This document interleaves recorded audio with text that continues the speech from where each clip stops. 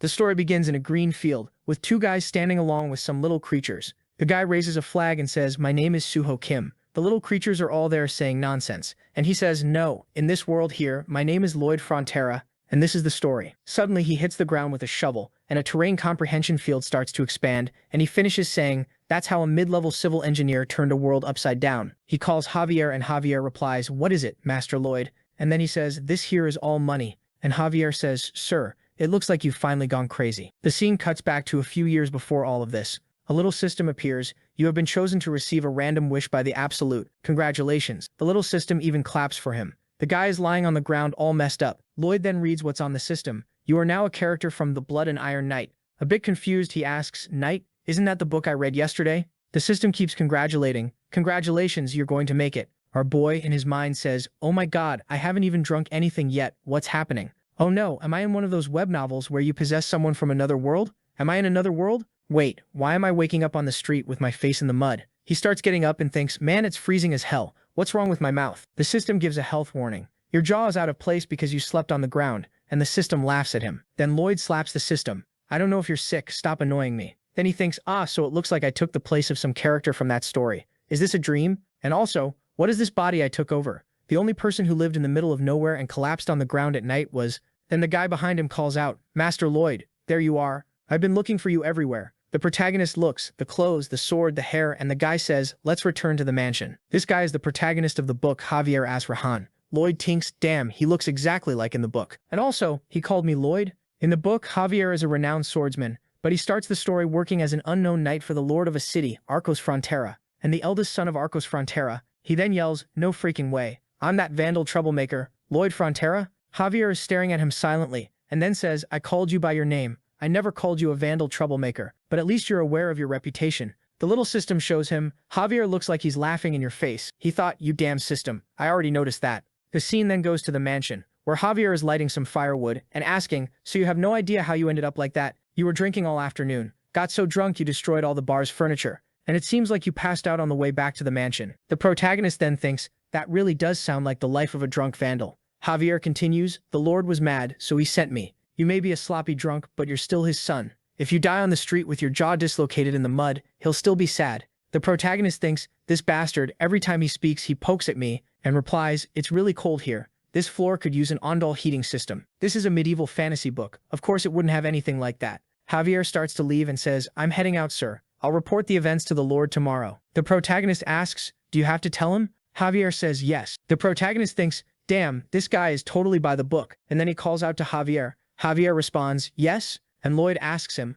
"Our family is in a lot of debt, right?" Javier just lowers his head and replies, "That's a strange question to ask," and walks away. Our boy thinks, I know everything that's going to happen in this story. Last night in my tiny room, I read the final chapter, and obviously I know what's going to happen to Lloyd. Part 1, the Baron and Baroness fall victim to a swindler, lose all their lands and fortunes, and choose to meet God early. Lloyd becomes a beggar and starts drinking every day, and at the bar he coughs up blood and dies. Our boy yells, wondering, what the hell, what's the point of being born into an aristocratic family then? Looks like I'm more miserable than before, just like I was in Korea. Where's that so-called absolute power? The system shows up and says, "You were chosen to receive a random wish from the absolute." Our boy asks, "What kind of wish is that? And why am I in the body of a guy who's gonna die in the worst way possible? What a crappy system." The next day, the sun rises, and there's the mom talking to him, asking, "Son, did you break all the bar's furniture last night?" The protagonist thinks, "No, last night I was reading a book. I wasn't the one who broke it. It was the other guy in this body." Lloyd's mom then says, "I beg you, Lloyd, just this once, go to the bar and apologize."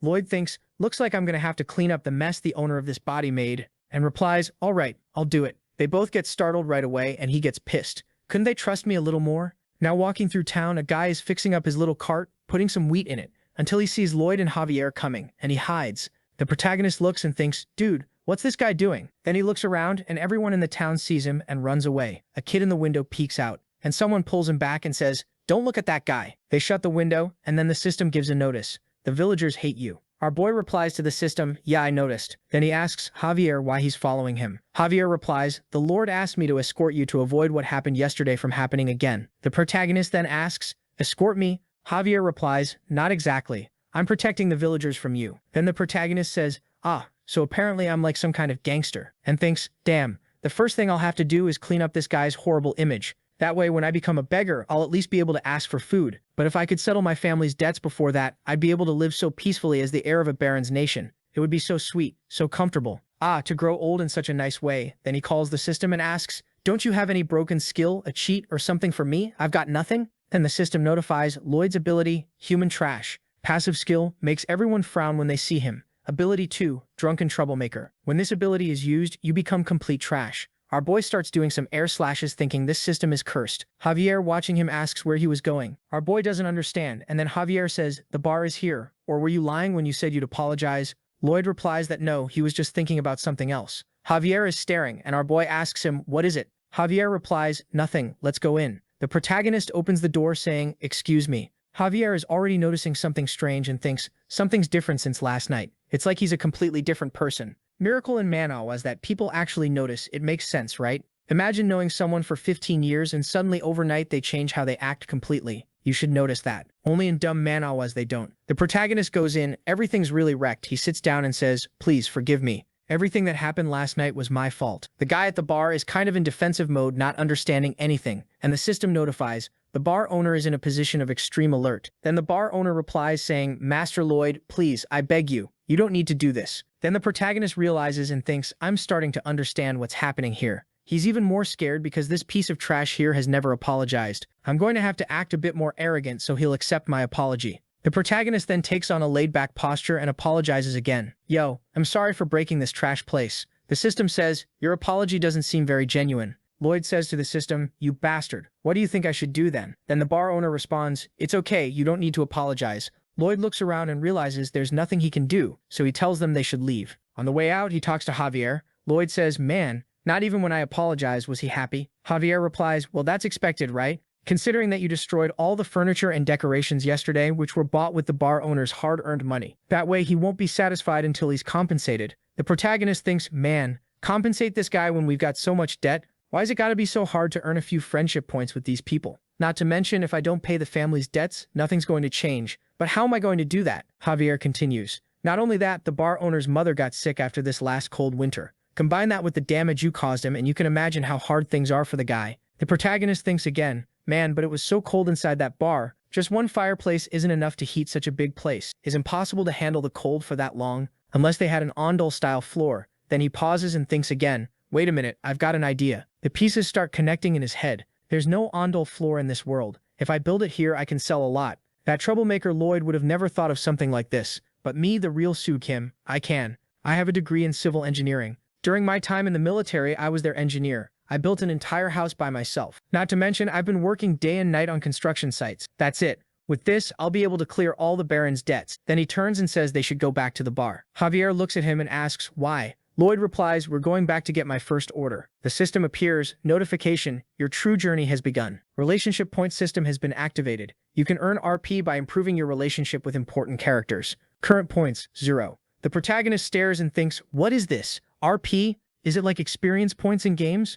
But it's not saying how to use them. Then a window pops up. You can earn RP by improving your relationship with important characters. Lloyd looks at Javier. I can see something above Javier's head. Approval rating, -30. Wait, that must be pretty low. I'm sure of it. He then calls Javier and tells him, I think you're really handsome. Then Javier replies, I already know that. And he even loses a point. Our boy thinks, damn it, why did I lose a point? You know what? Forget it for now. If I try to rush things, it's just going to get worse, it seems. Back at the bar, Lloyd is talking to the owner. So you're the buyer and I'm the builder. I'll deduct all the damages caused from the construction costs. Now sign here. The guy's just staring at him and the system notifies, the bar owner is looking at you with deep suspicion. Our boy thinks, no one trusts this guy here. But my big plan can't fail right at the start. I didn't want to handle it this way, but looks like I'll have to use my troublemaker image. He looks at the guy making a face. Why aren't you signing? We're always running into each other around here. How about you trust me just a little? The guy, already scared, starts signing. Looks like it worked. The system then says, you're total trash. And Lloyd replies, oof, what did you want me to do? In the end, I got my first job.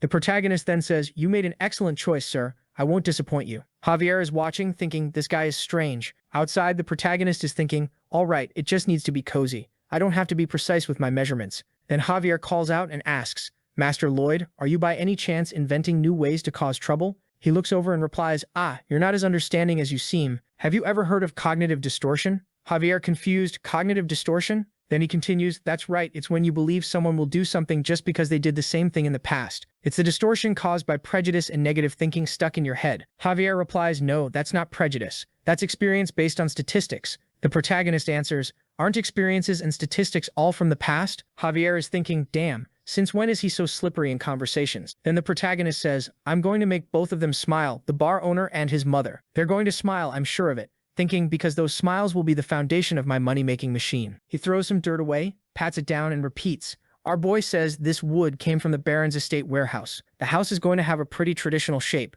just made out of wood, and I pulled clay from the river to finish the walls. Then he collapses to the ground thinking, this body is way too weak. Javier says, wow, it actually didn't take that long. The protagonist replies, it took a whole week. Javier thinks, wow, he's really building something? Where did he learn this? Is he actually planning to honor the deal with the bar owner? No way, right? This is the troublemaker Lloyd Frontera. The protagonist gets up thinking, ah, this hurts, man, but there's no time to rest. Let's go, one more. He lifts the axe again, loses balance. Javier grabs his hand, pulls the axe away, and asks Lloyd, what do you want me to do? He replies, I need some thin little pieces of wood, each about the size of 2 hands in length, 1 hand in height, and the thickness of a finger. Got it? But then man, Javier already throws the wood up, grabs the axe, chops everything, and it all falls perfectly to the ground. Lloyd, impressed, just gives a thumbs up, saying, nice, and thinks this guy really is worthy of becoming a master swordsman who needs modern equipment. He walks over, grabs his shoulder, and calls out, Javier, when you're done with that, why don't you help me dig a bit? Javier thinks, this bastard. Instead of thanking me, he comes to give me more work, and the system says, Javier regrets helping you.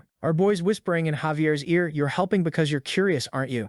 This guy really is going to trick him, but how is he going to do it? You want to see what happens, right? Am I right? So what do you need to do, huh? The faster the job gets done, the faster you'll find out. And the best way is to do it together. Javier thinks that he's not completely wrong, and he really has changed a bit over these past few days. But this guy's past makes it extremely hard to trust him. All he can do is hurry and see what happens. So the two of them start digging to build the floor. They're both sweating a lot, it's not easy. Until Lloyd yells, finally. The construction is complete, and he puts up a sign and Javier is there asking, huh? What are those letters? He answers, this is the logo of my brand. Javier, not understanding, asks, logo? Our boy was going to explain, but just replies, never mind. Then he calls out, should we find out what kind of scam I pulled on the bar owner? Javier is just staring. He lights the outdoor fire pit which sends smoke under the floor, and then the bar owner and his mother are there. My dear, this is so nice, it's so cozy here. Wow, all of my stiff joints are relaxing and melting. The owner is impressed, saying, damn, how can a floor be so warm? Lloyd thinks this kind of thing really must seem bizarre to the people of this world. For them, an ondel floor is like magic. Then the bar owner says, wow, thank you so much, young master. It's been such a long time since I saw my mother smile like that. Javier is shocked, thinking, the bar owner and his mother, they smiled. Just like he said, what is this? As if the changes in the way he talks, his mannerisms and how he walks weren't already enough. Now he's working hard and keeping his promise to people of this land. Did he really do this just to make those two smile? There's no way. Lloyd Frontera would never do something like that, but somehow it happened. Those two are smiling now. The system notifies, your approval rating with Javier has increased by 2 points. Current rating -29. You gain 36 relationship points for slightly improving your relationship with an important character. The protagonist already looks at him and says, I know what you're thinking. Wow, looks like this guy isn't total trash. He denies it, I think you are. He denies it again. Our boy thinks, whatever. We just lost money on this. The cost of the wood was a total loss, but that's not what matters because this house here will just be my model house I'll use to showcase. A few days later, there's a line of people waiting to go in. A guy comes out sweating and says, I thought I was going to melt. Everyone's impressed. Our boy slaps the table and says, amazing, isn't it? So warm. I bet you also want a little room like this in your house, don't you? A few slaps on the table. Now come over here. This Annex A will build behind this house. Style B is a full remodel and you can have the heated floor across the whole house. I'll give you a 10% discount on construction if you order both. The villager guy is sweating nervously and the system notifies, the villagers don't trust you. Our boy switches into thug mode. What's up, man? We see each other all the time. You're not gonna trust me, huh? You really won't trust me. You're gonna do this to me. At this price, I'm giving it away. You know that, right? But someone calls out his name and asks, what do you think you're doing? It's his father. Approval rating -20. The protagonist starts sweating. Back at the mansion, the two are having dinner. The protagonist gives him a stare. Oh, I managed to avoid him until now, but what if he makes me stop my constructions? Then the father says, let's hear it, and asks, what are you planning this time? Our boy thinks, I have to get out of here fast. Then replies, the bar owner asked for an ondel floor, so I built one for him. And in his thoughts, I need to use a really rough voice. The father asks, are the people of this land placing orders too? Our boy replies, thinking he already knows. Apparently yes. Then the father says, they're people we must take care of, you understand? And I won't tolerate you lying to or deceiving them. He replies, I'm not planning to trick anyone, so don't worry. He knows no matter what happens, everyone will assume the worst. He gets up and says, I'm done here, I'm leaving, and thinks, I need to get out of this place. As he turns away, the father asks, is this because of our family's situation? You have eyes and ears, you must know what's going on. But don't worry, I'll get us out of this mess soon. Don't get too involved in these things. The protagonist looks back and thinks, I've heard those exact words before. And then he remembers what seems to be his father, saying, Suho, everything's going to be fine, don't worry. This is nothing. Just keep your head down and study hard. Our boy continues, I really believed everything would be fine. Liar. I know it won't be. I don't want to live a miserable life again because of this stupid money. Then he tells his father, please don't give up because I won't either, and leaves, thinking, back then a few years ago, I also wanted to say those words to my dad. Sometime later, he's calculating, all right, let's take a look. We already have 32 style A and 57 style B. I received half the construction payment. Then 2 loan sharks walk past him without even saying hi. Our boy is thinking, what is this? Those 2? I'm the Lord's son in this place, and they didn't even greet me? Wait a second, those 2?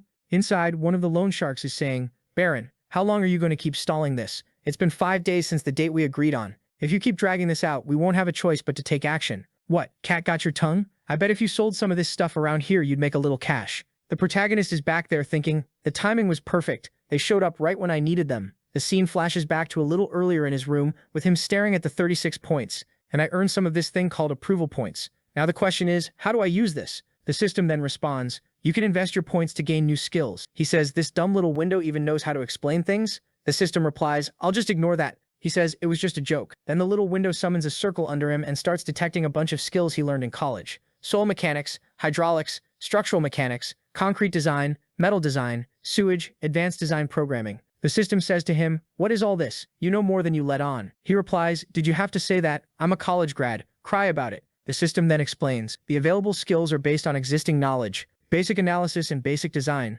both require 15 and 20 RP. Our boy says, can't really tell what this does just from the name. Well, I've got enough points, let's click and see. He buys basic analysis and whoa, what is this? A window opens, and he can analyze the entire soil, the terrain, what's under and over it. Our boy, amazed, says, I won't even need GPS to analyze soil and all that. I can see everything with my own eyes. He activates basic design and already starts building a little house there. Damn, before this I had to work hard just to make the plans for those tunnels. This is going to be so good. Man, things are about to get a whole lot easier. But will Javier alone be enough to handle the whole construction? Would be nice if I could summon, I don't know, a tractor from my knowledge. The system says, if you want to summon, there's something. Our boy, ooh, seriously? Then it appears random summon system. Spend relationship points to summon a creature. Unique personalities, a wide skill set. Join the royal system now and receive your own companion too. He's like, why does this look like one of those mobile game ads? He stares at the giant button, 1 pull 50 points. Ah, I've got 1 point now. 1 summon, huh?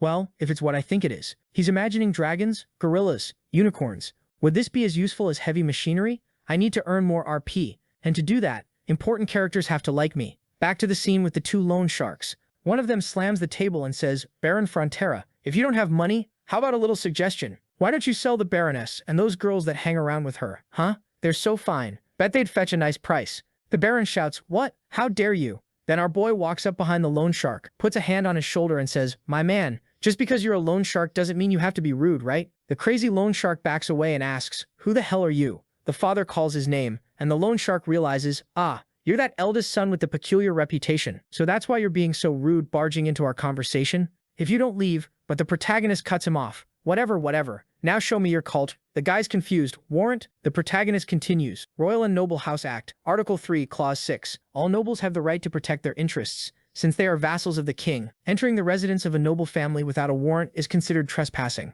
That's one of the key clauses. The loan sharks ask, what the hell are you talking about? I've never even heard of a law like that. He says, never heard of it? Then let's learn about it together. He calls Javier and tells him, cut the arms off these intruders. Javier draws his sword, and the loan sharks shout, hold on, we'll sue. And Lloyd says, like I said, let's find out who's right. Let's see whose side the judge takes. Javier had already drawn his sword. The loan sharks run away screaming in fear. If you think you're getting away with this, you're gonna regret it. The 2 of them run and slam the door. The Baron asks them, what did you do? We don't have money to keep stalling any longer. The protagonist slams something on the table and says, I was planning to hand this over after I collected the money from all the orders, but this here should be enough to cover part of this month's interest. The Baron asks, money from the orders? You're collecting money from our people? Extorting them like this? Javier interrupts and says, don't worry, sir. I'll make sure Lloyd finishes every order. The Baron thinks, wow, looking at Javier's expression, it really seems like he fully trusts him. Lloyd then says, we're heading out, and they leave. Javier asks Lloyd, how did you know about that law? I always thought you were ignorant. He replies, I just read it somewhere. Happy now? Thinking, well, yeah, I really did read it somewhere. I read it in your book, Javier. It was right after the Baron and Baroness had committed suicide. Those two idiots came to dig up their bodies to sell them. That's when Javier said, Royal and Noble Family Act, Article 3, Clause 6. And after he said that, heads flew. Javier was taken to the judge and came out innocent. Lloyd thinks, knowing the story's content is a huge advantage. Also, a notification should be popping up any moment now. And then the system appears and says, Baron Frontera's approval increased by 6 points. You gain 60 RP for improving your relationship with an important character. He says, exactly as planned. Now comes my summon. Next chapter. Under the moonlight, the protagonist is in an abandoned place. He looks around and asks, no one nearby, right? Then says to the system, show me the summon game. It pops up. He clicks it. A giant circle begins the summoning. A bunch of tech flashes, and Lloyd, impressed, says, my god, it's a magic circle. This is insane. Not to mention it's so tiny. The thing is minuscule, man. It's also noisy. But then a little mouse pops out. He's like, what? But the little creature falls to the ground, gets hurt, looks at Lloyd all happy, and he says, looks like my summon was a failure. The little creature's like, padong, padong. Our boy asks, oh, you're not a failure? You think you can help me? What are you gonna do? Throw nuts around? I don't need that. The little guy says, padong. Then he says, all right then, show me what you can do. It starts chewing and spits out a leaf. Lloyd says, gross. It's a user manual for Padong. Padong is an adorable hamster. Please give him lots of love. Feed Padong one of these sunflower seeds to change his size. Red seed makes him grow to gigantic proportions. Effect lasts 12 hours. Blue seed returns him to small size before the 12 hours are up. A set of 2 seeds costs 1 relationship point. He asks the creature, how big can you get? Human-sized? And the creature replies, Padong. He asks, so you want me to see for myself? And again, Padong. He says, all right then. Hamsters are good at making tunnels, so if Padong grows to human size, that would already be really useful. He gives it the sunflower seed. The little guy eats it, and then it starts. He grows. Lloyd immediately gets knocked back and says, what the 5? No, wait, this thing has to be at least 30 meters tall. Padong is looking at him with a smug little grin, and the protagonist says, look at that smug, confident little face, bastard. Padong's skill, dig, level 1, boom, instantly opens up a giant tunnel. Padong's second skill, compress the soil. He's already rolling, smoothing everything out nicely. Skill number 3, cheek pouch. He spits out a huge rock in front of him, and Lloyd thinks, oh man, this is gold. I got my heavy equipment. Now walking around the mansion. The only downside is if someone sees me with this giant thing, they're gonna get suspicious, right? I got it. I'll carry a book around, and if anyone asks, I'll say I'm a summoning master. Problem solved. Why am I so smart like this? I can't even believe it. Now the next step is to figure out labor costs. Let's go. The next day, there's a bunch of guys in front of the protagonist holding, and he says, repeat after me, safety first. The guy's not understanding, repeat confused. Safety first. Our boy thinks 30 soldiers of Lord Frontera. Oh my god, this is so frustrating. They're just like those soldiers that get paid to do nothing. The Baron has a ton of bills to pay. Why hasn't he gotten rid of these guys? He smirks. But thanks to him, I now have free labor. That's a good thing. At least I'll be able to use them for something. He shouts, listen up, soldiers. This is now the army. And what's the army's purpose? To work. He thinks, when I was in the army, I spent more time digging and building than training. He points and says, see that pile of clay over there? I dug all that last night. Actually, Podium did that in 30 minutes, but okay. He continues, we're about to innovate and rebuild our entire domain. I'm talking about installing on dull floors for all the people. To do that, I need you to carry that clay to the construction sites. The men are still totally confused. He thinks, I was expecting this.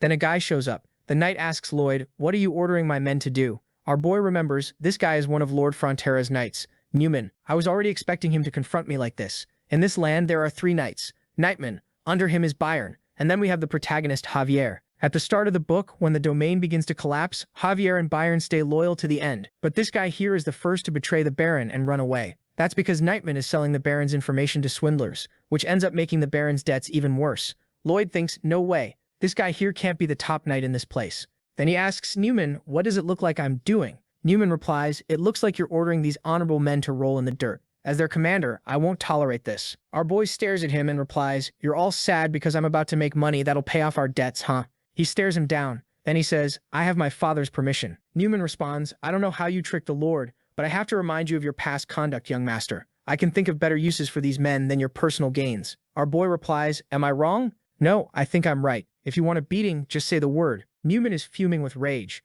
Our boy is thinking, look at his face, all mad. This guy, if he ever played anything online, his fingers would be flying on the keyboard, cursing everyone out. Then he says, well then, let's piss him off a little. He throws dirt in his face. The guy covers up and starts trembling. You punk. Are you insulting a knight's honor? thinking, "You're nothing but the son of a bankrupt noble who's about to collapse." Our boy says, "What are you saying? How about we forget about rank and fight it out? Let's go. A duel, you and me. How's that?" Newman says, "You're gonna regret this, you bastard." Next chapter starts with Javier asking Lloyd, "So you're going to duel Sir Newman in 1 month? Are you confident you'll win?" He replies, "Are you stupid? Of course not. Even if he's a low-level swordsman, he can still use mana heart. I'm a nobody. Are you really this dumb?" Javier is holding back from cutting off his head. Man, I was this close to making him lose his head. And he thinks, and out of nowhere he threw dirt in Sir Newman's face and challenged him to a duel. I thought he was back to his Vandal style, but everything is looking way too calculated. He went straight to the Baron and asked to be separated just so he could pick a fight, and then he placed Bayern as a substitute to watch over the soldiers. And now he comes and tells me he's not confident about the duel. I don't get it. Ugh, how disgusting. I just want to cut this guy. Our boy then asks, "Javier, there's something I need you to do. Teach me how to use a sword." Javier refuses. Our boy asks, why not? He replies, "First of all, my job is only to keep an eye on you. And second, if a disgusting piece of human trash like you learns to use a sword, the people around us will be in even greater danger." Our boy questions him, "No, wait, when you corrected yourself, why did you make it worse? Normally, when people fix something, never mind. So you're saying you won't teach me, right? Even though if you taught me how to use a sword, I'd teach you how to cure your insomnia." Javier wonders, wait, how does he know that? The protagonist remembers, "In the book, I know exactly the cause of your insomnia." In this world, a swordsman's ability is divided into 4 levels. Javier is just about to move from a high-level expert to a master swordsman right on the edge between human and superhuman. His senses are so sharp that he literally can't sleep. In other words, it's almost a side effect of becoming a sword master. Of course, at this point in the story, there's no way he'd know all of this himself. And then he asks again, "So, do we have a deal or not? No need to pretend, it's written all over your face that you're suffering from insomnia." And Javier agrees, "All right, let's give it a try." And he replies, "Sweet. But just so you know, there's no going back." Javier gives a little smirk and says, "Of course, but I'm sure you'll fail. I've already tried every remedy to cure this insomnia, from sleep therapy, herbs, aromatherapy, exercise, even Eastern medicine. So of course this," but he's already completely asleep. The protagonist looks at him and thinks, "I already know you. I know how to cure your insomnia. The first time you fell into deep sleep was when you heard magic being cast. So what did I do? I read you my book on concrete construction, 18 times more boring than any magic spell. And now, your swordsmanship will be mine." The next day, Javier says, 50 laps around the perimeter. Go. The protagonist looks at him, turns, and starts running. Javier thinks, looks like he's going to run without complaining. The protagonist is running, doing his laps, passes by in front, and says, "Hey, I'm not enjoying this, okay? Teach me some stuff," and keeps running. "You thought I wasn't going to do it, huh? You thought I was going to say no, didn't you? Another lap, then you were like, he doesn't have what it takes. He's going to quit," and ha. Javier is shaking with rage, thinking, "This bastard." The protagonist continues, "LOL. And now what, huh? I'm going to finish all 50 laps." And the system notifies passive skill. Annoying as hell, increased to level 4. He says to the system, "Oh my god, I was just kidding. Please remove that. I'm begging you." But the truth is, he's suffering. He thinks, this is hard. I'd be lying if I said it isn't. But compared to when I was in Korea, this is way better. I didn't even have a family. I'd wake up every day in a tiny room inside an abandoned building, then spend the entire day climbing stairs with concrete blocks. And by night, I still had to unload delivery trucks just so I wouldn't starve. I kept hanging on to the hope that maybe things would get better. Just hang in there a little more, Suho. It's gonna get better someday. You're working so hard, you deserve it, man. Just a little longer." And then the light went out. And apparently that's when the protagonist realized that life wasn't gonna get any better. Compared to that pain, that despair, this here is nothing. Then Javier says, "Well, if you're that determined, I'll teach you my sword fighting skills." Boom, notification, your approval with Javier increased by 1 point. Current, -28. You gained 18 relationship points. Back at the castle, the father is talking with Neumann, the guy who will duel Lloyd. Our boy's father says, "I can't believe he disrespected you like that. You've protected our family for 5 generations. I thought he was starting to wake up to reality, but I guess I was wrong, and I have no just cause to stop this duel. But as my heir, I only ask one thing. Don't go too hard on him. Don't hurt him too much. Just wake him up to reality." Neumann replies, "Very well, as you wish, my lord." But he's thinking, duels don't always go the way we want. If I accidentally chop that punk's head off and kill him, so what if the Baron gets mad? I'll just cut the Baron, cut the Baroness, and pretend it was an accident. Everything's going exactly as planned.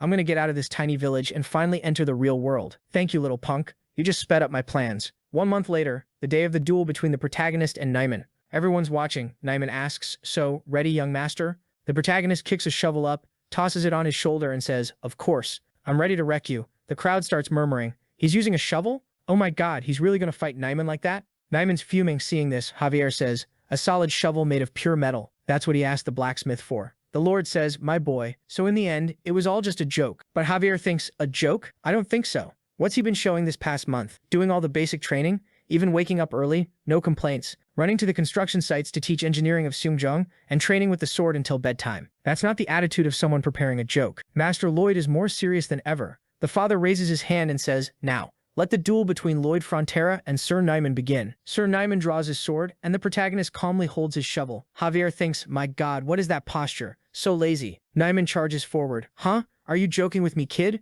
He goes in for a sword strike, but the protagonist, wham, defends with the shovel in his hand. Nyman, pissed, thinks, "Lucky hit." Goes in again, bam, another clean defense with the shovel. Javier is shocked, thinking, wait a second, why do his movements seem so efficient? He's barely using any energy, it's like some kind of technique made for real-world combat. Not a single wasted move, as if swordsmanship had evolved over generations. And our boy says, why so surprised? Any Korean guy would know how to do this. This is the essence of modern bayonetta combat. Another strike, bam. Besides, the shovel is way more formidable than they think. The blade can be used as a shield, and it can even cut through tree trunks. Also, if I do this, I can use it like a pogo stick. Come at me, come on, let's go. Javier, what is this, a joke? Not a joke? I don't know. And the protagonist is cracking up. Neumann, fuming. That's enough, come at me. And the protagonist, the first weapon I prepared for you, Neumann, was this shovel. The second, the sword techniques I learned from Javier. Neumann thinks, you trash. Where's this strength coming from? And he continues, and my third weapon is this. Skill window, skill expansion. Shovel LV1. You and the shovel are one.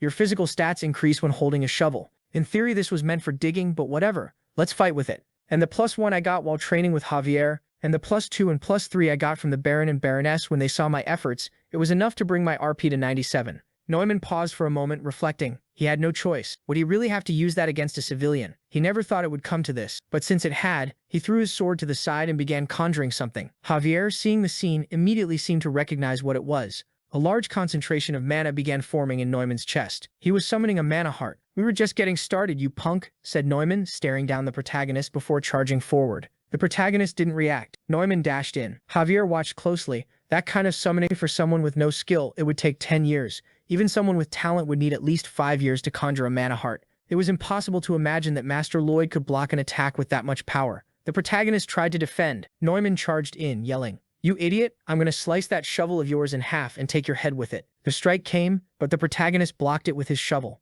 Neumann suddenly looked confused. Hun, what's going on? Why does it feel like my body's strength is leaving me? Then the protagonist revealed his fourth weapon, a mana conjuring ability, the same technique that had made Javier the most powerful in the world, the legendary technique of the center of Azuram. And then Neumann's mana starts being drawn into the protagonist. He pulls back and asks, "Did you steal my mana?" But the protagonist doesn't want to chat. Bam, punches the guy in the face. Clean. Skies are blue and a tooth is flying. Neumann, dazed, what's that? Is that my tooth? And then takes another hit, and another. Next hit comes from above. Eyes practically fly out. The crowd can't believe it. What just happened here? Lloyd won. Wait, something's not right. The father then declares, I hereby declare Lloyd Frontera the winner of this duel. Neumann is stunned. What? What did he just say? I, a sword expert, lost to this trash? The protagonist replies, yo, didn't you hear? I won this thing. And now that it's over, time to give you a little beating. He raises the shovel. The father is in disbelief. Lloyd, what are you doing? The duel is over. But there he goes. Smack, smack, smack, smack. The father is panicking. The guys rush in. Master Lloyd, the duel is over. Bayern another night. Whoa, did he go insane? Javier takes a look and thinks, insane? I don't think so. The protagonist says, all right, I'll stop. Takes a deep breath, and again. Smack, smack, smack. The knights shout, stop, Master Lloyd. That's enough. Javier, in his mind, from my perspective, he's hitting all the most vital points on the guy's body. His face is completely calm. It's like he can predict every move and every event about to happen. Like he already knows everything. Scene shifts to the moment when the protagonist asked, hey, teach me that center of Asura technique. Javier is startled, a bit speechless. The protagonist, what's with that face? Like you're trying to run from the cops. Did I ask you to steal something or what? It's the technique that pulls mana from the surroundings instead of using your own, right? Javier asks, how do you know that? Thinking that's a technique I haven't told anyone about, and it's not even complete yet. The protagonist replies, you talk about it in your sleep. Yeah, every time I knock you out with my bedtime stories, you start talking about it. Javier, doubting. Why does it feel like he's lying? But truth is, outside of that moment, there really wouldn't be any other way he could know. He replies, I'm sorry, but I can't teach you that technique. It's still not. And Lloyd cuts him off. Complete? So that means if I help you complete it, you'll teach me. Javier responds, if it's possible, yes. Thinking, why is he so confident all of a sudden? The protagonist sets his sword on the ground and asks him to listen. I think you're trying to pull in mana from outside and merge it inside your mana heart, right? Which makes your own mana kind of go boing and then leak. Get it? It's pretty obvious, isn't it? For your mana heart, it's like that external mana is this weird object, you know? What you need to do is change how you're interpreting it. Don't try to mix the outside mana into your mana heart. You need to condense it near it, but keep it separate. Then make the outside mana rotate around your mana heart, like a supporting gear next to the main gear, you know? They're one, but separate. Understand? Javier says, yeah, I think I get it. I just don't know what this gear thing is. But Master Lloyd, how did you? And Lloyd interrupts, haha, I was just saying some random stuff, thinking out loud. Did it make sense to you? Good. Congrats. And Javier is thinking, there he goes with that face again. He knows something. And then just like that, in a single moment, I was able to perfectly master the center of Azuram technique,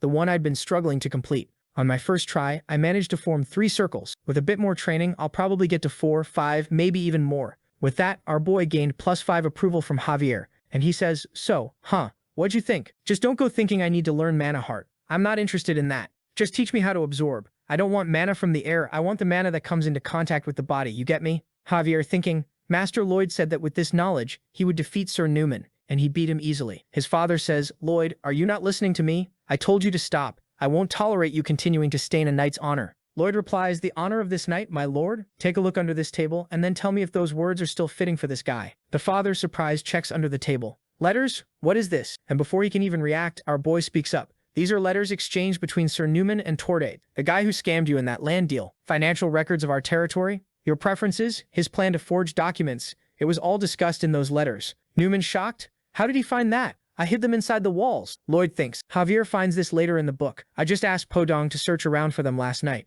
The father collapses backward. The protagonist? He really is a kind man, just like he's described in the book. Anyone else would have already demanded this guy's head. I'm sorry, but a good leader and a kind leader are 2 completely different things. Then he says to his father, you must be wondering how to deal with this guy, right? I'll offer you a little something. The father asks, what is it? He replies, let's throw a rat on his head. If he gets hurt by the rat, we exile him from the land. Otherwise, we demote him to soldier and give him a chance to repent and pay for his actions. What does my lord think? People are confused. A rat on the head? Why is he doing that? Sir Neiman would never be hurt by a rat. The father thinks, I get it now. He's trying to give Sir Neiman a chance to make up for what he did while also making it clear that if he slips again there will be punishment. It's a good idea. A man standing next to Javier says, that's smart and very generous. Plus it sends a message to everyone. His father then says, very well. Let's do as you said, Lloyd. Sir Newman, do you have any objections? He replies, no. I'm very grateful for such mercy. Our boy, in his mind, mercy you say. When we offer mercy and a merciful way out, do people change their hearts and feel remorse? Never.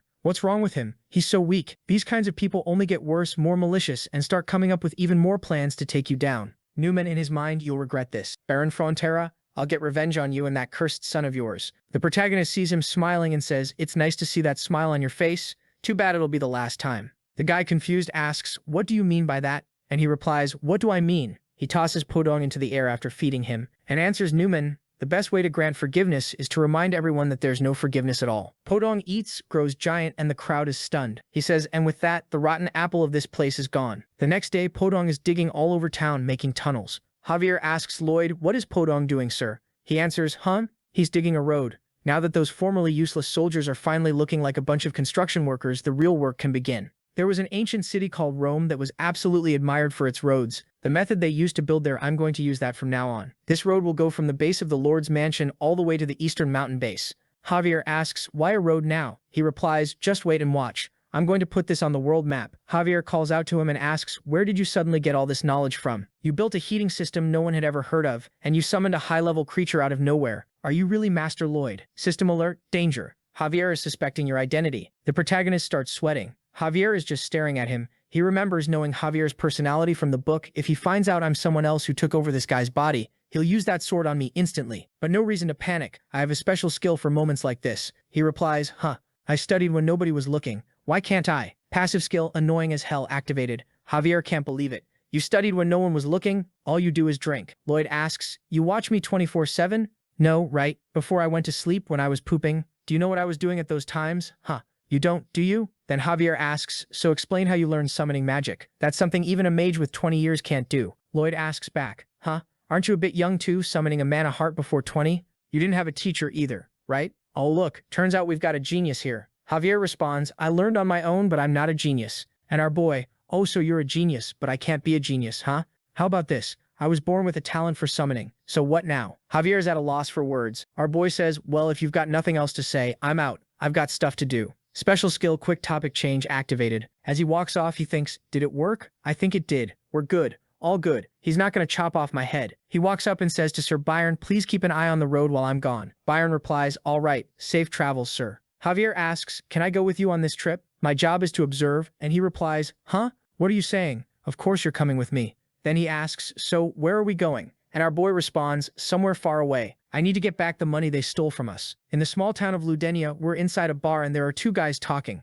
Damn it, I can't believe we lost that much money. He must have used some kind of trick. It's the guy who tricked the Baron. The dude next to him says, come on, man. That's how bets work, isn't it? Up until now you made a lot of money with your tricks.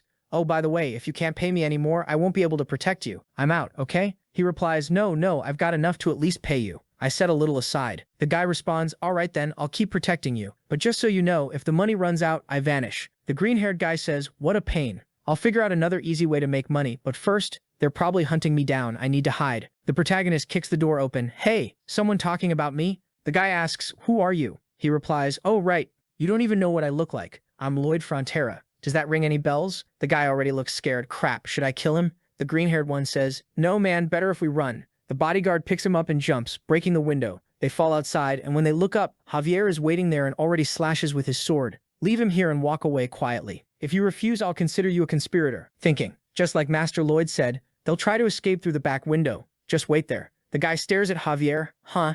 You've got a pretty young face. Do you even know how to use a sword? Our boy watching from the window, in his mind, Javier made a solemn vow to get revenge after the Baron died. Sometime later, he finds this scammer and fights his bodyguard. It's the first time Javier comes face to face with the dark and he struggles a lot with the gravity magic. But that was in the novel. The bodyguard casts a spell. Javier blocks it with his sword. A gravitational field forms around him. The bodyguard says, foolish, now die. He activates gravity magic. Protagonist in his mind, well, in the book when Javier fought this guy, he was just a mid-level expert knight. But now he's equipped with a triple circle around his mana heart. Javier cuts through the field. What was that? Some kind of spell to make me heavier? The bodyguard runs off. Contract's over, I'm out. The green-haired guy yells, get back here. Javier steps forward. You know it's a serious crime to commit fraud against a noble family, don't you? He slams the guy to the ground. I'll cut off both your legs and you'll crawl your way to court. Got it? He goes into slash, but the protagonist steps in front of him. Enough, Javier. Stop, you're out of control, man. If he goes to court, they'll cut his head off. Javier thinks, what? This guy? He's showing mercy to someone else? Inside the room, the guy is tied up. The protagonist stares him down. Come on, man. No need to be so scared. Everyone's a little greedy sometimes. I get it. That's why you tried to take advantage of this opportunity, right? Thing is, cutting off heads for something like this? Sometimes I think the law is too cruel. The guy asks, are you going to forgive me? He replies and asks, of course, man. Obviously, I'm not taking you to court. I bet you'll be very grateful and return everything that's left from the Baron's estate, right? The guy responds, of course I will. So that means you'll forgive me? I'll hand it over gladly. Our boy replies, no, hold on. We're just getting started. That part was obvious, of course you'd do that. There's one more little thing that needs forgiveness. The guy asks, what is it? Your word is my command, sir. Lloyd says, to forgive that little thing, you're going to have to sign this contract. And that's it. The guy gives him a look and was about to say, what kind of contract? But the protagonist cuts him off. Just a normal little employment contract, with a paid salary, of course. But obviously 80% of your salary will go to us, since what you did was fraud, right? But relax, after just 520 years, everything will be paid off. The guy yells, what? Javier, in his mind,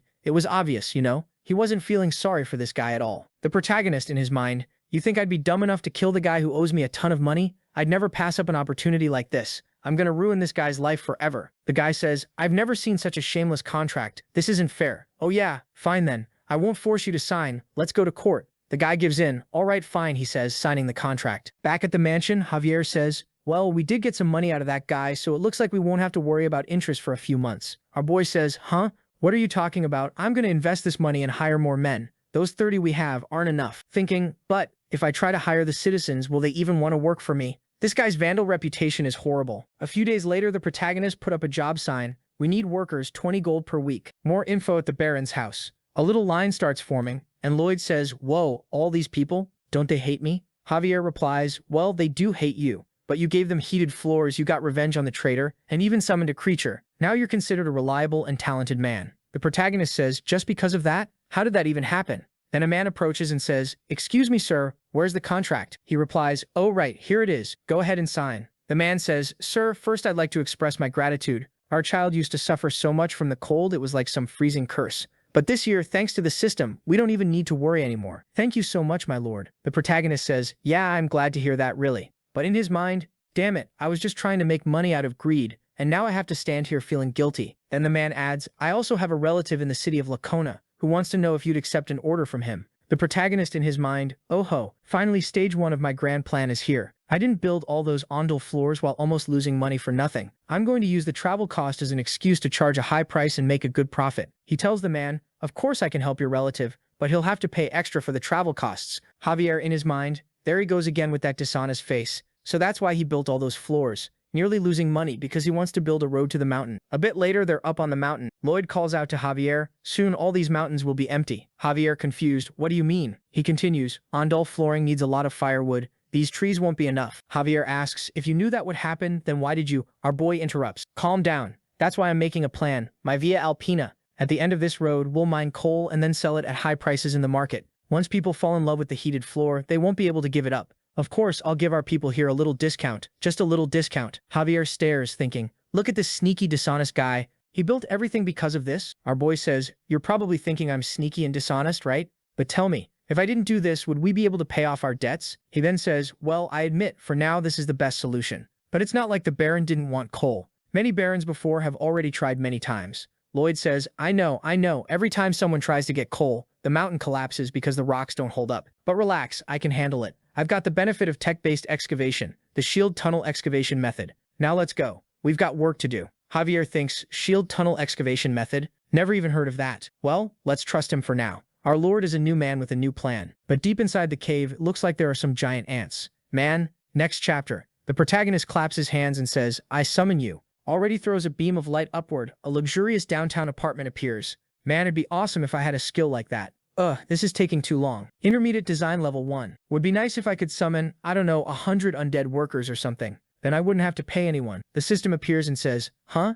Not enjoying it? You can always go back to drawing by hand. And he replies, oh no, I mean this skill is the best. Well, with the Newman incident, I gained a ton of approval from the Baron, from Javier, from Bayern, from the Baroness. I've already got 639 points. With that, I started going on a streak of leveling up, unlocked all my basic planning and research skills, gained a bunch of new abilities. He stands in front of the tunnel. Alright, now I need to get into this. Intermediate research skill. Let's take a look 5 meters ahead. I should be able to find a safe path for us. The problem is, we need to dig this out as fast as possible. The bad part is, humans take too long and get tired too easily. And Podong's in bed exhausted from building the road. Even if he recovers, he's too big. It'd be too risky. I got it. That's what I need to do. It's time for another summon. I've got plenty of points, so let's go. He clicks and look who comes out. A little snake that face plants onto the ground. The snake says, Bangil, and Lloyd goes, what the heck is this? Is it for assassinating people? Maybe it's venomous? Well, looks useless from the outside. But Podong looked useless too, and he was super helpful. He asks, can you grow big with sunflower seeds too?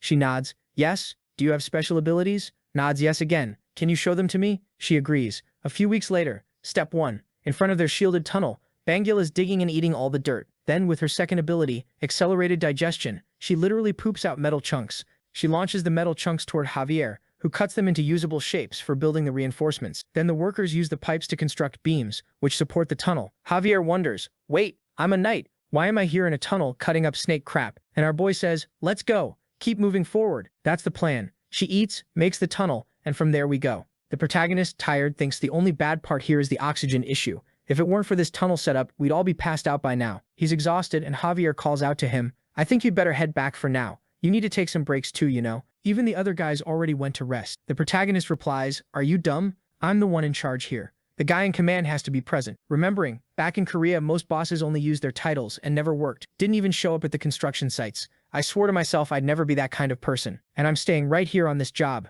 And he says, I'm seeing a bunch of coal. He already raises the shovel. We're almost there, my bros, just a little more. He thanks Bangle over there, like, man, thanks a lot. We got this done 10 times faster because of you. And he already turns to speak with the workers. Listen up, folks. When we reach the coal layer, we're gonna have to remove the shield and start widening the mining area. It's still really dangerous, so nobody can relax. Besides, then the ground behind them starts moving. Stones begin to fall. Our boy, Hun, what's going on? The metal shield here is solid. There's no reason for that to fall. He scans it. Hun, a hole? That wasn't there before. What the? It's over, bro. A big snake pops out, man. Javier just in time saves him by cutting off the little horn, bro. Our boy immediately smacks it on the head with the shovel and thinks this thing scared the hell out of me. Damn, this wasn't in the book. What's going on? Wait a minute. Why am I just standing here? Ants live in colonies. And then man, he's reached the warrior nest and look at the size of those girls. Everyone starts running away in panic and Javier is trying to save him. Our boy thinks, what the hell? How many of these are there? 200? 1,000? If this breaks out to the surface, it'll wipe out our entire city. Well, Javier, will he be able to hold them off? No, it's impossible. There's not enough oxygen to fight. Without dynamite, there's no way to bring this tunnel down. And even if we do, they'll dig through it quickly. What do we do? What do we do? Javier slaps him in the face and says, "Wake up, man, you can't be consumed by panic." He shouts back, "You crazy? I'm not panicking, I'm trying to come up with a plan." So Javier says, "Then think fast because I won't be able to hold this much longer." Our boy is thinking, yeah, an ant nest, coal, a tunnel. Hold on, I've got an idea, that's it. And he calls out to Javier saying, "We're gonna have to go into their nest now." And he thought, we're screwed. This is a ridiculous idea, but he must have some reason for it. And the two of them head into the nest. The next chapter starts with someone warning the Baron, "My lord, we've got a big problem." And he responds, surprised, "What? Wild ants? What happened to Lloyd?" And the guy answers, he ordered all the workers to evacuate and stayed behind with Javier. Mr. Byron is even planning to blow up the mine. But father already puts on his armor and says, "No, we need to go now." Inside, bro, Javier is slashing everything and says, "So? Are we there yet? How much deeper do we need to go?" And he replies, "Stop talking to me, I'm busy here." Well, the bright side is that the ants aren't leaving the cave, but that's also bad because they're surrounding us. Javier won't hold out much longer. This place is way too hot, and there's still not enough air. I need to find it. I can't waste a single second. He's observing, looking for something. There has to be a methane layer here. Every cave that produces coal also has bacteria that generate methane. Somewhere in this cave there's a methane buildup. He tells Javier to cover him while he keeps searching. "It's here. Found it. The methane layer is right there." He starts digging and says, "Javier, while I dig, you hold off the ants, man." And then dig. One comes at them. Javier notices, slices it in half, cuts another one. But then a loud roar hits. Bro. The queen appears, and look at the size. He looks and says, "This queen, she's kind of ridiculously huge, huh? Javier, you can hold her off, right?" He answers, "Nope." And our boy says, "How about you tell me that after you try?" And Javier says, "There are things you just know without even trying. But do we have any other choice right now?"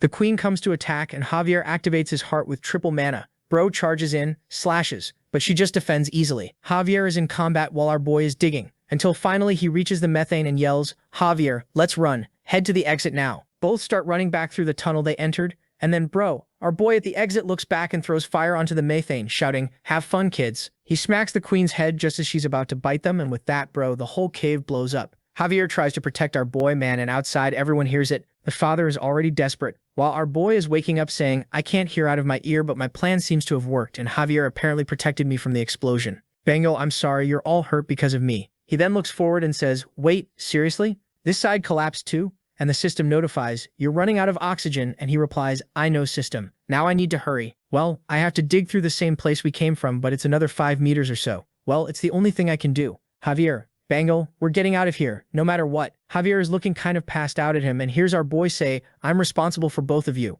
And then, right man, he passes out, and the system notifies, "Javier was moved by your determination not to give up, and your approval increased by 608 points gained. The oxygen for our boy is running out," and he tells the system, "Well, if that's how it is, I'm going to try. It's all or nothing. Alright, system, search for any ability that can help me in this situation." The system starts scanning all the abilities he has and then finds mana absorption from surroundings, processing of absorbed mana, and amplification of absorbed mana. He can combine the three and also master the Azram core technique. He thinks, nice, perfect. Back when I had that duel with Newman, I practiced all the time and got those abilities. Now I can improve them. The system asks, "Are you sure you want to fuse all of these into the Azram core technique?" He answers, "Yes, absolutely." And then man, he already advances to single circle technique level 5, thinking, I can feel it. Too bad I don't have a mana heart, but I can feel the circle around my heart. Mana is amplified to 120%. Normally someone's abilities improve little by little, but I can level them up faster using my relationship points. Let's spend it all. The technique goes to level 6, then 7, then 8, 9, 10, 110. He clicks the final evolution, gets a second mana circle level 1, and mana amplification hits 200%.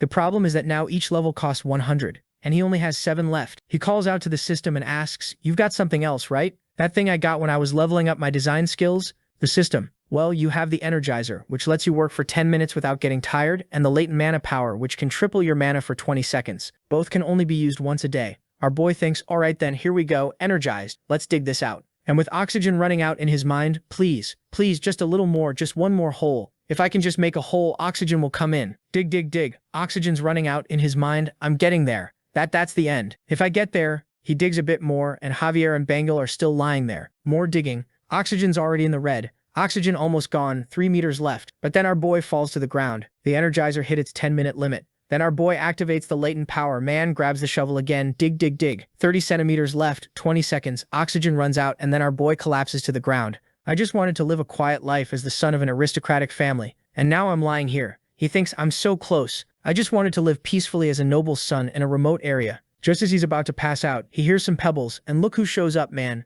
Podong opened a path, and with that he gets a breath of oxygen. Let's go, Kim Suho. A peaceful noble life is waiting for you. The knight and the father are entering the cave to find them. The knight says to our boy's father, "It's dangerous for us to go further." And he replies, "Go back first, I'll go to the end of this." But right then he sees the two of them arriving in the depths. The protagonist is carrying Javier, totally wiped out, and the little system says, "You've surpassed the limits of your body with incredible improvisation skills in an extreme situation." The crucial use of the Azrahan core technique caused it to be enhanced. Skill 3, Energy Saving Mode. Even when exhausted, the effects of the Azrahan core technique will continue. The father then runs in, shouting our boy's name, but the moment he hears his father, he just passes out in his father's arms.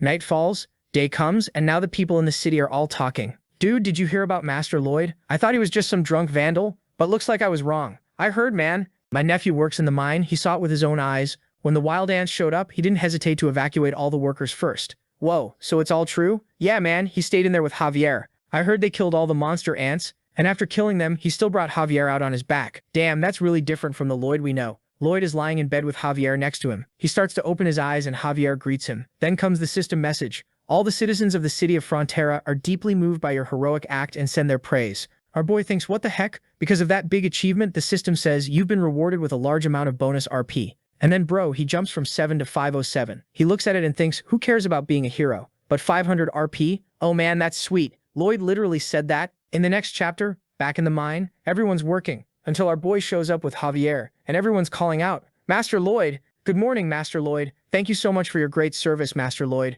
You're so gracious." Not knowing how to react, he just says, "All right, sure." The guys are all looking at him in admiration thinking, my god, this is the guy who fought for us and risked his life. He's different from all the other nobles and aristocrats. He's the personification of noble values. Our boy thinks, man, this is kind of uncomfortable. 2 weeks pass since the wild ant incident. During that time, the mine research has been going smoothly. Everything seems to be in order. But even so, our boy is there, thinking to himself, safety first, especially now. I need to find even the smallest risks and fix them. Javier then asks, "We're checking the ant nest again. Can I ask why, my lord?" He replies, "Just say it already. There's not much air here." Javier then asks, "Why are you personally doing this dangerous work? You know you could just send some workers to handle it." Javier is curious, thinking, is he really worried about his workers' safety? He continues, "You're the heir of this land. If something happens to you," our boy interrupts, "You dummy. The greater the risk, the more reason for the guy in charge to be on the front line." Javier is a bit speechless, and he continues, "Haha, that way when I get all the money, nobody's gonna complain. Hee hee." Javier in his mind, damn, I don't know if that's good or bad. And the system says, Javier's approval was about to go up, but it didn't. They reach a dead end, and Javier says, this is the end of the tunnel. There's no more area to research. Lloyd cuts in, hold up. I think there's a space behind this. Activates the eye, right? But won't admit he used it. Then he asks, are we going to dig to find out? Our boy replies, who knows? This is a place full of ant eggs. What if they hatch? When he opens it, there's an orc and a bunch of pigs in there, all trapped. Javier, drawing his sword, says, this looks dangerous. Let me handle it. Our boy then says, hold up, warrior. You don't look like it, but you're pretty irresponsible, huh? Did you know that? Tell me, what green creature is that? He replies, what are you talking about? It's an orc, of course. Lloyd says, well, the orcs I know aren't, well, is that thing dead? He answers, I don't think so. I heard that wild ants paralyze their prey and store them to eat later. Our protagonist says, that's it then. Wonderful, we found a new item. Back at our boy's mansion, the orc is already awake and says, my name is Arash Oink, you saved my life, Lloyd. I won't forget this oink. Our boy asks, wait a minute, you're doing that oink at the end of every sentence on purpose, aren't you? What's it for? To make your character cooler? Then the orc replies, I have no idea what you're talking about. Oink, I'm Arash, son of the chief of the Steel and Sand tribe. We never forget an act of gratitude. Oink, tell me, what do you want in return? I'm not going to do oink for the rest of the story, or I'll be oinking way too much. Our boy then thinks, oh, son of the chief, good thing I saved this guy, and replies, well then, give me around 120 orcs to work in my mine. Arash replies, that's impossible. Our boy bursts out, why? Why can't you do it, huh? The orc says, hold on, you made that tongue click sound. You're a bad guy. Then he says, I'm not, it's just a habit, same as yours. Oink, Arash says, we orcs are all warriors. A warrior only follows the orders of another warrior. Lloyd is not a warrior. If we give you orcs, you won't be able to give them orders. Our boy thinks, so that's how it works. I heard that orcs have to bring back the head of a wild ant for their coming-of-age ceremony. Arash must have accidentally gone too deep into the cave and got paralyzed. If that's the case, he licks his lips and says, well, I guess there's nothing we can do, right? Anyway, congratulations on completing your coming-of-age ceremony. Then Arash denies it, saying, Arash didn't take down any wild ant. I was paralyzed. I'm a failure. Our boy says, what are you talking about? Didn't we grab that thing together, you and me? Arash and I? Then he shows the queen ant's head, and Arash replies, no. Arash doesn't remember taking down such a big ant. Our boy says, oh, it must be your memory. It got affected after you were paralyzed. It was an unbelievable sight. When I entered the queen's nest, she was already wrecked, trembling on the ground. She looked at me and said, I can't believe it. I was defeated by a young orc. Arash asks, really? Wild ants can talk? He replies, yeah, they talk. They speak really well. Thanks to you, the queen was so weak I just had to land the final blow and finish her off. Javier thinks, there he goes again. Our boy continues, that wild ant was taken down by both of us. Arash the great warrior and me. Arash, huh? Great warrior? Our boy replies, yes. And now Arash, about those 120 orcs, what do you think? He replies, you can have them. 1 week later, in the Steel and Sand tribe, our boy is talking to the chief about taking the orcs. But the chief is already apologizing. Lloyd, human, your request cannot be fulfilled. Our boy thinks they're changing their mind again. What's going on? Then he decides to say, Your Highness Akush, great chief of the Steel and Sand tribe,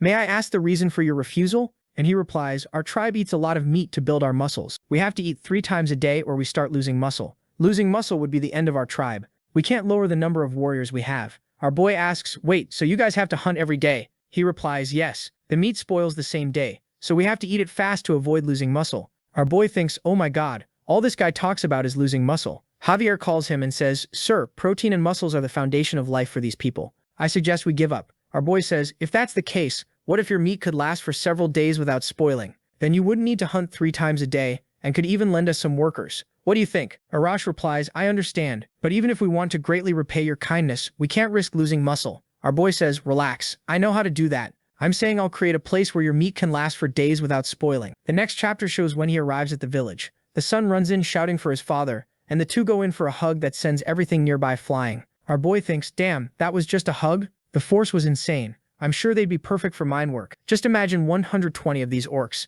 And Arash already pulls out the queen ant's head saying, Father, I, Arash, brought back the head of the queen ant. And the father says, I'm proud of you. Fantastic, my son. To celebrate, today is leg day. Let's go. 1 oink, 2 oink. Our boy is calm, looks at the stuff on their backs and thinks, man, that's a bunch of valuable stuff. Either they stole it or they found it, but whatever. Because they're using that gold stuff as fitness equipment. Scene cuts to our boy already talking. Well, that's why I made this little contract with the chief to get the orcs and their treasure. Javier is reading the contract. So the contractor will build a seg bingo for the client, and the orcs will give you their fitness tools as payment. However, you'll provide fitness tools made out of stone instead. But what's a seg bingo, he wonders. Here we go again with something I've never heard of. Our boy explains, you know how in the royal palace they use ice mages to preserve food? It's like that, but a construction. It does the same thing just without a mage. Javier asks, huh? And where did you learn that? He replies, in a study society. Then Javier asks again, study society, my lord? Our boy tries to change the subject. Well, actually, I mean, how do you not know these things? Anyway, to build the pingo, I need that rock over there. It's called granite, and it's really hard. Javier says, it doesn't look like it'll come out of there easily, sir. He thinks, yeah, it's really tough. Then, there's no dynamite here, but we've got something better. He turns his head toward Javier, thinking, we've got a human dynamite. Javier in his mind, there he goes again with that look. I just know he's about to make me do something. Our boy in his mind, in this episode of the Night of Iron and Steel, the city of Naramon was trapped by a very powerful magic circle. And even though Javier was already a sword master with 4 mana circles, he couldn't do anything but watch as his mana got drained. Javier then draws his sword and says, I have to save them, even if it costs me my life. And then without even realizing it, he created a lethal ability. 1 circle protects the mana heart, while the other 3 collide to create an explosion at the tip of the sword, mana explosion. That's how he cut through the walls surrounding the city. From that moment on, mana explosion would become one of Javier's main skills, along with the Azrahan core technique. Our boy with his shameless face, aka his straight-up shameless look, says, don't you think you could pull off something like that? Javier responds, tell me the truth, sir. How do you know about stuff like this? He quickly denies it. Of course not. I just thought like, wow, imagine if that happened. Look into my eyes. Do these look like the eyes of a liar? Javier replies, they look like the eyes of an extremely annoying liar. Our boy says, wow, I didn't know our Javier had such a dark heart. Anyway, give it a try, man. Don't you think it'd be cool to level up your sword skills? Javier replies, I know you just want me to level up so you can use me for something. Our boy says, what are you talking about? You want the same thing as I do. That way we both win. Javier thinks, well, if it works, I'll benefit from it too. Let me try. Our boy thinking, if this works, I'm gonna make him work so much. Javier steps up and analyzes, okay, let's go. 1 circle protects the mana heart, and then I use the other 2 to create an explosion. He then plants the tip of his sword, and boom, an explosion goes off. Our boy impressed thinks, whoa, he pulled it off on the first try. Then the thing explodes and Javier comes out in the middle of it, shirtless, all burned, and asks the protagonist, "Did you predict this outcome too?" He replies, "Yeah, actually no, sorry about that. Javier, whatever. Anyway, your ideas were right again. Now I probably have to do some job for you, huh?" With that, our boy gains +3 approval and some more RP. Javier then says, "Well, as you know, I'm a knight. The skills I learn are meant to be used in battle." Our boy says, "No need to thank me that much." Javier replies, "I wasn't thanking you." After that, construction moved really fast. Javier cut the blocks and Podong transported them. Then you've got some guys carrying stuff and an orc shows up saying, "Move, move, move. If you carry it like that, you're gonna ruin your back. Let me show you how it's done." The orcs already lift it and toss it on their heads. This is a great workout. Oink. Our boy thinks, man, I didn't even ask the orcs to help. They just showed up. A bunch of gym addicts looking to train. At this pace, we'll finish 5 times faster than planned. All we need now is some ice and insulation. Our boy looks at Javier and asks, "The 5 guys we sent to get insulation, how many days has it been?" He replies, "Well, 3 days, sir." Our boy says, "Damn, that's more than enough time for a round trip, isn't it?" Javier then says, "Well, one of 2 things happened. Either they're slacking off and stalling, or something went wrong with those guys." Our boy immediately stands up and says, "Let's go look for them." Javier blocks him and says, "Please let me handle this mission alone, sir. We don't know what might have happened to them. As the heir to this territory, our boy interrupts, "How many times do I have to tell you? I'm the one in charge and I'm responsible for my workers." Javier sighs and says, "All right, let's go then." Walking through the desert, he sees a glove and thinks, "Whoa, hold on, this is that special glove I made for our guys." And on the ground are the straw bundles they were going to use for insulation. Javier calls out to Lloyd and says, "In that direction, there's something strange over there in Progia Gorge. The way mana is flowing isn't normal. It's vague, but I'm not entirely sure." Our boy thinks, Progia Gorge? I remember there was an episode about that in The Night of Iron and Blood. Then he suddenly remembers something, runs and says, "Javier, we need to move faster. We can't waste time." Javier then asks, "Are you suspecting something, sir?" He replies, "Our men might already be dead." Next chapter, they're following the trail that was left behind, and they arrive in front of the Lupatan dungeon, a place Javier discovers at the start of the book, a secret hideout of a dark mage. Our boy thinks, that damn dark mage had the nerve to lay hands on my property, in this case, my soldiers. A violation like that deserves death. Javier is already heading in saying, "Sir, please follow me." Lloyd calls out to him, but Javier steps on a rune. Our boy saves him just in time from an explosion. Javier says, "A magic mine?" Our boy says, "Javier, are you sure you're a knight? How do you not think there'd be traps in a place like this?" Thinking in the book, Javier gets caught in this first trap and has to go through the whole dungeon beat up. He's not getting caught again, and that's because... Then he says to Javier, "You mentioned the mana felt weird in this area, right? Try focusing on that weird feeling. Mana usually flows evenly through the air, so wherever these mines are, there will also be an odd buildup." Javier senses it, lifts his head and says, "All right, this way." Our boy says, "Okie dokie, you're really smart, Javier." Javier thinking he always changes the subject when he's about to lie. But I have no doubt Lloyd Frontera knows exactly what's happening now and what's going to happen later. But how? I don't feel any significant mana changes or special energy coming from him. Forget it. I'd better focus on the mission. We need to rescue those soldiers quickly. Inside, a dark mage tosses a book aside and says, "Sigh, one of the traps went off. Looks like we have intruders. Are they here to rescue those guys I abducted? Well, they're probably already dead. The preparations are finally complete. I think it's time. This experiment is going to be a success." He pulls one of the guys out. The man begs not to be killed, and he throws him into the center of a magic circle, a pentagram linked to the underworld, a scythe soaked in blood for 100 days, and a young human. Perfect. He begins the ritual. Our boy arrives shouting, "Hey, you there. You're messing with my property. You know that? I'm gonna kill you, just so you know." The dark mage gets pissed, casting magic, thinking, what? There were more than 100 traps. How did they get through? Suddenly, a metal gate closes in around them, and sleeping gas starts coming out. Our boy immediately holds his breath. The mage cheers, "I put sleeping gas in there for you guys. It could take down an elephant. Soon I'll have 2 more for my sacrifice." But our boy is holding his breath tight. He activates the energizer so there's no way he can feel any fatigue or tiredness. And he says, "I don't even need 10 minutes, man. I've got energy to spare. Unlike back in that cave." And Javier, who's already tried every kind of insomnia remedy there is immune to all kinds of sleeping medication. Our boy thinks, if I dig us out like this, Javier looks at him thinking, just like a mole. Ugh, I've got to make fun of him for this later when I get the chance. Our boy points. Javier plants the sword, triggers a mana explosion, and boom, they've dug their way out, man. The guy falls backward, and our boy already raises his hand, walks up to him staring and says, "Look at you. Bet you didn't expect someone to show up like this, huh?" The guy, scared, thinks, what kind of monster is this? He starts preparing summoning pentagrams and says, "My reincarnations have been failing, but I created this extremely strong zombie as a result of those failures. There's no way to even scratch him with that skin." Our boy looks and says, "I don't think this is going to be easy, Javier. His weakness is..." But Javier already jumped in and sliced it clean with a mana explosion, man. The monster was split perfectly in half. The dark mage is stunned, and even our boy is surprised, thinking, wait a sec. He used mana explosion to cut the thing in half. That's not even in the book. The two are staring the guy down, who's thinking, I'm screwed. They're gonna kill me. There's no way I can take these two. Our boy comes up and says, oh, you know you delayed my construction for weeks by kidnapping my guys, right? How are you gonna pay for that? The guy starts kneeling, thinking, I just have to beg for forgiveness. I just need to get out of here alive. And says, please, sir, forgive me. Our boy says, shut up. I don't care about your apologies. I want to know how you're going to pay me. The dark mage says, this cave, it has a bunch of valuable summoning and magic tools. I'll give you everything. Our boy asks, really? So you're saying everything here is mine? He nods. You can have it all. Javier brings back the men and says, our boy says, well, thank goodness. He then looks at the guy and says, a few more days and they would have starved. What were you planning to do with them? The guy explains, well, I was researching how to bring the dead back to life. The protagonist asks, huh? That's possible? And what were you going to do if it worked? He pauses and answers, I was trying to bring back my wife and daughter. I worked as a summoner in a lord's castle, and I lived an ordinary life. Actually, it wasn't ordinary. It was a happy life, very happy. But the lord I served was a demon. He tried to steal my wife from me. I planned to escape, but he found us. Our boy cuts him off. All right, that's enough of your sad little story. So tell me, if you did bring back your wife and daughter, what do you think they'd say? Oh, thank you, Daddy, for killing hundreds of innocent people to bring us back. That was your plan? Seriously? The mage is speechless, and our boy continues. Look at that thing you made, man. All the people sacrificed to create that creature, their families, their happiness. None of that matters. Just because you have some tragic backstory,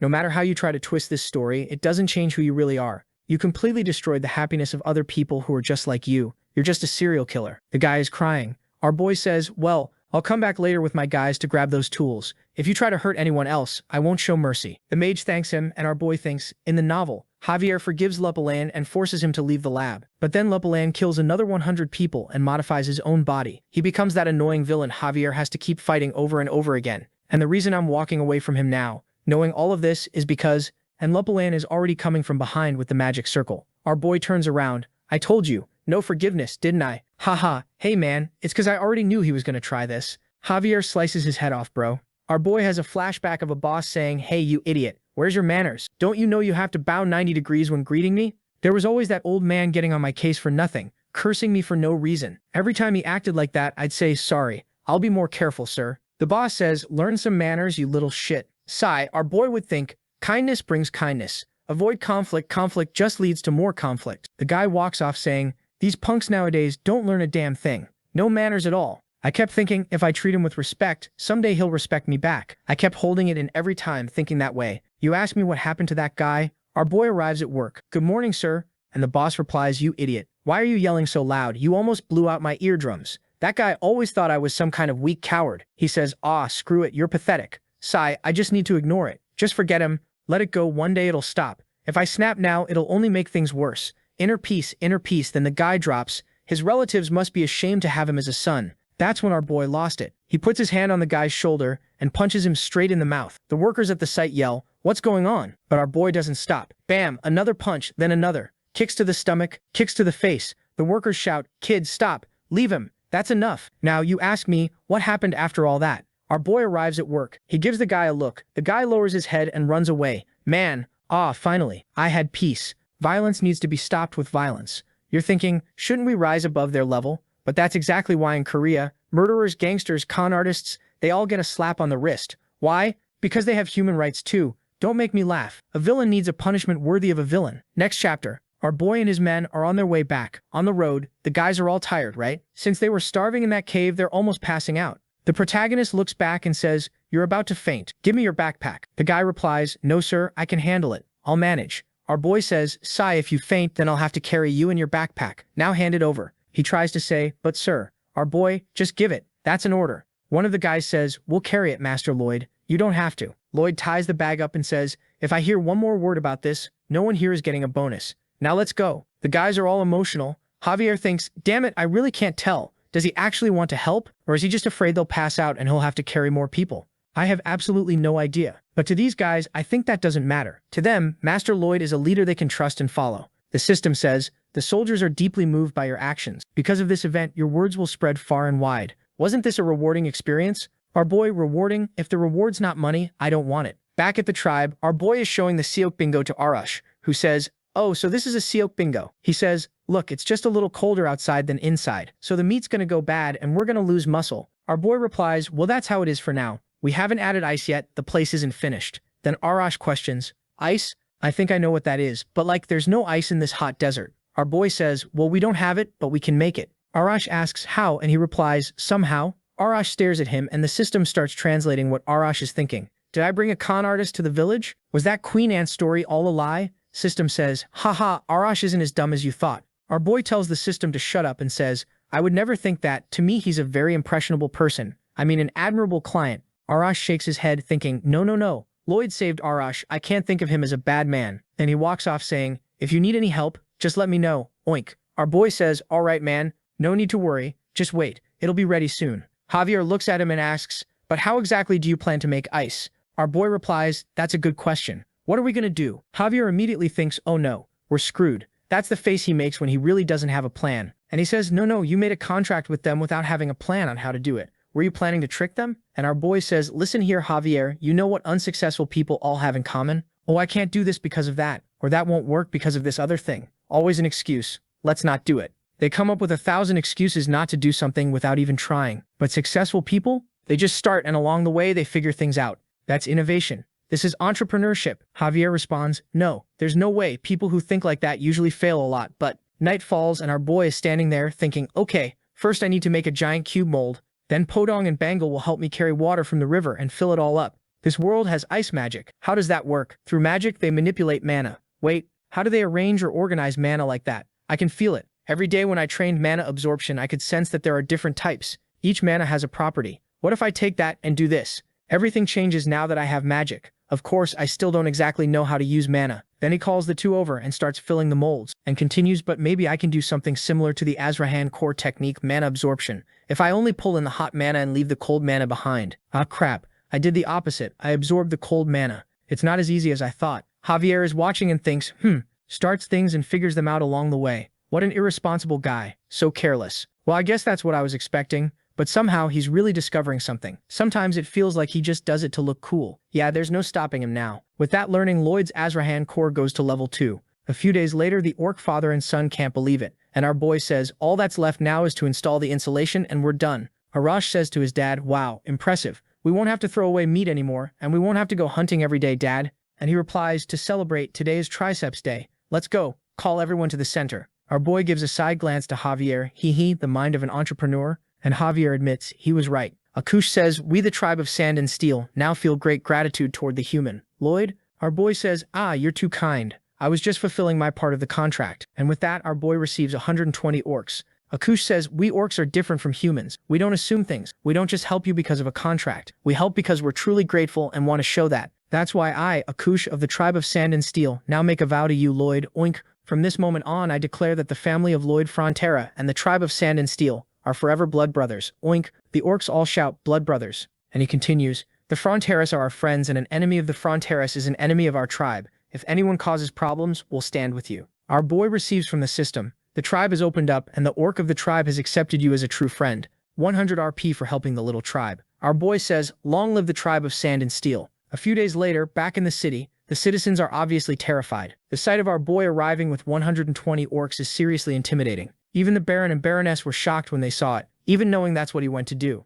The story of that dark mage from the Summoner Dungeon also spread once the soldiers got back and started telling everyone. And with that, he gained another 300 RP. Lloyd in his mind, sigh, forget the praise, but bring Papa those sweet RPs. First things first, the Baron said he's going to connect Lloyd with some rich merchants to sell the fitness equipment the orcs used. Now all that's left is to check out that mage's gear. Javier asks, so is there anything of monetary value? Our boy replies, not sure, as he flips through a book. First, I'm checking if there's anything we can use before we sell it. Our boy sees something and says, hold on, what's this? He immediately gets up. Oh no, I've got to run to the mining site now. I'll leave it to you sort things out here. He runs as fast as possible and gets there yelling, Tortoise, where's Tortoise? Then that guy he made the contract with shows up and asks, are you looking for me, sir? He says, whew, Tortoise, I've got great news. You remember that contract I made with you? Tortoise nods and Lloyd says, man, don't you think it's ridiculous for someone to work for 520 years? How would that even be possible? But it's all good. You don't need to worry anymore, man. I got a special magic. As soon as you die, I'll turn you into a zombie.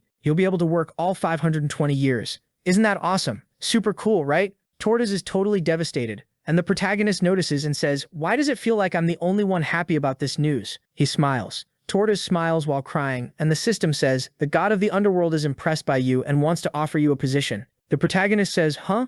Why? What did I do wrong? And the system says it's true. He really wants to offer you a job. Back at the mansion. Well, now I just need to discuss a few things with the Baron. He asks, huh? He's not here? And the maid says, well, the Baron is in the reception room. He's got some visitors. Huh? What visitors? Mr. Shiloh and Mr. Meatloaf. He immediately smiles, and the maid, startled, wonders what that expression was. In the room with his father, the loan sharks are talking to him. So Baron, as you already know, our policy is to receive the loan principal in a single payment. However, just this once, we're offering a special clause. You can pay 10% of the principal amount if you hand over the rights to the mine. The Baron is deep in thought. The loan shark says, why aren't you answering, Baron? This would greatly reduce your interest. I think it's a good deal, don't you? Our boy knocks on the door and asks if he can come in. The father allows it. Our boy walks in saying, oh my God, it's been so long. I hope you two have been living very good lives. The loan sharks say, oh, so you're already trying to intimidate us? Get out of here, okay? I've got a warrant. Our boy says, oh, of course you do. After all, you two are so smart. I couldn't help it. I ended up overhearing that incredible offer you just made.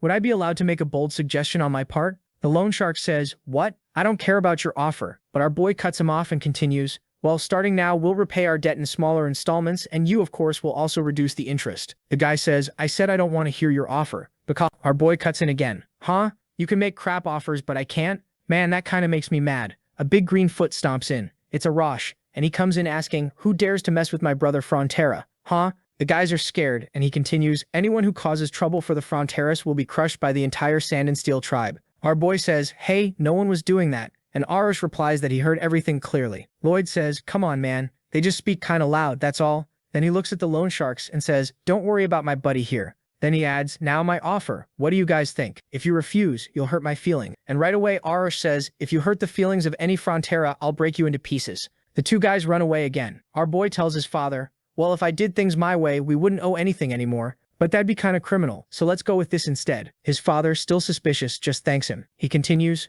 look, construction on the condo floors is gradually expanding and the mine will be up and running very soon. We're going to pay off all our debts real fast. Since your name is the one on the contract, make sure to keep it safe. He hands the paper to his father and adds, but we've got a big problem for now, and if we don't solve it, it's going to be serious. These guys here, they eat 10 times more than a human, and the cost to feed them is really high. If it keeps going like this, we'll fall back into debt again. Next chapter begins with our boy thinking, sigh, just like I expected, orc miners are the best. There's an orc blowing stuff up and smashing everything to pieces. Our boy arrives asking, where is he? Where is he? A soldier says, it's this orc here. This guy, look, he's been working for 24 hours non-stop. He's been pickaxing that for a long time. Our boy says, get this guy out of here. I don't want to see him in this place until tomorrow. The orc being dragged away says, I don't want rest. I want to work. This is my training. I'll lose muscle. With that buff body and his tireless thirst for training, productivity went up more than tenfold. Arash says, salary? You mean money? Orcs don't like money. It's just that orcs don't want to be paid with money. And Arash adds, the only thing orcs ask for is that their bellies stay full. Our boy says to his father, we need to raise our taxes a lot. Only with that money will we be able to buy meat for the orcs. If we consider the productivity of the mines, we'll never lose money. His father replies, I understand what you're saying, but look, do you know how the people are doing right now? It's already hard for them, and we're gonna raise taxes? Our boy says, I know. Raising taxes endlessly for no reason would be theft. And besides, who would want to work hard knowing everything will be taken? If that were the case, we'd just end up losing tax money. I know that. Then the father says, well, what's your proposal for raising taxes? He explains, it's simple. We have to make it so people earn a lot of money. The forgotten lands up north, we're going to turn the wetlands into perfect farmland. Then we'll give that land to the people and let them plant whatever they want. That way they'll earn more, and we'll collect more taxes. Already in the wetlands of Marites, Javier says, this land here's been abandoned for over 100 years. How are people supposed to plant anything here? Our boy replies, I have a plan. Just wait. In his mind, at least I want to make sure, but this won't be easy. A plot this big has a lot of variables. I need to organize this so water drains even when it rains. I've got no choice. This time I'll have to do it the old way. He starts trying to reshape the land to create a natural drainage system. Trying it out. Is this too high? No, this goes here. That doesn't work either. Sometime later, now daytime, our boy is completely worn out. His father arrives and asks Javier, how long has it been? He answers, 21 days, my lord. Should I stop him? He replies, no. Even though I'm his father, I used to hate him. I kept asking myself, when is this guy going to become a man? Or if that was even possible. But now, like some miracle, he's a different person. He's helping the people of this land. I may not be able to help him, but I don't want to be an obstacle either. Javier says, a very wise decision, my lord. The current Master Lloyd is the type who doesn't give up. He keeps his word. Then the system says, your approval with Baron Frontera has increased. You gain plus 20 RP. Night falls and our boy is finally at the site with the dry land saying, it's draining. Finally the water's draining out, and that way tax money will drain in. Ah man, bathe me in that money. He collapses to the ground, worn out. That was a ton of work, but it wasn't so bad, especially compared to when I used to stay up all night doing construction and deliveries. Then the system says, your efforts had a major impact on your architectural design skill. You unlocked a new skill. Skill Design 3, Simulation Mode. Simulation Morgflash Org Flash. Our boy reads, information gathered from the land can be used to create a virtual simulation. He pulls up the terrain, it starts forming, and he turns to the system. So you're telling me this third skill was it? After working a whole month, the system says, aw, come on man, you yourself said it wasn't that bad. Lloyd says, I said that but it was really bad. The system replies, only knowledge you've acquired yourself can be enhanced through skills. This is all because of your desire. Then our boy says, when I first got here you mentioned my desire, didn't you? I still don't really get it. I don't know what my desire is. And also, what does that have to do with me coming to this world? I just wanted, I don't know, to finish high school, get my diploma, join a good company, and not have to worry about money anymore. That was all I wanted. The system says, those are all goals. A desire is something much more intense. It transcends all time and space. Our boy replies, alright, so you're gonna start talking nonsense again? Then let's stop. I've got more important things to do. Padong Bengal, you two want to meet a new friend? The sun's already rising, and he says, well then, stage 1 of the Mart's wetlands recovery. Now I'll need you two to remove all the water from this dry land. Padong is panicking, and Lloyd says, relax. I know it's a lot of work for just the two of you. That's why I'm going to summon some new friends. He places the two of them close together, looking cute, and says, alright, I'm going to use all the RP I have and summon as many as I can. Come on, show me the summoning system. Then it shows up. One turn, 100 points. He says, whoa, the cost increases by 1.5x each turn, so that means I can get like 4 more. Let's go. And I don't need any special abilities. I just need one that gets huge, like Padong and Bengal. The machine starts making a noise and he says, man, this thing's really loud. A little creature comes out, bounces in, hits our boy in the face and appears. Hamang! Our boy says, a hippo? Wait a minute, a water-spitting hippo. The other two are super happy. They start dancing together. Our boy calls out, sorry to interrupt, would you happen to have a manual or something? The creature spits, and our boy says, okay, I'm already used to this thing. Huh, you don't grow with sunflower seeds or something? Then it stands up and stares at him. Dang, looks like I got a loser this time.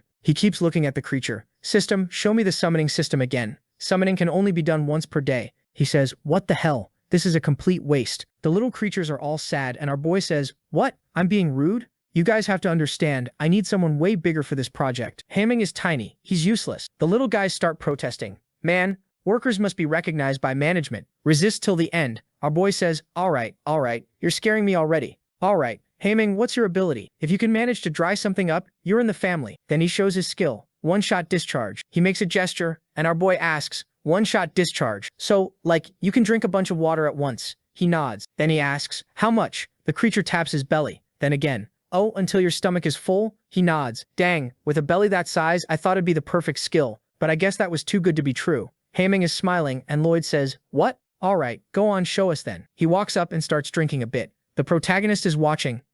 He watches more closely and says, am I imagining it, or is he already looking a bit bigger? He keeps pulling in water. Lloyd looks up. The creature's massive now and he's already dried out a huge area. The fish are even dying. Okay, wait a minute. He drank all that fast? We'll be able to drain this entire place in a few days. The two are smiling and he asks, why do you two have that smug little face, huh? He calls the system and asks, hey, is this really random? It feels like I always get exactly what I need. The system says, normally when someone goes to another world, they get some kind of special ability, right? You're a human with no skill, no luck, just a pile of hardship. Maybe you receive lucky summons as your special ability, or maybe not. Who knows? Our boy is thinking, and Hamung is staring at him. He notices and says, what? You want to drink more? Go ahead and drink as much as you want, because tomorrow we're starting phase 2 of the recovery of the Maritays wetlands. This project, we're going to start first with the vertical drainage system. The workers are all staring at the big guy drinking. Part 1. Hamang goes and removes all the water. Then he carries it to the river, shrinks down, comes back and does it again. Then all the debris left on the exposed soil is removed. Javier is blasting the ground with mana. Then we place some bamboo in the areas where mana blasts were used and Podong softens the soil. To pull water from the deeper layers, Heyman goes into the bamboo sections and uses his ability. Then we start leveling the terrain using the enhanced simulation skill I got. In 10 days we completed an entire section. Damn bro, not gonna lie, 10 days is gonna take forever to finish all this.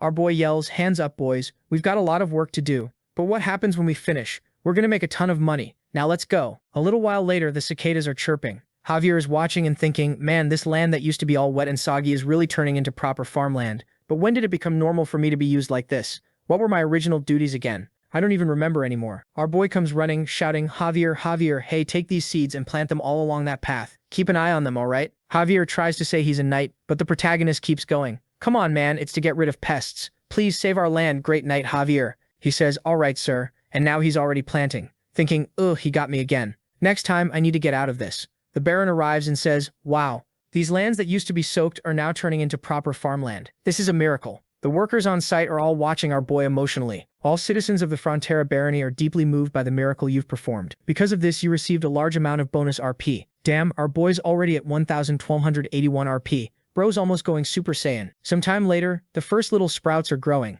Javier takes a look and cracks a smile. The protagonist says, alright, now all we're missing is building a water wheel. Javier asks, water wheel? He replies, it's something that removes water even when it rains. Otherwise, the land's just gonna flood again. My engineers should be arriving soon. Just then, some horses arrive carrying people. Javier says, oh, that's Viscount Laconda. He lives to the north of the Marites wetlands. The knight arrives and asks, who's in charge of this project? Hearing the guy's tone, Javier was about to say, hey, show more respect to my lord.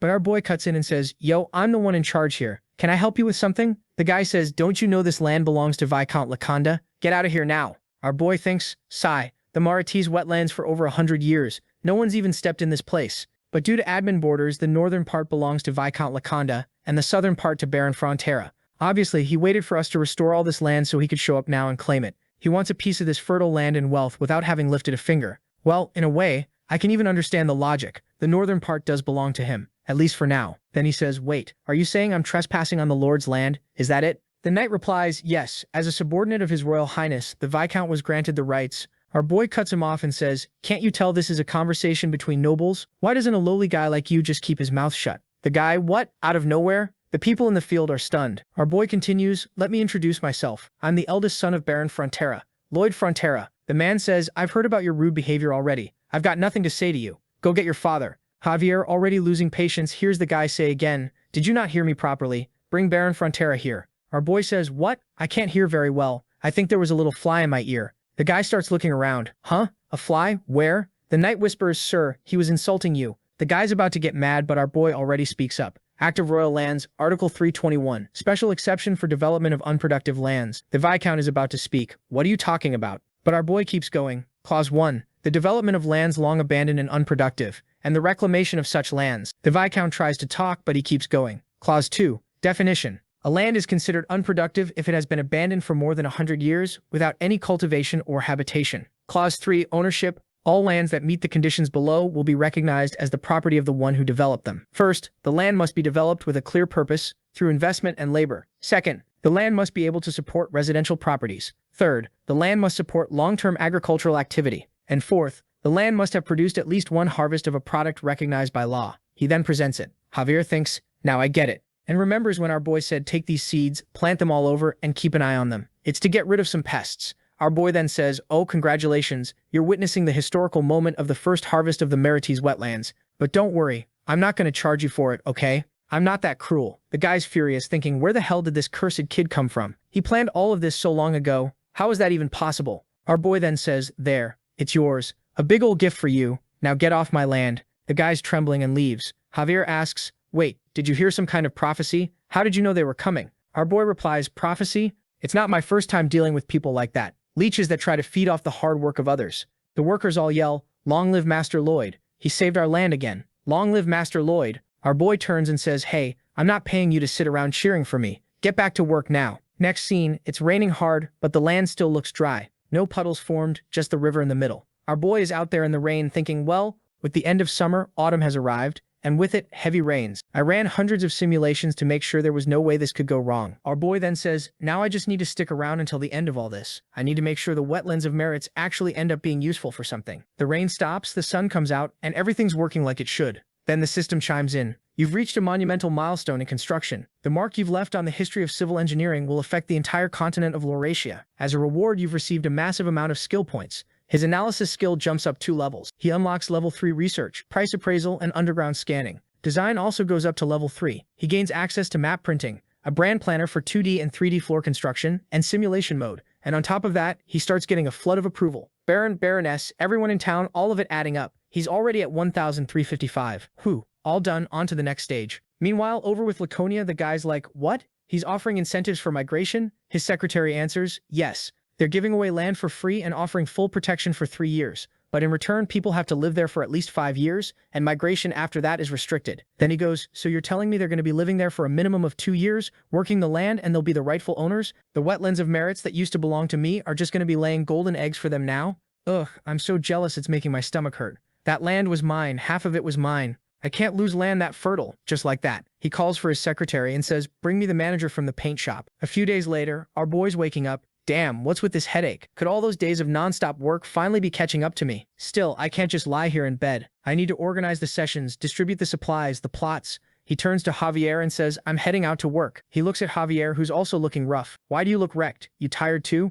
Javier replies, this has never happened before. This headache is seriously intense. Lloyd realizes something. Wait a sec. No way. The next chapter starts with the entire town suffering from headaches. The maids, the harvest workers, the farmers, the cattle hands, everyone's feeling it. Lloyd thinks, looks like it's affecting the whole village. Even the animals are avoiding the water. Seems like that's the cause. Up until now, my strongest weapon has been the knowledge I have of this world. But after the ant incident, I realized there's a lot that never happened in the novel. I already figured Viscount Lacona would come after the wetlands of merits. So I did some digging on those guys and found something. Lacona's main source of income is this mysterious dyeing technique they have. They use fruit from Lacona to make the dye and it can— Lacona, you bastard. Then his father asks, what did you just say? He's talking with one of Lacona's knights. The knight replies, I don't think it's that hard to understand. Give us half of the wetlands of merits. If you do, we'll stop dumping our dye into your water supply. His father snaps back, you know this is blackmail, right? This is extortion. The knight just shrugs. That's right, it's extortion. His dad fires back. You're not afraid of the law? I'll formally take you to court before the king. The knight sighs, please, go ahead. There's a good chance you'll actually win,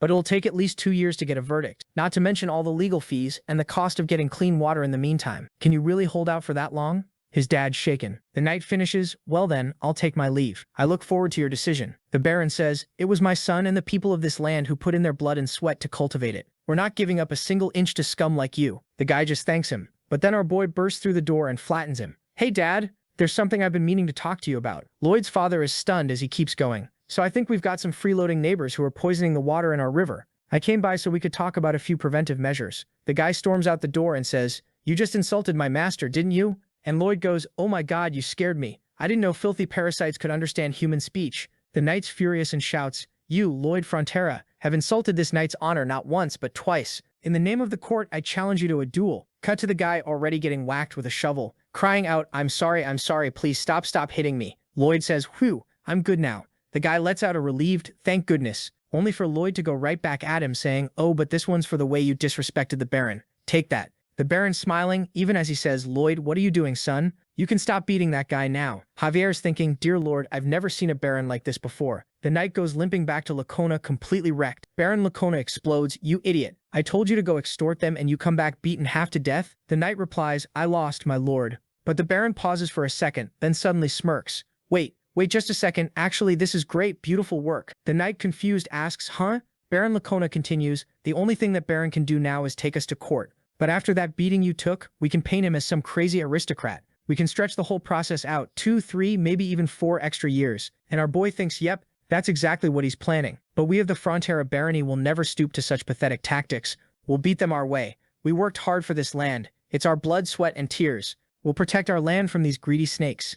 Everyone rallies up and Lloyd says first we fix the water problem by creating a reservoir. Hemang will go collect as much clean water as he can before it's polluted. Javier says that's actually not a bad solution, but neither you nor Hemang are going to get any rest at this rate. Lloyd replies, you're right, but this is just temporary. We're going to build a full-scale water supply system, an entire infrastructure network to bring water from Lake Kapua all the way to the eastern mountains. Javier's like, but the distance is massive. The amount of work it would take, and Lloyd cuts in. I know it's a huge investment, right? But maybe I'll get rewarded for the construction effort. I'm talking profits 10, no, 100 times over. A few months later, Lacona is gnawing at his fingers, muttering, how is this happening? A guy walks in and says, sir, the eldest son of the Frontera family is here, requesting an audience. Lacona snaps, I'm way too busy. Tell them to leave. The servant hesitates, then says he mentioned he might be able to help you with a few problems you're having. Our boy strolls in, sits down and says, oh my goodness, Baron, you're looking absolutely fantastic. The guy grits his teeth and asks, what do you want? Lloyd answers, huh? Didn't you hear me? I came to help you with your problems. Baron Lacona scoffs, what nonsense are you spouting? I don't have any problems. Lloyd grins, oh come on. Let's be honest. Who knows, maybe I could help save that little paint factory of yours that's about to go under. The Baron's eyes narrow, I knew it. This was your doing, wasn't it? You're the one who ruined my factory. Lloyd leans back in the chair. I'll be honest, it was a real obstacle for us. Because of the polluted water you dumped into ours, we had to haul clean water all the way from Lake Kapua. And at the time, we had no clue who was behind it. How could we? Luckily, your very kind knight told us everything. How you were deliberately contaminating the water. So thanks for that. Anyway, we went and dug a tunnel under the lake straight into our land. We laid out all the tunnels, buried everything underground. Yeah, it was a lot of work. The Baron yells, "Shut your mouth, boy. I don't care about any of that. I want to know what you did to my factory." Lloyd replies, "Sheesh, what's with the rush? Seriously, I'm getting there." Anyway, so there were 2 giant valleys in the middle of our path. So what do you think we did? That's right, the only thing we could do. A towering Roman-style aqueduct. Dude, it was a ton of work. We had to haul in loads of limestone and use that as our main building material. But unfortunately, some of that limestone ended up falling into the water down below. The Baron snaps, "Enough. What does that have to do with my dye production?" Lloyd keeps going, "Hold on, I'm getting there. So the limestone that fell into the water released some residue, and that's the same water that flowed into your factory. That's what turned your dyed clothes into garbage-colored rags." The Baron roars, "You little brat. Aren't you afraid of the law? I'm taking you to the royal court." And Lloyd goes, "Oh, please do. But I figure it'll take about 2 years to get a ruling. Think there'll be anything left of your operation by then?" The Baron's thinking, "Why, you sneaky little rat, useless brat." And Lloyd finishes, "Well, I think I've answered all your questions, haven't I? Since I clearly can't help you any further, I'll be on my way." The Baron shouts after him, "You messed with the wrong guy. You have any idea how many people I know in the royal court? I'm gonna make sure you pay for all of this." Our boy just says, "Okay," and walks off. On the way back, Javier goes, "There's something I don't get, sir." "What is it?" "All you did was go there and provoke him. The Viscount is definitely going to start a fight with us, and he's got tons of connections in the capital. If this turns into a legal battle, the costs are going to be even worse." Our boy says, "Yeah, I get what you're saying. I really do. But just wait. Let's see who actually has more to lose." A month later, the guy's kneeling on the ground saying, "I was wrong about you. Please save my dye factory." Our boy says, "Oh? What happened to all those powerful connections? Did none of them help you win your case?" And he's thinking, "Of course not. You knew. Everyone told you this wasn't going to work out from the moment your guy came here and exposed everything you were doing." Baron Lacona says, "I was reckless. I regret it. Truly, I'm deeply sorry." Our boy replies, "My friend, what do you expect me to do? I'm not interested in your apologies." The guy pleads, "Look at me. I'm a Viscount, and I'm on my knees. I've thrown away all my pride, please." And Lloyd keeps going, "Pride? What are you even talking about, huh? That pride of yours think it's even worth a tenth of a single gold coin?" The Baron says, "I'd sell my pride 1,000 times over. No, 10,000. I'll do whatever you want." Then our boy says, "You're not getting it. I don't want an apology. I just want a simple signature." Boom, there it is. Water supply contract between the Barony of Frontera and the County of Lacona. He continues, "If you sign this, we'll start supplying water to your factory within a week." The Baron looks it over, goes pale and says, "This price is outrageous. And how dare you even put a price on water?" Our boy answers, "That's weird. You're the one who taught me that water isn't free." The Baron just nods silently and signs. Lloyd's father looks over the contract and asks, "Son, we're really going to receive this much money every month?" He replies, "That's right. You see who signed it?" His dad says, "Wow, with this income, we'll be able to pay off all the interest we owe and still have money left over?" Lloyd casually adds, "Amazing, huh? Who would have thought the Viscount was such a generous guy?" His father stands there thinking, well, the Viscount was the one who started this whole mess. But I guess in the end, he brought a lot of good to our people and helped improve the Lord's life too. Right now, my son looks like a demon. This contract, it doesn't have an end date. That means the Viscount is locked in until the day he dies. No, wait. Even after he dies, every generation after him is still going to keep getting bled dry one after the other. Then Lloyd says, Took, I couldn't just let that guy walk away with a slap on the wrist. If I could sell vials of his blood, I would have drained him dry on the spot." And his dad says, "Well, son, I've got some good news to share with you." He looks at Lloyd, who's standing there with a totally manic expression, and the father asks, "Son, what's with that face? You're scaring me." Lloyd quickly apologizes and adjusts his expression. The father then says, "So about those treasures we got from the orc tribe. Count Cremo sent word he wants to buy them for a really good price." Our boy replies, "That's odd. A guy as powerful as him could easily buy brand new pieces at an even better deal." The father adds, "That's true. I don't know all the details, but it seems like he's planning to build a statue." Meanwhile, over in Cremo, the city of commerce, the Lord is staring out the window, and right in the middle of the river, a huge elevation is starting to rise. He flinches, and boom, something monstrous emerges. Lord Cremo, ruler of the merchant city, locks eyes with the beast. Back at Lloyd's mansion, Javier gives an update. "We'll be leaving in a week. The water system will have already reached Lacona by then. And to cut costs, he only wants 10 men to go with us." The father says, "I understand. If that's what Lloyd wants, then..." Both of them fall silent for a moment. Javier says, "Please don't worry. I'll be keeping a close eye on Lloyd." Then the Baron says, "Back when Viscount Lacona's knight came trying to extort me, demanding half of all the Merit's lands, the old me would have panicked and handed them over on the spot. But I saw the resolve in Lloyd, everything our people were doing, and that gave even me some courage. I've always been indecisive, incompetent. Javier answers, that's not true, my lord. To me, you've always been the kindest person, more than anyone. The Baron replies, I appreciate that, but kindness alone doesn't make someone a good lord. A leader has to stand firm in his principles and be ready to act, just like Lloyd does now. Javier glances away, thinking, that guy's only principle is money. But yeah, probably not the time to say that out loud. Still, is it really so wrong to want money? I don't even know anymore. The Baron continues, from now on, your mission isn't just to monitor Lloyd. I'm asking you to protect him. He's the heir of this land. Javier nods at the request, thinking, Lloyd Frontera, somehow he managed to revive my lord's spirit. But that still doesn't mean I can bring myself to like the guy. Flashback to little Javier. He's so tiny. The Baron back then asks, Javier, what do you want to be when you grow up? If it's something I can help with, I'll do everything I can. Javier stands there awkwardly, then answers, I want to be a knight and protect my lord. The Baron laughs warmly and says, all right then. You survived that harsh winter all by yourself, so I have no doubt you'll become the strongest knight in the world. Then he gives him a little wooden sword that he carved with his own hands. That wooden sword was cut to young Lloyd, laughing and mocking him. An orphaned loser like you is never going to become a knight. Keep dreaming. Maybe in your next life, loser. Then he snaps the sword Javier just received as a gift. Back in the present, Javier is returning to his room, taking off his coat. The little wooden sword is still there, broken, and he thinks, I'll never like that guy. The scene shifts to our boy welcoming Javier in. Welcome, my client. Thank you once again for using the Frontera family's premium bedtime services. Apparently you can't live without me anymore, huh? Admit it. You're hooked. If you don't follow my instructions, I'm gonna have to cut off this service entirely. Javier sighs. Oh my god, you say this every time. Just get on with it. Then the protagonist starts. Compaction utilizes injection mortar compression techniques to unify cylindrical materials into a solid homogeneous body. Javier's already dozing off, thinking, I'm sure of it. I have to hate this guy. But then memories start flooding in. It's like he's seeing someone completely different. I hate that I'm starting to think this guy might actually be a decent person. Night falls, the two of them are asleep, and there's an assassin standing right outside the room. In his mind, the assassin's thinking, Lloyd Frontera, this is all your fault. Die. He's already charging in with a massive sword. But bam, out of nowhere, our beloved Javier saves the day just in time. He slices the guy's sword clean through before it can land, slams him straight to the floor. Lloyd bolts up. What happened? What the heck, dude? That was close. To think this is the same knight who once beat someone up with a shovel. The next day, they're back at the pipeline construction site. Our boy calls out, all right, what's the most important thing here? And the workers all yell, safety first. Javier comes over and says, we handed that guy over to Viscount Lacona.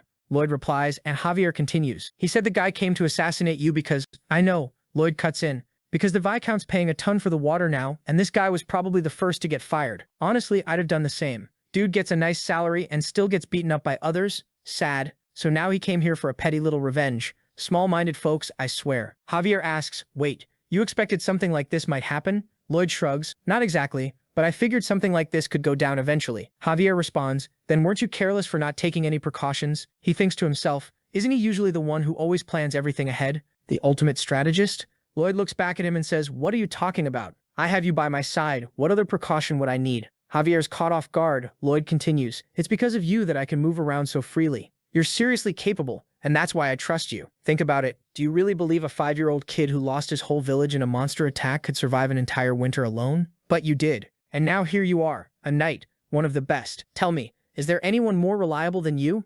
Javier just stands there quietly as they lock eyes. Lloyd says, okay, this is getting weird. You're not going to say anything? I'm starting to regret saying all this cringe stuff. Javier doesn't respond, just lets out a quiet bruh, then mutters, I hate thinking about this kind of stuff. Lloyd laughs. Nice. That's the Javier I know. Javier finally finishes his thought. This guy's turning into a decent person. Right then, the system chimes in. Javier Azrahan is finally letting go of his long-standing resentment. Plotfulel, our boy's now sitting at 1,1675. He says, all right, we'll finish all the plumbing construction by tomorrow. Then it's off to Cremo. Time to make some serious money. The next morning, with the sun rising, they set off. Our boy starts dozing off on horseback and ends up leaning on Javier's shoulder, which earns him a quick shoulder bump to the face. Lloyd blinks. Did you just hit me with your shoulder? Javier calmly denies it. Lloyd asks, you sure? That felt like a shoulder to the face. Javier goes, sir, you didn't see me do anything, did you?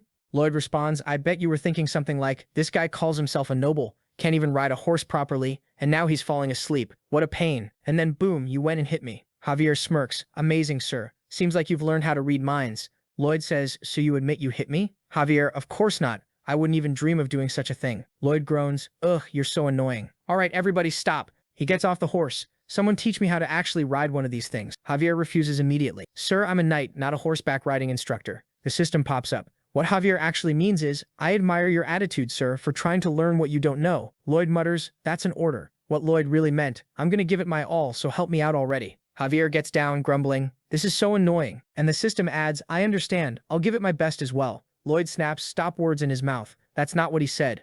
Lloyd, half joking, goes off. System, you're so sweet, you've got the heart and soul of an angel. Then he yells again, cut it out with these ridiculous translations already. Javier, watching the outburst, asks, sir, is something wrong? Did you finally lose it? The system responds with the exact same soft-spoken message again. But this time, the message changes. Rumors travel faster than words. There's been a lot of talk about how you were the first to build a hydraulic system on this continent. Your reputation as an engineer has grown. Your name will go down in the history of this kingdom and this entire continent's construction legacy. And boom, 600 more RP. Something's definitely about to happen. The protagonist got way too many points now. He thinks to himself, this was a pot of gold. Looks like I can take on even bigger projects from here. Reputation means money, and money means retirement. Sigh. A golden future awaits me. Javier looks at him and says, you were mad a minute ago, and now you're just smiling to yourself. You've seriously lost it, sir. Meanwhile, the system keeps translating everything in the most literal way possible, and he's clearly losing it. The journey to Kreml wasn't short. Winter was coming, and it was already freezing. Crazy stuff, huh? Kreml himself greets our boy. Thank you so much for coming to such a far-off place. Our boy responds, well then, I humbly thank you on behalf of House Frontera. Then the man says, you're quite different from what I expected. Considering your talents as a builder, I thought you'd look a bit more rugged, stronger perhaps, but you actually look like the noblest of all nobles. He glances at Javier and adds, I'd honestly believe it if you told me you were from the royal family. Then he asks, are you by any chance already engaged? If not, why not consider my daughter or even a maid of high rank? Excuse me, Count? Count? The Count finally turns to him. You insolent brat, how dare a servant like you interrupt a conversation between nobles? The system starts cackling, calling him servant head. Scene cuts to the Count laughing awkwardly and apologizing. Seems I've offended you quite a bit. My deepest apologies. Please don't take it personally. Our boy stands there, crushed inside. No, it's all good, really. The system chimes in for him. It's my fault. I just happen to have this face. Inside, our boy's thinking, if I could, I'd knock this guy out right now. And the Count keeps going. Well, I mean, it kinda is your fault, isn't it? I mean, who told you to be born with a face like a servant's? Our boy just pleads, please stop. I can't take this anymore. Then we get a little background. Count Cremo of the Merchant City. He's actually a pretty major character in the novel The Bloodsteel Knight. After Javier decapitates 2 loan sharks, he becomes a wanted man. He tries to hide, but ends up getting caught by Count Cremo. However, after just a brief exchange, the Count quickly realizes how righteous Javier is and ends up helping him in a bunch of different ways. Back in the current conversation, the Count says to our boy, I'd like to buy those jewels of yours to decorate the statue we're placing out in the sea. Our boy's like, wait, you're putting a statue in the sea? The Count nods. Our trade here in Cremo is declining. A few years ago, a Gigatyran suddenly showed up off the coast. Even though our ports were never directly attacked, just the presence of that thing has been terrifying the merchants. Our boy remembers reading about this and thinks they had no way of attacking it while it was in the water, so there was nothing they could do. Cremo kept declining and eventually slipped into a full-blown crisis. I figured Javier would eventually step in and do something to help, but after a whole lot of nothing, the arc just ended and they never even said if there'd be a second season. When I first got here, I thought I knew everything about this world from the book, but turns out there's a lot going on that the story never explained. The Count continues. I started researching how to drive that bastard away, and I discovered something very important. Mermaids. They're the fiercest warriors of the sea, and the Gigatoran's greatest fear. So I thought, if the Gigatoran's scared of anything that even looks like a mermaid,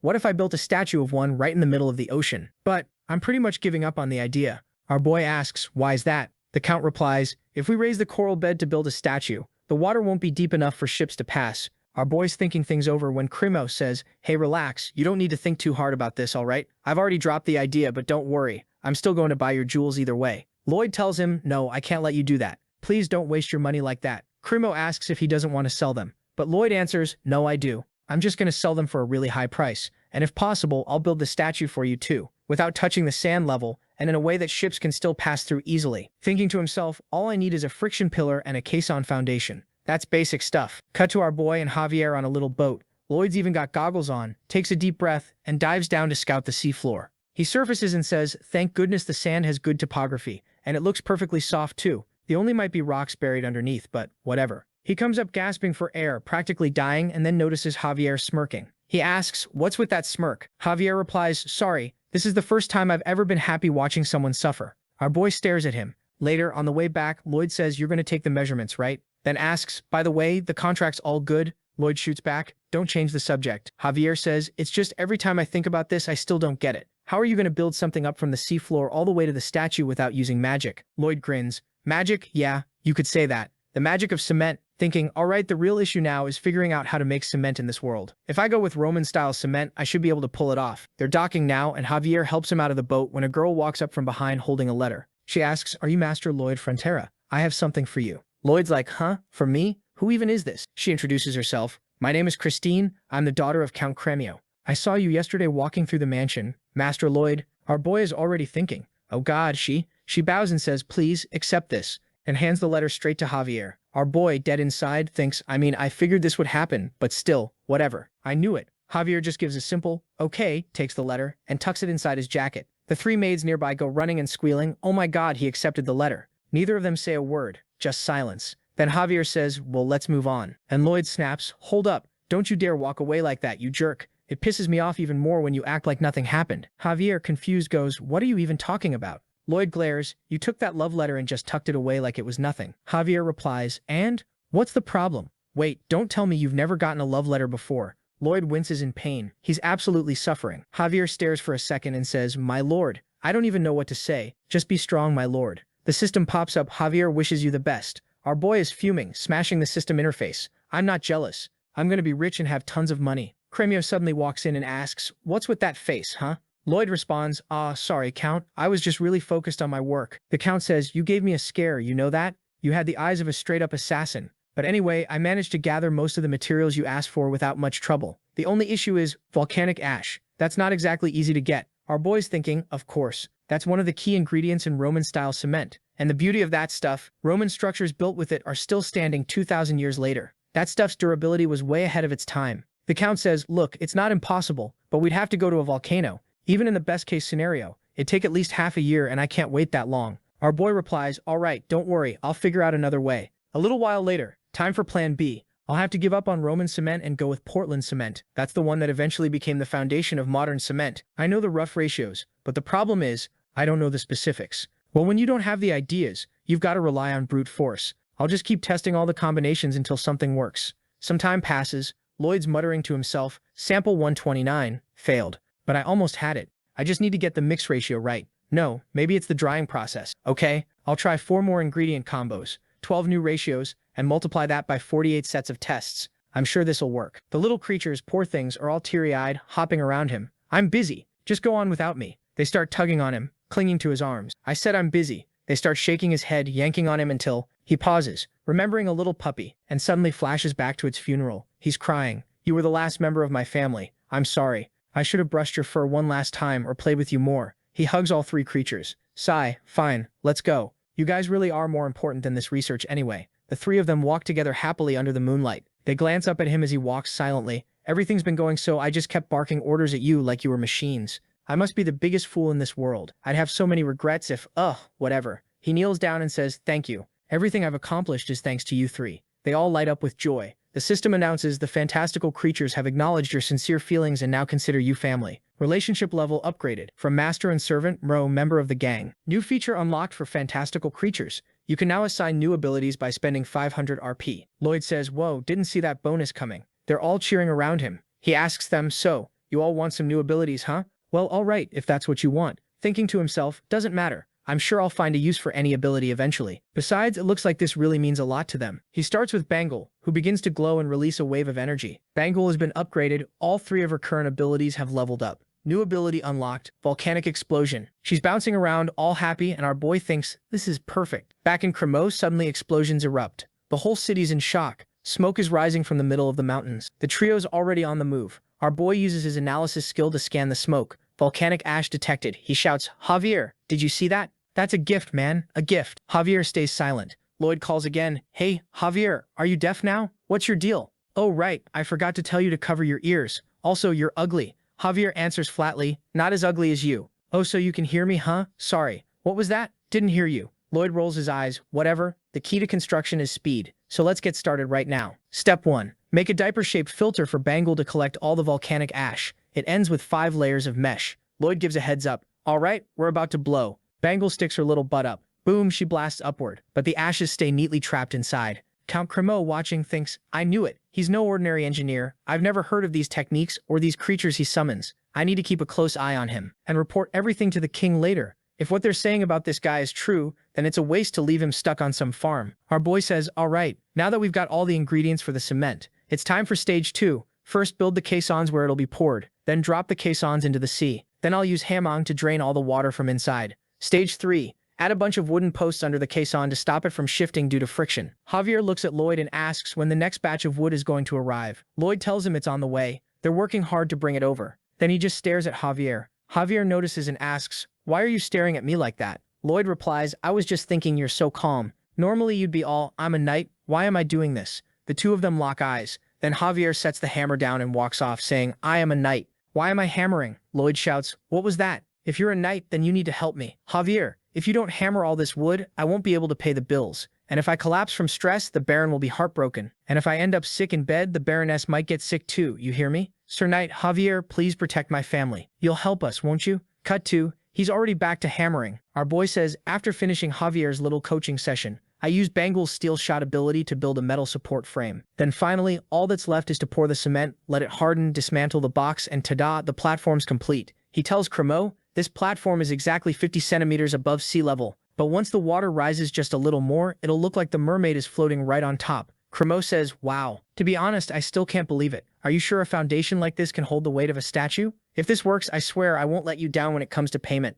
Our boy just gives him a humble thanks. Night falls and there it is, the mermaid standing out in the middle of the sea, covered in jewels. All around it, boats are partying, music's blasting, everyone's celebrating, but our boy's grumbling. Ugh, this outfit is so uncomfortable. Javier, how do you stand wearing this stuff? Javier replies, why are you acting like this is your first time wearing it? You used to wear these kinds of clothes to every event. Our boy remembers and says, yeah, I know, it's just been a while. But in his head, damn it, this guy notices everything. Then Cremo shows up, pointing at Lloyd. Attention everyone, look over here. This young man is the reason that statue is standing out there in the sea. Everyone starts talking at once. Wow, he really did that? He's so talented. His face is so noble. Can I shake his hand? But our boy's already gone. Javier is the one left standing in the middle of the crowd. Lloyd's thinking, I know, I'm smarter than most people. I already knew they'd all swarm me. I'd rather take quick money over a bunch of compliments. Javier is standing there watching him leave with this soft, almost pitying look on his face. Lloyd thinks, that look on his face annoys me. Stop looking at me like that. Don't look at me with pity. Cremo walks over and says, it's all because of that poor man face of yours. Lloyd, why does he always go for the two-hit combo? He hits me, and then hits again. Cremo puts a hand on his shoulder. Everyone, this guy here is the one who built the entire platform. Now the crowd is thinking, wait, I thought he was the servant. The party keeps going, but far out in the sea, something's rising. The toilet beast. Yeah, it's coming up. It spots the statue. Its eyes narrow, mermaid, natural enemy. Only one option. I'm going to destroy that mermaid. But the party's happening right around the statue. Our boy is stuck talking with a bunch of guys who probably want to pitch him business deals. And all the girls, they're swarming Javier while he's just trying to enjoy some pastries. And the sea monster, yeah, it's on its way. Javier's sitting there, sipping wine until his hand suddenly freezes. He senses something. Something's coming from that direction. Our boy asks, what are you doing? You're sitting there like a statue. Not that you look like some Greek statue, alright? Don't get full of yourself. Hey, why are you ignoring me? Javier finally says, I think something's headed this way. And that giant sea bug is coming in fast. Our boy, like what? Javier, I'm not exactly sure, but it's incredibly fast. Our boy, how big do you think it is? Can you tell? Javier, well, probably twice the size of this ship. Maybe even a bit bigger than Hamang. Our boy freezes. Yep, we're screwed. He rushes over to Count Cremo, who asks, so are you enjoying the party? Lloyd gets close to his ear and whispers, the Giga-Tyran's heading right for us. You need to start evacuating everyone right now. Cremo immediately turns to one of his men. Sir Genovan, are you detecting anything unusual way out at sea? Genovan pauses, stares up at the moon, then says, I sense nothing, my lord. Cremo turns back and reassures Lloyd. Sir Genovan is nearly a swordmaster. His senses are extremely sharp. You can trust him. Our boy thinking, I can't just say, well, our guy has better instincts. Javier's our ace, but how do I convince them? Cremo says you don't have to worry, the Giga-Tyrans never come this close in years. There's no reason for it to suddenly attack. Lloyd stares at the mermaid statue and replies, oh, there's a reason, all right. Cremo glances at the statue, sweating. The two just stand there staring. One of the knights starts, I don't know what they're talking about, but my instincts are telling me. Cremo cuts him off, yelling, raise the anchors. Get away from the statue right now. The Giga-Tyran is already dangerously close. Everyone's scrambling to get out of the way, but Javier mutters, this is taking too long. Our boy turns to him and says, Javier, help with the anchor. He immediately jumps into the water, probably to blow up the chain. He even tosses Podong onto the statue. Deep under the sea, Javier unleashes a mana blast to slice through the anchor chain. Podong starts chewing through all the ropes binding the statue. The pace picks up, boats are trying to scatter, but they don't have time. The beast rises up, slams into the statue, but the boats are still nearby. Everyone goes flying. Our boy is launched. Padong gets flung too. When the beast headbutts the statue, Javier uses a mana explosion at the tip of his sword to save Lloyd midair, but it's too late. The statue crashes straight into the middle of the city. Massive debris rains down, the statue's huge. People are in the water, calling for help. Lloyd's thinking, crap, what do we even do? There's no way we can save everyone. Hamang bursts out of his jacket, already yelling. Lloyd throws him into the water. One-shot rescue. Get everyone and bring them to shore. Meanwhile, the Gigatyran is charging into the city, tearing everything apart. Javier turns and says, Master Lloyd,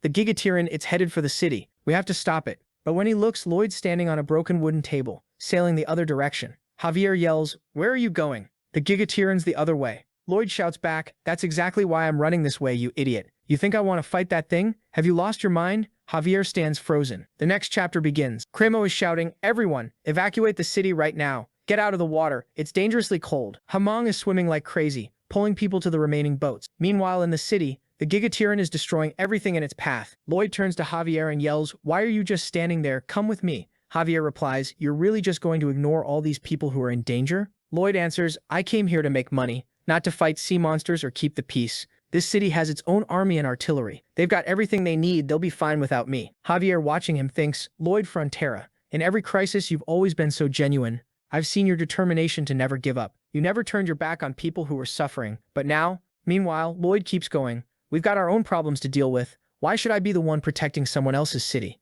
Running away is the most rational option. Javier just stands there disappointed, thinking, so this is who you really are in the end. Right then, Lloyd loses 5 relationship points with Javier, but his RP stays untouched. Javier draws his sword and says, I could never do something like that. Lloyd yells, hey, stop trying to be righteous all the time. If you go back there, you're gonna die. But Javier's already in motion. He jumps on his sword, boosts off with a mana blast, and heads straight for the city. The city's soldiers are desperately firing their cannons, but it's useless. The beast is way too tough. The cannonballs just bounce right off. And if that doesn't work, well, the poor soldiers don't stand a chance. The monster opens its gills and blasts a high-pressure jet of water, obliterating everything in its path. It's still hunting for the rest of the mermaid statue, trying to completely destroy it. And it's tearing right through the city to do it. A man's about to be crushed when Javier slams a mana blast into the monster's foot. But just like the cannonballs, it ricochets. It does nothing. And that guy? No one's sure if he made it. Probably not. The Gigatyran starts swinging at Javier, who dodges in midair. But then, the monster fires its water cannon again. It smashes Javier straight into a wall. He's bleeding, completely wrecked. Now the beast has stopped chasing the statue.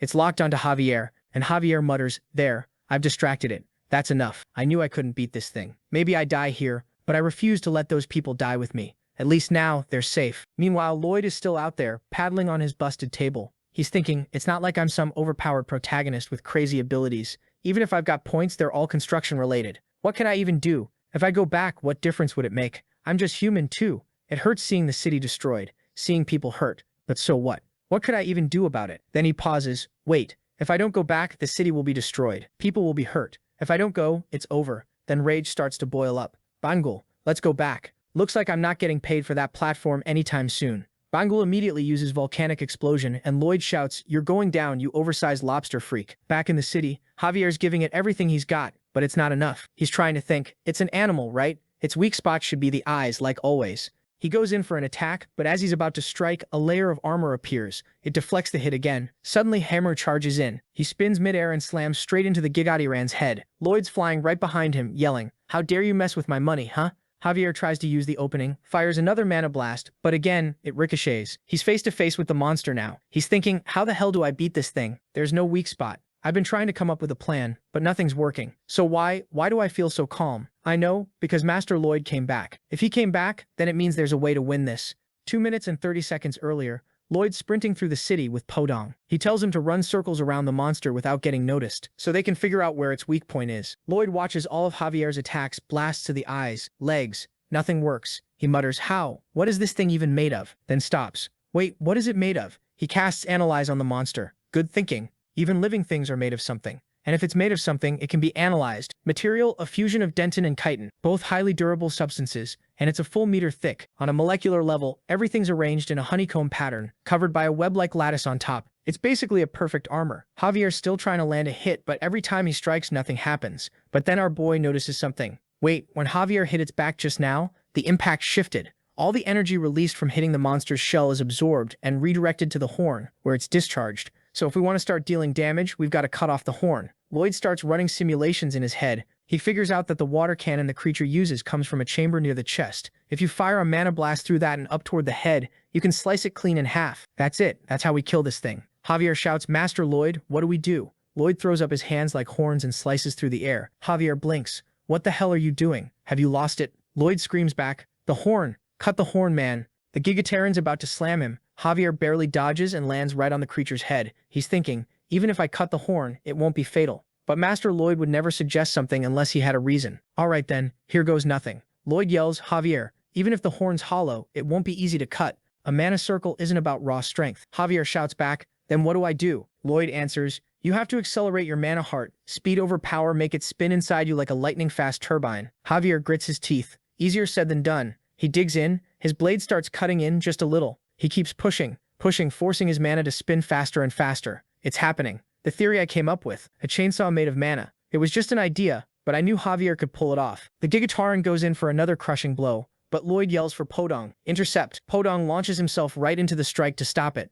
Javier keeps cutting, and finally rips off the damn horn. Lloyd immediately gives the next call. "Javier, hit him right between the legs, at an upward angle, tail to head. If you land that mana blast, our construction payments won't get delayed." Javier crouches low, getting into position, but the monster notices and body slams him before he can fire. His sword goes flying and our boy's face goes pale. Javier's down beneath the beast thinking, "I'm gonna die, but you're coming with me." Just then Podong saves him. Our boy cheers, "Nice one, Podong." Podong starts yelling at Javier, scolding him in his own way. Javier says, "I'm sorry, Master Podong. I don't know what you're saying, but maybe you're chewing me out for being reckless. I'll try to stay alive until we kill this thing. I'll trust in Master Lloyd's plan." Lloyd says, "After analyzing the creature, I came up with a few plans. I was gonna go with Plan D, but this thing is way faster than I expected. So we'll have to combine Plan A and Plan D." Then he calls, "Podong, take me to that spot I told you about." He yells to Javier, "That thing sees you as the bigger threat now. Lead it to the eastern coast into the middle of the forest." Then he takes off, thinking, "Alright, I bought us enough time. They should be ready by now. I'm counting on you, Count." 15 minutes earlier, when the Gigaterran was charging into the city,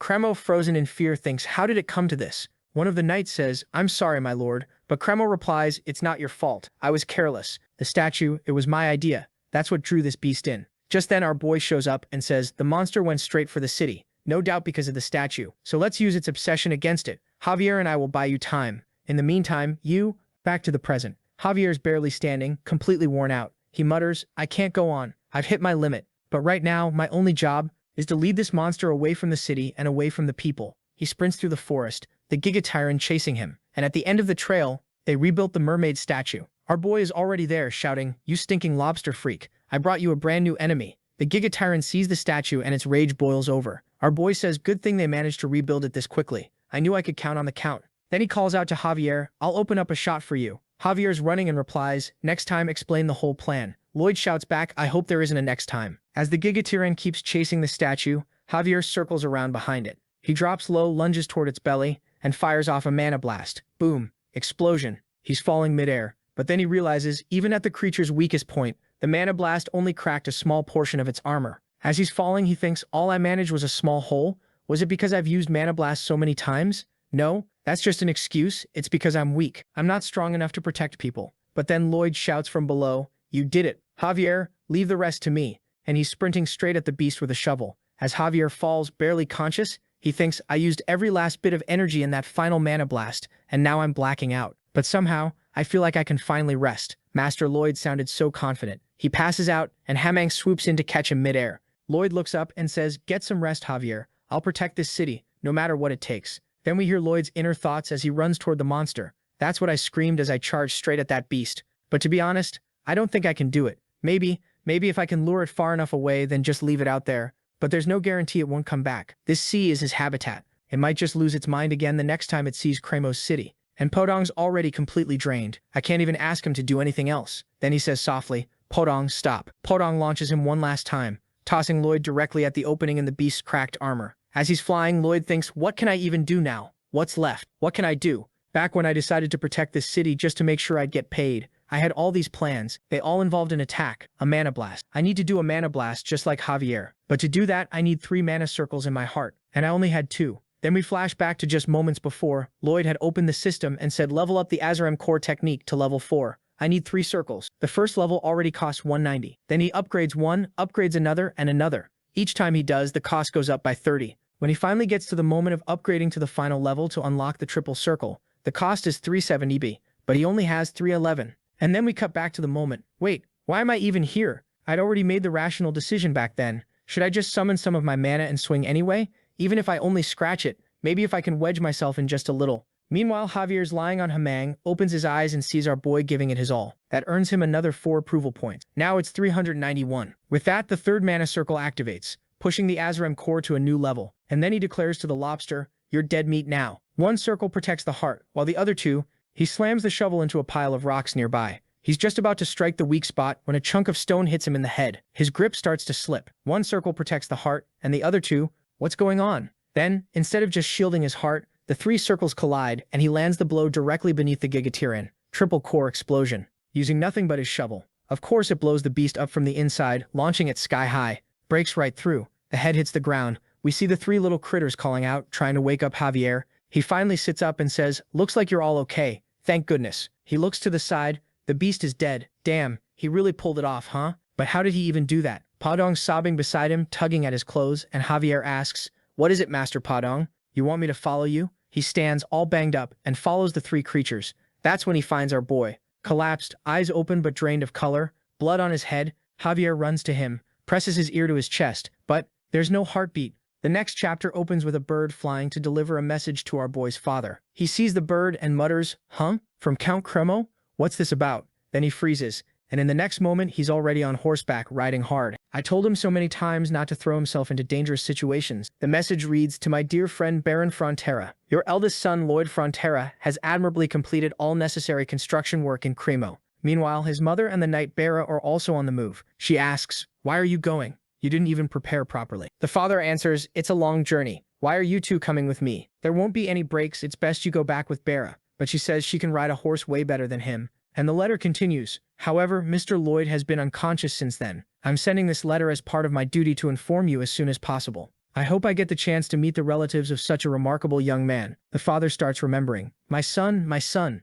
And every time our boy talks to his father, he always says, 'My lord, I've come to request permission from my lord. Fear not, my lord, I can handle it. I would like to express my gratitude to my lord for his wise judgment.' Then the father thinks, 'My lord, is that really my son?' Right then they come across a mutated wolf up ahead. Bera gets off his horse and says, since they chose the shortcut, they're gonna have to deal with it. I'll fight it and buy us some time. You two circle around and get to Cremo as fast as you can. The Baron says, 'But Sir Bera, you have to come back too.' And Bera replies, 'This beast is faster than any horse. If we turn our backs, we're dead on the spot.' The thing's already charging. He yells for them to run. He blocks the first attack and shouts back again. The Baron nods and says, 'Forgive us, Sir Bera. We'll see you again in Cremo.' He keeps fighting the beast. But when he tries to block its claw, his sword snaps in half. He almost takes a bite to the neck, grabs a knife and jabs it into the side of the wolf's jaw. But just then, the Baron and Baroness come charging back to help. They all slash at the beast's head from different angles, and it drops like a rock. The Baron rushes over. 'Are you all right? Can you stand?' Bera says, 'I'm ashamed. I'm supposed to be your guard, and yet—' But the Baron cuts him off. 'You're one of my men. I have to protect my people too.'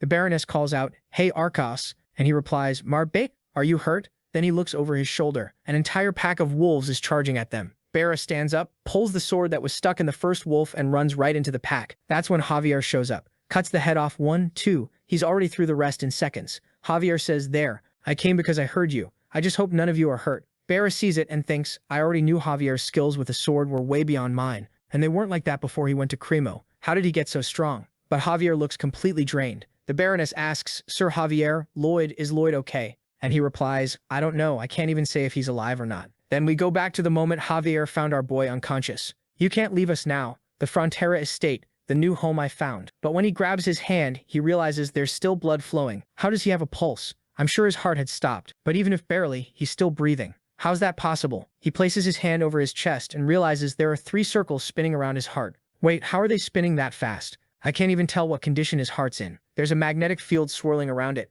Those mana rotations, they're what's keeping him alive. A triple core explosion. Now I understand how that monster ended up like that. Master Lloyd, you really... Then we see the city of Cremo. Everyone's rebuilding what was destroyed. The Baron and Baroness arrive. Javier says the young master is at the Count's mansion. A doctor is examining him, but it doesn't look like his condition has improved. The father says, 'How awful to think it was just you and Lloyd against that thing.' Javier responds, I was merely a sword that Lloyd wielded. He's the one who brought that monster down. The Baron surprised, Lloyd, how does he even have that kind of power? Then he overhears a conversation between two men. Oh, you're headed to the Count's mansion too? Of course, I can't do much, but at the very least I have to do something for him. Lloyd Frontera, if it weren't for him, I'd have died frozen out in that sea. I saw it. Even while he was charging toward the Gigaterran. I don't know how many people he saved. And me, I felt like I was already dead, trapped under that pile of rubble. I was about to give up and just wait for death, but then we cut back to our boys saying, Bangul, eat up all this cement. Just be careful not to hurt anyone. The women nearby are saying that a bunch of fires broke out because of the explosion when the statue crashed into the houses.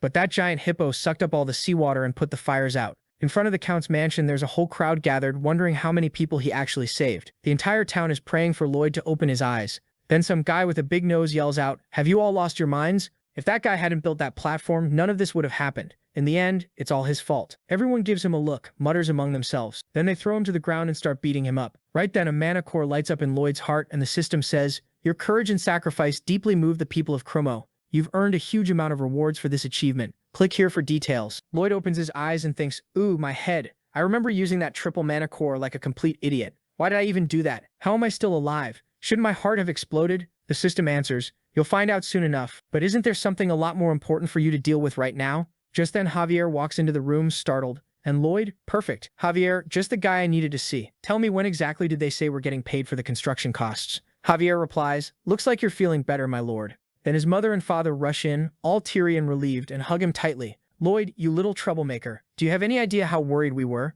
The father's thinking to himself, you really are, our Lloyd, huh? That's the question I want to ask, but now's not the time. Right now, I'm just happy he's alive. The scene shifts to the royal capital of Magenta. Someone's reading aloud, and with that, the Giga Titan was completely destroyed. That concludes Count Cremo's letter. A figure seated on the throne leans forward and says, how intriguing. So there's someone like that living in my kingdom. Send a message to the barony of the Fronteras and bring that man and his guard to me. The butler responds, as you wish, your majesty. The king adds, I want to know if what's written in this letter is true. I'll meet this man myself and judge with my own eyes. And who shows up next? Her Royal Highness, Alicia Termina Magentano. Could she be a love interest for our protagonist? The next chapter opens with the system popping up. News of your courage, knowledge, and sacrifice has spread across the land. You've received an RP bonus for your elevated social status. 1500 RP. He immediately makes that weird expression of his. The system adds, accessing mana heart ability information. You are now able to store large amounts of mana in your heart. Lloyd says, so that's why I've got so much energy even after being in a coma for a whole month. Now I've got a mana heart. You know what that means? I'm going to be able to use my shovel way better. The system replies, is that seriously the only use you can think of for your mana heart? And he shoots back, so what? You're looking down on the builders of this entire land now? Forgive me, my lord, of course not, the system explained. A mana heart has to be protected from mana shock because it's normally used like ammunition. It's like having a bunch of gunpowder barrels with an explosion going off nearby. If they're not shielded, everything blows up together. It's literally a trap that takes people's lives. But at that moment, he didn't have a mana heart yet, and that's why he didn't die. The mana shock, instead of blowing up with the mana in his heart, just completed it. Because he was spinning so fast, it condensed and formed a mana heart. I had been slacking off on training my mana heart, thinking it was better to spend my time doing more hands-on work. But turns out, sometimes being lazy pays off. Then Count Cremo said, I'm sorry for making you wait here. Let's head out now. Yes, sir, he replied. And then, the protagonist glanced around, gave a little smirk and said to the Count, these buildings and roads, I wonder how much it'll cost to fix all of this. The Count said, hard to say, but I imagine it'll be expensive, probably more than a month's worth of the city's income. The protagonist said, dang, but if that Giga Titan hadn't been taken down, it might have cost the city a whole year, right? Then the Count asked, what are you trying to say? Berlar, no, it's nothing. Lloyd replied,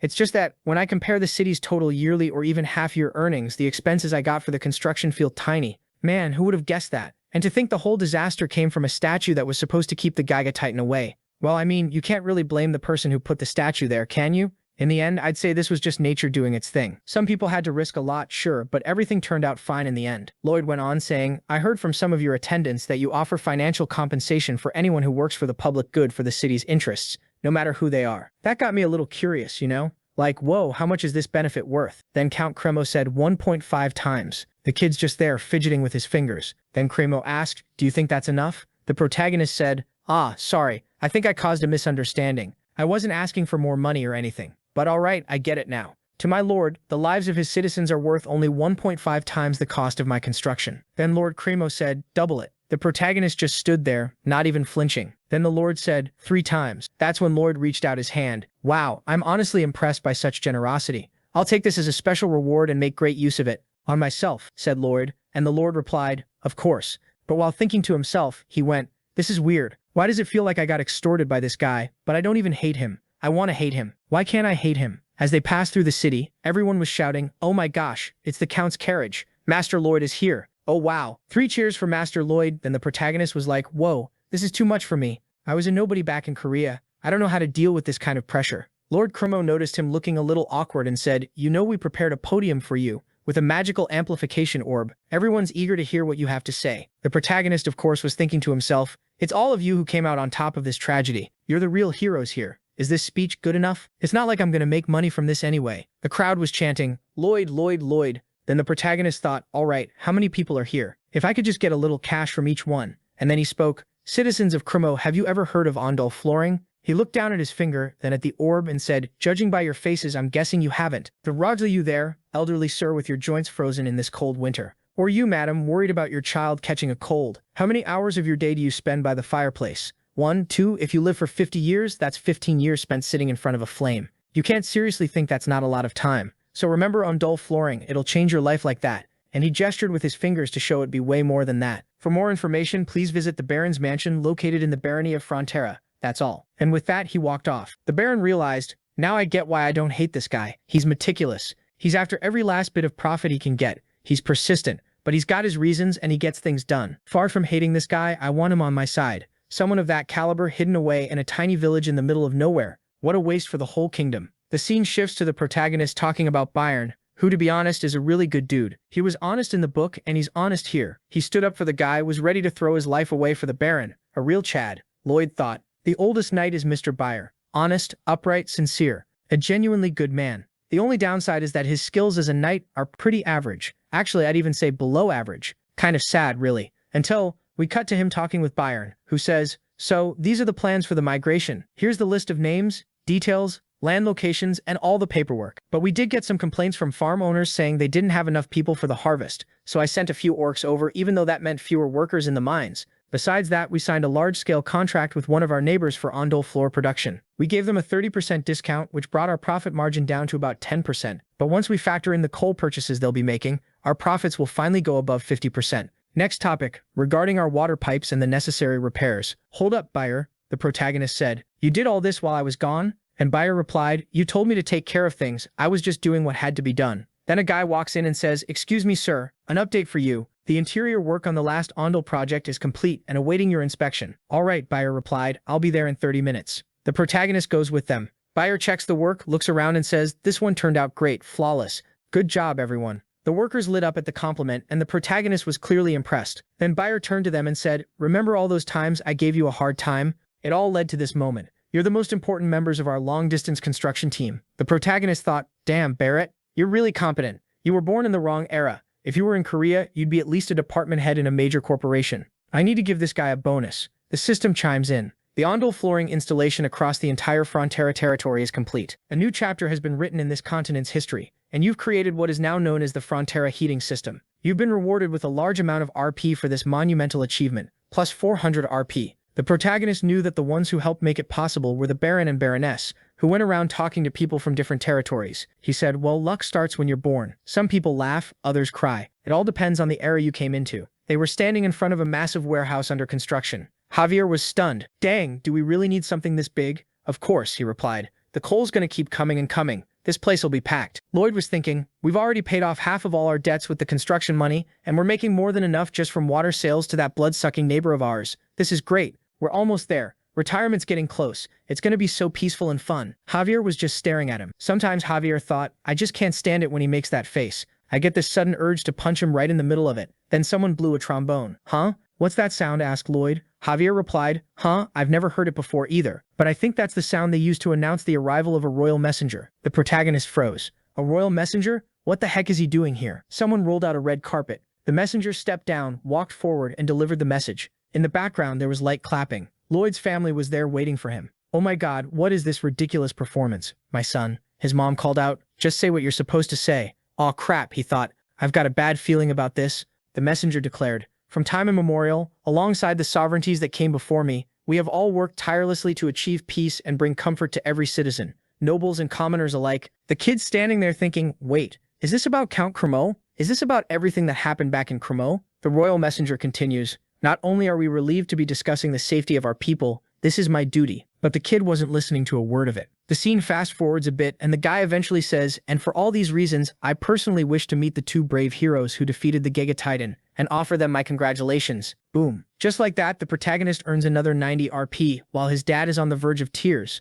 My God, my son is going to meet Her Majesty. What an honor. Well done, my boy. The kid thinks, thanks for the RP, but there are two things I learned during my time in the military. First, always do just enough to stay out of trouble. That way you never end up doing more than necessary. Second, when you break that rule, that's when a memory hits him. Corporal Kim, you have a degree in civil engineering, right? Why don't you build us a sauna over there? Sir, civil engineering doesn't mean I'm a builder? Oh, so you don't want to do it? No, sir, I'll do it. That's when I made my fatal mistake, he thought. I over-researched it and ended up building a sauna that was way too perfect. Then another guy comes in. Oh, you're Corporal Kim? You seem like a smart guy. Why not build us a cabin too? Something broke. Call Corporal Kim. Dude, this tent is shaking like crazy. Where's Corporal Kim? That mountain over there is ruining our view. Where's Corporal Kim? I need him to fetch some stuff. Man, I really suffered. He knows it. Now that royalty is involved, there goes my dream of a quiet nobleman's retirement. Then the messenger wraps up the announcement. Hear this, immediately. Lloyd Frontera and his guard are ordered to proceed at once to the royal capital. The kid's already crying. I should have just built that platform and left. That lobster cursed me. What do I do now?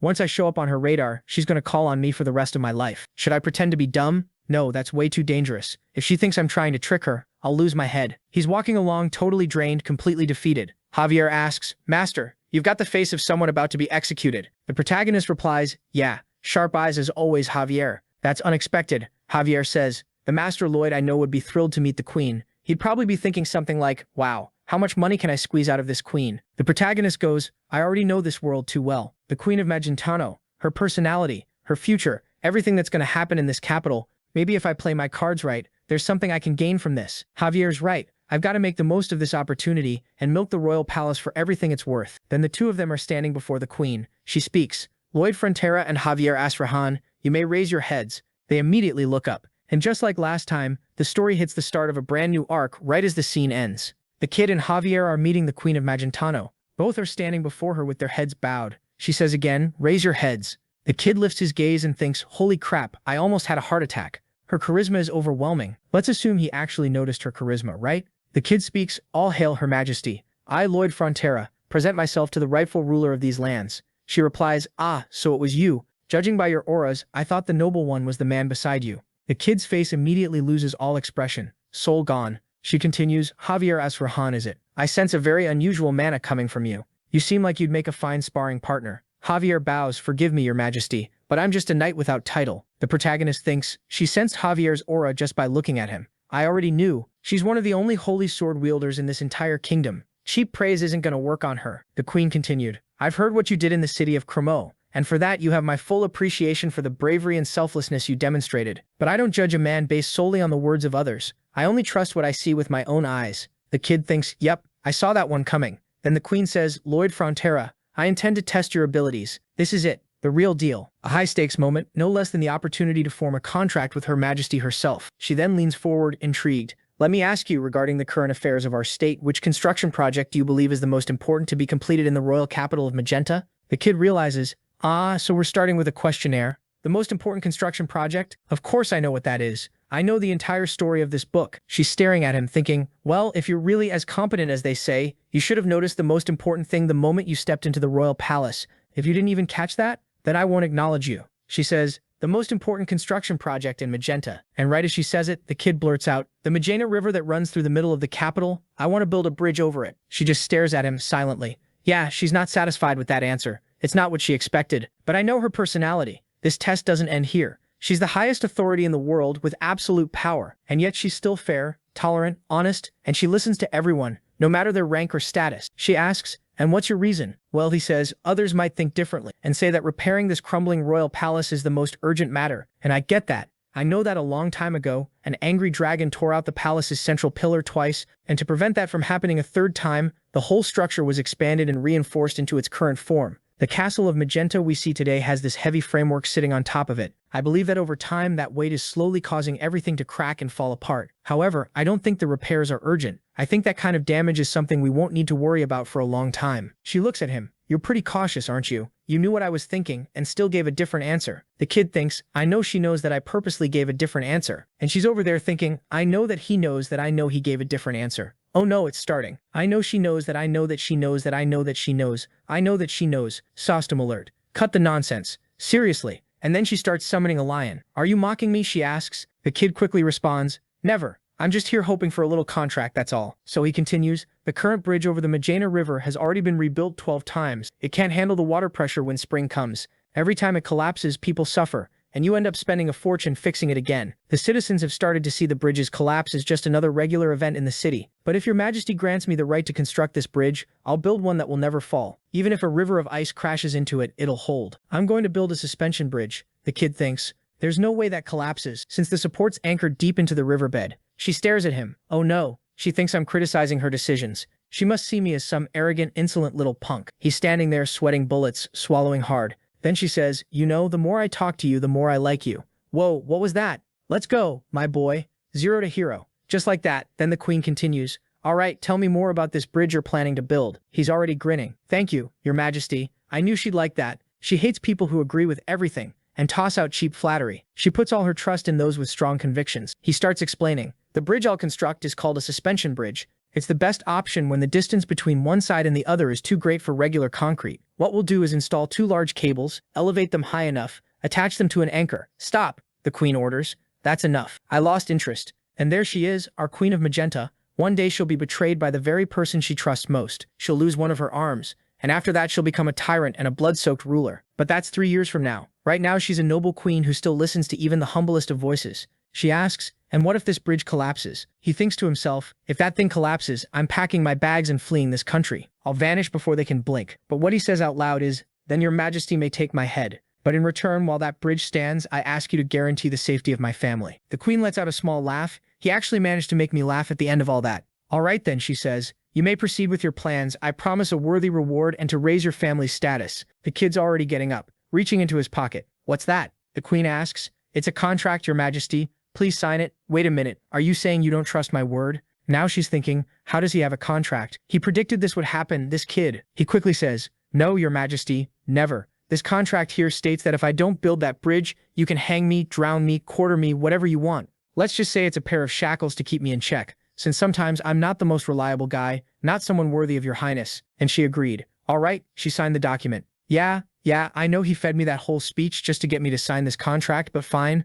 I don't care anymore. Many thanks, your majesty, he says, lifting his rear end. Why are you raising your butt, she asks. It's just that I couldn't lower my head any further than your signature, so I raised my butt to make my head seem lower and show even more respect. She replies, all right, I get your intentions, now put that thing down. I don't want to see it. The protagonist, Javier, and the butler are heading back. The kid stops, does a little spin, and goes, wow, did you see that? This guy just sealed a deal with the queen herself using that contract. Javier's watching him. You'd lose your head if she found out how much you're disrespecting her right now. And I wouldn't be able to protect you, not against a master sword fighter, so you'd better proceed carefully. Back at the palace, the queen is speaking to the man beside her. Your majesty, he's quite the clever one, very calculating. She replies, Sir Kyle, you noticed it too. He's far more cunning than I expected. Kyle says, wait, your majesty, aren't you even the slightest bit annoyed with that man? She answers, I was. He walked in fully assuming he'd win. It was so pathetic it actually became kind of adorable. And that right there is the charm of our clever little protagonist. A few days later, the kid's getting ready. All right, let's go.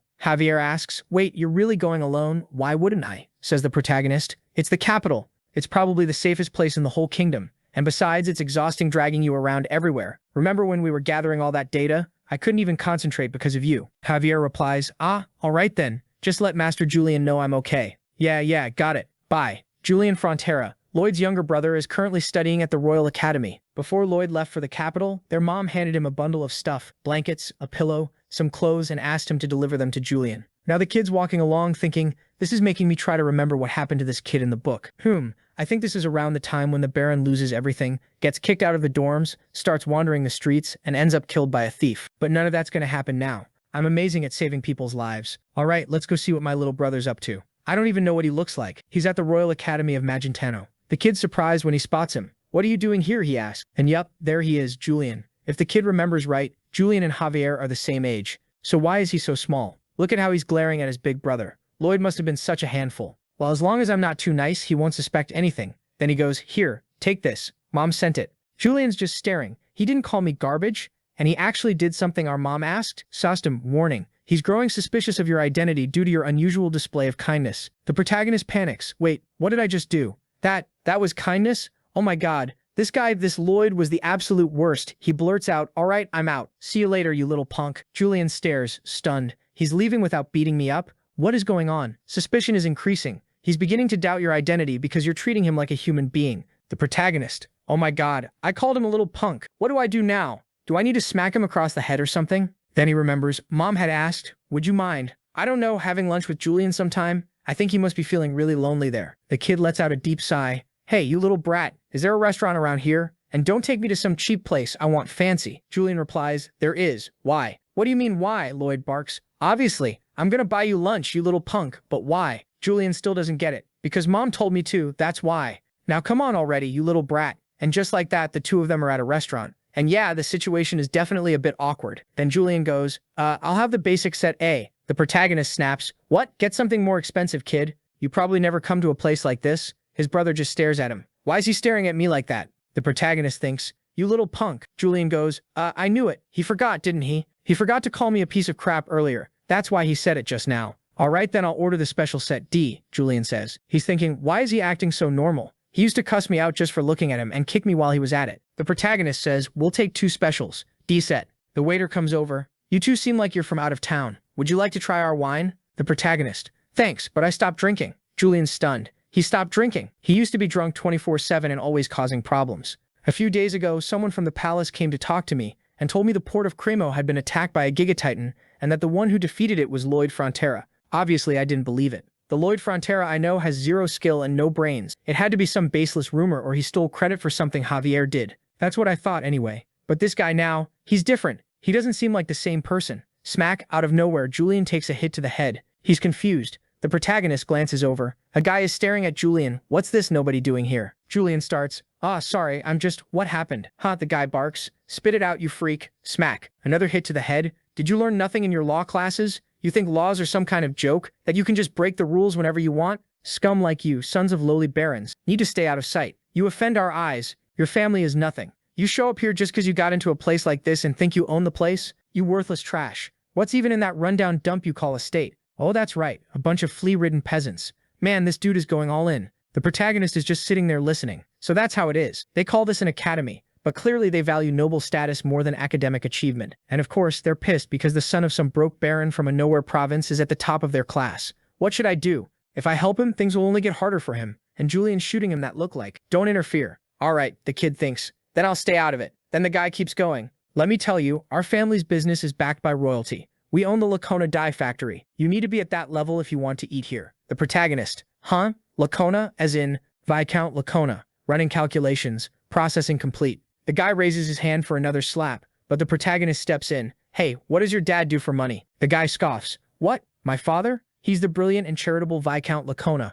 Why do you care? You're not related to this little garbage here, are you? Now get out, your stink is ruining the place. Bam. Fist straight to the jaw. 2 teeth go flying. Dude spins through the air like a Beyblade across the dining hall. The protagonist says, my skill bitch slap to the face has 0 cooldown. That's not a real ability. The guy gets up furious. Who the hell are you? You dare lay hands on a member of the elite union? Bam, another punch before he could even finish the sentence. Now you've learned something. Oh yeah, I'm a second year, strongest in the class. Japandi, mithril fist. You're gonna, too late. Bam, down he goes again. The other nobles are whispering, huh? What's this kid's deal? Hey, do you even know who we are? Someone blurts out from the back, oh my god, they're the twin Blackhorn dragons. Yeah, this guy's done for. The protagonist claps once to each side, whack, whack, right across both their faces. Then he walks up to another one.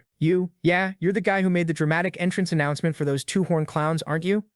Yeah, bam, no hesitation. He walks up to another group of guys trying to eat, trembling. We didn't say anything, one of them stammers. You were smirking. That's enough. Bam, another one down. The toothless one screams, die, you bastard. Wham, right in the face. You seriously took a hit for a mana prodigy like me? Then we see Diego Lacona, 21 years old. In that moment, this young man deeply regretted his decisions. In his mind, he was thinking, bro, I really shouldn't have done that. The kid's already licking blood off his lip with a total psycho face. He grabs the guy by the collar, bam, headbutts him. The dude hits the floor. Another headbutt. Oh my god, Lloyd's lost it. He was never normal. But this is on another level, Julian thinks.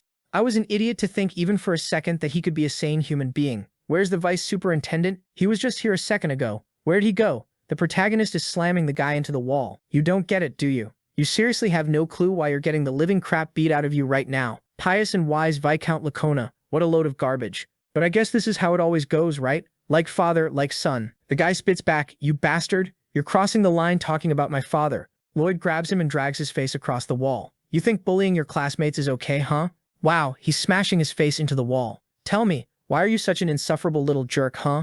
Oh wait, I know why. It's because no one's ever beat the crap out of you. Oh, and what do we have here? He lifts the guy's blood-covered face. Look at that. A blood mask. That's right. Number 666. Your ticket to hell. I'm the one taking you there, trash. Julian is freaking out now. Stop, please. Stop it. Are you trying to kill him? What is he doing? Once this is over, I'm just gonna get bullied even worse. I know he doesn't care about other people, but this is going too far. The protagonist glares and says, you're scared you'll get bullied more after this? Don't worry. If he's dead, he won't bully you anymore, kid. Julian's staring in disbelief. How can he say something like that with a bright smile on his face? Another hit to the guy's stomach. I've met tons of guys like him back in school. Sanctions? Warnings? Counseling? Please, don't make me laugh. None of that ever works on someone like this. The only thing he needs to learn is to fear death. Suddenly someone shouts, stop that right now. The protagonist looks up and boom, there's a whole squad of knights pointing spears at him. This is the sacred academy founded by the queen. What the hell is this madness?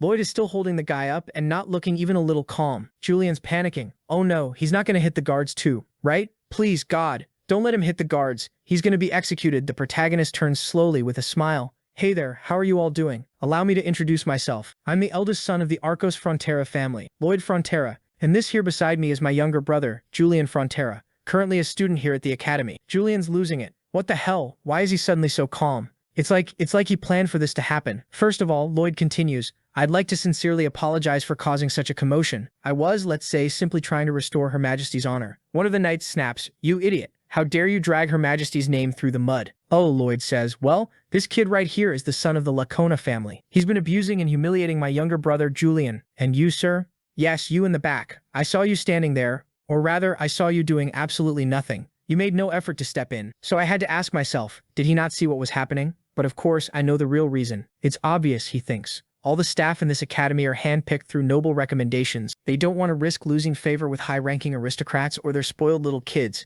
That's why no one stepped in. Everyone here knows Julian's being bullied. But why would they help the son of a poor baron? What's in it for them? Even the knight protests. Even if that's true, what does any of this have to do with Her Majesty? Lloyd answers, an insult to my brother is an insult to me. And now you're probably wondering, why would that be an insult to the queen? Because I'm a royal guest. I was personally summoned by Her Majesty herself. Immediately, the knights drop to their knees. Long live Her Majesty. The protagonist sighs. Anyway, I believe you understand the situation now, so I'll be leaving, all right? One of the guys mutters, chat, idiot. The royal guest status is only temporary, he thinks. All we have to do is punish Julian later and treat those other students like royalty again. Lloyd suddenly stops and gives a quick look back. The guy freezes. Oh my god, that face. He's gonna kill me, isn't he? Lloyd turns to Julian. Come on, let's go. What are you standing around for? Okay, Julian says, walking through the halls. Where are we going, he asks. To the administration office. Lloyd answers. Huh? Why, what do you mean, why? Lloyd says, I'm going there to file a leave of absence request for you. Julian stops in his tracks, completely confused. How much more? Julian muttered. How much more are you going to ruin my life before you're satisfied? I'm going to get bullied even worse now, because of you. And now you're stopping me from studying too? Why are you doing this to me? The protagonist replied, because pretty soon this place won't be such a great spot for studying anyway. Let's take advantage of this chance to get your body and mind out of here so you can get into shape. Julian blinked. Get into shape? Lloyd said. Haven't you ever heard that saying? The muscles you build working construction are the best kind. Night falls. Javier is chatting with Julian and says, look, if Master Lloyd says he has a plan, then you should trust him. It'll be for your own good. Julian replies, Javier, what are you talking about? We're talking about Lloyd. He's reckless, and his plan, Javier cuts him off. You don't believe my words? The plan to kill the Giga Titan in Cremo, that was all Lloyd. He delivered the final blow. He built roads, he created the water supply, he developed mines and quarries, and he even made friends with the wild orcs. Not only that, he's already paid off more than half of the Baron's total debt. All of that is thanks to Lloyd's skills and talents. Please trust him. Master Lloyd is the savior of our territory. The protagonist is just outside the door, silently listening to the whole conversation. Julian says, but it's hard to believe. He used to be a drunken vandal. Javier goes, yeah.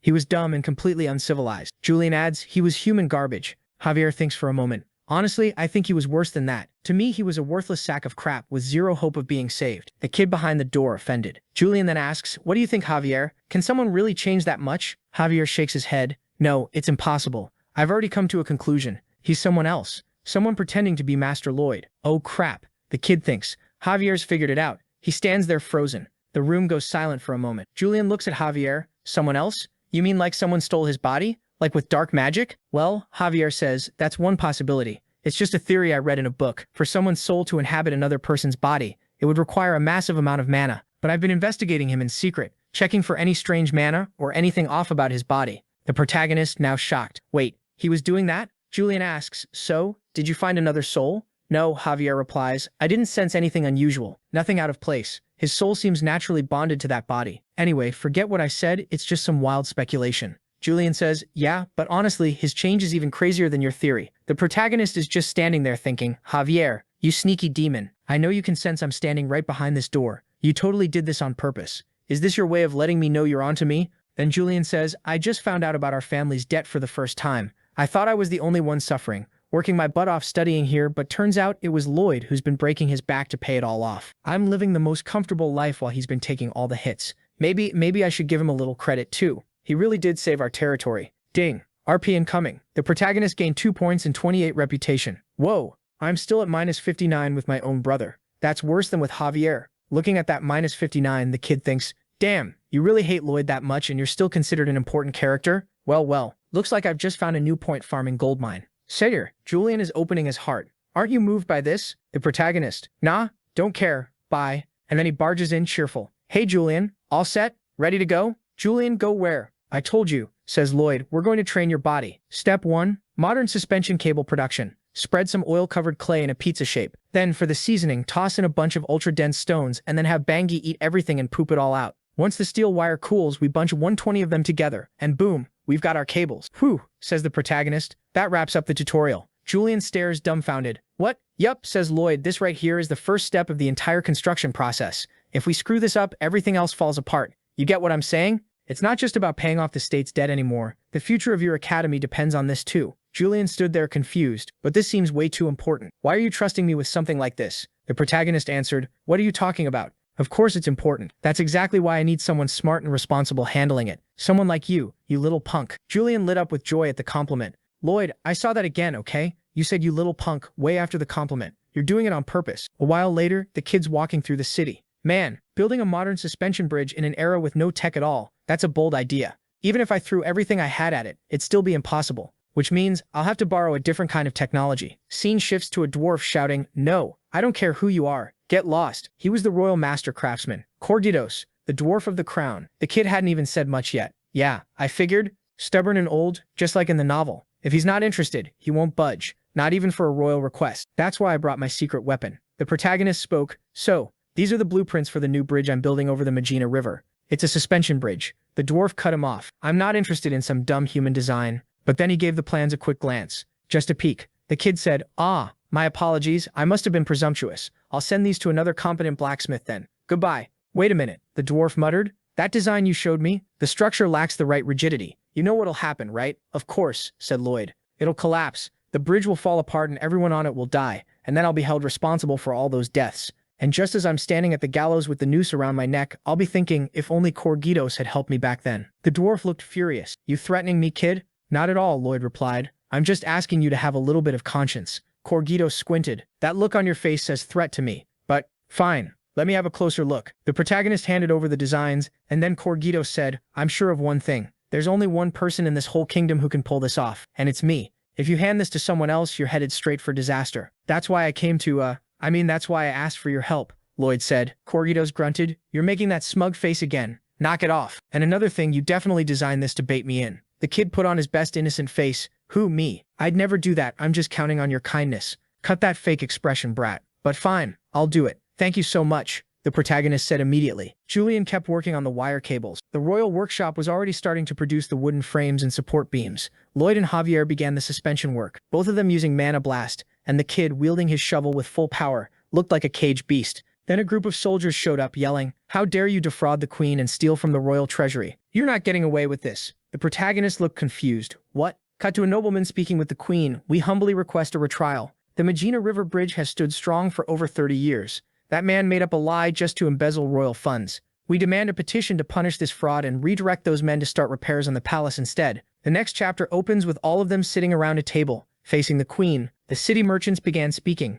The Magina Bridge was built by the previous administration, and it's still standing tall after 30 years. The columns were crafted to slow down the current's force. And now this guy suddenly shows up saying a bridge like that is going to collapse? Clearly he's trying to insult our guild and deceive the queen. The kid just stared them down. "No, I'm sure of it. That bridge is going to collapse." In the novel The Night of Iron and Blood, there's a scene where the royal army and the rebels clash at the Magina River. That whole disaster happened during a massive storm, heavy rain and wind, and that's when the bridge collapsed. But you can't argue your case based on something that hasn't happened yet. The queen looked right at him. "Lloyd Frontera, what's your opinion on this?" And the kid stepped up like it was a duel. "Well, I just want to ask the guild leader something. How much did they pay you, huh?" The guy was stunned. "What? What are you saying, you brat? How dare you make baseless accusations like that in front of the queen?" But Lloyd didn't let up for a second. "Got it. That reaction says everything. He's got that exact face, the kind you see on someone who's been paid off." Any Korean would recognize this situation. A businessman and a politician get together. The businessman bribes the politician and both walk away richer. The queen was just staring at him. "Lloyd Frontera, I thought you were smart, but you just made a critical mistake." She stood and ordered, "You've accused a royal official without a shred of evidence. Prepare his trial now." Cut to the next scene. Lloyd's already on his knees. "Wait, why is the executioner already here? What happened?" The queen declared. "Listen closely, Lloyd Frontera. You've insulted me and my vassals with your lies. Now I will restore my honor." Javier stood there, silent but ready to draw his sword at any moment. She looked around. Any last words for him? "Exterminate the guilty. Wipe out their bloodline." Javier still didn't move. Then she turned to the two guild leaders. "Do you agree with this?" "Yes, yes," they stammered. "This is the right thing to do, your majesty." "Then," she said, "I will now prove my vassal's innocence." Suddenly, a circle of mages appeared around the two officials. Lloyd watched as they closed in. "Use the magic of confession." "Wait, wait, your majesty, please," they shouted. Too late. Lloyd watched with a wild grin. "It's over for these clowns." Next scene, both of them tied to posts, beaten and tortured. Lloyd looked at them and said, "Your families didn't do anything wrong, so I asked the queen to only go this far." Man, I'm too kind sometimes. Just look at that smug face. I was honestly kind of pissed that my project got delayed because of these two. Then the queen commanded, "Put every available worker in the kingdom on the bridge construction." Now even mages were helping, using gravity magic to lift the support blocks. That sped up the whole suspension tower phase. Bangi was on top holding the line. Lloyd shouted, "Now go." She jumped to the other side, slammed into Podong, who caught her, and just like that, the first steel cable was connected. Javier and Julian were watching the whole thing. Julian was amazed. "My brother is incredible." And Javier said, "He is. But you're pretty incredible too, Master Julian. This was your first time doing physical labor, and yet you showed up every single day. You remember? When you were little, you asked me to teach you how to use a sword, but it was way too heavy for you and you almost got hurt. But now, I don't think that'll be a problem anymore." Meanwhile, Hmong was lifting the rest of the bridge, and yeah, this bridge was so modern it looked way out of place in a medieval city. Fire mages were welding the pieces together, and just like that, the construction was complete. Lloyd received a notification. "You've completed a monumental achievement. Plus 105 DAOs, RP. Damn, now we're talking. Been saving bit by bit, and now I'm swimming in RP. Love it." Back at the bridge, the queen stood in front of everyone and spoke. "This bridge will be named in honor of Lloyd Frontera and his brave knight. It shall be called Lo Have." Okay, not a terrible name. "And by the power vested in me, I hereby grant Lloyd Frontera the title of Master Builder." The dwarf muttered from the crowd. "Master Builder? That runt? I'm the one who built the platform. But fine, he's the one who designed it all. I'll give him that." Lloyd bowed, thinking, once the funds from this bridge start flowing into the state accounts, all our debts will probably be paid off. Only problem is, there's something huge coming. He stood silently in front of the queen who was watching him. "She's thinking," Lloyd thought. "She's thinking about how she can use me. All the ways she can send me off to do stuff. And I know it. I just know it. She's already plotting. But whatever it is, I'm absolutely turning it down. My dream is to make a little money, head out to the countryside and spend the rest of my days eating and drinking in peace. Ah, perfection. That's the plan. Yeah, that's the plan." Then the queen said, "I have a request for you. Let's return to the royal palace and talk." And Lloyd thought, all I need to do is escape the queen's clutches and finish handling Julian's mess at the academy. Out loud he said, "As you wish, your highness. Operation Double Kill commence." Back at the palace, the queen was officially presenting him once again with the title of Master Builder. The nobles standing around were visibly annoyed. She spoke, "Well, obviously, he's the son of a countryside baron, and on top of that he caused a scandal that got several high-ranking officials removed from their posts. And aside from this title, he'll also be granted more land. Sigh, it's going to be a challenge, silencing all the complaints coming my way. Then the kid stepped forward. Look, I really appreciate all your praise and this overwhelming generosity, but maybe I'd be bold to ask for something even greater? Everyone in the room shot him a death glare. The queen asked, Greater? What exactly do you mean? Explain. He said, Well, if your majesty finds my proposal reasonable, then please, feel free to take back the title and land you were going to grant me. She replied, All right, go ahead. Let me hear it and I'll decide.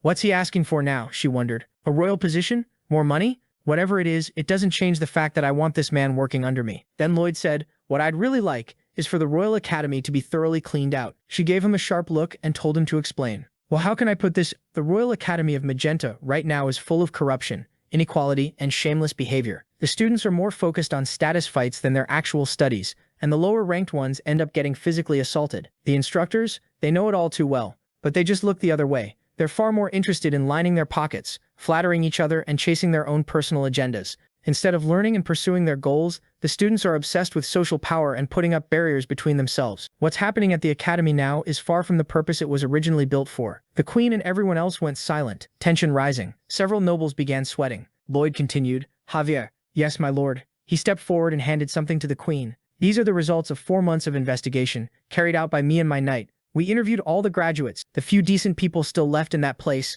and a handful of professors who still had a shred of conscience. We carefully documented their testimonies and verified every single claim. Nobles panicked. Your Majesty, this commoner is lying. There's no way something like that is happening in the Royal Academy. The queen turned to the 2 loudest ones and said, Cast the confession spell on them immediately. Suddenly, the whole room turned to ice. People were terrified. One by one, they started getting tied up and dragged off. Over at the academy, it was a purge. People were being arrested left and right. Arrest everyone listed in this report, no exceptions. Even if their involvement was minimal, they will receive punishment. Flog them based on the severity of their crimes. Strip them of their lands and ranks. Everyone here must be prepared to face execution if necessary. Lloyd and Javier stood at a distance, watching the chaos unfold. I didn't do anything wrong, please. Please forgive me. Javier looked at Lloyd. My lord, you seem very pleased with how this academy purge turned out. Lloyd shrugged. What are you talking about? My lovely queen forgot I even exist.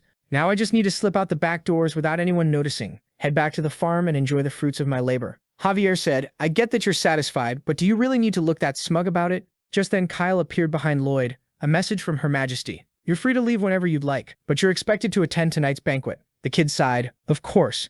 Oh, and she also said, this little plan of yours to distract everyone with the academy was brilliant, and that she respects your wish for a peaceful life. Lloyd froze. Oh no, I've been in the palm of her hand this whole time. Kyle added, that's all. Lloyd let out a deep sigh. Geez, this guy scared the crap out of me. Just popped out of nowhere. Javier asked, you didn't sense him coming? Nope, Lloyd replied. Didn't feel a thing. That's Lord Kyle. Javier said, he's the greatest swordsman in the kingdom. For someone like him, hiding his presence from someone like me is no challenge at all. Later, Lloyd was speaking with Julian. Wait, Julian asked, you hit Diego back there already knowing all of this was going to happen? Basically, Lloyd said, I knew building the bridge was going to be easy, so I figured the queen would reward me with a bonus. And the moment she did, I'd use it to request an investigation into the academy. So yeah, I already had everything planned out. Julian stared at him. You little bastard. Yeah? Lloyd replied, you don't have to keep calling me that anymore. Julian said, you're my brother and I'm proud of you. More proud than I've ever been of anyone. Lloyd paused, caught a little off guard, and then, ding, he earned 65 approval points and 910 RP. Hot damn! Lloyd tried doing a little Javier impression.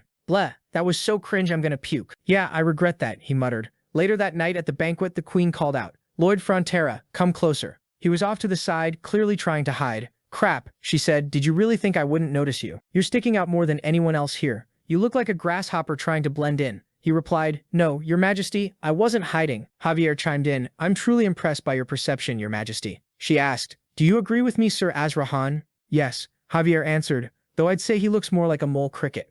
Probably a mole cricket, the queen agreed. Javier looked oddly relieved, finally getting a chance to clown on the protagonist for once. Lloyd thought, what's with that face? Why does he look so satisfied right now? The queen snapped, did you not hear me say come closer? He shuffled forward awkwardly. Excuse me, closer. He stepped again, closer. And again, closer. He was practically in her face. Closer. Forgive me, your highness, he whispered. If I move any closer, she leaned in and whispered right into his ear. If you ever change your mind, come see me. I'll have everything prepared for you. Now this banquet is in your honor too, so enjoy it. Lloyd let out a heavy sigh. What kind of pot of gold did I fall into here? Sure, the best case scenario would be living peacefully with no issues, but what if a natural disaster hits and the whole state falls apart? I'd have to come back and fix everything again. At least now I've got the perfect escape route. Finally I can head back home, collect the money from the bridge project, and live a nice quiet life. Then it hit him. Wait, there's that part of the story. 3 years from now, the queen turns evil. If that happens, then this so-called safe life of mine won't mean a thing. Kyle passed behind him at that moment and muttered, the banquet will continue until the moon disappears.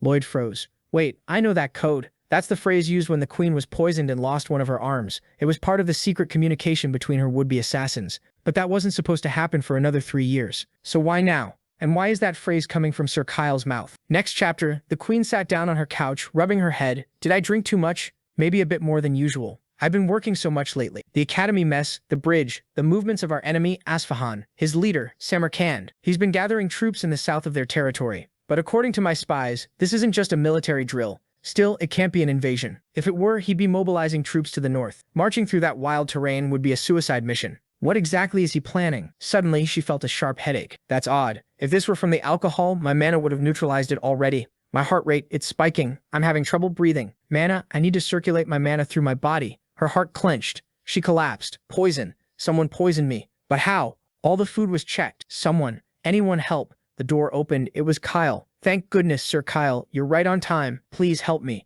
Yes, Your Majesty, he said calmly. I'm right on time to help you rest in peace. Meanwhile, back at the banquet, Lloyd whispered to Javier, we've got a problem. Let's go. They moved quickly down the hallway. Javier asked, aren't you going to tell me what's going on? I sensed a strange mana too, Javier said. Just tell me what you need me to do. You need to beat the Swordmaster. Sir, I know you're not joking, but please don't say stuff like that. Can you at least buy me some time? 1 minute. No. 2. They sprinted ahead. 3 minutes. Lloyd added, okay, let's do this. They rounded a corner and bodies were already on the ground, cut down. Kyle stood over the queen, sword in hand. You're remarkable, Your Majesty, he said. Even with a lethal dose of poison, you still blocked 3 of my attacks. She gasped. Sir Kyle, why are you? He kicked her hard in the gut, then raised his sword for the finishing blow. But at the very last second, Javier arrived just in time, blocking the strike. Kyle's eyes widened. How? He blocked my sword with a candlestick. Both men stood still, weapons locked. Then Lloyd surged his mana, high-frequency pulse. The force blew Kyle's blade straight out of his hand,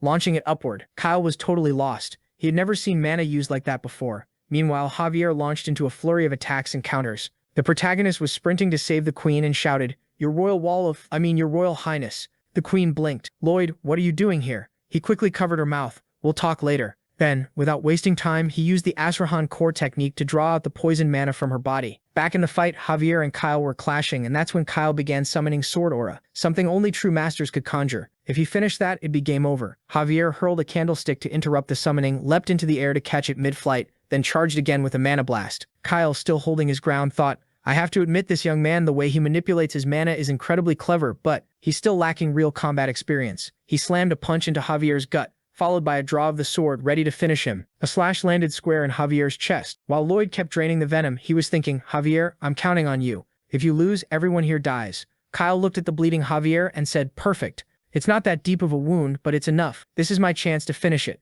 He charged, thinking Javier would retreat, but he was wrong. Javier ran right at him. What the hell? He's charging me? He's not even scared of dying? Fueled by rage, Javier dodged around Kyle's strike. Padong, he shouted. Padong launched the sword straight into Javier's hand. Gripping it tight, he braced for Kyle's next blow, then fired a mana blast forward like a cannon. Kyle was caught off guard. What? He's using it like an actual cannon? The blast hit square in the chest, sending him flying. Javier kept pushing. Another blast, another wave of attacks, leaping through the air and blasting again and again. Kyle was reeling. Damn it, this guy's a beast. Lloyd was still absorbing the venom, his face swelling with mana veins. The queen stared at him, stunned. Lloyd Frontera? How is this possible? He's absorbing my mana, but only the mana that's been tainted by the poison. She asked him, Lloyd, where did you learn how to do something like this? Please, Your Majesty, don't speak. I need to focus. Wait, are you scolding me? No, Your Majesty, it seems the poison may have affected your hearing. She raised an eyebrow. I highly doubt that. My apologies, but please just stay still.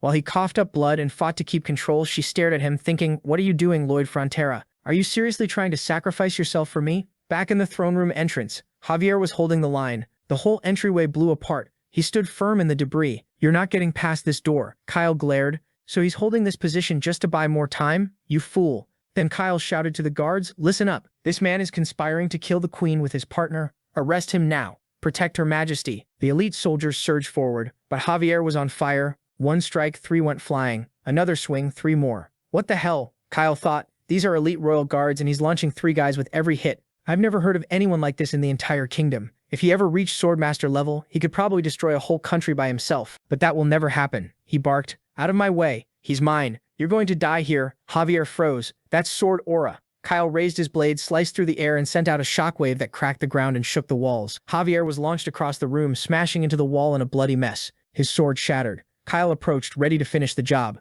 Meanwhile, Lloyd had just finished absorbing the poison mana, but he was in horrible shape. The queen called out, "Lloyd." He was coughing up black sludge. "If you don't do something now, you're going to die. Focus all your mana into one arm. I'll help you." The protagonist already knew what was coming. She wanted him to do what she did in the novel, channel all the mana into his arm and then cut it off. But that wasn't going to work. How the hell was he supposed to wield a shovel after that? He grabbed a fork off the ground, hit it with a mana blast, and launched all the cursed mana into the air. Boom! Half the castle exploded. Kyle heard it from the other side. What the hell was that? A massive mana explosion? Could that have been Lloyd? Javier was beat to hell, but he was still pushing himself up. Kyle noticed. He's standing even after taking a direct hit from sword aura. Javier, bleeding, said, "I made a vow, and I intend to keep it." A flashback cut in. Javier was talking. "I was lost from beginning to end, wasn't I?" The protagonist replied, "What are you talking about? I was supposed to be your guard, but I abandoned my post to go face the Giga Titan. And then I had the nerve to feel disappointed in you when you didn't follow me. As if I expected you to help, Master Lloyd. Because up until that point, you always did. Maybe it was my hesitation, or my lack of strength, or how I neglected my duties. I've been completely incompetent as a knight." The protagonist replied, "Ah, so that's why you've been standing there all moody. Well, don't stress too much about it. I'm still deducting 6 months from your salary." Javier looked over. 3 months? You seriously think you can negotiate right now? Lloyd asked, and Javier realized he could not. "Then why'd you even ask?" Javier said, "I'm sorry, but I swear to you as your sword and your guard, I'll never abandon my duties again." Lloyd raised a brow. "You're really going to say that while playing with fire? You think I'm going to just believe that oath? It doesn't matter if you believe me or not. I'm going to keep it." "All right then, since you're so stubborn. I know your mana heart's at 3 circles already. I've got to catch up and grow stronger. Otherwise, how could I call myself your guard? 1 year, that's how long it'll take me to become a sword master." Lloyd responded. "Big words, sounds just like one of those chubby guys who swears he'll lose 12 kilos but never does." The two fell quiet for a moment. Lloyd continued. "Listen, humans have a natural limit when it comes to developing their mana heart, right? In theory, we'd need to train for like 100 years before even coming close to breaking that barrier. So how does a sword master actually break through it? I think a big chunk of that mana doesn't come from training, but..." Before he could finish, Javier started erasing everything he had written down. Lloyd looked confused. "What are you doing? This time I want to achieve this on my own. I can't keep relying on you, Lloyd." Back in the fight, Javier thought, "I'll become a sword master with my own strength." But then boom, Kyle drove his massive sword straight through Javier's chest. "You never cease to amaze me. A normal body would have been shredded to bits by a hit like that. But you focused all your mana into one spot just to survive, didn't you? I'd love to see more of those clever tricks. But now it's time for you to die." He began pouring searing mana through the blade, burning Javier from the inside. Instead of trying to get away, Javier grabbed onto the sword embedded in him. "What the hell are you doing, you idiot?" Kyle shouted. Javier was shaking, struggling. "The mana flowing from your blade, it's burning my entire body. From your hand, through your heart, from your mana core." Kyle lifted him up, still pierced, and hurled him against the wall. Javier slammed into it, bloodied and broken. Kyle looked down. "All right, I don't feel any mana or breath left in him." He turned. "Damn it. That guy stole way too much of my time. I need to just cut off the queen's head already." But Javier stirred. "Ah, I get it now." Kyle froze. "What? That's the mana of a sword master? What? I've never heard of anything like that before." Then he's already right there in the middle of the spell. Pulls out the blade, hits him with just one strike, and Kyle tries to throw his own to stop it, but it gets vaporized halfway through. The attack heads straight for him, slices past and goodbye to the little arm which goes spinning off, tearing through the ground and everything in its path. The knights all come rushing in, panicking. Javier just stands still, taking a step forward. Who really thinks they can take on this sword master? Meanwhile, the queen is talking to Lloyd, who's passed out. Lord Frontera opens his eyes. "You've got the ability to absorb mana, don't you?" she asks. "Absorb mine, Lord Frontera. I can't afford to lose talent like this." He's all bent out of shape, practically on death's door. Then the system chimes in. "You survived a fatal poisoning. Because of this, a new ability has awakened within your mana heart. You are now immune to all forms of poison and can absorb large amounts of mana from your surroundings when yours runs out." Right then, our boy gives a suspicious look. The queen narrows her eyes and smacks him on the head. "Why'd you hit me?" "Sorry, I just felt like it all of a sudden," she says. "Well, whatever," Lloyd replies. "Are you okay now?" she asks. "Can you stand up?" His legs are shaking all over. "I think this is a bit too much for me." Lloyd's thinking, damn, I gotta hurry and help Javier. This is my only option now. So off he goes. Supercharge. You can absorb a ton of mana from everything around you when you're out of it, the system reminds. His body starts glowing, his mana heart kicks into overdrive, and here we go. The supercharge begins pulling mana from the queen and everything nearby. The whole room starts crumbling like it's aging rapidly. The poor queen's panicking. What kind of absorption is this? Even my mana's getting drained. Is he not hearing me? Then she goes, well, he saved my life, so take as much mana as you need and go save your knight. The kid's still lying there, absorbing like crazy, and she's just standing there suffering while the whole room's getting sucked dry. Then he opens his eyes and everything around them looks old, ruined, decayed. Because of that, his mana heart has reached the level of a low-ranked sword expert, and he unlocks some new abilities. Berserker mode can be activated against a target for 60 seconds, boosting reflexes and strength by 200%, only once per day. Lloyd opens his eyes and gets up. Whoa, my body feels so light. Looks like my mana's full. Alright, Javier. He's probably out there fighting a swordmaster all by himself. I need to go now. And there's the queen standing there, completely drained. Wait a second. I did this.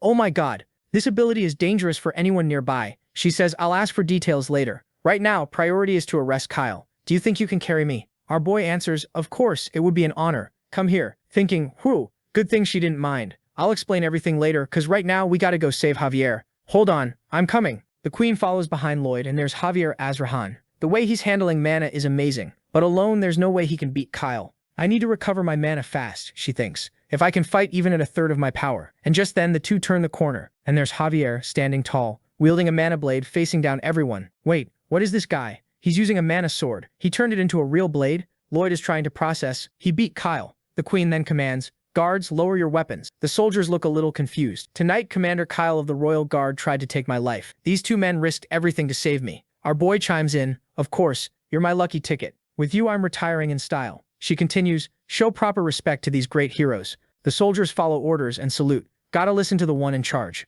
Everyone who attended tonight's banquet will be investigated. This is for the safety of the royal family. I expect full cooperation. Our boy says, hey Javier, did you really become a sword master? I think so, Javier replies. What do you mean you think so? Why are you talking like it's no big deal? Javier responds, why are you acting like this is something unusual? You face so many dangers, Master Lloyd. This is the only way I can protect you. Our boy breathes a sigh of relief. Man, what a relief. Well then, looks like you really are pretty skilled, huh? Thinking to himself, good. I'm so glad he's okay. Then the system kicks in. You've completed another splendid achievement. All your accomplishments up to now have fulfilled a secret condition. Our boy goes, damn, buddy. You're really handing me all kinds of goodies today, huh?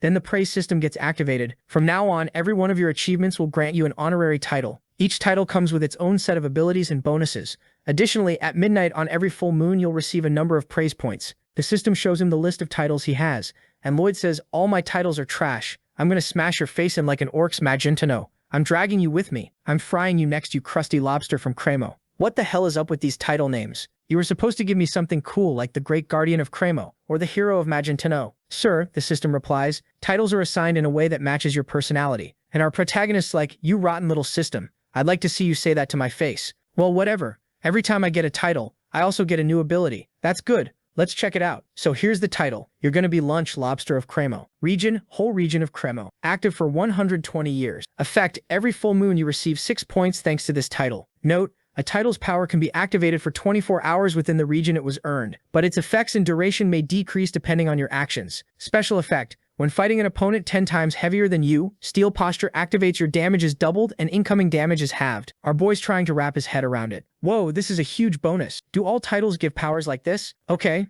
so these are the praise points. Where do I even use these? He thinks, this damn system wouldn't answer even if I asked. Oh, and the system? Well, it says, I was gonna tell you, but maybe I shouldn't. Come on, tell us, my friend. Lloyd pleads. Too late. The system says, train already left the station. And he's like, please, tell me. Beg a little more, go on. Javier's just watching like, there he goes again, losing his mind. Then the system finally goes, fine. You can use praise points to defy the laws of physics, summon an absolute power, or even get a spoiler for the end. Next day, our boy's slumped in a chair. Ugh, kid, I'm wiped out, seriously. And I can't even sleep right with all these investigations going on. His brother asks, so you got any idea who was behind Lord Kyle? He answers, not a clue. Seems like they figured out who was exchanging the messages, but even when they used the confession spell, they couldn't get anything. They must have some kind of protection or something. Then our boy says, well, the good news is I'm getting out of this capital soon. Just need to hang in there a bit longer. Man, it'd be nice to wrap all this up and go home. But now, with this assassination attempt on the queen, the book didn't say much about it. Probably something they were going to cover in season 2. Plus, it happened 3 years earlier than it was supposed to, which means the future could change even more.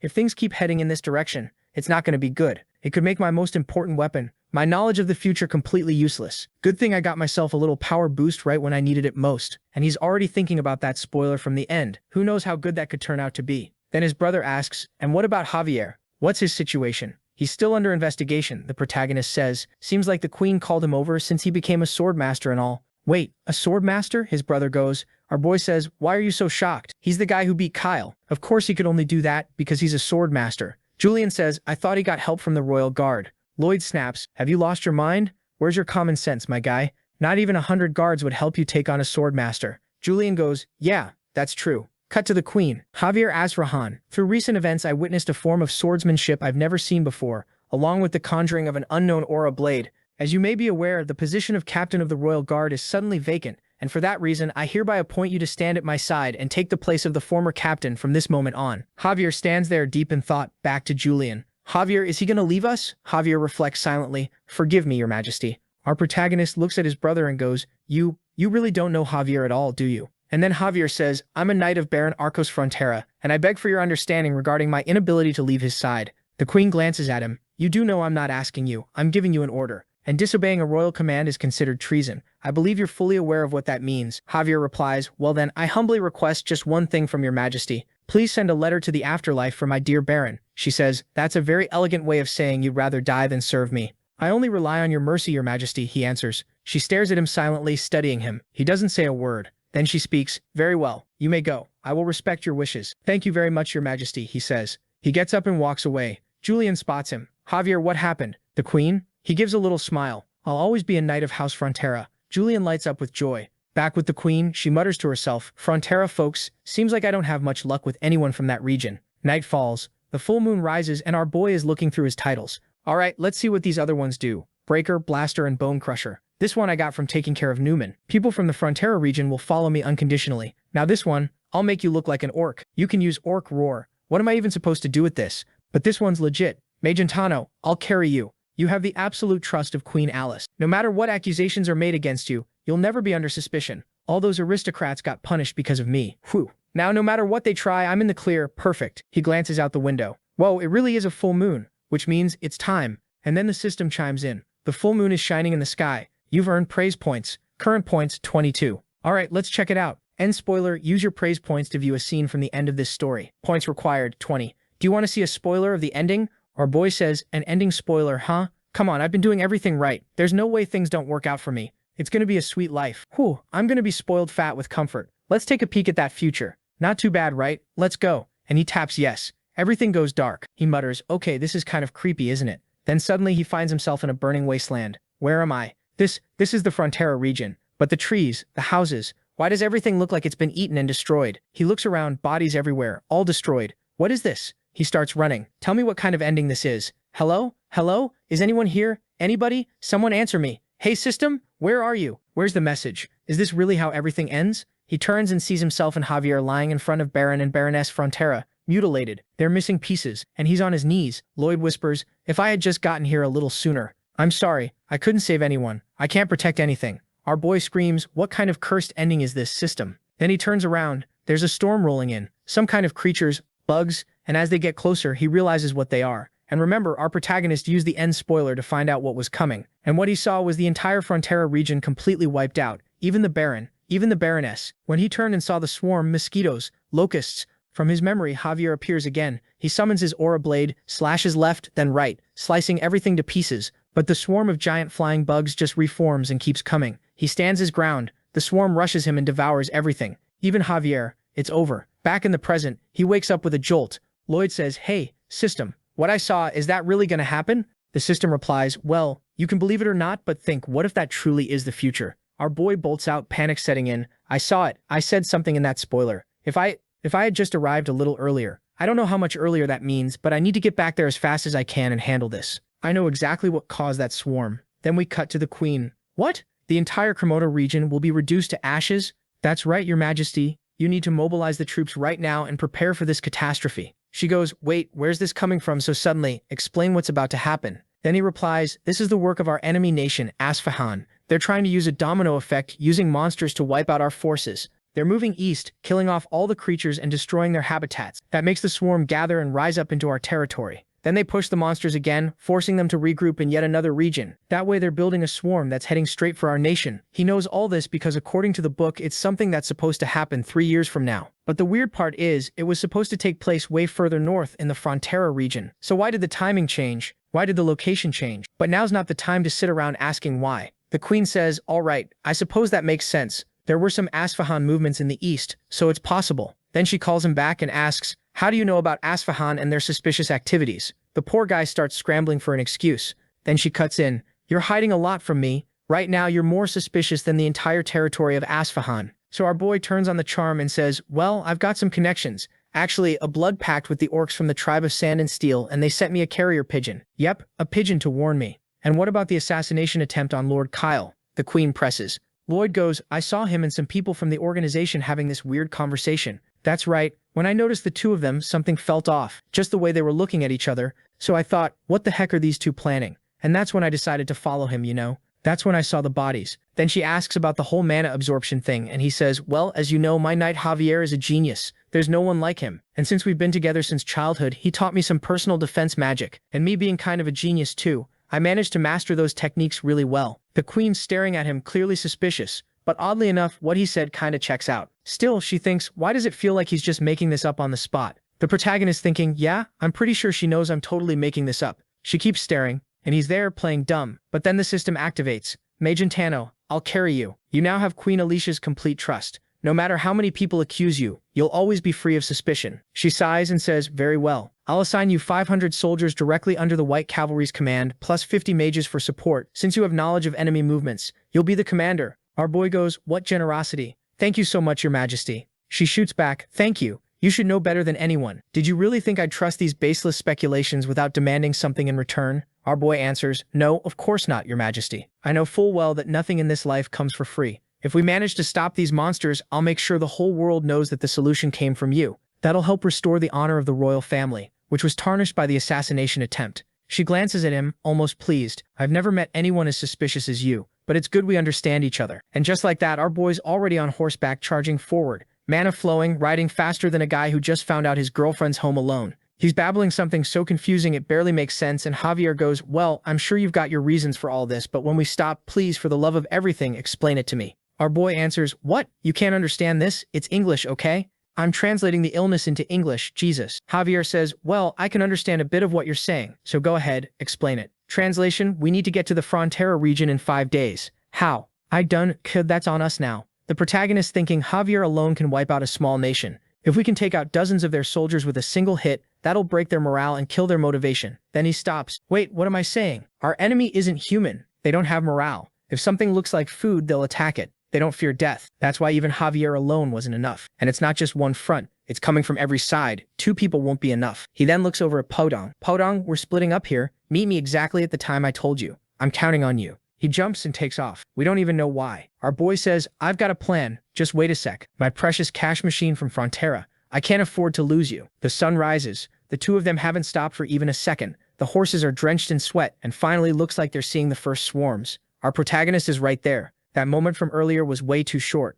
I did everything I could, and they're already here. Some farmers are staring at the incoming swarm. What is that? Our boy shows up. What are you all standing around for? Get inside your houses now. One of them goes, Master Lloyd, quick, run into your house and bring me a pot lid. Get the biggest one you've got. Next chapter. The swarm's already reaching our boy's house. What the hell? They already broke the window. This is bad. These mosquitoes are huge. The poor maid's panicking. What is that thing, girl? Don't just stand there. The protagonist's mom bursts in, wham, hits one with a chair. Well, at least they seem to die pretty easily. Oh god, there's so many of them. His mom grabs the maid. Come with me, Emily? Yes, ma'am. But holy hell, those things just keep pouring in. They peek out the window. The mom's clearly shaken. What is happening? Then dad shows up. Marbella, are you okay? Marcos? First, we need to get out of here. We have to link up with Lord Byron and the other soldiers. He opens the front door, but the bugs are already out there. No, don't go out there, people. We know what happens if you try that. Byron's running toward them, probably to help. Listen, men, regroup at the Count's estate. Everyone evacuate now. Byron looks to the side. There's already a poor guy getting eaten alive. What do I do?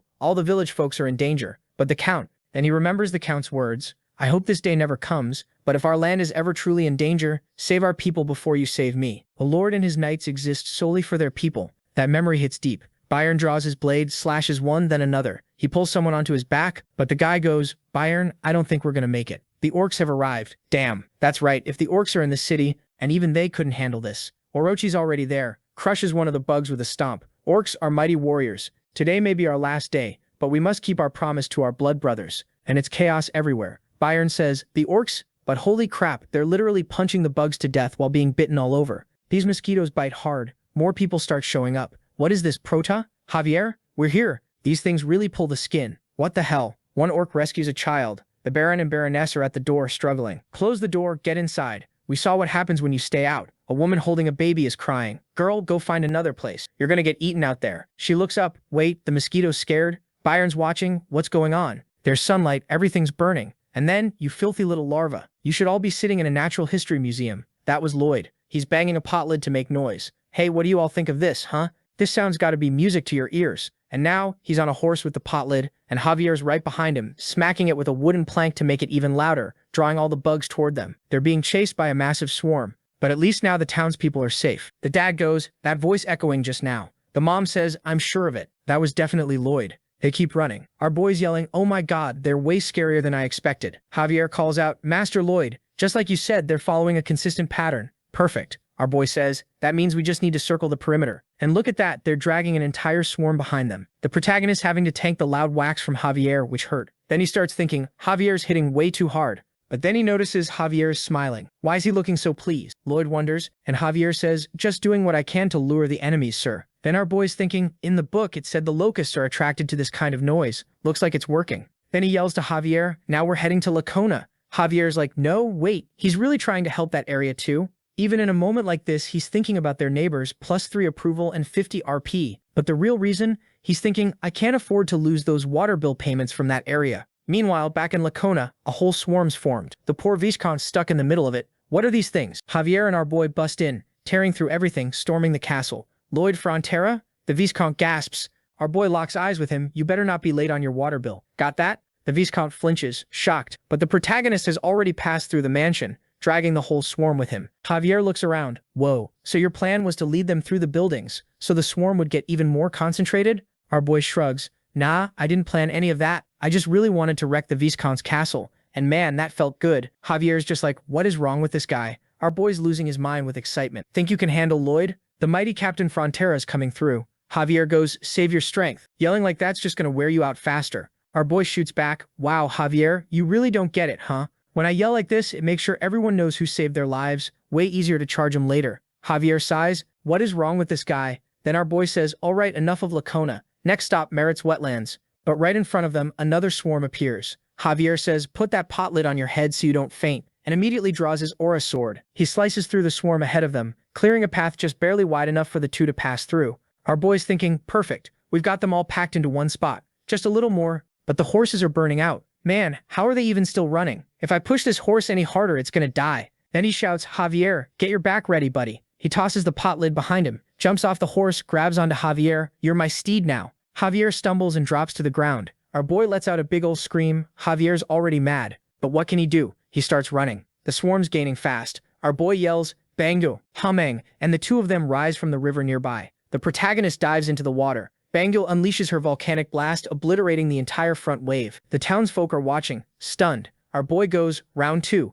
let's go. Hameng unleashes a huge water spray, drenching the bugs and weighing them down until they start crashing to the ground. Round 3, now. The protagonist's triple mana heart and Javier's aura sword combo strike the rest. And that's it. The power from both of them surges, explosive. That thing went far. But wait, is that a bunch of bugs still flying? Or are those just all the dead ones falling? Our boy collapses onto the ground. Whew, that was rough. Really rough. Javier nods. Yeah, we took out a huge chunk of them, but there's still thousands left. What do we do now? Our boy says, don't worry. The cleanup crew should be arriving right about now. And right on cue, Padong rolls in with the entire tribe of Sand and Steel. And the Queen's army shows up too. Our boy turns to Javier. Let's leave the rest to them. We've got other stuff to deal with. Javier goes, other stuff? What else? Our boy says a monster domino effect doesn't end with the first wave. Then the Queen's White Knights arrive marching in, full of flair and elegance. Their gears enhanced with mage enchantments. Seriously strong stuff. They're pissed, already charging straight in. On the other hand, the orcs stab the bugs, make skewers, and just start grilling. They're straight up having a feast.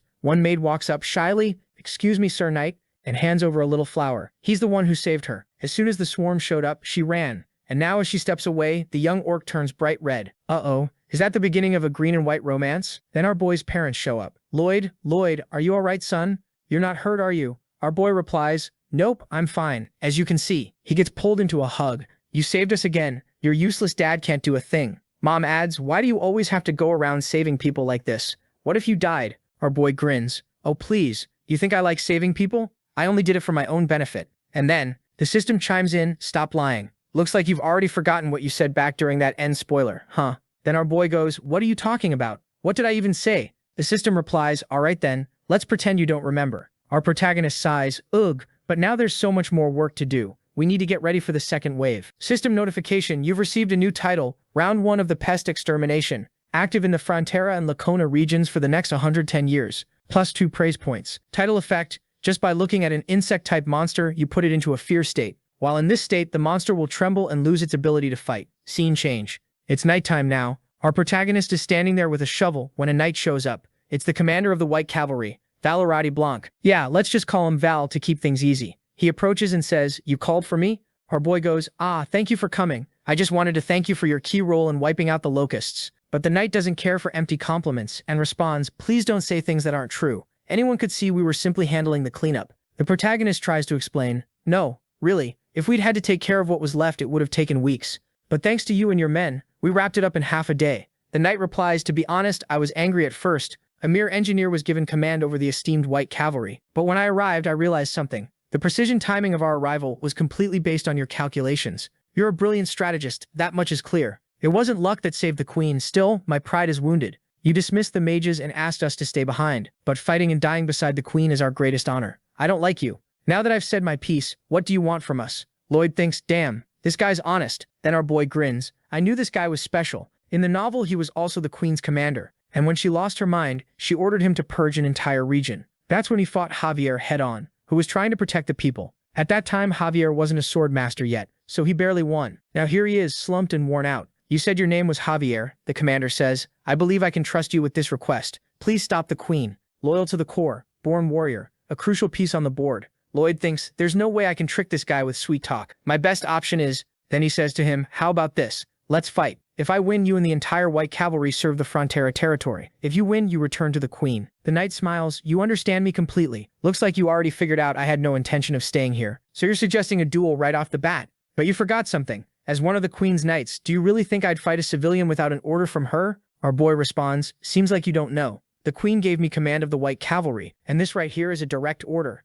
If I wanted, I could order you to take a shovel and clean the dirt from the ground, but I know that would crush a knight's honor, so everything can be resolved with a duel, right? The knight asks, do you have a weapon? Our boy's already pulling the shovel off his back. The commander nods, I heard you punished a traitor from your territory with that very shovel. I'll keep my sword sheathed so it doesn't matter. Lloyd thinks, perfect, he took the bait now. My chances of winning? 0. Even though I've got a triple mana heart, that's just raw power. This guy's skilled enough to almost kill Javier. I can't even land a hit on him. But as always, I've got a different kind of weapon. My knowledge of his personality. The knight speaks. Since this is a duel between a civilian and a knight, we need different rules. If I dodge even one of your attacks, you lose.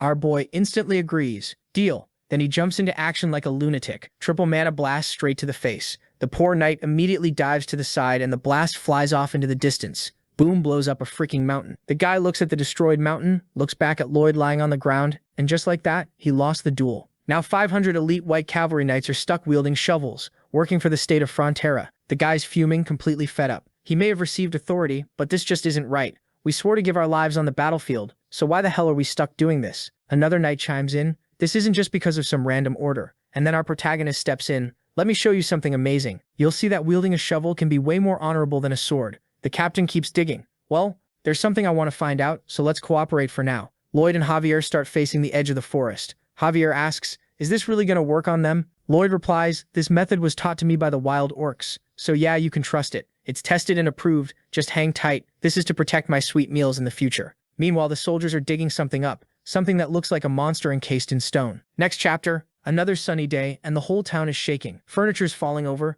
things crashing. The entire Frontera region is in panic. And yet, as terrifying as everything was, they all shared one thought. Master Lloyd will protect us. The knights were waiting, bracing for something. One of them says, it's hard to believe, but they're really coming. A full horde of mastodons. Someone asks, are you sure this time it's mastodons? What kind of evidence do you have? Lloyd replies, isn't it obvious? How exactly is that obvious? By now, everyone already suspects that Lloyd probably just made something up. The knight sighs. He's really good at dodging questions. Still looks like his call was right again. Now's not the time for doubts. It's time to fight. We need to match their pace and wipe out the entire front line. And when the group gets disoriented and slows down, we'll surround them, one layer at a time, and finish it. We'll probably lose 10, maybe 20 of our own, but no one knows for sure yet. The knights are quietly sizing each other up, trying to guess who's going to fall. One of them suddenly says, after this battle, I'm definitely going to propose to her. Another goes, bro, now? You're saying this now? What? What I say that's so wrong. The captain chimes in, Oleg, you're a good soldier, but after this war, the only thing you might be leaving your sweetheart is a spear.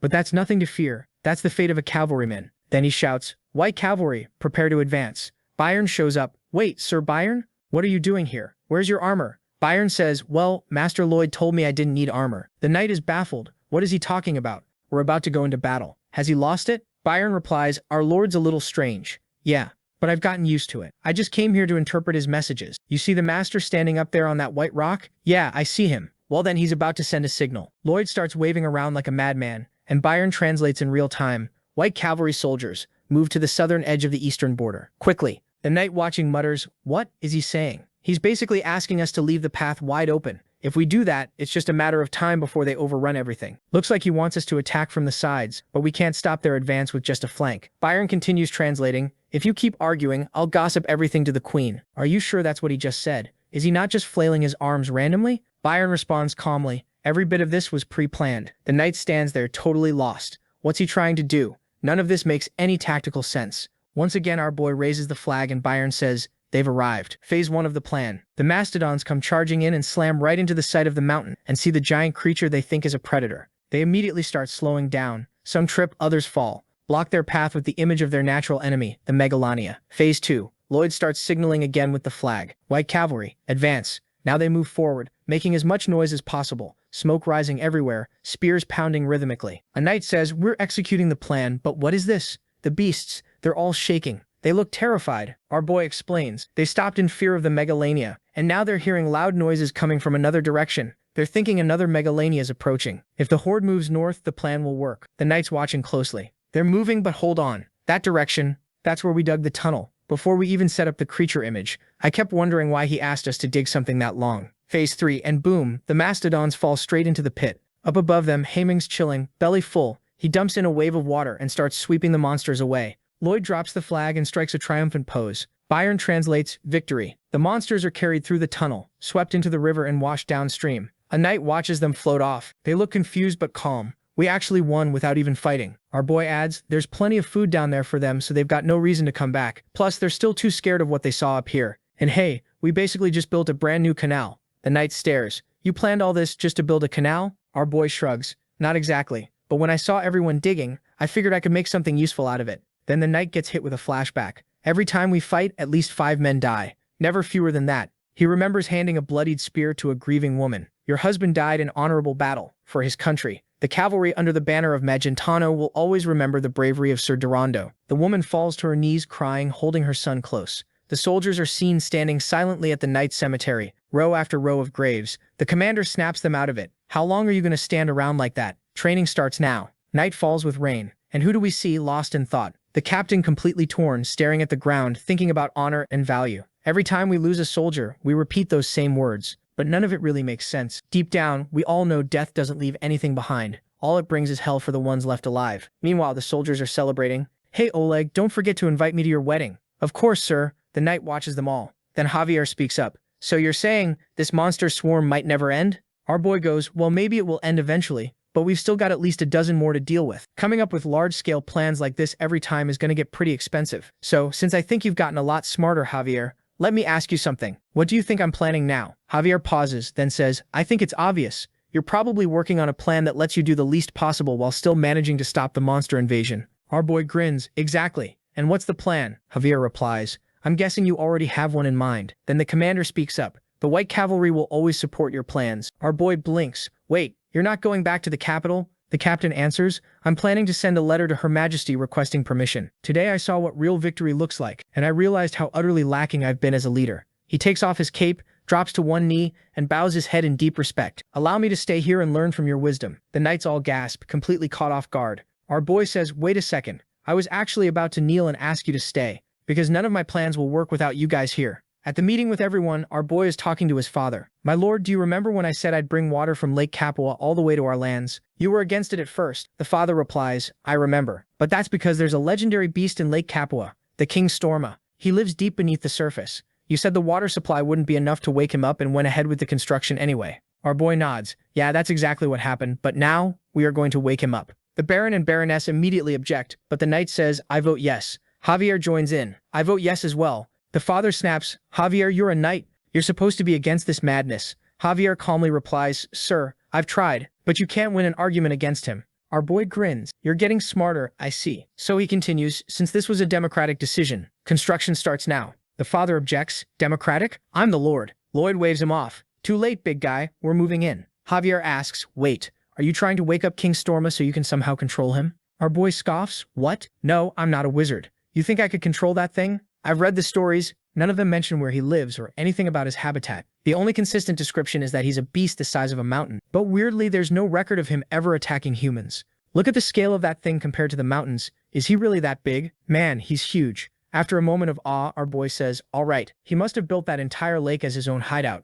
If his habitat gets disturbed, he'll roar and then start repairing it. So here's the plan. I'm going to start destroying parts of the lake day and night. He'll come out to fix it, and I'll destroy it again. Every time he repairs it, I'll be back. That will scare away any monster that dares approach the eastern mountains. I call this Operation Guard Dog. Javier blinks, hold on. You really think it's a good idea to deliberately irritate a sleeping mountain-sized beast that hasn't hurt anyone? And what if your research is wrong? What if he does attack us? Our boy shrugs. Isn't the answer obvious? You're a knight. You go out there and kill him. Then you climb a mountain, throw your aura sword in the air and shout, this is my turf. That'll scare the monsters too. It's part of Operation Guard Dog. Javier grumbles. Am I being treated like an actual dog right now? Our boy surveys the land and activates his power. Simulation mode. Let's see. How do I mess this place up without flooding everything, but still wake up King Storma? He starts making weird hand gestures, trying to picture it. Javier watches. He always does this weird thing. Don't try to understand it. There is some logic in there somewhere. He's standing there with this mad look in his eyes, but you can tell there's brilliance behind it. Meanwhile, down in the river, a deep, ancient voice speaks. Humans, they've returned again? I forgave them last time, but if they dare disturb my rest once more, I will destroy them all. Yup, that's the legendary beast himself, King Storma. Next chapter. Our boy's walking around when someone calls out, hey, you little troublemakers, don't do that, don't climb up there. Our boy turns and stares the guy down. Meanwhile, Byron's off playing with some baby mastodons. Lord, Byron calls, I've been meaning to ask you something. Our boy goes, what is it? These little guys here, they're the baby mastodons that got separated from their mothers during the water attack. They seem really healthy. I wanted to ask your permission to raise them. Our boy raises an eyebrow. Well, from what I know, the bigger they get, the more dangerous they become. That's not a little risky? Byron shakes his head. Nope, not dangerous at all. Our boy, how do you know that? Because, Byron says proudly, they're adorable. Right. Well, just so you know, raising animals is not easy. It's a serious commitment. You're gonna give up. Byron unfazed. No, I won't. How can you be so sure? Because they're adorable. Byron repeats with complete conviction. All right, do whatever you want. And he already gave them names. Pudding, Pudang, Pungdiang, Pungding, and Pudong. That's it. Who cares? It's Byron, Lloyd mutters. I think he'll figure it out. If everything works out, maybe they'll become another great asset. Operation Guard Dog isn't guaranteed to succeed anyway, so having another ally or even another animal on our side helps. The monster domino leader might even come back to the village someday, but for now, we have to head out. It's sad, but we can't stay here. Our boy thinks it's a shame to lose such a strong ally, but there's no helping it. Their territory really might get attacked. So, that's that. They call over the guy from the village. Go with the people from the tribe of Sand and Steel. If anything goes wrong, you let me know. All right? Yes, sir. Our boy's thinking they're always there to help me when I need it. I have to make sure their army stays strong. Besides, today's the day. A knight walks up. Master Lloyd, all preparations are complete. Today's the day, the grand operation begins. Our boy grins. Today's the day we wake the ancient beast. But none of this would be possible without every one of you. Now tell me who has the strength to dig tunnels and tear down mountains? The White Cavalry. And who can kill a monster mid-bite using nothing but a shovel? The White Cavalry. Do you believe in the power of the almighty shovel? We believe the shovel conquers all. The shovel conquers all. One of the soldiers mutters, it's become the actual slogan. Javier's standing off to the side.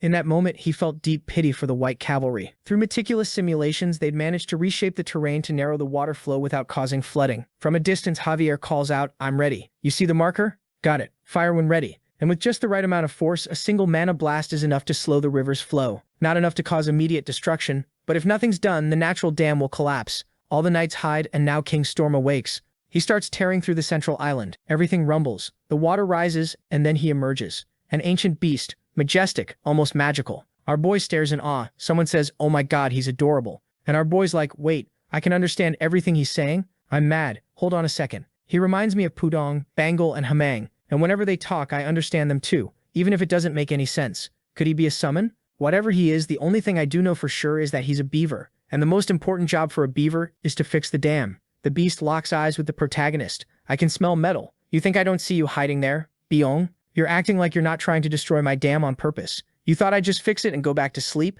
No. I'm going to wipe all of you out and every one of your little tricks too. Our boy's heart drops. He's smarter than I thought. This is bad. One knight yells, Lord Lloyd, what do we do? Should we fall back? Our protagonist is frozen, face pale, fully panicked. The knights see that and now they're even more terrified. Byung raises his hand from the river and summons a full tsunami crashing down on everyone. Everyone gets swept. Javier launches forward, or a blast at the ready, but the beast just swats it away like it's nothing. Javier says, I'm sorry, but you've left me no choice but to kill you. He draws his aura sword. Wait, the protagonist yells. I have a plan. If he's a summon, this has to work. The beast charges straight at Javier, ready to unleash absolute devastation. Javier blocks with his aura sword, uses a mana blast to dodge a massive slap. It's like trying to swat a mosquito in the dark. No chance. Our boy shouts, Great job, Javier, just keep stalling him. The beast glances around. Where'd he go now? He's catching on. Damn, it's hard to get close. Javier launches another mana blast. Byung whips his tail and sends a massive aura blade slicing through the air. He dodges it clean.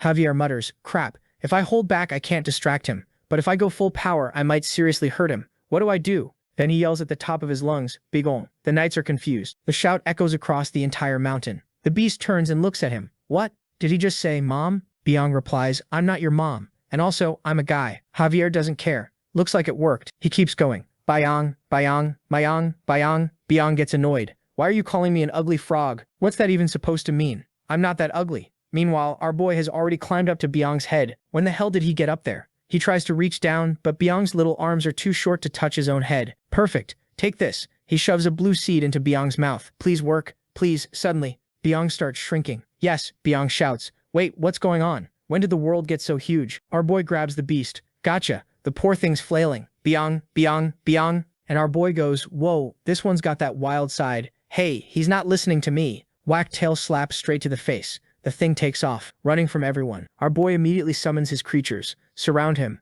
Then POW. It punches Pab Dong. What the heck, dude? Oh my god. He's the bully of the entire summon world. But Pab Dong comes right back and boom, hits him again. Now it's a proper 1v1. Our boy's watching, loving every second. This is amazing. I have no idea who's gonna win. Then Hamang joins the mess, full of rage, slaps both of them with his tail. The beast starts running again. Our boy grins. Not so fast, unlucky boy. And throws Bongle straight into the epicenter of chaos. And then King Storma, who spent the last 500 years just breathing and sleeping, finally sees light for the first time in his life. And what happens? He gets charmed by Bongle. Our boy stares. Look at him. He's all soft and cuddly now. Hey there, Mr. Storma. How about we have a little chat? Storma replies, well, if you want to speak with me so badly, I suppose I can. After all, I'm a gentleman. Our boy laughs at that. The legendary ancient beast King Storma has been captured. Back at the mansion, Storma sits calmly. All right, human, what do you want from me? Our boy goes, it's simple. Once in the morning and once at night. I want you to roar loudly at the lake. Storma narrows his eyes. Seems like you don't know the first thing about negotiations.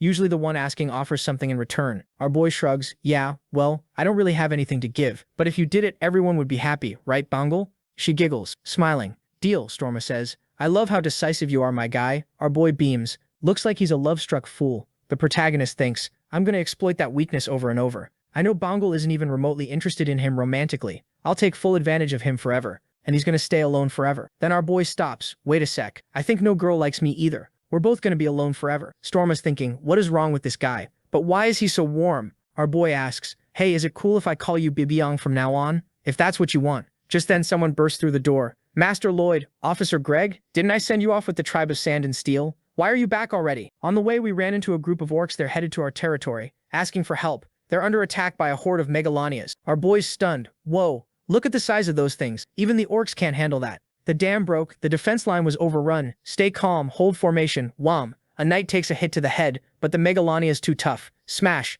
Tail swipe sends him flying. The orc leader, battered, back-twisted, shouts, fight. Orcs never give up. Our boy turns to Greg. Tell Sir Blank to gather every knight at the village entrance now. Greg says, but if we go now, it might already be too late. There's always a way. Our boy cuts in. Let's move. Meanwhile, he holds on to dear Bibiang, because who knows what he'll do. They're running, and our boy thinks this is a golden opportunity. Javier asks, opportunity for what? To reverse this entire monster domino. It's time for a counterattack. Let's go, you bastards. He pulls out a red seed. Time to power up Bibiang. Is he gonna grow even bigger? No way, he's just going back to normal. The two leap forward onto the massive beast. He's huge. The Silver Knights are all holding onto his back like a bumpy ride. 1, 2, 3, 4, 5 hops. They reach the tribe. The orcs are struggling to hold the front lines when Bibiong arrives, and the size difference between him and the Megalanias? Insane. On top of him stands our boy. Look carefully. Go back and tell everyone. There's nothing for you to hunt here in the west, because here, you are the prey. The Megalanias hesitate, fear in their eyes. Bibiong swings his paw, sends monsters flying across the forest. Then he shrinks again. Bongal thanks him sweetly. He gets all shy. The knights murmur, good thing we could help, but why did we even come out this far? Our boy grins, you think I'd call valuable guys like you just for nothing? There's another very important job I need you for. A voice calls out, Chief, Lloyd Frontera. Akush, you okay? He bows his head. We're no longer just blood brothers. You've saved us twice now. The tribe of Sand and Steel pledges eternal loyalty to the Fronteras. Our boy goes, couldn't have shown up at a better time. Let's begin phase 3 of the Saving the Sand and Steel tribe project. Akush looks confused. Next chapter starts with a bit of backstory. Not long ago in Esfahan, a country that borders the wild monster zones to the east, they set fire to several fields for strategic reasons. That triggered a domino effect, sparking mass migration of all kinds of monsters, from semi-intelligent to downright feral. All of them spotted 3 Megalanias, apex predators of the region, looking like they'd been flung out of the sky. Word started spreading among every semi-intelligent monster that far to the west, at the end of the forest lives a gigantic beast, tall enough to brush the clouds. Its tail carries the wrath of the gods, capable of summoning tornadoes. Its round dark eyes look like they're staring straight into the abyss. 2 massive fangs sharp enough to shred any creature on land. And atop this monster, a demon straight from hell. Bibiong, cut to Asfahan, inside the royal palace. A soldier bursts in with news. Great Sultan. As planned, the tribe of Sand and Steel was overwhelmed by the creatures and abandoned their old camp. They're heading for the forests of Magentano. The Sultan nods. Well, at least that part worked. And how did Magentano deal with the situation? Strangely, they settled the tribe at the border with no issues whatsoever. What a shame. I was hoping to see that Magentano woman running around causing panic. Very well. You may leave. Actually, my lord, I must apologize, there's more. It seems we've got a problem. The Sultan raises an eyebrow. The horde of monsters we redirected toward them. They've come back, and now they're attacking the outer walls of our kingdom. The Sultan looks baffled. We're holding them back with everything we've got. But something's off. They're terrified. It's like some primal fear has taken over them, and they're charging at us non-stop. The Sultan rises. Gather every last one of our troops here. We need a force so overwhelming it scares them even more, enough to drive them away.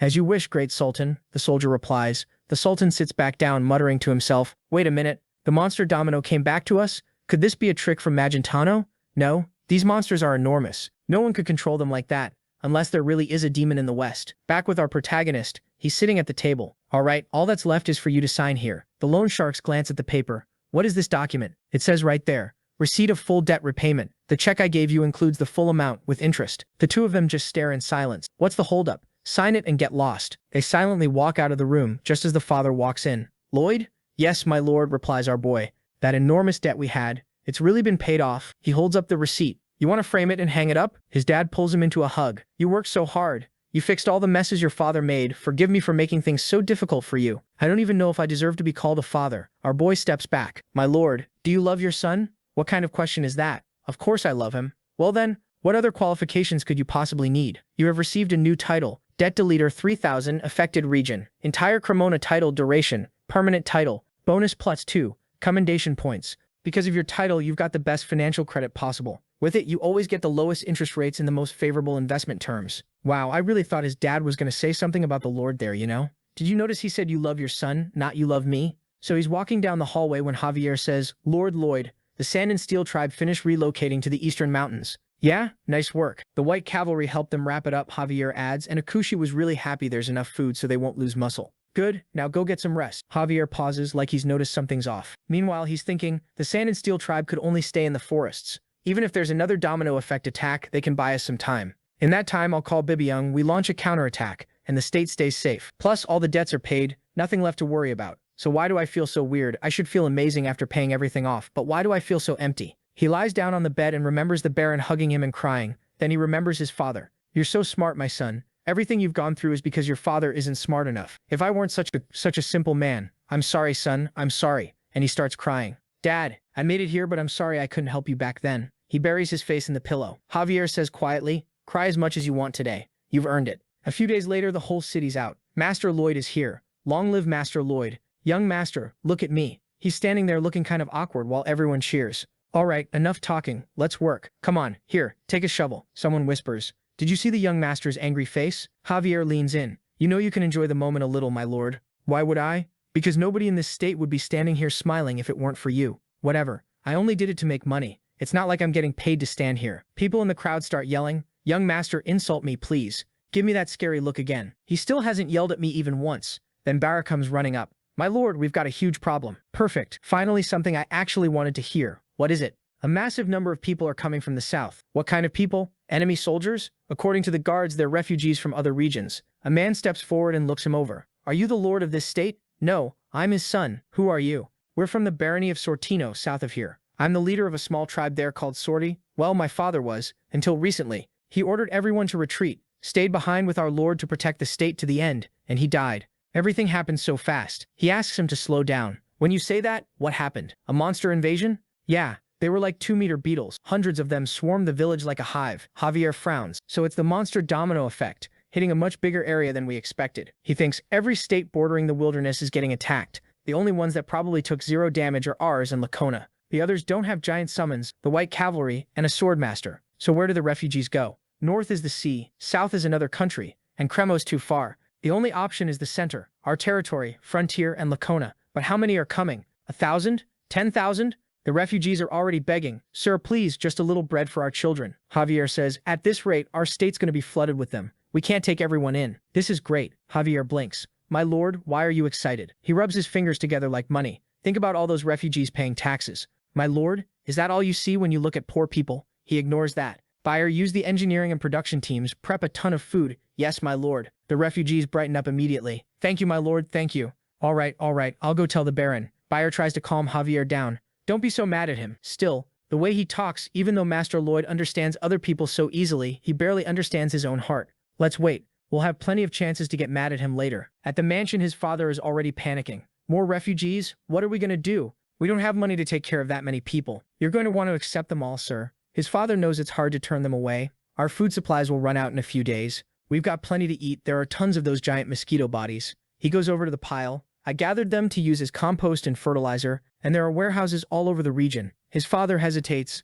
"Lloyd, feeding monsters to people is a bit much." His mother, on the other hand, is already eating. His father looks horrified, but she shrugs. "Tastes like shrimp to me, and I saw the orc warriors eating loads of it. I think it's fine. The only problem is the smell. How do we fix that?" Then she says, "Lloyd, want your mom to handle the food system?" "Of course, that's why I brought you here." They start putting up tents. The first wave of temporary camps is finished. Good. Now we just need to speed up the rest of the supplies. We'll need way more than we have. A scout is waving a flag. About 100 refugees are arriving from the north. He didn't expect it that fast. "That's earlier than I thought." "Padang, let's go. If we don't, they'll freeze at night." Padang starts digging. Others join in, and Bangui hardens the cement. Fastest way to build a lot of housing. Lloyd's mom gathers the women from town to teach them how to cook locusts. "Ma'am, locusts smell so bad." She pulls out a legendary cookbook, and everyone's instantly impressed. Food problem solved. Grilled locusts. That's what they've got. Looking down from above, he mutters, "The problem is space. Do we move into the eastern mountains? Still won't be enough. We can't handle this many people. Long term, I need a real plan." He sees a mother comforting her child who wants to go home, and he thinks, build them a new home. "I remember when we moved into that place and finally unpacked everything. We were smiling so much. Our place, our home. We kept saying it over and over. I'll never see those smiles again. It was a tiny old apartment in a rundown area, but those are the happiest memories of my life. Don't worry, kid. You'll have a home again. I'm here." Behind him, Javier lets out a long sigh. He turns. "Javier, it's time to start the biggest construction project we've ever done." "You're planning to build houses for all of them, Master Lloyd?" "Yeah, for all of them and then some. We're building an apartment complex. It's the most common kind of housing in South Korea, and it's the most efficient way to deal with this situation. More people can live on the same amount of land. Everything's centralized, so management is easier. Standardized buildings mean lower costs and faster construction. And with neighbors all around, everyone stays warmer so the cold isn't as big a problem." He stares out at the forest. "And the best part, I can make a place where the refugees become self-sufficient. Dense population, higher buying power, a commercial district, which means more tax money. This is the last one. After I finish this, I'm done. The universal dream. Get filthy rich and retire. Running the state and managing everything? Why would I do that? Let Bayer handle it. He gets paid well. Oh, Bayer's about to retire. Whatever, he can train a successor." Bayer meanwhile thinks, "Oof, I've got a headache. People fuss over him. What's wrong, Commander? Please rest." He starts the meeting. "Today we'll be discussing our project, Easy Money Apartments. Please look at the documents in front of you." Javier raises his hand. "Objection. That name is wildly inappropriate." "Hey, no side comments during the meeting." "This isn't a side comment, it's a real concern. Ask permission before you speak. You're interrupting." Also, Bear, why do you look so wrecked? You okay? I've been having this nightmare where I wake up and a demon tells me to work. Don't worry, that'll never happen. Now for the love of look at the document. In a region called Fujian in the east, they used a type of building called a tulu. Each unit has a bedroom and a living room. In the center there's a courtyard garden with a cafeteria, bathrooms, and everything else people need. My plan is a square version, way easier than a circle. I wrote the key points in the documents and I left out one huge advantage. If you close the single steel gate leading into the courtyard, you instantly have an impregnable fortress. A knight says, "Congratulations, my lord. He got what he wanted. Time for questions." Javier raises his hand again. With our current finances, we don't even have enough money to build tents. So you're telling me to abandon these people because of money? That's not what I'm saying, just answer yes or no. You want me to ignore them because of money? Yes or no? His father adds, "I'm worried about our finances too. My lord, your deep understanding never fails to impress me. Between the construction, the dual tent remodeling, and all the food we'll need, we're actually close to having enough funds. Every business needs startup capital. It's time to raise it." He glances over. Is he mad at me? Seriously? Poor guy's annoyed. He's a knight, but look at that face. The great swordmaster is pouting and won't even look at me. Javier stays quiet. Then he stops and admits, "Honestly, I'm kind of scared. Can we really build something that huge? What if the buildings collapse? What if it's still not enough for everyone? I'm starting this and I'm the one in charge. As a leader, I have to be strong. I can't show weakness. That's how people trust me completely. But you're the only one who knows how I really feel, even if it's just for a moment." Javier is speechless. "So what, you're saying I'm your emotional trash can?" "Yeah, that's exactly it." He gets punched in the face. Well, not really. Nothing happens. They're just sitting on a horse.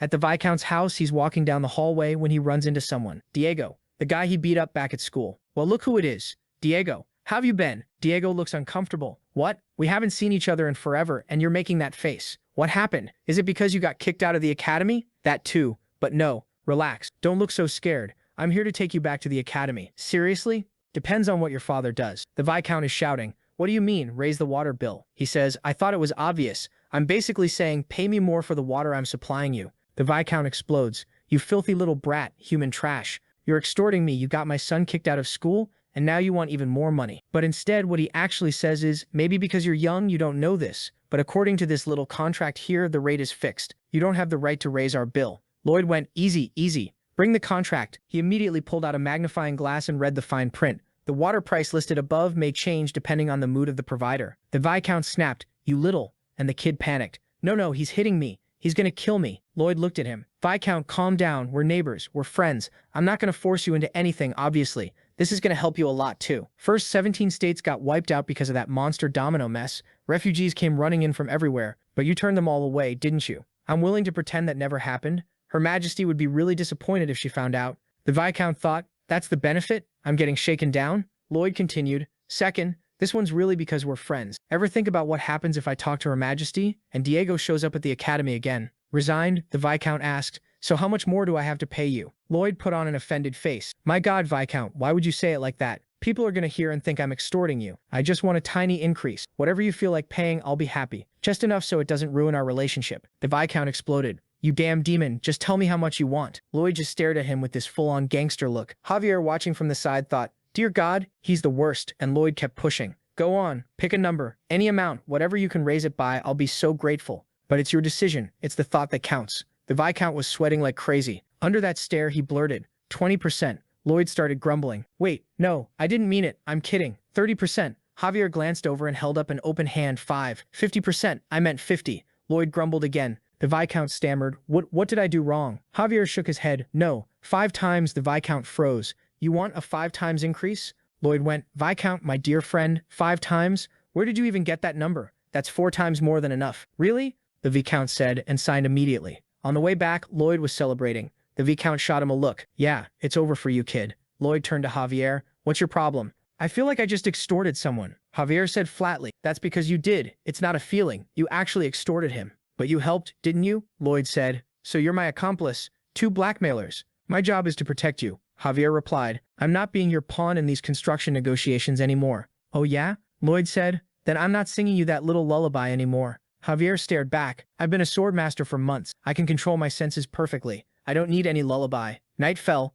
Javier walked into his room, and then asked Lloyd to sing so he could sleep. Lloyd said he wasn't in the mood. "Javier, please, my lord." Lloyd, ever heard of sleep hygiene? It's a routine that helps you fall asleep. Once you build the routine, you can't sleep without it. Javier, yeah, I get it. Now sing. So Lloyd started. "A wall with instability needs to be retained, so it has to be tested. reviewed and tested. Economically speaking, it was an affordable approach. Javier was out cold. Lloyd looked down at him. Good. Time to work. He pulled out a stack of papers and activated the system. I got lucky because I knew how to make ondel flooring, but I barely have any idea how to build an apartment. The system. Hold on. You're trying to test everything through simulation? I'm going to combine you with one of my other skills, Lloyd said, being a master at trying until it works. Next morning, Lloyd ordered, send word to Count Kremen. Doctors, masons, carpenters, send as many as you can and keep searching for more cement suppliers. Buy as much meat and grain as possible from all the western states. He spent the night running simulations. Byron came in. Another 300 refugees, sir. We can't handle it anymore. Take everyone, Lloyd said. Let them all in. That night, he groaned. Damn it, what's the problem? Is the floor load too high? If I reduce it, we lose space. Then blood ran from his nose. No, not happening, he muttered. Stable housing is like a thriving economy, and that means taxes. The next morning, Byron reported, Sir Lloyd, based on my calculations, in 4 months we'll only have enough to pay the soldiers. Either we scale this project down or we send some refugees to another state. Lloyd looked completely drained. Don't worry, I'll secure the money. And he collapsed. Everyone panicked. Master, Lloyd, wake up. At the royal palace of Magenta, a bunch of archers were aiming at the queen, probably training. She gave the order. A storm of arrows flew. She drew her sword, purple light flared, and she cut them all down. The arrows clattered to the floor. The soldiers stared. Whoa, the queen thought. Damn it, other than drawing my aura formation faster, I haven't improved at all. Pathetic. I refuse to be humiliated like that again. An old man approached. Your Majesty, what is it? A messenger from the border has arrived. She frowned. Is this someone Lloyd sent? Javier stepped forward. Your Majesty, this useless, awful servant of yours deserves to be hanged, drowned, and torn apart. The queen blinked, totally lost. What is he asking for this time? Behind the message, Lloyd's presence somehow felt villainous. Javier continued, thanks to your Majesty's sharp judgment and orders, we barely managed to protect our state. However, as I mentioned in my letter sent by the White Cavalry, I regret to inform you that with the fall of 17 states, many refugees are heading toward the border. For the sake of our great queen, whose noble heart bleeds for her people, I, your devoted servant, believe I can help these poor souls of our kingdom. So for the benefit of your Majesty, the queen thought, here it comes. He's laying it on thick. The letter continued, however, no matter how much I want to shelter them, I have no money at all. She thought, unbelievable. The nerve. I expected this, and I was even considering sending supplies and funds, but Javier cut in. We need 3 times more than what you're thinking right now. 3 times, she snapped. What is wrong with you? Nothing is wrong with me, your Majesty. She was furious. He's stressing me out. Next time I see him, I'm ending him with my aura sword. Javier went on, I plan to build a multi-level residential structure, never before seen in Magenta, one that will stabilize housing and help these people restart their lives. I believe this is what the queen desires, but we don't have the money. Fine, I get it, she said. Go tell Lloyd Frontera. Even a monarch can't just conjure that much money. The finance ministers and experts have to assess it. I still need Senate approval, and that's not easy. He's not getting anything good by annoying me like this. Javier calmly set that letter aside, reached into his pocket, and started unrolling another one. She stared. Seriously? The letter continued. The planned construction will be used as a fortress. When the domino effect monsters return to invade, it will become an invincible shield and play an essential role in ensuring the safety of our kingdom. When the fortress cities are complete and the eastern lands are secure from our enemies, I believe those who participated in this plan will be in a very, very favorable position. The queen thought, a fortress out there wouldn't be bad. It could become a trade hub as big as Kremen, and it boosts support and loyalty from ministers whose positions improve because of this. It would definitely solidify my authority. Big return for the investment. Javier suddenly said, bingo. She narrowed her eyes. Why did you just say that? He hesitated. I don't know. It's what it says here. Say bingo 5 seconds after reading the last sentence. The queen sighed. Fine. Javier asked from a wait here. We'll bring the funds. I'll convince them. The letter also had Javier whispering to himself. It'd be so great if Master Corgatus could come. So great. I get it. The queen said, stop bothering me. Back in Frontera, the ondel flooring tents were running at full speed. Production was booming. Workers were saying, we can't slack off just because the master's in bed. Yes, Officer Greg. Someone asked, Officer Greg? Who's that? At the start of the project, he'd just been another lazy officer, but he was always there on dangerous missions, on the hardest and most delicate tasks. He'd turned into someone reliable. That was Officer Greg. A worker received some sheets. All right, I'll deliver these to the elders and the kids. Don't worry about it, someone told him. We've got plenty. Keep that one for yourself. He stepped out of the tent and saw Emily. She tilted her head. What? He asked. Why aren't you taking your breaks? I've seen you working all day since morning. Stop worrying, she said. I can take care of myself. He reached for the load. Give me those. But she slipped away slowly, smiling. He muttered, everyone's so happy, pathetic. The ogre noticed. Kids, that's sad. His friends roasted him, laughing. You're in love with the human woman. Seriously, orc guys are all idiots, but you're the biggest idiot of all. Come on, look at you. They kept going. You're an ugly orc. Human women don't like gross muscle freaks. And you're even uglier than an ugly orc. The poor guy just stood there crushed. Then he called out, "Hey, Emily." She laughed. "You goof." He tossed her some flowers, totally defeated. Emily looked and thought, "Oh, the orc knight." She blushed, but he'd already given up. Then Lloyd woke up, exhausted. The system said, "Whoa, you scared me. What's going on?" "I had a dream," Lloyd said. "A weird one." "What kind of dream?" Byron rushed in, worried. "Master Lloyd, you're awake?" "Sir Byron, are you okay?" "Not for long," Lloyd said. Byron frowned. "Master, what are you talking about?" "It's payday," Lloyd said. "Time to pay the workers." Byron started grumbling. "My money," Lloyd said. "My money is coming." Someone was approaching down the hall. Byron said, "We can delay payment. Everyone will understand." "We can't," Lloyd said. "They're working hard for that money. How can we delay their wages?" Byron looked stunned. "Even if I die, I'll never allow, even if I and." He passed out. Byron's people panicked. "Master Lloyd! Master Lloyd! Someone call the doctor." Javier burst in. "Javier?" Lloyd shouted. Javier said, "I brought money." Lloyd cheered. The system chimed in. "Special skill." Byron stared at Lloyd. "It's financial healing." Lloyd's eyes sharpened. Time to start digging. With that, the state of Frontera secured all the funds needed to build what would now be called the Royal Fortress. Byron was there yelling. Apparently nobody told him the name changed. Preparations for the easy money apartments were 70% complete. Lloyd stood on top of a mountain. Time for the maestro. He raised all the buildings, dumped a ton of earth on top, still intact. Raised them again, hit them with a tornado, still intact. Final test. He simulated a meteor slamming into the apartments. The system yelled, "What kind of test is that?" Everything exploded. The system, "Yeah, you've officially lost it." Javier stood off to the side, watching. Lloyd asked, "Why are you looking at me like that?" "Nothing, sir," Javier said. "I would never think you've gone insane." "So that's exactly what you're thinking," Lloyd said. "Whatever." Javier reported that Master Corgidus and 30 dwarf builders had arrived. The biggest issue was cement durability. Unlike a simple pillar in a lake build, an apartment complex had way more detail. "What I need now is a truck to mix cement," Lloyd said. "The key to a build this big is mixing and handling the cement properly so it doesn't set too fast or crumble." Lloyd greeted the dwarves. Corgidus snapped, "You little brat. How do you welcome guests who came all this way with work instead of a hot bowl of soup?" Lloyd said, "I was thinking about the best way to welcome you, Master Corgidus. Then I realized nothing beats showing you diagrams you've never seen before." Corgidus stared, incredulous. "Fine, but why are you making that demon face? Hand it over already. Good thing you already got the construction site prepped." So he goes, "Of course, the long-awaited building phase is finally starting. Mana blast right off the bat. We're going to start the foundation work with our Podong-powered cement mixer." He's all smiles with the crew. The orcs are bending the steel cables, and he's explaining everything to Bera so he can write it down and pass it along. Now that the structure's getting really tall, it's time to call in Bibion's scaffolding, powered by the cheer squad. "Look how huge this thing is. It's seriously tall." He looks at Bera. "You sure I can trust you to finish this?" Bera nods. "Absolutely. I've got this, Master Lloyd." He thinks, "All right, everyone knows their job. I've got another problem to solve. The heating system. Their beloved easy money apartment complex is going to run on steam engines, coal-powered. The central boiler heats the water and vents smoke through pipes. That smoke runs through a bunch of pipes in every direction connected to radiators in each unit. The problem, the higher you go, the more heat you lose. The first floor stays nice and warm, and the top floors freeze to death. And yeah,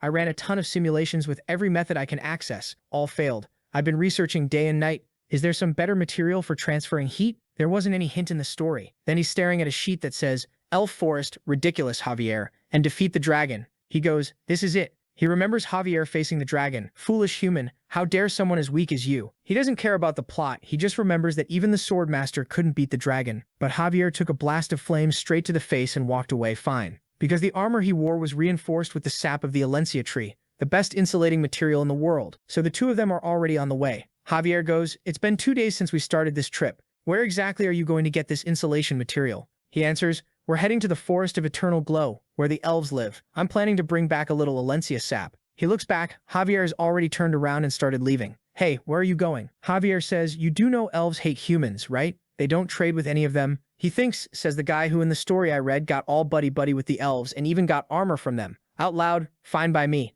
You can ditch me and go back, Guardian Knight." So they keep going anyway. Javier says they haven't contacted anyone for over 500 years. "How are you going to convince them to give you sap?" He goes, "Convince?" Javier blinks. "Sorry, what?" Javier gives him a weird look, and he says, "I think you misunderstood. I'm not going to ask them for a little. I'm going to steal it. Javier, I'm done. I don't want to be this guy's knight anymore." Next chapter, nighttime. They're walking through a forest where the plants are glowing. Lloyd says, "Just a few more steps and we'll enter the Forest of Eternal Glow." The elves are connected to the forest through a central nervous system, so we can't make any noise. Javier's over there sneezing like crazy. "Lloyd, what was that?" "Javier, you don't know what a sneeze is. You're not that dumb, are you?" "Lloyd, I know what a sneeze is. You're not that dumb, are you?" "Lloyd, I know what a sneeze is. I'm asking why you tried to look all cool while doing it." "Javier, you wouldn't get it." When you're extremely handsome, everything you do looks stylish. Sadly, you'll never know what that feels like. Lloyd just stares. This guy, is he serious? Ego damage, plus 99. The system is laughing at him. Shut up, system. I'll kill you. He goes,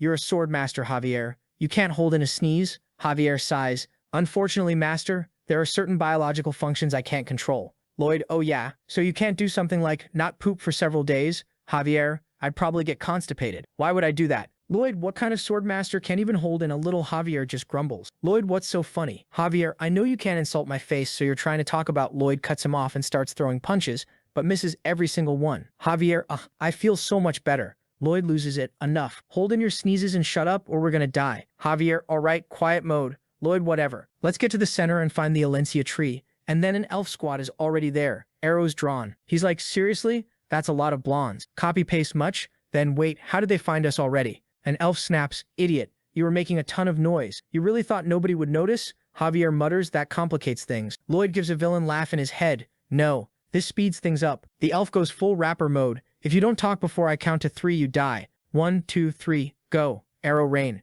Javier pulls out his aura blade and slices everything out of the air. The elf's eyes widen. A sword master? Lloyd takes off running. We split up like we planned. Meet me at the Alencia tree in 30 minutes. If I get to higher ground, you'll be able to find me. Javier, you sure you'll be okay alone? If you keep them busy, I'll be fine. One elf says, the ugly one looks weak. Let's kill the pretty one first. Lloyd runs off, absolutely devastated. The elves chase Javier while he tries to create distance. One of them glows under the moonlight, then steps on a plant and freezes, furious at herself. Javier thinks, we barely know anything about elves, but Master Lloyd was right again. They're obsessed with plants. Lloyd's earlier words echo. They walk weird because they don't want to hurt any plants, so we can't attack them. We just dodge and escape. If we use that, the plan works. Javier positions himself near a tree. An elf aims, doesn't shoot. Another comes in. He moves, dodges, and the arrows slam into rocks and mud instead. Nothing touches him. Dodging attacks from every direction isn't easy, but I can feel it. They're deliberately hurting me somewhere. Meanwhile, Lloyd reaches the Alencia tree, totally unhinged. The elves love plants, and he goes straight for the biggest, most important one.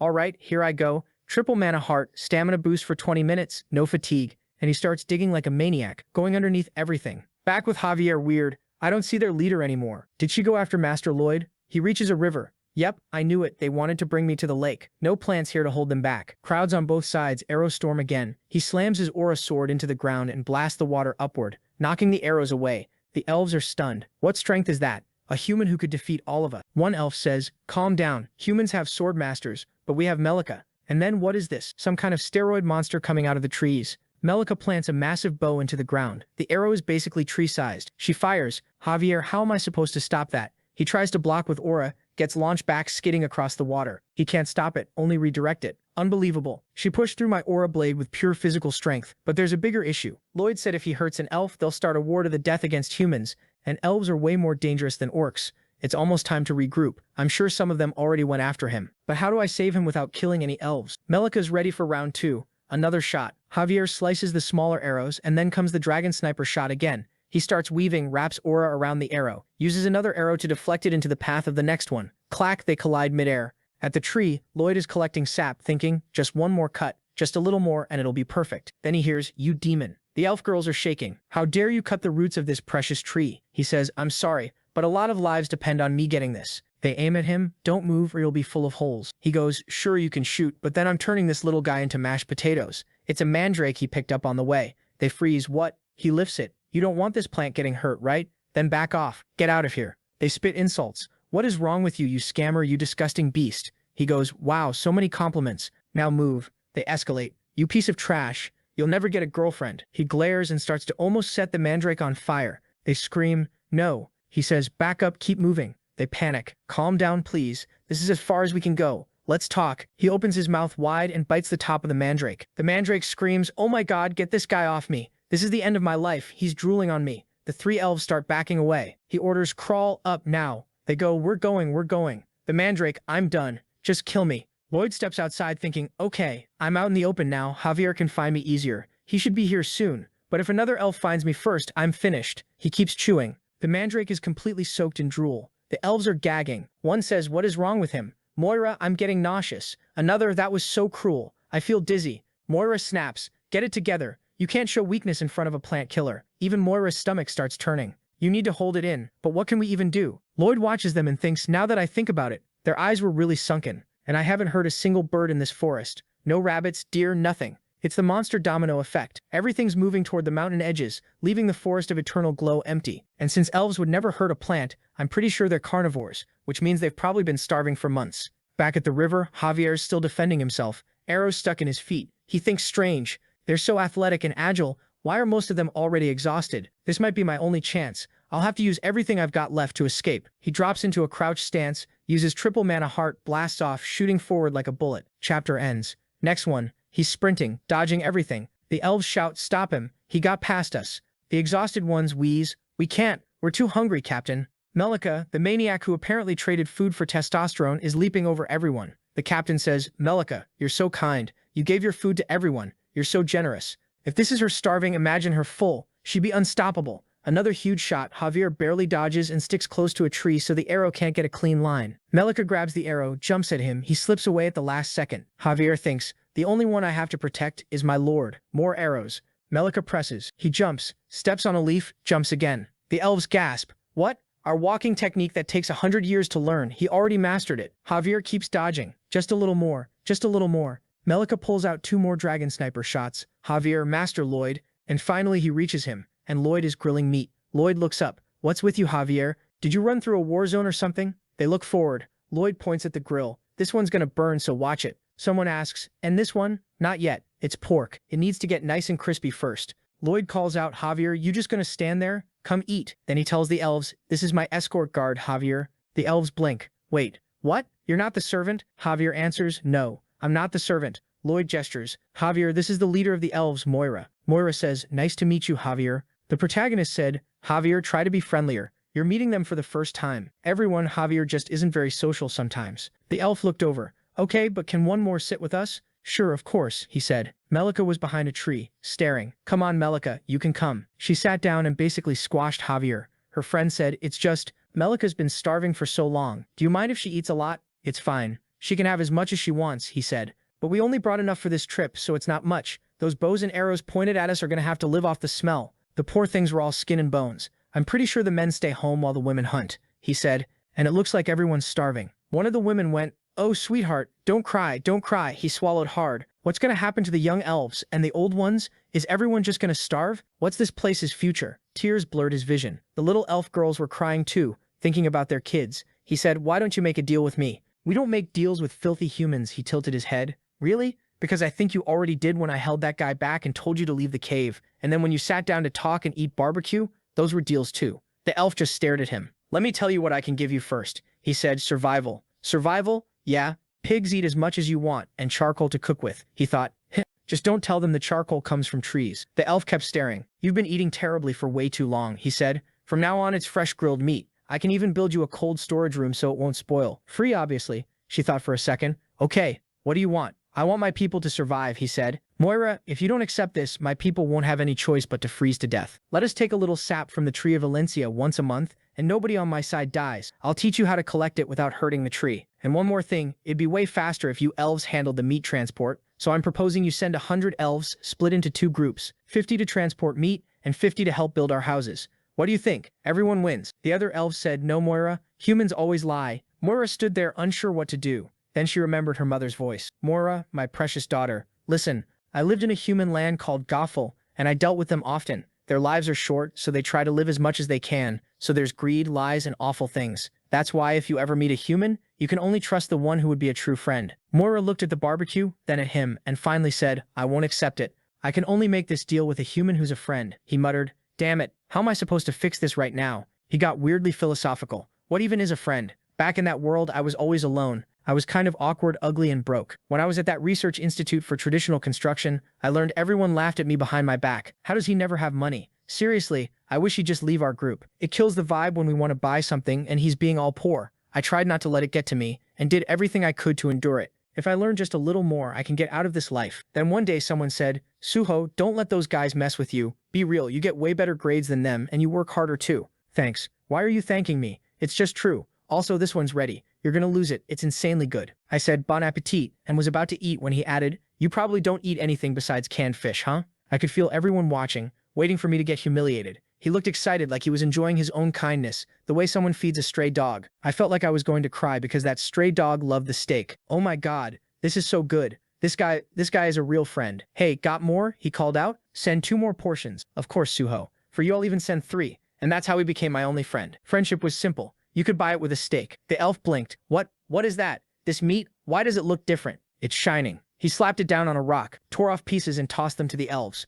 The poor thing started crying. I accept the deal, she said, but Moira and the elders get some of that steak too. And just like that, the elves of the Forest of Eternal Radiance, who hadn't contacted any civilization in 500 years, formed a partnership with the humans of the state of Frontera. Javier stood there like, so all of this could have been solved with steak? Why did I have to go through all that? People in town were like, seriously, Master Lloyd is unbelievable. First orcs, now elves. What's next? Dragons. Dragons? Come on, don't push it. One elf watched silently, thinking, everything around me is made by hurting plants. Seeing it with my own eyes, it's horrible. He said, you know some people hate hunting animals for food? Every species, every region, every group, everyone has their own values. I think letting go of some stubbornness and cooperating is how you make the world better. She said, I know that in my head, but my heart doesn't feel the same. Then take your time, he said. Why don't you think about it while you eat a little steak? She thought, I think I'm starting to get it. Construction on blocks 101 and 102. The easy money apartments kept going. He thought, before we went to the Forest of Eternal Radiance, my biggest worry was, can we finish blocks 101 and 102 before the freezing temperatures hit? The weather cycle's hot and cold. When it's cold, the concrete gets freezing, and the water inside it freezes. When it warms up, it melts. That builds up impurities inside the concrete, and then disaster happens. But I don't have to worry about that anymore. The elves were everywhere, jumping, running, climbing. Let's finish this already. We're eating steak after. Thanks to their mobility, the buildings went up at insane speed. Then the first winter arrived, blocks 101 and 102, complete. After we finish winter testing, we'll start more construction so everyone can have an apartment before next fall, he said. The main test was insulation, made with sap from the tree of Valencia. Greg reported, floor insulation from 1 to 8 is complete. Good, he said. Tell them to turn on the boiler. Boiler on, smoke rising. Up on the 8th floor, it was so warm they were sweating. Mission complete. Everyone prepared to move residents in. Javier said, my lord, about who should move first. I was thinking, what are you talking about? I'm busy. We'll talk later. He snapped. Cerbera. Yes, my lord. He totally left Javier hanging. Move the families with children first, and the ones with sick elderly, he ordered. For the sick, organize them by condition. As you command, he continued, everyone else needs to be in homes with ondol floors, or they'll freeze. I don't want anyone cold or hungry. Javier looked surprised. He thought, this way they'll all end up in debt and have to work for me for free later. Come on, Javier, he said. We need to talk to the Baron. There's another construction project we have to do this winter. Javier thought, God, he's annoying. If I could, I'd punch him right in the face. But ever since that sudden personality change, he's been like this. In the end, you can't really hate him. He turned into someone you can rely on, someone everyone depends on. As they crossed the bridge, they heard a trumpet. He said, is that what I think it is? Javier nodded. Yeah, probably a messenger from the Queen. The messenger came in with this whole dramatic strut, swaying side to side. Her Majesty was impressed by what the state of Frontera has done, and by all your initiatives in these hard times. So I bring a decree from this moment on. The barony of Frontera is elevated to a county, with Arcus Frontera receiving the title of Count. Congratulations, Count Frontera. His father started crying. He was celebrating. The messenger continued, this decree is based on 1. You drove out many monsters from the east. 2. You sheltered many refugees from the eastern lands. 3. The fortifications built in these lands. From now on, the county of Frontera will be independent from the county of Cremo, and will become the center of eastern restoration. For the next 10 years, the crown will provide special funds dedicated entirely to restoring the whole county of Frontera. In addition, Frontera is exempt from taxes and fees for the next 20 years. He whispered, my God, long live the Queen. She really knows how to reward people. In an era where building a huge city is basically impossible, she's betting everything on being the first monarch to make it happen. Then, Javier, let's head down to the village. I had something planned in case this happened. Now all the neighboring territories, including Viscount Lacona, are officially under Frontera's jurisdiction. His father looked overwhelmed. It's all thanks to you. You not only paid off all our debts, you got our family the title of Count. You're a miracle. Night fell. Everyone danced around Alyssa's statue. Queen Alyssa, long may she reign, he shouted, louder. She needs to hear you. The court official looked confused. What is going on here? And he reported back to the Queen. That's how they reacted to the news. The Queen said, go back and tell them not to do that. Viscount Lacona showed up, panicking. You called for me, Count Frontera. The Count said, come on, Viscount. No need to be so formal. I'm still not used to the title. Lacona gushed. Oh my God, you're too modest. With such an incredible personality, such class, you're perfect for a count. Inside, he was thinking, who would have thought that sickly guy would become a count? At every social event I called him poor, made jokes, laughed at him, but it's fine. As long as I'm nice now, he's an easy mark. His only weakness is how kind he is. If I keep talking like this, he'll fall for it. The Count, formerly the Baron, said, as you know, we're extremely busy with restoring the East. Of course, Lacona said, thank you for all your hard work, it's incredible. Well, right now we're short on labor, he said, so I was wondering if I could count on your help. Absolutely. Whatever you need, just say the word. I was hoping you could provide some soldiers and troops to work on our construction projects. Of course. How many do you need? He smiled. If I ask for too many, I know it'll make your life hard. So I was thinking, send as many as you want. Lacona froze, then he added, just enough so it doesn't ruin our friendship. Lacona left in a daze like he'd fallen off his horse again. His father exhaled. Wow, that was strange. I've never threatened or blackmailed anyone in my life. This feels kind of good. Bayer reported. All residents of Easy Money Apartments 101 and 102 have moved in. That's another one for the system. You built something monumental, the first apartment complex on the entire continent of Laurasia. 700 RP. He said, the seeds are planted. Time to harvest. Inside one house, people were eating. My God, look at the meat they're serving. And this soft bread. This is amazing. Come on, honey. Hurry up and eat, a father said. You eat. I'm not hungry. He thought, I'm grateful. Really grateful. But I used to be a good farmer who worked hard to provide for my family. Now I have no choice but to beg for food. How much longer do I have to live like a leech? Then he heard someone outside. It's Master Lloyd. People in town called out, Master Lloyd, how can we ever repay you? He said, that's very kind, but why are you talking like that? No, Master Lloyd, you're our savior. Thank you so much. An old woman came up and asked, could I hold your hand before I leave this world? Smiling, he says, oh, come on, ma'am, you're gonna outlive me. The kids start begging, paint a picture with Master Lloyd. People are cheering and chanting. He waves it off. Ah, come on, everyone. Thanks. Seriously, I really love every one of you. So who's enjoying the food, huh? Nothing but good stuff, right? Javier watches from the side thinking, something feels off. He's about to wipe out all the refugees. A table gets set up right in the middle of the street with a big stack of papers. He smiles. All right, everyone, time to pay your debts. I brought some little work contracts. The crowd starts murmuring. What is that? Still smiling, he goes, you all know nothing's free in this world, yeah?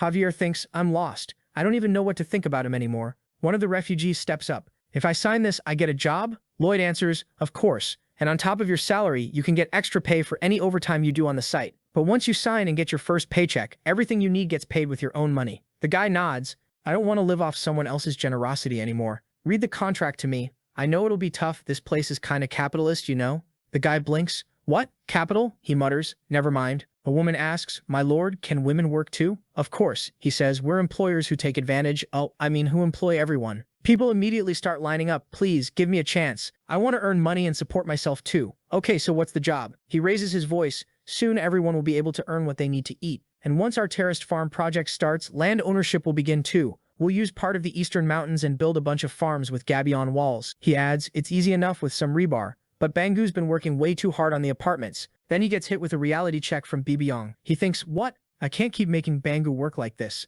I need a new plan. Night falls, time for a new summon. He mutters, I've been debating this for days, but it's the only way to get what I want. The system starts spamming him. Xmon, it's right here. Spin it. You'll get amazing stuff. One chance only. He thinks, this system always feels like a scam, but honestly, it's always helped me. Podong, Hamong, Bangu. Those were exactly what I needed. I've got tons of RP. No reason to hesitate, let's do it. Time to summon someone who can build a wire retaining wall. He hits start, a little circle appears. He prays it's something good, then the circle swells huge. He's like, what is that? A blast of fire hits him in the face. He gets totally singed. The system laughs, you failed this one. He snaps, weren't you supposed to be on my side? I'm just a system that informs you of the rules so far, it replies. I don't take sides. Lloyd furious. Yeah, and quit pretending you're customer support. I know what you're doing. And what was the deal then? Why was I getting everything I needed up until now? The system just laughs at him. He stares. What? Poor Suho Kim, the system says. You still don't get it. In casinos, you always let beginners taste a win first. Then they think they'll win again. He grits his teeth. So this is a con.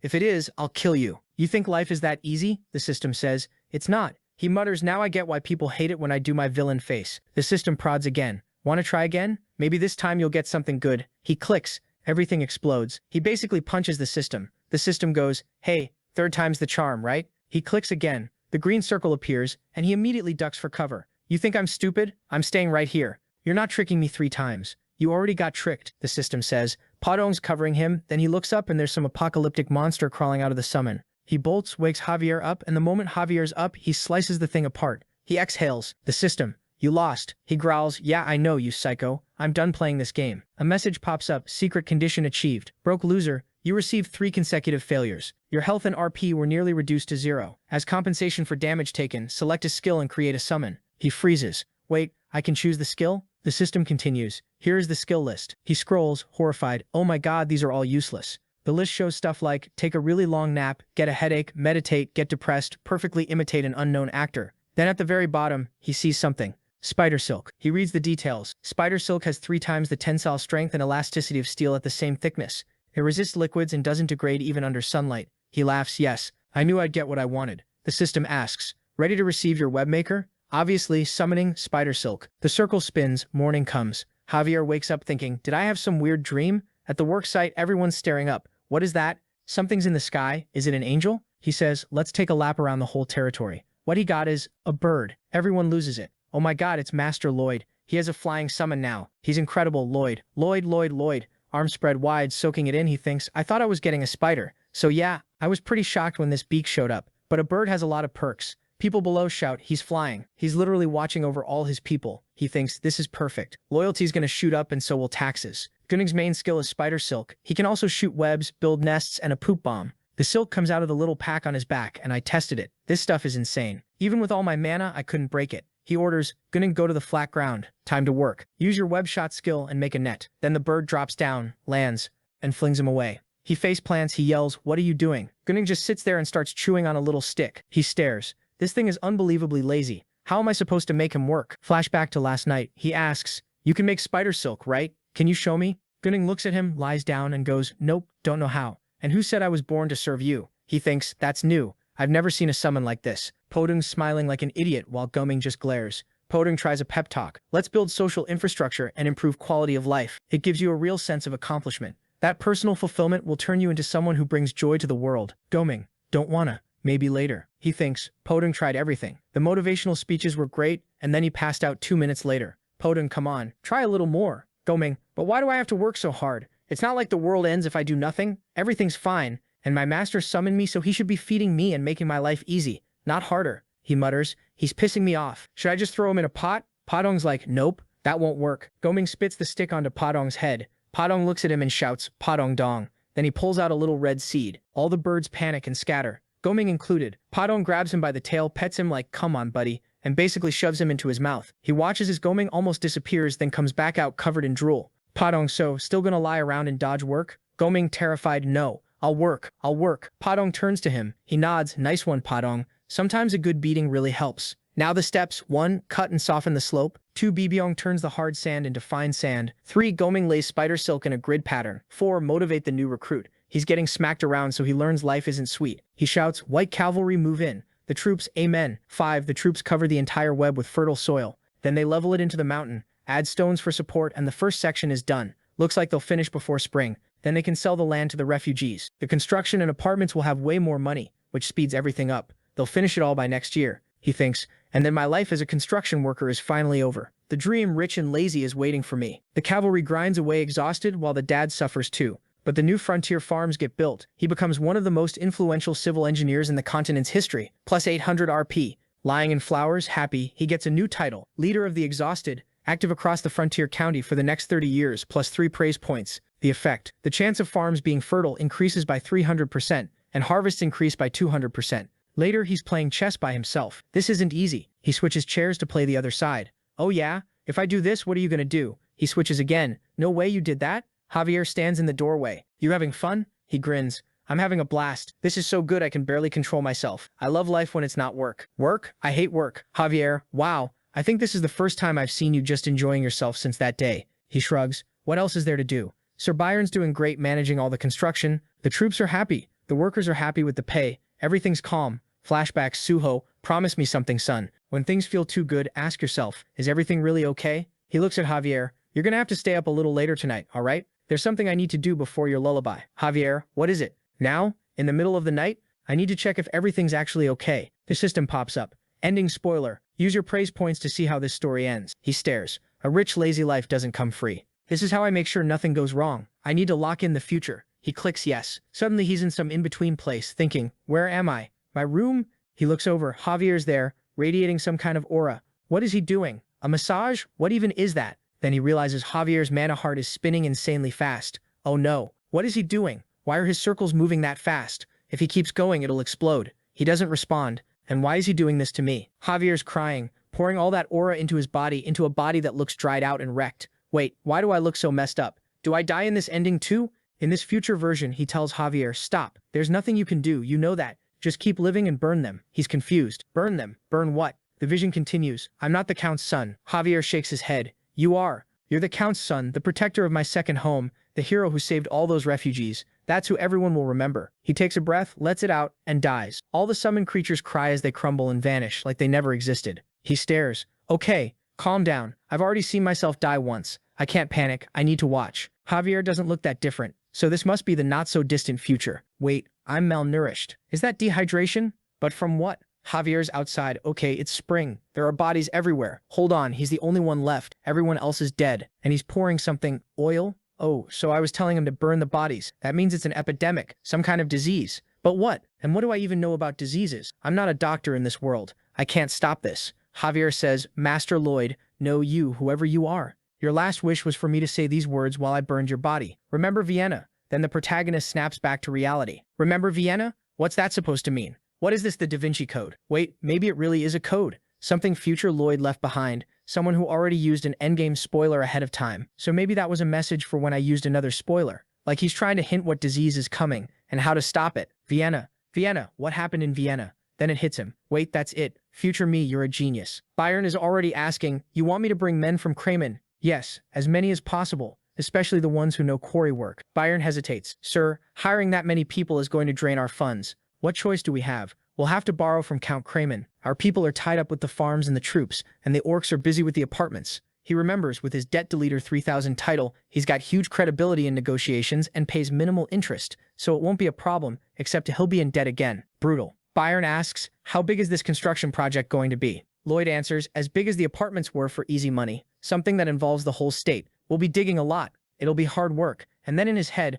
my enemy this time is an epidemic. Not just any epidemic, cholera. We're going to need an underground tunnel system that crosses the entire state. He thinks, I don't know anything about medicine, but you don't win wars against disease with medicine alone. Out loud, we're building a sewer system, a way to get rid of all human waste. Remember Vienna? He's probably talking about Vienna, Austria in the 19th century. The population exploded during the Industrial Revolution, but the city didn't have sewers, so all that waste got dumped straight into the river. Normally microorganisms and the current would break it down and carry it away. But then overnight, everything froze and disaster followed. The frozen river couldn't flush anything out. The waste piled up, decomposed, and contaminated the lower part of the river. The result? Cholera. Our population is booming, and our river runs right through the middle. If a brutal cold snap freezes it, we'll end up just like Vienna. Damn it, every time I try to relax, something shows up. But fine, I'll prove that neither the devil nor some disease is going to stop me from becoming a comfortably retired rich guy. Scene change. The protagonist looks wrecked. Okay, maybe the devil won't stop me, but getting this deep in debt again hurts. If all we had to do was pay foreign workers, it'd be fine. But we're covering food, housing, transport. My God, the poison of debt is eating me alive. Scene change. There's a little orc watching a couple flirting. I picked this flower because it looked beautiful, but it's nothing compared to you. Oh my God, stop. The night you arrived in this state, I realized something. My heart burned hotter than the shining sun. Okay, that's just cheesy. My words are sweeter than a bard's. The orc watches them smiling at each other and starts getting pissed. Is this going to turn into an orc revolution, or what? Then someone shows up. Officer Greg, Mr. Byron is looking for you. Greg goes, yeah, I'm coming. He turns back. My flower, I'll be right back. It's fine, come back soon, my minstrel. The orc snaps, Officer Greg, how could you? Greg blinks, how could I, what? You already have Emily, how can you do this? Greg, what are you talking about? Oh, you mean Jane? The orc, you little... He swings, but Greg's huge and the punch does nothing. Greg just stares, confused. You're never gonna land a punch if you just throw your fist like that. The border state troops went through brutal training, so now he can control mana. One soldier from that state can beat 10 from any other army, though they mostly use that power to dig holes. The orc gets back up. Greg squares up. They rush each other, and Byron appears out of nowhere. Too slow. I called you a while ago, Greg. Why are you messing around? You think you're paid to fool around? Sorry, sir. Yeah. You've got an assignment, so go pack. I asked you to come with me because I trust you, and this is what I find you doing right off the bat. During work hours, you work, off the clock, do whatever you want. They glare at each other like it's the fight of the century over some ridiculous who gets the girl trophy. At the stable, Greg says, we're really going all the way to Kremen? Byron, yes. Master Lloyd is planning a massive construction project that'll save everyone in our state. Greg, huh? I don't think that's necessary. Byron, what do you mean? Scene shifts to the protagonist. His achievements and titles have started stacking into a compound effect. He's like, huh? What kind of effect? You dealt with the traitors and paid everyone's debts. You accepted refugees and gave them homes. You were the first to face the calamity and you beat it. The citizens and refugees want to repay your kindness. Repay me. How? Linked title effect. Kindness repayment activated. He hears noise, turns around. Everyone's at the door. Master Lloyd, give me work. You don't even have to pay me. We'll do whatever you want. That's right, we'll work for free for Master Lloyd. He snaps, shut up. If there's one thing I don't believe in, it's people doing stuff for free. And what's this don't pay us nonsense? Too bad because I'm not giving you anything for free either. So don't work for free. We're signing contracts. They cheer. He turns away. My God, they're beautiful. Scene change, blazing sun. An eagle arrives at Asfar Hank with a scouting report. Greetings, Great Sultan Samarkand. In the western villages, the epicenter of the monster domino effect, they're raising a terrifying bird that shines in the sun, a beast that can tear through the earth, a leviathan that can swallow oceans, a serpent that makes mountains vanish, and a demon whose screams echo across sky and land. The workers there can beat orcs barehanded, and even the elders move faster than the wind. The legendary white cavalry, once considered a threat to all, now carries shovels instead of lances. They're using orc and elf powers to raise buildings. If the citizens are that strong, imagine their army. The Sultan frowns. What place is this? Next day, blue sky. Guys are sparring. One loudmouth is yelling, hey you peasants, got nothing between those ears? Hit like you mean it. Two battered, exhausted guys glare at him. Why'd you stop? Why are you staring at me? You want your wives and kids to starve to death? They get mad and jump back in, getting smacked around. He laughs. Now that's what I like. The protagonist shows up. This is pretty good. The guy panics. Oh my God, it's Diego from school. The protagonist, every time you see me, you squeal like a pig. What's wrong with you? I'm embarrassed for you. And who are these two? Just two filthy servants from our state. Got it. Social class really is something, huh? You can have fun like this. The guy stammers, why yeah. The protagonist, I want to try. No, I'd never ask a beloved lord like you to fight. What are you thinking, idiot? I'm ordering you. You take red, they take blue, and you fight this guy. If it's an order from the Count's son, I can't refuse. Come at me, my lord. Wait, what do you mean, come at you? Drop the sword. Why can't he use a sword? If you don't like it, grab one too. It's not about the sword. Please forgive me. He sighs. Yeah, okay. I went too far asking you to fight a sword master. Fine, fight me instead. The guy collapses onto the ground, looking away. The poor thing is already crying. Here, this is the letter requesting your return to the academy, and I'm gonna mention this little game of yours. Please don't. Seriously, why do you act like nobody's allowed to do anything to you? I'm the Count's son now, you moron. The two servants from earlier are standing there. The protagonist asks, why do you two look so down? Then he turns. Go to the border state and find a guy named Mr. Byron. Starting today, you're residents of our state. Go work hard. They light up. Oh my God. Scene change. The Viscount jolts awake in bed. Damn, that kid showed up in my dream again. Ruined my morning. Someone pounds on the door. Viscount Lacona.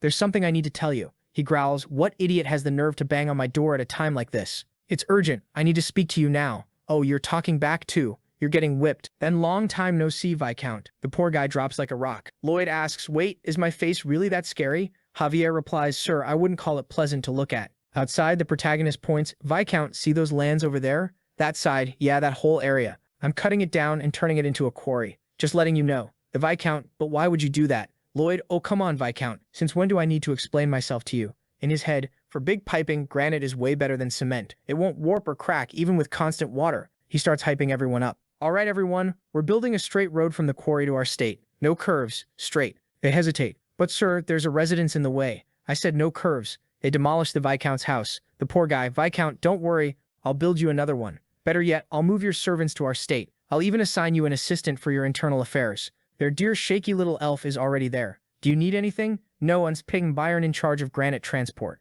When it comes to logistics, he's a maestro. I'm not worried about tearing things down, blasting mountains, wiping out forests. Our state is full of monsters. We've got all the brute force we need. Meanwhile, the elves are building the apartments. With their knowledge and speed, everything comes out perfect. The only problem is what to do with all the waste at the end of the sewer line. Do I have our pro diggers bury it every day? That's a ton of work, and they could suffocate from the toxins. The best answer is what modern times do, incinerate it. I could use Javier's explosion or Bangu's, but I can't. Something might happen and I'll need them. I can't lock them into that job. So where do I find a slave who can generate massive heat and go down into the sewer every day? He snaps his fingers. That's it. I know the perfect slave. Corgadus goes, what? You want me to make you armor out of Galencia tree sap? Why do you need that? You planning to catch a dragon? Exactly. Yeah, but who's gonna do that? This guy right here. Javier is already furious about getting dragged into it. Next chapter, deep, way deep inside the eastern mountains. Someone mutters, ooh, I'm so tired of this. Check out this XXL dragon. Sad like an emo kid. I've got this pile of gems, but I can't turn them into anything. A tiny drop falls. I just wanted to get married, but these hands, these cursed hands. I'm supposed to make beautiful gems to feed the hatchlings if I want to be seen as a good male dragon. But somehow I'm a pro at destroying every gem I touch. The females hate that. Making precious stones wasn't supposed to be this hard. Back then, you'd just attack a human castle, steal everything, oops, smash it by accident, or kidnap a dwarf and force them to work for you. But then one day that idiot Dragon King married some woman and slapped a law on all dragons. Since then, we can't attack castles or bully other species anymore. Now we have to find our own ore and make our own stones. Those old guys got all their gems by stealing, and now I'm here young with no chance at all. Someone says, yeah, I get you. Those old dragons made a fortune manipulating the market, and now they go around lecturing the younger generation, acting like looting is wrong and all that. The dragon narrows his eyes. What? A human? You got past the traps I set? Yeah, the human says. I came through them hoping I could talk to you, the great dragon. The beast is already about to attack, firestorm brewing. Your name's Solitas, right? And I've got a great proposal for you. Solitas ignores it completely. Die, you miserable human. I can't get married because of you. The protagonist mutters, yep, just like I thought. Another dragon with zero self-control. Someone asks, so what's the plan, my lord? Huh? The plan? I told you. You did? I don't remember you saying anything. The dragon starts torching the whole cave, while the two of them stand on a little rock. I said you were going to capture the dragon. Okay, that's the goal, not the plan. Quit messing around and tell me what to do. I'll trust whatever you've got. The protagonist goes, all right, step 1, fight the dragon. Step 2, capture the dragon. Go. Solitas pauses, seeing how calm they are. Wait, that weird armor, does it have some kind of power? Ugh, then I'll just crush him. He charges. The protagonist shouts, go Javier, you've got this. A massive claw swings in. Javier dodges, furious. You insolent insect. Another dodge. Stop dodging. Then Salinas hesitates. Wait, what's going on? I think I might actually lose to this guy. The protagonist grins. Knew it'd be easy. In the novel, it was a long fight, but Javier still won. Back then, he'd just become a sword master, only a bit stronger than Kyle and Alicia. But now he's way beyond a normal sword master. He's a superior sword master. Young, weak Salinas can't land a single hit. Salinas stares. What is this? That human jumped in mid-air twice. Javier says, I can use mana to boost myself in the air now. Makes my movement way better. The protagonist thinks, so he can do aerial moves with mana now. After learning the elves' footwork, yeah, our hero's a monster. Javier dodges everything and ends up on top of the dragon. Even if he's young, Javier thinks he's still the strongest creature alive. Hurting him won't be easy. He starts charging. Mana hearts gathering, about to burst, forming a bubble of light. An aura explosion rises towards Salinas, slow and controlled. It touches his chest, pricks him. Salinas recoils instantly. Ow. That stings. What the hell? It hurts. Javier stops. Come on then. Suddenly Salinas gets way more diplomatic. No, wait. Wait a second. You'd think he's a dragon. Just stomp Javier. But the fear he's feeling is like this. You're sleeping peacefully. Then an insect shows up trying to pick a fight. You spray poison on it, but instead of dying it smiles, starts flying at your face and then lands a final hit. That's Salinas right now. Javier charges with the greatsword. Salinas panics. Hold on. There's something important I need to tell you. What? Got you. Take this. But Javier's gone. Where'd he? Javier's already behind him, slicing again. Ah, damn it, another strike from below. Salinas groans, it hurts so bad. The protagonist cheers quietly. Look at that, everything's going exactly to plan. I already know what he's gonna do. Salinas blasts out a cloud of smoke. What do you do if you can't stop the insect? You leave the house. Now's my chance. Salinas thinks. He transforms into a human and bolts. Gotta get out. Javier glances over. Oh, he didn't spot me. A lightning strike slams into Salinas's head. Crap. I forgot there was an anti-teleport trap. The protagonist walks up beside him. Mind if I introduce myself again? Great Dragon Salinas. I'm the eldest son of Count Frontera, Lloyd Frontera. Salinas playing dumb. What are you talking about? I'm not a dragon. The protagonist just stares. Salinas laughs nervously. What a weird place this is, huh? Whew. Better find an exit. Javier hits him with aura right in the middle of the back. Salinas yelps. The protagonist says, see? A normal person doesn't just yelp after taking an aura hit like that. Salinas snaps. Why are you doing this to me? Say it already, Javier adds. The protagonist goes, I told you at the start, I'm here to make you a really good offer. Salinas grits his teeth, then spit it out and stop poking me. Well, you did try to kill us. My soldier got startled and had to defend himself. Salinas exhales, fine, what's the offer? The protagonist thinks, all the prep work is done. In the novel, when Salinas attacks the elves, his anger issues are obvious. You can't negotiate with a dragon like that. So I used a pretty strong medicine. Any rage gets controlled real fast when you meet someone stronger than you. He's calmer now, but a dragon is still a dragon. And worse, he just got beaten up by a human, so his pride's wrecked. Negotiations will be harder. Then he turns to Javier and starts acting up. Hey, you insolent brat. Yeah, you. How does a mere human dare raise a blade against a dragon? You little piece of Javier just stands there, confused. The protagonist continues. See this dragon? You're lucky he's so kind, or you'd be extra crispy by now. Now get in front of him. Kneel with your hands behind your head and apologize. Javier bristles. What? Are you serious? The protagonist's tone sharpens. What? Got something stuck in your ear? Do I need to make you kneel? Javier starts sweating. Then the protagonist switches gears. All right, Solanas, please, sit here. Solanas blinks. Okay. I wanted to ask you something. The protagonist says, you're trying to get married, aren't you? Solanas freezes. What? How do you know that? It's because of your clumsy hands, right? You can't make the perfect jewel. Am I right? Solanas raises a hand. Hold on. How do you know that? And how did you even find this place? The protagonist ignores the questions. I'll get you married within 10 years. Solitas's eyes widen. Wait, seriously?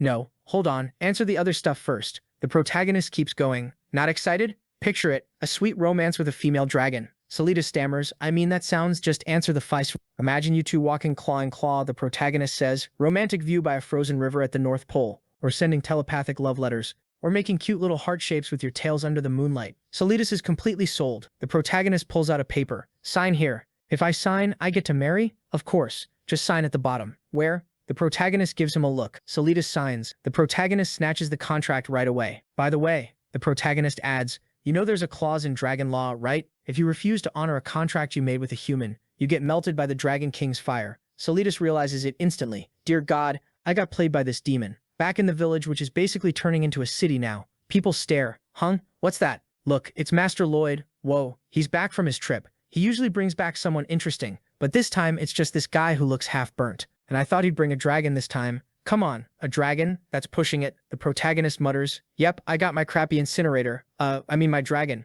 They're talking with Corgatus. So this guy's a dragon? Corgatus asks. That's right, the protagonist says. As you can see, he's literally steaming. Solitas protests. I got struck by lightning on the way here. Stop lying. Corgatus squints. So those hands of yours can't craft anything? Yeah, Solitas admits. The protagonist says, all right. According to my contract, Master Corgatus will teach you how to make jewels. And you, Solitas, once a day you'll burn all our waste. Solitas snaps. Me? A dragon? Cleaning up human crap? I know, the protagonist says. Must be tough for such an amazing dragon to deal with human crap. Solitas thinks, is this sicko reading my mind? That's why the contract is so great. The protagonist continues. I wasn't going to force you to sign, but without it you'd never get the chance to learn how to make beautiful jewels. And then getting married would be pretty hard. Ever think about that? Pride matters. Sure, he adds, but it could leave you single forever. What do you value more? Solitas swallows. My king, my dwarf master. I'm honored to be your student. Corgatus laughs. Look at this. A dwarf like me with a dragon as a student. Solitas nods. Yeah, dragons are the strongest creatures in the world, but when it comes to making jewels, you're the expert. Please help me fix these clumsy hands. The protagonist thinks. He looks kind of dumb, but he's a dragon. He understands the whole situation. Corgatus sighs. Hard to say no when a dragon asks. I'm strict. Got it. You okay with that? I'm ready. Corgatus points. Then you kid, get out. Go fetch the materials. Huh? Me? You want me to go? The protagonist mutters. My contracts are so fair, everybody wins. In exchange for his pride, Solitas gets the best education in the world, and Corgatus gets to be the first dwarf to teach a dragon. The protagonist thinks, I've seen this so many times. Some ridiculous, unfair contract gets shoved in my face and they go, it's your choice. When really they're thinking, why would I ever let trash like you choose something good? Those weren't contracts. That was abuse. A real contract has to benefit both sides, and it's even better if I'm just a little ahead. The system announces, you changed another tragic ending into something better. The protagonist is confused, because in the fight with Javier, the fire dragon, Solitas loses his horns, gets fatally injured, returns to his nest, and dies alone, never found. Seriously? The protagonist says. In the book I remember it just said he ran off. The system replies, the Count and Countess were supposed to be gone long ago too, but he's a very talented human. Now free of debt, he can focus on the work he couldn't do before, and he's happy. Thanks to you. And Julian, who was destined to die alone after being expelled from school, is now recognized as one of the most promising students. Again, thanks to you. You can be proud. You've changed many fates. The protagonist chuckles. Cool. Now pay me all that in RP. Go earn your money, kid. Come on, just 1 RP. Be nice. Seriously, you don't care about feelings at all. Feelings don't put food on the table, the protagonist says. What I need now are skills. We're about to start producing the main sewer system. Problem is, the range on my analysis skill is pretty limited. I need to install sewers across the whole territory, and analyzing area by area is going to take forever. I gained a bunch of levels while working on projects, but at some point it stopped going up. Save when it's time to save. Spend when it's time to spend. That's basic business. Let's level up soil analysis. 7, 8, 9, 10. The skill evolved to advanced level. The mapping range increased. Whew. That was a great use of my 1200 points. New skill unlocked. Construction guideline. Huh. What's this? And the system immediately starts pitching it like an ad. You're always annoyed and want to work less? Now you can with this innovative new system. This looks like one of those useless commercials. I'm not buying it. Come on, the system says. Try loading a 3D blueprint and take a look. Alright. Nothing to lose. He pulls up the little house model and activates the guidelines. The house vanishes and the layout appears on the ground. Then the system adds, this hologram can be seen by anyone, not just you. It will increase the efficiency and accuracy of all your construction. Wow, this is amazing. This'll cut our work time in half. Okay, gotta test it right now. He digs a spot in the ground. Javier looks over. What is that, my lord? That's where you're gonna dig. I'll explain in a second. Just dig, please. Sir, it's glowing while I'm digging too. So that's how it works. Try digging outside the marked area. Javier scoops a bit of dirt outside the boundary. Instantly, the area turns red. A hologram pops up of him yelling, seriously? You can't stay inside the lines? My god, what kind of monstrosity is that? Javier mutters. Hey, I'm right here. Yeah, well, with that thing showing up, I doubt any builder's gonna risk messing up. Stop hurting my feelings. Javier stops and stares. So what is it this time? Hun? What? Now you can summon apparitions? Or did you steal some dark mage item in a fight? He freezes. He got serious out of nowhere. I can't keep lying to him. Which one sounds more believable? Javier sighs. Let's go with the second. You found a necklace, used it, and got these powers. Fine. Okay. That's the story we tell if anyone asks. Sorry, I can't really explain much. But, is there something you're curious about? My curiosity doesn't matter. What matters is that you, Master Lloyd, are going to save the people of this state. He's caught off guard. Thanks for believing in me. And yeah, of course I will. Byron announces, today we begin construction of the sewer system that will save everyone from disease. I want to hear our motto, safety first. Alright, get to work. Anyone who gets hurt dies. He watches them and thinks, I swear these guys are slowly losing it. What happened to them? Javier doesn't even respond. The sewer network will run across the entire state. Smaller lines feeding into the main sewer. The small ones Podong can dig, but the main line is too big even for him, so they'll need the full crew. Baibyong is already flinging dirt like a machine. One worker accidentally digs outside the circle. His hologram appears again. My god, can't you do anything right? Everyone flinches. That's the master's angry face. Yeah, that's exactly what I need to stay motivated. Same. Now there are holograms of him all over the state, and he's yelling, you little gremlins. I told you to follow the guidelines, not play around with them. They're really losing their minds. Javier just watches. Spring rains come and go, and for 3 months the smaller sewers progress smoothly. Thanks to the guideline system, the main sewer advances fast too, nearly reaching the north. He tells Byron, the main tunnel has to reach that field up there. That's where we'll build the waste processing facility. Byron hesitates. You know that's where the mastodons stayed after the attack. You sure it'll be safe? Relax. Bibyong keeps an eye on that area constantly. They won't show up, and if one does, don't provoke it. Stay calm and it won't attack. He tells Byron that, and sure enough, they don't see a single mastodon. Probably because Bibyong's always here. Cut to, he's playing hide-and-seek with Podong like an idiot. Where are you? Found you. Podong stares down at him. Master, are you out of your mind? What? Am I pathetic? I'm having fun. Podong says something. Huh? You found something weird? Podong digs and there's a mastodon corpse in the pit. That's strange. It's not very decomposed, which means it hasn't been here long. Did someone kill it on purpose and bury it? Who and why? Bibyong says something. What? You smelled something? Hey everyone, start digging. They dig and he looks down to see it. A whole bunch of mastodons buried in neat rows. What the hell is this? What's going on? Wait, this wasn't in the book. He only knows a little about mastodon habitats, but the only thing he can compare it to. Oh, the Naraman Wall incident. When Javier first learns mana explosion. This is like that dark magic. The bodies start releasing something. I knew it. Everyone get out of here now. The corpses swell and explode. People run, but the blast flames surge toward him. Damn it, the fire's coming. I can't let them get hurt. If they can't work, we're done. Even if I get injured, I'll use a mana blast and push the explosion back. He turns and Bibyong is standing there, holding the line, taking it. Far away, Solitus hears the boom. Huh, from over there? Sounds like a necromancer's casting. A corpse explosion probably. And from something way bigger than a human. Heh, looks like that con artist finally got himself killed. Should I go help? Yeah, that's technically my job. Javier passes by him. Forget it. That beast is already on the way. They'll be fine. Bibyong is smashed on the ground. Bibyong, wake up. The workers panic. What is that? All the mastodons rise, skeletal, zombie-like, twisted, and charge. We're screwed. Zombie mastodons. This herd must have been buried deeper than the ones on top. How many are there? They're coming. Everyone run. A knight shouts. White cavalry. Today may be our last day, but for the queen and the state of Frontera. No, it won't. Stop talking and run. Okay, move. He thinks fast. What's the terrain like? How do these zombies move? Any weaknesses? Any plan at all?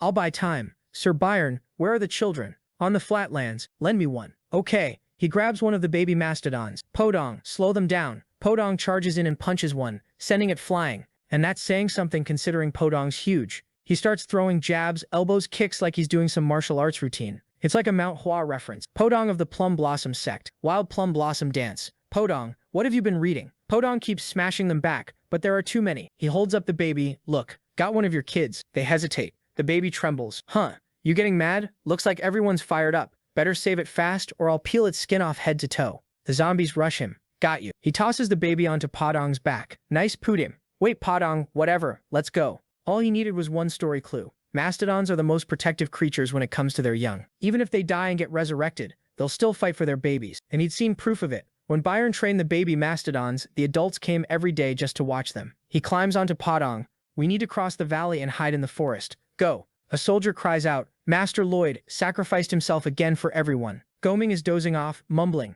I'm a useless little bird. Javier grabs him. You've got the red seed Master Lloyd gave you, right? 6 miles north, how long to get there? He's sprinting with the herd behind him, firing mana blasts backward, but they tank it and keep coming. Should I use a triple core explosion? But then this whole place will collapse. Podong suddenly stops. There's a mountain wall they can't climb. Crap. He activates regional analysis and runs simulations. Every outcome has him falling off Podong's back. What do I do? What do I do? No. Calm down. Use what I know. Combine my skills. Know my limits. Standing here is just wasting time. He jumps off. Podong moves up to the wall and braces himself there, holding the baby close. I used to worry that a triple mana heart would nearly kill me, but that's the only way out. He raises his flaming shovel and unleashes a triple mana heart explosion. The mastodons recoil, but the blast doesn't hit them. It shoots upward instead. He collapses, completely drained. Supercharge activated. Because he emptied his mana completely, he starts absorbing mana from everything nearby. The zombies begin to rot and crumble, getting sucked dry. Hence set absorption direction forward. And just like that, the whole herd gets drained. He remembers the last time he used Supercharge absorbing the queen's mana and everything around him, and how it strengthened his mana heart. Then he looks at Javier. Javier, today I'm feeding on you. For the love of what are you talking about? Get lost. I wasn't asking, that was an order. Supercharge makes leveling easy if I fill my mana heart. Now get over here, help me level up. He lunges, drains again. And the system warns, your body cannot handle this type of mana. He spits and collapses into a puddle. Javier kneels. Are you all right, my lord? That day I failed my main objective, but I proved it's possible to set an absorption direction. All your mana is mine now. System message, you have exceeded the maximum consumable mana. Your mana heart has evolved. You have received a large number of skill points. He keeps absorbing. Weird. Zombie mana isn't like poison. I need stronger rotations to convert this rotten energy. And the message repeats. The mana heart endured the damage. The mana was purified. Again and again, his mana heart keeps leveling. Skill class advanced. He stands there swaying. Still more mastodons remain. New mana heart skill activated. He looks down, drops to one knee. Zombie domination. The undead bow. Podong stares. Seriously. Podong, let's go home. System. You can control any undead with less mana than you. Controlled undead will follow all commands. He squints. There's a catch, isn't there? System. Zombie domination can only be used while you are looking directly at them. He looks back. The rest are still coming. System. Zombies under your control. Control time 40 seconds remaining. What? Why are they piling up on each other? Run. 27, 18, 7, though. The baby mastodon points. A bunch of them. What's that? A giant worm? No, it's the web from our beloved lazy bird with Javier. Javier calls out. Move, Goming. Goming groans. What do you want me to do now? He escapes, and Javier slices the entire wall with an aura blade, burying the zombie mastodons under a collapse of rock. The buried bodies start exploding. Stones crash down. The whole area breaks apart. Exhausted, he pants. You saved my life, Javier. Javier narrows his eyes. Then why are you smiling like that? And another thing. When I told you, I'm your knight and I'm going to protect you. What did you say? Yeah, I was kind of arrogant. I said I wasn't going to put myself in danger. Javier goes, I saw it when you were flying with Goming. You evacuated all the workers and used yourself as bait. Bait? Lloyd says. I was planning to kill them all. And did that plan work? Javier shoots back. Why are you asking? You know what happened. What do you want me to say? Javier snaps. For the love of God, Lloyd, can you take care of yourself for once? What happens to this territory if you're not here? The apartments, the sewer system, everything falls apart. Everyone's lives are on the line. Thousands of people depend on you. Please, stop being so reckless. Lloyd goes, oh, so that's what this is. Some people can die as long as I'm not one of them. That's not what I'm saying, Javier says. I'm just telling you to stop risking your life so much. But if I hadn't done it, Lloyd fires back. Do you really think nobody would have gotten hurt by those zombies? They're the white cavalry, Javier says. They could have formed a wall and retreated little by little. You're assuming a lot, Lloyd says. There's no guarantee none of them would have died. All they did was work hard and stay loyal. What do you think it feels like to die out of nowhere while you're just doing your job? I might be the most important person in this territory, but this territory is mine, and so are the people in it. Javier stares at him. So you're saying you're going to keep doing this? Of course, Lloyd says. I'll take risks and make more money because of it. Javier looks furious. You know what? Do whatever you want. I'll stay by your side either way. Then, out of nowhere, Lloyd gets a notification. +15 approval with Javier. Approval 23. Plus 274 RP. Javier's view of you changed. From someone I respect to someone I need to protect. The system starts blaring. Javier swore to die for you if you meet your end. Lloyd goes, hey, you don't have to take it that far. Javier, what are you talking about? Playing dumb now? Lloyd, so who summoned those mastodons, huh? You think it's Esfahan getting revenge over that reverse monster domino thing? I don't think so, Lloyd says. They don't have a necromancer on that level. I know because the novel goes into a ton of detail about Asfahan. They specialize in empty-hand martial arts. The only mention of black magic is tied to the walls of Narahan. Then he says, let's pause construction for now and look for clues. Yes, my lord. Lloyd thinks, Narahan's walls, my only lead is that episode, and I've got a pretty good idea who's behind this. I just need proof that I'm making them pay for damaging my property. Next chapter, they're already excavating. Javier says, this is like looking for a needle in a haystack. I know, Lloyd says, but we have to. We can't keep building with this kind of danger around. There has to be something. Some method the black mages are using to control things. A knight rushes in. Master Lloyd, what is it? It's Count Cremo. He came from the west. He says he needs to see you urgently. Count Cremo? Why now? Cut to Count Cremo. We're having a wedding. Lloyd, huh? I'm sorry, sir, but you're not my type. Cremo, and you're not mine. I'm telling you to marry my daughter. Lloyd, this is so sudden. Cremo, you know I don't like dragging things out, so I'll get to it. After you left, I thought about it a lot. Where am I going to find another son-in-law as good as you? Then you suddenly got famous, and now a bunch of noble families are trying to ally with House Frontera. So I hurried. Couldn't wait. So what day works for you? Lloyd, hold on, I haven't even heard the marriage offers yet. Lloyd's father tosses down a stack of letters. These are all official marriage proposals from the royal family. With everything going on, I was going to show you later. Cremo scoffs. Those aren't sincere. If they were serious, they'd be here in person like me. Anyway, the wedding will be held here at the Frontera estate. Lloyd, my lord, I'm grateful you think so highly of me, but I can't grant your request. Please forgive me. Cremo, what? You're 27 and still single. People are going to start getting ideas. It's better if you just get married. Lloyd, my lord. You're being a little too honest. Javier's laughing nearby. Lloyd, hey, don't laugh. What's so funny? Cremo, you think the Cremo family isn't good enough. It's not that, Lloyd says. It's just, look next to you. His daughter is standing there. I'm the eldest daughter of Count Cremo, she says, and I'm willing to give myself up for the future of my family. She looks like she thinks she's being forced to marry a demon. Javier's trying not to lose it, and Lloyd mutters, you're using mana to hold in your laughter, aren't you? Stop it. Lloyd's father, also a count, steps in. Lord Cremo, may I ask a favor? Taking care of families is important, but so are the hearts of the people involved. They'll spend the rest of their lives together, so there should be at least some love. I think we should respect their wishes for your daughter's happiness. The daughter starts crying in relief. Cremo lowers his head. Christina, I almost made you sacrifice your happiness for our family's status. Dad, I love you. My child. Why are you so happy? Cremo says, wiping his eyes. These Fronteras always get to me. I'm going home having learned something important today. Live for love. Live for love. Back at the door, Lloyd thinks, so I don't get a happy ending wedding. Looks like even her dad didn't want me ending up with her. Javier for once doesn't laugh all the way through. Lloyd notices. He's holding it in harder than when he fought the Giga Titan. All the proposals get rejected. Cut to the palace. A man reports to the queen. It seems House Frontera rejected every marriage offer. The queen, of course. That was expected. Even if the Fronteras accepted one, the girls would have refused. Lloyd's voice in her head. He's got a potato face. She starts laughing. The man, Your Majesty, are you all right? Should I call a doctor? No, I'm fine, she says. Just tell them to serve boiled potatoes for dinner. Either way, I need to keep an eye on who they end up aligning with. They'll probably become the most influential group in that region. Then she asks, any news about the letter we sent to Asfahan? He says those arrogant people refuse to take responsibility for the monster domino incident. Instead of apologizing, they're saying it's our fault for sending the monsters back. They're clearly trying to provoke Magentano. The queen thinks, that miserable old bastard. He wants me to draw my sword first. She says form a delegation to Asfahan, and as for who's joining, maybe I should toss a potato into the middle of this. Cut back to Lloyd's estate. A man delivers a mastodon's head marked with a seagull symbol. Byron says, we found this north of the incident site.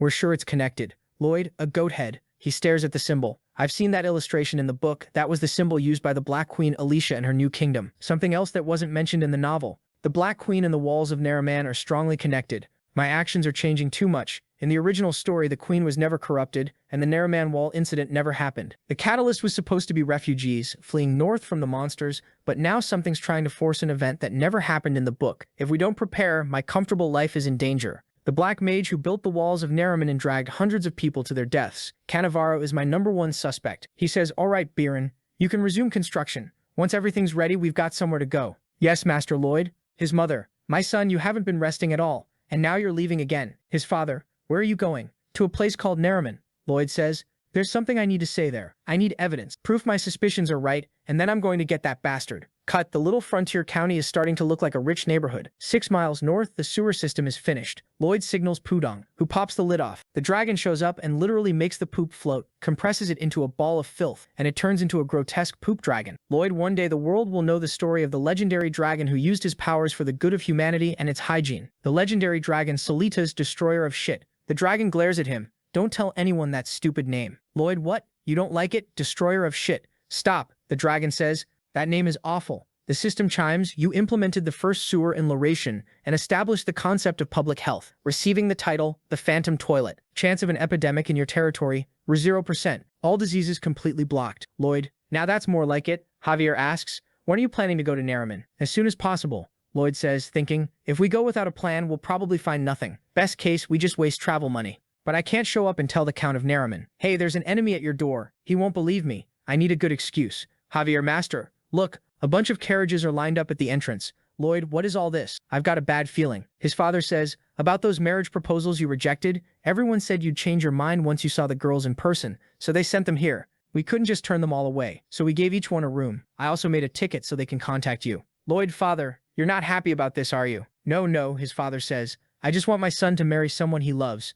Though at this rate, I might not even live long enough to see my grandkids. And there are rumors going around the continent that my son might be short-sorted. But it's fine. Lloyd, hello. The system. Ha. New title. Limp Frontera. Lloyd, seriously? You gave me that title just to mess with me, didn't you? Still, this is kind of exciting. A whole line of women desperate to marry me. Then he thinks, but let's be real. The girls don't matter. The fathers do. They're all lining up to form alliances. I'm basically getting love and admiration from a bunch of old men. The butler. Master Lloyd, candidate number 1. Lloyd, all right, how can I help you? She blurts out, oh my god, I want to marry you right now, my lord. Right now, please, but why are you standing while your butler is sitting? Lloyd, I'm Lloyd. Sorry, I'm Lloyd. Have a safe trip home. Butler. Master Lloyd, candidate number 2. Lloyd, sure, how can I help? She says the exact same thing. Oh my god, I want to marry you right now, but why are you standing while your servant is sitting? Because I'm Lloyd. Sorry, I'm Lloyd. Have a safe trip home. Same thing again. Another door. Javier, this isn't funny. Lloyd, sorry, I know exactly what people think I look like. Butler.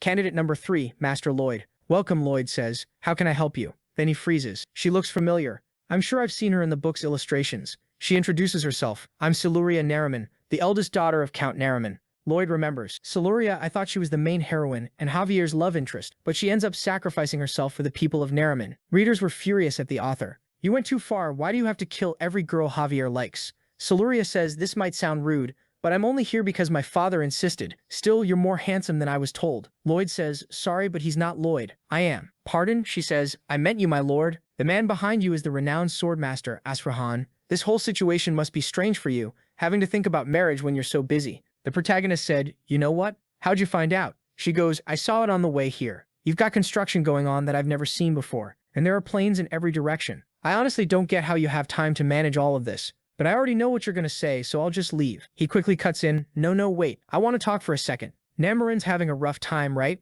Like, a sudden population spike, maybe? She looks shocked. How do you know that? More than 400 people lost their homes in monster attacks, and they all came to our territory. From what I understand, they came from really far away to get here. Damn, he mutters. Namarin's walls are a special kind of magic. They absorb the life energy of anyone inside them. Those walls were built to hold refugees and activate Cannavaro's powers. I thought all the refugees came to our territory, but some of them actually stopped in Namarin. If what the book says comes true, everyone in Namarin will be sacrificed, and that'll summon the one who creates death, the Hell Knight. And according to the story, no matter how strong the Swordmaster is, there's no beating him. He's basically a god, which means the destruction of this whole region can't be stopped. This is worse than I thought. Next chapter, he's about to leave and Javier is just staring at him. He asks, why aren't you ready for the trip? What's that? Javier says, these are letters the girls gave me before we left. I was gonna put them away in the dorm. What kind of letters? Love letters? Obviously. Don't tell me you've never gotten one. Yeah, never. Javier stares at him. The kid looks crushed and crouches down, and Javier goes, I'll give you one. He just looks at him in this dark, gloomy way and gives this little sideways smile.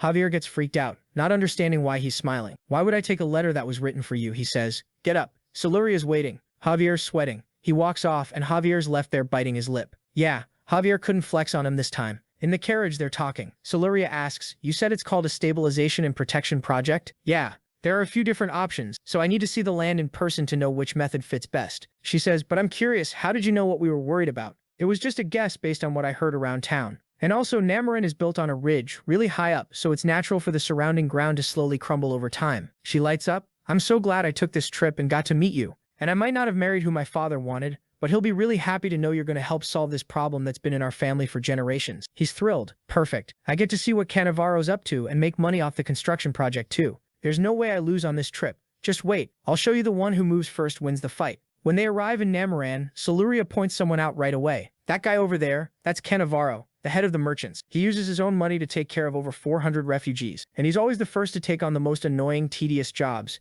He locks eyes on him and spots the devil symbol on his shoulder. So it's you two-faced hypocrite. I'm gonna crush you like an aluminum can. Cannavaro welcomes them. Thank you so much for coming all this way. Seeing you up close, you truly give off an aura of great nobility. The Namaran family has a bright future ahead. He's speechless, and Javier doesn't even know what to say anymore. Cannavaro continues. So then, what's the best date for us to make everything happen? Siluria says, Father, this is Javier Azraham, and the gentleman beside him is Lloyd. Her father blinks. What? But the one on the left has the dignity of a noble, and this one here is kind of lacking, isn't he? Dad, what are you talking about? You're being rude to our guest. How can a noble like you act like that? He might not look like much, but he's smart and talented. Javier turns his head to see how Lloyd reacts. He's just standing there like a statue. She keeps going. And he didn't come here because of the marriage proposal. Oh, then why did he come? To help solve the problem with our slopes collapsing. Her father exhales. Phew, thank goodness. I'd be embarrassed to have a son-in-law like that. Dad, you're insulting Master Lloyd. Don't you realize how badly you've been treating him this whole time? He tries to hold it in and then finally lets out a tiny reaction. Javier sighs in relief. Finally.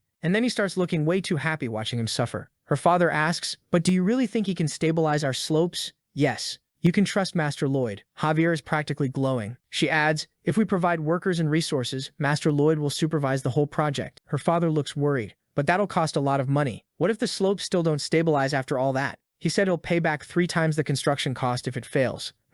That's pretty tempting. Master Lloyd, let's talk more. When he turns around, Lloyd is basically about to murder Javier with his eyes. What are you two doing? Night falls, and Lloyd tells Javier, you saw it, didn't you? The demon symbol on his arm. Yeah, same one that was on the goat's head. Then we keep an eye on Cannavaro. If we find proof that symbol is tied to black magic, I'll report it to Count Namaran immediately, along with everything that happened in our territory. That way we solve this without causing a huge mess. Javier smiles. Understood, Master Lloyd. Hey, I'm being serious. Why are you smiling? Sorry. I was just thinking about some stuff from today. He glares and starts swinging. Javier dodges. Next morning, Lloyd's walking through town when some vendor calls out, hey, come buy one. Pick any for 200 coins. He looks over. People are selling shirts with that same devil symbol. Javier catches up. So, find anything suspicious? Unfortunately, no. I only saw him taking care of the refugees. I wanted to check his house, but it's protected by magic. I could break it easily, but I was scared I'd get caught. Oh, and I found out something about that symbol. It represents the wandering minstrel. It's really popular right now, being sold in a bunch of big cities,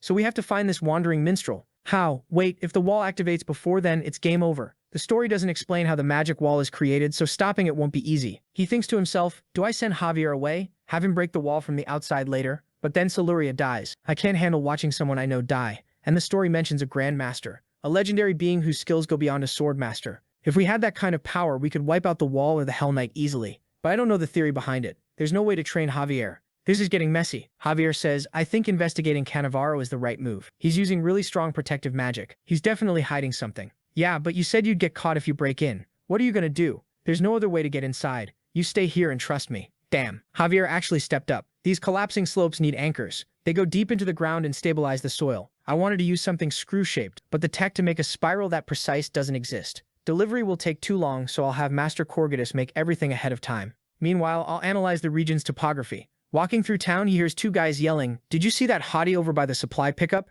Yeah, everyone's going over there just to get a look. Place is packed. Only thing is her body's kinda weird. He frowns. Why are they shouting this in the street? A beautiful woman working at Cannavaro's food place? That wasn't in the story. Another variable I need to check. And why is everyone jammed up here? He pushes through. Sorry, excuse me. People keep going. Look at her. Her body is insane, but he looks. It's Javier. He makes a face like, what are you doing? Then it clicks. Okay, that explains the weird body. Javier notices and shoots him a look. What? You're seriously just standing there staring? He flinches. I respect your personal tastes, Lloyd says. Javier snaps back. This isn't my personal taste. I'm doing my mission. Lloyd gives him a look like, I'm watching you, and walks off. Javier, stunned, mutters, I don't get how nobody thinks this is suspicious with arms this big. Behind him, Cannavaro walks by talking to someone. The preparations? They were completed last night, sir. Javier listens from the side. Lloyd goes to analyze the soil. Let's check the lines here and see where we need to install the anchors. He activates his analysis ability. A skull? In the middle of the construction site? That's weird. Doesn't look like it's been here long, and where's the rest of the body? Why only the skull? Wait, there's another one, and another. What is this? They're all buried 50 centimeters deep, evenly spaced. Don't tell me. He starts digging. Cut to Cannavaro. Good work, my friends. Our revolution will happen on the planned date. Back to Lloyd, staring at a skull leaking energy. Knew it. This has black mana. This is probably what they'll use to trigger Namoran's wall. Cannavaro raises a toast to the arrival of the Hell Knight. Lloyd thinks, I'm gonna ruin your plans. He uses Absorb on the skull, pulls out the aura, purifies it. All right, one down. A tiny crystal drops.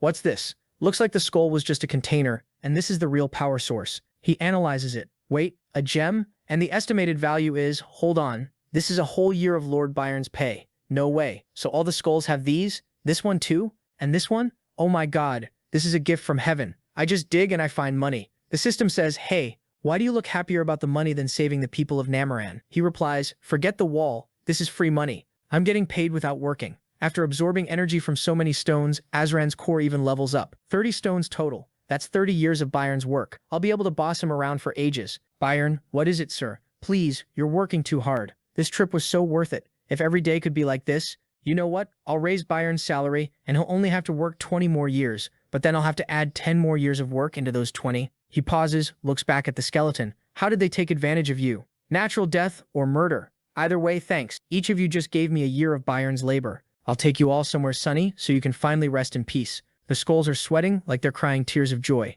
Next chapter, moon in the sky, and Lloyd is staring at Javier in their room. Javier immediately tries to defend himself. So, the reason I was dressed like that earlier was, no need to explain. There are all kinds of people in this world. Some are just different. I get it, you're a different kind of guy. Javier stares at him. Everyone in this town knows I'm a foreign knight. I needed a disguise so I could ask about the minstrel. Yeah, I got it. It's fine. Don't worry. I understand. Javier stares again, gives up, and lowers his head. Then Lloyd goes, okay, but at least tell me, when did you realize you were into that kind of thing? Javier says, I already told you, that's not what this is. Why are you getting so mad? There's nothing wrong with that hobby. What, are you prejudiced against people who like that? Javier was furious, whatever. Back when I was working there, they sent me to Cannavaro's place to pick something up. He said, so, did you find anything? The protagonist asked. In the basement, there was a door that led even deeper. At first, Cannavaro seemed like a nice, honest guy. I even thought maybe you were wrong to suspect him. But if he's hiding something behind that many doors and locks, you might be right. I'll try to find some physical evidence. Good to hear, the protagonist said. That way I'm sure you can enjoy your little hobby with zero shame. Shut up. I already told you it's not like that. At Cannavaro's residence, all our nocatanium, it's gone? Yes, sir. Someone took it. And all the skulls, too. Then our rise is going to fail. Cannavaro's mind raced. Does that mean someone already knows my plans? No way. How did anyone come after me? That can't be. Maybe it was an accident, but what kind? Someone started yelling at him. What now? You said your plan was foolproof. Everyone's counting on this. Another black mage, the old one from the beginning of the story, chimed in. We invested too much to build the world of black mages. How are you going to fix this? Don't be afraid, Cannavaro said. There's always a way. That nocatanium was only there as a safety measure. If you all help me one last time, we'll summon the Hell Knight like we planned. The next day, a bucket fell and smacked Javier on the head. A woman rushed over. Oh my god, Raviella, what happened? My hand slipped, she said. Then someone else added, you know where Cannavaro's house is, right? Go there and grab one of my dresses. Okay, hurry dear. All the guys are staring at you. Javier muttered under his breath. If they're this obsessed with my muscles, if they ever see that stacked elf, they'll drop dead. At the gate. Please, open the door, he said. The guard stared. Wow, look at you. Just open it. Inside, Javier finally changed back. Finally, I can move freely. He took a breath and started controlling his mana. I need to completely hide my presence. Let's go. He jumped through a window, slipped past the guards, and stopped in front of a door, the entrance to the second basement. But how am I supposed to open this? He looked up and Cannavaro was right there. Cannavaro glanced around, activated a spell, and drew a sinister magic circle. The door opened. Damn it, Javier whispered. Unlike the main door, this one has a mana combination. Meanwhile, in a room elsewhere, the protagonist stared at a pile of crystals. Is this really all of it? If there's more buried somewhere else, the Namoran wall will activate. I can't let that happen. Time to find some more free money. The system replied. You mean black magic tools? I call it free money. Cannavaro left. Javier stepped up to the door. I'm sure it was like this. Got it. He headed down the stairs and froze. A headless creature stood there, stuffed with tubes and injected junk. What the hell is that? It swung at him. Javier dodged, powered up his mana, and punched it in the gut, only for the thing to tank the hit. Then it nailed him and sent him flying. The zombie is totally different from the one we found in the valley, and there's a whole group of them. He slid his hands into his pockets and pulled out 2 knives. Cannavaro, you just confirmed everything I suspected. Behind the monsters, someone in the back saw him and slammed the door shut. Looks like I've got someone to talk to. The creatures rushed him. Javier carved through them, 1, 2, 3, until the floor was a mess. He kicked the door hard, sending the guy behind it flying. Please don't kill me, the man begged. I've got a question. Javier stomped down on his leg. The man screamed as his knee bent the wrong way. If you hesitate for even a second answering me, your other leg's going to look the same. Now tell me, what is Cannavaro doing down here? I don't know. He just tells me what to do. He brought me here to watch the basement. All he asked was for me to keep applying chemical compounds to the bodies. He just left. He came to tell me to keep an eye on things. Where did you get these bodies? From the terminal market. Bodies of people who died from disease. Javier remembered a woman talking to Cannavaro. Your father was moved to the terminal market, okay? We'll take care of him, and he'll recover quickly. Oh, thank you, Cannavaro. Javier's eyes narrowed. So that's how he killed them all. The skulls Master Lloyd found with the jewels. They belonged to these zombies. Cannavaro had ripped them out. Javier looked back at the man. And you didn't think it was weird that so many bodies kept coming in from the terminal market? The man stammered. You're just as guilty as he is. Javier crushed the other knee too. The man collapsed, both legs ruined. Javier bolted. They're going to find out what I did down there. I need to warn Master Lloyd. We need a plan to stop this. He burst into a room. Master Lloyd. No one. Damn it. He's not here. He grabbed his sword. Then I'll have to decide on my own and deal with Cannavaro myself. The people I heard him speaking that language with, none of it made sense. We're all from the terminal market. That means this is their base. He smashed a window, rolled inside, and drew his aura blade. Silence. No one? This place was always packed and now it's empty. Wait, did something already start? Outside, clouds gathered over the city. Javier frowned. What's happening? It's like my strength is being drained. He ran out and looked up. Oh no, it started. A massive wall rose up, and even the aura on his sword was being pulled away. Citizens collapsed all over the streets, completely drained. Where's Master Lloyd? He must be affected too. Soluria stared at everyone on the ground, then sprinted forward. What's happening? I need to help. It'll be fine. It has to be. She pressed a hand to her necklace. Outside, a black mage stood channeling power. Oh, Noctania. The enchantments Cannavaro gave me are working. The Hell Knight will arrive soon and the world will be ours. Then he noticed someone. What? Who is this? The protagonist stepped closer. Let me ask you something. I saw like 30 guys who look exactly like you. What's with this rain dance thing you're all doing? The mage stayed frozen, silent. I'm talking to you, the protagonist said. You really gonna ignore me? The mage panicked internally. My heart almost exploded. That face isn't human. For a second I thought the Hell Knight had already been summoned. But I can't move even an inch or I'll ruin everything. Oh, the protagonist said. So you're pretending I'm not here. Got it. He swung a shovel straight into the mage's face. The protagonist stared at the dent. Yep, that's his nose shape. The mage hissed, it's the armor protection Cannavaro put on us. A little shovel won't do anything. So the protagonist slammed a triple mana explosion into him. Smoke rose again. The mage sneered, idiot. This barrier is impenetrable. You won't even scratch it. The protagonist narrowed his eyes. You're pretty confident, but I don't think you noticed. You're getting hurt. He thought fast. Time's passing, and this isn't going how I planned. Focus. Stay calm. What if I absorb his mana? He tried. Blocked. Then he tilted his head. Wait, are you not moving because you don't want to? Or because you can't? If you move, does it mess with the wall? The mage stayed silent. Relax, the protagonist said. Don't answer. I'll test it. He gripped the shovel. In the city, Cannavaro walked through the corridors while people lay collapsed, begging, please, Cannavaro, help us. He looked down at them with disgust. You pests. He kicked one in the mouth. Fallen angel statue. Become the gate for the Hell Knight. Outside, the protagonist kept digging. Dig, dig, dig. The mage was sweating bullets. Perfect, the protagonist said. All set. He took a small step, then another, leaned in close and blew into the mage's ear. Something cracked. The mage dropped. No. The necklace started reacting. The mage passed out, and the protagonist muttered, huh? So the power needs everything to be exact. The second you messed up even a little, it attacked you instantly. He looked over and a hole had opened in the wall. Cannavaro felt it immediately. Who did that? Maybe there isn't enough mana, but I have to start the summoning now. He began the ritual, until a voice cut through it.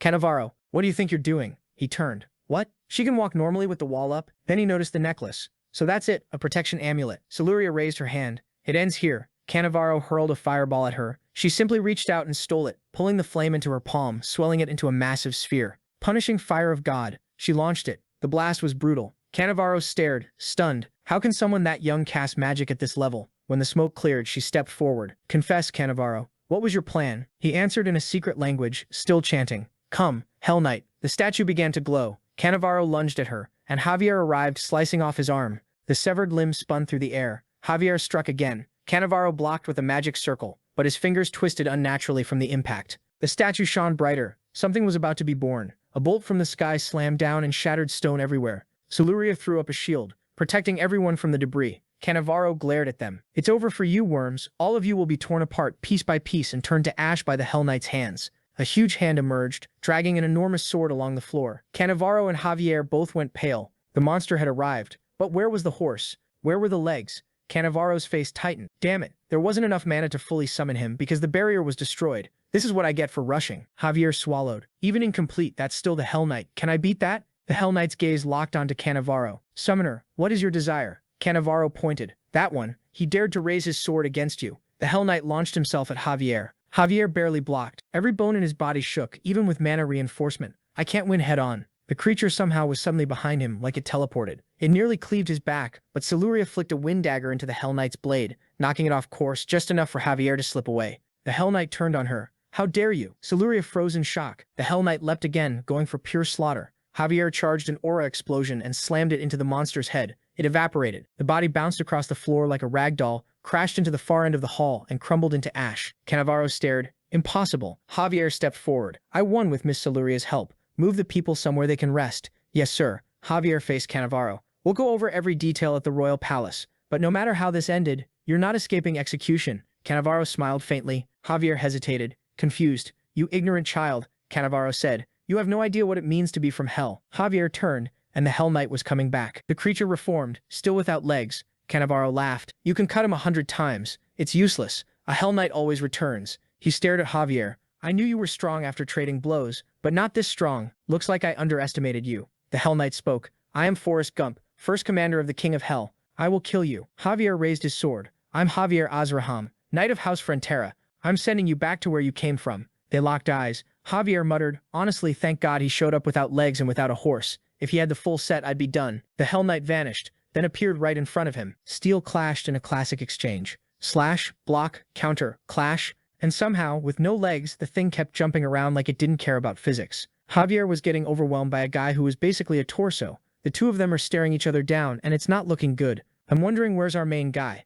Come on, Lloyd, get in there. Hit that knight with a triple mana explosion. Nope. Javier already took another hit. Got launched across the ground, totally wrecked. That thing teleports, shows up right in his face again, and he has to retreat all over again. And the poor guy's stuck in this loop. It jumps, somehow he dodges, it jumps again. This time he can't. Javier's basically throwing himself around instead of using his sword. But dodging that stuff is exhausting. I need an opening. He tries tossing a kitchen knife, then he rushes in with his aura blade. If that monster had 2 legs, it'd have way more options. But with a stance that weak, it can really only do one thing. He slashes. Then the thing vanishes. Where's it gonna pop up? It knows he's trying to predict the next move, so he spins and barely blocks a sword coming from behind. Even the knight looks kind of confused. Then bam! Another hit right to the head. It grabs Javier by the ankle and trips him. Damn it. It's gonna slam me into the ground and I'll have to gather mana just to protect my body. Can I absorb its mana? But for some reason, the mana he absorbs from it jams up his own mana flow. And again he gets thrown down. Wrecked. Again. And again. It was a pleasure, Javier. I'll remember that name.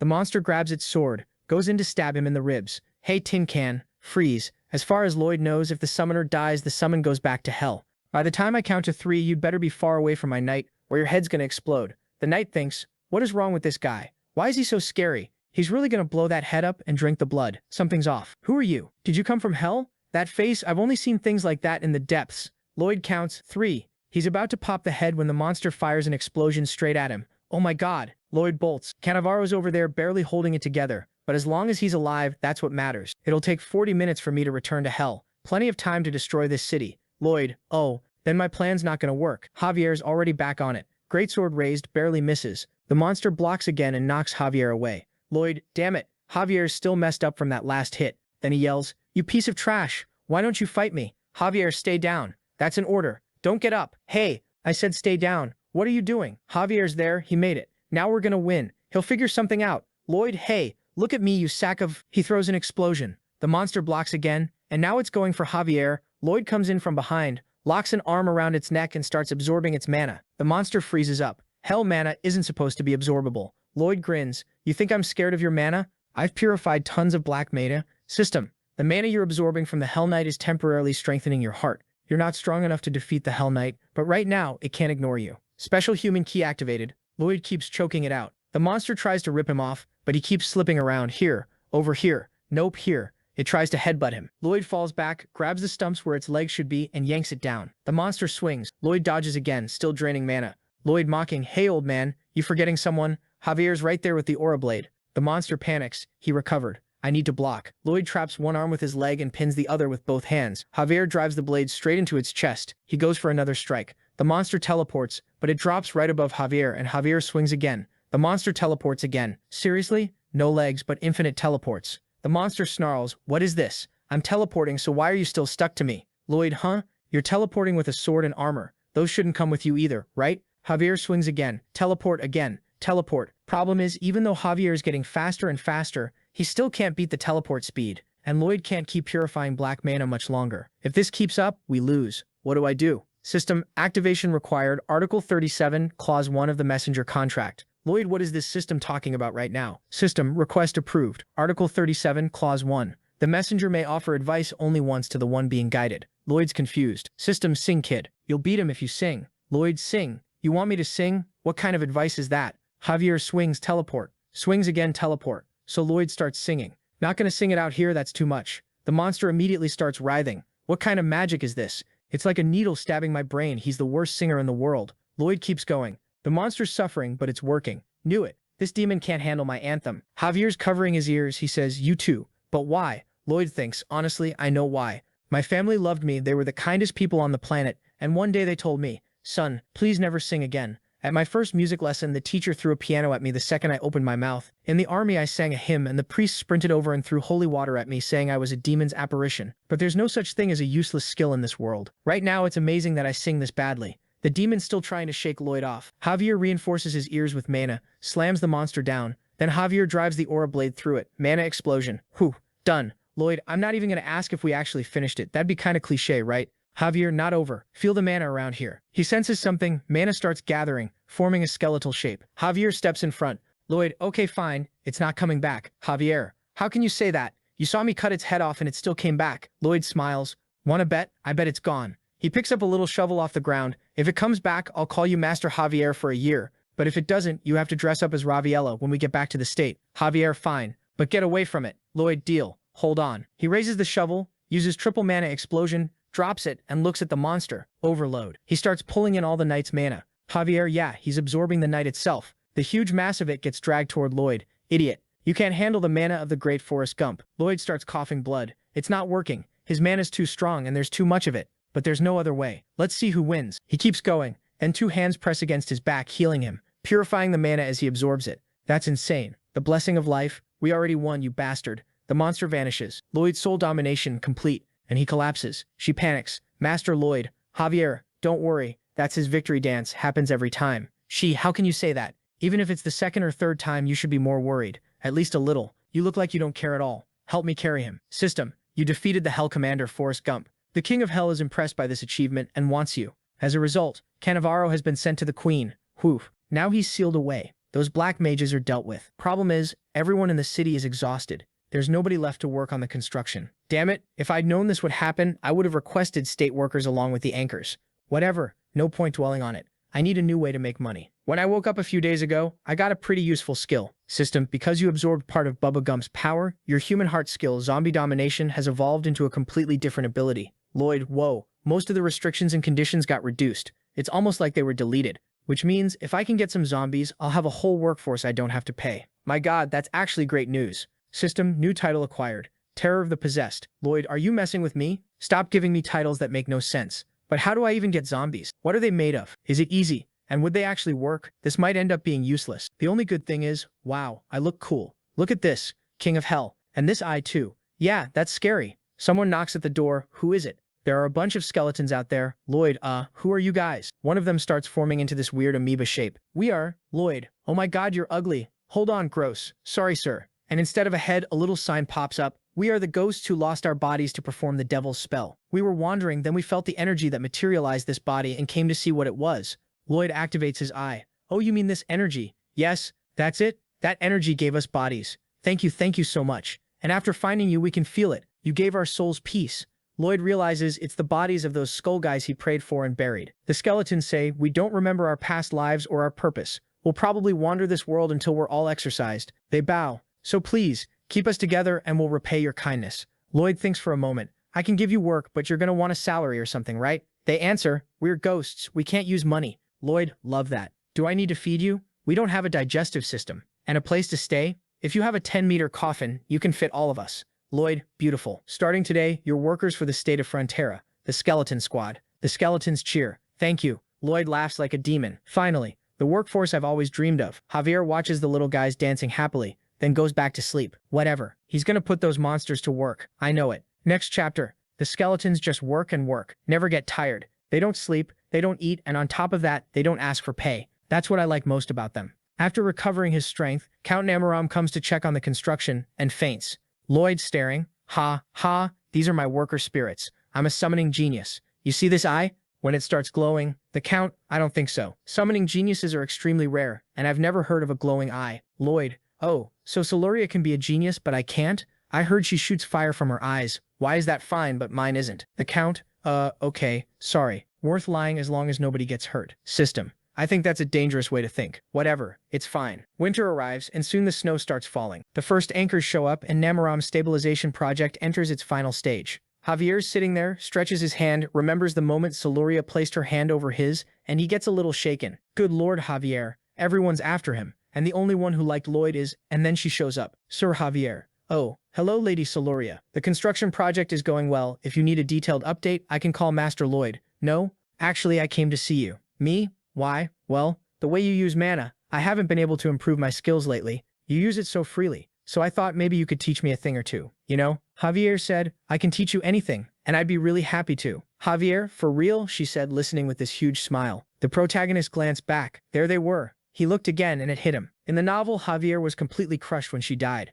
Man, this is rough, he thought. No girl likes me. The one who does, I'm still gonna be like, you know what? He's all yours, Javier. Then he remembered it all. Javier saving her, suffering after losing her, running around alone, drifting through life, ready to give up on everything. He turned back, all soft about it, and actually smiled. What a decent guy. The construction is finished without any issues, someone reported. As long as the repairs are done, there's nothing to worry about. Thank you for covering the costs, the work, and the extra fees. The Count shook his head. No, you know that's not even close to enough. Everyone in our territory wants to thank you. And everyone started cheering. To the great Master Lloyd. Lloyd just stood there smiling. I made a ton of money off this project, so yeah, I'm pretty happy. And now I'm going back to relax in peace. The Count hesitated, then tried one last time. May I ask you one final time? Would you consider marrying my daughter and becoming the next Count of Namoram? Lloyd's thoughts? Absolutely not. I'm going back to my little town and living the easy life as some small-time count. Out loud, he said, I'm sorry again, but I'm already the heir and Count of the border territory. And besides, Namoram already has an excellent successor,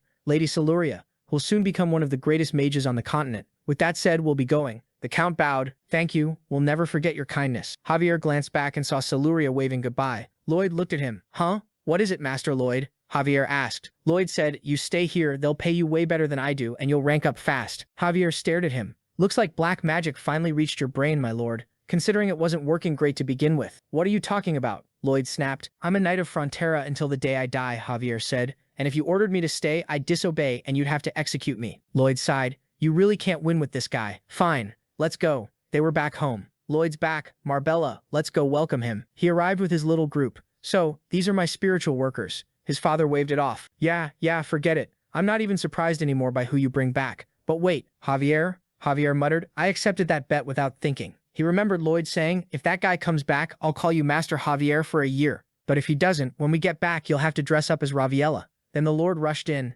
Javier. He hugged him tight. It must have been so hard for you hiding your true desires for so long. Javier panicked. That's not what you think. It's fine, kid, the Lord said. It's not a bad thing, you're just a little different. No big deal. Javier looked like he was about to cry. It's not that. Meanwhile, Lloyd was glowing. I'm so happy. I'm home. I brought back a ton of money. Now I can finally relax. Finally, I'm gonna live in peace. A messenger burst in. Urgent command from Her Majesty. By decree of Queen Alicia, Lloyd Frontera has been selected for a special delegation being sent to Asfahan. Lloyd almost collapsed. You depart immediately. They shoved a little hat on him, grabbed him by the arms, and dragged him off. On the road, he was shaking and crying. Javier leaned in. Master Lloyd, please don't cry. You look really ugly like that. How am I not supposed to cry right now? Lloyd wailed. Up front, a man turned around. Why are you so upset? It's a great honor to receive a mission from Her Majesty. It was the delegation leader, Count Ventura. Lloyd forced out, yeah, such a huge honor. I'm crying while thinking, this is bullshit. Why do I have to go? Where are they sending us? I want to go home.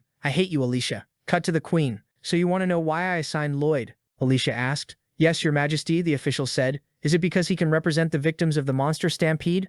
Or because you believe he'll be a good diplomat? I'm asking because I don't see it. She paused. Diplomat? No, not a chance. Then why? I can guarantee one thing, she said. The moment he finds out he's been chosen, he'll start crying and throwing a tantrum. because it ruins his dream of living somewhere quiet and isolated. She continued, the Namaram incident report says the Hell Knight was defeated by Namaram's army, and Lloyd and his knight only helped with information. That's an obvious lie. Even incomplete, a Hell Knight would wipe out average soldiers. Lloyd and Javier beat it, and they asked the Count of Namaram to leave their names out. But knowing that Count, she added, he couldn't just erase them completely, so he wrote that vague line instead. That's exactly what Lloyd wants. He doesn't care about fame or glory. He just wants an easy life, and I'm sure that wherever I send him, he'll end up doing something. He's petty, gets offended easily, and he's extremely materialistic. The official blinked. I'm confused. Is that praise or an insult? Either way, the queen said, even if he complains the whole way, ignore him. Eventually, he'll realize he has no choice and start looking for a solution to the Samarkand situation. Cut back to Lloyd still sobbing. Count Ventura muttered, I don't think he's reached the solution part yet. I don't like him. He's a money-obsessed pig who doesn't understand honor. In Samarkand, a messenger announced, Great Sultan, I bring a message. A delegation from Magentano will soon arrive at the palace. Good, the Sultan said. I'll give them a proper welcome. But when they arrived, Count Ventura exploded. We're envoys of Magentano, and you're putting us in this lodging? What kind of disrespect is this to diplomats? No mistake, the official replied. We're following the Great Samarkand's orders. Then I demand to see him now, announce us. The Great Samarkand is very busy. Seeing him right now is impossible. How long do we wait? Maybe 6 months? That's insane. The official snapped his fingers and tossed something down. If you're unhappy with your lodging, use this padishar to get something better. As long as you carry it, you may enjoy the Great Samarkand's generosity anywhere in Asfahan. Ventura's face twisted. Are you treating Magentano's royal delegation like street beggars? Oh dear, the official said. You're misunderstanding. Receiving a padishar is an honor. He dropped it on the floor and walked out. Make yourselves at home. Ventura slammed the table. Those bastards. If they wanted to insult our kingdom, they went way too far. This is basically a declaration of war. His aide asked, What do we do, my lord? We send a message back to Magentano and request a bigger delegation. We pressure them. Every nearby kingdom needs to know how they're acting. Someone else frowned. Where's Frontera? I haven't seen him in a while. Forget him, Ventura said. He's probably still crying. Then someone noticed. Count Frontera. Wait, where's the padishar that was on the floor? Night fell. A little girl was calling out, torches for sale, easy to light. A thug shoved her and punched her. Move, you street rat. She sat there, teary-eyed. I didn't sell a single torch today. Where am I supposed to hide so I can sleep safely? Lloyd appeared. Looking for a place to sleep, kid? I'll help you. Come with me. He led her toward a shining castle-like building. But that's the most expensive place in the capital, she said. I can't go in there. Lloyd sighed dramatically. Kid, you've got it all wrong. This is my lodging. I just bought it. Let's make a deal. Sign here, and it's yours. Who are you? She asked. Me? Lloyd said. I'm someone taking full advantage of the Great Samarkand's generosity. Soon he was standing on a restaurant table. I'm paying everyone's bill. Order the most expensive stuff. People gasped. He has the padishar. He can buy anything. Call your kids, your relatives, your parents, your friends, someone shouted. No one's going hungry in this city. May the Great Samarkand bless us all. At a silk shop, Lloyd asked, This the most expensive silk in the city? No, sir, the clerk said. This is the most expensive silk in the world. Great. That one and that one, set them aside. I'll take everything else. At the docks. You want to rent all these boats? No, Lloyd said. I said I'm buying them. Here, use the padishar. I want all the perfumes and all the spices in the market. Fill my 6 ships. Send them to the border territory. Make a stop in Krima on the way. Go, go, go. Vendors swarmed him. Please buy our treasures. Need knives? Sure, Lloyd said. I'll buy everything. Form a line. The Great Samarkand's grace will spread to every corner of the universe, someone chanted. Then soldiers grabbed him. In court, a sword was held to his face. The Great Samarkand glared. So it was you, the one who spent an entire year of the palace budget. Lloyd Frontera, son of Arcus Frontera. Lloyd bowed. I greet the great and incredible Sultan Samarkand. Someone whispered. Wait, that's Lloyd Frontera, the one who stopped the monster stampede? Samarkand thought, I have to prevent this war at all costs. If war starts, the first person we'll run into is him. Even with our whole army, taking Frontera isn't guaranteed. I don't know how strong they are or what weird strategies he'll use. Should I kill him now? No, there's a bomb in the palace. To kill this swordmaster, I'd have to turn the whole city to ash. Lloyd looked up. Think very carefully, incredible Sultan. Is there something we can do here besides just talk? Samarkand stared. This lunatic knows he's extorting me.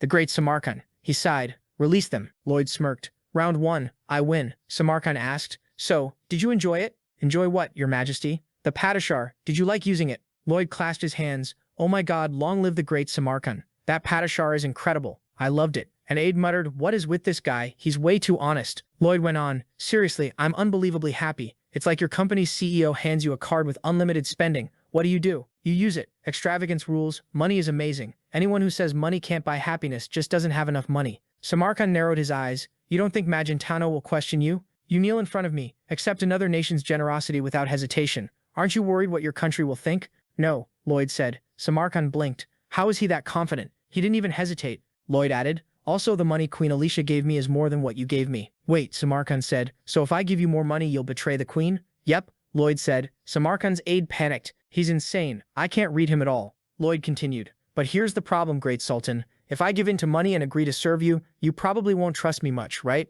Samarkand laughed. The nerve on this guy talking like that to the Great Sultan. Fine, he said. Then tell me why you spend so much money just to talk to me. You're bold. I want you working for me. Lloyd nodded. Round 2, I win. Lloyd asked, Great Sultan. Samarkand, do you want war? If necessary. That necessity is you trying to crush rebellions by pointing everyone at a foreign enemy. Lloyd said, I'll end the rebellions if you promise you'll meet with Magentano's delegation. Samarkand stared, then said, Go ahead. Lloyd already had the contract in hand. Round 3, I win. He leaned toward Javier later and whispered, Did you see his face when he signed? He was sweating with rage. Javier sighed. The price was kind of absurd, sir. You're going down in history as the first person to scam a sultan. Lloyd shrugged. How is this a scam? It's way cheaper than what he'd spend on a war. As Farhan's provinces are getting poorer and poorer because of the droughts, but the Great Samarkand isn't doing anything to help them. So all the provinces joined forces and started a rebellion. The order of events in this story is totally different from what it should be. If a war starts before the rebellion, that could be really dangerous for me. Lowering that risk is the best move right now. Back at Samarkand's palace, someone arrives. Did you call for me, father? My god, her name is Jade Charizard. Let's just call her Jade. The Sultan says, Jade, my dear daughter, I have a mission for you. Tomorrow, Lloyd Frontera is leaving for Kandahar. I want you to be his bodyguard and make him yours, using whatever means necessary. Of course, as you wish. The sun comes up, and she's already there. I'm Jade Charizard. I've been assigned as your bodyguard, and I'm looking forward to serving you. Lloyd goes, okay, but I already have one. I'm looking forward to serving you. He thinks, she's really not letting this go. Is Samarkand trying to have someone keep an eye on us? Then it hits him. Wait, Jade? Isn't she the princess of Asfahan? Why would a princess be escorting us to a construction site? She notices him staring and gets flustered, trying to stand properly again. I'm looking forward to serving you. Lloyd's even more suspicious. She suddenly strikes this kind of suggestive pose, but her eyes look like she wants to cut him into pieces. So what is she trying to do? Oh, I get it. She's trying to seduce me? No way. Soon Lloyd ends up face to face with Samarkand. Become my son-in-law. No, I'm done getting marriage proposals from old men. Next chapter. The key to ending this drought is a Qanat, an underground water transport system used by the Persian Empire. The blazing sun makes any water above ground evaporate before it can reach the city, so the water has to travel underground. The mountains are dozens of miles away, covered in snow year-round, and can be used as a permanent source of fresh water. That's what they'll tap into. They arrive in Kandahar. Finally, we can rest. Lloyd's thinking, I really need sleep. But the moment he's about to, she shows up at his room. Can we talk for a moment? He sighs. First, stand in a more normal pose. And why do you look like you're about to chop my head off? She's got her sword ready to draw.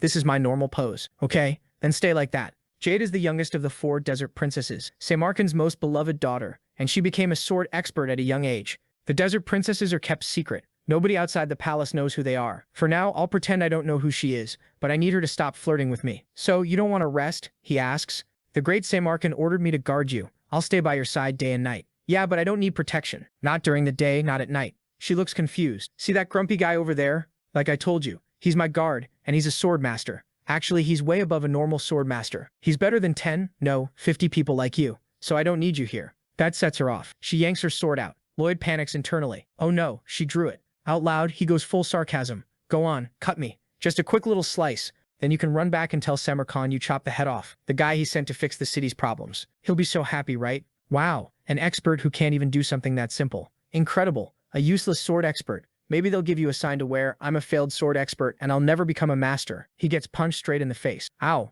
my bodyguard is beating me up. Javier, help. Why does Javier look like he's enjoying this? He's laughing his head off. Jade storms out, slamming the door. You're the worst, you bastard. Lloyd thinks perfect. Plan worked. Javier says, so you wanted to get beaten up by a pretty woman that badly? Weird fetish, my lord. Lloyd, no, you idiot. I wasn't planning to get beaten up. Why didn't you protect me? Sorry, sir. You kind of deserved it, so I forgot. Lloyd squints. Why are you making that guilty face? You're not guilty at all. Are you using your amazing acting skills to mess with me? Javier, I already knew Lady Jade was trying to seduce you, but why provoke her? I hate extreme cold and I hate extreme heat. Getting involved with her would trap me here, and that'd be a nightmare. Plus, someone as skilled as her has better things to do than babysit me. The next day, under the blazing sun, Jade sees the two of them heading out. Where are you two trying to run off to? We're gonna prep the construction site. Mobility is everything, so we can't have an amateur like you slowing us down. She forces herself to stay calm. Fine, I'll come today, but I won't walk in front of you. No, still not happening. You're not a sword master yet. Her face twists with anger. Hold on. Lloyd starts casting a spell to put her to sleep. She drops instantly. Who would have guessed he can use sleep magic? Lloyd laughs, works on anyone who's about to become a sword master. Javier, take her back to her room.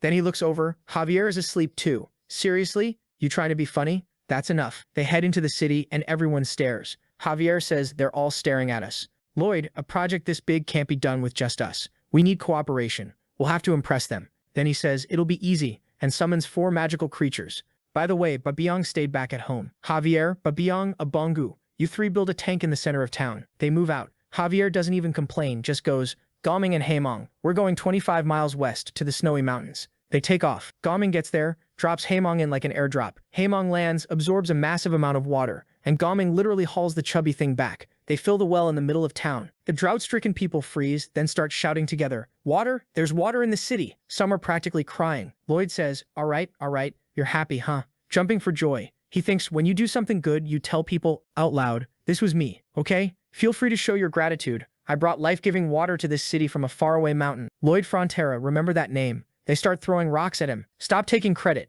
You capital rat. You just want us to take 1 sip so you can exploit us even more. Lloyd, oh, looks like you've got your strength back, thanks to me. They keep trying to throw rocks, but something stops them. I can't even hit him. What's going on? What an annoying brat. Lloyd thinks. Yeah, this resentment isn't going away fast. Some of them are too proud to accept the water. Fine, I'll keep pushing little by little. Next day, same blazing sun, people show up. Huh? It's full again? Are they going to fill it every day? Lloyd, loud enough for everyone to hear. Wow, who did this? Must have been Lloyd Frontera. Then even louder, I'll bring water every single day. I'm not stopping until every man, woman, and child is on my side. More rocks fly. He dodges them all. Damn it, someone get a boomerang that curves. Lloyd, fine, I'll beat this brainwashing. Night falls. A little kid drinks water at home, glowing with happiness. I can't believe it. I can drink as much water as I want. It's like a dream. The parents get nervous and look out the window. Lloyd is just standing there watching. Water. Lloyd, soon anyone who goes to the well sees him. A woman comes to draw water. His face pops into her mind. Lloyd, little by little, he's worming his way into everyone's brain. Walking through town again, he sees the same guy who looked half dead the night before. The guy adjusts his turban, suddenly all polite. Lloyd chuckles. Heh, heh, heh, heh. The guy giggles back. Heh, heh, heh. Water, Lloyd. Say it. Let me hear it. Lloyd, water. The whole town is losing it. Javier, did you hypnotize the entire city? This is just the power of consistent marketing. Water is good. Lloyd equals water. Eventually everyone thinks Lloyd equals good things. Then Lloyd mutters, gotta catch 'em all. The system flashes. Pokemon. He stares at Javier, waiting for him to laugh. Javier doesn't. Forget it. Nobody ever gets me. The system says, what are you talking about? I got it. Anyway, now the foundations are done, so it's time for contracts. Line up, everyone. I'm hiring workers to build a water canal. Come on. A man steps forward. Excuse me, Sir Lloyd. Are meals included? Don't worry. Food's coming in from all over the world. Back at Samarkand's palace, I bring a message. It's about Lloyd Frontera in Kandahar. This is the Padishar bill. Samarkand sees the massive bill. That brat. Meanwhile, Lloyd is flying with Gumming, activating some kind of eye power. Huh? I can't see it. That means it must be about 4 meters deep. Even if I used everyone in this city, it'd take forever to dig 22 miles like that. What I need are tunnels the rebels already dug. Hundreds of years ago, some religious people dug tunnels to escape oppression, and now the rebel army uses them. Looks like there's only one way to find them. Cut to Jade.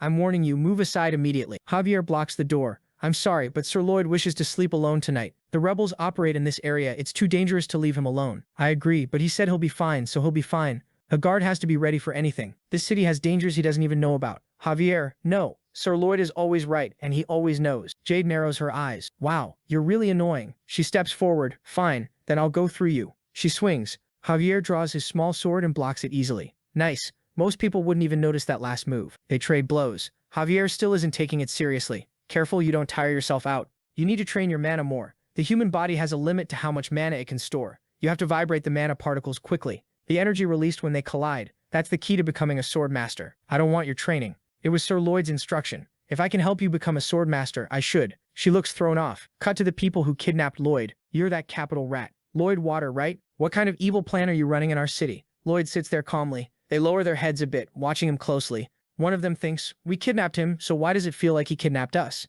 Lloyd says, if you want to know what I'm planning here, I need to explain why I ended up in this place, right? But first, these ropes are pretty uncomfortable. Can you take them off? The kidnapper snaps. Don't try anything funny. Lloyd plays dumb. What would I even do? Oh, you guys are all elite warriors. You're strong enough to stand up to all of Samarkand. A loser like me wouldn't make it out of here alive if I tried anything. One of them goes, so you know we're rebels, and you still came here to get yourself arrested. What do you want from us? I heard Samarkand sent someone here to stir up trouble. Lloyd says. Figured you wouldn't be too happy about that. Looks like I was right. He doesn't say it out loud, but he's thinking. Termes dies during the uprising, and that death is what unites all the provinces of Asfarhan and kicks off the biggest rebellion of all. Termes stares him down. Lloyd just smirks and starts undoing his ropes. Someone warns, he's a capital rat. If he tries anything funny, we kill him. Wow, Lloyd says. You're all so kind, truly blessed. Shut up, kid. Termes thinks, Samarkand might have sent this guy, but I owe him. I can at least be decent. And there she is, his little daughter, barely hanging on. Dad, I'm sorry I'm so weak. I'm sorry I'm so weak. No, Samilda, please forgive me, he says. Damn it, I shouldn't have given that water to everyone. I should have given it to you. Then someone yells, look, water. What? There's water in the city center. A giant beast is bringing water. Samilda runs over, drinks, and starts recovering. Termes points at Lloyd again. I'll say it one more time. Don't try anything, just because you're untied. Lloyd gives him a look. Termes makes a weird face. Grab him. Lloyd raises a hand and everyone hesitates. All right, he says. 2 years and 6 months ago, in a small town on the edge of Magentana, the Frontera estate was on the verge of collapse, drowning in private debt. It felt like the whole world was falling apart right in front of me. I could barely breathe. Everything was dark. But Lloyd Frontera, couldn't give up, so I built an underfloor heating system for the whole village. It was rough at first, but in the end it worked perfectly. Then we ran into giant beasts in the mines, but Javier, my knight, and I couldn't back down. We told each other, we're not leaving, and we started fighting those giant ants. Then I had an idea. What if I used the gas in the cave to trigger an explosion? Boom, massive blast. Can you believe it? Only problem was every exit got blocked, so I dug and dug and dug. I held on to one thought.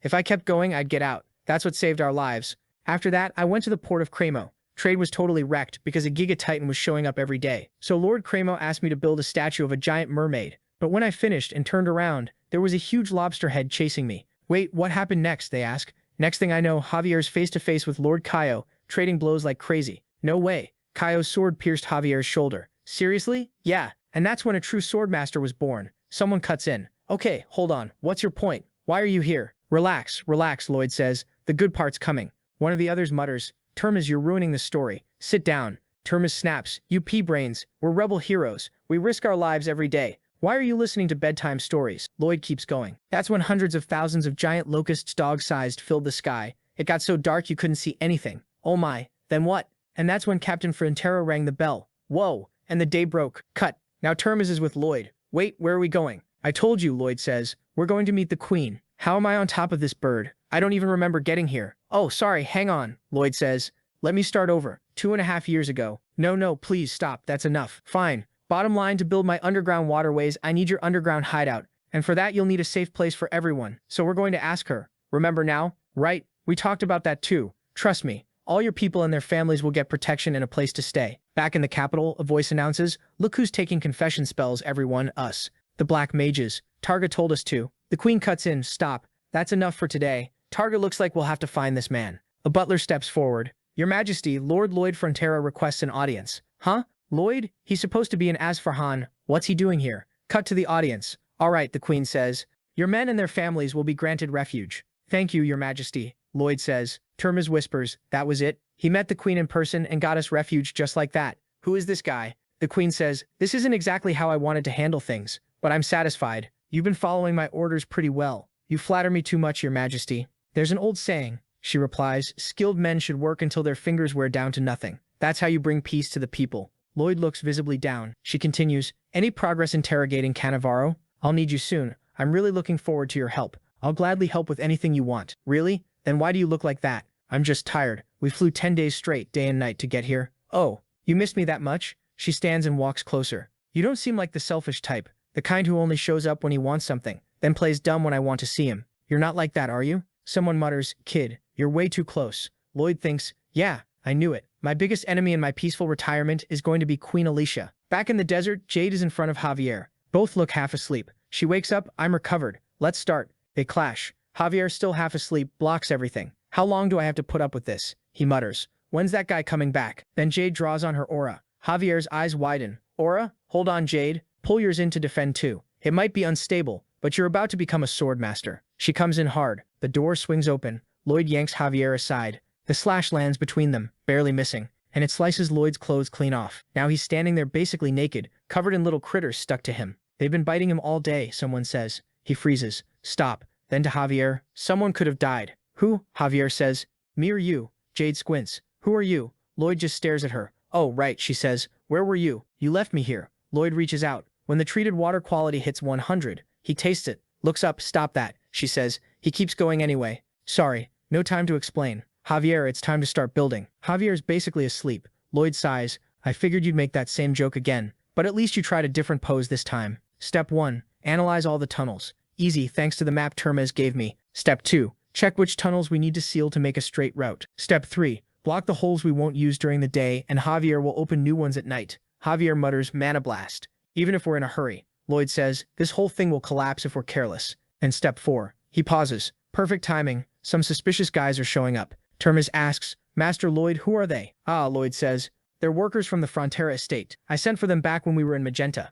I need them to finish the job. We missed you, boss, they say. The skeleton crew arrives. Listen, one says, there's a ton of water behind this wall. What happens if I dig one more time? Another answers, we'll get blasted back instantly by the massive amount of water. Correct, Lloyd says. That's why people used to risk their lives digging canats. Honestly, it's more accurate to say they gave their lives. The oldest digger would give his life with the final swing. He gestures. The water comes out, and of course it takes him with it. He did it for his community, and for the people who come after. There's no sacrifice more beautiful or noble than that. And that honor belongs to you, Torgas. Torgas just stands there. Thank you, Torgas, Lloyd says. I'll never forget this. Never. Torgas snaps. You've got a bunch of ghosts. Why do I have to die? Do you have a heart? Lloyd says. Those guys already died once. You want them to go through dying again? Torgas points. You've got a sword master. Have him slash it open and run. And he only owns that one blue outfit. Lloyd adds. If it gets soaked, he won't have anything to wear. The system message pops up. The demon is afraid of losing his position. Lloyd frowns. What is he even talking about? I'm giving this guy a chance to do something useful for once. Cut to hell. Satan leans back. The messengers up top have sharp eyes. Let's see where my boy Lloyd ends up. Helcaris, king of hell. Next day, blazing sun. After a few scuffles, the skeleton squad leader decides to go for the final hit. Torgas swings the pickaxe with Lloyd. Water explodes out, sweeping everything. They left a little net there, and somehow he makes it out. Totally wrecked, legs twisted, arms everywhere. But the city gets water. People scream, no way, it's water that doesn't run out. A girl runs up and offers Lloyd some. Hey, this is the water you made. Thanks, he says. Then she stares. Sir, why are you walking around with no clothes on? Kid, he says, don't you know buying clothes is a waste of money? Somewhere the king of hell is apparently terrified of getting fired. After the central water system opens, a bunch of other cities get connected too. Near the end of the operation, a message appears. Congratulations, you received a new title. The foreigner who walks around in his underwear is the greatest of all time. Stop giving me these stupid titles, Lloyd growls. The system replies, but people are calling you the GOAT, the greatest of all time. That's cool. Cool how? I want a legendary title. Whatever. Title effect, 100% resistance to dehydration and extreme heat. But I'm not planning to go anywhere hot. I'm planning to relax from now on. This is useless. Cut back. Termes approaches. Master Lloyd. Hey Termes. You done packing for the trip? Termes kneels. There's no way to know how many people your actions here will save. You ended a drought and a war, and you brought us a place to take shelter. So everyone here swears eternal loyalty to the Frontera estate. Lloyd panics. No, you don't need to do all that. Just take care of your people, he thinks. Damn it, I did this for personal gain. All this gratitude is messing with my conscience. System message, new approval rating. Termes and his people thank you and pay their respects. From now on, Termes' people and Frontera's people will have their approval indexes combined and averaged. Lloyd brightens. Now that's a reward, not that trash from before. Thanks. Similda whispers. Dad, he made that weird face again. No, Similda, Termes says, he can make all the ugly faces he wants. He's an extraordinary man. The skeleton squad guides Termes to the Frontera estate. Just when everything seems to be ending peacefully, back in Asfahan's capital, the Sultan says, Lloyd Frontera, be my man. Forgive me, great Samarkand, Lloyd says, but I personally prefer someone with a slightly slimmer build. Samarkand's expression hardens. Are you not understanding me, or are you pretending? You've noticed Jade is my daughter, right? She's not good enough for you? I think Jade's heart matters more than the heart of someone like me. Samarkand remembers Jade saying, no dad. The way he moves and looks, it's disgusting. I'd rather you bite my head off. Samarkand sighs, fine then, looks like everything's settled. You kept the promise you made to me. It's time I kept the promise I made you. I'm going to meet Magentano's delegation. Let's get started. Thank you very much, Your Majesty, Lloyd thought. Dear God, all that over this? He headed out, and Samarkand Lloyd Frontera watched him go, thinking, I'm the kind of ruler who takes whatever I want. No matter what it is, you're going to be mine. Lloyd just shot him a look. What is it, Samarkand? Fine then. At the meeting, everyone was sweating bullets. So Lloyd Frontera really managed to get Samarkand to the negotiating table. All right, Lloyd, you've brought me a huge opportunity. I won't let your efforts go to waste. Samarkand spoke up. I apologize for making the kingdom of Magentano suffer because of my mistakes. Everyone froze. What is this? Samarkand is apologizing? I promise compensation for all the damage caused by the monster stampede. And to make sure it never happens again, we'll implement special preventive measures. We'll update Magentano soon on what those measures will be. And if a stampede happens again, I promise to pay double for every problem it causes. One of the officials swallowed hard. Uh-oh, this is bad. What's he going to demand from us now? Then the Magentano side hurriedly replied, we're deeply grateful for your majesty's generosity. I'll deliver this message to our queen at once. Samarkand stared at them, still sweating, and said, I ask that you give me Lloyd Frontera. Outside Lloyd's room, he asked, so, what did you tell him? The official hesitated. Well, about that, I told him he could have you. Lloyd didn't like that. I'm sure the queen will be thrilled, the official added. Our kingdom will gain so much, and someone as talented as you will do fine anywhere, right? Lloyd paused, then said, you know what? You did great. Perfect. Clearly he was just happy to be rid of the queen. Meanwhile, Samarkand was thinking, what should I have him do first? Build new roads? Expand the water deliveries? The city sanitation is a mess.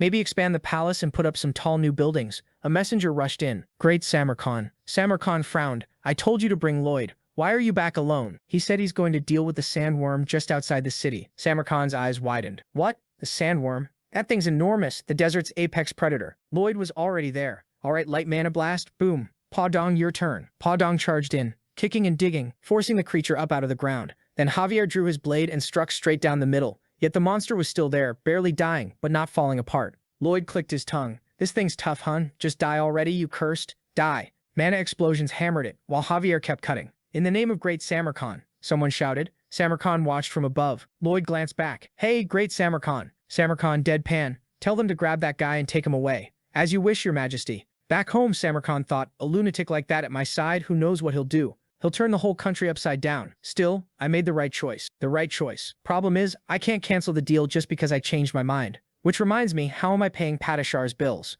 That bastard. How did one construction cost that much? Wait, has he been robbing me this whole time? Greetings, Great Samarkand. We have a problem. Samarkand sighed. What now? Lloyd ran off with Padishar. He didn't even react before another person rushed in. Greetings. Emergency. What is it? Princess Jade ran away. She left a note saying she has a lot to learn from him and not to look for her. Samarkand stared, then slammed his forehead onto the table. Samarkand, you idiot. In Frontera, the sun rose on another peaceful day. The father sighed. Waking up to Bibiong screaming is weird, but it's still a great place. A maid ran in, beaming. My lord, a message from Master Julian. Dear Mom and Dad, I graduated second in my class. The top graduates were honored with positions in the capital, but I want to spend some time at home before my duties officially begin. I miss you so much. The younger brother clenched his fist. He's doing that well? I'll prove I can be just as capable. Their parents were overjoyed. The father murmured, I don't deserve this much happiness. Then Bayern arrived. My lord, a delivery ship from Sir Lloyd, straight from Asfahan, just arrived. Wait, from Asfahan. When they got there, it was piled high with treasure.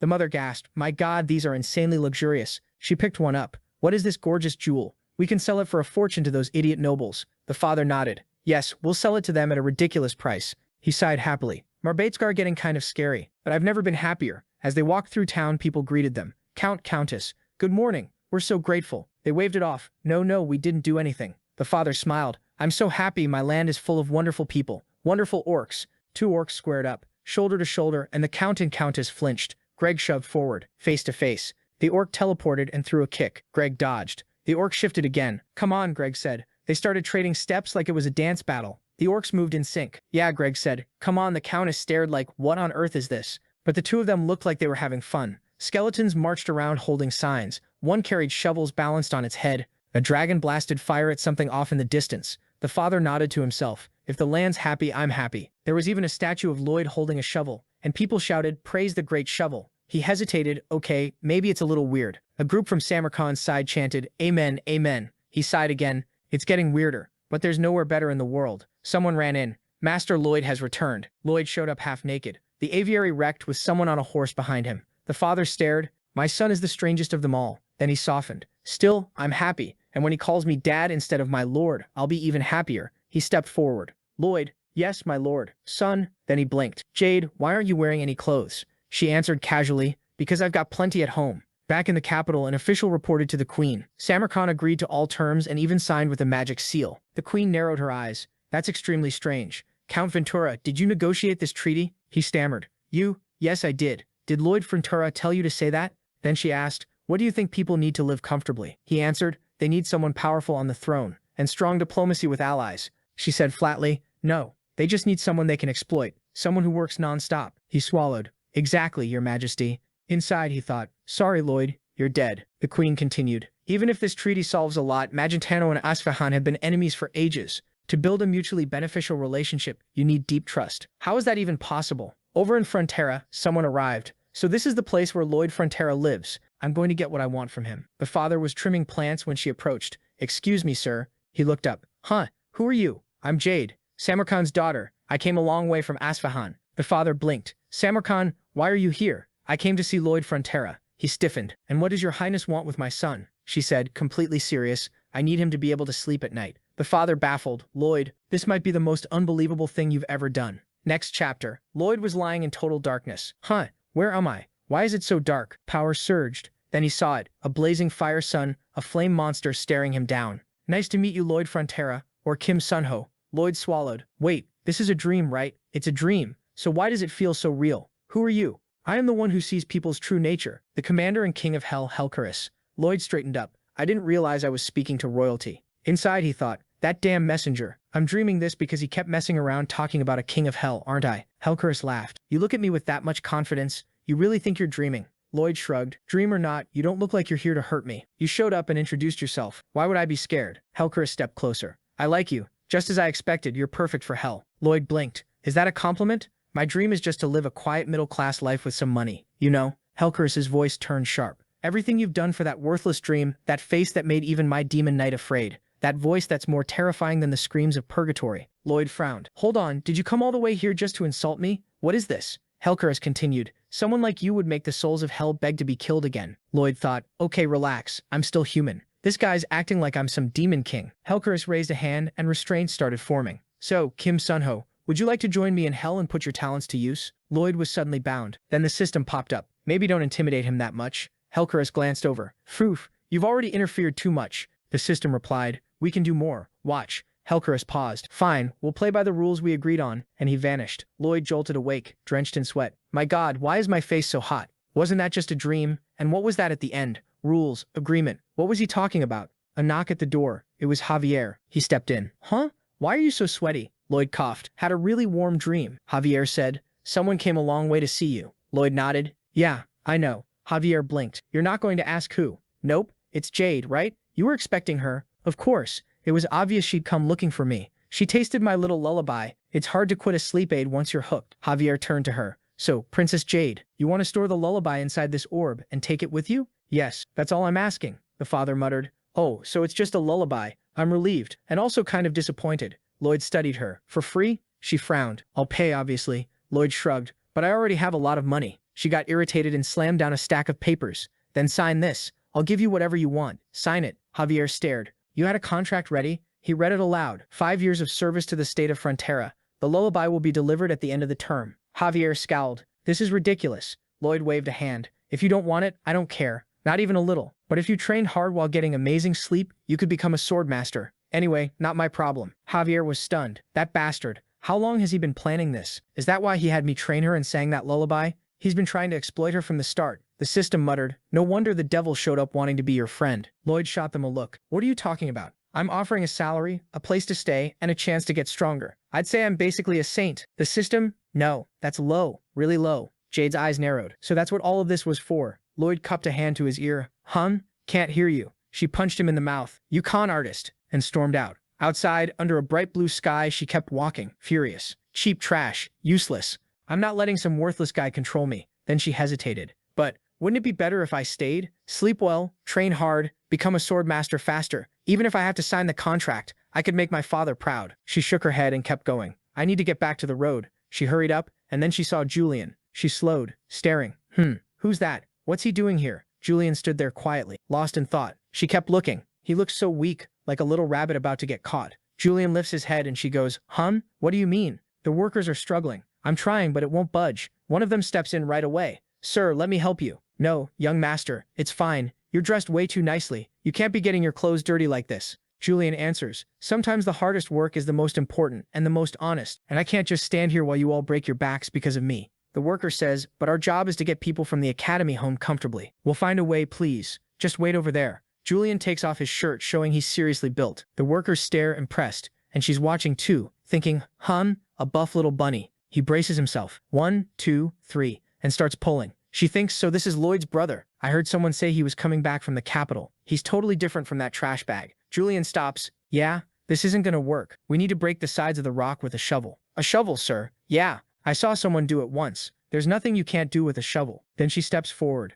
It's a good idea, but it'll take all day. I'll move it for you. Julian watches as she walks up, calm as anything. She thinks, helping these guys will give me an edge in my negotiations with Lloyd. In one clean motion, she slices, everything turns into neat little blocks like Minecraft. The workers freeze. Julian, thank you. Who are you? I'm Jade, from the state of Asfahan. I'm staying in Frontera right now. And Julian's heart is basically in his throat. In town, there's chaos. Someone's about to give birth. Emily turns a corner and runs straight into Cougar, the orc. She starts to speak, but he just walks past her, head down, looking miserable, biting his lip like he's holding back anger. He remembers asking her earlier, Miss Emily, do you love Officer Greg? She'd paused, then said, of course. He's the most precious person in the world to me. That hit hard. Then he remembers Greg flirting with other women, with the other orcs laughing at him. Cougar stops and thinks, I could never give her the kind of love she wants, and there's no point hurting her by saying it out loud. Emily turns back. Cougar, where are you? But he's already gone. At home, Emily asks, Greg, you've been complaining nonstop. What's going on? Is something wrong?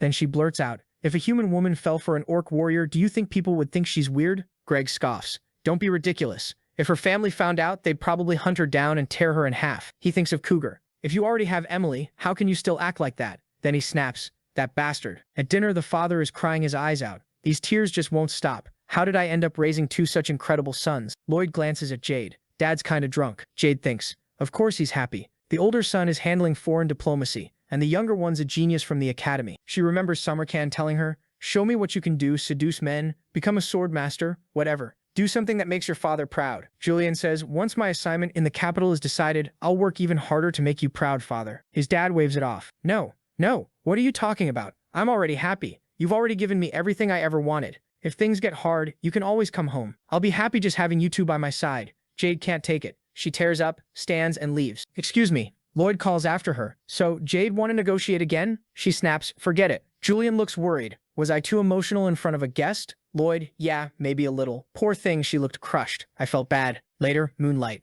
Lloyd watches from the window as Jade walks away. Julian runs out after her. Lloyd just stares, then smirks when he sees her blush. What's this? A nice little surprise. Julian, where are you going this late? You're not leaving, are you? Jade's heart is pounding. No, I'm just taking a walk. He exhales. You scared me. I saw that huge backpack and thought you were leaving. It's just some food. Hold on, eating that much before bed isn't good. I mean, it's food, but also some gear for staying outside and thinking, oh my god, my excuses are getting ridiculous. Julian laughs a little. Whatever. I'm just relieved. You looked off at dinner, so I was worried. I'm fine now. Really, she thinks. Should I stay a few more days? From the side, Lloyd is quietly cackling to himself. Master Lloyd Javier suddenly appears. Jesus, your face scared me. What's wrong with you? It's time for the lullaby and you didn't show up. And why are you staring at that adorable couple like a villain? Lloyd, I only just realized they're totally in love. How did you figure it out so fast? Javier, wait. It took you that long. I've seen that look plenty of times. Honestly, most women look at me like that. Don't tell me that's never happened to you, my lord. Not surprising. Keep trying. Lloyd thinks. This jerk knows exactly how to piss me off. Javier, jealousy can blind you, my lord. Even if you're my lord, I'm not helping you ruin Julian's love life. Lloyd, hey, who do you think I am? The system chimes in. Javier isn't wrong. Lloyd imagines himself pulling back Cupid's bow. Fine, I'll make this love story real. From now on, I'm Cupid. He thinks, after seeing the queen not long ago, I realized something. With my skills and the future info the system gives me, I keep standing out, and the queen's like, work until your fingers fall off. If I keep doing this, she'll work me to death. I need an exit plan. And those two are my ticket. Next day, Bibiong wakes everyone up by yelling. In town, Cougar and Greg are staring each other down. Greg, so you're Cougar, right? Cougar, get lost. I've got nothing to say to you. Greg, who asked? He flicks something and nails Cougar in the forehead. Meet me at the place written here tonight. We're settling this once and for all. Cougar looks at it. An orc warrior never runs from a battle that comes to him. Greg, but you did run. I changed my mind. Meanwhile, Julian is spiraling. I can't stop thinking about her. Hair brighter than any silk. Eyes like pearls. Tough on the outside, but inside, fragile and sad. Is this what people call? Lloyd pops in. Love. Julian, oh my god, what are you doing, Lloyd? Why are you acting like you understand people's feelings? That's exactly how you look to me. Am I wrong? Julian embarrassed. Ah, my sweet brother. Julian backs up. You're freaking me out. What is it? Lloyd, tomorrow I'm recording the lullaby for Jade. Then she can leave, right? She's leaving, going far away. Julian goes pale. Cut to Greg. When Cougar gets here, I want all of you. Another orc shows up. Hey, human soldiers, this was supposed to be one-on-one, you cowards. Greg laughs. Oh wow, you caught us red-handed. What a relief. Let's finally settle this whole orc-human situation. Lloyd walks up to Jade. Here, have some juice. Jade, you didn't even say anything. Sorry, reflex. Then Lloyd drops to the ground dramatically. Ow, ow, my brother Julian is so smart, he's gonna get assigned a post any day now. Like, tomorrow, can you believe it? Then he'll leave and never come back? Gone, forever. Jade freezes. Julian's brother is leaving? Jade thinks, I'll never see him again? Julian, no, I can't let that happen. Jade takes off running. I have to talk to him. Lloyd lounges there like a gangster, smug as hell. The orcs are still facing off. Julian reaches the door. If I don't tell her how I feel, Jade, at the same time, I'll regret it forever. She knocks and the scene whiplashes again. Someone asks, Cougar, what are you doing here? My brother called me. A bunch of orcs come running. The Baron and Baroness open the door. A woman is kneeling. Emily is hugging Cougar. Greg announces, all right, listen up. Cougar and Emily, today is officially your first day as a couple. Flowers get tossed everywhere. Then Jade drops to her knees too. I want your youngest son's hand in marriage. Lloyd, oh boy. Queen Alicia can't use me however she wants anymore. Next chapter, romance is done. Hearts are settled. Queen Alicia stands before a castle where the mage Targo is, the one who made Canavaro put up the barrier around the city. Alicia raises her hand to attack. Arrows rain down on the castle. Everything gets bombarded. The dark mages panic. How did they find us? Stop them. Protect Lord Targa. Knights charge in, spears through chests. Mages dropping until something huge appears. A fat, deformed dragon. What the hell is that? What kind of monster is this? The mages cast a storm of fireballs. Nothing. It doesn't even flinch. Alicia orders retreat. All troops get out of the castle. Reports come in, 5 injured and one of our casters is badly hurt. Commanders gather everyone and await Her Majesty's orders. Someone looks around. Wait, where's the queen? Did she? She's already inside, going one-on-one. She draws an aura blade and rushes it. Explosions, a brutal combo. The beast staggers, then releases a poisonous cloud through the whole room. What? Poison? No, it's cursed with some kind of magic. Alicia grits her teeth. Doesn't matter, I trained for poison resistance. Next scene, the monster's down. She opens the door ahead. Inside, surrounded by candles, a man stares back. So you're Targa? He glances up, then lowers his head. For the crime of attempting to rebel against the kingdom, I'll give your sentence immediately. She takes his head clean off. It hits the floor. Finally, it's over. She sheaths her sword, then suddenly grabs her head. What's happening? Is this the curse? We're screwed. Someone's going to have to defeat the queen. Back in the state, Jade is marrying Julian. They're glowing. The father's crying, everyone's crying, the orcs are celebrating, and Lloyd is standing there with that evil little grin. Javier, Master Lloyd, could you please go home? You're ruining the mood for everyone. Lloyd, what? I'm extremely happy. Just look at my face. Javier, I don't get it. How does this wedding stop Queen Alicia from exploiting you? Lloyd, pay attention. Now I'm tied to 2 kingdoms. I'm technically a citizen of Magenta, but I've got family connections to Samarkand. Javier, but doesn't Samarkand hate you? Yeah, but that old guy isn't stupid. He's probably realized that whole desert worm thing was an act, which means he still wants me. If Queen Alicia tries to get rid of me, I'll just pretend I'm best buddies with Samarkand and go stick to him.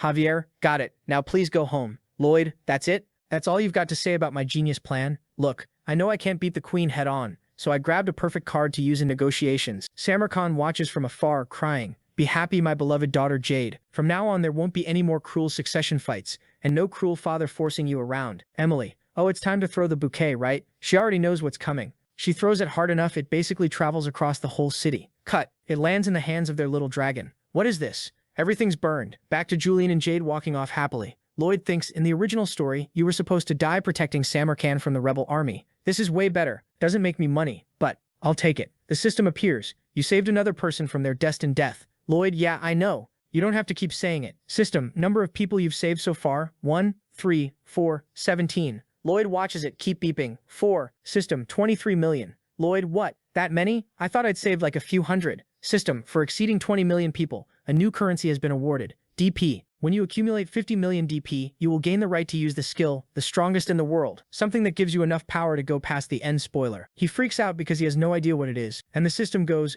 this skill gives you the strongest power in this world for 30 seconds. He's like, that's way too short. What am I supposed to do with 30 seconds? And it's not even absolute power, it's just the strongest power in this world. So if I fight someone stronger from another world, I'm still screwed. Then the system hits him with, and if you use it, you'll have to cut yourself off from all messenger support. Every skill, summon, end spoiler, everything you got through RP won't be available anymore. He's like, yeah, no way I'm ever using that. The system goes, oh really? So you're not letting me go, huh? Obviously not. Without those abilities, I'm gonna have a huge problem. Count Ventura walks up, oh Master Lloyd, Ventura, thanks for coming to the ceremony. Ventura says, not long ago we made that deal, and now this marriage has stabilized our ties even more. He shrugs, I didn't do anything. You handled the negotiations and my brother's the one who got married. Ventura bows. Please forgive me for being an idiot and secretly looking down on you before. You're the real hero. He waves him off. Nope, I don't forgive you. Keep looking down on me, okay? I'm awful. Petty, Dumb, materialistic. Please don't praise me. I don't want attention. Ventura sighs. There's no point trying to hide it. Her Majesty already knows everything that happened. Yeah, figured.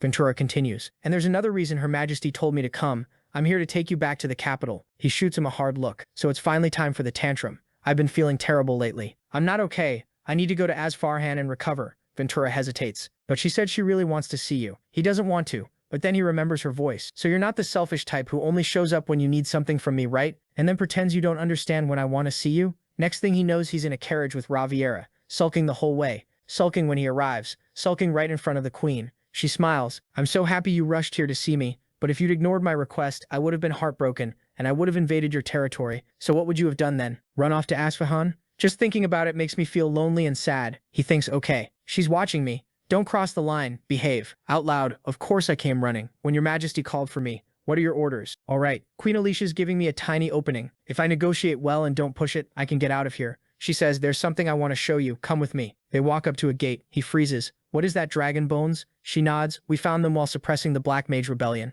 Looks like they were planning to use them for some kind of ritual. Yeah, I remember that being mentioned. Dragon bones are perfect for all kinds of magic tools. Up close, they're seriously tempting. The queen says, with these bones, we could even pressure a nation as strong as Magentano. Build a massive garden behind the royal palace. Place the bones there and put a statue of me right in the center. A symbol that Magentano defeated the dragon. He thinks, time to activate Soheo Kim's social skills. Walk the line. Here we go. Your Majesty, thank you for giving me such an honorable task. She squints. Are you sure? Yes. She starts. I don't think you. He cuts in smoothly. And to show my gratitude, I won't accept any payment for the construction. She stares. But you want something else, don't you? As payment, I'm just asking for 10 years of vacation. Her eyes widen. What? He thinks. Stay on the line, don't panic. She clearly doesn't like it. This guy's asking for way too much. He adds, you're thinking that's too much, right? Then I'll take the dragon's tail instead. She smacks him. She exhales, looking satisfied. I feel a little better after hitting you. Fine, you can have the tail. Just make sure nobody finds out the other one is fake. He blurts, my God, your Majesty hit me. So please, I'll accept any punishment. Please, step on me. She recoils. What? Get away from me, you disgusting creep. He thinks, perfect. Now that she thinks my price is expensive, she probably won't try to mess with me again. Still, I don't want to work. I want passive income, free money, a way to do nothing and get rich. A man walks in. Are you Lord Lloyd? Yes. I'm Viscount North, a garden design expert. Shall we discuss the project? He looks Lloyd up and down. This guy's an amateur and they call him a master? I was born a peasant and I've done this work for over 30 years. I built my knowledge and reputation from nothing. Unlike some noble-born kid who had everything handed to him. The Viscount says, this project will be a partnership between the two of us. He blinks. What? A partnership? What do you mean? Lloyd immediately switches gears. I'm young and ignorant, totally inexperienced. I'm lucky to even work with Viscount North, someone I respect deeply. How could someone like me possibly be your partner? Please, let me just watch and learn everything I can from you, my lord. It's an honor that you even recognize how inferior I am. The Viscount frowns, confused. Okay, fine. This kid gets it. The next day, the Viscount presents the plan. So, what do you think of the layout? Lloyd gasps. This is incredible, Viscount North. I can't believe it. Did you make this whole plan in one day? Of course I did. Well, you're a genius. Seriously. Could you do the same thing over in this section too? Of course. Wow. The Viscount smirks. You see what I did? It was to show you how useless you are. Lloyd thinks, relieved. Thank God I didn't get involved. If I tried to improve it, I would have wrecked everything. The Viscount snaps. Obviously you would have wrecked it. I'm going to analyze everything now. Don't get in my way, amateur. Of course, my lord. Lloyd thinks, I'm a genius. Then he slips away to his hammock and flops down. This is amazing. The secret is finding people who will work for free for you. Thanks to skilled, loyal people like Viscount North, guys like me can just lie here and relax. Meanwhile, back at the castle where the dragon bones are stored, an eye glows in the dark. I, Targa, haven't given up. Alicia Magentano, I'll have my revenge with your death. Next chapter. The Viscount says to Lloyd, right now it's just wild green land, but once we organize it, we'll reveal its hidden beauty. Don't you think that's why humans look up to the gods, their power of creation, making something from nothing? Isn't that the closest thing to divinity? I'll build a magnificent garden and feel the thrill of becoming like a god. Lloyd watches him. This guy loves his work. I really need to put him in charge of everything I possibly can. The Viscount says, I have a meeting with the administrators. Since you don't know anything at all, it's better if you don't come. Lloyd bows. I'm ashamed of how incompetent I am. I'll keep working hard so maybe one day I'll be worthy of being in the same room as you. The Viscount leaves, beaming. Lloyd chuckles. Time to relax. He calls out, everyone. The little crew shows up. Playtime. A wild Bibiong appears. Pod dung thunder shock. My God, that's messed up. Javier is sprinting around in panic while Lloyd's like, come here you. Bibiong just keeps dodging. Javier's still running for his life. Then Podong headbutts something. Lloyd yelps, no. My Pikachu is rebelling. He leans back, satisfied. This is so good, I was born to be lazy. Javier rushes in, out of breath. Master Lloyd. To the queen. She's coming. What? Quick, set up a table. Pile of papers. Now. He throws on an act. Ah, this is so hard. She walks in, eyebrow raised. He bows dramatically. Your Majesty, I greet you, the rightful ruler of all these lands. She deadpans. You know this looks fake, right? You were just stalling, weren't you? He barely holds in a laugh. She continues. Are you making Viscount North into a fool? A peasant doesn't become a Viscount just because he's good at his job. Lloyd thinks, crap, did he tell her? Then the Viscount steps forward. Your Majesty, there's something I'd like to say. She nods. Go on. He explains. You asked for the dragon to bow to your statue and for a river so people could pass by in boats and admire the grandeur. I tried every way I could to make it work, but the mountain is too steep. The boat would go down far too fast. I couldn't find a solution. She frowns. So you're saying we should give up on the idea? No, Your Majesty, that young man, Lloyd Frontera, offered a solution. We'll build a lever system beneath the river. When the boat reaches the levers, the front one lowers. The water flows normally again, but at a lower level, and the boat can continue safely. He adds, not just this. Again and again, I've been able to solve problems thanks to his help. And every time he says, those are just the thoughts of someone who knows nothing. Only someone as skilled and wise as you, Viscount North, can decide if this plan is possible. The Viscount looks genuinely moved. He has incredible talent and knowledge, yet he gives me all the credit. He doesn't work much. He plays around and still wants a share of the money. But when it matters, he handles the crucial parts. I believe he's the model of a truly capable man. Lloyd thinks, oh no, what excuse am I supposed to make? She's not going to accuse me of treason, is she? The queen says, Han, get your butt down before I kick it, and then stand up. He lifts his head. She says, I'm impressed with your work. Keep doing what you've been doing. He stands there awkwardly as she leaves. He mutters, so she didn't figure out I was stalling? Javier sighs, you're really slow in situations like this.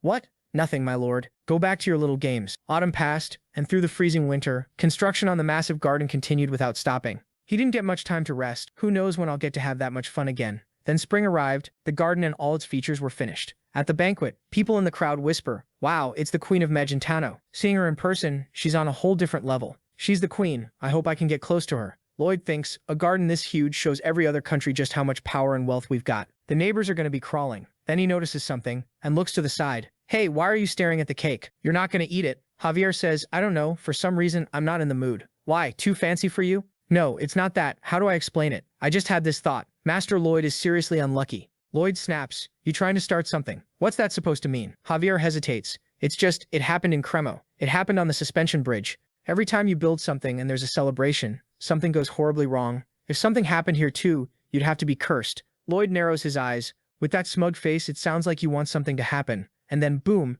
an explosion. As expected, everyone turns. The dragon's head has fallen to the ground. The queen glares furious. The count looks stunned. Lloyd blurts, wait, no way. I ran simulations every possible way. It never fell. Javier grabs him. Master Lloyd, get ready to run. He blinks. Run? What do you mean run? Why are you freaking out? What's happening to those bones? Why do they have that evil aura? So much magic is pouring out of those bones that it's forming a tornado up in the planet's stratosphere. The dragon's skull bone already has glowing eyes, staring straight at the statue. Magentano, right before you chopped my head off, I moved my soul into these bones.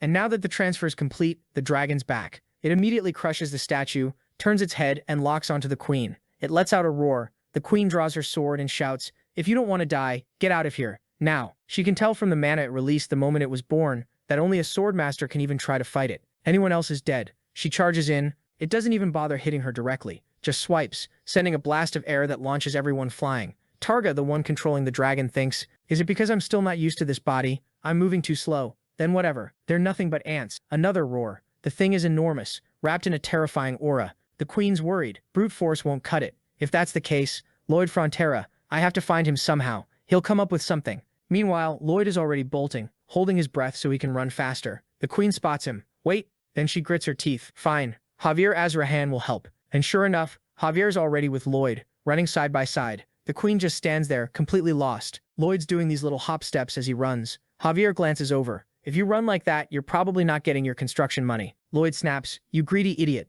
Money is all you think about? We need to stay alive. It's always money, money, money. You're seriously driving me insane. Javier droops a little. Then Lloyd notices Javier slowing down. Hey, what are you doing? Why are you stopping? Javier says, if we don't stop that thing, everything gets destroyed. Eventually even our whole state. I need to protect your precious money factory. Lloyd doesn't even look back. That thing has 100 times more mana than you. Forget it and move. Javier watches him go. He didn't even hesitate. Fine. Run as fast as you want. I'll stop it here even if it kills me. Lloyd looks back. You idiot. The dragon starts conjuring an apocalyptic energy sphere then fires a laser that detonates everything. The queen gets thrown, battered, and torn up. Right as the blast is about to swallow her, Javier rushes in with an aura burst and slams it into the side of the dragon's head. The laser veers off. She survives. The dragon unleashes a barrage, but Javier keeps redirecting with mana, dodging by inches. The queen throws an aura slash. Javier answers with another, but the dragon just tanks it. Every second I'm getting more used to this body. Soon, everything will be mine. It starts to fly. Javier shields the queen while the dragon rains fire everywhere,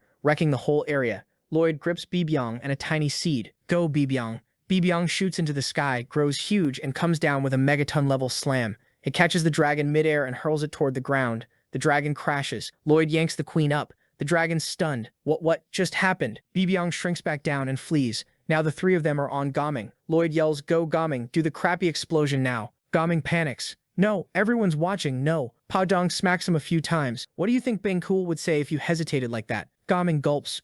Okay, and he starts pooping on the dragon. No idea what Lloyd expected, because it only makes the dragon angrier. It roars. The queen asks, Lord Frontera, do you have a plan? Forgive me, your majesty, but this time it's all or nothing. They climb above the clouds. Lloyd says, I'm bringing someone way stronger into this fight. The Dragon King. The one mentioned in the Book of Blood and Steel. He keeps order between dragons and humans. A generous, benevolent being. There's no way he'd allow a zombie dragon to destroy everything. I'm sure he lives somewhere called Gaffel. He turns to her. Your majesty, how far is Gaffel from here? Gaffel. At this speed, probably a day. Why? Lloyd's face tightened. That's bad. The dragon nearly bites them. Gaming barely twists away. Damn, he's huge and fast, and we have to fly for a whole day with that thing chasing us. Javier asks, what do you need in Gaffel? I'm not 100% sure, Lloyd admits, but I think it's there. Javier draws his sword and fires another aura blast. It punches through part of the dragon's wing, slowing it for a second, but not enough. The dragon snarls. Cheap tricks like that won't work on me. Lloyd says, Alicia, give me your sword.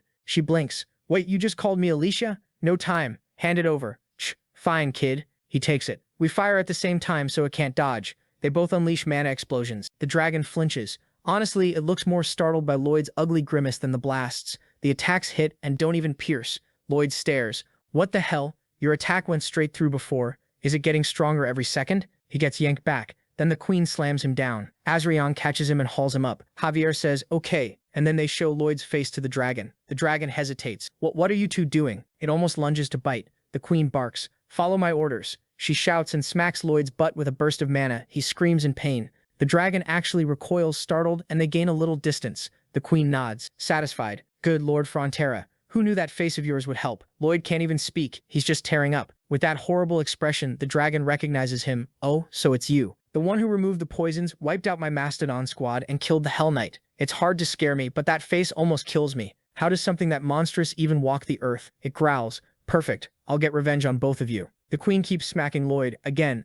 he's suffering, but manages. It won't work anymore. It made a mana blindfold. Javier sees it and says, Your Majesty, cover your ears. Lloyd, use your banshee scream. Lloyd protests. It's not a banshee scream. I'm just singing. Whatever, sing, do something. Lloyd starts singing. Hallelujah. The dragon has to cover itself like it's putting on headphones to block the sound. The queen lets go of Lloyd. Useless now. Lloyd mutters, I messed up. The Dragon King plan was trash. There's no time to reach him. Our only option is killing this thing. Does it have any weakness at all? Then he remembers what the queen once said. You can keep the tail, but make sure nobody finds out it's fake. Lloyd's eyes widen. That's it. That's its weakness. They're fleeing, but the dragon is closing in, and I'm getting stronger. Stronger and stronger. I've transcended human limits. I'm about to become a god. It's almost on top of them when Lloyd shouts, Gaming used the spider web on it. The web wraps around its head. It thrashes, furious. What is this useless garbage? While it's distracted, they pull a maneuver. The dragon looks around. Where'd they go? Javier and the queen are diving toward the tail. They're fighting above the clouds, so big they cast shadows on them. Lloyd calls out, fourth bone from the pelvis.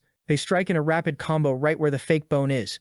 That section of tail is granite. The problem is, even if it's fake, it's still reinforced by the dragon's power. But then Javier lands a brutal cut. Two swordmasters working together. The queen yells, Lloyd Frontera, I told you to use the bones of an emperor whale. He shouts back, I'm sorry, Your Majesty, but it's always important to make reasonable savings in any construction project. She slashes again and rips the tail clean off. Lloyd cheers. Without the tail, the dragon loses its balance and starts falling. The next chapter flashes back to a conversation Lloyd and Javier had earlier, right after Lloyd showed up naked. Lloyd groans, ugh, this project took forever. Javier asks, when are you planning to wear clothes again? The combo of your horrible face and you being half naked makes everything 10 times worse. Lloyd snaps, stop talking about my face with that stupid smile. It just makes me angrier. Understood, my lord. I'll be more careful. For the love of stop that. Javier continues, Your clothes are one thing, but when are you going to start calling the Count and Countess mom and dad? Lloyd thinks, here we go again with this weird talk. Javier says quietly, I always wanted to call them that, but I don't have the right. You do, and you still talk to them formally.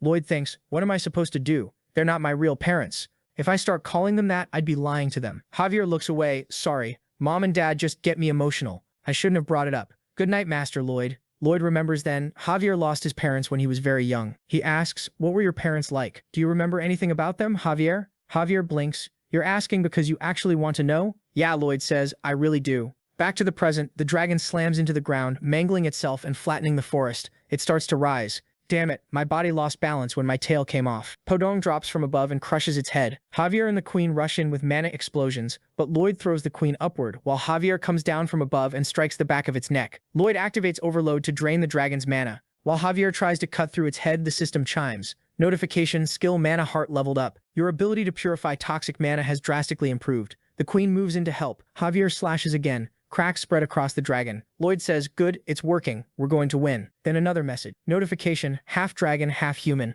You absorbed a massive amount of dragon mana. Your mana heart now has dragon-like properties. Any dragon you meet will take interest in you. Javier, the queen, and Lloyd keep pressing while he continues absorbing. Flashback again. Lloyd asks, you think it's weird to ask about your parents? Javier says, it's just, you don't usually care about other people's relationships. Lloyd shrugs, yeah, true. I don't even know why I want to know. We're not even friends. Then, the severed tail cut off up in the sky is still falling, and it's coming straight down on Lloyd. Javier sees it and screams, Master Lloyd. He sprints in and takes the tail strike instead. Lloyd freezes. Javier spits blood and gets launched far away, smashing through trees, flying into the river, hitting the water on the far side and starts drowning. The dragon roars. Podong struggles. The tail reconnects using mana, and the dragon regains its balance. Lloyd trembles as the dragon's paw comes down to crush him. The queen saves him at the last second and snaps, Lloyd Frontera, wake up. You have to find a solution. Without Javier, the whole kingdom is finished. Save him like you saved me. Lloyd shakes his head. I don't know what to do. Javier's mana vanished in an instant. I don't have any skill that can restore something like that.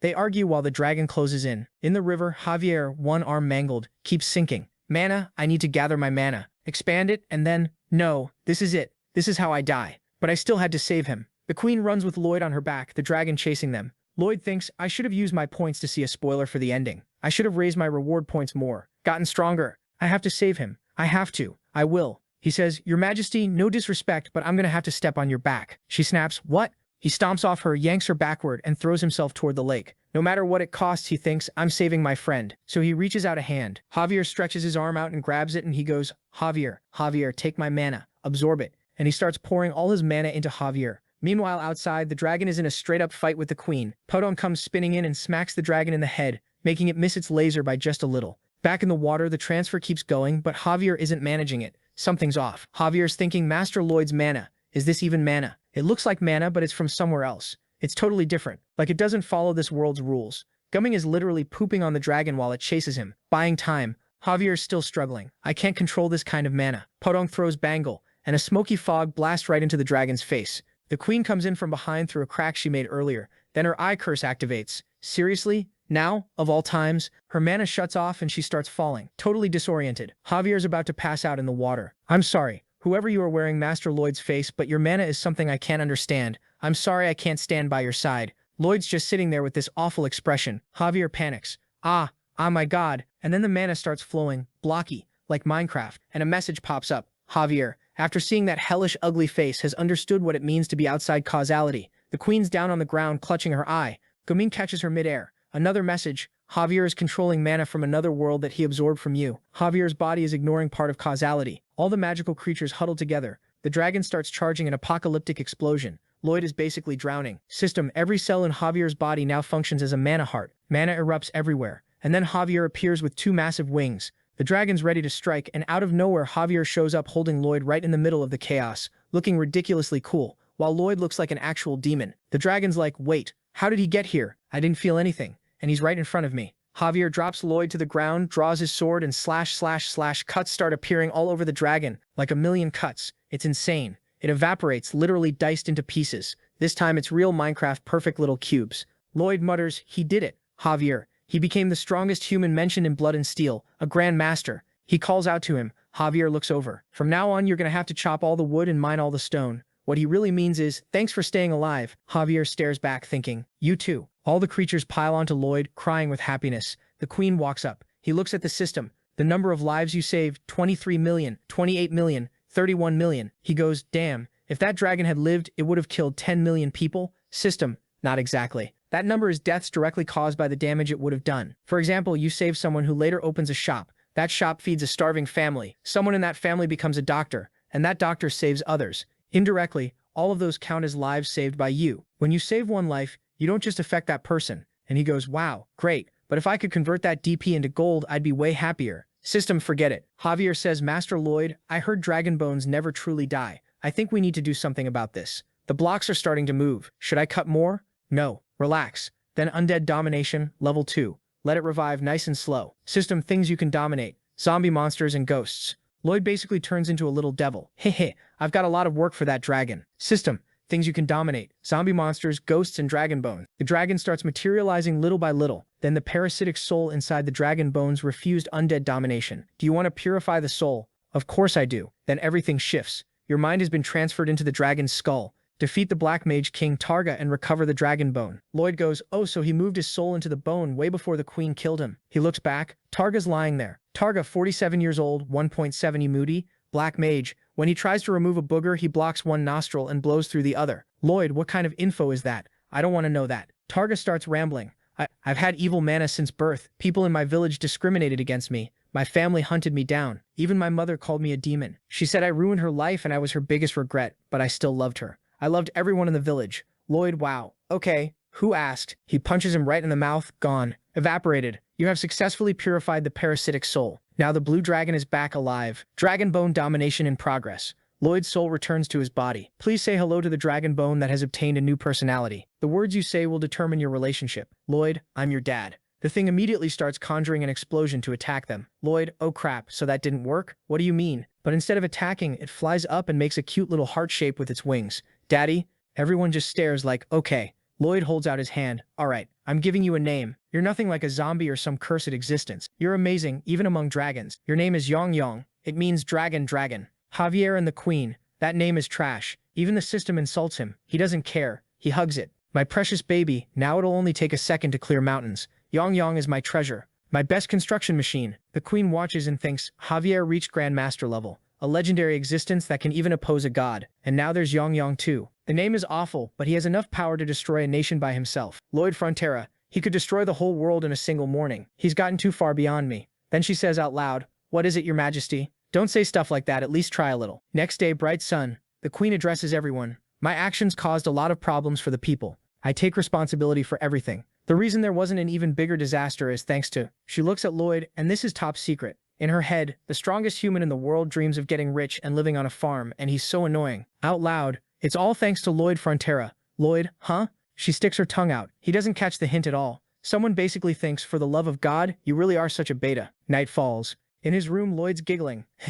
The queen promised me 2 million for all my work. Javier, you forgot we almost died? Keyword almost. Nobody died, that's what matters. Now I've got enough to live more than a peaceful life. I'm gonna live like an emperor. Javier remembers the mana and asks, are you something like a god? No, I'm sure a god wouldn't be this ugly. Then, so where's the real Lloyd Frontera? Is he dead? He goes quiet. I don't know, when I woke up I was already in this body. Javier, so you didn't steal his body on purpose? Right? Okay, then sing me that lullaby already. I want to sleep. Lloyd, wait, that's it? You're just gonna believe me? Javier, when you lie you make this super annoying face. When you tell the truth you look vulnerable. He gets awkward again, then someone opens the door. I'm coming in. Javier, I don't feel any mana. He's not a living being. The newcomer, exactly. I am the dragon Anticus, or more precisely, Anticus's messenger, the original soul of the dragon bone you defeated. Lloyd, oh, got it. So that's why you came looking for us? Messenger, you're not impressed? Lloyd, was I supposed to be? I just told you I'm a dragon. Nobody reacts. Forget it. By the name of the great dragon, I order you, Lloyd Frontera, to go to hell right now and rescue Anticus's true soul.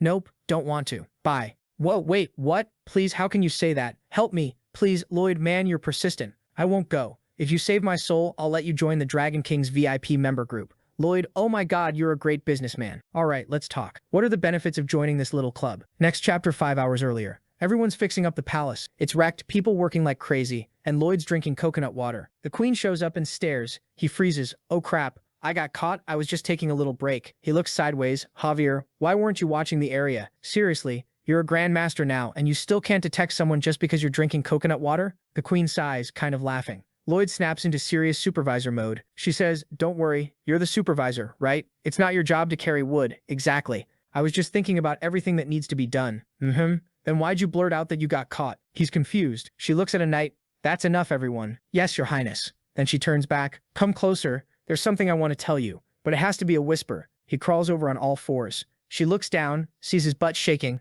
remembers all the spanking from before, and her hand starts trembling. In her head, that feeling was amazing, but I have to forget it. I can't become his enemy. He'd destroy the whole kingdom. I can't just spank him because I feel like it. Too late. She does it. Then she blurts, my God, I deserved that so much I couldn't control myself. He starts swaying his hips like, your highness, I'll accept any punishment if I did something wrong. She's thrown off. Javier, Jesus, you're actually happy about getting spanked. I knew you were a pervert, but this is too much. Lloyd, stop being weird. That's not what I meant. The queen kneels. Where did the bone dragon go? If someone sees it, it'll cause a panic. I thought of that already. I told it to hide far away, in land no human ever visits. She goes, damn, it obeys you like a puppy, huh? You got a grandmaster and a bone dragon. You realize you're the strongest force in the entire country right now? He answers, I know what you're worried about, your highness. Power is necessary to protect peace and stability, so I'd never be crazy enough to use that kind of power for my own benefit. I'm just someone under your protection. She's still staring at his butt. I'll always be your citizen. Thank you, Lloyd Frontera. Thank you for your kind words. Back at the castle, she thinks. The power to control the strongest. He's way stronger than he realizes. Then her eye curse starts acting up again and she collapses. Your highness, she says, the poison I took at Targa's castle, I can't purify it. System, number of lives you saved, 31 million, 28 million. He stares. Wait, why is it dropping? 18 million. What did all the people I saved die? Over 10 million people? Then it hits him. That dragon wasn't even supposed to appear in the story. That means other dangers are still coming. The queen lies in bed, half out of it. Lloyd is dangerous. I have to kill him immediately or he'll kill me. Then her other thoughts fight back. No, he's not that kind of person. She stands up, grabs her sword. He has to die. You have to kill him now. She charges in like a maniac, sword in hand. Meanwhile, in Lloyd's room, Anticus's messenger is still talking. So that's how my life ended, but the king of hell captured my soul. Since you have a mana heart that's now similar to a dragon's, I was thinking. Lloyd cuts him off. Mr. Dragon, I really don't care about your situation. The messenger, come on, I need to motivate you. I'm not motivated by your tragedy. I'm motivated by what you're offering. So tell me, what benefits do I get? If you become a member of the Dragon Club, you'll be able to share in the Dragon King's riches, which are basically infinite. So the protagonist goes, that's good. What else? Javier feels something weird and keeps staring at the door. Outside, there's a queen holding a drawn ring-hilt sword. Hey dragon, please, you can't miss a privilege this special. And you'll get an extra life. If you die, you'll revive instantly. The protagonist goes, wait, what? Javier, on alert, quietly pulls his little sword. The queen is acting like a maniac out there. And the protagonist like, okay, an extra life does sound pretty nice, but how am I supposed to believe you? The dragon says, I'm a dragon. Dragons can't lie. Javier keeps watching the door. The protagonist goes, you know what? If you can't guarantee it, then bye. I'll go find another one. The dragon panicking. Wait, what do I have to do for you to believe me? Right then, Javier opens the door. Nobody in the hallway. The protagonist asks, Javier, what's going on? Nothing. I think I'm just being overly sensitive. The protagonist mutters, what a joke. And you call yourself a grand master. Back in the room, the queen is there again, collapsed on the floor. The protagonist says to the dragon, how about this? Cast some magic that guarantees I can escape hell, and swear an oath that your soul gets erased forever if you break your word. The dragon freezes. How do you know about the soul oath? Only dragons know that. The protagonist shrugs. Does that matter right now? Swear it, or I'm going back to sleep. Fine. The dragon raises a hand. I swear that if I fail to keep my promise, my soul will be erased for eternity. The protagonist, that's it? The dragon, yeah, sorry, no special effects. Then the protagonist adds, one thing that's been annoying me. Your hair and beard, are those tentacles? Why are they moving around when there's no wind? Because I'm a dragon. What does being a dragon have to do with your hair moving? The dragon says, this is the escape spell. Rub your hands together and say, commands of space and time, break the taboo and show me where I should go. If you do that, a gate will open and you'll escape this world. The protagonist, that line doesn't sound very powerful. The dragon, whatever. When you say it, just think of someone who knows you, and a gate will open near them. The protagonist nods, all right then, let's go to hell and grab that extra life. Javier, let's move. He opens the portal. Javier just stares at him. You do realize it's hell, right? Don't you think you should ask what I think about this? The protagonist, what are you talking about? You go where I tell you. Come on, jump in. Javier, I'm not getting paid enough for this. They appear in hell. Instantly every alarm goes off, alerting all the demons. Urgent message. They've arrived. A human had the nerve to infiltrate hell. All the demons already knew what happened between that human and the demon knight, and they all think the same thing. Damn, the singer of hell is here to put on a show. Next chapter, a little soul is running, and a demon rushes in. Hey, look at this. a soul trying to escape. How dare you run? I'm gonna chew you up and leave you soaking in sauce for a day until you turn into a delicious pork soup. The soul cries, help, someone, I'm so scared. Hey, answer me. The soul panics. What is that? I'm scared. This one's even worse. The demon sneers. So you're the so-called great singer, but you're still just a human. And then bam, a hit to the jaw. It dislocates and the demon drops stiff to the ground. Another demon yells, how did you hit him out of nowhere? My friend's jaw is wrecked. Apologize. Javier tilts his head. Oh, you're worried about your friend? What, are you some noble-hearted human? The demon snaps. What kind of nonsense is that? I'm cruel, cold-hearted, demonic. Javier, no you're not. You're a really kind demon, aren't you? Your mother must have raised you with a lot of love. The demon, what? Javier continues, let me guess. She told you something like, to be a good demon you have to take care of the people around you. She hugged you every day, told you were loved and that you should love others. Those words were like a blessing, and they gave you endless confidence. The demon tries to deny it. Javier presses on. That's what she said when you got angry, wasn't it? Those feelings are part of you too. Protect your emotions. The demon blurts, no, Mom didn't say that. Javier, I hope you're nice to your mother. The protagonist watches, stunned, as the demon lunges at Javier. Take it back, and throws a punch. The protagonist says, Javier, I think you went too far. Javier, what are you talking about? You're pretty talented at destroying demons. You know there are lines you shouldn't cross, right? The demon gets up. What just happened? Another punch to the jaw. While one demon cries, the other gets smacked in the head. My mom said she was so happy when I was born. She said I was her joy. Cut to the beaten demon, trembling. Ask me anything. I'll answer everything. The protagonist, finally. You're ready to talk. The demon whines, but you didn't even give me a chance to answer. The protagonist, would you have answered if I hadn't beaten you up? No. The demon thinks to himself,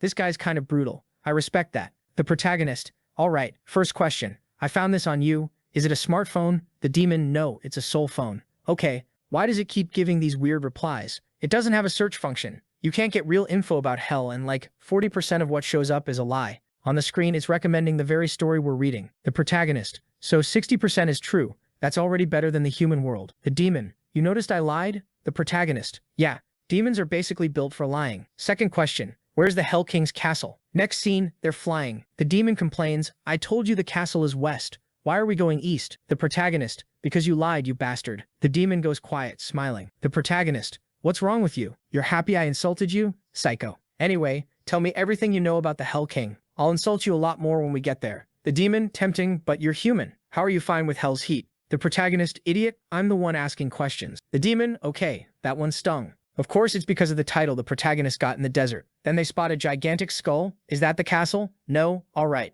Then we're going there anyway. They arrive with Gyonying. The protagonist, come on Javier, time to fight the Hell King. The demon says, great singer. You said you'd insult us when we got here. The protagonist, not in the mood, get lost. The demon, dreamy, I think I'm falling in love. The nice demon waves goodbye to Javier, and Javier turns with a small smile. As they enter the castle, the demons inside whisper, what is this? They're walking into hell like they own the place. Are they insane? The protagonist shoots one a look. Ah, that scared me. He looks at another. Mom. Walking down the corridor, the demons just stare at the walls. The protagonist thinks hell is way too easy. Javier warns, sir, be careful. We don't know what could show up. Then someone appears. I am the guard captain of the Hall of Hell, general of the 2nd Brigade, Relaximus. How dare you come here? Javier is already beating him up. The protagonist winces. That combo has to hurt. He opens the door. I knew it. That wasn't a dream. What I saw for a moment in those flames. Then, formally, I, Lloyd Frontera, a human, pay my respects to the Hell King. The Hell King says, without looking up, why are you here? I'm busy. Don't interrupt. He keeps writing.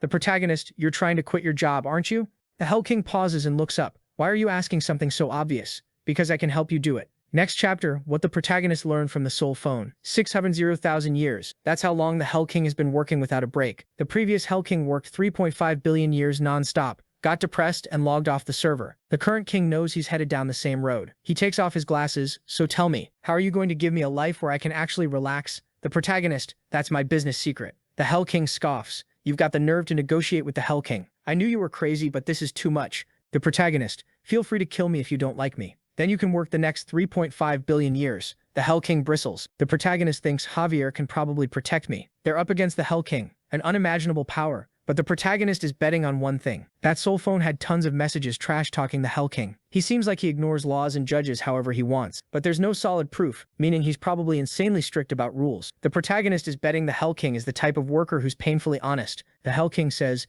Kim Suho. Javier, huh? What kind of name is that? The protagonist freezes. What do you want? Then he thinks, I've already got the upper hand. The more desperate one loses. Out loud, I want the soul of Anticus, the one you imprisoned here. I want him released. The Hell King snaps his fingers. That's what this is about? I only kept him around for entertainment. He's not worth much to me. He leans back. Now that I've shown you I have what you want, it's your turn. How are you going to help me relax? The protagonist, I'm going to build an expressway. Even though the king's workload is huge, the biggest problem is this. After souls are judged, they have to be escorted to the reincarnation gate. Demons transport them in carts, but the terrain is wrecked and constantly exploding, so they don't know where to go. And since they're not exactly geniuses, they can't plan routes themselves, so the Hell King has to create new routes in real time. That's the main reason he can't rest. If they build an expressway, his workload drops massively. The Hell King studies him. Fine, I'll write the contract. Go ahead. The protagonist, perfect. Dragon King Club, here I come. The Hell King says, you realize I've already spent a full minute talking to you. The reincarnation of every microorganism and bacteria is now delayed. That could cause the extinction of all living beings. I don't have time, people, or materials for you. He adds, the demons who actually want to work are already transporting souls.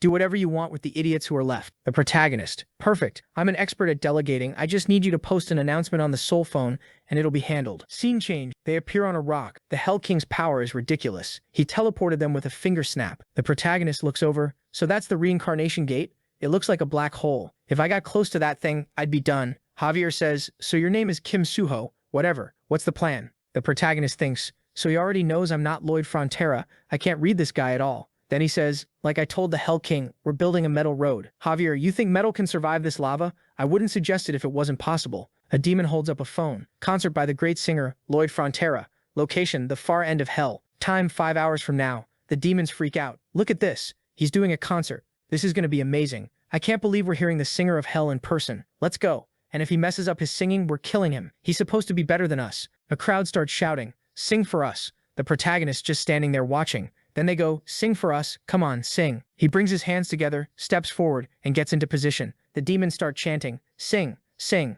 I'm not singing. They freeze, confused. We came all the way here just to hear you sing. Why not? I already told you I'm not in the mood, you bunch of idiots. The demons snap. Kid, my blood pressure's going up. Let's kill this bastard. Get down here. We're gonna kill you. Keep your promise. You promised. He goes, Javier, your turn. Javier steps up. You guys think promises should be kept? Of course, promises have to be kept. Yeah? Looks like you were raised right. The demons panic. No, we take it back. Javier doesn't let up. No, keep your promises. You said you were cruel. The protagonist mutters, what a bunch of idiots. The demons are losing it. I can't take this anymore. He's messing with us. Now he's over there dancing, laughing. Come on, if you think you can, then come get me. They're basically going insane. Yeah, he says, get mad, lose it. I want every blood vessel in your body filled with hate for me. Once that happens, you'll all become my unpaid slaves. Soon he and Javier are leaving on Goming. The demons are still yelling, we're gonna kill you. He stops on the far side and taunts them. Come on, try it. You think you can cross this? One of them charges up with a pole and leaps, only to land right on a rock he'd set up. The demon crashes down, nearly dies. He looks over like, aw, that's too bad, huh? The demons stare, oh my god, he was really gonna kill him. That guy's a demon. Meanwhile, in the demon's civil center, everyone's furious. We're demons. How are we letting him do this? Kill him. This is war. Lava Centipede Squad, move out. They gather a huge lava centipede, an infernal creature with scales that can handle lava. It only moves in a straight line, so it's usually used for charges. They chase him, marching right over the lava. What's happening? No idea. The centipede's picking up a smell. One's already slipping into a tunnel. Stop moving. It crawls in. The demon tries to back out, but it's too late. Down below, Gumming's soaking in a hot bath. The protagonist and Javier are right there. Javier's just sharpening his blade, totally calm. Gumming's relaxing. The protagonist goes, looks like these centipedes really love the smell of chicken broth, huh? In the reflection, the demon's already there. 1 slash, centipede's done. Another one comes. 2 slashes, another down. The demons up top are freaking out. Retreat, retreat. What is going on? 427. He's a murderer. Done. 32,435 free materials obtained. Chicken broth centipede trap operation. Success. And with that, a workforce. Now dig, he says, my free workers. The king of hell watches it all. This guy gathered intel on me and every creature down here. He knew he was going to do all this before he even came to hell. I was thinking of capturing him as an advisor. But what if I just hand him my job? All the demons are working. Obviously they don't want to. They keep trying to escape, so he just records what happens to anyone who tries. Some demons protest, promise us our freedom, we need our rights. Ugh, revolts. Javier says this is the right thing to do. The demons go silent, but there's a limit to how effective violence is. One demon collapses, another rushes over. Fofu, are you okay? The protagonist snaps, hey old man, enough with the hand-holding, take my hand. The guy gets all emotional, then the protagonist crushes his hand. Get up and work. Don't act weak when you've got all that muscle. You were down for 5 seconds, so now you work 5 times harder. 2 demons whisper, he's the villain, the most terrifying person in the world, That's why it's inevitable. Then somehow, we're in love with him, the role model of all demons. We have so much to learn. He thinks, guess I won their hearts. The scene shifts to a little demon hiding and listening. A voice says, repeat after me, safety last. The little demon blinks. Whose voice is that? He peeks and sees the protagonist. That's right. The protagonist says, safety is last for you demons, and obviously nobody gets days off. Rest when you're dead. The little demon's stunned. What's that bastard doing here? Next chapter. Years earlier in Frontera territory. One day out of nowhere, I lost my body. The protagonist lying there shivering. It's freezing. And the soul goes, who's that bastard? Give me my body back, you son of. It slams into a wall. What is going on? A wizard? A demon? How did he steal my body? The protagonist is going through the events of chapter 1. The soul watches. What is he doing? A vortex opens behind him. Death steps out. Oh my god, the Grim Reaper. What's happening? Death pulls out a phone. Boss, I'm on a work trip, but I need to file something with the soul sensor. Something weird's going on. This guy's soul is red. Yeah, red. He's not registered for death? That's strange because he's definitely a soul. Death rests the scythe on him. Sorry, but calm down for now. Your case is unusual. Looks like we made an error. I need to go back and check. The soul thinks, this guy's look and the way he talks don't match. Jesus. Death leaves. Stay here and wait. We'll contact you when it's sorted. Lloyd from the novel. That's how I spent my time. Not alive, not dead. I stayed near the bastard who stole my body for years. That bastard was nothing like me. I just clung to my relatives and my tiny territory, picked a path that only made things worse, but he never rested. He was always doing something.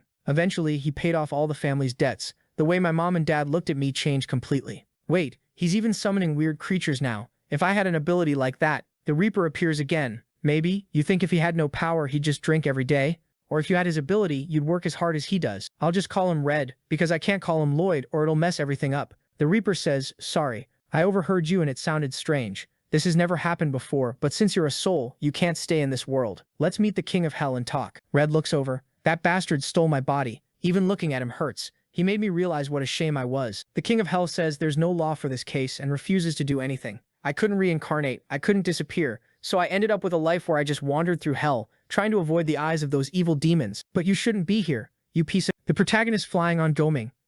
This place's terrain is a mess. Better circle around and find, a nice flat patch like that. Downside is it's like a 110 kilometers away. Whatever. No, some of them don't eat. No, none of that. Even hell can't rest. I need to end everyone's suffering fast. Alright, let's analyze the dangers around here. A foot steps out. Take that. He gets slammed into the ground. Ow. What was that? Then he gets hit again, right between two of them, and the little creature gets crushed, just from stepping on it. Bastard. Padong grabs him by the shoulder, hits him in the stomach, yanks his hair. Let go of me. They toss him into Byong's arms. He storms up and demands, who are you, you bastard? The other guy goes, oh my god, why are you so ugly? Then he realizes, wait, it's you, Lloyd Frontera? The guy snaps, yeah, that's right, you fake bastard. I'm Lloyd Frontera, the one whose body you stole. The protagonist blinks. So he was in hell. How did you mess everything up so badly you ended up down here too? If you were gonna steal my body, you should have taken responsibility, you piece of trash. Mom and dad were so proud of me, saying I'd grown up. They must be devastated now.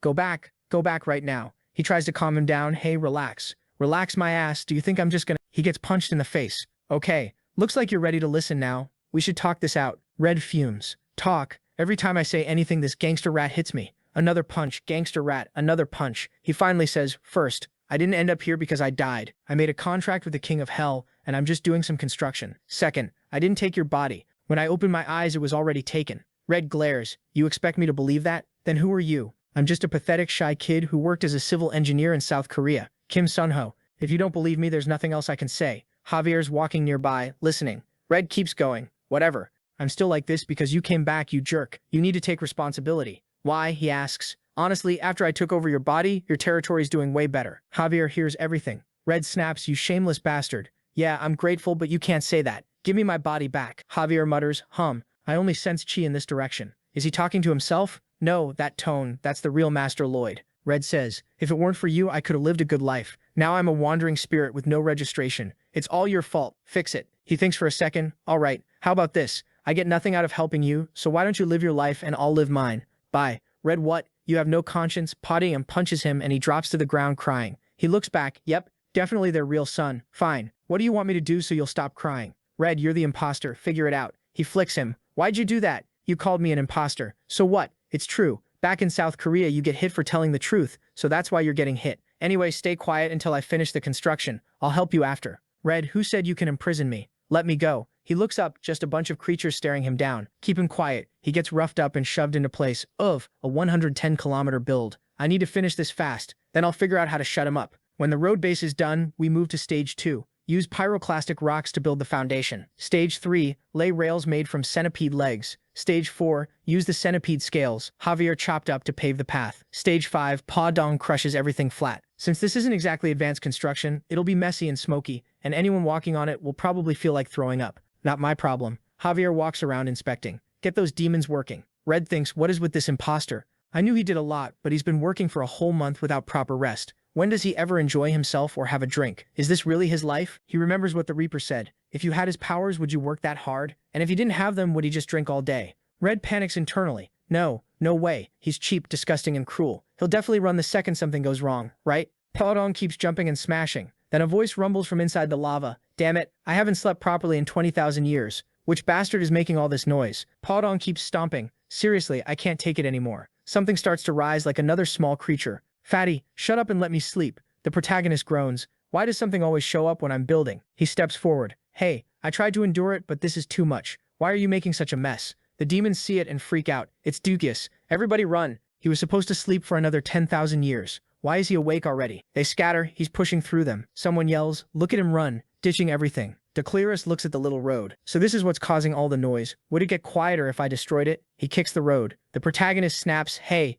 you bastard, that's how life is. Sometimes it's a little noisy. Who do you think you are messing with my work? Declarus turns. What did you just say? You know who you're talking to? He fires back. And what are you talking about? The demons whisper, impressed. This Lloyd is unreal. He's got some nerve. He's the one causing trouble, and he's blaming the monster for it. Declarus goes, all right, let's see who's dying today. And the protagonist yells, Javier. Javier shows up right away with that Grandmaster vibe. The protagonist is like, cut him. Javier looks over, hey, what are you doing? I said, cut him. Javier hesitates. Honestly, I think this time we should apologize. We're the ones causing trouble here. The protagonist snaps back. Trouble? He's the one bothering me. I'm being nice, if anything. The demons are losing it. Whoa, that was insane, kids. Duclius stomps forward and demons start dropping all over the place. Javier swoops in, saves the protagonist, then takes off, charging Duclius with his sword. He slices him up, turns him into slime, but it all pulls itself back together and Duclius is fine again. Duclius, hold up. You had the nerve to hit me? The protagonist, uh-oh. Javier's attacks don't work on this guy. Duclius opens his mouth wide and spits out a rain of lava. Javier cuts through it, shielding the protagonist who almost gets burned anyway. The protagonist, stop messing with my life. Don't do that. He looks at Javier who's got this little grin. Quit it, kid. It's not funny. Javier jumps Duclius again, cuts him up again, and again it just regenerates. Duclius, hey idiot. Why are you hitting me? Weren't you on my side earlier? Javier, yeah, so I'm his bodyguard. And also, it's kinda dangerous if a demon like you goes crazy around here. Duclius. Get out of here. I don't hurt demons. You look like a guy with principles. So who do you think the victim is and who's the bad guy? That ugly face is the one in the wrong. You're really gonna protect him and pretend you're not mistaken? Javier starts thinking. Duclius presses him. How do you even have the nerve to think? You know I'm right. Little Lloyd from the protagonist's pocket panics. You can't kill that thing. You have to stay alive to help me. The protagonist just squeezes him. Yeah, running is an option after you've tried everything. Little Lloyd, huh? You were the first one to run. Look at you drunk. Look at the kind of power I got from a lifetime of non-stop work. The protagonist squares up with Duclius. Far away, the dragon is thinking, man, it's kinda chilly out here. When's Dad gonna call me? Then he remembers, somewhere no human will see you, okay? Wait for me up north. The dragon. Oh, I'm tired. I'm sad. Duclius moves in to throw hands. Javier snaps back into focus. The protagonist raises his hand. Time-space command, break the taboo and guide me to where I'm supposed to go. I want to go where Yang is. Something lights up, like it's actually working. In front of Yang, a portal opens. Yang sniffs. Oh my god, that smell. Dad's here. Back where Duclius is, he starts freezing. What is this? It's freezing. Then he goes, all right, I'll leave you two for now. Hang on, I'll be right back. The protagonist laughs. Sorry, but I don't fight the same enemy twice. Yang, come here. Yang rushes in. Yang, you must be freezing. Why don't you go hug that nice warm big guy who's trying to run away? Yang hugs him. Whoa, so warm. Declasus through gritted teeth, so refreshing. The protagonist. Heh, back off, Yang. Then he fires off an explosion. Declasus' whole body shatters. The demons freak out. No way, that was Declasus, one of the strongest beings in hell, and he killed him. Little Lloyd, holy crap, he really killed that terrifying monster. And he remembers the earlier line. Look at you drunk. Look at the kind of power I got because I worked without rest. Little Lloyd, wait, what have I even done with my life? Fine, I admit it, you're actually amazing. Then the protagonist hears, I'm immortal. Declasus reappears. Everything's blown apart, but now he's tiny. Just you wait, give me 1,000,000 years and I'll get all my power back, and I'll end you. The protagonist looks at him. I'll be dead by then. Tiny Ducklessus. Ooh, this guy's so annoying. You're cruel. And he runs off. The protagonist takes off after him like a maniac. And little Lloyd goes, yeah, no, he's not amazing. His personality is the worst. Next chapter, you obtained a new title. Your hands and feet are freezing cold. Title region, any area of hell below 0. Duration 120 years. Point 6. You are immune to hypothermia, no matter how cold it gets. The protagonist, well, that's not so bad. Looks like I'm immune to cold in some situations now. He turns around and all the demons are bowing. What is this? A demon says, you're the biggest piece of trash human we've ever met. Everyone admires those qualities of yours, and because of that, will gratefully obey any order you give. The protagonist, man, you're pathetic. A bunch of voluntary slaves. The demons, blissed out, to think I'd hear those words from someone I respect. This is amazing. Another demon steps up. So, Lord Singer, we've got one small problem. What is it? That gate you opened, its wind is making life uncomfortable for every living thing in hell. The nearby ecosystem is about to get weird. We're gonna need some kind of compensation. The protagonist, huh? Gate, wind, cold? The demon, you seriously don't see it? The wind is literally hitting you in the face, blowing your hair around. We saw you open it. The protagonist, wind? What wind? Sir, even your clothes are flapping. I don't care. Get back to work instead of standing around, you slaves. The demons whisper among themselves. He ignored us. He opened the portal, but he's acting like it has nothing to do with him. That cruel temper. And he never compensates anyone. We have no choice but to love this guy. The protagonist, who? Now that I've got the demon's loyalty, it's time to finish this construction. Little Lloyd, wait, he's building again? When is this idiot gonna help me? The protagonist looks at the river. If we want to take a little trip, construction's gonna be delayed a day or two. Then, Yang, take care of this. Yang fires a laser, punches through the lava, clears a path. Done. Now go, Yang, fix the ground. Yang starts moving through, shaping everything. The other creatures who wanted to work are just standing there useless. Yang, grab the lava rocks. Yang, destroy the mountain. Yang. The other little creatures look miserable. Next scene, Yang is resting when the others come up. Hey, Yang turns. You're feeling yourself, huh? Just because you're strong, you don't know age decides who's boss? Yang stares back, but he's kinda scared. Padong notices, makes this puppy dog face, and everyone climbs on and flies off. Just like that, they all become allies. The protagonist, thank God Yang good at making friends. Little Lloyd storms up. Hey, you piece of trash. You didn't trick me, did you? Trick you? What are you talking about? You said you'd help me. All you do is build.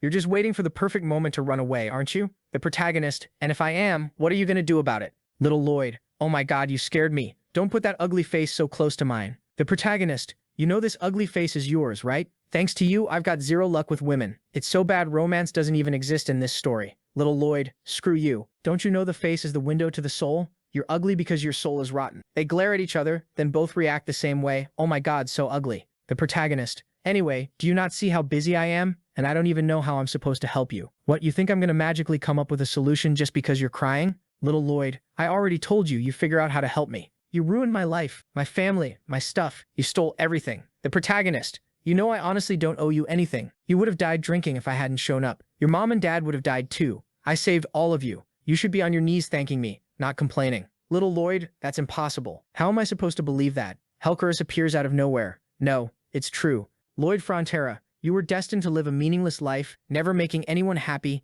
and never receiving attention from anyone. Little Lloyd, wait, how much does he know? The protagonist looks at Helcurus. I greet the great king of hell. I want to ask you something. Do you know why I was sent to this world? The reason? Helcurus, so you really don't know anything. Isn't the messenger from the upper world with you? Didn't he tell you? The protagonist, confused, remembers that when he passed mana to Javier, Javier mentioned his mana came from the upper world, something the system had said too. He starts, hey, about the upper world, but Helcurus cuts in. That's not why I came. Once this railway is finished, I'll have a lot more free time. That's the only reason I can be here now. I've been watching the construction from the start, and it won't be hard to maintain this place. The only problem will be repairing the trains. That'll require research and analysis. I'm sick of any kind of work, so you're going to provide all the guidance needed for train maintenance. The protagonist blinks like, wait, that's it? Then, of course, the guide will be perfect. I'll do my best for you. Helcurus, okay, then what do you want? The protagonist, I want a reincarnation voucher, and it has to be transferable. Helcurus, no restrictions then. You can decide how to use it. You can even hand it to that red guy next to you. Little Lloyd is already tearing up, smiling without saying a word. The protagonist looks at him. Satisfied, you trash? That ugly face is exhausting to look at. Meanwhile, the demons are hauling trains around, dying on the inside. I'm so tired, I'm gonna die. The protagonist remembers himself saying earlier, hey, you look terrible, stop doing that. The demon thinks, seriously? Then gets kicked and goes rolling down the train, totally wrecked. The protagonist, any other demon feeling tired? I can help you rest in peace. The poor guys are all pale, gasping, suffering. The one on the ground thinks, He treats me like garbage, like always, and somehow my heart is moved. Back to little Lloyd. You really gonna give this to me? You're already holding it. Why are you asking? Thank you. The protagonist immediately starts roasting him. You've got it all wrong, you ugly bastard. I only got this for you because I was scared your face would show up in my dreams. This way you'll disappear from my life forever. They start arguing face to face. Time passes. They're both worn out, talking. Little Lloyd, my mom and dad, are they okay? Yeah, your mom's busy with stuff in the state kitchen, and she's learning administration too. Your dad even went back to making the sculptures he liked. Little Lloyd, and Julian, what's he doing? Julian married the youngest princess of the Asfahan Empire and built a house with her in the capital. Little Lloyd just stares, shocked. The protagonist, why are you so surprised? Want to hear something even crazier? Your dad's a count now, not a baron anymore. Little Lloyd, seriously, all that because of you? The protagonist, I didn't plan for it to turn out like that, but yeah, pretty much. They sit on top of the train in silence for a few seconds. Little Lloyd, about Javier. When Dad brought him home the first time, I couldn't believe what I was seeing. He's righteous, honest, handsome. I was never gonna be like him. That's why I bullied him. Tell him later. Tell him I'm sorry I broke that wooden sword. All I really wanted was to be his friend, and apologize to Mom and Dad for me too. Little Lloyd reaches the edge of the crater. He turns back to talk to the protagonist. If I get lucky and reincarnate better, the protagonist kicks him. Get out of here, you idiot. You're about to reincarnate, and you're talking like some pathetic loser. I'm sick of you, go. Little Lloyd gets carried away, still yelling. Just wait. When I reincarnate, you won't even compare to me. I'll work hundreds of times harder than you. I'll be born human, and everyone in the world will be happy I was born. Crying, the protagonist just watches him. Good luck. I'd love to see it, but it's gonna be hard. And with that, little Lloyd is reincarnated. Mission complete. Time to claim the reward. The seal of Anticus is already breaking. Helcarus. All right. My part of the contract is done. The protagonist. Huh? That was way too fast. How am I supposed to get my Dragon King membership club? Helcarus looks at him. Time flows differently in the human world. About 5 hours passed in there. Your dragon will come back through the northernmost gate. I'm sending you and your bodyguard back. My kindness ends here. I'm looking forward to the day we meet again. Lloyd Frontera. Lloyd tried to say something, but the other guy cut him off. I'm out, everyone. Back at the mansion, Lloyd storms in. That bastard, that was terrifying. I never want to run into him again. Seriously. Javier goes, Sir, why do you hate the idea so much? You looked more at home in hell than on earth. Lloyd shoots him a look. Speak for yourself. You looked like you were having the time of your life saying whatever you wanted to the demons. Javier shrugs. What? I only said nice things to them. Are you being serious right now, or are you playing dumb? Whatever. Where's that old dragon? I want my membership club. Where's that jerk who shows up out of nowhere? He didn't scam me, did he? Javier points outside. Master Lloyd, there's a horrifying creature right outside the house. Lloyd, who's seen plenty of weird stuff by now, forces himself to stay calm. Okay, what is that thing? The Dragon King? It was possible. Dragons could change form however they wanted, but something felt off. The creature just kept staring, its shape settling in, claws forming, and the Dragon King had chosen this. A huge lion-like thing was standing there, staring at them, weirdly fluffy. Lloyd squints. Wait, what is that? There's a bald patch on its belly. No way that was the Dragon King. He wouldn't be stressed enough to be losing fur. Padang pops up at the window, throws his arms open and goes, Porong, Porong. Lloyd blinks. You can talk to it? What'd it say? Padang explains the creature's speaking some foreign language, so he's not totally sure. Lloyd frowns. Then why did you two look so happy chatting? The little dragon lion wags its tail at him. Lloyd points at himself. Hold on. You want me to get on? Korong. You were sent by the Dragon King? Korong. Lloyd sighs. Yeah, that tracks. At least it looks like that old guy kept his word. An extra life and a ridiculous amount of wealth. He climbs on and they shoot into the sky. This is way too fast. The little lion dragon is totally calm and Lloyd's freaking out. How can this bald lion be this fast? It's not even trying. At this speed, my face is gonna get wrecked. Then he glances at Javier, who somehow still looks elegant. Oh, come on. How are you still handsome in this situation? Javier says, you didn't know? This is what they call true beauty. That's so unfair. You have to be cheating. Still in Magentano territory, but over in Gapel, they arrive at a place filled with pillars. Lloyd stares ahead. This was it. The strongest being in the whole Bloodsteel Nightbook. The Dragon King. They walk through the corridors, climb to the top of a small mountain. The little dragon lion following along. And then, a fortune. Piles of gold. Mountains of treasure. A little castle in the distance. Lloyd's practically drooling. Oh my god. That's so much money, Javier. Javier goes, I thought you'd be more surprised there's a place this huge underground. Lloyd ignores him. There he is. On an armchair sits a white-haired man. Lloyd approaches, breaking out in a cold sweat. The man's just sitting there with his hand on his face. Carefully, Lloyd says, Great Dragon King. The man barely reacts. Lloyd and Javier tense up, staring at each other like they're about to draw swords. The Dragon King lowers his hand. Lloyd stares, sweating. Then the guy just flops to the side.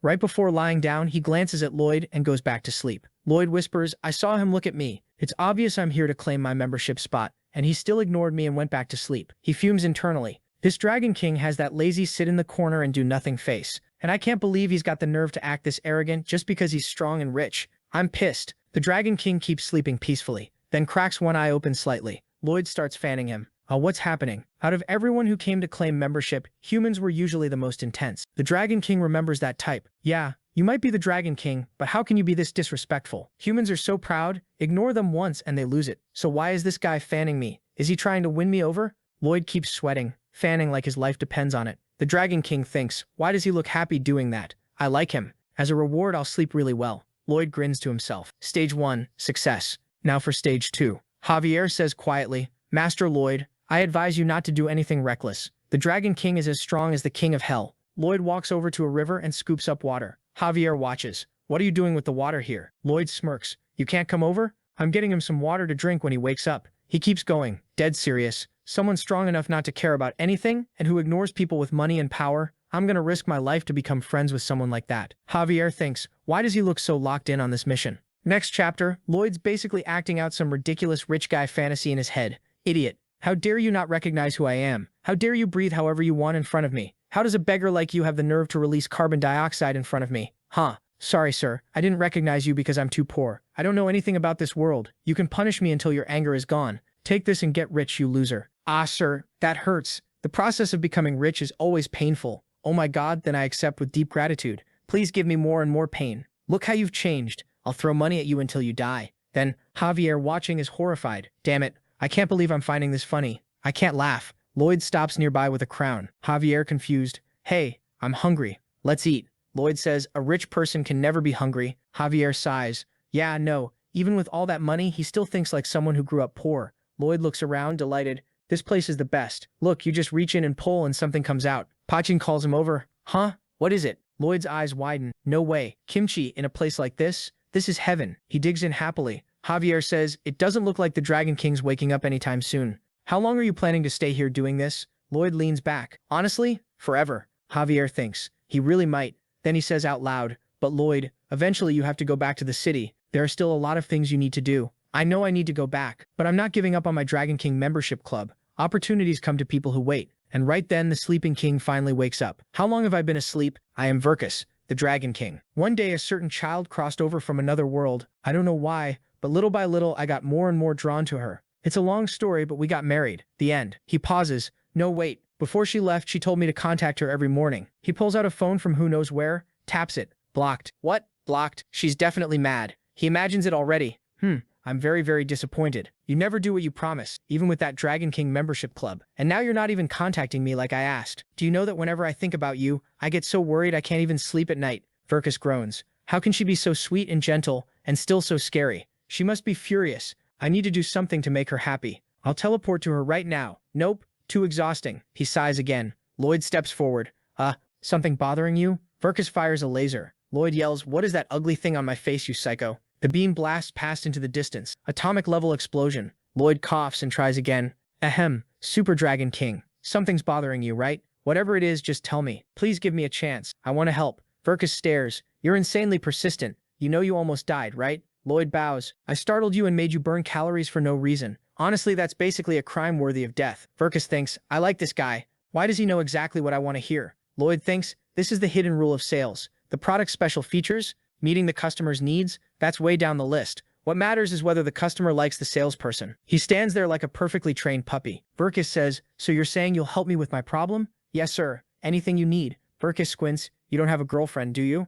With a face like that, no chance. So you're not married either. Lloyd endures it with heroic restraint. Verkus continues, how would an ugly single guy like you understand a married man's problems? Lloyd answers smoothly, my king, even if I'm not exactly popular, I grew up watching how my relatives acted, and you clearly have a problem. I used to help them whenever arguments came up. Verkus thinks, he's relentless. Should I trust him, just this once? Fine. So, there's a little girl. Yeah, my wife. Lloyd cuts in. Wait, your majesty, it's probably exhausting for you to move your tongue and mouth that much. I'll guess, and you just say yes or no. Verkus's eyes light up. This guy, he's incredible. Lloyd licks his lips, focused. I can't put him in a situation where he has to use a single muscle more than necessary. He runs the profile in his head. Laziest husband alive. Wife hasn't shown up in a month. If she married someone like him, her temperament is probably calm. No kids, tons of money. So, Dragon King. The queen left home and went far away for personal reasons. And I'm sure she told you not to do anything ridiculous like cleaning the house, because that would damage the dignity of a being like you. Most likely she said something like, contact me every morning for your own health. And you forgot, didn't you?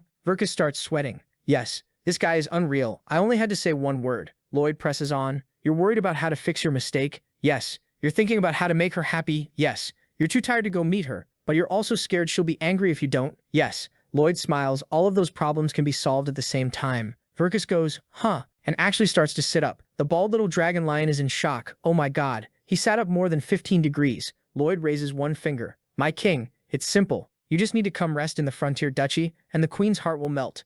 And do you remember that 2 years ago we stopped right when the main character was trying to convince the Dragon King, who after being lazy for ages finally got up and was like, alright, fine, what do I do? Lloyd raised his hand and said it was easy. Just go rest at the Frontera Palace, and the queen's heart would definitely melt. The scene cuts to the project area, and wow, they're talking about it like, look at all the little buildings. This is basically turning into a whole neighborhood. Bear is over there yelling, come on, let's finish this before noon, and everyone's like, yes, even though inside they're exhausted. Elfin warns that the number of immigrants keeps going up. She thinks they're going to need to build more apartments than they planned. He just says it's fine, and they'll revise the plan. Another manager calls out, Bear, the contracts with the southern region are done. He thanks him and says he'll take a look. Then someone else shows up. Sir Knight, looks like some parts of the rice paddies have leaks. He says he'll check that too. Seriously, they won't stop calling the poor guy. Then a bit later, 2 more people come saying that damn Lacona is refusing to pay the water fee. Buyer says he'll handle it himself, but he's feeling shaky and dizzy. Here comes his drama. Riding alone on his horse, he says, my name is Buyer, 57 years old. I'm a senior knight in the Frontera province, and what do I do here? Basically everything. The scene switches to Lacona going off, asking how long he's supposed to keep paying this water tax. He doesn't want to, blah blah blah. Buyer just stares at him. Interesting. Lacona goes, get out of here, you filthy bastard, don't come asking for my money. But Buyer reaches into his jacket and pulls out the construction guide. Lacona keeps ranting, tell that filthy Lloyd I'm cutting all ties with him. But right then Lloyd appears. What? What are you saying? Immediately Lacona's like, no, it's fine, I don't want to talk to you. He's literally got PTSD. His body just reacts. He's on the ground repeating, I'll pay, while Bear is just staring at Lloyd's scary expression, wondering when Lloyd is going to come back. If he takes too long, Bear is going to die from overwork. He's on his horse thinking that even if the salary is huge, he genuinely doesn't have it in him anymore. Then suddenly someone shouts that Master Lloyd has arrived. The energy rushes back into his body and he's instantly best friends with the horse again. The protagonist shows up carrying, and Bear gets all emotional. Sir, I've been waiting for you. And he drops to his feet like, please grant this knight's final wish. With all due respect, this job is insanely hard and I want to quit right now. But Lloyd looks moved. Bear, you can't. You might need to work a little longer. Bear yells that no, he already has all the money he needs. Even if Lloyd offered 100 million, he couldn't take it, so it doesn't matter. Please accept his resignation. Then the Dragon King's hand taps Lloyd on the shoulder and the protagonist gives a little smile. Lloyd walks past without answering while Buyer begs him to say something. Then the protagonist says, good thing you said 100 million, because from now on your salary is 3 billion. Buyer starts to shout that the problem isn't money, but then he suddenly stands up and goes, all right, sir, I'll do my best for you. Before the protagonist can even process it, he sees everyone in the village celebrating, getting emotional, parents, elves, orcs. He pauses for a second, trying to figure out what this feeling is. Then he raises his arm excitedly like he gets it. This was the feeling of coming home. Scene change. Later in the afternoon, the king is on the couch saying yes, he called her in the morning. He talks to his wife every morning, but he doesn't think she'll forgive him after he forgot about her for a whole month. Lloyd just says, well, there's nothing they can do about that now. Then the king asks if Lloyd tricked him. The protagonist says no, he just thinks building a new relationship from scratch is more important than trying to fix something broken. From now on, he'll talk to the queen every day, and that will be proof of his loyalty and his change in behavior. The king looks at him, smiles a little, and goes back to sleep. With one eye closed, he takes the Dragon King's pen and tells the protagonist to show his neck. He draws a symbol and says, yeah, it's kinda messy, but whatever, it'll work. Lloyd asks what it is, and the king says it's an extra life. Now he's a member of the Dragon King's group. Good night? Lloyd doesn't totally get it, but it sounds amazing. And dragons really do know how to show affection. He quietly leaves the room, calls Javier, and outside he says, finally, we're done. Javier asks, done with what? He explains, the person in front of them is the richest person on the entire Laurasia continent, and with him they can put Bear in charge of solving all the other problems. On top of that, his companion, meaning Javier, is a grand swordmaster, and now they have the Dragon King's support. And Lloyd has 2 lives. Right now I'm invincible. What's gonna threaten my beautiful, wonderful life? Nothing. Javier just thanks him, but honestly, that confidence is about to go straight down the drain. Javier says he's been hearing stories in the village. Apparently, Bear's kids went to study in the capital. That's a huge difference, because Javier himself never even had the chance to think about studying. He needed food. Everything he learned was because of a brilliant soldier named Greg, and now that he has a bit more time, he wants to learn things too. He knows some people dream of painting, others dream of music, but when he was poor, everyone had the same dream, not starving to death. So throughout his life, he kept dreaming and dreaming. Lloyd looks at him thinking, this guy's getting all philosophical. Then he asks, and you, Javier, what do you think of me? I'm just a con artist who took over your master's son's body. Why aren't you more cautious around me? Javier says, I'm extremely glad you came to this world. It's a sweet moment, but the other two are there spitting and telling him to never say something like that again. Anyway, changing the subject, they have 18 million points. The protagonist is thinking, well, now that this guy is with us, it'll be easy to earn even more points, right? But then it drops from 392 to 391. He's like, why did it go down by 1? Suddenly the numbers start crashing, from 18 million to 13 million. He has no idea what's happening, and it keeps ticking down until it hits 0 points. What just happened? No idea, because next chapter they're in the city with a huge banner up, everyone dancing and having fun, and someone calls for Javier. It's the protagonist's father saying, I don't see Lloyd anywhere. This festival was made for him. Do you know where he is? Javier's like, about that. Then the scene rewinds to when the points dropped and Javier asked what was wrong, why Lloyd looked like that. Lloyd says, hold on, I've got something urgent I need to deal with. Don't follow me. Javier says they're throwing a party for you. But Lloyd answers that if he doesn't fix this, there won't ever be another party again. Back with the father, he's silent, and we see the protagonist really did run off in a hurry. Javier just says Lloyd went to do something he has to do because it's necessary for the festival to keep going. The father obviously doesn't understand anything. Now I'm scared. The protagonist activates the end spoiler. Use your points to see a piece of the future. The system starts talking. You have 80 points. It'll cost 1,200. Do you still want to see it? He clicks, telling that thing to stop popping up the window. Then the whole screen goes black and someone in the background calls for Kim Suho. It's Lloyd himself saying, you must be seeing this now, right? But don't worry, this is a future that won't happen. It's just something that can happen if you don't watch this spoiler to the end. Of course, if you don't act and you do nothing, then it really happens. That day you saw all your points drop to 0. Things actually went back to peaceful the very next day and nothing happened. But 3 years later, things changed. The black background starts turning into a forest with his parents approaching on horseback. The protagonist doesn't understand, and we see the festival is still going fine, and the Lloyd in the vision keeps talking. It was just a normal day. The two of them went riding like always, when suddenly a squirrel ran by. The Lord got startled, the horse jerked back, and the protagonist told him to be careful. While at the festival he's dancing, in the vision he falls backward onto the ground. So he died like that? Like hitting his head on a rock? Lloyd can't believe it, saying something that stupid would be ridiculous. The Lloyd in the vision continues. A month later, the Countess didn't leave his coffin for even a second. Then he sees her collapsed, and Lloyd yells, telling him not to lie. He saved both of them, so they were supposed to live happily ever after. But the voice says they were so out of it they couldn't even go to Julian's funeral. Apparently at the academy, while Sir Ijard was hunting other people, someone went after Julian and stabbed him in the stomach. That drove Sir Ijard insane, and she decided to start a small regional war. With everyone thinking she'd lost her mind and had no reason to live, she died too. Because of that, the queen became a tyrant in the end. In one of the battles of that regional war, she lost an arm, and after that, it's everything he already read in the novel. The Thermos family was murdered by a rebellion from Asfahan's forces. Valier died following the queen's senseless orders. Orochi died in a hunting accident, and Melika died of malnutrition because she refused to eat anything. What is this? Everyone dies, and why does this woman only die of malnutrition after not dying from everything else?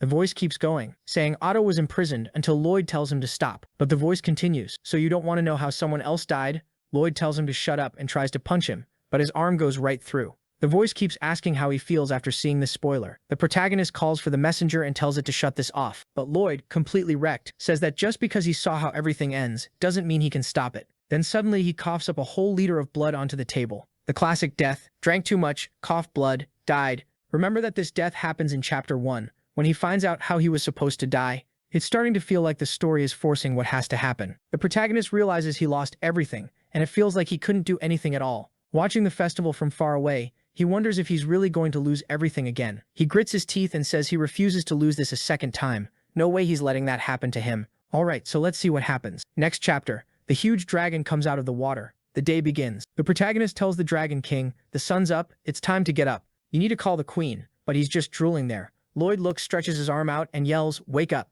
It startles the Dragon King awake, confused. He says it's the first time in his life he's experienced something like that. The protagonist says, sorry, my wake-up skill is a little intense, but how about you call the queen now, sir? He tries to make the call but gets blocked. Then he says, I'm tired. I finished today's tasks, so I'm going back to sleep. The protagonist wishes him a good night's sleep, but leaves giving him a hard look. One thing he knows, this pile of incidents that's going to happen seems impossible to stop, no matter how hard he tries. So first he has to find the reason behind all of it. If these are abnormal events, maybe the Dragon King knows the answer. The dragon is half dreaming, mumbling, "Ah, looks like the little kid has grown so much." Then Lloyd says, "Sir, I have something to ask you." The king answers, "I don't know, so get out." Lloyd knows it's impossible that this lazy guy who only wants to sleep doesn't know. He just doesn't want to put in effort. But Lloyd is Kim Suho, the one who can even tame dragons. So he says, "Your Majesty, I'm actually someone from another dimension." The king just replies, "Cool, now get out." Night falls. Next morning, I changed the fate of countless people in my life for the better. What do you think? Cool, now get out. Another night. Next morning again, King. What do you think if, for example, you save people but they still keep dying according to their original fate? The king just goes, yeah, sounds pretty sad. Now get out. Another night passes, morning comes again, and now he's just lying there drooling. The king's thinking, that's weird. Usually this is the time he starts screaming. But when he opens his eyes, he sees Lloyd standing there, not saying a word. "Hey, what are you doing there? You're not going to wake me up." Lloyd apologizes and says he forgot to wake the king up for 10 days. Instantly, the king starts breaking out in a cold sweat. "Wait, are you insane?" Lloyd says he's kidding, like he'd ever do something like that. The king relaxes, but then his expression changes and he says, "On the other hand, maybe that could happen. If you don't answer what I want to know." The king goes quiet for a second, then says he likes to look at things positively. But Lloyd must have forgotten that he can kill him, and this whole village too. All of a sudden, Lloyd drops to his knees and says he knows how disrespectful it is to talk like that to the Dragon King. But there's nothing else he can do. For his family's sake, he was willing to sacrifice his life by going against the king, even if it meant losing his limbs or dying to change that horrible future. But then you'll have to find someone else to say, "Wake up." You should think really carefully about that. Who else is going to warn you? Go visit the village. Who's going to cook for you, and who's going to say welcome back every day? Who's going to go get your favorite ingredients? Who's going to warm the soles of your feet and put you to sleep? The king tells him to stop. The protagonist says he'll give him some advice. It's really hard to find someone like him, so we shouldn't let him leave. And besides, once he's gone, the only conversation the king has in the morning will disappear too. The protagonist is yelling, saying it's a shame he doesn't want to leave, but unfortunately he's going to die. The king yells at that bastard to shut up. Then he's exhausted from yelling just once and says he gets it. Lloyd is taking a seriously huge risk, way more serious than Kim Suho. The protagonist thinks, "There, I won. Looks like the king's going to help me." While Javier is listening to everything, the king says, "Wait, you're saying you want to change a destiny that refuses to disappear?" Out in the hallway, Javier is thinking, "Hold on." The king thinks losing sleep is more important than everyone dying. Inside, the great dragon keeps talking. Destiny is like the string of a bow. No matter how much force you use, the moment you let go, it snaps back to its original position. It's inevitable, and it's known as the phenomenon of destiny restoration. It's an unbreakable law. The protagonist asks if there really isn't a way to stop it. The king shoots back, "Do you not know what inevitable means? I can't do it. Not the king of hell, not even the angel kings can do it." Then he asks, "Kid, have you ever played a game?" The protagonist says, "Yeah, I have." The king says, "Good, it's like a game that tries to imitate freedom, but it still runs on a certain program. In the end, this world is like a game. Everything's already been decided. It's a simulation inside a simulation. It's always been that way." Lloyd doesn't flinch. He just says, "What if there's a secret option? What if we can find something like that?" The king replies, "You think the creators of the game cared about your families and your trivial little lives?" But Lloyd keeps pushing, saying he feels alive right now, and that has nothing to do with what the king is saying. Whether it's a pre-written game or anything else, he's going to reach his goal. Javier is just listening, and the king is impressed that Lloyd is genuinely determined. Then he says, "Fine. The Jewel of Truth. It's a legendary item they say can answer any question. If you find it, you might finally get the answer you want. It's one of the few things that might help you stop the destiny restoration phenomenon."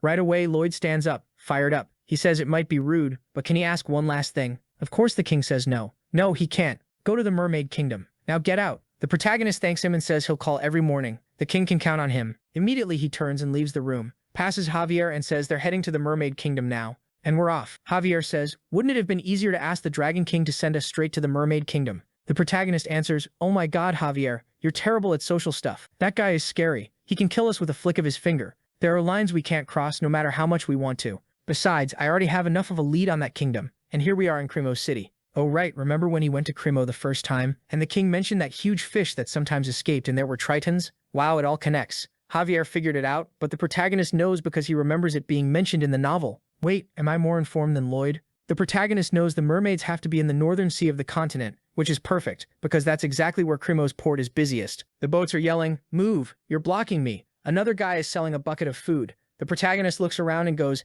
"Damn, this place is packed compared to last time." In the story, this place got completely wrecked because of the Giga Titan. Cremo, even though it saved Javier, ended up falling into ruin. The city got swallowed by poverty, and the streets were full of kids and beggars. But now everyone's smiling, having fun, and business is booming. He's almost tearing up to himself, saying, "I'm happy I managed to do this. I knew I helped this city, but it got so good I should have charged that guy more money. Seriously. Javier looks at him, all moved. I knew it. He's got such a kind heart. Meanwhile, in Lloyd's head, yeah, all thanks to me, you idiots. I should have demanded at least 1% more profit every day. Then the scene shifts to Krumo slapping him on the back, saying his favorite kid is here. The protagonist is thinking that, if anything, the Lord isn't who he likes. But the guy already lifts him up by the arms like he's a little kid and says, I'm happy you're here and I've got a favor to ask. Then Krumo goes, wait, hold on. You need a ship because you want to go to the Mermaid Kingdom. Lloyd says, I know. It sounds kind of ridiculous, but I have my reasons. Krumo replies, no, it's not that. We've got an exceptional sailor and everyone says he's kind of a compulsive liar, because he claims that since he was a kid he's visited the mermaid's place, and to this day it's the story he tells whenever he drinks. If you're okay with it, I can introduce you to him. He's a bit crazy, but he's a good sailor. Lloyd gets excited. This is going surprisingly well. Almost too easy. The scene cuts to someone saying, huh? You want to know how I got invited to the Mermaid Kingdom? I sang a perfect song. The big chin guy explains that mermaids decide whether you're a friend or an enemy based on how well you can sing. The protagonist is serious for a second, then immediately asks what the hell this guy is talking about. There's got to be another method, right? What if Javier sings instead of me? The sailor says, well, a handsome guy like him would definitely get invited, but then you wouldn't get in, would you? The protagonist looks at Javier like, help me out here, and says, it's just, I'm not very confident in my singing. Javier is already sure it's worse than they're expecting, but the sailor laughs and says they're mixing things up. When I was a kid, I fell into the water and I was staring up at the boat, but they sailed away. Then suddenly the mermaids showed up, and wow, they were terrifying. Their bodies were, extremely dangerous. The pressure coming off them felt like it was going to snap my neck. But then I remembered my grandpa told me that if you sing to mermaids, you prove you're not an enemy.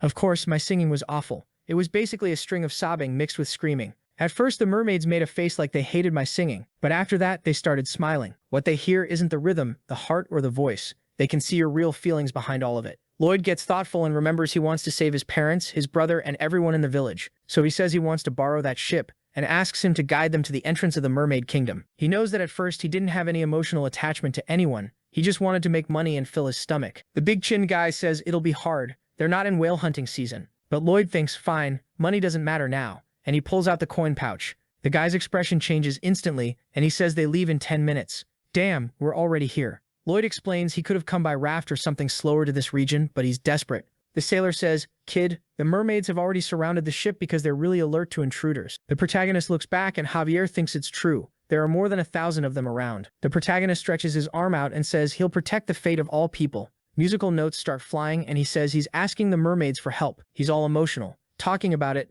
the little notes flying, and the mermaids are all like, wow, look at this guy. Javier watches thinking, so these are Kim Suho's true feelings.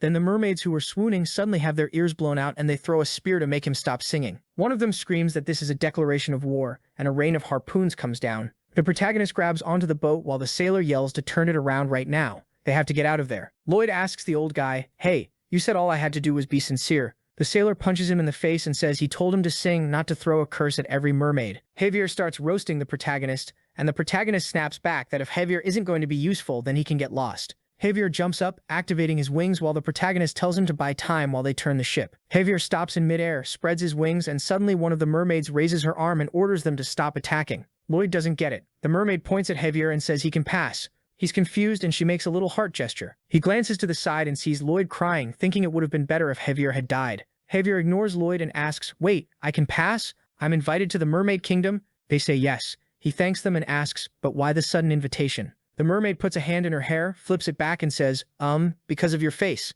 Javier just says he knew it, while Lloyd is burning with rage. Javier asks, I heard mermaids can understand the true feelings of people who sing. She says yes, that happens when they're moved by the person singing. But your face has the same effect, so we don't even care about your singing. Javier, completely full of himself, says, no, it's true. My face really can do that. The protagonist is furious. How can a guy this full of himself be the protagonist of this story? Then Javier turns and says, sir, did you see how my face was able to stop the destruction your singing caused? The protagonist just says, yeah, I heard. Now get down from there already. Then Lloyd steps forward. Nice to meet you. I'm Lloyd Frontera, the one who hired this night. But the woman's expression completely changes, and Javier can tell she's not even trying to hide her prejudice about Lloyd's looks. Lloyd thinks he'll have to let it slide because he needs their help, so he says, well, first I'd like to express my endless gratitude for you inviting us to the Mermaid Kingdom. She immediately says, hold on, nobody invited you, kid. But Lloyd thinks, I knew she'd say that, but I'm Kim Suto, the guy who makes things happen. I'll figure out what they're missing, use all my skills, negotiate perfectly, and take control of the situation to get the invitation. But Javier asks, if I ask politely, will you let him in? She says sweetly, Yes, why not? The protagonist is crushed. His whole negotiation plan just got wiped out. Before Javier can say anything else, Lloyd says, I'm just crying because of the salt in the water. My eyes are dry. Javier looks at him and thinks, wow, to think he has to work so hard because of his face. Please, my lord, stay strong. Then one mermaid helps another one up and puts a necklace on Javier so he can handle the water pressure and breathe, and the other one tosses one onto Lloyd's head. Lloyd says, well, either way, in the end, he got invited. His sadness doesn't matter. What matters right now is finding that so-called jewel of truth. He's there to protect everything he has in the territory. Then he sees a glow coming from deep underwater and wonders what that light is. When he gets closer, there's an octopus down there with a gigantic city. The protagonist is confused. He knew there were big creatures, but something the size of a city. He says, that octopus, and the woman immediately makes a face. Then Javier does the same thing. That octopus, and she turns all sweet. Oh, he's our guardian who protects our kingdom. He's been with us for a long time, and that over there is the palace where you'll meet our king and pay your respects. Then in front of the throne, the queen welcomes the handsome human and the ugly human. She's the mermaid queen, Ariel. Wow, she kind of has an Alicia vibe, doesn't she? And it's weird that she's still got the Disney name. Lloyd calls out, hey, handsome guy, tell her you want to borrow the jewel of truth. Javier answers, I'm the expert here. When it comes to using a face, you're the one who should talk. But the protagonist knows that in this place, he doesn't have the right to speak. Ariel replies, hey, ugly human, don't worry. I'm not going to punish you just because you've got that horrible face. Don't be scared, you can talk, just don't look at me. He realizes she isn't joking, which makes it even crueler. So he turns to the side and says, I'm Lloyd Frontera. I came here looking for the jewel of truth. If you could lend it to me. Suddenly the woman bursts out laughing. He glances over, kind of awkward. She says that if it really existed, she'd lend it to him. He came all the way there for a mythical item that doesn't even exist. Lloyd doesn't get it. She explains it's basically a legend. Did he really come all this way thinking it was actually there? Lloyd says the Dragon King told him the jewel of truth was in the mermaid's kingdom. Ariel goes, hold on, you mean that lazy one? Looks like you're as dumb as you are ugly. Just like that. He really didn't tell you all the details. The protagonist is furious, saying he wants to kill that damn dragon. Ariel says he looks pretty desperate. Maybe he can ask the guardian octopus. That one really has existed since the age of mythical items. The protagonist is impressed and asks if that thing can actually talk. She says, of course not. What kind of octopus can talk? You really are an idiot. She's just messing with him. Then he says, wait, sum it up for me. The jewel of truth existed back in mythical times, right? It's not just some made-up story? She answers, who knows? Our ancestors said it existed, but nobody in our generation has ever seen it. But for Lloyd, that's enough. The odds are higher than zero. Suddenly he says he wants to ask one more favor. If there's even a 0.1% chance, he'll do everything he can. He asks to be allowed to search for the jewel of truth. If they find it, she benefits too. He says his strength is persistence. Ariel says, sure, whatever. As long as you're here, we'll get to look at the handsome human's face. He gets excited, but she adds, but we're not helping you. We've got a huge problem to deal with, and it's giving us a massive headache. He asks, what problem? She explains, a while ago, a gate of hell opened in our sea. The protagonist thinks, who opened the last gate of hell? And she goes on to say that damn gate is giving off heat that's destroying the entire northern part of the glaciers. Who in their right mind would do something like that? Whoever did it deserves to be torn to pieces. The protagonist says, what a disgusting bastard. How does a villain like that even exist? Seriously, what a piece of trash. Javier just stares at him. While Ariel is talking, she even saw the bone dragon going in and out of that gate. The bastard who opened it is on the same level as the biggest villains in the world. Javier watches as the protagonist says, honestly, I feel so bad for you, Queen. Since you're letting us search for the jewel, I, Lloyd Frontera, promise you, I'll find the person who opened that thing, and I'll bring you his head. Javier is shocked. This lord is unbelievable. He's shameless on a level that breaks every limit in this world. Next scene, he's already staring at the city and says, Javier, go find the jewel of truth. But his friend asks, and you? What are you going to do? He answers, I'm going to gather as much information as I can, move from place to place since that's the fastest way. Sometimes simple works. Javier says, no sir, I'm asking about the gate of hell. The protagonist completely ignores him and says, Javier, keep this in mind. We have to find that jewel for the Countess and everyone. Javier thinks he's ignoring it for some reason. Usually he does what needs to be done, but let me confirm. So he says, the gate of hell. The protagonist cuts him off. The jewel of truth. That's what we're heading toward.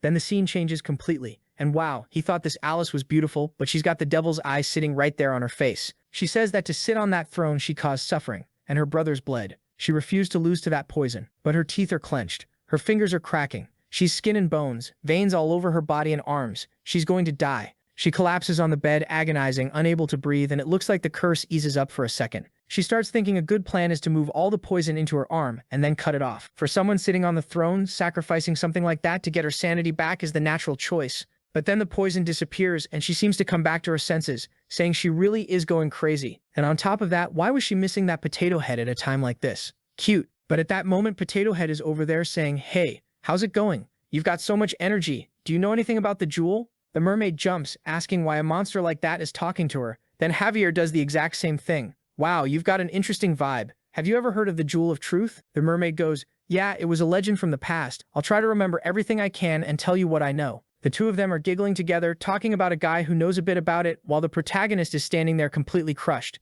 They tell him to follow. Javier looks back and says, sorry, Lloyd, for making you feel inferior. The protagonist answers, inferior? I'm fine. What are you talking about? Javier says, I can see those tears. These aren't tears. Can't you see we're in the ocean, Javier? This is just water. It's nothing. Javier is about to say more, but he asks, Javier, could you just ignore it, please? Look where the scene shifts. The pineapple. In the SquarePants house, there's an excited guy asking if they really want to talk about the jewel. He says he'll join them in the search. Right then, the system says friendship with Rotolu is available. They have 16 points. But the protagonist is surprised and says, no. We didn't say we'd help you. We just want to hear what you know. And he's freaked out. Why did the friendship thing pop up at that exact second? That only shows up when someone is completely on your side. Rotolu says, my family has been researching the Jewel of Truth for generations. We've stayed strong no matter how much people humiliate us. To be exact, the last time the jewel was seen was in the second mythic era. The Jewel of Truth answers anything you ask it. The hero Atlantido used this jewel. The protagonist realizes, okay, this guy is acting like this because he genuinely loves talking about it.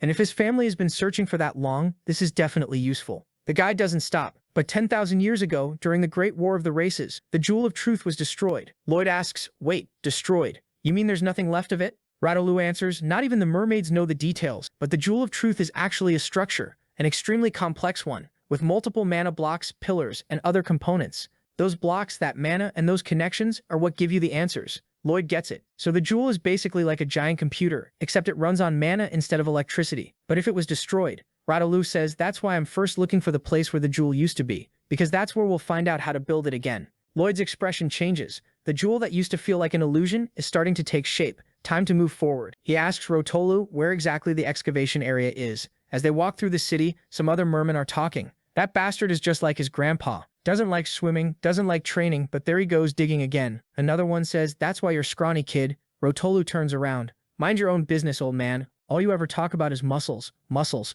Get out of here with that. Don't you know that's why all you tricons end up with arthritis after 40? Then he suddenly starts massaging the old guy, telling him to stop being annoying, while the old guy is thanking him and saying it feels amazing. Then Rotolu leaves, snapping his fingers, saying that's how he deals with those guys. The protagonist decides to ignore it and asks, you said your ancestors searched for the jewel, right? So why did nobody find it? Rotolu explains, because the Northern Sea is insanely vast. I'm the one who dug these holes. And here, this is our exploration map. And just so you know, there are about 100 more maps just like it. They were really meticulous. The protagonist thinks this guy is crazy. But if they have 100 more maps, there's basically no chance they'll find it. He needs another way to locate it without digging. He starts scanning, but all the layers nearby are over 10,000 years old, so it's not really useful. He could ask Javier to blow everything up, but what if he blows up the very place they're trying to find? Then they lose everything. Padong and the rest of the group can't work underwater. If he calls Yongyong and the queen sees it, it'll start a war and ruin the plan. He needs a way to use the incredible bodies Tritons have. He tries to think, then calls Javier, who asks what's up. The protagonist knows this is going to hurt his pride, but he has no other choice. Seduce all these mermaids for us and get them to work for us. But the scene immediately cuts to them saying, look, handsome human, you're really handsome. But our muscles are for training and swimming, not for hunting and digging. They all leave, and this time even Javier looks shaken. Lloyd laughs at him. Yeah? Where's that confidence now? Looks like that face of yours is useless. And that's when he realizes he needs it too. The seduction operation failed, so how are they supposed to dig up the entire sea? How many years would that take? Even if it were possible, they don't have unlimited time. He needs a fast solution. Javier says, wow, the temperature here is really high. Could it be because of that thing? The protagonist looks, yeah, I think so. They mentioned it's the deep water. Since it's heated by magma, it comes up warmer. Then he starts remembering something. Rotolu yelling that every Triton gets arthritis after 40. The protagonist says he found the solution. He tells Javier they're going to build a sauna. He's thinking that with a hellish sauna, he'll turn all those mermaids into slaves. The next chapter starts with him saying that sometimes work takes more out of you than you expect. Not only is he not making much money, his shoulder is wrecked, it's always raining, and everything is a disaster. Looks like he already studied today, and it's time to go back and rest. But suddenly a guy with an umbrella shows up and asks why he looks so sad. The protagonist stares at the guy's tail, and the guy says, don't you have anything to do? How about going to the sauna with me? That invitation feels kind of odd, and the blonde guy insists, it's raining like crazy. You're going to get sick if you work in this weather, aren't you? How about we go to the sauna and relax a bit? The protagonist looks at him, turns away, and says he doesn't have money to go to a sauna. The guy laughs and says, you think I don't know you don't have money? The protagonist stares at him, and the guy says, I've got a part-time job at a sauna. It's the perfect place to stay warm all day in this cold. The protagonist says, but you're rich, why are you working? He answers, it's one of the saunas my mom manages. I'm just going there to help out today. That makes Suho furious. Damn rich bastard. But the guy turns around and goes, yeah, shut up and come on, let's go. The protagonist can only think that on a rainy day, the guy decides to work at a sauna, and that's it. Easy life. But the guy shares his umbrella with him, telling him to stop getting soaked on the shoulder. Suho knows exactly what's up though. This guy showed up at the exact moment he was about to leave. The blonde one says, it looks like the kid's broke and doesn't even have money to buy an umbrella. Right then, Suho was sure. This guy was an angel. There they are, chilling in the sauna. That place was paradise. Every muscle, the shoulder that had been hurting, was gently loosening up. The blood that felt frozen started moving again. In the blink of an eye, he ends up in some mysterious universe, saying this is what it feels like to be one with the world. But then we're back at sea. He looks around and sees that since all the mermaids and mermen love training, they're full of arthritis, sore muscles, and stiff bodies. Makes sense considering how much they train, plus the fact they're swimming and dealing with water pressure. And he's got the perfect plan for it, something that's going to be called the Great Steam Bath of the Mermaid Kingdom. The scene switches to Rotolu, a steam bath that's basically made for massage. Lloyd says exactly that. There's nothing better in this world for people with arthritis. The guy says, okay, but what does that have to do with the Jewel of Truth? Lloyd is straight with him and says, we need to increase our workforce. With just the three of us, it'll be impossible to dig out this whole area. Tello answers, I think that's going to be kind of hard because most mermaids are scared of steam. You see that hot chimney over there? Some mermaids got tempted because of the temperature, but their bodies got burned when they got close. Something weird made them lose their minds and throw themselves into that heat. That's why we made a rule to keep all mermaids from going near it. Lloyd gets it immediately. The water coming out of that thing probably has heavy metals, and it can mess with your head. That's what makes them pass out. Still, he says there's nothing to worry about because his plan is going to solve all of it. Part 1 was prepping the area. He goes into a tunnel and says, good, this is perfect. Javier says, wait, isn't this kind of far from where the smoke comes out? Lloyd says it has to be far because safety is the most important thing. He pulls out his notebook, starts drawing up the design plan, and marks everything on the walls. Then he says, all right, Javier, start digging, according to the instructions. I'm going to get the materials. Javier doesn't say anything, grabs the sword and starts cutting, but Lloyd glances back. Hey, why are you being so obedient? That's weird. Javier just says, yeah, I'm obeying, so what? Lloyd asks, why are we looking for the Jewel of Truth? And if we don't find it, you know what happens, right? Javier just lowers his head and tells him to get out of there already and bring the materials. The protagonist calls out to him but then turns back and just says thanks. He genuinely appreciated it. The two of them take a look, throw up like always, and move on to step 2, gathering a bunch of materials. That hot water pipe really was the solution to everything. This wasn't some empty promise. He walks up to this creature with a bunch of tentacles and tubes, and it suddenly starts spitting in his direction. He says he needs to collect the secretion from those worms to make the connections. He was going to use some of those tubes as pipes. Then he just had to connect the pipes and run the whole set through one of those rooms. The size and number of pipes going through would adjust the temperature of each room. Finally, the most important part of any sauna, the interior design. He makes the emerald room, the coral room, the relaxation room, and boom, he says they're ready. The #1 sauna in this underwater world. Then he asks Talo what he thinks, and Talo is just drooling, smacking his tail. The protagonist doesn't even need an answer to be sure. Javier asks, so what are you going to do with that money? But the protagonist says, money? I don't want any money. Money is nothing. Javier starts getting worried. If he's trading money for something else, then he's already worried about the lives of those poor mermaids. Next chapter, we're flying over the glaciers, until something starts coming up from the middle of the ocean. There's a mermaid there, jumping up, stretching out. The bird gets startled, she looks excited, grabs it and drags it underwater. Everyone's hyped, saying Lolita broke the record again. She says those were the good old days. She gained muscle every time she worked out, and she was one of the most attractive in the whole neighborhood. But now she's completely worn out. Her shoulder hurts like crazy. She punches it, telling the damn thing to stop burning. Meanwhile, the old guy next to her says, hey old lady, stop being so loud. She answers, who's gonna suffer? You really think you're gonna live somewhere that's quiet forever? Enough being miserable, she's gonna work out a bit. The old guy says she's exercising 3 times a day, and she's losing it. She says her soul dies when she rests too long. But while she's swimming, she wonders if maybe she really should stop exercising. She just can't since she's done it her whole life. If only she could ease up these joints and muscles, then she could enjoy things more. That's when she hears someone nearby saying, come over here, grand opening event. Everything's free. The perfect solution for any mermaid with joint and muscle pain. This is totally different from the chimney. Come relax 100% in our safe bathhouse. Lodita's like, hold on, he's saying I can warm up my body safely? The protagonist is already out front at the entrance saying, come on in, it's free. Everyone's welcome. Lodita keeps following, thinking, I've heard humans are creative, but is this really free? This guy's smiling way too much and he clearly looks like a scammer. But he's with that really handsome man, so he's probably not that bad. And if it's free and there's no way they can take my money, there's nothing wrong with at least trying it. She lies down saying, fine, she'll go along with it. Then she suddenly feels the temperature start to rise, Right away, her body warms up and she feels like she's on another planet, loving it. Next scene, she's already opening the door at home telling the old guy to go to the bathhouse, the sauna, because it's free for a week. The protagonist is smiling. Oh, you came back with your husband. Please rest, it's going to feel great. They both lie down and feel young again. The protagonist says, wow, you two really liked it. 5 days in a row, you're glowing. Lodita says, you have no idea how energized I feel. I'm working out really well. The protagonist says, that's amazing. What happened to you? Everyone yells, we went to the sauna.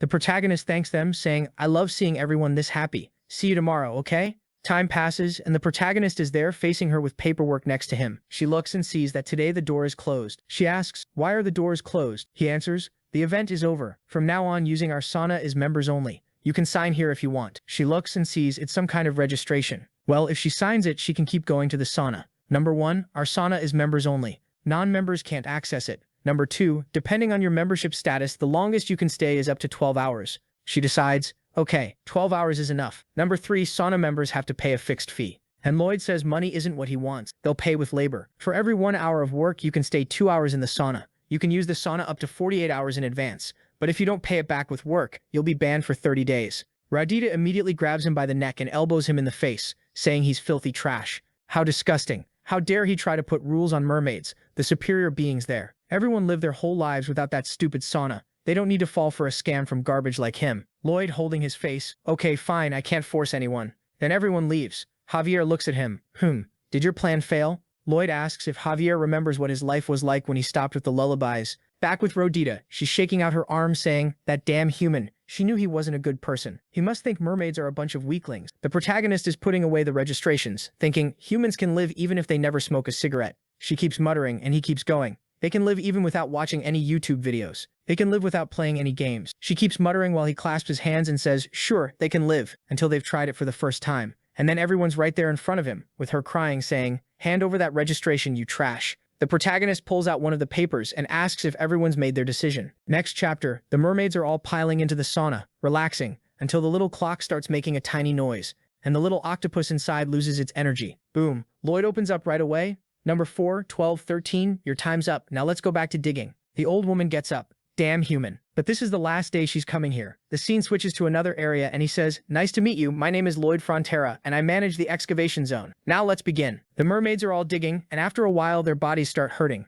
Radita says after all that work she needs to relax her muscles. The protagonist is already handing over the new clock, saying, nice to meet you, I'm Lloyd Frontera. I'm the sauna manager. I hope you enjoy your day today. So Radita's there, finally relaxing. But then right after that, nice to meet you, I'm Lloyd Frontera, manager of the excavation zone. Welcome, welcome, she's digging. Realizing something's wrong, she was clearly being completely controlled. She had to get out of this frantic rhythm of digging and then going to the sauna. It was a vicious cycle, but she also didn't want to stop. It felt so good to work and then relax like that. The protagonist watches all of them digging everything out, sweating, while Radalo is watching and thinking this guy is a demon. He's clearly using all the mermaids as slaves, isn't he? And I was an accomplice in all of this. I'm betraying my own race. Lloyd asks, so you're thinking you became the demon's accomplice, right? But let's be honest, we never forced anyone, did we? Rotolo looks and puts a hand on his stomach, saying, yeah, no, they didn't force anyone. The protagonist looks over. Now with all of them digging for a month, the progress was insane. Then he activates the system's power, starts sliding, saying there's a square patch of ground there.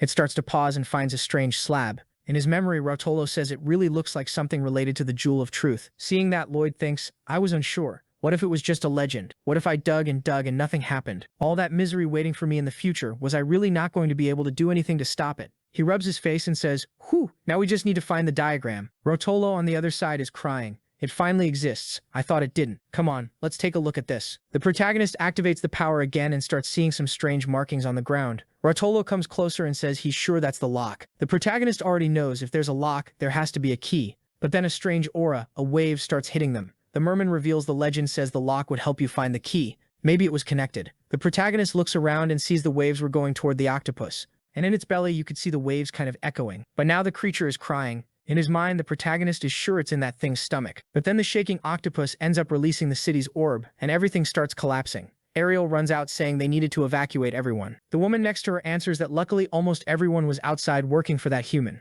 The queen is thinking, oh, so he said he was a good person. Lloyd, seeing that, wonders if it's his fault. Javier says, well, obviously. Lloyd says he was hoping he'd say no. Then his friend grabs him by the collar and says, I'll take care of the mermaid kingdom and you find the key. That's the solution to protect the territory you want to save so badly. The protagonist freezes, and then Javier turns on his wings and flies off. Meanwhile, Ariel heads toward the orb trying to stop it, but the impact hits her head on. The woman puts all the strength she has into it, but it's clearly not working. Then, right next to her, Javier shows up. She says she's grateful to both of them. Javier's thinking the poor queen doesn't even know it's their fault, but Lloyd, shameless as ever, already beat him to it, and Javier answers that the pleasure is his. Meanwhile, the protagonist is heading toward the octopus that's over there suffering, almost like it's about to throw up. Watching how the creature reacts, he's sure those are indigestion symptoms. The problem is that any movement from a tentacle shakes the whole sea and knocks the protagonist far away. The city is still falling, and Javier and the queen are trying to hold it up. The protagonist knows that if he can't stop this creature's indigestion, nobody's going to be able to do anything else. He starts trying to remember what his dad and mom used to do when he had a stomachache. Then we see his dad saying,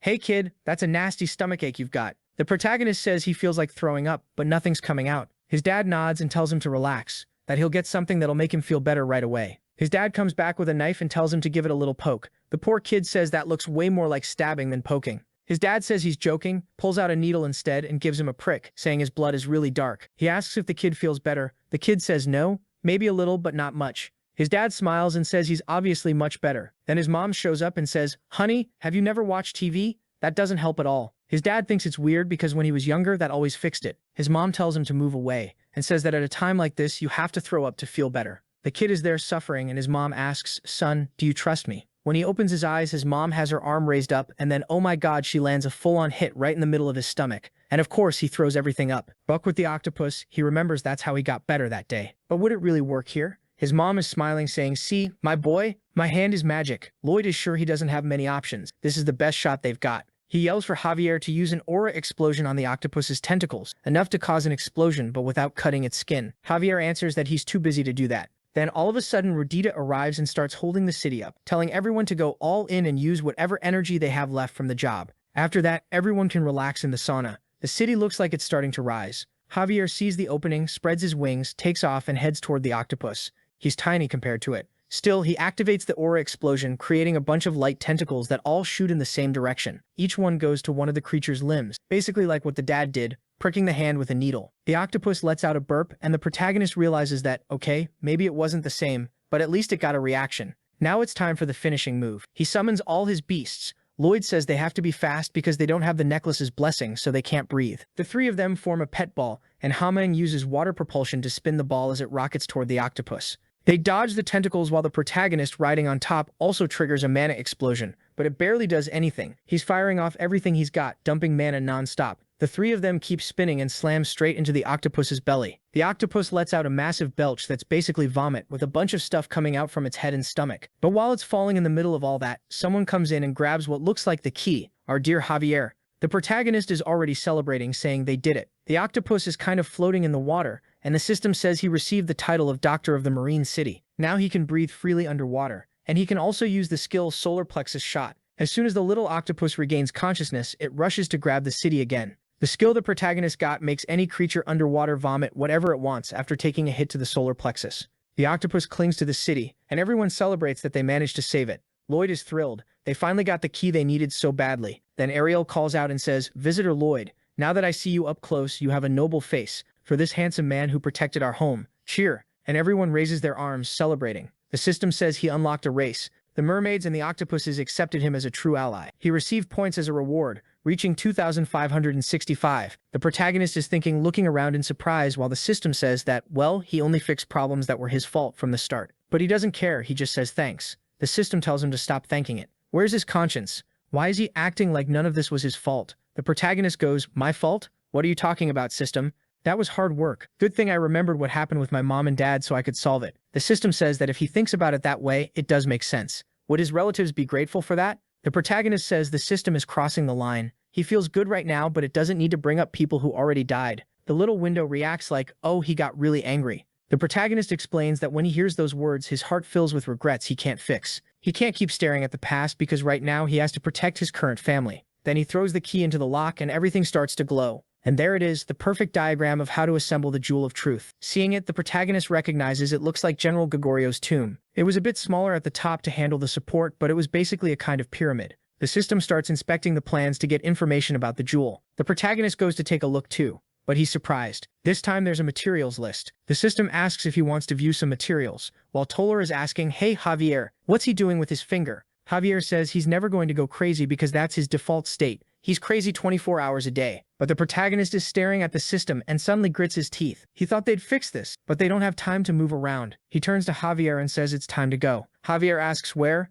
and the protagonist says they're going to Magentano Palace. One of the main materials, known as Tauranga, is there. The scene shifts to Magentano. The queen is working, but she looks completely worn out. 24 hours a day. The poison starts acting up. She loses her breath, pulls her arm back, clenches her hand. She wonders if maybe it's time to deal with it, but then she clenches her fist and says no. She can't be weak like that. She'll solve it sooner or later. She needs to be the strongest person in the nation. Suddenly, someone at the door says they need to share information about the southern negotiations. The blonde guy says, well, that's a problem, because it looks like the people there are ignoring negotiations and making demands that make no sense. And it seems other countries are making more and more demands too. The queen starts wondering if it's because of what happened at the banquet. They lost prestige because of that bone dragon. She thought announcing it had been defeated was enough, but at this rate, more and more people will challenge their authority. That'll create political chaos, reduce their external power, and everything is only getting more complicated. How is she supposed to fix all of this? But at the same time, her hand is hurting, and she tells herself a queen can't be weak. Then someone calls, "Your Majesty," and says Lloyd Frontera requested to see her. Immediately, the queen stands up and runs through the corridors at full speed. She reaches her room, everything shining, and she thinks she can finally see that disgusting human, the person who slipped out of her hands, and the most selfish guy she knows. And then she runs up and hugs him, saying he's the human she needs right now. Lloyd is standing there not really understanding. The queen is clinging to him, and the artist even threw in motion blur. The protagonist asks what that was, and she pulls herself together, shocked by what she just did. Damn it. But really it's just Lloyd sitting in front of her. Was all of that what she wanted to do? Looks like she really did stop face to face with him, and she asks what he said. He says nothing special. He just said hi to Queen Magentano. She didn't answer, so he called her again. But Lloyd is confused. Where was she running so desperately? There's no way she was running like that just to see him. The queen glances aside, turns her face away, and in the background Javier is suffering. He looks at Lloyd, looks at the queen, and sees she's strangely sad. He starts realizing this is going to be ridiculous. The queen asks if he asked to see her to make a request. The protagonist doesn't say anything about her. He just says he's there to ask for something. He apologizes, but he needs to remove some pillars from the castle. Of course she doesn't understand, but he smiles and says that in exchange he'll put those disobedient neighbors to sleep all at once. Next chapter, Lloyd now knows the Jewel of Truth needs Tauranga records, and when you click on Tauranga, you see the essential items required. There are stories there, like the War of the Races and the mermaid's involvement. At one point, one of them even went to the Jewel of Truth to ask how to win the fight. But then the stone was destroyed by harpoons, the size of trees. Various races started taking what was left of it, and a giant carrying a Tauranga arrived on Earth. There, he formed a kingdom and started dominating humans, until a rebellion happened and he had to flee. Humans built their castles after that, and Tauranga was used as the foundation. And it turns out it's Magentano Castle. Now it makes sense. That's why Ariel looks so much like Alicia. Then we're at a nobles party, with two Arab guys talking, having no idea what Magentano is thinking. One of them says he agrees. Last time she called them in to intimidate them, but she got humiliated by the bone dragon. Yet now she's sitting there, all proud. Looks like she's planning something. The other laughs and says, "You think she captured that dragon?" She's fooling everyone and putting on a show. Lloyd hears everything, gives a little smile, and calls for Yang Yang. The chubby guy in the turban feels a gust of wind, looks up, and sees the beast coming down from the sky. He panics, the real dragon arrives, lands in the middle of everyone, and he runs off in terror. The protagonist stands there with his arms crossed and says, "Didn't you say the bone dragon ran away?" But the creature goes right up to Alicia and bows to her. It looks like it's breathing fire, but actually it's all fluffy with its little ribbon. The protagonist watches as she reaches out her hand. Yang Yang comes closer and she pets its face. Seeing that, the guys are stunned. Tell everyone we need to obey Magentano. She has the power to wipe out every nation in an instant. Everyone kneels, wishing long life to the kingdom of Magentano. Then Alicia says Lloyd Frontera, who swore the Steel Dragon's alliance to Magentano, received the title of Great Contributor. The guys are confused. That title is something people usually get when they're like 50 years old. How can he be Great Contributor at that age? Lloyd thinks she went too far. This gives him way too much authority. But she's looking at him with a sly little smile, and Javier in the background understands everything. Later that night, the protagonist is there when Javier says, "Did Her Majesty call you?" Javier says, "Looks like she needs some training, which is perfect for me since I've been wanting to ask her something." Lloyd asks what he wants to ask. Javier is blunt. "Do you have feelings for Her Highness?" The protagonist makes a blank, stunned face. He's thinking, what kind of question is that? Are you out of your mind? Anyway, since you're going to talk to her, take a look at her arm and see what the problem is. Javier says, "Okay, but are you planning to go somewhere?" The protagonist stops to think.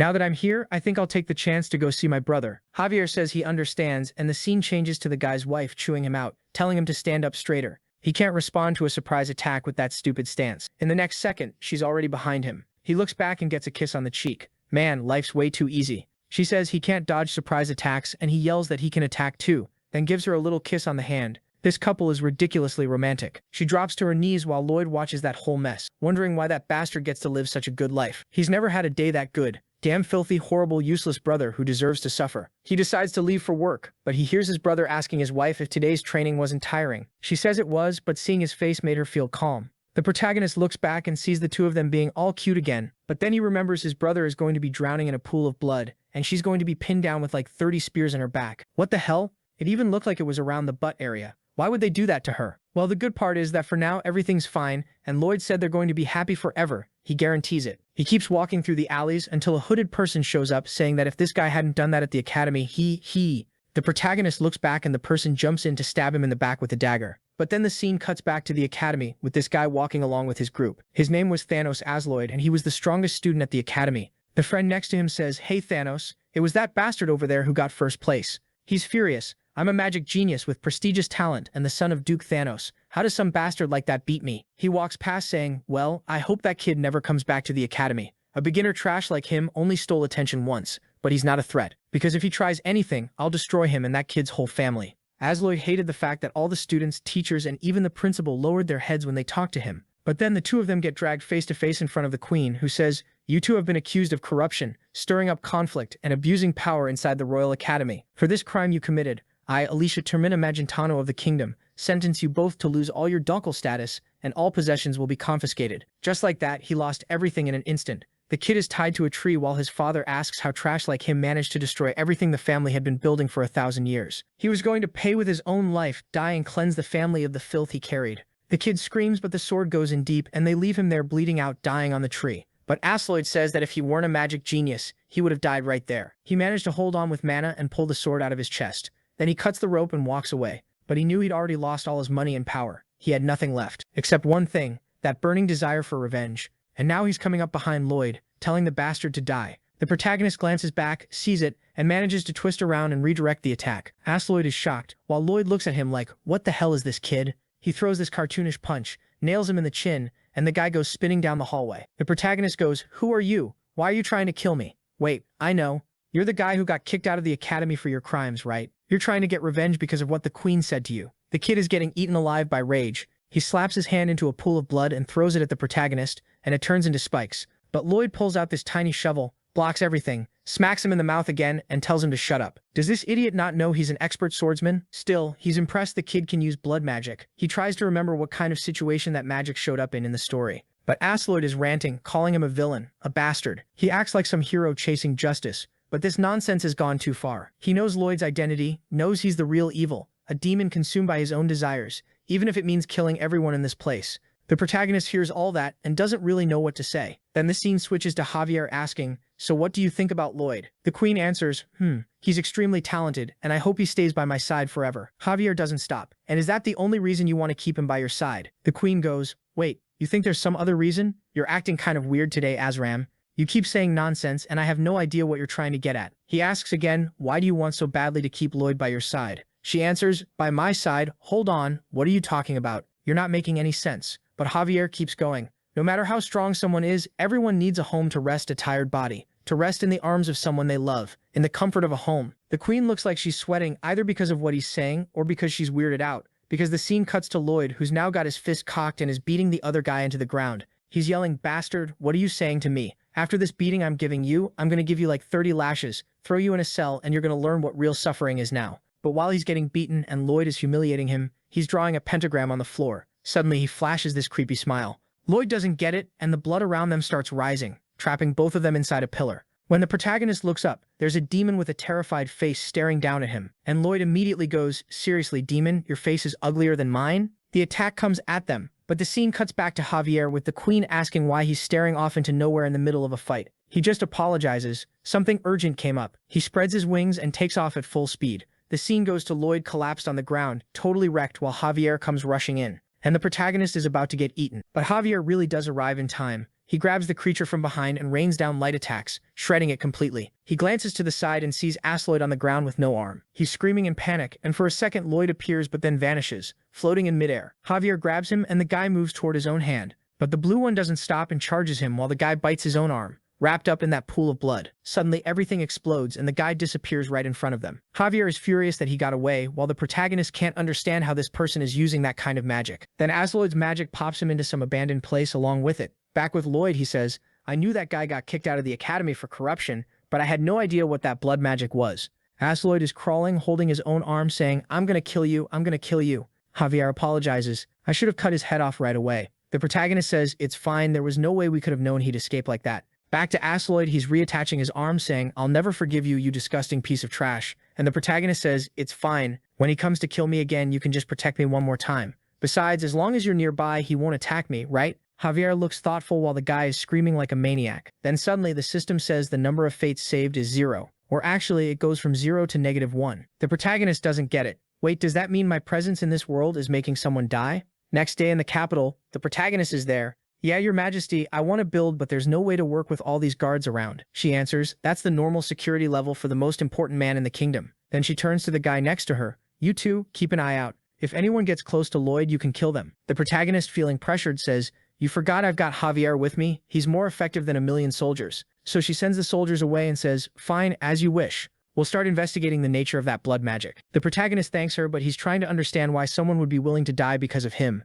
But he doesn't have time. Fixing the future matters more, so he has to focus on finding Taranga. He tells everyone to get ready because they're going out for work. He knows what he's after is one of the pillars that supports the construction, so he's going to have to dig and pull it out. But obviously the nobles weren't going to agree to that ridiculous plan. So Alicia lied for him, telling everyone it was just a small palace maintenance operation, and of course to avoid any future damage, he has to dig in this weird specific way. But he has to be careful. If the presence or the absence of a pillar makes the whole balance of the castle break, everything could be destroyed. But he has modern knowledge, so it won't be that hard. Then a guy comes over calling for him. The protagonist keeps explaining that he'll use the freezing method to strengthen the soil through the air so it stays intact. And the artifact that would make this easy and possible was the Jewel of Winter, one of the 3 great treasures of Magentano, said to contain all the power of winter. Normally it's a strategic weapon, something the dragon Gelateratos gave the royal family a long time ago. In the novel, that same creature used it to freeze entire armies. And obviously something that terrifying needed approval from all the nobles. But with it, the plan becomes simple. Freeze all the ground and make it solid. Then it's easy to pull out Taranga, nothing gets destroyed, and afterward they put in a support. Then a skinny girl walks by and Javier glances at her. She pulls back her hood and looks at him all sweet. What's that about? And why did Javier suddenly look all sparkly too? She gives a little wave, and the protagonist says that girl is a genius. No wonder she's responsible for the kingdom's 3 great treasures. Go talk to her, Javier. You weren't missing her or anything, he says. Javier answers, stop talking nonsense. But the protagonist says, I'm not kidding. I can tell you two are lovers with one look. My lovebird's detection skill has hit its peak. But inside, he's thinking that with Javier, this never works. Javier says, there's someone out there trying to kill you. I can't leave you alone. But the kid says he can beat that guy now that he knows his powers. He just has to be careful with his summons. But it was time to get back to work. Step 1, dig a vertical tunnel and put steel reinforcement in there to make the refrigeration room. Step 2, fortify the whole room and station the guards. Step 3, have the kingdom's great sorcerers control the Jewel of Winter. With that, the ice and cold start spreading. Then step 4, they start digging toward the castle. The digging crew is already working up toward the ceiling, and Javier says the work is faster than ever. Lloyd says the faster the better, because the apocalypse where everyone dies is coming. Still, he knows there's a way to use Taranga faster, in a single breath, instantly. But if he uses that method, he slaps himself in the face like he's changing his mind. Then he orders them to prepare the reinforcements right away and start painting everything because they need to move now.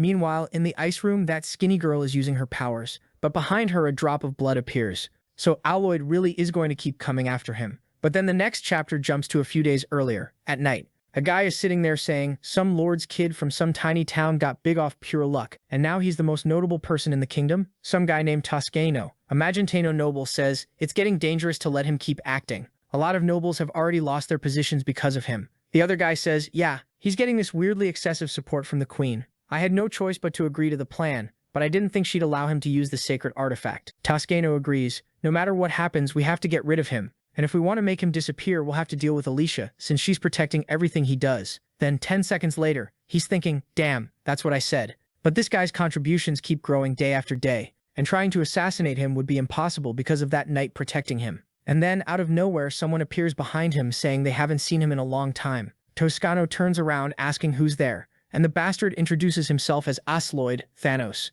the third son of the late Duke Thanos. So how's Count Toscano doing? Or actually the new Duke now? Terrified, Toscano asks how Asloid is still alive. The villain says, well, you can't exactly say he's alive, not really. But it looks like Toscano's got a lot on his mind. If the reason is Lloyd Frontera, he can offer some help. I heard you saying he's hunting for something under the palace. What is it? Toscano starts explaining. He looks like he's doing maintenance work, and he even took the Heart of Winter. Hearing that, Asloid breaks into a grin and says he'll do him a favor. This is his blood. If Toscano can get someone to go into the middle of the construction site and throw it into the main chamber, he can help, and nobody will find out. He'll make sure that damn demon Lloyd Frontera's face is never seen again. And then we're back at the construction site with someone saying, Sir Lloyd, I've got something to tell you. They turn. What is it? Oh, it's just. Thanks to your diplomatic ties with the Asfarhan, my wife managed to learn pottery techniques. That was her dream. I wanted to thank you for that. Another guy wants to thank him too because he's making money off the construction, saying his son now wants to become an engineering student. The protagonist smiles and says, wow, you're all really kind. So how about you show that kindness with 1,000 gold each?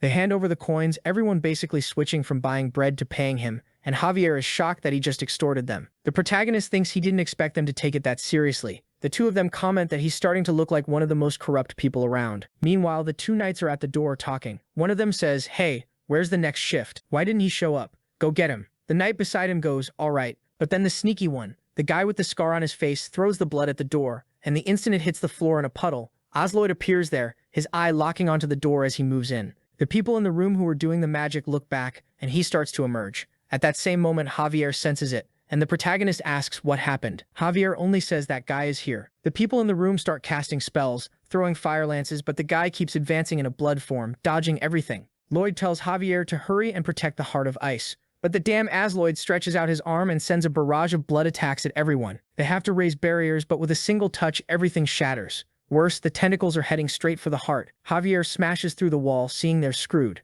The thing is glowing, blasting cold in every direction, while the mages who've lost control can't really withstand the magic anymore. Javier wonders where that guy went. Then he sees Miss Solara struggling to hold the magic back. At the same time, Javier looks worried about Lloyd, who's telling him not to come help. He's supposed to protect the heart. Javier wants to change plans, but Lloyd just tells him to trust his judgment. So Javier runs back toward the heart with his wings activated, while Solara calls out to him. He brings his sword close, trying to seal the Heart of Ice's power. The problem is, it's going to be hard to hold out against the power of an ancient creature. So the protagonist activates that ice hands and feet effect, which basically makes him immune to hypothermia no matter how cold it gets. He knows he's immune, but the people working inside won't be able to take it. He's not some justice hero, and he's not someone who saves everyone, but he needs to give those 1,000 coins back to those guys, because this is embarrassing. Right then, Osalarid appears behind him. The protagonist gets stabbed hard between the ribs, and Osalarid tells him to face his true nature. Lloyd reacts, but everything turns black and white, and damn, it's poison. The same stuff Alicia had. And our guy basically crosses over, seeing the real Lloyd.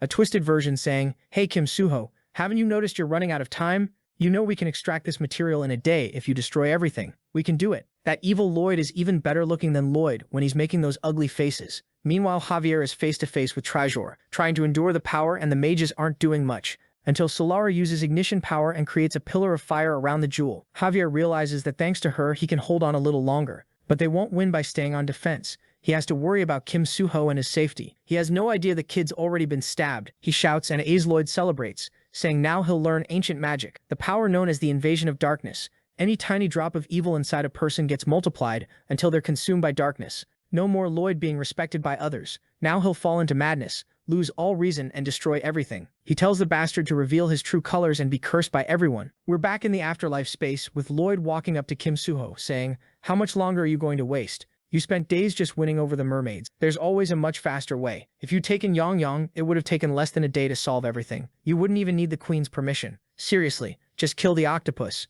Everything works faster if he uses the method known as fear. The queen wouldn't stand a chance against Javier, and in 2 hours all the mermaids would have been enslaved. It would be way easier to get Taranga out of the castle too if he destroyed everything. If he stopped acting like an idiot, he'd already have finished the Jewel of Truth. That evil Lloyd clearly doesn't get that Javier would refuse to do any of that immediately. Kim Suho asks what kind of nonsense he's talking about. Why would he do something that would hurt countless people? But Lloyd says there's no reason to care. They weren't family. They were complete strangers who didn't matter at all. And besides, if he keeps going like this, he'll lose everything again. The protagonist remembers those death scenes of his father and mother. He goes numb, staring at their reflections in the water, until the whole place starts shaking. A red energy spreads, his expression changes, and Lloyd, with a tear in his eye, tells him to hold out his hands so together they can save the ones they love. The protagonist starts walking toward him, reaches out, hugs him and says, "It's scary, isn't it? But it's okay. We can fix all of this without doing it that way. Because we're insanely capable, aren't we?" The whole place turns soft blue, and Lloyd smiles saying yes they are. Back in the room, the jewel's energy is expanding,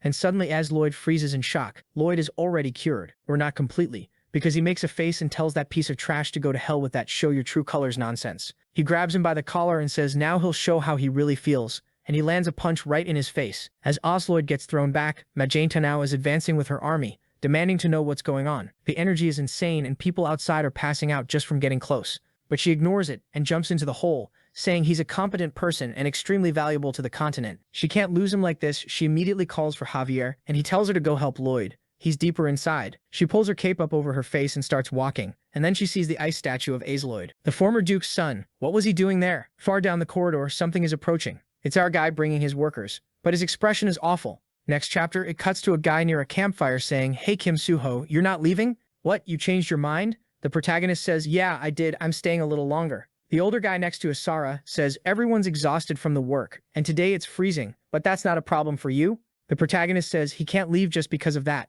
The guy laughs, hugs him, and says he really is incredible. Thanks to him, they'll be able to work a bit faster. The protagonist says everyone loved that guy from the bottom of their hearts because he always smiled sincerely at everyone and made them feel good. He was almost like a dad to everyone, their moral support. But then work accident, a fall without a parachute. After that, he could never walk again. Worst of all, they found out his safety equipment was old and inadequate, and that's what caused the accident. But nobody wanted to take responsibility for what happened to the poor man. All the company officials applied pressure, and in the end, everything got brushed aside. Kim wonders how it's possible that nobody takes responsibility for that man. As soon as profits go up, they show up to take more money. But when any problem comes up, any demand, any responsibility, they disappear. It makes him wonder how he would act. Truth is, if something happened to the people working for him, maybe he'd choose to run away, because that's human nature. But that's not what he chose, because he's there frozen. As Alicia approaches and wraps her cape around both of them, he used all the mana in his body to warm everyone so they wouldn't die. But that means he had no mana left to protect himself. Alicia says there are still 8 people inside.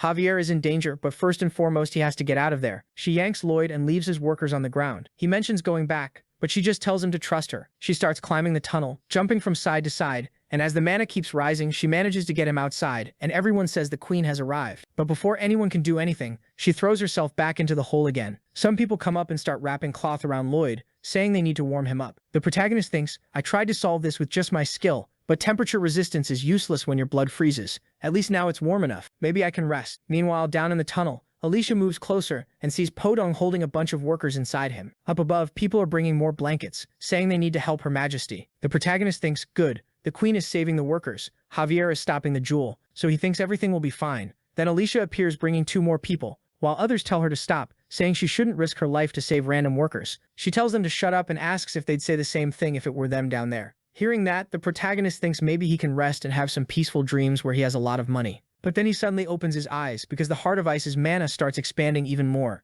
Down below, Javier has given up holding the sword and is just shielding Silura with his body as the mana explodes toward the sky. Alicia wonders how they're going to get people out of the cooling chamber. The whole ground is blowing apart. Her face is freezing, and the mana starts slicing through the heavens. The castle, the whole city is getting hit with cold. Yang Yang prepares an attack and fires it at the mana, but it's completely useless.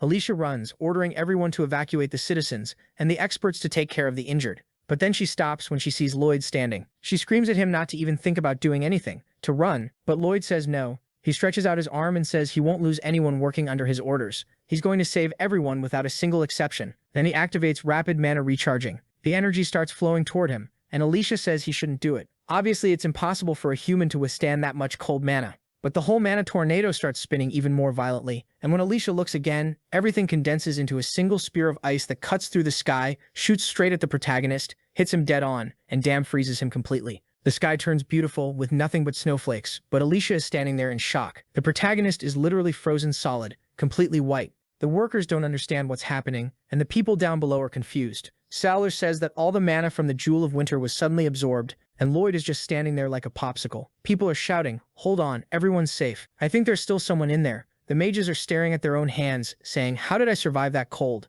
I was sure I was already dead." But in the blink of an eye, all the cold got absorbed. It was like something just pulled it all away. Outside is the reason for all of it. Javier gets there, stops in front of the protagonist, and his eyes go wide in shock. Alicia comes up too, not believing it. Little by little she steps closer, trembling, reaching out and holding the protagonist's hand, but then she feels a heartbeat. She freezes for a second, calls Javier over and says Lloyd's heart is still beating. Maybe he can melt this ice with his mana. Meanwhile, the scene switches to the protagonist tangled up in some threads, saying it's freezing as hell. But why is he like this? Why is he in this state? Someone beside him says his heart became a manifestation, and the only thing in his body moving right now is his heart. There's a little creature hovering next to him, saying the boy should be thanking it. Lloyd goes, "What kind of damn monster is this?" And the thing says it's not some butt, it's the heart of winter. It flips upside down and says, "See, it's a blue heart." Lloyd answers honestly that it still looks like a butt. So what is this? Why is the winter's butt in my body? The creature says it's a heart, and besides, Lloyd is there because he absorbed it, or more accurately, the creature allowed Lloyd to absorb it. Still, it's ridiculous to think the great tyrant dragon gathered energy for 100 days to create it, and now it's getting absorbed by a human, especially when Lloyd can't accept even a tiny fraction of its mana. But it's sensing something special coming from the boy. It's like he has a heart that reminds it of a dragon. Lloyd remembers he has that half-man, half-dragon ability. That's exactly why that old dragon back then was kind of friendly too. And the little ice butt says, "Well, it's not just that. You also sacrificed yourself for the others without hesitating, which surprised me. It wants to see how far a human like him can go." Lloyd says he didn't sacrifice himself for anyone. No way. He just doesn't want people walking around talking trash about him. The little creature says that's fine by itself, that's enough. Then it flies up, spins around Lloyd, heads straight for his chest and slams into him. "You have become one with the heart of winter. Because of the power that freezes everything, you awaken a new ability. Freezing time?" Lloyd wakes up instantly, shocked like I was, saying that's insanely awesome. You can now freeze the flow of time. The user can choose an area where time remains unfrozen, and the size of that area depends on how much mana the user spends. Time flows normally in the unfrozen areas. The duration can reach up to a year, but the moment the user leaves that area, the ability is cancelled. The protagonist thinks he can freeze time only around construction sites, freeze everything around it, and build super fast in the middle. And the system says it's not possible. Like, he gets something like this, and his first thought is construction. Lloyd clenches his fists, saying, "This is something incredible. Even if that miserable fate starts now, he can just freeze time and keep doing more and more." The only problem is that activating the skill costs 3,000 points and he only has 2,600. It's cool that he got this awesome ability, but there's something to deal with. When he looks to the side, Javier is staring in shock, with the queen in the background. Javier goes, "What?" The protagonist immediately covers his mouth. Shock. Stay quiet. He sees the queen is asleep and says, "Listen. I just swallowed that sacred artifact, which is basically like stealing a nuclear bomb from a country." Javier doesn't get it. "What? Nuclear?" Lloyd tells him to forget that part. Just understand that they're going to get executed for this, so they need to run. Javier says it won't help much. Lloyd will have to fight the whole kingdom later. How are they supposed to deal with the consequences of this? The protagonist, trembling, says he has his plans, he's never failed. But Javier says it looks like he already failed. Actually. Then the queen looks at them and says it's too late to run. He jumps and says, "Your Majesty, I didn't mean to absorb the heart, okay? What happened was..." She cuts him off, asking why he always has to stick his nose into everything trying to fix it. She already knows what happened. The problem is that even though someone else caused the incident, he was responsible for taking care of the heart of ice, since it was lent to him. The protagonist starts crying, saying he's cursed. It's all his fault. Then she asks what actually happened to him. She says, well, he was the son of the former duke, and somehow he survived that cold, but they executed him by setting him on fire. Still, he was strangely resistant. She saw him smiling as he turned to ash with the same look in his eyes. But forget that. What matters now is how Lloyd is. Then she suddenly goes all soft. "Aw, you're so cute." Lloyd blushes hard. He's thinking that came out of nowhere, didn't it? And maybe his heart is unstable because of the little cold butt. The icy thing answers that it's not a butt, but the system tells him it really does look like one. The protagonist realizes he now has two damn things arguing inside his head. Alicia says, "It's a shame we didn't find out more about that blood magic guy. Even when we tortured him, he recovered immediately. So not even confession magic worked." The protagonist says, "But I managed to get some information out of him. He used a sword infused with purple mana to hit my rib. Then I got marked with what he called the invasion of darkness, and I went to a place that looked like it was made of blood. There was another version of me there talking." Alicia suddenly says, "Wait." She steps closer and tells him to give her every detail. Then she takes off her glove and shows him her whole arm completely cursed. For some reason he thought she already knew. Next chapter, there's a blue moon in the sky, and she's walking alone through the corridors. She glances to the side a little flushed at a door, opens it slowly, and inside there are people collapsed. Her expression changes, and she sees someone pulling a blood sword out of a body, saying they had no choice. Her siblings tried to kill her, and they were also the ones who killed her father and mother. The kindness they showed was always a lie. She should never trust anyone. She had to kill before she got killed. This Lloyd Frontera, she already knows what kind of threat he is. Putting someone like him close to her heart was insanely dangerous and reckless. She would be betrayed. Just because they call her the Queen of War, that doesn't mean anyone respects her. Everyone in this world is ready to cut her throat at any moment. She had to fight, kill, and destroy everyone through fear, Anyone who rebelled should be killed. Suddenly, Alicia grabs her little child version and tells her to stop making those ugly faces. She knows she was sad or scared, but it's okay to be weak sometime. The child Alicia cries and disappears in her arms. Then Alicia wakes up in bed, looks at her hand and sees it looks healed. So maybe we go back to when she talked with Lloyd, and he said he doesn't know exactly how he got through it. He just accepted it. She asks what he means by accepted it. He explains everyone has some bad thoughts and sometimes that makes them weak. But if you try to deny it, the feeling turns into a disease in your mind. She asks what he's talking about. Does he know anything about mental illness? He says he did a little research, and it's more terrifying than she can imagine. Alicia thinks about this whole accepting thing, but now back in the room seeing her hand healed, she says once again she owes him, which makes everything even weirder. Yeah, you like my builder boy. But then the scene completely switches to excited nobles. The trial of Lloyd Frontera is about to begin. That guy died like an idiot, but he achieved big things before that. The guy next to him says it doesn't matter how much Montdunton complains. This time they're finishing him. Another says yes, that idiot lost a treasure of the kingdom. Even if he's a public figure, at minimum he'll lose all his family status. Now the protagonist is there in the middle of the trial. Alicia announces that according to the sacred laws of the Magentan Empire, the trial of Lloyd Frontera will begin. This trial will be conducted legitimately through the request of the nobility, and the nobles themselves will serve as judges to reveal his crimes.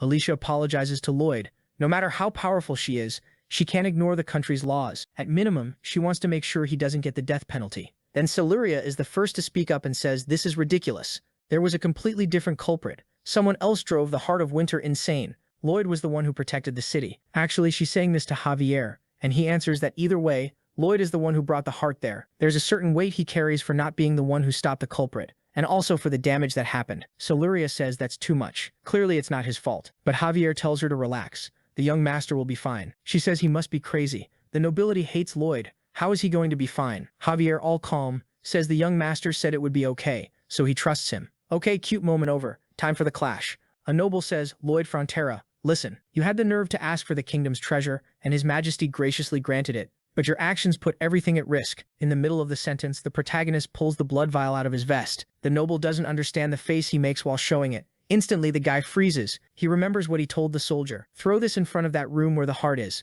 and you'll get a generous offer. The guy can't understand how Lloyd managed to find it in the middle of all that chaos. We see Lloyd walking with Javier, saying the place was secure, there was only one entrance. For Lloyd to get there, he had to teleport using his blood, which makes it clear some traitor opened a passage for him. They just have to find the evidence for it. Right then, he calls everyone over and orders them to search for that traitor. Back at the trial, he's holding up the vial to the guy who's saying, yes, it was a great betrayal. You have to take responsibility. The protagonist looks at him like, I'm not hearing you. What are you saying? The guy is trembling, looking at the person he handed the vial to, who's standing there frozen. Then he already apologizes to Lloyd, saying he never imagined something like this would happen. He'll help Lloyd with anything necessary, since Lloyd saved the soldier's life in the end. The protagonist is smiling while the soldier shakes in the background. The noble says it's extremely wrong. However, Lloyd Frontera is an incredible young man, an excellent public figure. He not only drastically improved the capital's infrastructure, he also saved the Magentan queen. The other nobles don't get it, and Alicia is confused too. While the guy keeps talking, Lloyd created an incredible garden that impressed the whole world. He protected the entire kingdom with that deal with the dragon of Osu,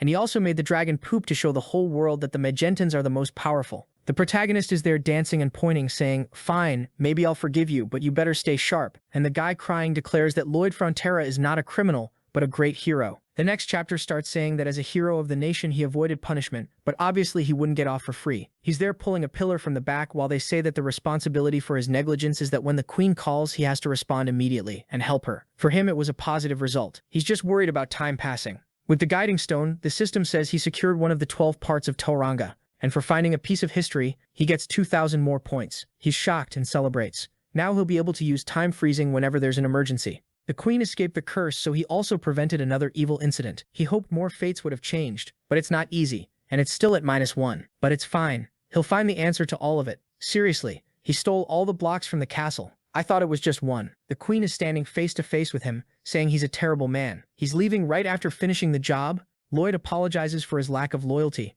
but he has urgent things to deal with, and he can't afford to delay. She goes quiet for a second and asks if they're important enough that he can't even take a short break. He says yes, and she stares at him and smiles, thinking about how much it hurts. Still, she tells him he can go. She'll stay there waiting for him to come back. The kid blushes. The protagonist thinks his heart did something weird again. He says, hey Icebutt, you keep making my heart act all weird. Stop it. But Icebutt is wondering if this guy is an idiot or if he genuinely has no clue about anything. After that, they're already flying on the Yang, which dumps everything into the ocean. And the protagonist says, now they just need to head to the Mermaid Kingdom. Then he goes, hey, Javier, did you talk to Miss Siluria? Javier answers, yeah, why? The protagonist asks, nothing happened? Javier says, what else would happen? You seem weirdly eager to set me up with that woman. Lloyd tells him to stop pretending he isn't interested. He says he's a master of love. He can read everything with a single glance. There's nothing he doesn't know. But Icebud is thinking, no way. This guy is the one who knows the least out of everyone he's ever met. Javier goes quiet, but he remembers Siluria telling him that one day he'd finish his work and she'd become a great priestess.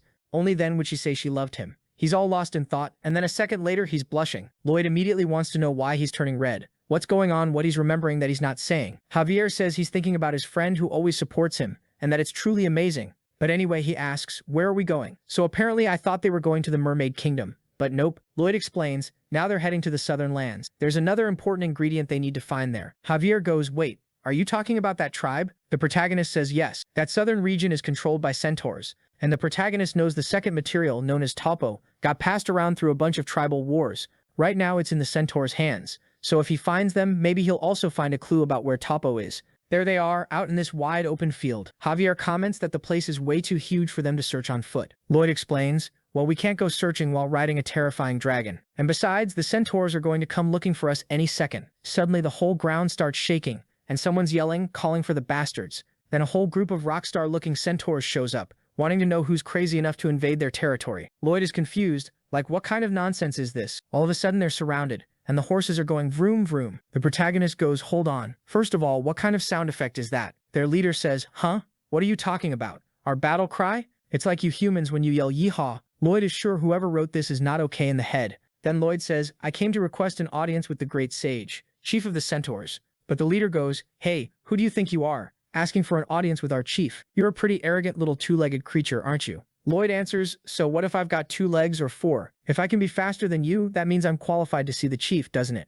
The leader stares and says, hey, this human kid is challenging the captain of the guard. The others start shouting. Then he smacks his forelock right into Lloyd's face and says, I'll tell you the rules, kid. You challenged me, so I get to choose the finish line. First one to cross it wins. Simple. Lloyd just says he knows the traditions perfectly well. Then Javier asks, wait, am I taking part in this? Lloyd says, no, not today. It'll be a problem if they start obeying Javier and ignoring Lloyd again, like what happened in the Mermaid Kingdom. Javier says, you know this is going to be hard, right? Centaurs run as fast as a sword master. Lloyd says, yes, running is hard, but he's not going to run. So here it comes. He's going to pull out some little creature of his and cheat. The forelock guy points to a rock in the distance and says it's a 200-meter race. He's going to show the humans how filthy their bodies are. They both get ready. The centaurs are all yelling, until suddenly one of them fires a slingshot stone. The guy takes off like a bullet, leaving Lloyd behind. Javier's thinking Lloyd can't talk his way out of this one. Then he sees the shovel coming out of the coat and he already knows what's about to happen. Lloyd activates it and boom, he shoots forward like a bullet, passes the centaur,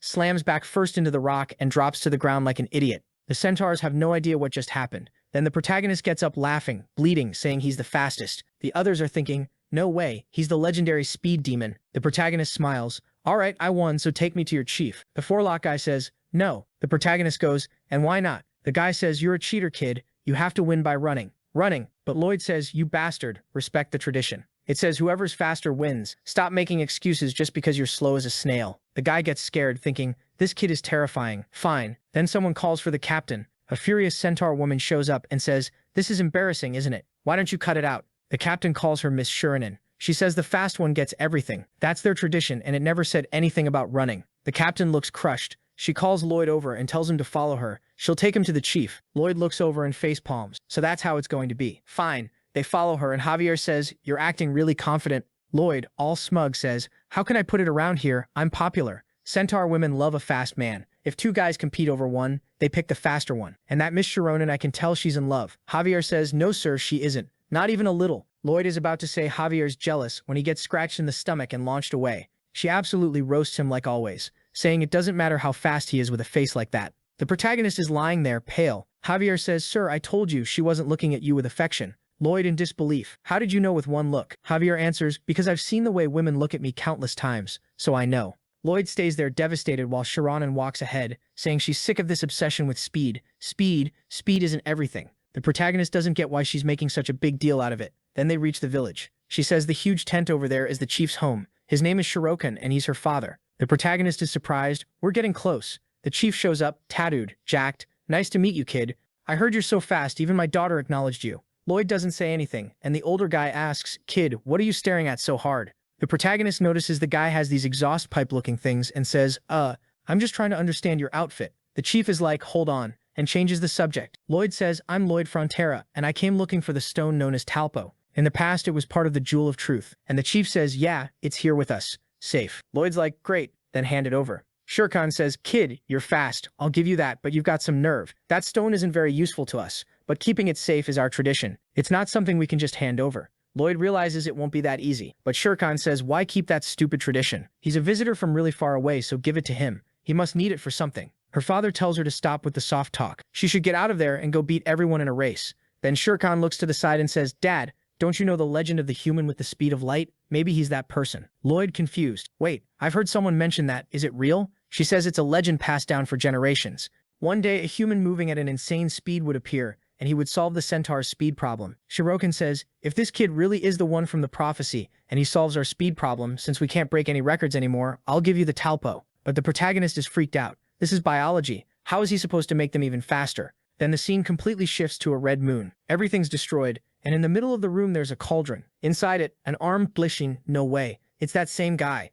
The thing starts twisting with blood pouring out, and the body crawls out of the pot too. He falls with his hand on the floor, coughing, trying to catch his breath, and we already know it's the damn Lloyd. He pounds the ground, curses, spits blood, saying he can't believe he failed even after using ancient elder magic. How did it not work on that bastard Lloyd? He's been reborn, but he's basically a corpse. What's he supposed to do? With that power, it was supposed to be impossible. A voice suddenly says this is a pathetic state. He'd made everything clear from the start. All Lloyd had to do was summon him into this world. Wait, Lloyd Frontera, he's going to kill him? Why is the human from hell here? The voice says that's why he gave Lloyd the location of Targus Castle and helped him learn the forgotten ancient magic. He understands the kid wants revenge with his own hands, but his opponent isn't easy. Lloyd doesn't answer. The demon says if he could come into this world, everything would be simple. But by the laws, he can't physically cross the barriers of hell. So he wants Lloyd again to gather the materials needed to summon him. Then he would complete the revenge for him. He would bind Lloyd's soul with a rope and make him a slave for eternity. Lloyd says he swears he'll help the king of hell return. Sure, Lloyd escaped hell, but there's no need to get that furious about it. Next chapter, the kid is there saying, damn, I don't know what to do. Should I teach them mystical arts so they learn to fly? Javier says obviously they won't accept that. The centaurs want to become faster through their own strength. Also, he's wondering whether making them even faster is actually a good thing, but he doesn't say it out loud. Like he can see, everyone in town is injured. Not just adults, even the kids. They're all victims of speed competitions, from what he heard. The protagonist thinks it over. Now that he remembers, what did Shirokin say yesterday? Every dispute gets settled by speed, and if it involves a centaur woman, that's when it really goes insane, and they start running at full power. Everything turns into total chaos. Basically a nightmare. We see Shirokin talking about something, saying speed isn't everything to her. Meanwhile, the protagonist is like, okay, the legendary speed demon is supposed to solve the speed problem. But what does solve even mean here? Is it just about making them faster? Then someone calls out to Shiranen, hey babe, isn't it time you accepted my proposal? She turns around and he tells her to stop playing hard to get. He's the famous Comanche, the racing champion around here. All the girls go crazy for him, and she should too. He grabs her arm and tells her to cut the innocent act. They were going to have a racing date in a spring field, but she scratches him and tells him to never touch her again. She's told him 1,000 times she doesn't care about someone who only relies on speed and acts like an idiot like him. Comanche yells, I'm the fastest. Even Shiranen already recognized me as his son-in-law, so why are you resisting? You think your father would let you off if he knew you were acting like this? He tells her to come with him, when suddenly someone puts a hand on his shoulder. I thought it would be Javier, but it's this Dragon Ball-looking guy who says, hey, she didn't like it, so stop. No way. His name is Schumacher, and it's pretty obvious Shiranen blushes, while Comanche smirks and says, so what, this slowpoke is butting in again? Everyone around them laughs. This guy never stops getting humiliated. Comanche steps closer. You hear that? That's the sound of humiliation. You've already lost 8 times. You need to learn that a slow guy like you doesn't even have the right to open his mouth. Look, Shiranen already gave up on standing by your side. She can't say anything because of the tribe's rules, and Schumacher looks shaken too, with everyone calling him a shameless loser. He doesn't gain anything from it and still loves drawing attention to himself. Lloyd, hearing the laughter, says he genuinely isn't liking those guys. The scene changes, and someone's calling for Schumacher. It's Shiranen, apologizing for earlier. She should have been on his side, but if she had, the two of them would have ended up racing again. She's about to say more, but he says he's the one who should apologize, because he's so slow he can't convince anyone. If he were faster, he'd get Shiranen's approval. Shiranen, though, says he isn't slow, he's fast. There's nobody in this world faster than him, but he answers that he's never won a single competition. Shiranen says she doesn't care about that. She's going to marry him, And why does he care about her father's approval? She likes him, and that's what matters. But Schumacher says he doesn't want to. The poor girl doesn't understand. He says nobody in the village would bless a marriage with a loser like him. He hates Comanche, but at least Comanche was fast enough that someone could say he's her man, someone she could be proud of. With that, he walks off completely crushed while Shiranen stays behind crying. Then someone nearby says, "Hey, I don't know what's going on, but do you mind explaining it to me?" He walks over and she says Schumacher is fast, insanely fast. The protagonist says he knows, and she's like, "How do you know? You've never seen him run." The protagonist says he's got a feeling like from the shape of his head, but really he's basing it on the fact that the author named the guy Schumacher. It wouldn't make sense for him to have that name if he were slow. Shiranen says it doesn't matter what his personal best is, what matters is winning competitions. The protagonist thinks that's weird. Wait, then why is he losing? Is it strength, or does he get nervous and choke? She says there's nothing about him being nervous. A few months ago, the same thing that happened today happened again. Comanche and Schumacher raced on the spot, following tradition. The slingshot fires, but right then a little kid with a lollipop comes out from behind something. Schumacher tries to brake, ends up falling. Shiranen freaks out, but Comanche doesn't care about the kid at all, he just keeps going. She explains to the protagonist that Schumacher got hurt, but the kid ended up way worse. The problem is Schumacher has a good heart, and to him it mattered more that nobody got hurt. Lloyd finds it strange. Hold on, he got hurt and nobody complained? Don't centaurs care that something like that happened? She explains that no, centaurs would die for tradition. They follow it unconditionally. But those traditions were stupid, and they needed to stop following them. Lloyd tells her to calm down a bit. There has to be some reason they do it. But she insists it makes no sense. Why would anyone act like that? The protagonist says maybe they're just a bunch of idiots who don't think. She gives him a look like she wants to know if he's trashing the whole race. The protagonist feels like he read her mind, so he says, Shiranen, sorry to ask, but in the speed rankings, where do you place? She explains she's the second fastest. Her father used to be the one at the top, but since he retired, Comanche took first place.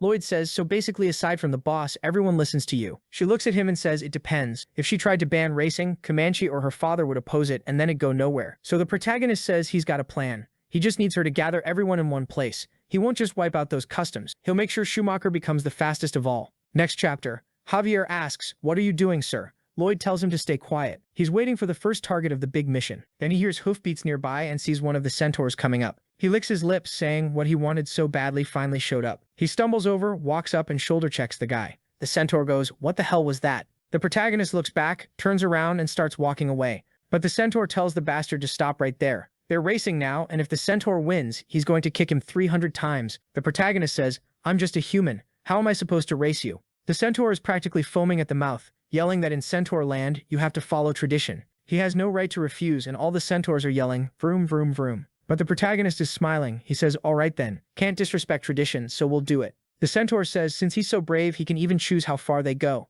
The protagonist points at a tree and says, fine, we'll cross the village and finish over there. From far away, Shiranen is trying to figure out what this guy is thinking. She remembers Lloyd telling her to gather everyone, that some preparations needed to be made, the catalyst that would help both of them win. Gavin, meanwhile, says, so I heard you're that human who moves at the speed of light and flies with magic. This time you better run using your legs. Lloyd answers, that's kind of unfair, isn't it? I've got 2 legs and you've got 4. How about this? If I move using something with 4 legs, are you good with that? The centaur laughs, sure, do whatever you want. Out of all 4-legged creatures, centaurs are the fastest. This race starts now, and you're going to get humiliated. He's there with this gigantic beast. He looks it over like, isn't this thing kind of huge? Lloyd facepalms. I wanted a fair race, but I guess we're sticking to tradition, right? The centaur turns and says yes. The slingshot releases. The protagonist takes off like crazy, everyone yelling, vroom, vroom, finish him. People say it's tied, you can only see the 2 of them running, but then the beast's huge tail swings right into the guy's face, slams him hard and sends him flying to the side. The protagonist goes flying too,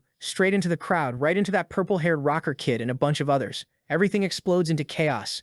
Lloyd really went spinning like crazy, with both of them dropping like idiots. Everyone yells it was a tie. Both of them passed out. Javier doesn't get it. Wait, I thought he wanted to win. Looks like he failed this time? The kid's mom and dad rush over asking if he's okay, trying to wake him up while the protagonist is knocked out on the ground. But that night, the parents are shaking because their son is still terrified. The mother says he looks so pale. That cursed tradition was making her son suffer. The father tells her to be quiet. This is how everyone grew up. But she snaps back that their son is trembling and scared. Clearly that tradition was hurting him and everyone was getting traumatized. The father looks over and sees the boy lying there lifeless. He looks back at the newspaper saying there's nothing they can do. That's tradition. That's what the protagonist hears from outside. He smiles and walks away. Next day, everyone wants to know why Shiranen called them all together again. Looks like the speed of light man was going to give a lesson about speed. Some think yesterday he wasn't even that fast, but whatever. They'll listen, since he seems to be the person from the legend. Lloyd is there, and everyone's wondering how he's going to teach centaurs about speed. But he has something to say. Right now, everyone there is completely ridiculous,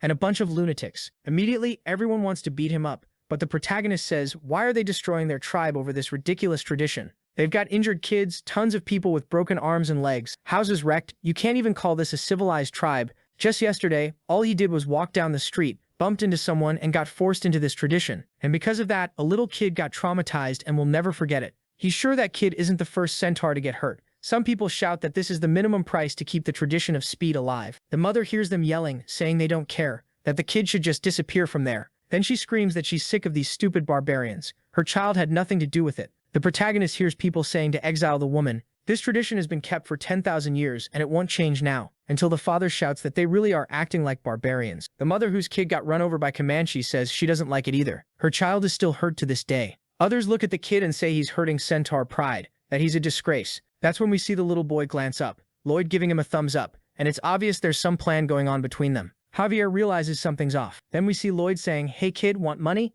How about you play actor for me? The boy says, okay, but he's kind of expensive. The protagonist folds his arms and stretches, saying he finally managed to start a public opinion war. He basically rage-baited the entire tribe, and now the whole tribe is starting to fight. Some saying nothing should change, others saying they want to ban races. While the protagonist just sits there watching from his chair, some are already saying to kill anyone who denies the spirit of the tribe. The protagonist knows those are the ones who want to preserve the old traditions. Others say they don't even need the tribe anymore, that they should just break up this mess. The protagonist realizes those people are unhinged in the other direction. Way too extreme, but the one responsible for all of it is him, the instigator, just sitting there looking down at everyone. Sheridan asks, what did you do? Why did you stir them up to fight instead of going to race? The protagonist says, what are you talking about? I just commented on the incident. I didn't stir anything up. Sheridan doesn't get it, while Javier is sure this bastard is never going to admit he caused all of it. Then suddenly someone asks what this mess is supposed to be. The protagonist starts standing up, thinking the moment has finally come. The tribe chief, the one he wanted, has appeared, and he says, kid, you said you'd solve the tribe's speed problem, so what the hell are you doing? The shameless guy leans in, I'm faithfully carrying out my promise. It's just that the tribe hasn't reached the same conclusion yet, so there's been a little issue. One side wants to race no matter when or where. The other side wants to remove the racing tradition completely. And hearing all that, he got some ideas. First, they'd start regulating speed. No max speed inside the village and no random sudden races. Everyone starts yelling, no way, asking who he thinks he is to suggest that. Then what he'd been waiting for finally happens. He announces they're going to create an arena exclusively for max speed racing, and every race in the tribe would happen there. He looks at the chief and says it'll be a place with zero obstacles, basically a racing sanctuary. And maybe that's where someone could set a record never seen before. He's definitely going to build an F1 track, because there's no way he's making some horse track thing. Everyone listens, the chief just watching Schumacher, and the protagonist says that this way there won't be any accidents, and new records will be set. That's the real solution to their speed problem. Some cheer saying it's amazing, while others say no way, the tribe doesn't need an arena, and Sharanan yells that it makes no sense. The centaurs' tradition is that they run wherever they want, no matter the situation. That's what saved them during the Great War of the Races, and they can't give that up. Lloyd asks, there's a Great War of the Races going on? The leader says no, but that's how they show gratitude to their ancestors' history. But the group that wants change says, come on chief, listen to this weird human. At least this prevents more accidents. Sharanan says she'll back him too. She wants it to happen, and she authorizes building the arena. Others in the back say they don't want it, and they won't use that cursed arena. And Shirokon tells her to notice the tribe is divided. She says unfortunately there's nothing to be done about that. The argument keeps going, some demanding Lloyd be kicked out, others demanding the place be built. And the leader says, kid, this got out of control because of you. You're really insisting on this arena, huh? Lloyd says, if you allow it, I'll start right now. But the leader surprises everyone. Fine then, I Shirokon want a competition against you, human of the speed of light. If I win, you leave this place immediately. The protagonist cuts in and says, if I win, I'm building that arena right now. Yo, everyone's cheering like crazy, and our main guy even changed clothes. What a miracle. Javier Curious goes, you agreed not to use explosion or podong and all your other weird terms. So what's your plan? Lloyd says, I didn't agree to that. I'm just gonna run, that's all. Javier goes, I think that's gonna be tough, considering he's won 380 of the races he's run. You clearly can't beat that. But Lloyd explains that since he was the one challenged, he gets to choose how far they run. And he's choosing the northern edge of the Agentano kingdom, 600 kilometers away, and that's why he, a regular human, has the advantage. He's about to pop off. I can feel it. The sun's blazing, we're already at the starting line, and he says, everyone thinks humans are weak. He gets ready and keeps going, explaining that humans are actually even worse than chimpanzees when it comes to strength. Everyone's locked in. Then he says, it's hard to find a mammal that's slower than a human. Javier doesn't get it, and Lloyd says that even so, humans are way more powerful than the world thinks. He looks forward, the slingshot fires, and instantly Shirakan shoots off like a bullet and leaves the protagonist eating dust. Everyone's dying to know what he's gonna do. But little Lloyd stands up, starts walking all calm, and of course the crowd bursts out laughing, saying it's over. The race is done. What a shame. Those two-legged creatures really were pathetic. Lloyd ignores it all, thinking, yeah, humans are weak and look pathetic, but how did they build a civilization? Because we're smart. And then we notice Shirakan starting to slow down. He's literally doing the hare versus tortoise thing, the classic. And Lloyd's just there, moving at his own pace, saying humans can run for way longer. People say that, and I'm gonna believe it, because nobody said it's a lie. In a real-world race, humans can beat horses as long as it's long enough. Long enough that the horse gets tired first. Damn, humanity's kind of insane. Lloyd's the one who pointed it out. He's thinking, I'm nowhere near that four-legged beast's explosive speed, but I can preserve way more energy and burn fewer calories because I've got two legs. My temperature control is way easier through breathing. This is the kind of body that let humanity hunt even in hell. The little butt is playing cards with the system, wondering why this guy's been talking to himself for so long. The system says not to worry about it. His head's kind of chaotic. Lloyd thinks he's chaotic because there are two people talking inside his head. He keeps going, and then he spots Shirakan up ahead. The poor guy went too hard at the start, and now he's stuck. Lloyd gets hyped, saying he knew this would happen from the beginning. When Lloyd gets excited, I know trouble's coming. And when he looks at Shirakan, the guy's totally fine, staring him down like nothing's wrong. Lloyd thinks, wait, this guy's a bit better than I expected. Lloyd's passing by and Shirakan says, man, long-distance races really wear you out. Normally we're more explosive and we get tired fast. And you suggested this because you knew something like that would happen, didn't you, kid? You really are smart. Too bad you made the mistake of not considering my recovery speed. And then Shirakan blasts off in front of him again. Right away, Lloyd realizes this just got way more dangerous than it should have been. It's getting dark and he's telling himself he needs to calm down. He just has to keep his pace.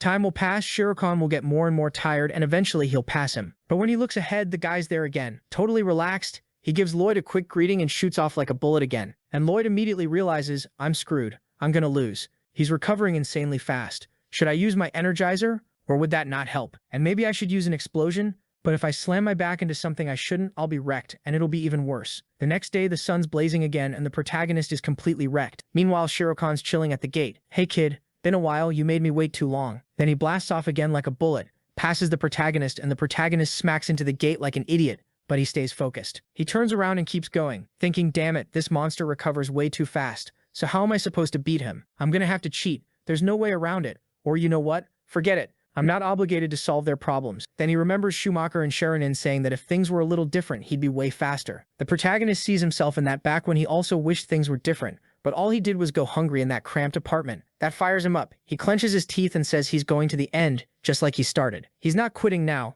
And finally, the scene cuts to Shirakan, standing there under the sun, looking pretty exhausted. The protagonist kept walking into the night, saying he'll go to the end the same way it all started. And damn, he passes Shirakan. But then Shirakan comes up from behind and passes him again. Now both of them are starting to get completely drained. Another day breaks. Shirakan speeds through a field of flowers, but he stumbles and collapses, exhausted. He starts complaining. Damn it, I'm not at my peak anymore. My recovery speed is way weaker. It's almost like my body's telling me it's time to retire. He starts to get up and looks to the side, seeing Shirakan and Schumacher. That smile makes it obvious. He knows Shirakan and truly loves Schumacher, but he can't ignore tradition just because she's his daughter, especially not just because someone showed up and said so. They can't abandon a tradition that's lasted this long. But the protagonist is coming up behind him, tired until Shirakan yells vroom, vroom, and accelerates again, saying if this kid wants to change anything, he'll have to prove it. At the finish line, everyone's waiting. The kid points and tells them to look. Shirakan and Schumacher and everyone else sees the two of them getting closer. Shirokan's exhausted, but Lloyd isn't much better. Javier doesn't say anything, just watches as they close in.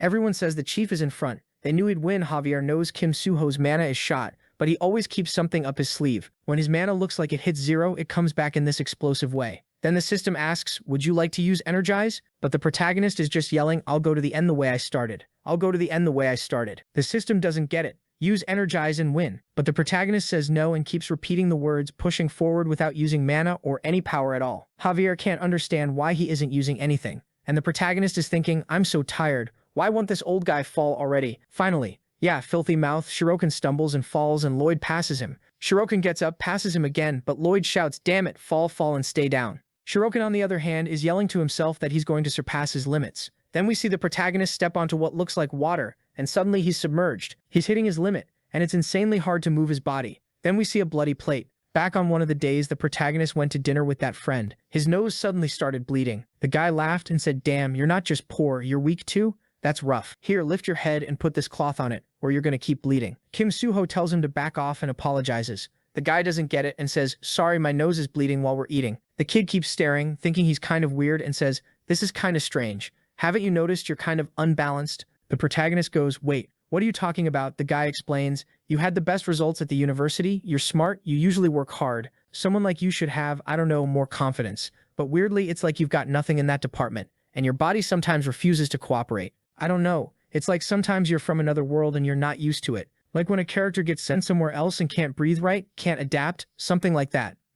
This guy's figuring out something secret. Kim Suho says he's always been quiet since he was young. Then the guy pours hot water on the cloth, puts it on his face, and says, I won't be able to buy you barbecue anymore. My dad and mom got caught up in a cheating scandal because of some other politician, and it looks like there's going to be a trial and they'll be found guilty. Soon our whole family's going to turn into a bunch of broke beggars. Lloyd doesn't get why he sounds so excited. And the guy points at his face and says, this is the face I've got. It's the face I've seen them make since they were born. Perfect for annoying anyone and making them dislike me. Anyway, I won't have money to buy anything for Kim Suho anymore, so there's no reason for us to meet again. The protagonist says, what are you talking about? You're my only friend and you've done a lot for me. But the guy says with friendships, you've got to get something out of it. He must have learned that after spending so much time with him. That's exactly why I stayed close to you. Your situation is awful, but for some reason you don't give up. Me, I came from a rich family and got everything I wanted. If I were in your situation, I think I'd die. So I always wondered, how do you get that strong? Kim, awkward, looks away and says he isn't strong, he just does the basics every day. He studies, works.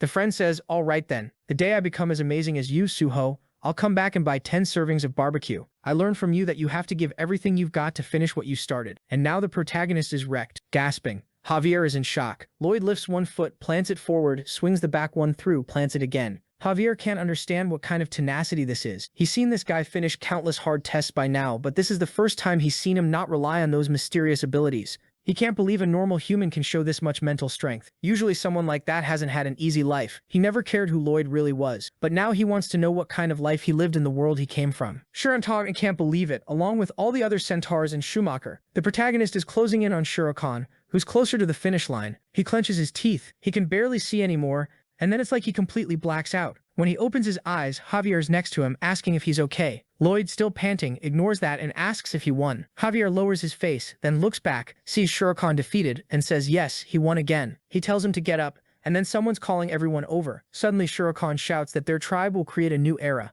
Lloyd, all smug, says, heh, everything went according to plan. Now I just need to build the arena and take the stone. But Javier says, I'm pretty sure that wasn't your plan. Still, I'm curious, why didn't you use that mysterious power? You could have won easily at the end. Lloyd, completely exhausted, looks at Shurakan talking with Shuranen and answers that it's because that old guy ran honestly with his whole heart. It would have felt like cheating if he used anything. The system tells him to stop lying, his bro heart is already cheating. The protagonist says there's no way he can rip his heart out, obviously. Javier doesn't say anything, and the protagonist finds that weird. Then out of nowhere, the tough guy bows and says, let's start the construction. I'll do everything I can and give it my all, Master Lloyd. Our confused guy asks why he's suddenly calling him Master Lloyd. Yeah, you can tell they're gonna spit out something dramatic, because he answers, because you're someone who deserves to be called that. Damn, that hit. While he says it, he thinks this guy, Kim Suho, is someone I'll protect even if it costs my life. Only this story could get us emotional over a centaur race going, vroom vroom. Then in the next scene, we see the protagonist saying that they need to start construction soon, but it looks like it'll take a year. That's why he tells Shurakan he's interested in using his ability. That pauses the world's time, excluding this place. He lays it all out. I'm someone who came from another world, okay? And I've got some abilities, and one of them is stopping time. But if I don't tell you, it's going to be really hard to get the rest of the tribe to agree to anything. Javier, watching from the back, is like, okay, I'm not surprised he can stop time. I'm surprised he's just showing it off this easily. Shurakan yells that he can do whatever he wants, and Javier realizes, honestly, maybe it was a good thing because the guy just accepted it. So now we're face to face with a plane. Damn, isn't this the scene where the story started? Like literally the very first image of chapter 1? The protagonist yells at his status window and selects the skill to freeze time. It cost 3,000 and he had 4,600. The system asks if he's going to use it, and he immediately shouts freeze time, and right away the authority of winter shows up. The little winter guy starts singing and then snaps back saying, damn it, he's not the little winter guy, bunch of idiots. Lloyd is there yelling while Javier just watches him, shaking and looking like he's in pain. Then from 1 second to the next, ping, the little orb appears, and that's it. It's over. Javier says it was kind of anticlimactic, right? His yelling clearly didn't do anything. Lloyd just waves it off like, alright, let's take a look first. Then they get to the edge of the paused time and see a creature frozen in place. staring at a butterfly. So yeah, it looked like it worked. Javier insists the skill is kind of disappointing when you activate it. But the protagonist lifts his shovel and says the important thing is they've got stuff to handle. It was time to start building. Javier blasts the ground and destroys the whole surface. Step 1. Use a Grandmaster's strength to clear all the dirt. Step 2. Use the Grandmaster to level the ground. Step 3. Use the Grandmaster to compress the soil. Javier asks, is something wrong here, or am I the only one actually working? Lloyd goes, hey, weren't you the Grandmaster, Javier? Didn't you say you'd do anything I asked? Why are you suddenly acting different from what you said, huh? You're not going to take it back, are you? Javier, furious. Damn it, I never should have said that. At least he got Hamang to finish step 3 and speed things up. Like always, Bangu's going to make the beams in the concrete. Step 6 was installing the beams, and there's this method called CRCP, where you lay concrete and beams to reinforce it. It lasts way longer that way, and it was perfect for hot places like this. The measurements had to be exact, and the installation had to be perfect, so nothing would get stuck. At first he thought about asking the centaurs for help, but just bending down to pick up a beam wrecked their backs. Those guys were completely useless. It's a shame, but the Grandmaster was going to have to do everything. Done, and now we're on step 7, pour the concrete. Step 8, wait for it to dry. Step 9, throw sand on top. And Javier has done everything up to this point, and the protagonist is yelling, come on, let's go. We still have more stands to build. And damn, next scene it's finished. This thing really turned into a huge arena. The protagonist is wiping sweat and goes, whew, this 7-month project finally ended. We worked hard. So Javier, what'd you think of the plan? I'm amazing, right? We managed to finish this in 7 months. That was way too fast. Javier looks like he's about to explode, but he just scowls and turns away. Then the system says Javier just showed his angriest side, and the only thing we see is the protagonist's smiling face. That clueless grin. Now there's a bunch of cheering. Shirokan welcomes everyone to the Centaur Arena and the very first race. The existence of this arena and banning races outside it would be the first step toward changing the village. He knows some people are for it and some are against it. He doesn't care. He's the leader, and he's decided it's happening in the arena. And for the first race, whoever wins earns the right to propose to his wonderful, adorable daughter, Shiranen. She tells her dad to stop it, but he says even when she's mad, she's still cute. Here comes competitor number 1, Comanche. The guy goes, what's up, guys? Then Schumacher shows up, totally silent. The crowd is saying he's going to be the first loser and get remembered in history. Comanche, standing next to him, says, hey, I've seen you running on the plains and you were fast. I'm guessing you held back in the village so you wouldn't bump into anyone, right? But you should know you weren't the only one holding back. I just didn't have a reason to run faster, since this village is full of snails. The world may have changed, but you're still going to be the loser. Lloyd steps in like, all right, enough, cut the trash talk. Get ready. He raises the shovel, both of them take their positions. Shiranen and Shirokan watch, as the protagonist fires the signal upward and tells them to go. And bam, Schumacher disappears in a second. Nobody even has time to react. The idiot Comanche is still at the start of the arena, while Schumacher already crossed the finish line. He stops with that swagger and says, yeah, sorry, I've got to get this done fast, because I've got something urgent to take care of. Comanche hasn't done anything yet, but Schumacher is already jumping toward his girl. He calls to her and asks if she'll marry him. She gets all emotional and hugs him, saying he took too long. Everyone's celebrating, yelling vroom vroom, while Shirokan watches without saying a word. She shouts for everyone to look at this man. He was the fastest guy in the tribe, and her husband, cute. They glance to the side and the protagonist is just smiling. Next chapter, later at night we see the family of the kid who got run over talking. The father says, I don't think there's any other way. We're gonna have to get divorced. The wife says yes. She can't think of anything else either. But then the scene switches to the arena for the last race of the day. And the name of the race is Me and My Wife Should Get Back Together. They pull the slingshot, and the protagonist wants to know if these races are going to keep happening. And what kind of title is that? She says, well, he was resting, so he doesn't know. It became a trend among the centaurs. They like racing in this thing so much that they're making up reasons just to do it. And one of the most common ones now is getting divorced just so they can remarry during a race. Well, at least there aren't any more incidents, so fine, everyone's happy. And what are they supposed to do? Accept the divorces? That's the worst option. The protagonist thinks this species is clearly not right in the head. Why were they putting their families on the line just to race? Then Shiranen hands him a paper and says, take this. The protagonist is kind of confused, but she says, you solved all our speed problems. This map has the location of the talp we promised you. Boom. He grabs it right away and says, well, if you're offering it like that, it'd be pretty rude of me not to accept. Shiranen says she's getting tired of that shameless face of his. But really, she's the shameless one, because she's already gotten way too much help from him, so she thanks him. The protagonist says the pleasure is his, and he only did what needed to be done. With that, another race unlocked. He left a legendary mark on the Centaur's safety and development, gaining 100 more points, 1,755. Javier is watching him. I know Kim Suho does everything for himself, but the results always end up helping or benefiting someone. He was different from the nobles I read about in stories when I was younger. The Centaur waves goodbye, and Javier thinks that, to him, Lloyd was the protagonist of this world. Then wait, what just happened? Out of nowhere, some digital-looking thing appears around Javier. The protagonist looks back, startled, and he disappeared? No, hold on, he's still there. The protagonist calls to him, and Javier asks what the problem is. Honestly, I'm confused too. Lloyd says it's nothing. He just felt something weird for a second. Javier doesn't seem to react, and the protagonist tells him not to worry. He walks off thinking, I'm probably just too tired. What am I even freaking out about? Alright, we're at the edge now. Time to remove the time freeze. I still don't totally get it, but I think he froze everything, like even the centaur zone. The whole village had time kind of unlocked for them and locked for the rest of the world outside, so the skill goes pop and ends. The protagonist is mad that it doesn't have any special effects, like it's embarrassing. But at that exact moment, his heart starts freezing. His face goes pale. He drops to the ground with his hand on his chest. He doesn't understand and asks the winter guy what's going on. The winter guy explains that when he freezes the world, the power goes outward, so he doesn't feel anything because it's leaving. But when he absorbs that energy back in, obviously his chest ends up freezing. The protagonist says that clearly doesn't sound good long term, and the winter guy says he has no idea, but maybe it is a problem, just not right now. Lloyd tells the bastard to explain properly, and the little creature insists, man, I have no clue, I don't even know who I am exactly. Lloyd tells the winter creature to explain better.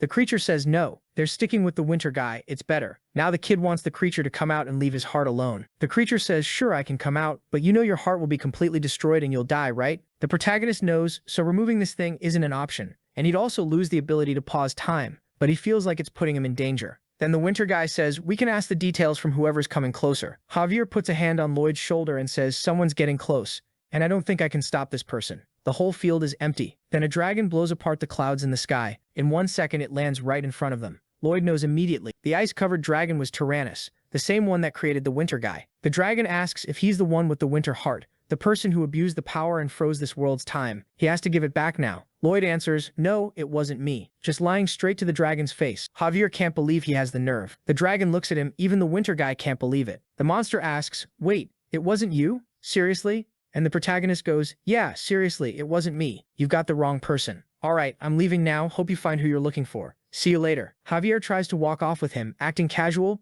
but the dragon glares at them, basically asking if they really thought that was going to work. Both of them immediately crouch down and the protagonist says, hold on a second. Who exactly are you looking for? The dragon explains, and Lloyd goes, oh, I get it, you're looking for the winter heart, right? I thought it was the mirror heart. That one I do have. The protagonist is furious it didn't work, while Javier can't believe he actually thought he'd get away with that. The dragon says the heart of ice was a gift to Mikhail, the former founder of the Magentanos. How dare he absorb it? The kid doesn't even look like a descendant. The only way he could have gotten it was by stealing it. Lloyd explains, I'm not a thief and I'm not a descendant. I work with the royal family, okay? Actually, I'm married to someone in the royal family. The dragon asks who, and out of nowhere, the protagonist says he's married to Queen Alicia Termina. Magentano. The dragon says, I'm going to ask her right now. The protagonist says, sure, thinking he won't actually do it, but in the same instant, the dragon blasts off into the sky. The two of them just stand there. The protagonist gets up and goes, oh man, now what do we do? This is insane. There's no way we can stop that dragon. The scene switches to Alicia saying, great founding dragon, Tyrannos, what did you say? He answers, I want to know if it's true that the person who absorbed the heart of winter is married to you. The poor woman is obviously confused. Next chapter explains the divine dragon was known as one of the founder Magentano's greatest allies. And now Alicia wants to know why he's standing in front of her. The moment he appeared, she wondered if he was there to deliver an oracle, a vision, some kind of message, what was going on. Then the dragon says, descendant of my friend Mikhail, is it true you're married to the one who absorbed my heart of ice? She goes quiet and says, hello, great dragon, Tyrannos. Wait, say that again? He repeats it, asking if it's true. That's when she's shocked and Tyrannos says that based on her reaction, that man must have lied. Right away, she starts connecting everything. Lloyd absorbed the heart. Tyrannos got furious. Lloyd lied somehow to escape, and the excuse was probably that he married her. So she says, yes, no, I mean, I was surprised because we got married in secret, so I don't know how you found out. The dragon thinks it's weird. A secret marriage? Why would it be secret? She says, oh, because I'm shy. The dragon doesn't get it, and she explains she was scared of standing at the altar and turning all red, and then she'd be known as the shy Magentano queen who embarrassed herself at her own wedding. The dragon's standing there thinking none of this makes any sense. Still, it's kind of convincing. And she explains that the heart of winter was given to him. He didn't steal it. The dragon goes quiet for a second and says, okay, he believes her. Then he suddenly takes off flying, while Alicia stays there with her frozen staff, furious, saying that idiot isn't ready for what's going to happen the next time they meet. The scene cuts back to the protagonist and Javier waiting for the dragon. They didn't even try to run. The thing lands in front of them and Lloyd doesn't even react. The dragon looks them over and says, so you really weren't lying. Our boy relaxes. Oh, thank God. I thought I was actually going to die this time. Nice queen, you're amazing. I'll be your slave forever and do whatever you want. The important thing is I survived. Then the dragon says, well, since you're the one who took the heart, I can now rip it out instantly. Lloyd immediately remembers that the little punk said that wasn't possible. Tyrannos says, I'm curious why you have a half-dragon heart, why you were able to control the heart of winter, and why you're also able to use the ability to stop time. All of that, either way, is a threat to the order of this world, and I'm taking it back from you. The little punk starts coming out of Lloyd's chest, but Lloyd grabs him, yells, and Javier gets ready to attack until Lloyd tells him to stop. The dragon would regret it if he killed him. Tyrannos pauses for a second and realizes the boy had been acknowledged by that person. Hearing that, Lloyd thinks, okay, he must be talking about the Dragon King. But I have to be careful. This guy has to be one of the strongest in the world, and Javier doesn't stand a chance. So he says, if you kill me, you'll definitely end up in trouble with the Dragon King. Tyrannos asks, hold on, are you threatening me? You should know that for the sake of world order, I'm willing to pick a fight with the king. But Lloyd makes this teary face, saying, does he look like someone who's threatening anybody? Honestly, he's already accepted he's going to die. He just doesn't want to cause trouble for the great Tyrannos when he leaves this world. So he suggests a deal that would guarantee there won't be any conflict between Tyrannos and the Dragon King, even if Tyrannos kills him. Tyrannos thinks, if I could kill you without causing trouble with the king, that'd be good, explain. Lloyd, with the little punk sticking up, says, you're going to make a bet with me. If I win, you let me go and I stay alive. But if I lose, you can take back the heart of winter. And yeah, I'll probably lose, right? But if I lose because I bet my life against Tyrannos, the Dragon King won't complain. Then he goes, the bet is simple. I punch you in the stomach, and if you throw up, I win. Obviously, I don't have a chance because I'm a weak human and you're a huge dragon. At least I'll get the title of the guy who hit Tyrannos, so I get something out of it. The dragon's like, And the protagonist is like, I've got no chance. Suddenly, the dragon says, fine. I was going to kill you even if you were innocent, so I actually prefer your suggestion. The protagonist crying, wow, thanks for listening to the words of this poor little human who's about to die. Could you grant one wish from a man who's about to lose his life? Tyrannos is already like, this kid asks for a lot. What is it? The protagonist says, well, I've always loved water since I was young. Lloyd, water. And my dream was to have a burial near the sea, so I'd like my last attack and my death to happen there. Tyrannos, whatever. Let's get it over with. There's a river nearby, so we'll go there. They start walking while Javier's thinking, what is this guy doing? Why would he bet with Tyrannos? He clearly has zero chance. Maybe this is all a plan, so Javier can distract the dragon somehow and Lloyd can run. But then Tyrannos steps into the water, sits down and says, all right, come on. The protagonist says, okay, but his smile is different. He tells the dragon here he comes. Right away, Tyrannos thinks something's off. Why did he look so excited? Then the protagonist launches at him, activates the stomach shot and lands a clean hit right in the middle of his belly. Tyrannos says, interesting. You did well, you'll be remembered as a human, blah. And then he starts vomiting all over the protagonist. That ability let him make any organism that was in water throw up, so the dragon fell for the bait. And the protagonist is smiling, saying, wow, what a surprise. Looks like I won, doesn't it? In the next chapter, we see the dragon thinking, I was alone as always. Then, out of nowhere, time froze. He knew, wait, this is clearly the power of the heart of winter. But who on earth has the authority to amplify that force this much? And it's coming from that direction, inside a human body. Who exactly is this person to be able to devour the heart of winter and still stop time like that? I don't know what this person is thinking, but this is extremely dangerous. That's why he flew in that direction as soon as time unfroze. And now he's here vomiting because of this guy's punch. The protagonist's face is like he has no idea what's going on. Wow, that's weird, right? Why did I win? This is so confusing. The dragon is still suffering with the nausea, until suddenly he starts glowing like a Pokemon, breaks apart and takes human form, asking the human what happened. Lloyd keeps up the same line. Interesting. How did that happen? Must be a miracle. Yeah, maybe the heavens don't want me to die. Well, I won the bet, so I guess I get to live. Tyrannos drooling says, yeah, I'm a dragon, and I always keep my promises, so there's nothing I can do. Lloyd relaxes, thank God I lived. I was terrified. But that ability really worked exactly like it said. It doesn't matter how much water there is, if the target is inside it, it works. Then Tyrannos says, but that promise is only for this one time. If you do anything else that messes with the order of this world, the protagonist says, don't worry, I'm not that bold. Javier is in the background with his arms crossed. Tyrannos is thinking, you're clearly shameless, and a con artist, and you still have that strange power that goes against the laws of nature. I really don't know if I'm making a mistake letting you leave alive. But if you were truly evil, my son wouldn't accept you like that. Lloyd flinches. Wait, you're Verkus's father, right? The lazy dragon. Tyrannos says, yes, he's my son. Right away, Lloyd looks totally defeated. Tyrannos doesn't get it, and the protagonist walks up. You're Verkus's father. He grabs his hand and says, man, your life must have been really hard. Tyrannos is confused. What are you doing? Let go of my hand, you weirdo. But Lloyd keeps going. My God, you must suffer so much. The calluses on your hands show how hard your life has been. You really must have suffered a lot. Tyrannos tells him to let go and says there's nothing in this world that's hard. But then, out of nowhere, a tear runs down. He's confused. Wait, why am I crying? Lloyd says, it's okay, you can cry. I can tell even if you don't show it. That guy is dangerous, selfish, violent. but he's also insanely strong. You must have suffered for thousands of years. Suddenly, Tyrannos gets emotional and hugs him, saying nobody has ever said something like that. That bastard, meaning that dragon son, tried to correct him, but Tyrannos gets humiliated every day. In the end, the one who managed to fix him a little was his wife. All the hard work he put into his son was meaningless. Nobody cares about Father Tyrannos. Javier is listening to all this, not understanding what's happening. The dragon keeps talking. Nobody obeys him anymore. Now he's just an old stupid dragon. He tries to entertain everyone, but he's useless. Lloyd says none of that is true. The people who laugh at him today only get to exist because he was the beginning of everything. He was the foundation of the family. He was the fertilizer. The dragon keeps crying desperately while the protagonist makes this villain face, saying the guy who thought he was dangerous is dead.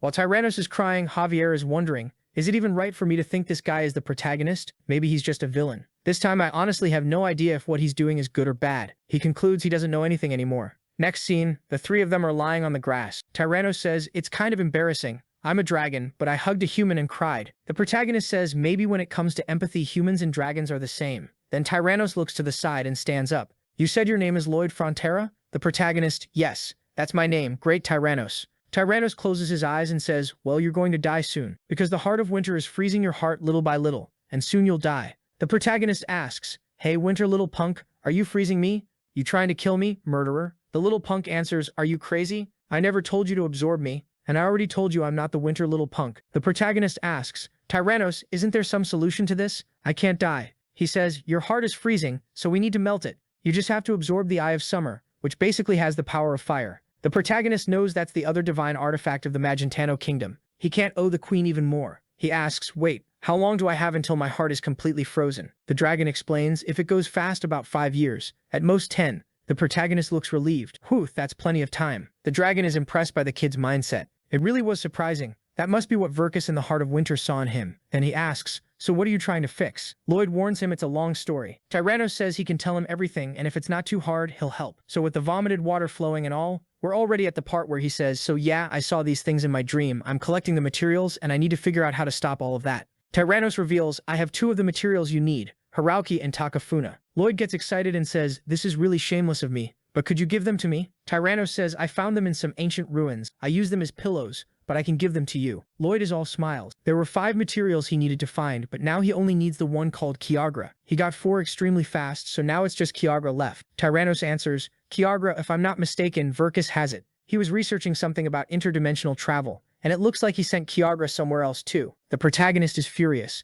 That jerk, why would he send it to another dimension? He asks, do you know where he sent it? Tyrannos says he sent it to a place called Seoul, the capital of Korea. Next chapter, we're at the peak of the mountain in the southern plains, and he gets the Talpo. With one more item, he gains 2,200 RP. With Tyrannos' abilities, they insta-teleport everything to the Mermaid Kingdom, right next to where the other items were. Then the system says he obtained Hirauki and Takapuna, plus 2,400 and 2,600. Now he's at 8,900 points. Tyrannos says, do you want me to take these to the Mermaid Kingdom too? The protagonist says, no, it's fine. I already owe you a lot, and you've helped me way too much. Tyrannos is confused. It wouldn't be hard for me, but Lloyd insists. I don't want to be one more inconvenience. From now on, you just need to watch me. Tyrannos says, kid, you're forgetting it's going to be really hard to get Verkus to move. But Lloyd tells him not to worry. He's an expert when it comes to dealing with that problem. Tyrannos thinks, considering I came to kill him and he got me to do all this, maybe he really can. Suddenly, the protagonist calls for Yong Yong. The dragon comes down from the sky, approaches, and Tyrannos is confused. Wait, he's commanding a bone dragon?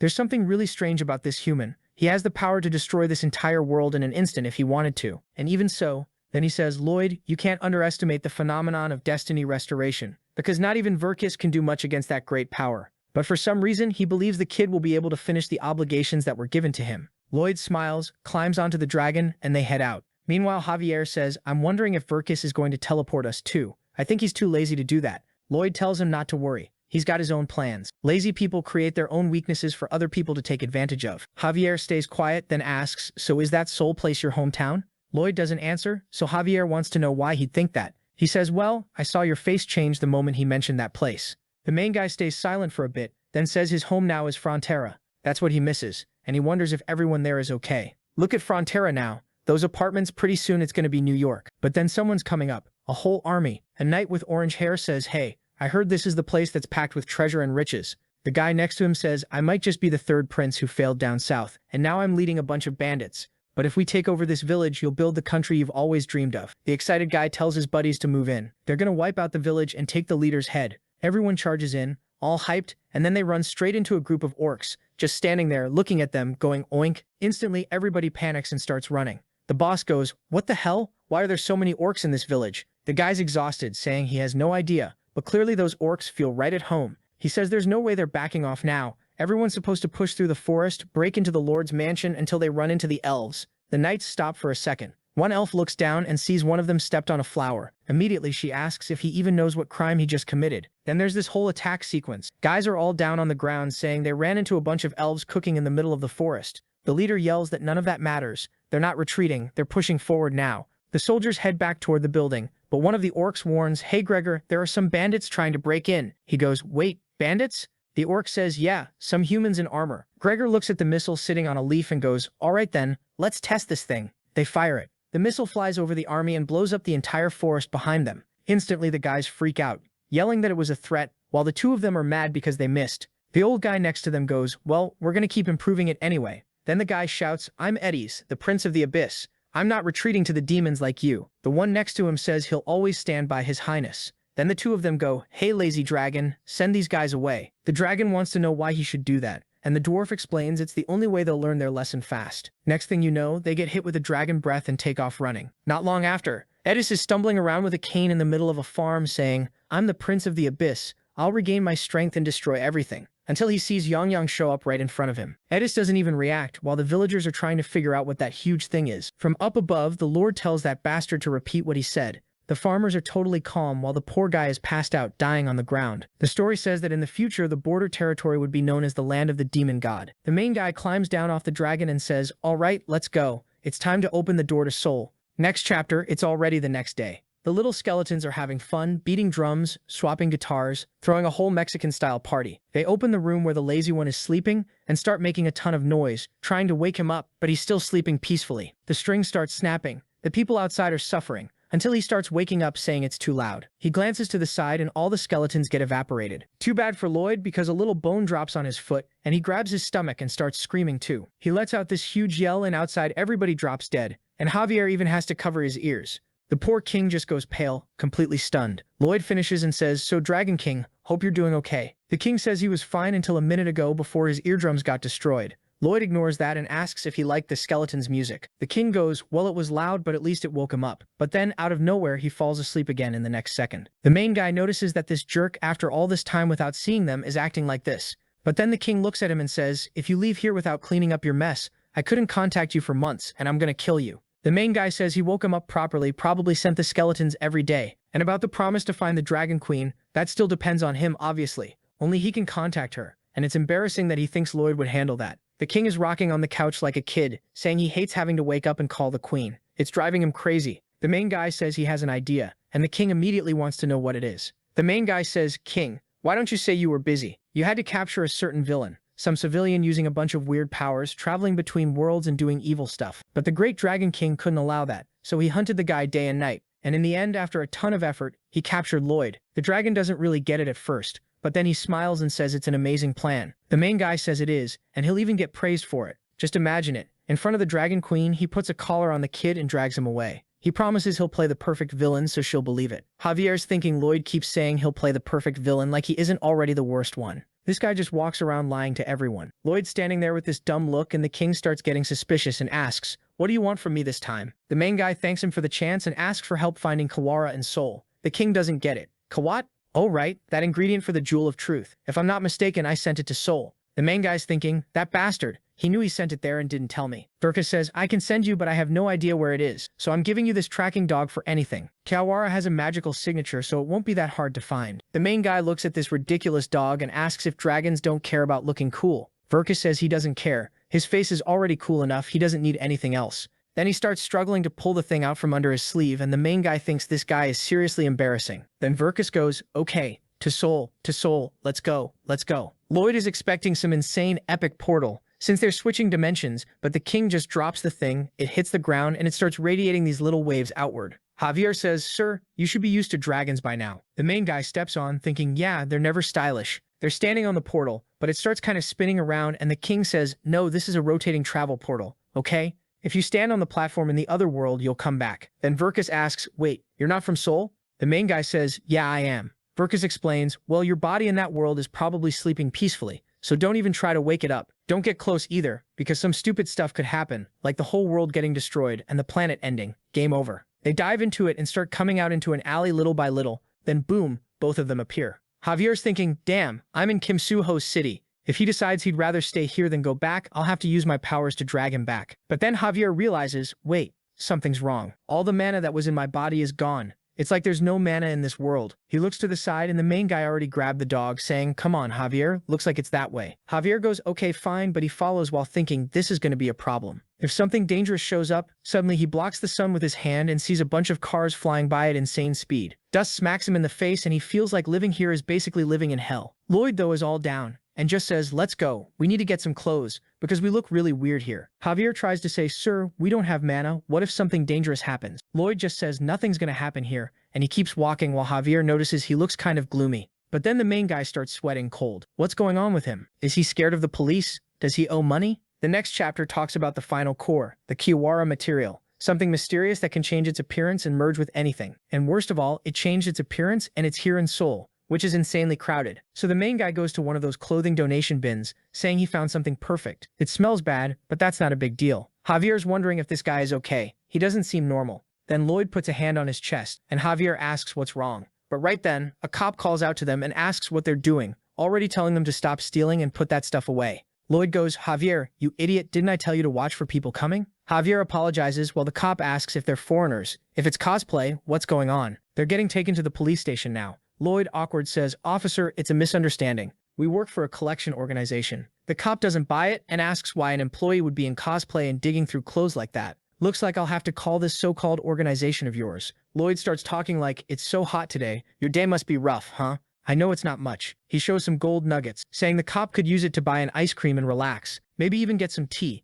The cop is shocked by the shine, but then snaps out of it and says, hey, ugly cosplayer, you know you're getting arrested for bribery, right? Lloyd looks and tosses the nugget up into the air. Immediately, he takes off running, telling Javier to come with him. He can't believe he's considered ugly even here. Javier doesn't get it. Wait, would that really be a problem? Meanwhile, the cop is biting the nuggets, sad and happy at the same time, saying, I had a dream when I became a cop, but I never imagined it would be destroyed like this. My sense of justice got corrupted by that guy. That ugly cosplayer and the handsome foreigner better get ready. I'm hunting them down. Right away, another cop says, what? An ugly cosplayer and a handsome foreigner? I just found them. Another one on comm says, yeah, I just located the ugly cosplayer. The main guy is in the alley, exhausted. Javier, wouldn't it have been better if we just bought clothes with that gold? Lloyd explains, this place only takes money, and it would take forever to verify the gold is real. Better to go back to the dimensional circle and return to the other world to sort things out. And if we start walking around at night, we'll draw attention no matter what we're wearing. Javier looks closer and sees Lloyd is weirdly exhausted. He asks,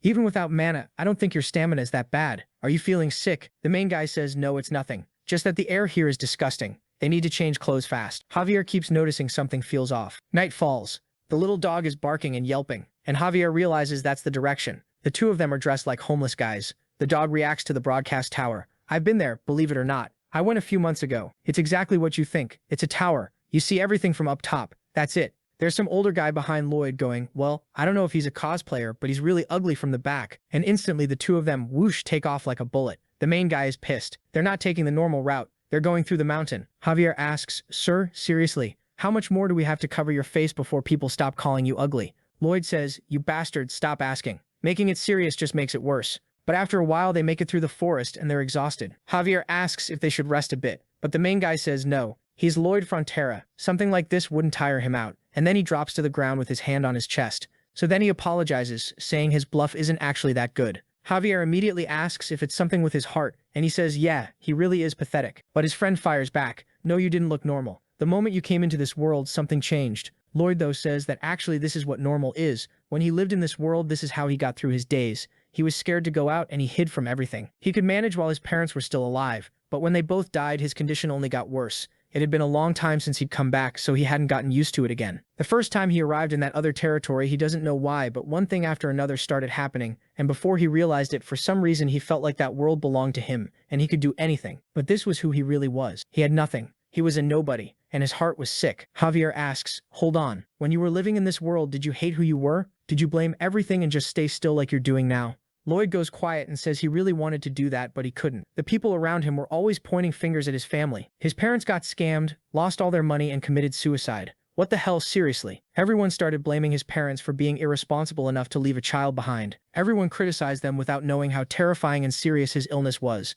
But his parents were amazing people, and he wanted to show the world that, so he couldn't just stand there doing nothing. He did everything he could. He studied every day and worked as hard as possible. He just wanted to live a normal life and prove to the world that his parents raised him right. Javier says that from the sound of it, he didn't do anything wrong. Who even put all that responsibility on him? Lloyd says he was the one who took it on, because if he didn't at least have that, then he really would have been nothing. Javier closes his eyes and turns away, saying he was worried over nothing. Whether he's making a mess with that scary face and freaking everyone out, or whether he's crying, it doesn't matter. He's still someone who's going to do what he's responsible for. The protagonist stays quiet, wipes his face and calls to Javier, telling him to stay there because he's the one who has to go ahead. Javier glances back and smiles. Next chapter, we're back at the tower, with the little dog looking at this place that's covered in padlocks. The pup is sniffing one of them, and the protagonist asks if that's it, but it doesn't seem like it. Then the pup looks like it wants the railing itself, where there are a billion people's promises tied up. The protagonist figures Ara probably fell around there, and that's when things got built, so it must be metal or something.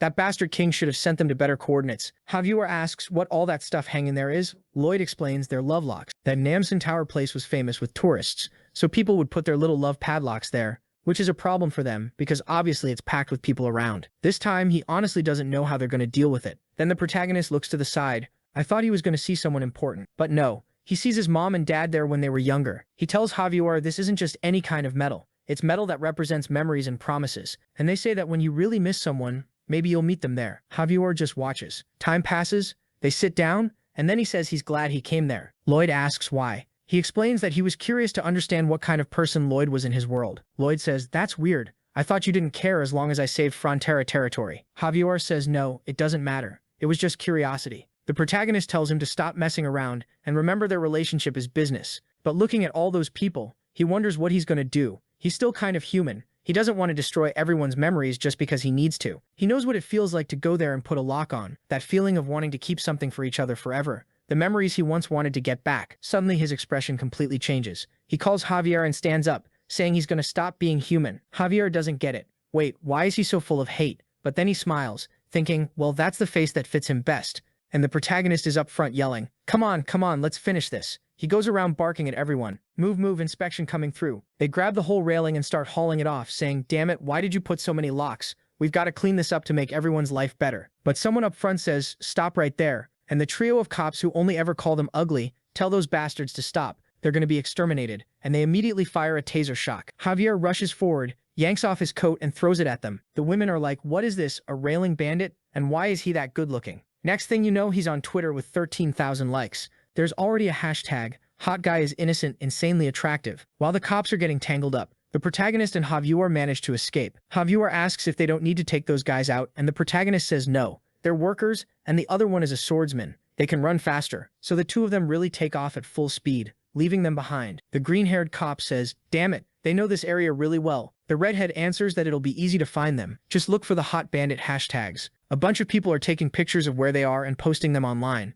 and the cops follow along. A while later, they're back in the alley, taking their shirts off. Javier asks, Master Lloyd, aren't you sad to leave your homeland like this? I can buy you some time if you want to stay longer. But the protagonist says no, he already saw his family. There's someone else he wants to see, but only when that person wants to see him too. Yeah, that friend of his who used to be rich and now is struggling too, right? His parents lost their job and now they have to work. Meanwhile, there's someone yelling in the alley, police, the criminals are here. Another woman is saying, stop, the handsome guy is innocent. The cops thank the citizen and start shouting for the criminals to show themselves, but they vanished. The protagonist even left a little note there with gold pebbles. Thanks for your hard work. Then the scene goes back to Frontera territory. This was way too easy, and it makes me suspicious. They managed to steal the entire railing, and the protagonist is exhausted, shaking. Javier thinks he's going to react badly to being back, but the protagonist celebrates, saying they finally gathered all that damn material. The system announces he finally got Era, and now he has all the items for the Jewel of Truth. 11,755 points. He says it's time to create the Jewel of Truth. The next chapter starts with a hooded guy in the middle of a mountain. Oh, is that bastard Aslod still alive? He says, to summon the King of Hell, a clear wish has to be present. And depending on the type of wish, certain tools are needed. If the wish is someone's death, the body of the person who hates the one who has to die needs to be present.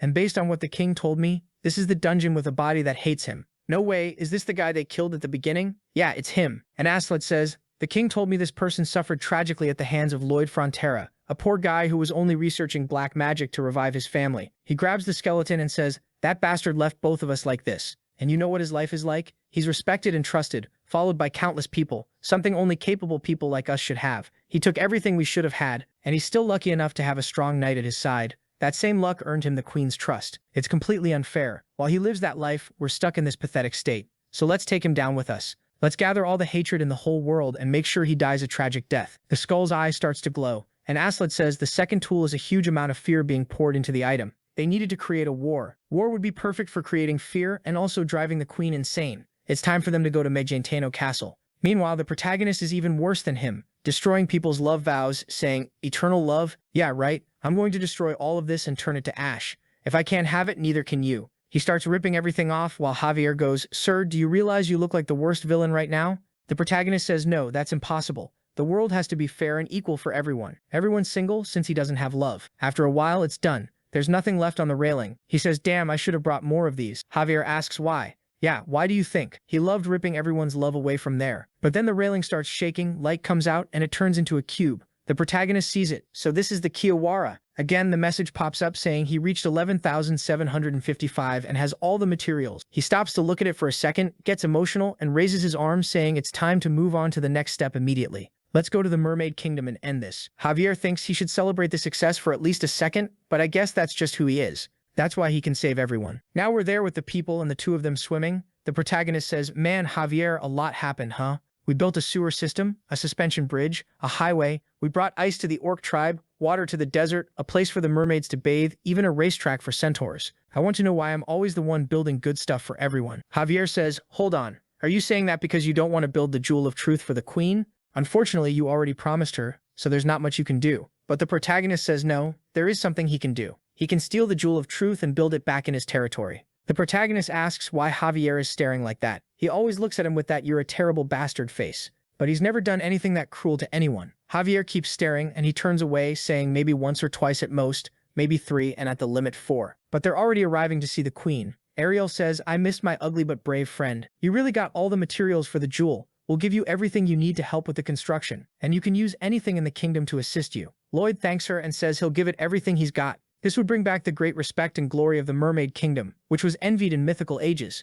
But there are drops falling on the floor. The queen, confused, calls Lloyd and asks why he's making that ugly crying face. Is he putting on a show? He apologizes for her having to see something so horrible it was nothing. Ariel says no, it can't be nothing. He's their hero and friend. If he just says what the problem is, she'll help however she can. Here he goes. He says, "I'm just too sad that the jewel can only be built in the Mermaid Kingdom." Alyssa says, "What's the problem? We agreed to build it here from the start." Lloyd says, "No, that's not what I mean. It's just that when the jewel is finished." Javier is listening, wanting to know what he's about to say, and Lloyd says, "It's sad to know that when the jewel is finished, this place is going to get swallowed up by wars and everyone's greed trying to steal it. It's such a peaceful kingdom with so few people, and it'll be awful to see it attacked by every race in the world." Ariel is like, "Wait, what do you mean?" Lloyd says, "No, it's just a small detail that you'd be attacked by everyone, but it's not a big deal." She tells him to wait a second. "Are you sure this jewel can only be built here?" He says, "No, actually, it can be built anywhere with 70 meters of water depth." She answers, "How about we rethink it and put it somewhere else? Look at this guy's face." Queen, what an interesting idea. You're really smart." Now we're outside. Lloyd says, "Yeah, we'll have to build it out at the borders. That way the queen can use it anytime. It's a really sad deal to have to build it out there, but it's better than them having to face those wars." Javier just stands there staring, just listening to Lloyd talk. "I didn't lie even a little. I really told the honest-to-God truth, even if it wasn't coming from my heart." He looks at Javier and asks, "So what is it? You think I'm a coward or something?" But this time Javier just smiles and says, "Well, everyone's satisfied, aren't they? I think that's what matters." Lloyd thanks him and goes, "Damn, you're finally being more pragmatic. So you admit you're just like me?" He's all excited, clapping his hands. But then Lloyd says he guarantees he'll shut the gates of hell on those mermaids to solve their problem. Another clap and we're off to the next chapter. Alright, we're back at Lake Kapua. He says it's perfect. The lake is wide and deep. He calls Bibyong and says, "Okay, let's do a scan." We dive in and he starts analyzing the ground, saying it looks perfect to place it there. He activates simulation mode. It appears and he remembers it gives off a certain kind of energy. He tells the simulation to generate the energy too, and then, good grief, a tornado starts up and takes over the entire lake. A tsunami gets created and it levels the whole city. Meanwhile, Javier's over there messing around like one of Lloyd's little pets, until Lloyd comes out of the water looking disappointed, and Javier asks, "What is it, Lloyd? What's the problem?" Lloyd yells, wanting to know when in this life he's finally going to be able to retire and live in peace. Go take a vacation, Javier. I've got way too much to think about. Javier's thinking, well, I can't help with anything except fighting. He starts walking through the city and realizes this place has changed way too much. A few years ago, it was just a broke little village with no future. He hears someone calling for their dad. It's Byron over there saying hi to his kids. Javier knows that guy's children are studying in the capital and getting a good education without lacking anything. He looks to the side and sees even orcs and elves who used to have completely different personalities starting to get along like it's nothing. He looks again and sees an orc scratching his face, apologizing to Emily, saying this happened to her because of him. She's starting to get in shape, saying she loves running into him for these gym meetups. Her fists are stronger now and she can even carry heavier buckets. And then they take off running with these huge rolls. She goes, come on, try to catch me. And he goes, hey, mine's way bigger, that's cheating. Javier starts thinking maybe they're getting along a little too well. But he's not going to judge. Muscles are a good thing either way. Meanwhile, in the middle of town, they've put up this giant Lloyd statue, saying it's complete and perfect. The dragon is doing what was supposed to be a slime. Everyone in the village is having fun. And Javier realizes a bunch of dreams are actually coming true. Nobody's starving anymore. And people are living satisfying lives. Look over there, that guy. What was his name again? Tord is. The one on the left with green hair. The one who's destined to work for him forever, you know? Javier says, everyone's enjoying their lives in a peaceful place like this. But what about him? Thinking about little Lloyd, he wonders when he'll get to enjoy it too. Then the scene switches to one of the rooms with someone saying they're worried about Lloyd. He finally came back after so long, but he's locked in his room. It's his mom saying she didn't even get a chance to ask why he's been so busy. He looks serious. The dad says it's hard for him too to ask Lloyd anything. He used to be kind of useless, but not only did he completely change and revive the territory like a hero, at the same time he seemed like a different person. Mom and dad agree. The dad says she must have felt it too. She says yes. He doesn't even call them dad or mom, does he? That's pretty suspicious. The way he talks, the way he acts, his expressions, everything changed since that day. They fall silent. The dad stands up and says, well, maybe that's what it means to grow up, and maybe it's time to change some things. He opens a wardrobe and, wow, there's an outfit in there. The Frontera leader's formal clothes. Normally it gets passed on when someone becomes the local lord. The dad says Lloyd is more than qualified for it. In the past he got kind of angry about receiving something like that, but now the dad thinks he'll be happy. Meanwhile, the protagonist is walking down the halls, saying he's a genius. They're going to create a waterfall by dumping all the water down into the prona, and also trap all the water so it doesn't leak out, using some gravity thing, something like that. He thinks he's going to run the simulation now, but he runs into his parents, who say they were looking for him. His mom says she knows he's busy, so she'll get straight to the point. She has a present for him. He asks what it is, and the dad shows the outfit and says it's that. The protagonist looks and goes, huh, wow, that's a nice outfit. Yeah, I'll wear it, thanks. I'm busy. I'll try it on later. The dad kind of awkward says, Lloyd, didn't you say you really wanted it because your grandpa looked cool in it? He turns back. Oh, right. Yeah, I remember saying that. Thanks. And he runs off, leaving them behind. Then the dad says, Lloyd, you never met your grandpa. Wow. The dad tricked him. Oh no. Sometime later, we're outside. Javier says good morning to the count and countess. She asks if he liked the trip. He says yes, but now that he's not doing anything, it feels weird. She asks what he means. He must have had a hard time going through everything, so now he can rest a bit. But she's really curious. Could he tell them a little about those travels? Javier says it's hard to explain the details right now, but when everything's settled, he'll tell them. The dad thanks him and says he just wants to know one thing. Does Javier know where Lloyd is? Javier says he had to take care of something at the Pronot River. Then the dad says no. He wants to know where the real Lloyd is. His son. Is he alive? The two of them look totally empty in the eyes. Javier freezes. Next chapter. Javier just stands there, not knowing what to say. Then he asks why they're suddenly saying something like that. The mom explains, Javier, you know that Frano all-formal outfit, the one Lloyd wanted so badly? He seemed to have completely forgotten about it. And the dad adds, and we mentioned him seeing his grandpa wearing it before. Lloyd said he remembered, but he reacted evasively and left. Me and Marbella have felt something was off since the day he started trying so hard. His actions, the way he talks, his reactions, none of it feels like Lloyd. And you've been with him from the start. Your swordsmanship has gone beyond a grandmaster. You've definitely noticed the difference. I understand how hard he worked for the good of our nation. I'll never forget it, and I'll always be grateful. But it's only natural that we worry about our real son. He just wants the truth. If Lloyd is really alive, Javier knows he isn't. The real Lloyd is dead, it's just the spirit. Javier heard he was reincarnated, but he has no idea who he was, or even if it was in this world. For the Count and Countess, it's the same as him being dead, and even if he was a useless piece of trash, he was still their son. If they found out something ripped their son's soul out and someone else stole his body, if they knew that, not even Kim Suho would be able to stay sane. But Javier can't lie to them. Javier clenches his teeth and apologizes for hiding the truth all this time. They both stare at him seriously. It feels like something big is coming. Look at Javier's face. He says Lord Lloyd is experiencing personality and memory loss because part of his brain was destroyed. He was corrupted. He's not an honest man anymore. The mom asks, what do you mean? The dad says, boy, explain to me what happened. Javier with a straight face, as you know, I never liked Master Lloyd. When you adopted me, he always treated me badly, bullied me and stuff. Even the wooden sword you gave me, he broke it. Are you following so far? The dad says, hold on. Yeah, I get it.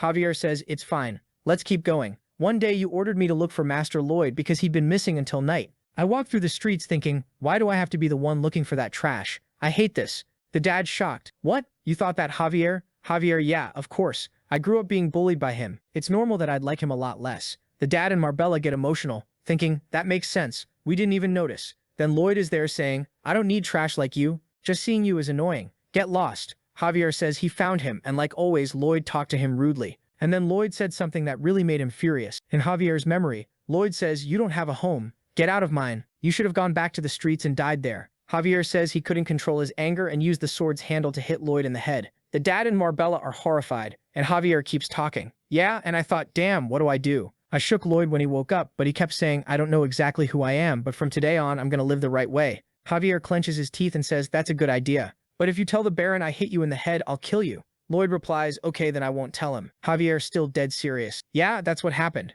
A strong wind passes. The two of them stay silent. Javier starts to draw his sword, saying he has to end himself for this crime. But the dad says, no, he doesn't have to. He didn't do anything wrong. Marbella agrees, saying he somehow managed to turn Lloyd into a decent human being. Javier, you did something incredible. Thank you so much. Javier's face, yes, sir, thank you. But then Lloyd suddenly shows up. Count, I have something to tell you. The Count asks what it is. Lloyd says it's serious, so they need to discuss it inside. He walks past Javier and gives him a thumbs up. Javier, you've grown a lot, kid. Javier thinks, wow. He threw it right back at him. Yeah, I learned a lot from you. He thought it was going to be awkward. Now they're in the room. Lloyd warns them not to be surprised. The truth is, he's been having countless dreams where everyone in the country dies. He asks the Dragon King who's sleeping on the other side, and it seems they're clairvoyant dreams. The dragon revealed they have to build the Jewel of Truth and find the solution. But to do that, they'll have to build a dam. Arco says, all right, got it. Marbella says too, okay, not that surprising. I thought something more interesting was going to happen. The protagonist is surprised they didn't react more, and Arco says, we already figured you were busy because you were doing something for the country.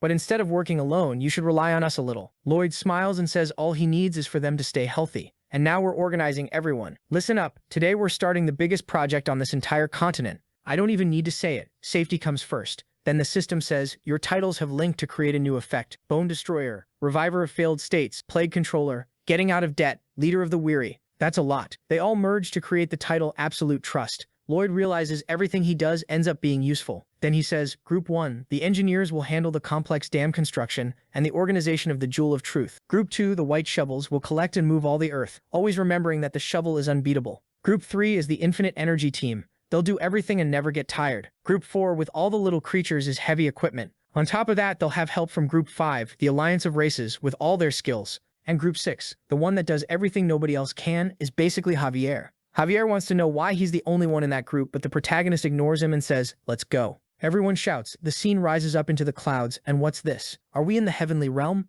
In one of the palaces, someone wants to know what's written here. The rank 1 administrator, the Seraph Angel Gabriel, wants to know what this illegal construction thing is.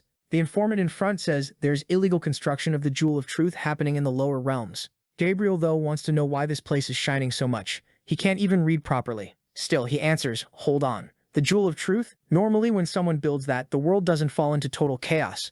The informant warns him, looks like the person has some connection to Verkus, the Dragon King. Ever since then, he's been collecting all the materials. Gabriel immediately starts cursing, saying that damn lizard always causes trouble. But then he says, let's not worry about it. It's not something just anyone can build. The man replies, yeah, but I watched him. Looks like the chance of it working isn't zero, so we'll need you to sign here and we'll start demolishing everything immediately. What the hell? It's the inspector from the lower realms, named Raphael. Next chapter, we're back in the territory, with the protagonist saying, all right, listen up everyone. It's hard to believe, but I can stop time. I'm going to stop time for a year, starting now because of the construction. Everyone's like, huh, what is this lunatic talking about? Lloyd realizes, damn it, nobody believes him. But that's normal, right? No surprise, they're doubtful. Then the Absolute Trust title activates and everyone goes, okay, whatever you say, we believe you. This guy summons monsters. He flies on a dragon, he can definitely stop time. Javier is watching all these people lose their minds, just like Lloyd, who's over there celebrating, yelling, let's go, let's go. In that moment, he realizes the people in this village were never really okay. But it's too late. He spends 3,000 points and freezes time. His heart kind of froze a little too. Javier asks if he's okay, and he says no, he's not okay at all. He's way too excited thinking it's finally time to start building this thing. He's already gone through countless insanely complex calculations to make the dam, even though he doesn't have all the knowledge. With the simulation he ran tons and tons of simulations and reached the right conclusions. They're going to create a few channels to remove the water from the area where the Jewel of Truth will be. Then they'll start building the dam. They don't have many materials, so they'll do it in the same style as the TB Dam in Spain, a legendary place built a long time ago, but still working perfectly to this day. Obviously, at the same time, they'll build the Jewel of Truth right in the middle, which is the most important part. They're going to make huge leaps in progress, and soon he'll be rewarded for all the hard work. Suddenly someone says, "Hey, ugly as hell, can you hear me?" Lloyd notices it's the Dragon King's voice and asks what's wrong. The voice says, "Get over here right now, it's an urgent emergency. I'm pretty sure you won't be able to finish the Jewel of Truth." One second the protagonist is running, the next he's already at the king, and the king is there saying, "Wow, my neck is so stiff, give me a massage please." But the protagonist wants to know, "Wait a second, this isn't the emergency, is it? You said I wouldn't build the jewel." And the king answers, "Yeah, you should know that my neck pain can stop you from building it. I can get mad and destroy everything." The protagonist gets furious. "You bastard." He activates power in his hands and says, "Oh, your neck hurts?" The king says, "Yes, exactly. Hurry up." So the protagonist goes on the attack, saying he's going to start screaming now. He activates 3 circles in his heart at once and says that jerk deserves a beating for bothering him when he was about to work. He screams and the king goes, "Hey, relax. Why are you using so little strength? I can't even feel it. Hit harder." The protagonist is seething. "Oh, so a dragon really is a dragon, huh? But I'm a monster that devours people's screams like food, and today I'm going to feast." He attacks again, saying he's going to scream, but the king keeps telling him he's still too weak. It's really nothing special. The king is disappointed. Lloyd is there going all out on him, which just annoys him even more. Then the system says he acquired a new skill, the ugliest man of all. He was unbelievably ugly, whether he was angry or crying. Anyone who sees him instantly thinks, "Damn, that guy is ugly." The protagonist is furious, thinking that before coming to this world he was considered good-looking. The system says, "Sure, that might be true, but so what? In this world he's ugly as hell." The protagonist keeps attacking until the king says, "All right, let's say you manage to change fate with the Jewel of Truth. What are you going to do after that?" Lloyd goes, "What do you mean? What am I going to do?" And the king says, "Yeah, exactly. What are you going to do with the Jewel of Truth?" The protagonist answers that after fixing everything, he's going to destroy it. Having something like that will only bring headaches and trouble. So before wars start, that's the only way he'll be able to have fun and rest. As the king looks at him, he says, "Wow, you turned your face again. You really are ugly." The king starts relaxing, thinking, "Good, looks like the jewel won't be used for evil. Honestly, this is someone I envy. Someone who dreams of doing nothing." The king says, "All right, you can go." The protagonist says, no, he's not done. He wants to hear the king scream. But the system warns him he's pushed his mana heart to the limit. Lloyd tells that jerk to stop humiliating him, and then the system says that because of that, he gained a new level and became a level 1 sword expert. Lloyd doesn't get it. "Wait, expert?" And the system says, now he has sword master syndrome. Oh no, all his senses became extremely sharp. Then he asks, "What is it? Are you okay?" But the protagonist is hearing everyone in the city at once, and it wrecks his ears instantly. He collapses, saying it hurts like hell. The king asks what happened, and he yells that it's the expert syndrome. The king praises him and goes back to sleep. Now he's walking through the corridors, hearing the entire estate working, thinking, damn it, I have so much to build. This is why I didn't want to become a sword master. Maybe I'll have to spend points to upgrade my mana heart. But if I do that, I might not have enough points to survive fate. Then Javier shows up. "Master Lloyd, you're experiencing the syndrome." The protagonist drops to the floor, telling him to shut up. Javier looks all pleased, saying, "Finally, now you'll experience what it's like to have all your senses insanely sharp. The only way to reach true silence is to bring all of them close to you." But the protagonist is on the ground with his ear bleeding. Javier laughs at him, saying, "You can do it. I believe in you." Lloyd tells him to wipe that smile off his face, and then he notices that with his new vision he can see Javier's face perfectly, and the guy didn't have a single blemish. And that little smile was even more irritating now. Obviously Javier was annoying as hell, but he also stayed up a few nights teaching the protagonist, since he'd already been through it, explaining how to get used to the new senses. A few months pass. The construction of the Jewel of Truth and the dam is almost finished. Javier asks, "Are you okay? I thought the syndrome would be affecting you here at the construction site." The protagonist gets a stab of ear pain and apologizes, but then he immediately turns around cursing. "I know you're enjoying this, you bastard." Javier says, "No sir, I'm genuinely worried. But look at that little smile." He says he wants to see the best in Lloyd. The protagonist says he's going to fire him when suddenly he gets hit by a beam of light. He turns, trying to figure out where that heavenly music is coming from. When he looks up at the sky, something is coming down. And whatever it is, it opens angel wings. He introduces himself as Raphael, Inspector of the Lower Realm. He's here to talk about a heavenly order that was decided.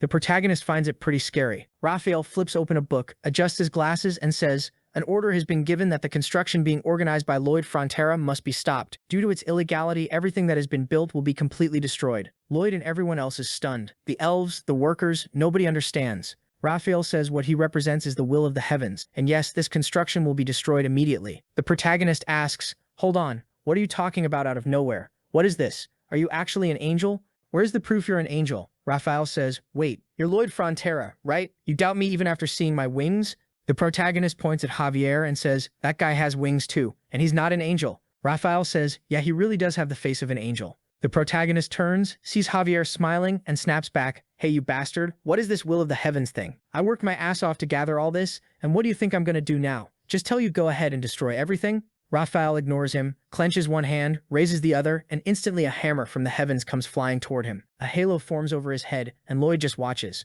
Wings shining, hammer in hand, Raphael asks if he believes now. Byron recognizes it as the golden hammer of punishment, exactly like the sacred books describe. He really was an angel. Raphael says, no, this is the official multi-purpose hammer. That's the real name. Lloyd asks why building the Jewel of Truth is illegal. It's not like everything is going to be destroyed, and besides, they own this land. Raphael says, unfortunately, the Jewel of Truth is an abnormal artifact that can access even the upper realms. It can reveal secrets of the heavens. And at 6 in the morning, on December 6th, year 307 of the mythic calendar, the Great War of the Races will begin. Last time, 4 million died and 27 million were injured. Total damage reached the trillions worldwide. That's why the Jewel of Truth was designated an illegal construction. And if Lloyd doesn't obey now, Raphael himself will handle it. The protagonist grits his teeth and yells that this is pure tyranny. He wants to officially file an objection, and he's not accepting it. Raphael says they accept objections through prayers. If he prays fervently, maybe his complaint will reach the heavens. The protagonist is impressed that it actually works. Raphael explains that of course it does. They're there to make life easier for people in the lower realm. Right away, the protagonist drops to his knees and says he'll handle it now. Lord, I need to borrow the power of the Jewel of Truth to protect the people important to me. I don't want to lose anyone close to me ever again in this life. So please listen to the requests of this poor sheep. Someone up in heaven is answering. Listening, everyone here is together living beautiful, happy memories. The voice says, friend, I'm hearing a really good prayer here. Then the protagonist says, I need everyone to stay happy so I can enjoy my retirement. Bam, the voice hangs up immediately, and Raphael says, yeah, you got rejected. Lloyd asks why, and Raphael says, it wasn't pure enough. Now he's supposed to destroy everything. Obviously, the protagonist says he's not doing that. Raphael says, fine. He pulls out the huge hammer and flies in, saying he'll take care of it now. He draws his arm back, and Lloyd yells, no. Suddenly, mana surges through Raphael, and damn, Javier steps in to challenge him one-on-one. Raphael swings the hammer, and Javier tanks it and gets pushed back anyway. The impact echoes across the whole region, and the noise almost blows out the protagonist's eardrums. And the badass says, my name is Javier Asram, a knight of the city of Frontera. You're an intruder in our country, so you must leave immediately. If you refuse, I will execute you. Raphael looks shocked too. Meanwhile, far away, the dragon is approaching, saying he felt an absurd amount of mana. But why is he seeing an angel there? His mother had warned him those creatures keep order in the world, and if one showed up with that hammer, it means he wants to destroy everything. Which means he wouldn't get a happy wedding if that happened. Maybe if he teams up with the Grand Master, they can stop him. But then Verkus of the back says, hey, stop right there. You're about to get involved in a huge mess. The Angel Kingdom and the Dragon Kingdom. When one tries to hurt the other, that's when the Great War starts. If that begins, this planet is done. Better to keep this as small scale as possible. We'll just close our eyes and see what happens. The dragon is pissed, wanting to know who that is. He didn't even know the king was around. Meanwhile, Lloyd tells everyone to run from the fight. Raphael calls out to Javier and says he's giving him a warning. He needs to step aside or he'll be accused of obstructing the will of the heavens. The job has to be done. Javier answers that, unfortunately, he has a job to do too. He charges in, and the angel swings the hammer at him. Javier dodges, gets behind him, and Lloyd wonders if Javier is really going to win like this. Obviously, it wasn't going to be that easy. Right as the sword is heading toward the halo, it falls apart, turns into a whip, and tanks the hit. The crack deafens Lloyd, but Javier is giving it everything he's got. He fires off another chain of explosions, but the halo blocks every single one. He's sitting there wondering how he's supposed to win this, while Raphael says it's not too late. Please, give up and follow the heavenly laws. But then Lloyd suddenly yells at Javier that he's going to help. Javier is supposed to cover his ears now because for the love of God, something evil is coming. There's even a demon on Lloyd's cape. Here it comes. Lloyd puts a hand on his chest, Javier covers his ears, and Raphael has no idea what's going on. The protagonist activates the skill and starts singing, but even he gets hit by it and drops to his knees. Javier doesn't get it, and the protagonist realizes Javier genuinely doesn't want to hear this. Now that his hearing is amplified, he's realizing just how terrifying his own voice is. Javier's making a face I can't even read. Meanwhile, Raphael's thinking, hold on, that sounded like the start of an ancient demon's scream. But the swordsman takes the opening and goes in to punch him in the face, only the halo reacts on its own, and blocks it. The angel pulls out the hammer, but Javier dodges. He pushes forward again, saying he's at the absolute limit of how far he can go. He's going to accelerate as much as possible and force an opening. Raphael answers that it's all pointless, and Angel's halo is an absolute blessing, As long as he has a pure and righteous soul, he'll be protected forever. He lands a hammer blow on Javier, sending him flying back, almost crashing into the jewel. Javier activates his wings so he won't break it, but the moment he rises, the angel comes down from above and smashes him again, launches him right onto the jewel. Poor Javier screams in panic, and Raphael lands beside him. He looks him over and sees him passed out, like he thought he was way too pretty, and went, fine, stop now and I'll still forgive you. Just stay lying there, please.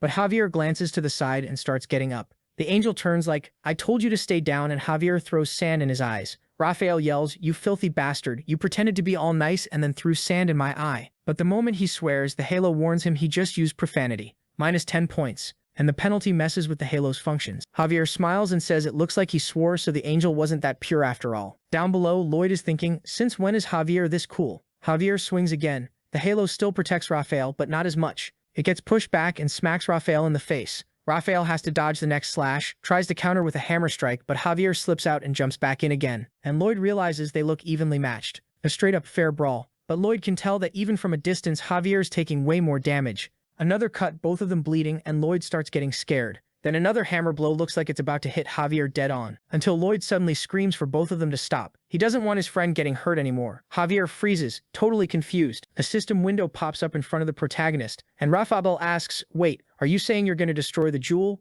The protagonist says yes, as long as Raphael promises something. If he doesn't destroy the Jewel of Truth, they'll stop the restoration phenomenon. And then he starts crying like a little kid. When he does that, you know something's about to happen. He starts talking about all the beautiful people in this country, and everyone in the world. He doesn't want anyone to be miserable, but he also doesn't want anyone to die. Everyone around is watching, and he keeps going. I don't care what happens to me, I just want you to guarantee that everyone here can live happily. Take my life. Raphael lowers his head and says, kid, I'm sorry, but I can't help you with that. The protagonist goes, seriously? And then a bunch of system messages show up. Looks like our negotiation failed then. Because of the emotional speech, he starts gaining a massive amount of points from everyone. He hits 26,000. The system asks if he wants to evolve into a sword master. And of course, he says yes. Right then, Raphael feels something off, and Lloyd starts getting surrounded by that mana. Like now it's time for him to sing. Javier and Raphael watch, not understanding. And in that moment, the knight senses the aura of a sword master. Raphael looks over and says he hopes Lloyd doesn't become a sinner who interferes with the will of the heavens.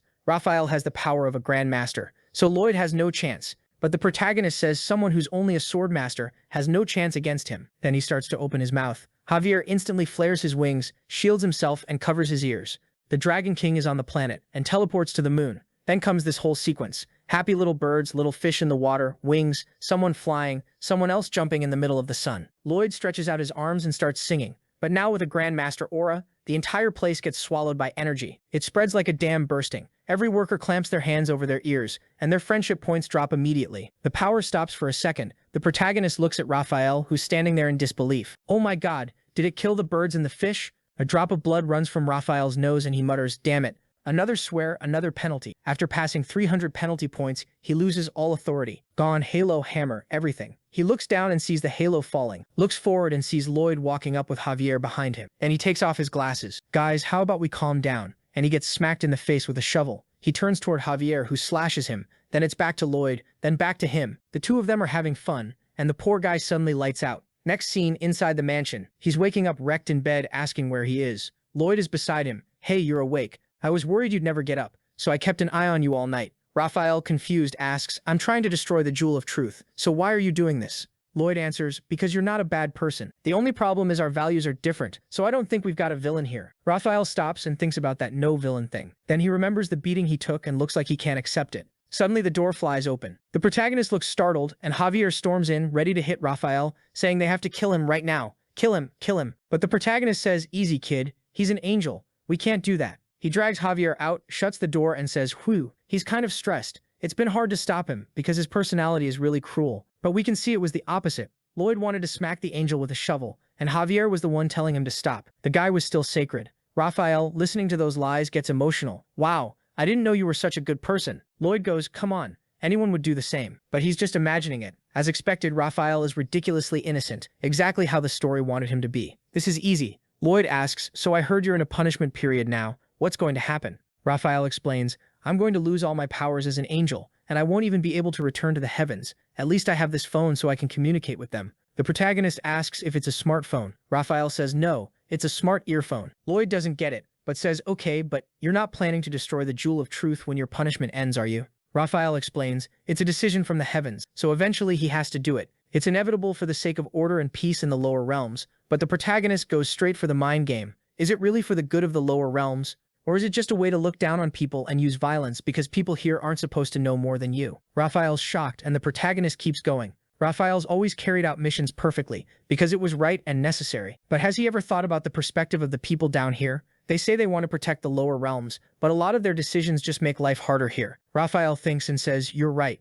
I never really tried to understand what the people of the lower realm have to say. So the protagonist says, then you've got the perfect chance. Since you're stuck here, you can study the lower realms a bit more. Raphael gets excited. Wait, I can do that? Wouldn't that be a burden? And the protagonist, seeing him feel that way, man, seriously, pulls out a contract and says if he wants to feel better, he just has to sign here and complete a few small requests. He'll definitely let the angel stay in this place. Poor Raphael is all emotional as he goes to sign. And the protagonist is standing there like, with this, I solve a ton of problems at once. If I use you well, I can even take the Queen's Eye of Winter so I can stop my heart from freezing. Next chapter, another morning. Bibiong is yelling and Raphael wakes up, throws on his shirt, grabs his glasses, fixes his hair, runs outside and thinks the place is beautiful. He goes, deer, rabbits, squirrels. Today the sky is wonderful and we'll have a prosperous life. A bird is sitting on his shoulder and he thinks it wants him to sing. He says he feels shy, but he'll repay the kindness of their presence. And he starts singing, pouring out a heavenly aura. Everyone in the village loves it, saying today's music was amazing. The knights say, he used to be my enemy, but waking up to an angel's song every day gives me strength in the morning. Byron celebrates that he can finally forget Lloyd's music. Then he notices the protagonist behind him and apologizes, saying it's just that after Lloyd's songs, everyone's been having nightmares, and now their hearts are finally being purified. Raphael hasn't even started getting exploited yet, and Lloyd is already saying the guy is making him furious. Javier says that's obviously just jealousy. Of course an angel would sing way better than a demon from hell.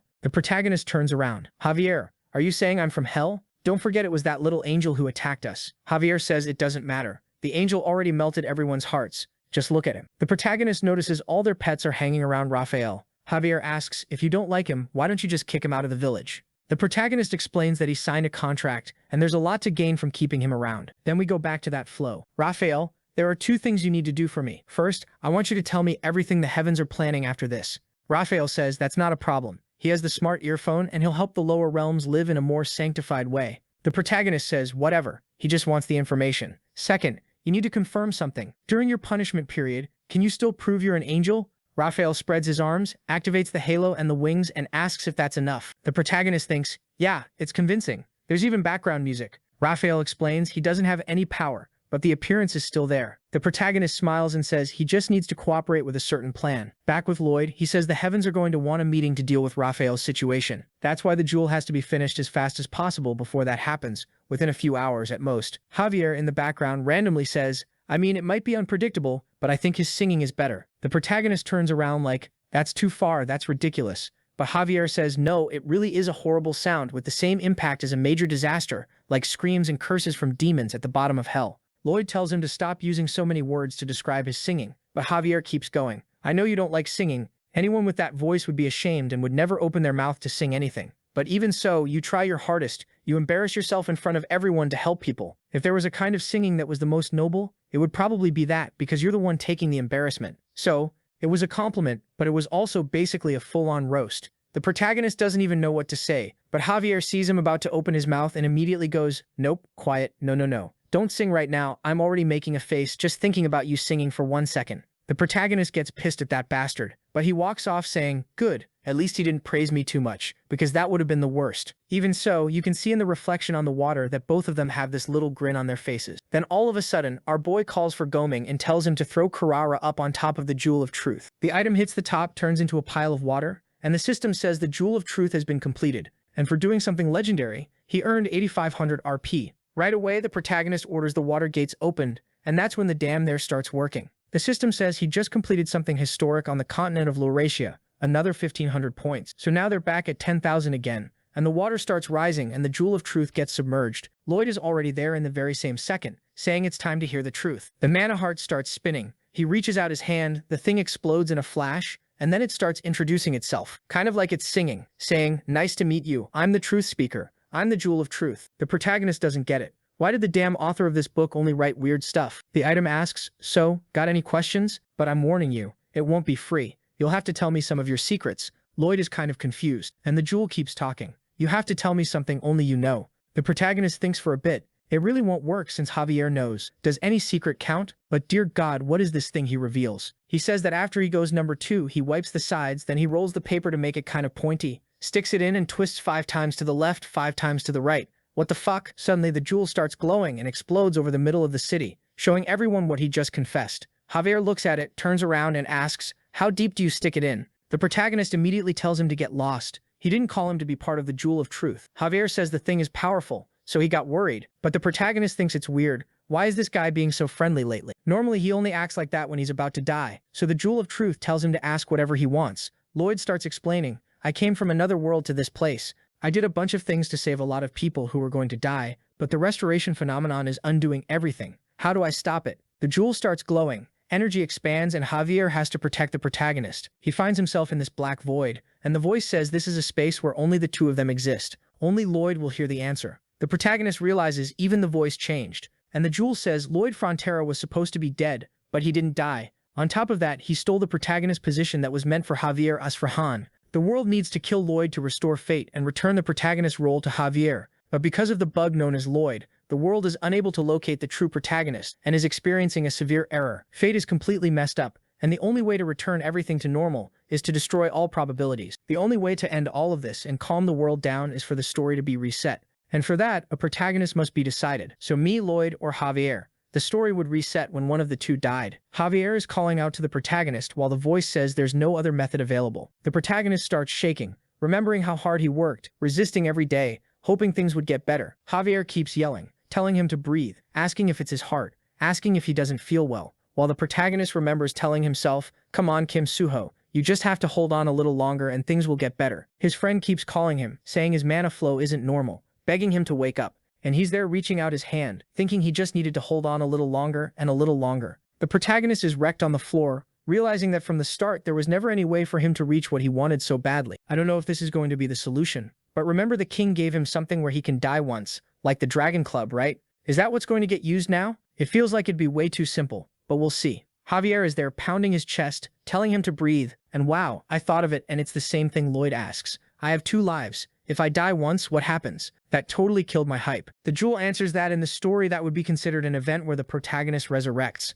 meaning he still counts as a protagonist. He asks, what if I go to Seoul? Then I won't exist in this world, right? The system says that's not the same thing as dying. Suddenly his heart starts tightening. He wonders why the freezing is happening so fast. Even this little idiot is confused. He was a swordmaster. He should be better at stopping this cold. The system tells the little idiot that this is a disease of the mind, and once the symptom appears, nothing can be done. The protagonist stays there, out of breath, almost dead on the floor, and the Jewel of Truth says it'll repeat one more time. Lloyd Frontera or Javier Osram. One of them has to die. That's the only way. Damn. Then the time pause bubble breaks. The scene switches to the protagonist with his hand on his chest in his room, panicking. He calls for the messenger, the system, and asks what the hell this is. Was he brought to this world just to suffer? The system stays silent. Lloyd tells it to say who it really is. Are they above God, hell, or heaven? Was he just put into this simulation so they could laugh at him and make him look like an idiot? But the system only apologizes. Lloyd knows it though. This must be fun for you. You wanted to show that the stupid weak Kim Suho would always be pathetic no matter what he did, and that his fate was always to suffer no matter where he was.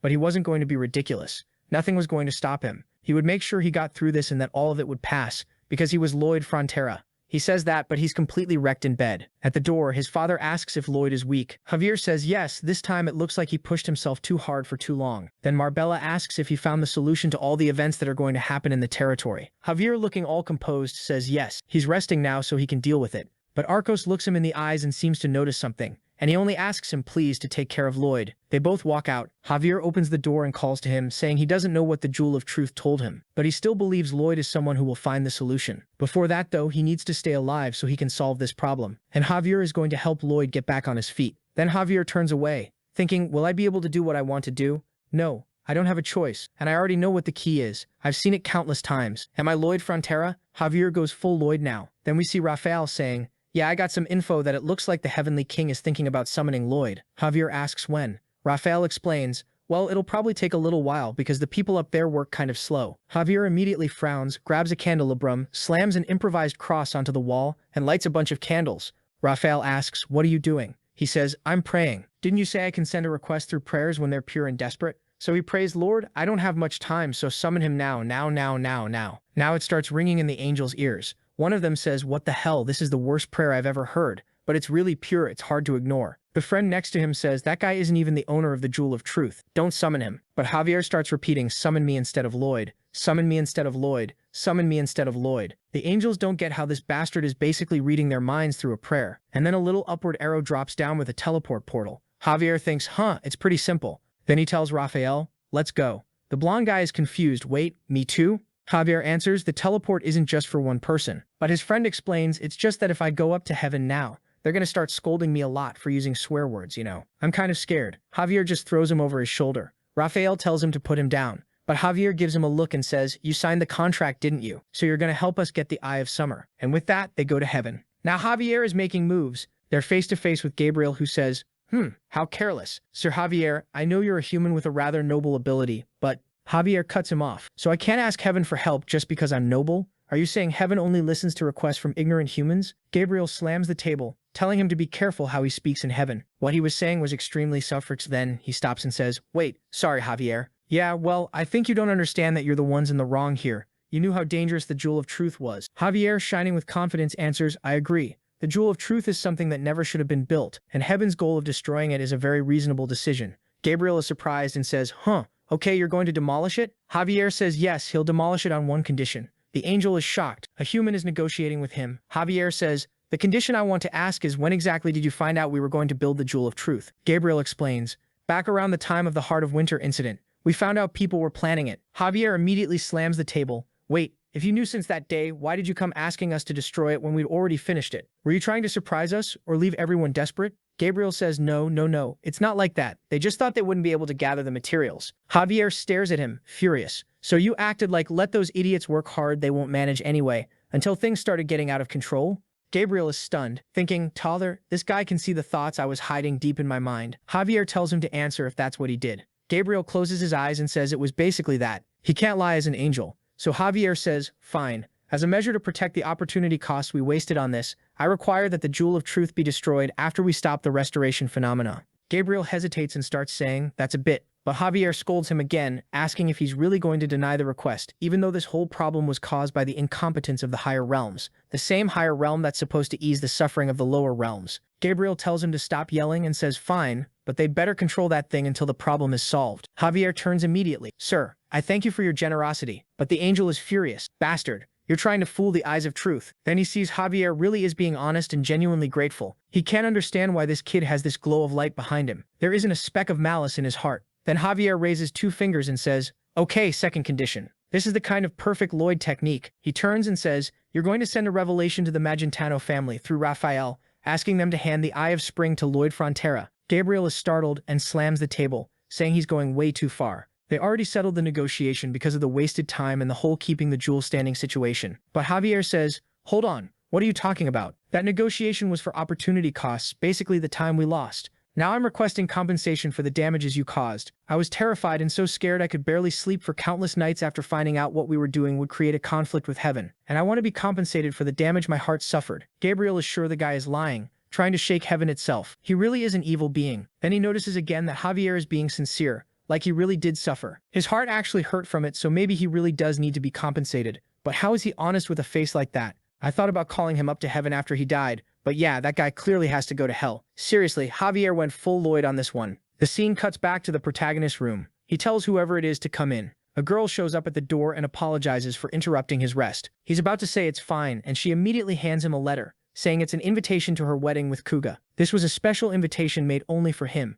and she really wants him to go because she only met Kuga thanks to Lloyd. The protagonist is completely wrecked, but she's smiling, saying a lot of happy things happened in that place because of him. Everyone was incredibly grateful. Lloyd goes quiet for a second with that dead-looking expression and thanks her, but inside he's apologizing to everyone. The maid says she's going to go get a new bedsheet. He stands up saying he'll open the door for her, while thinking that all he ever wanted was for everyone there to be happy. He congratulates her on the wedding and closes the door. Inside, Lloyd collapses to the floor and says that unfortunately there's nothing he can do for them now. He's stuck on this idea that either Lloyd Frontera or Javier has to die, but Javier dying was impossible. He's the protagonist. But the moment he thinks that, his heart freezes again and he drops to the floor with his hand on his chest. Then he starts thinking there's a solution. He's just an extra in this story. If he dies, for example, the system says no, he won't do that, because his wish still hasn't come true. He has to keep living, because there's no way he can fix anything if he isn't alive. The system starts breaking apart and floats around his body. The protagonist is lying there, and we start remembering the Giga Titan in the city of Crumo. He's at the window watching a bunch of creatures out in the seas. Like fate is kind of catching up to everything he saved. In the desert city, some guys show up saying a bunch of infidels are attacking, claiming they're people of some god. In the elves' forest, a bunch of wolves appear, attacking all the animals too. The women are asking why so many beasts are suddenly showing up out of nowhere. Alicia is getting all the reports.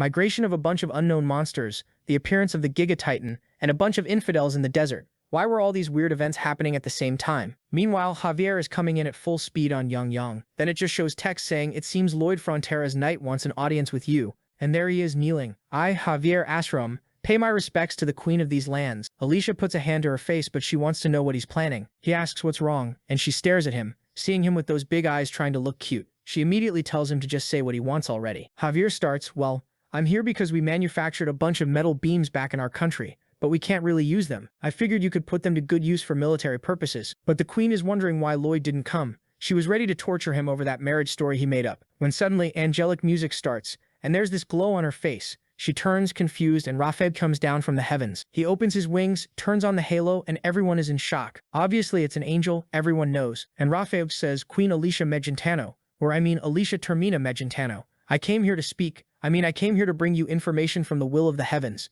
Madam, Alicia, you must immediately hand over the Eye of Spring to Lloyd Frontera." Then he pulls back and disappears into the sky. The moment he's gone, Alicia is sure this is suspicious. Lloyd is behind it, but what is he planning this time? She turns and says, "Javier, be honest with me. Is this the—" But Javier goes full theater mode. "My God, what was that? An angel?" She starts thinking, wait, maybe it isn't one of Lloyd's inventions. The advisor next to her says, "Your Majesty, this is a revelation from the heavens. We should prepare the Eye of Spring now." Others still refuse, saying, "That's our last weapon. Without the Heart of Winter, and now handing this over too, we'll be completely defenseless." This is obviously a lie. Alicia puts her hand to her face, watching the argument. Some people saying, "He had wings, he had a halo." Others saying, "Anyone can fake that, it's not that hard. What matters is the peace of the kingdom." Until an old man yells that the angel is definitely lying, that it's fake, but someone else says it's impossible. He didn't read the book? Holy angels can't lie. And then we see, back in the heavens, Gabriel saying, "Javier, you knew angels can't lie. We can't accept this request." Javier asks,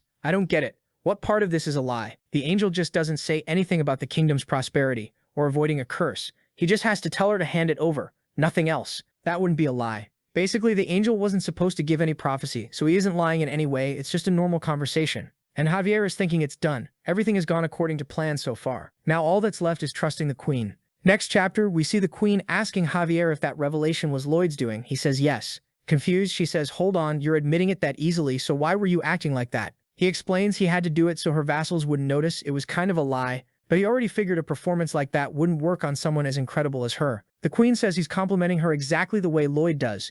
At least he doesn't keep sticking his butt up in the air. Javier says he wouldn't be crazy enough to do something that embarrassing. She agrees, saying that really would be too much.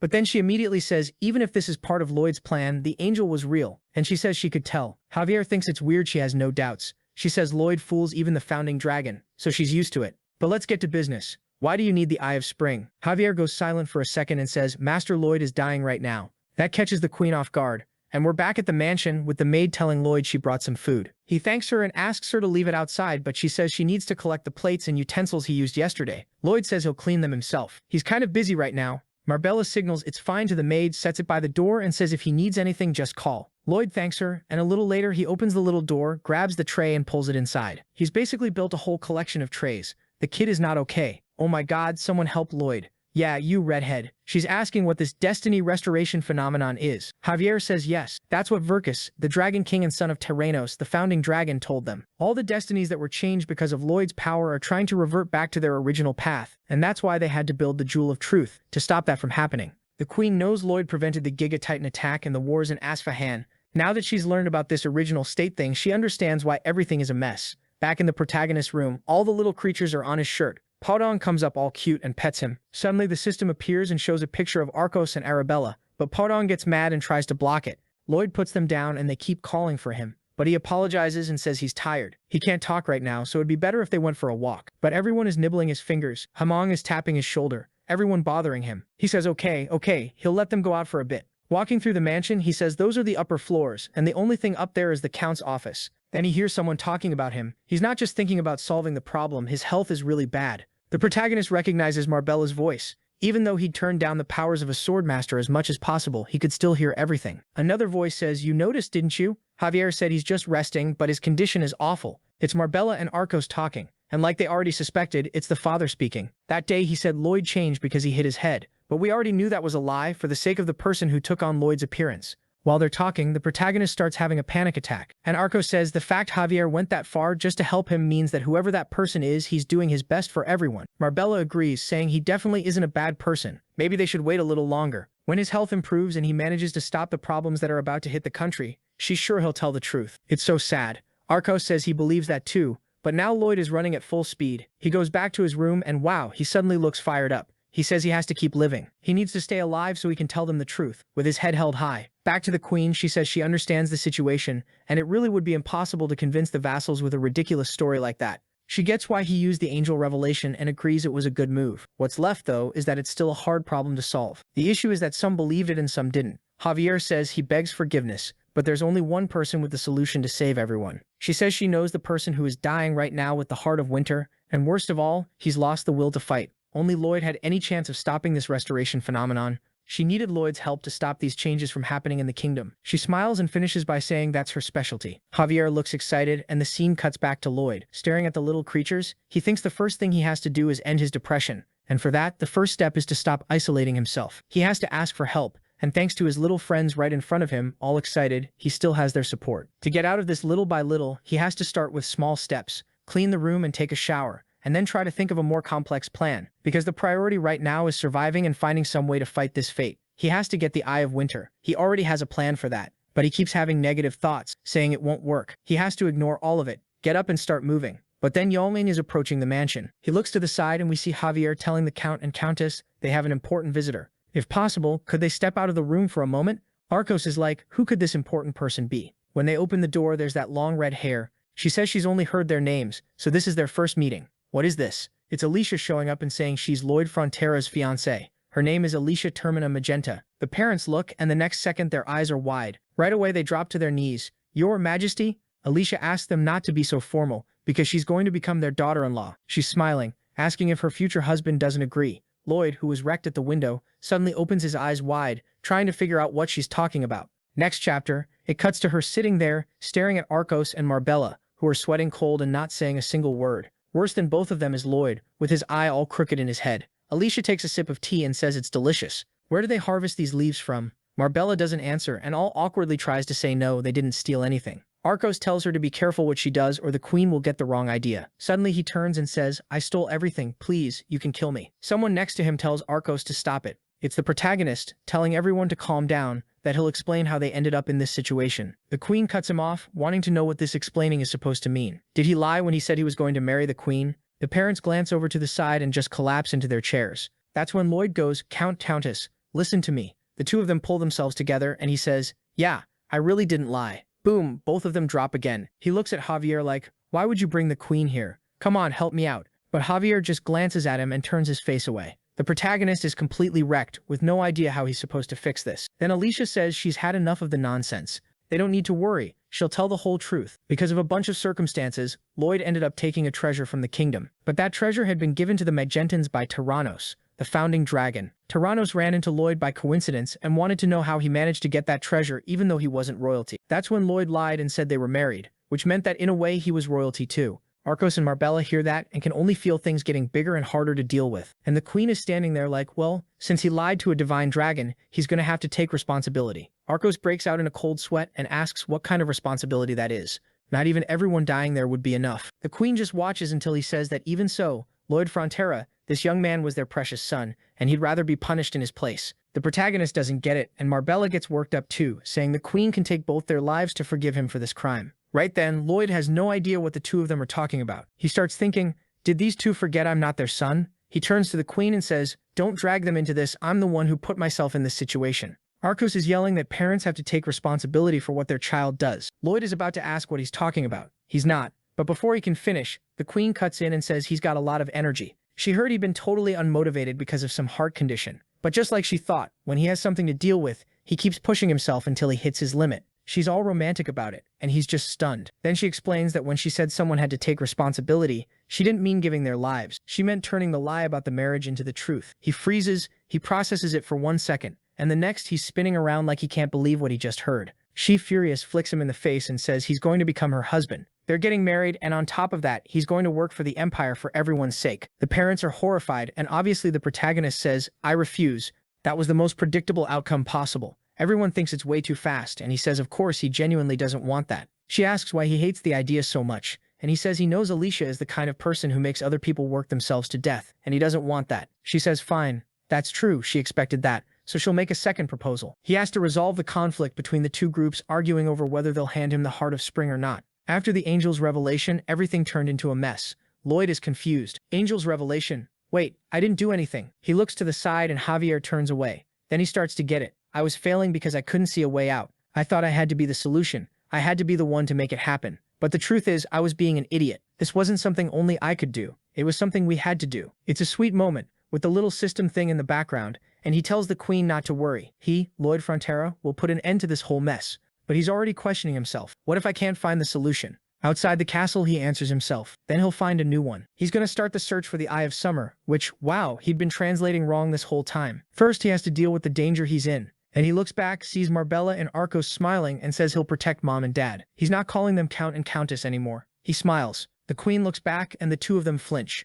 They get even more confused when Alicia gives them a greeting. She says softly, I think, see you again, Father and Mother. Yeah, Father and Mother, like that. Kind of like what you call them when you're married, I guess. Like she's saying she'll be coming back to this marriage. But the protagonist gets a chill. Now we're up in the skies with them talking. What if the kingdom gets cursed because it went against the revelation? Someone says, well, the angel would have said something. But someone else says angels aren't always honest. The scene cuts to the castle. There are guys at a meeting table literally fighting in the middle of it. Until bam, the protagonist throws the doors open and asks if anyone's looking for him. Then next chapter, he's in the middle of a hall and bam, the light hits. Someone announces, we will now begin the emergency nobles meeting. We will gather opinions to decide whether we will act or not regarding the angel's revelation. A guy in the back raises his hand, and the person running it says, I'll count that as an opposing opinion. The weird guy raised his hand to say the meeting name has to include Eye of Summer. The older guy completely ignores him and says, anyway, we're starting soon with opinions on whether we act or not based on what the angel said. Another blonde guy with a mustache says he wants to give an opinion too. He's on the pro side, and they tell him to speak. He says they should add the words grand meeting to make the emergency meeting sound even more impressive. The scribe type responds, okay then, we'll begin the emergency nobles meeting of the grand gathering of the Eye of Summer. People start yelling that it has to have grand, it has to have emergency, it has to have this, it has to have that. Basically, they're getting nowhere, arguing about nothing. The protagonist is exhausted, thinking this is almost nostalgic. But he loves this kind of argument because it's easy to manipulate. Later that night, the old guy says, okay, from this point on we will begin the first Grand Noble meeting of the Extreme Assembly of Royal Emergency of the Gathering of Solemn Discussion, where we will carefully use our opinions to decide the fate of the sacred relic of the angel artifact of the Kingdom of the Summer Sun. Someone's confused, saying the name is way too long. Also, they need to settle this already. The heavens decided this thing belongs to Lloyd Frontera. Others respond that handing everything to this kid is basically telling other nations they've got nothing left and begging to be attacked. One of them points and asks what happens if they hand over the Eye of Summer, and the boy uses it the wrong way. Lloyd answers that as a loyal servant of Her Majesty, that would never happen. But he also doesn't want something like that to happen. If neighboring countries start doubting the Magentans and attack, they could end up in an extremely dangerous war. He doesn't want to see that future. People start standing up like, all right, he said what we wanted to hear, let's go home. But Lloyd keeps going, no, if we disobey the angel's revelation, and even worse things happen to the kingdom, I don't want the whole world to suffer. Now they're getting irritated, like, does he want it or not? What's his position? But Lloyd is shouting that it's tormenting him. It's such a hard decision, it's complicated to know whether he should accept it or not. Weirdly, the nobles start brawling, punching each other, throwing each other to the floor. Then Lloyd says an incredible idea just came to him. The risks of disobeying the angel are unpredictable, but the risk of the Eye of Summer disappearing is guaranteed. The nation will get weaker. So what if, for example, the kingdom had a weapon even more powerful than the Eye of Summer? Then the kingdom wouldn't face any risk. A guy with his fingers up his nose asks what weapon that is. So the protagonist brings up the Pantara Mountain, the place that makes the southern region inaccessible to the Magentan Kingdom, an impassable area at the base. Because of that, they have to pass through a bunch of nations just to trade, which means paying tons of fees, and the costs are way higher than they should be. It forces them to bow to a bunch of smaller nations along the way. But if he tells everyone there's a way to create a direct route through the Pantara Mountains and avoid all the other kingdoms,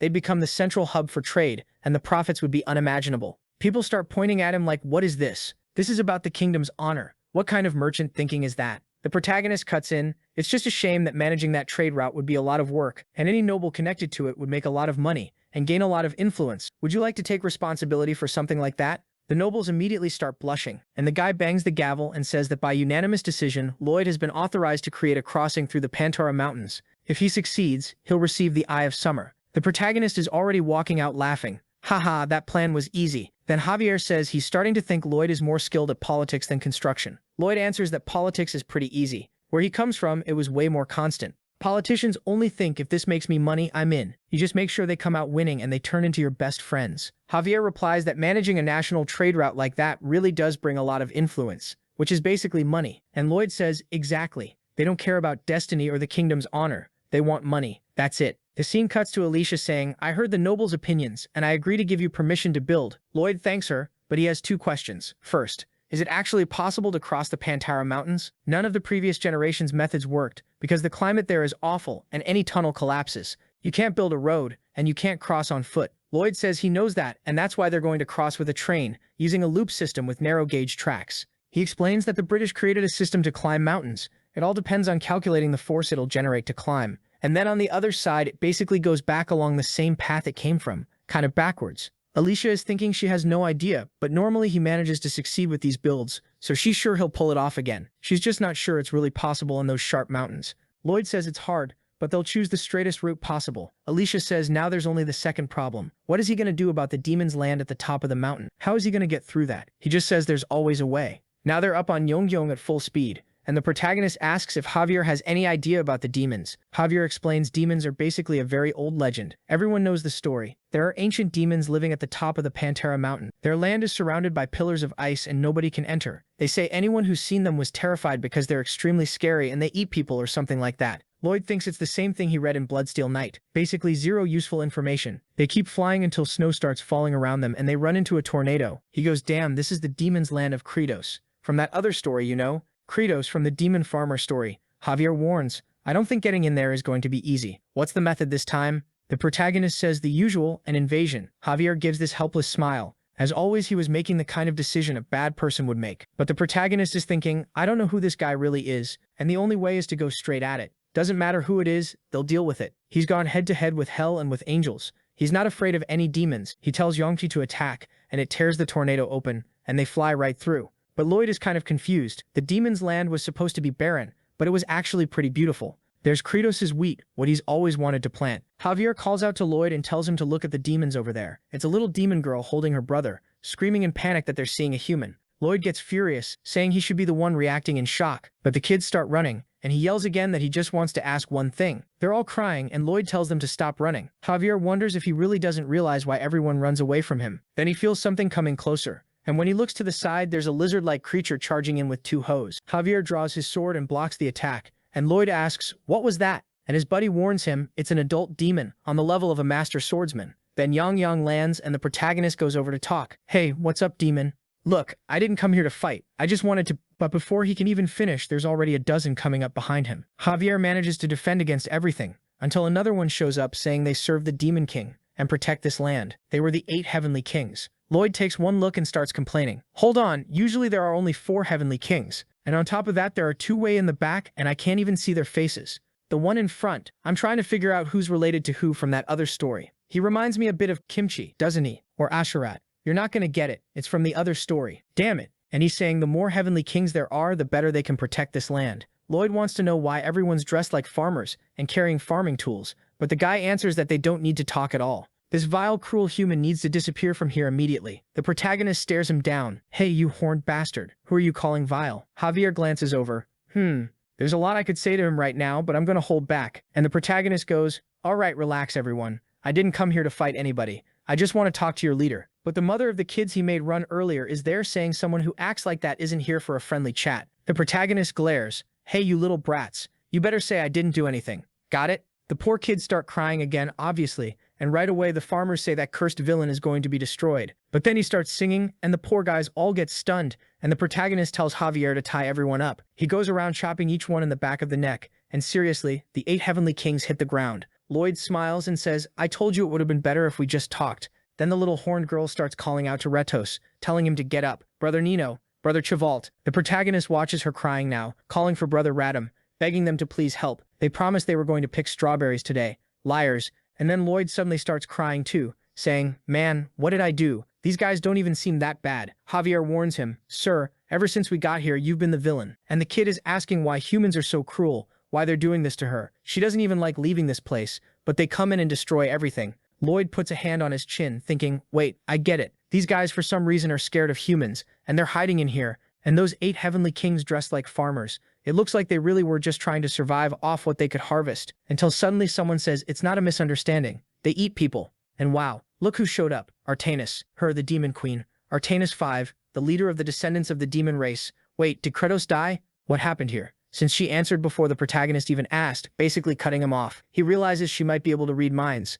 and Javier says they should be careful. She's hiding some ability they can't even understand. The little girl on the ground begs the Demon King for help, saying these angry, awful humans need to be punished. They beat up the 8 heavenly kings. Lloyd starts to say, I can explain. It's going to sound like an excuse because honestly it is an excuse, but Artanis cuts him off and says it's fine. He just stands there kind of confused, and the leader tells the little girl that they put the 8 heavenly kings to sleep without hurting any of them. They didn't come to fight, they came to deal with something at the Demon King's castle, so let's go there. Now they're on Young, and the protagonist is wondering, do they really eat humans?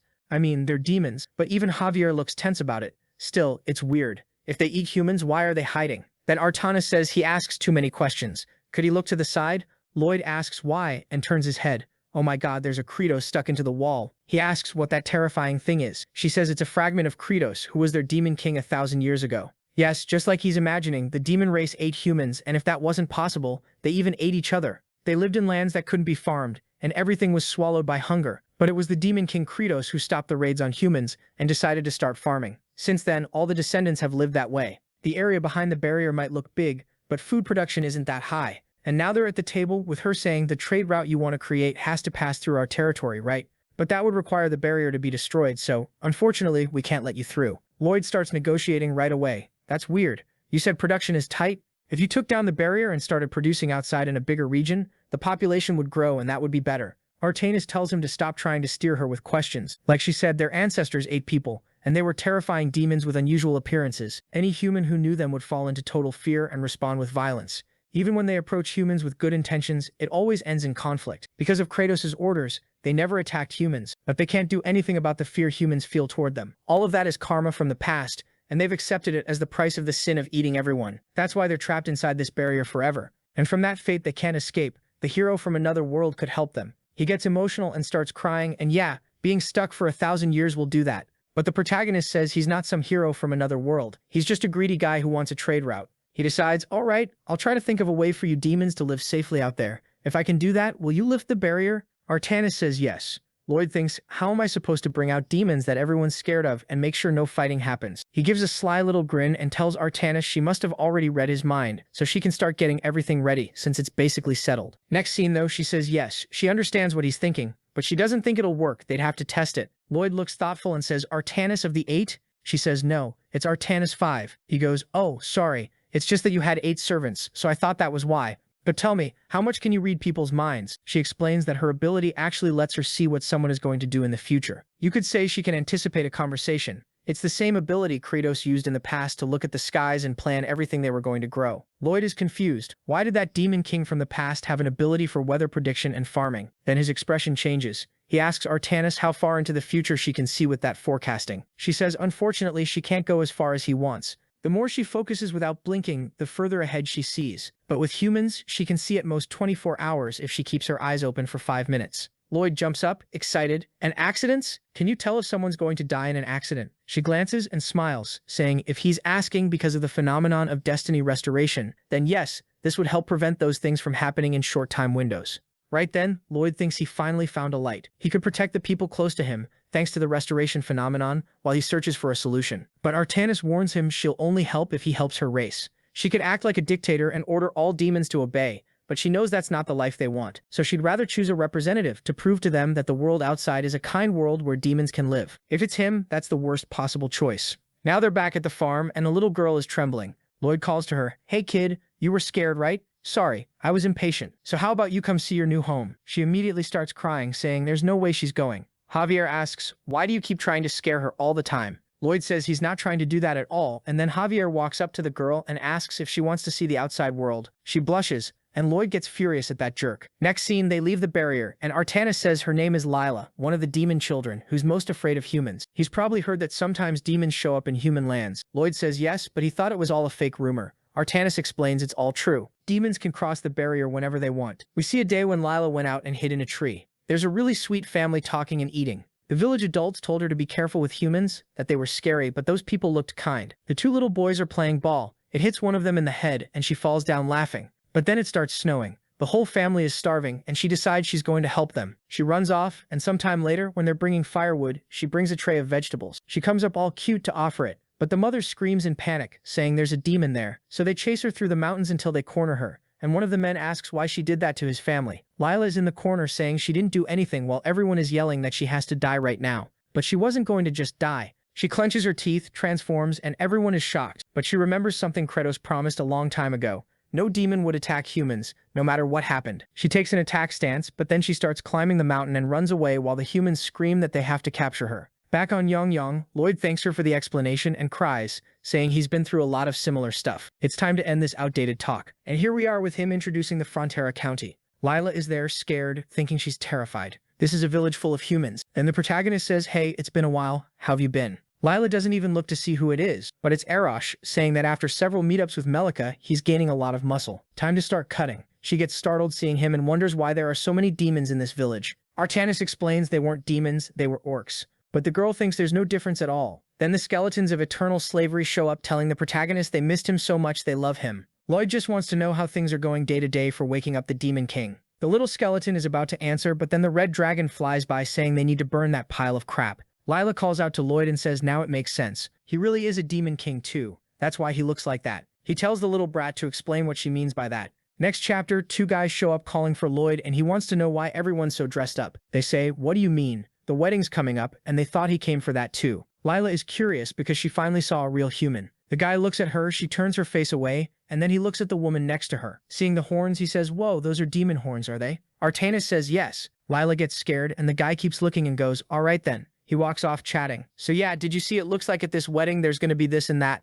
Basically, they ignored it. As they're walking back through town, an old man says the little kid is really cute. Where's she from? Lila says Panthera Mountain, and right away the other human kids playing nearby say they finally found a target. They run up to her and ask if she's ever played soccer. One of the girls asks Lloyd if she can play, and Lloyd says, ask her. Don't ask me, get out of here. But Lila just stands there not knowing what to say. Then someone points out she has horns and her skin color is weird. The human girl looks at her and suddenly tells her to stop acting like she's special. That style of hers is super common around here. Does she think she's the only one? Lila doesn't really get it. Then Artanis takes her little hand, smiles, and lets go. And there she goes, all cute, running off to play with the other kids. Lloyd warns them anyway. A demon is still a demon, so he's not sure this is going to work, because Lila transforms and boots the ball so hard it goes flying around wrecking everything. While Artanis says she's feeling confident. That village the hero created didn't carry any of the prejudice or anger that had been haunting this world for so long. Lila, though, is scared, since she basically destroyed the entire castle. Then the little girl tells her she's amazing, that she's the #1 on the team, and honestly that horn is still packed with energy. Lila lights up, all happy, until the protagonist suddenly looks back and sees Artanis kneeling,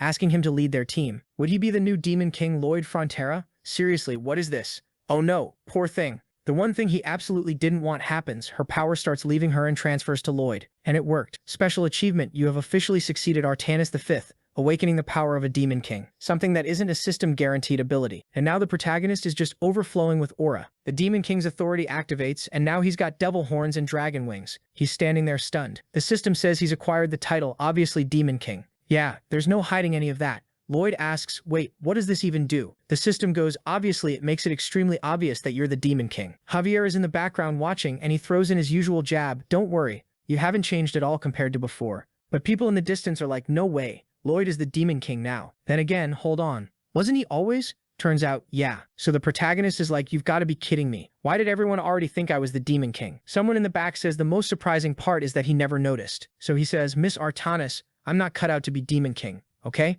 You should know that. 10 of me wouldn't match one Artanis. But she's still on the ground saying authority doesn't come from strength, it comes from deserving it. Then the system explains that demons obey the Demon King's orders, even if those orders involve manual labor. And at that point, he's like, maybe he can give this Demon King thing a shot. Then the wedding happens, and Lila is all emotional clapping, Javier says, well, at least the horns are disappearing. The protagonist thanks him, saying it'd be tough walking around with that thing on his forehead. Watching the wedding makes Lloyd remember parts of the story people talked about. Count Crimu asks Javier what happened to the servants from the destroyed Frontera territory. Javier answers that they were all sold as slaves. Lloyd's face hardens immediately. Let's go, Javier. We need to fix that now. Javier just gets up like, yeah, and off they go to Yongyong. After hearing Lila and Artanis' story, the demons agreed to move. They quickly finished getting ready. Meanwhile, down in the Demon King's castle basement, there was an artifact called Chibong Hoog that created a barrier. The name was obviously pretty confusing. Yeah, this has to be a spoiler from some other story, right? But the little creature bites her hand and the barrier breaks. Oh, now it clicks. It's probably Bisteka's spirit that little dragon Kritis has. The ice dragon. Maybe? The story says the design clearly looks like dragon power, and she hands it to the protagonists, saying it's a gift from the Demon King. He can generate cold air anytime, anywhere. Lloyd smiles, saying he knows exactly where to use it. Now they're at the mountain peak and he calls all the demons over and tells them to listen. From now on, they're moving to the Frontera village. But before that, they're going to work hard to build a trade route in 1 year. Artanis is smiling. Then her face freezes. She forgot to keep the 24-hour foresight running on him the whole time. The protagonist is thinking demons survive famine so they can work on little food. And most of them have the strength of an orc. I'm not letting workers like that go to waste. The friend next to her says, Artanis, didn't you say he was pure-hearted? She just answers that, well, he's the Demon King now. Not much anyone can do. With the power of 3,000 demons, construction is about to start. He wants to activate time freezing and start immediately. But to begin construction and lock time, they first have to build a village where everyone can sleep and live for a year. And since everything outside will be frozen, all food and supplies have to be stored inside. All the demons gather to see him. Lloyd swings his hand to the side, wipes it across his face, and orders a transformation. His face changes, horns appear with wings, and he shouts that Lloyd the Demon King has arrived. His aura expands, and he's thinking, I didn't know what to do with this, but it's actually pretty awesome. Javier off to the side. Young master, for the love of God, don't do that. Even I'm getting secondhand embarrassment standing next to you. The protagonist says, I'm awesome, okay? Don't look at me like that. Javier says he's acting like a kid. Lloyd answers, you don't get it. There's a huge difference between demon and demon king. I need to look cool and authoritative so they respect me. Javier tells him to look at Artanis. Even she's embarrassed by how he's acting. Lloyd pauses, annoyed, but he's not giving it up. He shouts, demons, listen to me. Everyone just stands there. He asks why nobody's responding. Aren't they seeing the horns and the wings? He's the Demon King. They all go, yeah, we see them. So he asks Artanis, can demons not hear? Why aren't they acknowledging me? She explains, demons aren't obedient. In ancient times, the strongest became the Demon King, so authority comes from the legitimacy of strength old principles. Since she recognized Lloyd, they'll obey him as Demon King. But of course they'll still be unhappy. He thinks, if they're like this, my productivity is going to be terrible. I need to prove my plans are legitimate, but that'll take time. Then he asks, if I beat the strongest one here, will they listen more? She says, unfortunately, because of a Kratos order, physical duels are forbidden. But there's one kind of sanctioned duel Kratos allows. It involves superior instincts and instant judgment, lightning-fast reflexes, and extremely sharp perception. To win, you have to be an expert in all of it. And that duel testing the limits of the human body is called rock, paper, scissors. The protagonist stares, then his face goes blank. Rock, paper, scissors. Don't people play that in Korea? Did the author put that in, or was this Kratos guy just weird? Still, if there's any game a con artist has a chance in, it's this one. He says fine, he'll convince everyone. He announces, I don't like working with people who won't cooperate. I'm confident you'll like this project, but it'll take time. So for now, we'll settle it with a duel. If I win, you'll join the construction happily. So the strongest one, step forward. The purple-haired guy steps up and says fine. He pays respect to the one who now holds the Demon King's authority. Lloyd smiles and all the demons start banging their hoes on the ground chanting, rock, paper, scissors. Lila tells her mom, no, he's a good person. They can't kill the Demon King. Her mom says it's a sacred duel. They can only watch. The two stand face to face and crack their hands. In the background, Javier asks Artanis, what kind of duel is this exactly? She says she'll explain the basics. A fully clenched fist is the hammer that destroys the earth. 2 fingers extended are the scissors, the guillotine of the heavens. And an open hand is the cloth, which is, well, cloth. That's basically it. Javier asks why nobody respects paper and she says it's part of Kratos' teachings. The hammer destroys the guillotine. The guillotine cuts the cloth, and the cloth covers the stone. During the count, both warriors choose 3 weapons across their 2 hands. At the end of the count, they discard one hand and present the other. Based on weapon compatibility, the winner is decided. Javier is genuinely impressed. This looks like a kid's game, but it's definitely a duel that shows who's stronger. They're both at Swordmaster level, and any tiny muscle movement could give away your choice. What trick is Kim Suho going to use to solve that? Artani shouts for them to get ready. Scissors, the protagonist prepares. Rock, the demon keeps his hands behind his back. Paper, and Javier doesn't get it. Why was Lloyd setting up his attacks like that? It looked like he had 2 scissors, meaning he could only tie or lose. Maybe he misunderstood the rules. Then the protagonist makes a horrible face and fakes him out. and the demon panics, throws his hands out like, wait a second, too late. Everyone sees it. With open hands, the demon gets shredded by the protagonist's two scissors. Lloyd asks if he's going to work or not. The demon drops to his knees, defeated. Javier thinks this is absolutely dishonest. He clearly cheated again. Another reference. Artanis is moved, saying he's the legendary one, the one who wins before the attack. Javier is confused. Wait, there's a legend like that? The same thing happens in the other story. The guy is crying, shouting, demons kneel, and everyone obeys. The protagonist spreads his wings, powers up the horn, and turns around. Under the commands of the true Demon King, from now on they would begin digging into the mountains. Javier just wonders when he's going to stop acting like this. Next chapter. They're back on the dragon, and the protagonist learns through Alicia that everything he'd fixed from the city of Crema to the desert was kind of returning to its original state. The phenomenon was progressing faster than he expected, probably because he was trying to stop it. It was accelerating even more, and the biggest worry is the queen's corruption. But for now, there's no sign of it. His brother, his mother, his father, the whole territory. At one point, he thought there was no way to save everyone, that everything he saw in the future would happen. But now things were finally becoming possible, because he had a camera installed that can see the future. Artanis, the queen of forecasting. They go visit his parents, and the protagonist says, you saw her at the wedding. This is the 5th demon queen. His dad isn't even surprised. Ah, now I get why your horns are so impressive. You're the demon king, huh? Amazing. His mom compliments her. You're so beautiful, but I thought demons look scary. Artanis says the fact they aren't surprised is what worries her most. Lloyd cuts in and says the real problem is the restoration phenomenon. The goal is to solve it once and for all. But if the disasters happen before he finishes, then none of it matters. That's why Artanis is here. She'll check their future daily. Julian and Sherazade, his wife, have also been called to the territory, so Artanis can keep an eye on them. And with that, he starts calling everyone in. All veteran engineers will now focus on the Demon City project. Greg and Cogitus will go together to monitor any mechanical issues. There's a lot to build, so the orcs are going too. Cougar is coming along, and Lloyd says even Farron, newly married, isn't staying home to enjoy his honeymoon. The scene cuts to the big purple demon, still don't know his name, using his abilities and tearing up the terrain. They had 8 swordmasters, so setting up the camp was easy. And with the variety of monsters, they had every kind of power they needed. Lloyd is shouting, amazing demons, obey your lord and you'll become kings of efficiency, while Javier is dying of embarrassment. Then it jumps again. He's already taken off on the bird too, saying the rate design is finished. The scene goes to Artanis on her first day checking on the parents. She stops in front of Arcos and Marbella and starts looking with a little smile. Suddenly, she starts trembling, her face turning red. Arcos doesn't get it. She's almost crying, her eyes burning because she can't blink. He keeps asking what's going on, and she suddenly jolts and says, oh my god. They ask what it is, and she, blushing, says, let's just say the harmony and connection between the two of them is impressive. He immediately understands what she saw and covers his face. And just as Julian shows up, she sits them both down in front of her and covers her face again, saying that their connection really is powerful. But anyway, we're back with Lloyd saying they're going to spend a year in this temporary camp. Everyone there is really different, and it's a total mess. Even so, they were cooperating. Working together toward the same goal would make them even better. Meanwhile, he's thinking off to the side. Of course I couldn't call the elves. They'd see I'm destroying all the forests. Javier is just watching quietly from the corner. Then the protagonist yells that from now on, the real work is going to start. He immediately starts walking and goes, Javier, I'm going to check the route path and freeze time. While I'm doing that, make some steel bars. Javier asks if he's supposed to do it alone. The kid answers, come on, I'm a swordmaster with the Hell Song. Nothing can touch me. It's been a while since we've seen the King of Hell who wants to hunt him in Aslad. Still, here we are in the middle of the mountains with the protagonist handing a little letter to Yong Yong, saying his mission is over. He's going to join the construction crew and can go to the camp. Actually, Yong Yong brought a letter, saying his parents will be safe for the next 24 hours. At that moment, she was teaching the border people every farming technique they knew, and it was amazing how everyone there was kind and had zero prejudice.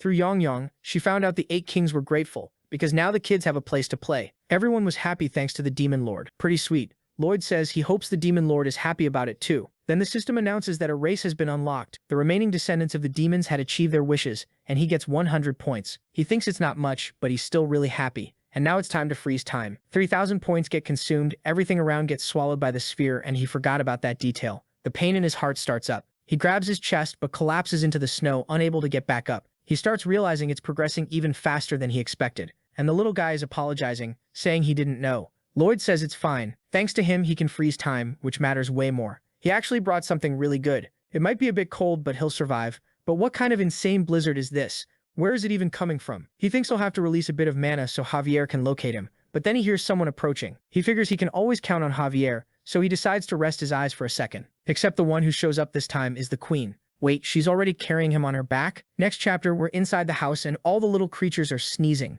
It's freezing. Bangu is trying to work, but Javier tells her to rest a bit. Making steel in that weather was impossible. On top of that, Javier noticed that after they stopped time, Kim Suho's mana became completely unstable, probably because of the ice heart. He was thinking about going to check on him, but a bit earlier we see someone asking what this dome made of ice is. It's Alicia, wanting to know why she can't get out. Javier kneels and says, "Your Majesty, I must humbly inform you that you're trapped in here." She's confused that he's saying that out of nowhere, but she wants to know how long. He explains that, well, until construction is finished, so about a year. But she doesn't need to worry because time outside isn't moving, so it's basically just a vacation. Alicia puts a hand to her face and says, "This is getting ridiculous. At this rate, he's going to end up becoming the Demon King." While she's saying that, the demons are all off to the side staring at her. Before she can ask, Javier says, "Your Majesty, let me explain." She says, "No, don't explain anything. Just tell me where Lloyd is." Javier explains that he went up to the top of the mountain to inspect the construction. The blizzard seems to have been getting stronger and stronger since earlier. The queen says fine, she'll go check on him. Back to Javier thinking, well, the queen already went to look for him, so there's no reason for me to interfere. Inside a cave in the middle of the blizzard, the protagonist wakes up. Huh? He's tucked in on a little mat on the ground. He looks around. Wait, I'm in a cave, hold on. How did I end up here? And what is this outfit? This coat is weirdly luxurious. He turns around, thinking Javier brought his clothes back, but it's not Javier lying next to him. It's the queen. And her back and triceps, she's seriously built, and Lloyd is obviously sitting there not understanding what's going on. A little later, he sneaks over to cover her, tosses the coat over her, and mutters, "I don't want to owe this queen anything else because then she'll make me work again." But when he tries to run, his chest hurts and he drops to the ground. Any extra effort makes his whole body go cold. From behind him, the queen says he's not in good condition and tells him to come closer. He immediately starts talking all dramatic. "Incredible queen of these lands, most deserving." She tells him to shut up and come closer. He moves in, brushes some snow off her, and she tells him to get closer, then pats the spot beside her. What is this? She's calling him into her lap. He looks but then lies down flat on the ground like a plank. She asks if he's messing with her. He says, "You told me to lie down, so I did." She points to her thigh and tells him to lie there with his head there. The protagonist looks and gets all awkward. "I don't understand anything." So the queen grabs his head and drops it onto her leg, taps his chest and starts sending mana into his chest. Lloyd realizes, wait, how is the queen's mana entering my body? To do that, you'd need Azraham's heart technique. The queen cuts him off, saying she noticed that ability while training for a few days with Javier. Both of them could amplify their power without increasing their own mana, and the secret was absorbing and using external mana. Lloyd is impressed. She understood Azraham's method from just training. As expected, she's on another level. For some reason, when he tries to absorb Javier's mana, his body rejects it, and other people's mana doesn't help much either. The queen asks if he feels a bit more comfortable, and he says yes. She smiles at him and says that's a relief. The protagonist blushes and starts spinning around like a top. She grabs his face, pulls him back, and tells him to stay still. Wasn't he the one who told her that sometimes she needed to rest? Lloyd is bright red, repeating to himself that this isn't comfortable at all. It's extremely uncomfortable. Then he asks, "Why are you all the way out here, Your Majesty?" She says it's because she wanted to see him. The protagonist gets all embarrassed. Why is Lloyd Frontera refusing his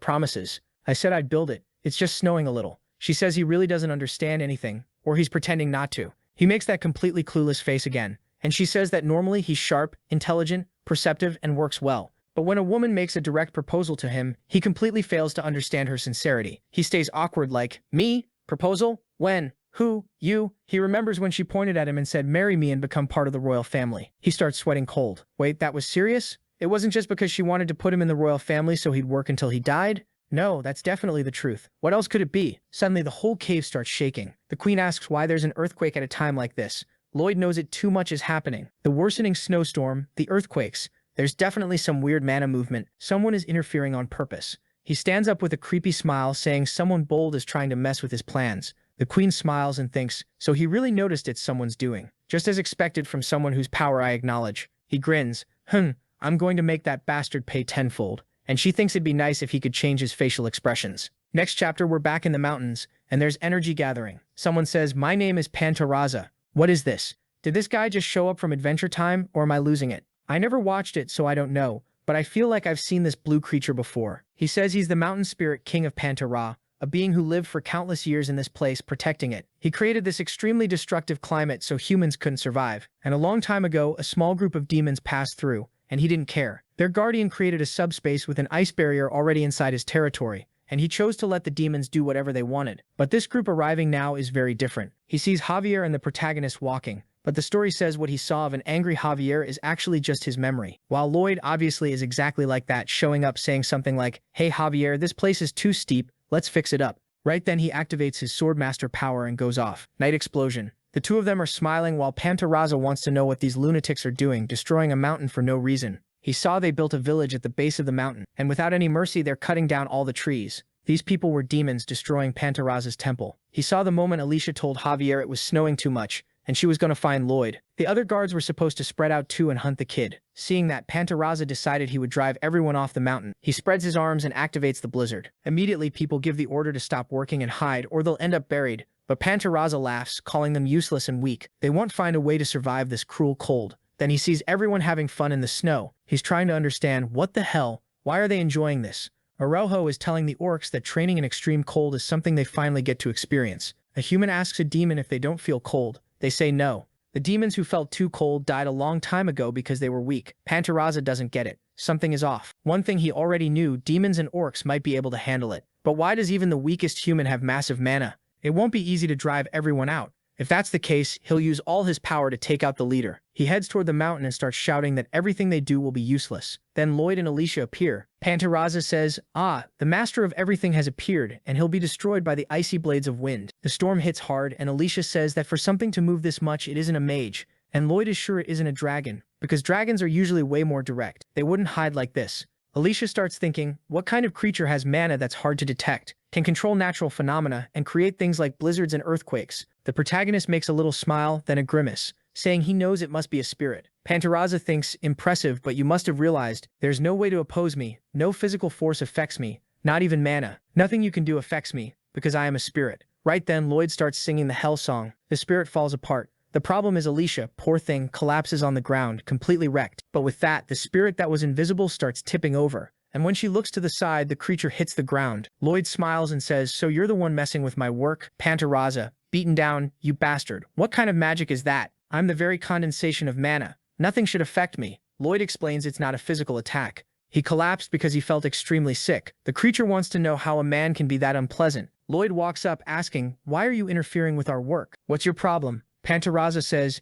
you're asking me why? Like you don't know? You damn humans are always destroying nature. I won't let you. And then he gets smacked right in the middle of the head. But the spirit goes flying, laughing, saying Lloyd's mana is interesting. But that's all. It's impossible for anything to affect him. Lloyd gets ready to sing again, and Panteraza tells him, wait a second. At that exact moment, Alicia comes in and smacks Lloyd on the head, telling him not to do that. He should think about who's nearby before using that. If he sings that again, she never wants to see him again. After that scolding, Lloyd is genuinely shaken, standing there crying. She can tell he's shaken up and goes, sorry. I wanted to just let it go. But then all of a sudden the spirit starts expanding his aura, saying the fun's over. The mana spread across the mountains begins to move, flowing toward him. He warns that they're screwed. He and the mountains are one, and he hadn't wanted to kill them, but now that's changed. He has no choice but to end this.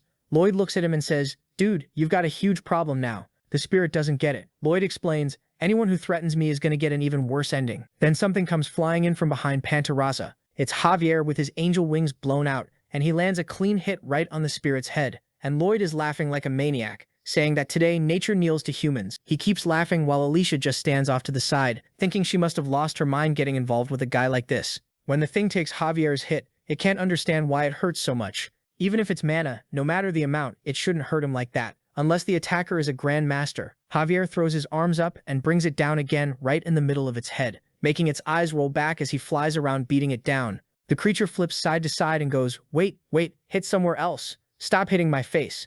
But now it's tiny on the ground with a pile of claw marks on its head. Apologizing, Javier pauses, looks down, and there's Panteraza, all small, saying he's lost all his mana. He's tiny now. There's not even anywhere left to hit. Javier still draws his sword again, grabs the tip, pulls it back, and smacks him with the flat of the blade. Pulls back again, smacks him again. Even Lloyd has to tell Javier to take it easy. Why is he hitting someone who can't even fight? He really never learned that violence doesn't solve anything. Alicia thinks he only said that because they already beat him up and solved the problem. Then he picks Panteraza up. Man, are you okay? Spirit, are you alive? Javier moves in to hit him again, but the protagonist steps in. Stop, Javier. I said that's enough. Why are you being so cruel to this poor nature spirit? Alicia's thinking, there's no way a dumb plan like this works. They're being way too obvious. They're clearly on the same side. But Panteraza thanks him. Thanks for saving me. And now the protagonist is smiling. And wow, look at Javier's little smile too. This guy's changed. It's over. Alicia's wondering, Mr. Javier, since when is he like this? He's being influenced. These two are just criminals.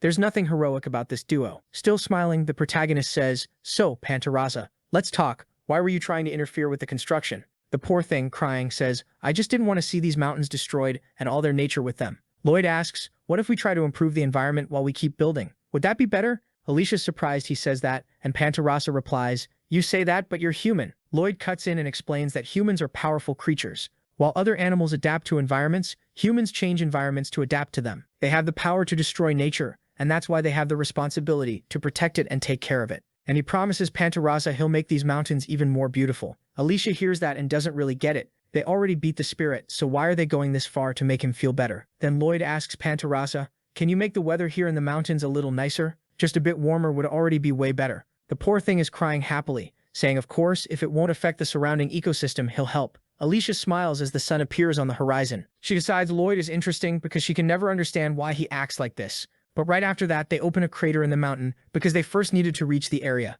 Around the mountain range, they were going to build the train route, and they also had to develop the track switching system. Step 3, build the train. They had already built several in Hell, so they had plenty of experience. And Artanis warned that demons suffer a lot just to survive, so they accept any job as long as they can fill their stomachs.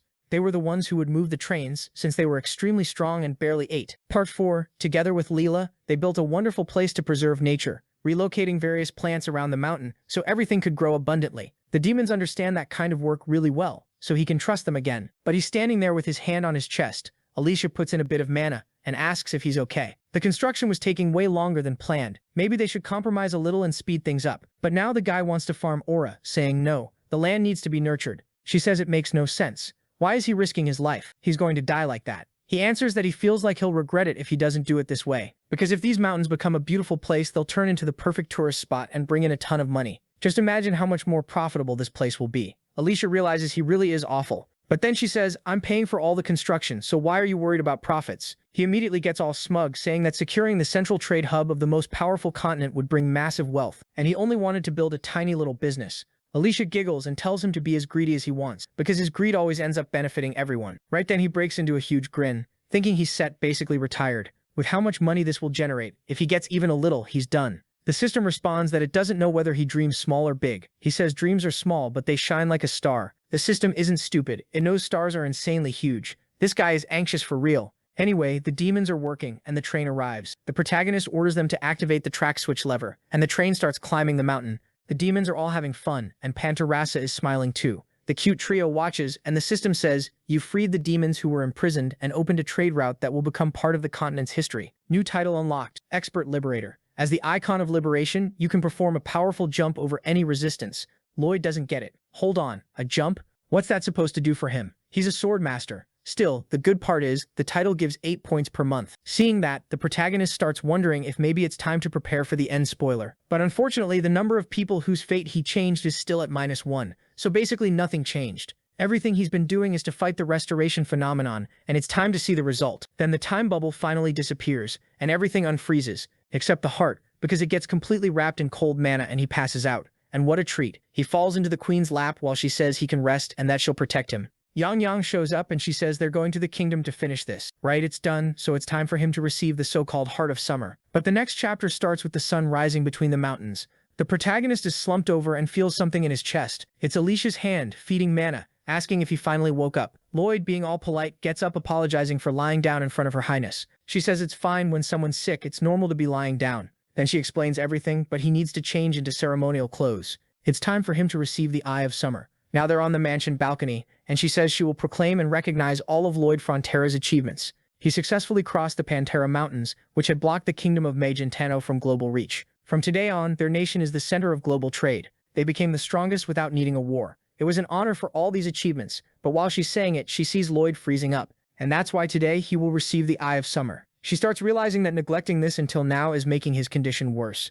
But the ceremony had to happen so he could receive the item legitimately. The chest appears. The protagonist's heart is completely blue. His eye looks lifeless, and it seems like the ice keeps spreading. The system is telling him to do something, and even the little butt guy is pounding on his heart, telling it to beat again. But then the politicians start. From this day forward, in this sacred history, this incredible relic known to all of us present here as the Eye of Summer, the ceremony, Lloyd is listening, almost passing out, his heart about to stop. The queen sees him start to stumble and he shuts down and falls. The system sends something I didn't understand at all. And here comes the Easter egg. Alicia draws her sword, already activating her aura, calls for Javier, who rises into the sky. She prepares the attack and charges straight in. A noble orders her to stop because the ceremony isn't finished, but she ignores him and cuts right through. Everyone panics, and the Eye of Summer appears and starts shining in front of everyone. But if it expands its aura, that's dangerous. It'll kill everyone. Javier moves in and throws up a barrier with his wings and mana to try to tank it, but in 1 second his skin is already melting. Alicia runs toward Lloyd, thinking none of what she's doing makes any sense. She's risking everyone's lives to save one person.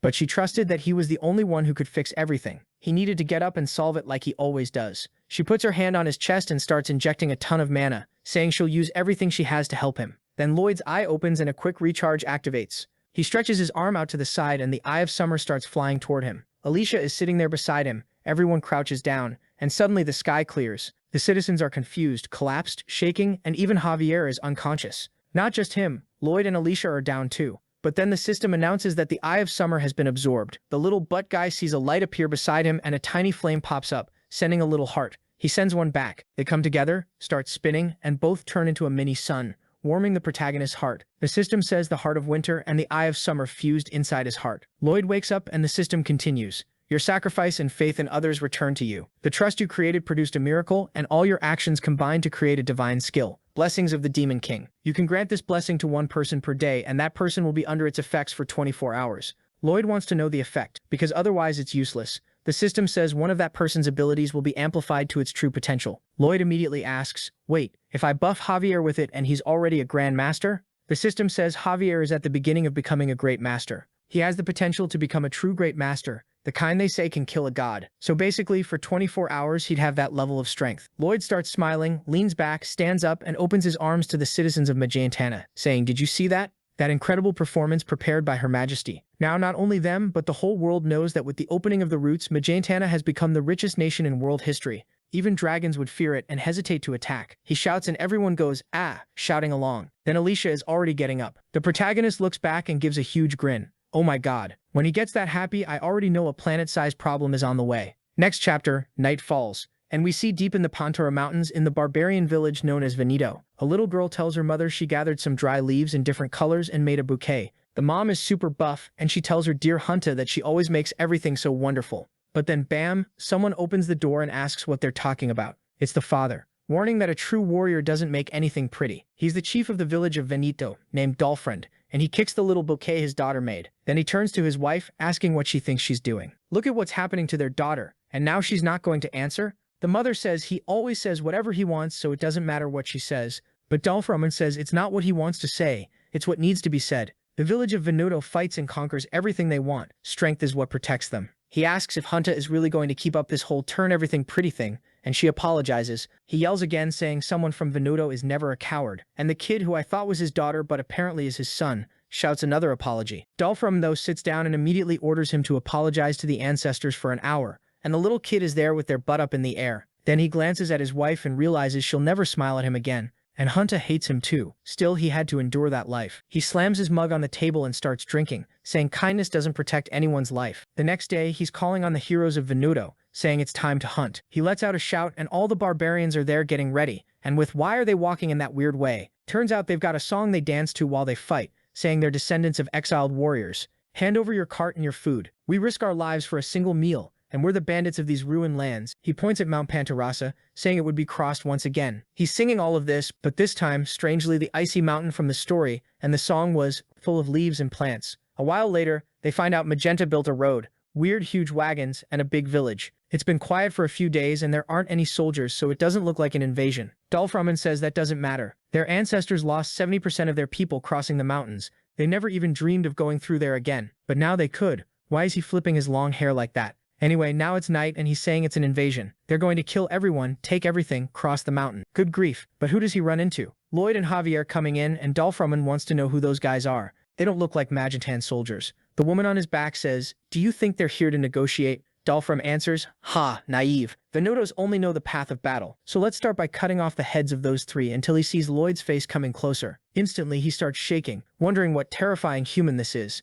The protagonist walks up. Hey, what's going on? I heard someone drew a sword and was heading toward my base. Are we settling this like civilized people or not? Right away, Dolfriend starts trembling. He's a Veneto warrior and he can't be afraid, but this guy is weirdly scary. Even that strange demon over there looked normal next to him. He's sweating cold but remembers he told his kid not to shake. A Veneto warrior is never afraid of anything. Nothing gets solved with words. Everything gets solved with strength, because that's what protects them. He works up his courage, raises his arm and says, we are Veneto, the vengeful descendants of the exiled clan, and we will advance, and he orders everyone to attack. Lloyd has already pulled out the shovel. There isn't even a fight. He just slams him down, pinned, and the protagonist asks, "So why did you want to get beat up that badly? I'm a pacifist, but look at you now. How about you leave and let our village stay peaceful?" I thought Dolphrum would be totally wrecked, but he's still there, saying that for Venuto, a fight only ends with death. If they let him go today, he promises he'll come back and take revenge hundreds of times if he has to. Lloyd steps closer. "Didn't you see the difference in power? We could wipe you out in an instant. Dolphrum won't stop. I'd rather die than surrender." The protagonist realizes it.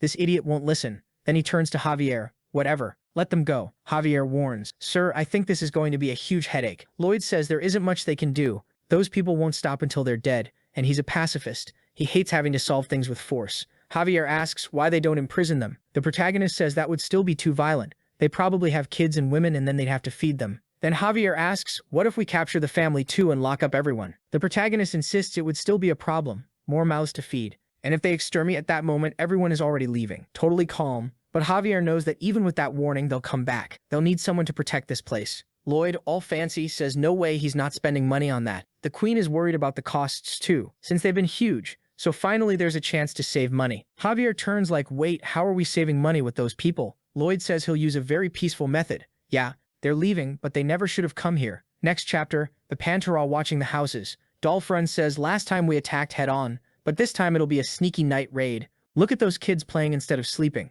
Perfect targets to use as hostages. The guy's already grabbed the first one. He whispers in the kid's ear that if he screams, he'll get 100 flicks to the forehead. Lily, looking around, asks her friend what they're going to do. They can't attack humans, but the little boy next to her says the Demon King warned them. There are two kinds of humans in this world. The humans you need to hit a little, and the humans you need to hit a lot. Then the kid starts transforming along with Lily and headbutts Dolphrun. Cut back to them returning to base all miserable, saying, so now what do we do? The kids from that place are stronger than us. Dolphrun says they're cruel warriors. They don't bleed and they don't shed tears. No matter the method, they'll win. But when he stands up, I think he's hungry. Yeah, that's it. Because of these attacks, they haven't been able to hunt or steal for days, and now his wife and Hunta must be hungry. But when he gets home, there's a huge boar on the table. Dolphrun recognizes it as a creature from the Pantera Mountains. But where did it come from? His wife says she went and got it herself. Who else would do it? Sure, but she hurt her arm hunting. Dolphrun gets awkward, then suddenly yells that hunting is a man's job. She should stay home and take care of the kids. She answers that only works if there's food to eat. Dolphrun really doesn't like that.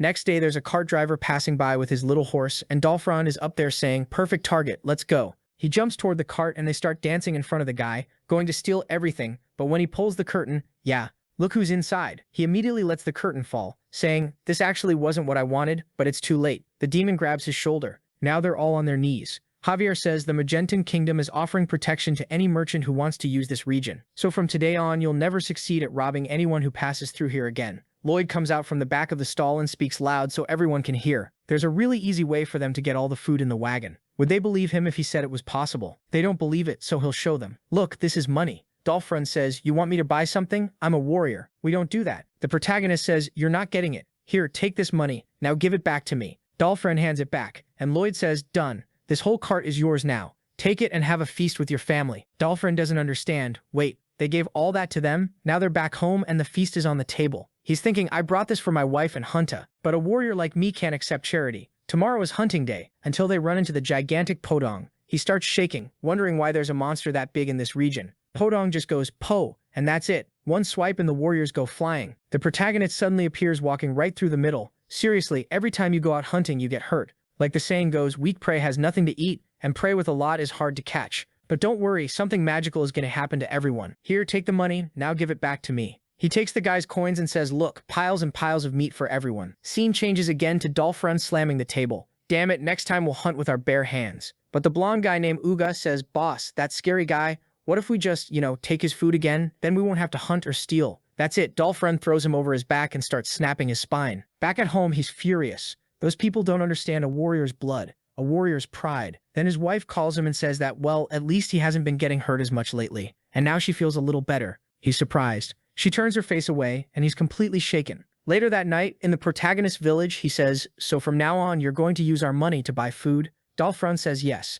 The protagonist says, that means we're partners. We just need to agree on a few details. Then he drops a stack of papers in front of him and says he just needs to sign here. He can trust them. They're the biggest financial group in the region. This is Frontera money. Dolphrun asks what that is. The protagonist is smiling. It's a small detail called a contract. He should read it carefully and choose wisely. Dolphron looks at it and turns away. He doesn't know how to read. Lloyd says, relax, I'll read it for you. Terms, conditions, and procedures. He starts rattling off a bunch of complicated stuff. For the short and medium term, the products provided through Frontera money would be defined and established in this purchase and sale contract, a loan established with the money. It's hard to follow. The payment period can be freely set by the contractor up to a maximum of 1 year, and early payments are also possible. The interest is 30% per month, and ignoring the cost results in penalties. If they return the loan in 3 days, the cancellation could be delayed with... He just keeps going and going, basically saying that if they delay payment even more, they'll pay 45% extra. He asks if Dolphron understood. Dolphron says he heard everything, but didn't understand any of it. The protagonist says it's fine. He can trust him. Sign here. Put your name right here. Dolphron says, I don't know how to write my name. The protagonist says, I'll show you. Your name is Dolphron, right? And that's it. The contract is complete. From now on, all that money belongs to him. Dolphron is overwhelmed. So with this, I can buy food in your village? Lloyd says, of course. Food, clothes, entertainment, money can get you anything. You don't need to kill, steal, or get hurt to get what you need. Dolphron gets emotional, remembering his wife saying she's happy he isn't getting hurt anymore. He remembers he used to fight with Hunta because she was bad at hunting. How was she supposed to fill her stomach? He bites his lip, gets choked up, and thanks him, saying he'll use the money well. He really saved him from that life. Bang, he closes the door and the protagonist is standing there smiling. In Dolphron's village, he tells everyone, he got this loan thing where you get a bunch of coins. Next thing you know, the whole village is at the protagonist's door. In the morning, everyone's celebrating with their sack of gold, and he's in the background with that evil-looking grin. Javier says, sir, I think you went too far this time. This feels excessive. Lloyd turns and says, oh yeah? Did I force anyone to come here? Did I threaten anyone with a knife? Did I lie to them? I didn't do anything. They came here wanting a little money. Don't make me the bad guy here. Javier answers, when you put it like that, it actually makes sense. The story says Javier basically gives up and just accepts it. But then the system shows up to teach a lesson. I'm the system, and I shouldn't be telling you this, but whether you're Suho Kim or Lloyd, you'd know loans like this ruin people's lives. Lloyd thinks for a second and says he's lending money, not taking it, so his life is fine. And then the system shows his karma, which instantly jumps from 37 to 156. Meanwhile, down in hell, look who's there. Carlos watching our boy's karma. He had 8 trillion positive karma and 150 negative. He doesn't say a single word, but we're back in the village of Dolphron. He opens the door wanting to know what happened. Lloyd standing there with that clueless look on his face like, what are you doing here? The protagonist goes, what do you mean? I came to collect the money. Dolphron confused. Money? What are you talking about? Lloyd explains you borrowed it and now I need you to pay it back. The poor guy answers, I have to pay it back? I thought you gave it to me. And our boy explains it was all written in the contract. He's borrowed a total of 10 million so far. Divide that by 12 and it comes out to 833,000 a month. With 30% interest, his debt has piled up into 1 million gold by now. Right away, Dolphron goes, hold on, this is what that contract said? He says this is robbery, that Lloyd is a criminal. The protagonist is just standing there smiling, all calm. And then it's like, seriously, are you out of your minds? You're trying to scam the Fronteras, is that it? Looks like you need to be punished. Dolphron immediately takes off running, grabs his wife and daughter, and everyone storms into the village and somehow they rebuilt his house. They made it look nice. He has no idea what's going on. Like, my old house is suddenly shiny and pretty. His wife says they finally won't have leaks anymore, and his daughter notices the floor is warm. Lloyd goes, see that? Look how good we are at building. Now imagine how much better we are at destroying. Dolphron's thinking, damn it. A guy who builds you a house for free would definitely tear it down for way less. But where is all this money coming from? Then he suddenly says, hey, lend me more money. I'll pay my debt with the money I borrow. His wife grabs his shoulder and slaps him across the face, telling him to get a grip. Then she goes up to Lloyd and says she'll try to fix this somehow. She just needs a few days. But the protagonist gives her this look like, and how exactly are you going to fix it? Are you planning to go off to some faraway land and steal valuable stuff? Or what's the plan? She says no. Finally, the village doesn't need to steal anymore or take part in those risky hunts. Nobody's getting hurt anymore, and it's the most peaceful the village has been in years. Lloyd smiles and says, all right, fine, I'll help you. It's sad that it has to come to this, but I guess I'll have to provide jobs for everyone in this village. Anyone who works with me gets their interest reduced to 0.5%, and the repayment period goes from 1 year to 10 years. It's really hard for me to offer something like that because I'll have to teach you what tools you need for the job. But it's fine. Even if you're not that good, I'll teach you everything you need. Welcome to the amazing opportunity of the civilized world. My God, and people are commenting. Absolute scam. But then the system says his positive karma went up, and Helkaros is standing there with his arms crossed, furious. When someone's positive karma score goes over 100 million, when they die, they're guaranteed to go to heaven. There's no way to drag them to hell, and there's no way he was going to lose his slave like that. So yeah, his Lord of Death needs to start moving. Seriously, he's terrifying. And I still can't get over how badly he humiliated those poor barbarians. They all got enslaved. Next chapter, the sun's blazing. The guy pulls out his tie and briefcase, acting all important, and there they go dancing again, except this time it's toward work. The music changes, everyone's hammering, saying they're warriors who sweat drop by drop. They pay their bills like real hunters, but now without stealing or killing, just with an easy job. And then it immediately cuts to him completely exhausted, getting roasted by the sun. And Lloyd shows up like, hold on, you didn't think it was going to stay easy forever, did you? The song keeps going, saying that as night comes, they get ready to clock out, saying goodbye to another glorious day. They slam the door shut. The smell of food makes them feel at home, but then it cuts to him arriving all happy, bringing a little loaf of bread, except his eyes aren't the same anymore. He's beaten down, but his family is thrilled, and Hunta brings a flower vase, telling him to look at what she built, and he says it's getting prettier every day. And the little song keeps saying the bouquet the child made his heart bloom, and the kiss from the wife he loves carries him to a golden field. No stealing, no killing, just the reward of hard work. Cute. Kind of a scam though. Damn you, Lloyd. And from far away, the protagonist is listening, I guess to the wife saying she's going to start working too, and then everything will be even more comfortable. The husband says it's harder than she thinks, but she says it can't be harder than hunting. Then out of nowhere, Lloyd gets all sad, having flashbacks of his dad working. He used to wonder why his dad always tried to bring something home after a day of work, and he remembered the sweet smell that spread through that moldy apartment. His dad and mom were two people he lost without being able to do anything. But no, this isn't that anymore. He remembers Arcus and Marabella and says they're still there. There are people he has to fight for, and he calls Yang Yang. The dragon shows up and Javier wants to know, are we going to look for another way to resist the restoration phenomena? Lloyd says of course, but first there's something he has to deal with. One problem he left unfinished, the gate of hell up in the mermaid's Arctic. Just like he expected, the heat there is insane. That's why he brought Bistica's spirit. And wow, he sticks his finger into the creature's mouth right on its tongue, and it starts trembling, its eye glowing. It falls into the water, makes a geyser shoot up toward the barrier, and it looks like they plugged the gate of hell. Done. The protagonist is already leaving, saying it's nice and cool there now. Not for a second had he stopped wondering how he was going to seal off that hellish heat. Javier's thinking, I knew it. He acts like he doesn't care, but he always takes responsibility. But weirdly, Lloyd goes, I hate demons. They keep opening this gate of hell like it's nothing. How would we stop it if it weren't for Bistica? Javier looks at him from the side like, sir, you do remember you were the one who opened the protagonist cuts him off. Yeah, but it's fine. Good thing we managed to fix it. Now it's time to move on to the restoration phenomena. He's completely ignoring it, thinking, and this is the Demon King's baptism. The person who gets chosen for amplification. Wait, is he going to amplify Artanis's power? The world's going to explode.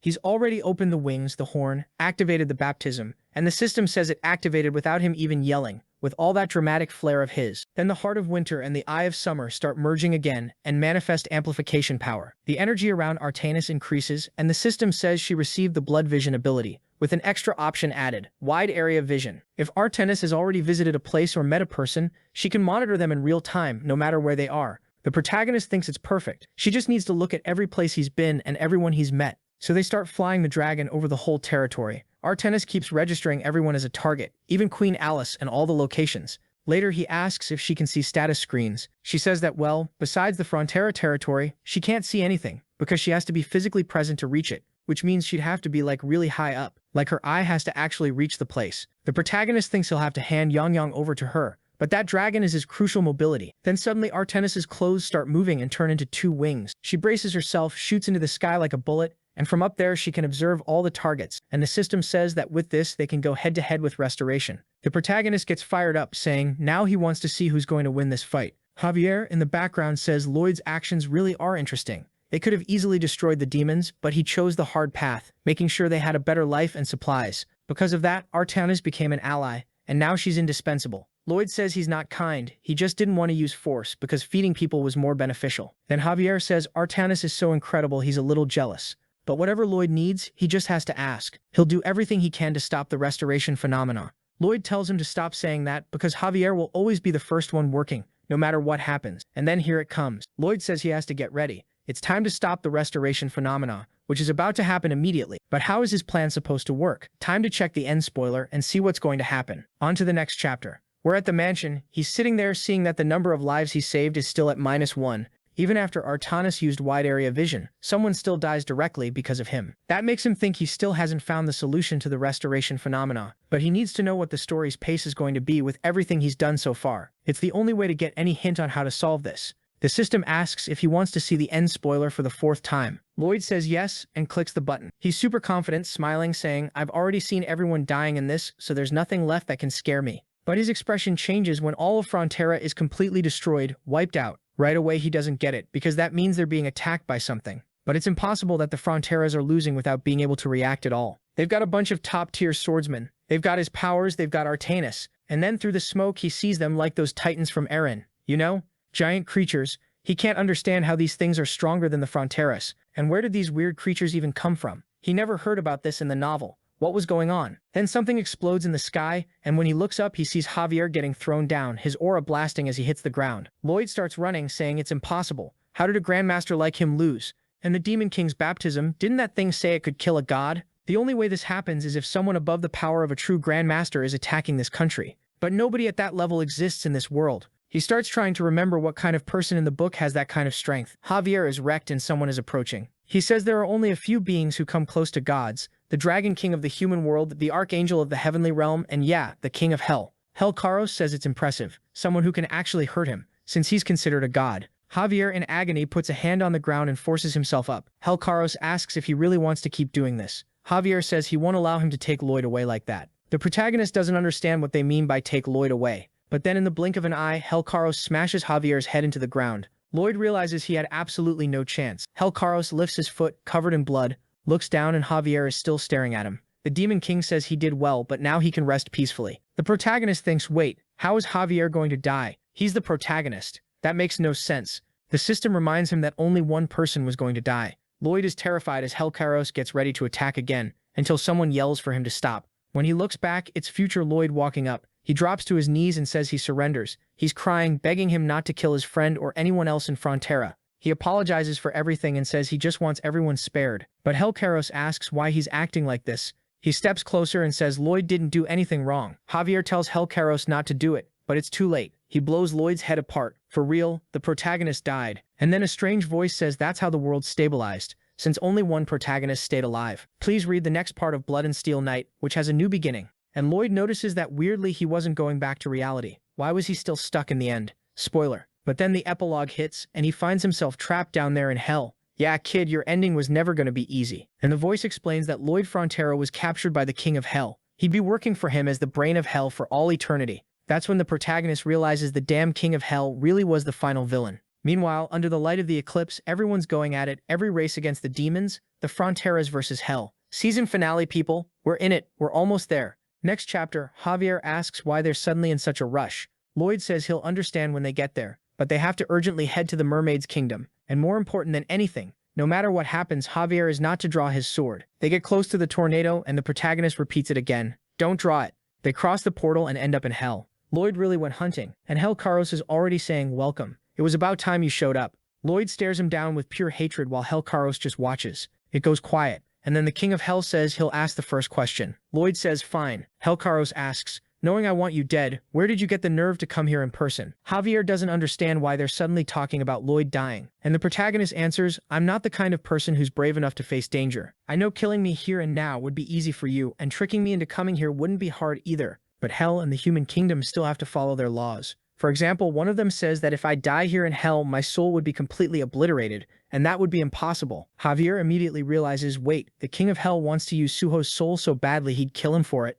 Helcaros claps and says he's impressive. His judgment and confidence are unbelievable, and that's exactly why he wants Lloyd. But the protagonist says, Helcaros, don't you think our age gap is kind of huge? The demon laughs again, saying it's that kind of nerve that makes him like Lloyd. But since Lloyd came all the way here, it's time to satisfy his curiosity. Lloyd says, I'm human, which means one day I'm guaranteed to die. So why are you going so far as to come to the human kingdom just to kill me? If you just waited for me to die naturally, that'd be basically a blink of an eye for the King of Hell. The king answers that yes, it would be easier to wait for a natural death. But as Lloyd knows, there are certain unbreakable rules in this world. He expected Lloyd to commit incredible cruel crimes to create the Jewel of Truth. But no. Everything Lloyd leaves behind has been positive. Almost everyone he's interacted with has had their life improve and become happier. Because of that, he's piled up way too much merit. And right now, he has so much merit that his soul will automatically be taken to heaven. And that's not what Helcaros wants. Lloyd asks, wait, so you're going to kill me because I built up too much merit? Helcaros nods, yes. But Lloyd thinks it's weird. As far as he knows, the King of Hell can't just cross into the human kingdom whenever he wants. So how exactly is he going to do it? Helcaros says his kindness is over. Like Lloyd should be able to guess. He's not exactly a good person. The protagonist says that's fine. No need to apologize, he'll figure it out himself. The king sighs, ah boy, you really want to live. But from now on you'll fight the phenomenon of restoration until your last breath, all while the king of hell is right here waiting for your soul. The calm, peaceful retirement you dream about is gone. What's the point of living a life like that? And why do you work so hard to protect something like it? The protagonist stays quiet, then says that suffering and fighting until the very end, that's what gives his life meaning. Hellcaros says fine then, he'll be rooting for him. Come on. The scene switches to Artanis up in the skies, activating observation across the whole region with the Blood Pact, seeing the horse people, the mermaids, everyone. She looks at Frontera City, the bridge, the Magenta Palace, where strangely there's a drop of blood running over the castle. Then out of nowhere Aslodia appears in Alicia's room and attacks her from above, but she was ready. She says if she'd neglected her training this would have been the end. She slices him in half but he turns into a puddle of blood. Before she can react, he explodes into a pool of poison. She recognizes it as the same as before, only way stronger this time. And in the blink of an eye, she's back in that illusion again, and half her face gets taken over immediately. Alicia isn't stupid. She already knows this is the phenomenon of restoration acting on her. Her child version is there, telling herself something is wrong. She'd already overcome this curse. Then she realizes she really was destined to go insane. But she tells the girl not to worry, because now he's with her. And then, nice timing, our guy shows up. Next chapter, Under the Moonlight. So Artanis already warned him, the protagonist already arrived, he's right beside her. What, so was that fast? So she killed Aslodia? It's confusing. Lloyd says he got there quickly. The problem now is how he's going to remove the poison. The queen is essential to his peaceful future. She's the only person who can run the country while he lives a calm, lazy life. She's the one who keeps everything stable so she can't die like this. He asks Artanis if it's possible to track the blood that attacked her. Artanis apologizes. Once the blood disappears, it's impossible for her to see it. But she does know what magic is being used. Black magic left behind by the former god of darkness, Maleficarum, and the curse left on Alicia comes from the same source. It amplifies the weaknesses in the heart and drives the person insane. And she also knows the cure. The cure in the end is a kind of mana. The curse is spread throughout Her Majesty's body and has to be purified one by one. Lloyd says perfect, so they just inject his mana, or Javier's and break it. But Artanis says unfortunately Javier's won't work, because the curse is fused with Her Majesty's heart. If any other mana tries to get close, her mana will react negatively and spread. The only mana her body will accept is from someone she completely trusts, someone who would support her unconditionally. The mana of someone she loves. Lloyd understands immediately. They're screwed. There's nobody like that. How is he supposed to find someone to make the queen fall in love? He says it out loud, and the two of them just stand there in disbelief. Artanis starts, I think Her Majesty. But Javier cuts in, yeah, that's going to be really hard. But since she's a close friend of yours and trusts you, why don't you try? Artanis goes, Javier, I don't think she sees him as a friend. Javier says, no, it'll work. It'll work, trust me. Lloyd thinks, well, if she thinks of me as a friend, maybe it'll work, I'll try. Artanis is wondering if he's actually an idiot, while Javier tells her, when it comes to this stuff he is, so just pretend you're friends. That works on Lloyd, and he tells Artanis to keep an eye on the phenomenon of restoration. If Artanis needs help, Javier should go with her, and Lloyd will try to help the queen. He gets ready, saying he's going to find that bastard blood. He takes her hands, his mana starts flowing through her body, and he sees strange purple particles inside her. He moves toward the first one, saying that's a target, and hits it dead on with his mana dissolving it. But his mana dissolves along with it. At this pace, having to control mana with that much precision, it's going to take a long time. But then the queen starts to writhe, gritting her teeth, and it looks like the curse eases up a little. Lloyd realizes she's been fighting desperately too. If they can't find the cure, they at least have to help her survive it. He decides to give it everything he's got and starts pushing a huge amount of mana through her body. Meanwhile, inside her consciousness, child Alicia is running from red tentacles closing in. She has a sword in her hand but can barely react, and tree trunk roots grab her by the neck while she cries for help. Suddenly, she hears Lloyd shouting for her not to be afraid. He's coming. She seems to recognize the voice, raises the sword, cuts through some roots, cuts more. But even more come in, the ground explodes. Still, she breaks free again, screams, and manages to tear everything apart. But it doesn't stop. Another storm comes and starts wrapping around her whole body. She gets buried, tries to protect herself, but she can't get out. Until Lloyd's hand appears and starts counting 1. She counts 2, and on 3 he rips the roots apart. The protagonist smiles, she's overjoyed and hugs him.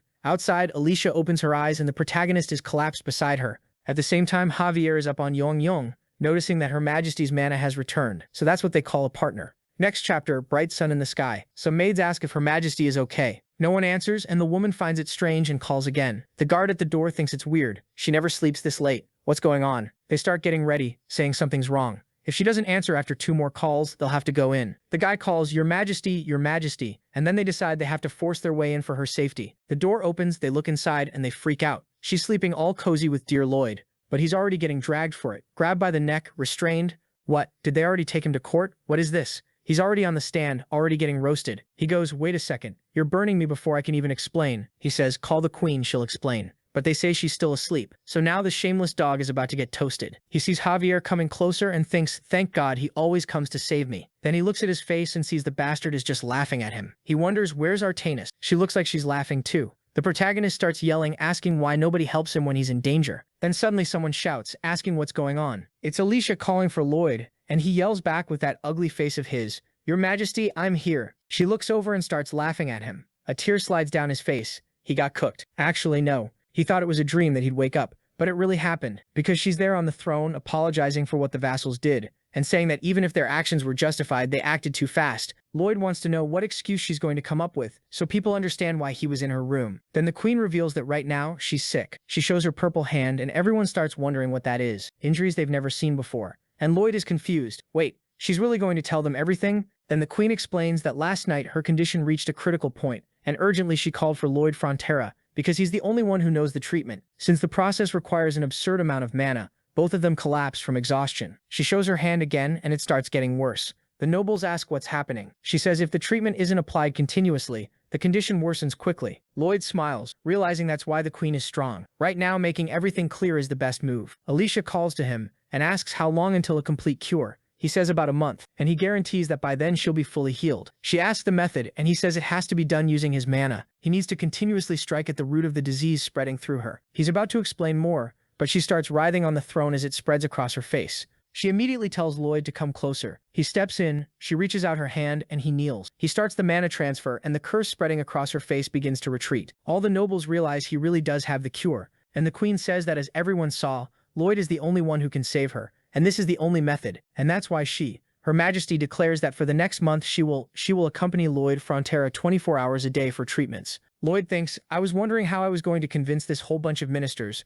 but she solved it easily, and now he just has to focus on the treatment. Until a blonde guy in the back says, Your Majesty, I won't oppose your health, but according to the rules and laws of Megantano, you know? The queen cuts him off and says yes, she'll follow the laws. All of a sudden everyone's going, oh my god, is that actually true? Lloyd doesn't get it, but she stands up and says everyone's got work to do, so that's it. She tells him to get up, but he wants to know what this whole rules and laws thing is about. Then she takes the kid's hand and says she's got him now. He turns bright red, totally confused, not knowing what to do. Around the castle, rumors start spreading. Hey, you heard what's going on? Yeah? People are saying that Lloyd guy is treating Her Majesty, and they're going to be together for a whole month. That means he's going into the royal bedroom. If he sleeps there, doesn't that trigger the royal code? The one that says no matter the reason, anyone who shares the royal chamber with the monarch has to get married. No exceptions. Yeah, Lloyd is done for. The next chapter starts with a shot of the castle, someone signing something, people shaking hands, and there he is, working 24 hours a day right next to her. He focuses, sees a bunch of mana scattered around and says, you bastards, you're all hiding, but I'm gonna wipe every last one of you out. The mana spreads and destroys the whole curse. One tries to run and he goes, you bastard, don't think you dodged it, you're not getting away. It comes at him from behind trying to bite, making this creepy face, and outside it's the same thing. He's there making another face, then it changes again, and the queen won't even look at it. It keeps trying to take bites as it follows him. Then suddenly he wakes up to someone handing the queen a paper, saying it's a proposal about covering costs for the noble houses, and at that moment the little spirit thing bolts. It kicks into turbo and disappears into the distance. Lloyd turns to the queen, sees her holding the sheet and says, Alicia, if you keep letting go of my hand, it's going to make the treatment harder. But she's smiling, wanting to know if he really likes holding her hand that much. He gets all awkward and says, no, it's not like that. Her expression changes immediately, and she asks if he hates holding her hand. He stammers again, saying, Tay, that's not it either. She tells him to say it. Does he like it or not? He says no, and she calls him rude. Then she says he doesn't like it just to mess with him. She's thinking it's hilarious. He always runs whenever she attacks. For her, it's perfect entertainment. Meanwhile, the system is telling him his intelligence drops by like 200 IQ points. What kind of messed up condition was this that hit him at moments like these? She asks if he wants to hold hands because of the treatment, but he's sweating cold, totally lost, practically drooling. Then she pulls at the collar of her top, threads her arm in and locks them together. What is this? She tells him to hold on, pull in close, and that's it. Now there's no way they can separate. She laughs and says now, even if he wants to, he can't run away. Lloyd stays red-faced, not understanding anything while she smiles. He remembers what she said, I'm telling you to marry me and become part of the royal family. He also remembers that day in the cave when she said he was smart and really skilled. But even when she was being direct, he couldn't see the sincerity. He shakes his head, telling himself he's overthinking it. Clearly the queen only sees him as some poor guy who's about to get completely enslaved. She's noticed he's capable and impressive. That's the only reason she admires him at all. But there's no way he can be the person at her side because he doesn't want to live the life of a prime minister or politics, not even if you paid him. Then the system asks, but what if she likes you deep down? He gets awkward again and decides he's done with this. He's going to focus on the cure. That's it. He goes back to visualizing the curse when suddenly the queen stands up and says she has things to deal with. A bunch of soldiers start firing arrows and she's dodging while tossing Lloyd left and right. He's screaming and one almost hits his leg. After training, he's basically being carried around. A servant tells the queen it's time for one of the audiences. So Lloyd is collapsed next to her while some guy is talking about gratitude for trade companionship or whatever, and then we're back in the room with Lloyd completely wrecked. But she still has to sign documents. Then it's training again and he gets thrown around. She has to give a lecture to the nobles. Then it's training again and he gets thrown around. Then she reviews more papers and he gets thrown around again, except now he's totally finished. Later that night, he calls for Her Majesty. She asks what it is. She's in the bath, and he tells her, you need to reduce your workload. Your recovery is falling behind because of it. She says she'd like to, but unfortunately she can't. He tells her to think it through. She has plenty of capable ministers. Why does she personally check everything? She explains that if she doesn't, other problems will happen, and in the end, everything will get delayed anyway. Lloyd says it's fine. Better for things to be delayed, because the treatment is the most important thing. She needs rest. She insists that if she rests, other people suffer. She has to push through so everyone else can rest. He tries to say more, but she cuts it off. Enough talk, she can't rest. She says she's going to untie the ribbon to get dressed, and Lloyd thinks she really is a work addict. It's insanely hard to change someone like that. This isn't the kind of person you can beat with intelligence or tricks.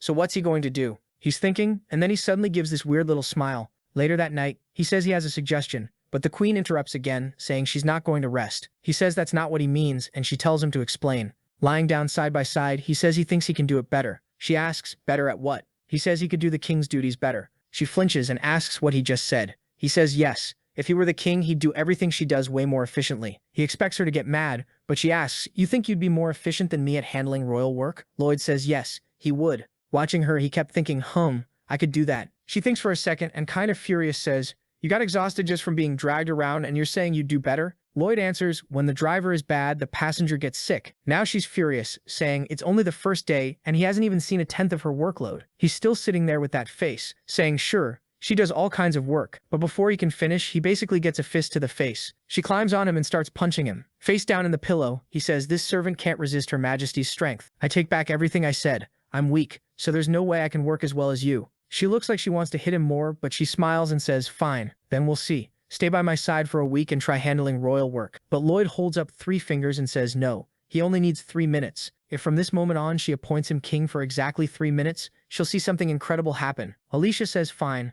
Let's see how long he lasts. She drags him along with his face on the floor, gets to an hourglass and flips it. Now acting all proper, he says from now on for 3 minutes, he's the king. Let's see how far this bluff goes. But then he suddenly stands up and says she's way too naive. He's already standing there ordering her to lower her head before the king immediately. Alicia stops herself from throwing a punch, like he really deserves it. But he cuts in and says apparently she can only act like a monarch with her fists.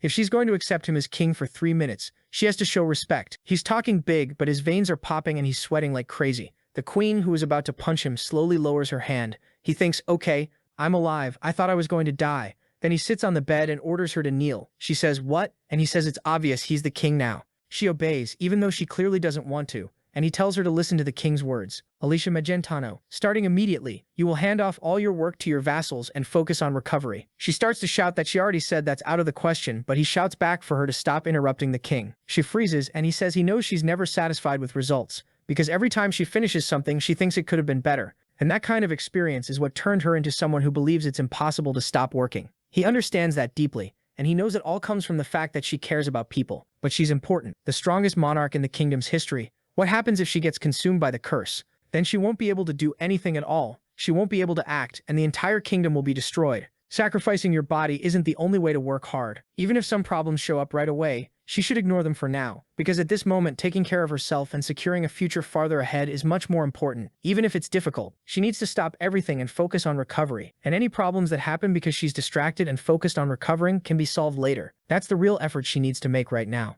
And as the great Queen Magentano, she should be able to do that. Alicia stays silent for a second, then says, all right, I'll obey your majesty's command. Lloyd relaxes for a moment. At least she didn't stay a work addict to the bitter end. At least it looks like she accepted what he said. Then he adds, also, how about we start sending more money to the border territory? She's about to say something, but he tells her to stop interrupting again. Then her expression changes when she realizes the 3 minutes are up. Lloyd glances over, starts to get up, drops to his knees, and she beats him up. He's apologizing while she demands, didn't you say you were going to prove you're more capable as king? What exactly did you prove? He says a mere servant like him could never handle Her Majesty's problems. It was all a lie. She says he deserves to get hit for that and keeps kicking him. But she knows exactly what he did. He made up some nonsense just to widen her perspective. She understands what he meant. And that's why that night she started liking him even more.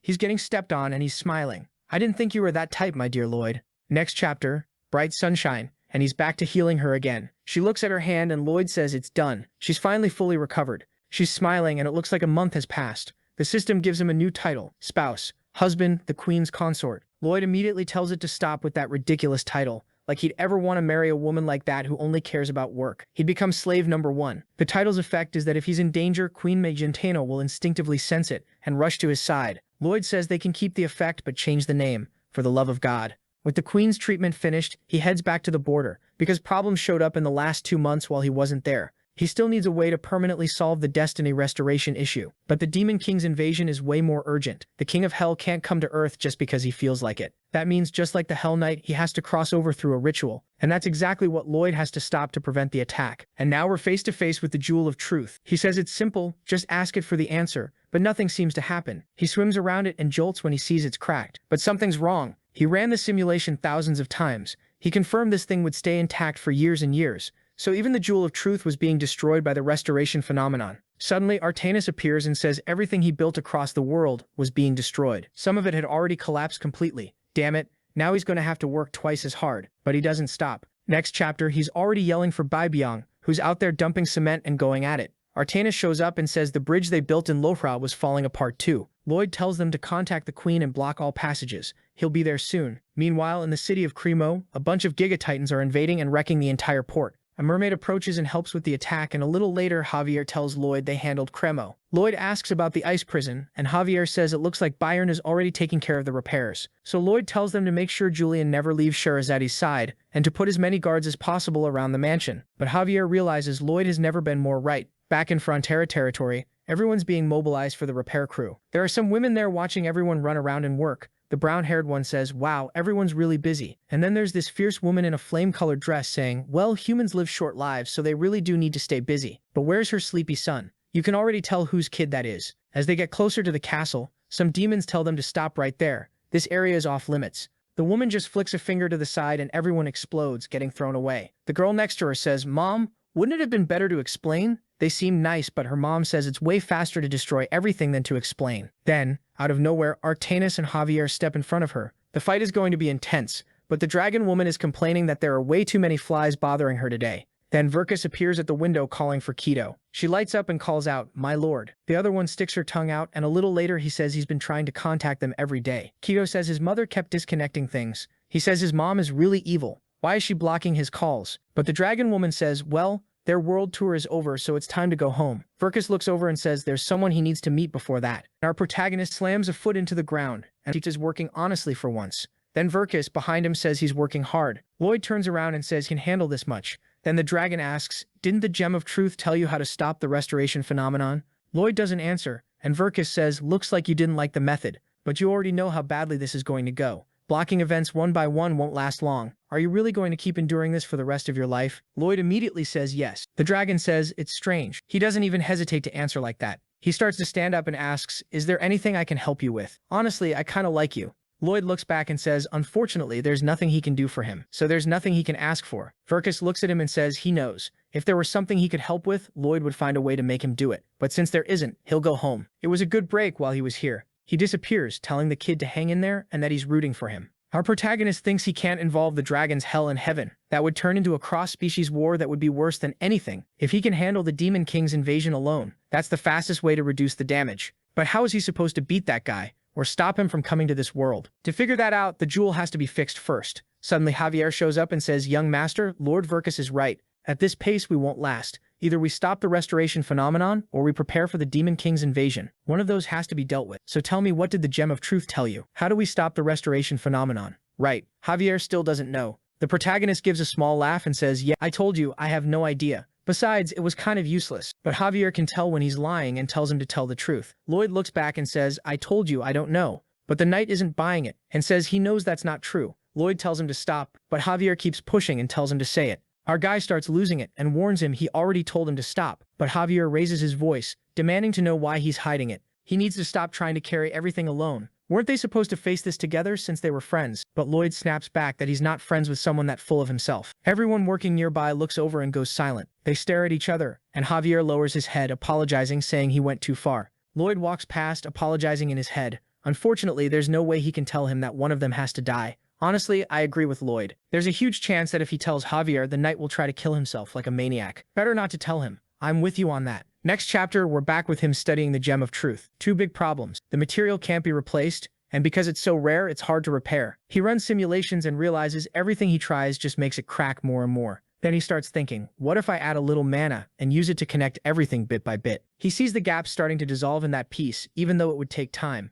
But the system explains that structural changes like that could make the Gem of Truth malfunction. He already figured it wouldn't be perfect, but he has to fix it. He needs to get the angle right and send an exact amount of mana, keep it flowing through the stone, then compress it as much as possible. Only he or Javier could pull something like that off. But then he remembers when he yelled, asking who said they were friends with someone that full of himself. Javier's expression changed and he lowered his head. Lloyd starts smacking his face against the stone, wondering why he said that. He should have just ignored it. He reacted like an idiot, and now he made everything harder. His forehead hurts, and he remembers Javier saying he needs to stop trying to solve everything alone, and he thinks maybe he's been looking at it the wrong way. Javier is the real hero and the protagonist. Saving everyone and resolving this crisis is what he does. If they could stop this cursed restoration phenomenon, Javier could build enough karma before the Demon King arrives. Then everything would be solved. Maybe the ending would even change. Poor Lloyd doesn't even know he already has enough karma. He doesn't need to build any more. But the system asks if he wants to look at the new end spoiler. He says yes, and we see him alone in bed. He watches himself, kind of not understanding. He looks out the window and everything seems calm. In this version, he told Javier the truth about how to stop the restoration phenomenon. And the territory seemed fine, even though he didn't look excited. Suddenly someone knocks on the door, says it's Javier, and asks if there's something he wants to talk about. Lloyd says yes and tells him to come in.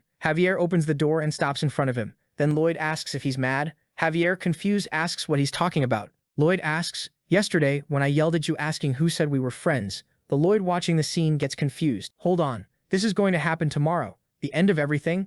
And we already know what's going to happen. Oh no. Javier looks at him and says it's fine. If he said something like that, it's because he has a lot on his mind. That's how he took it, so it's not a problem. Lloyd scratches his head and says, about what you wanted to talk about yesterday. I found out what method the Gem of Truth gave me to stop the restoration phenomenon. You know you're the protagonist of this world. Javier answers, shocked. Wait, me? And the protagonist watching the scene is confused. He thought Javier already knew. And the Lloyd in the vision says, you know when I came to this world, I kind of became a protagonist too. Javier says he understands. And Lloyd keeps explaining. A world with two protagonists becomes unstable. So what the Gem of Truth said is that one of us has to die for the phenomenon to stop. Obviously we don't have to do anything reckless, we can think. That's what the Lloyd in the vision is saying. But Lloyd knows Javier is the kind of person who acts the moment he hears the problem. And there he goes, we already knew. He starts drawing his sword. Both the Lloyd watching and the Lloyd in the room get startled. Javier says that once the restoration phenomenon ends, Lloyd has to run as much as possible to gather that karma. Then he stabs himself in the chest. Lloyd panics. The one in the vision runs up asking why he did it, telling him to pull the sword out and stop. But Javier just asks him to take care of this world. He's still the hero.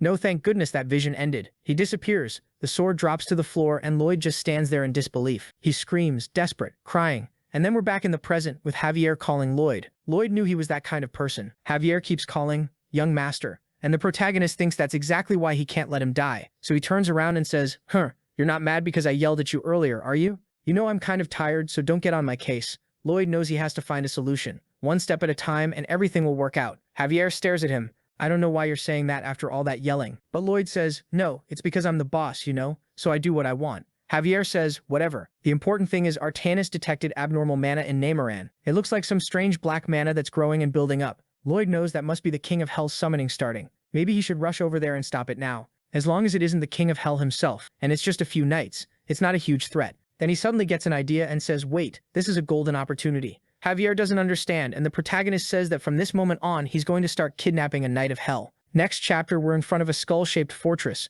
with that knight saying, my name is Goreximus, the brave captain who guards the King of Hell's castle. A long time ago, the diva of hell and her bandits showed up here. Those bastards don't know how important we are. Since that day, I've hated those two. Back then, I was just an apprentice. He's standing there wondering where the coffee is. This is what he's working for. Then someone smacks him on the head. I think it's a captain. Hard to tell if it's a man or someone important. But it's a skeleton either way, saying things only slow down when you do everything angry. The one who enjoys the day-to-day always becomes stronger. Goreximus gets all excited, calling him Senior Gorexis. Without the M, they start having fun searching for instant coffee. Senior Gorexis has always been kind to him. Without him, he wouldn't become a real knight of hell. They're talking about the soul of the guy who disappeared, got cut in half, whatever. Then suddenly energy appears around him and he says, "Huh?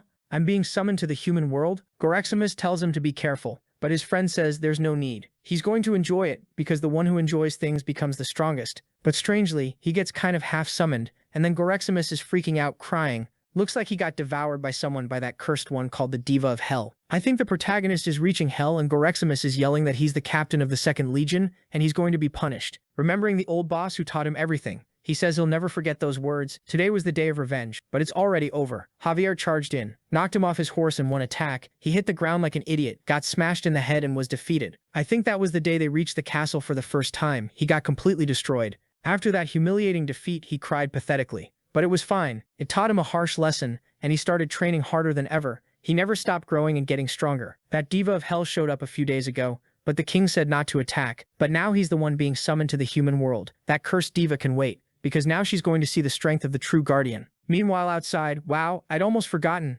Remember that city the protagonist saved at the very beginning of the story? They're flying over it and Javier says, "Looks like the black magic is activating even without a summoner." Lloyd is sure again, it's the restoration phenomenon. It looks like it can even break the logic of how things are supposed to work. But Javier wants to know, to summon a Knight of Hell, normally you need to absorb life. But if they evacuate Nemoran and leave it empty, it'll absorb some life no matter what. Lloyd says, "From what I heard, it sounds like there's been a sudden outbreak of rodents there recently. It's probably their life force that's getting drained. More and more influence from the restoration of fate. But now it's time for him to turn that dirty trick back on them." Something explodes and the knight shows up laughing, saying it's time to pay up. Then he runs straight into Lloyd and jumps like, "You bastard, what are you already doing here?" Lloyd looks over and goes, "Wow, what a coincidence. Fancy running into you." Goreximus charges in saying, "Fine, perfect chance to kill you." The protagonist goes, "Oh my god, I'm terrified. That's it for me." The poor guy gets hit by Javier and gets slammed into the ground. He's getting beaten up and crying like, "I dreamed about this day, so why did I suffer so much training just to get wrecked anyway?" Those bastards were enjoying this more than I ever would have. While the little horse hides, he apologizes to his friend who died. Then Lloyd walks up. "Hey, my dear Hell Knight, you okay?"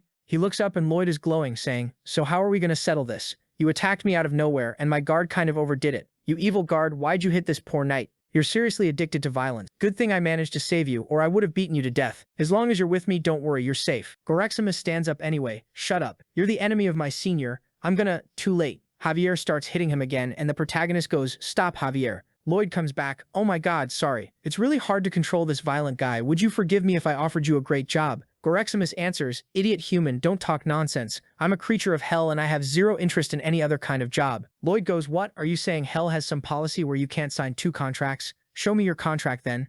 Goreximus says, "Contract, we don't use that." All of a sudden, Lloyd's expression changes. "Wait, hold on. You're working without a contract? No, no, no, that can't be real. That's insane. What about your pay? How much are you making?" Goreximus says, "Yeah, he doesn't get paid." The protagonist freaks out and steps back. "My god, and how many hours do you work a day?" The knight says, "All day." The protagonist asks about days off, and he says, "None." "Do you get any extra for risking your life?" The poor guy says he didn't even know you could get something like that. The protagonist starts shaking and crying, saying the king of hell is seriously a cruel boss. How can he exploit someone like that? Goreximus just watches, stunned. He starts remembering a conversation with his senior. "Sometimes I wonder, is this really the right way to live?" Goreximus tells him to explain. The guy says, "We work ourselves to death and get absolutely nothing for it. Isn't that, I don't know, exploitation?" The other one goes, "Exploit what? Never heard of that." The senior taps his helmet and says, "Forget it. Pretend you didn't hear anything." And now Lloyd is there saying, "How is that possible? I fought your colleague Gorexis, and I even absorbed his soul. And I didn't feel guilty because I thought he was a hell worker who protected the city. But I never imagined he was some poor guy who'd been exploited his whole life. There's no way he was the kind of person who wanted to get absorbed in that fight.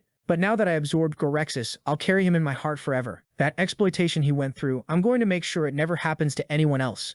The knight gets emotional. "Show me the contract." The protagonist immediately smiles, licking away his tears. Next chapter, we're in Yongyang. Goreximus is reading the contract. "Damn, 10,000 a month, 4 days a week, 2 patrols a day. That's all I have to do." And Lloyd goes, Yep, that's the whole contract. Of course you can't look at that last clause at the very end, right? Precise communication, remember that."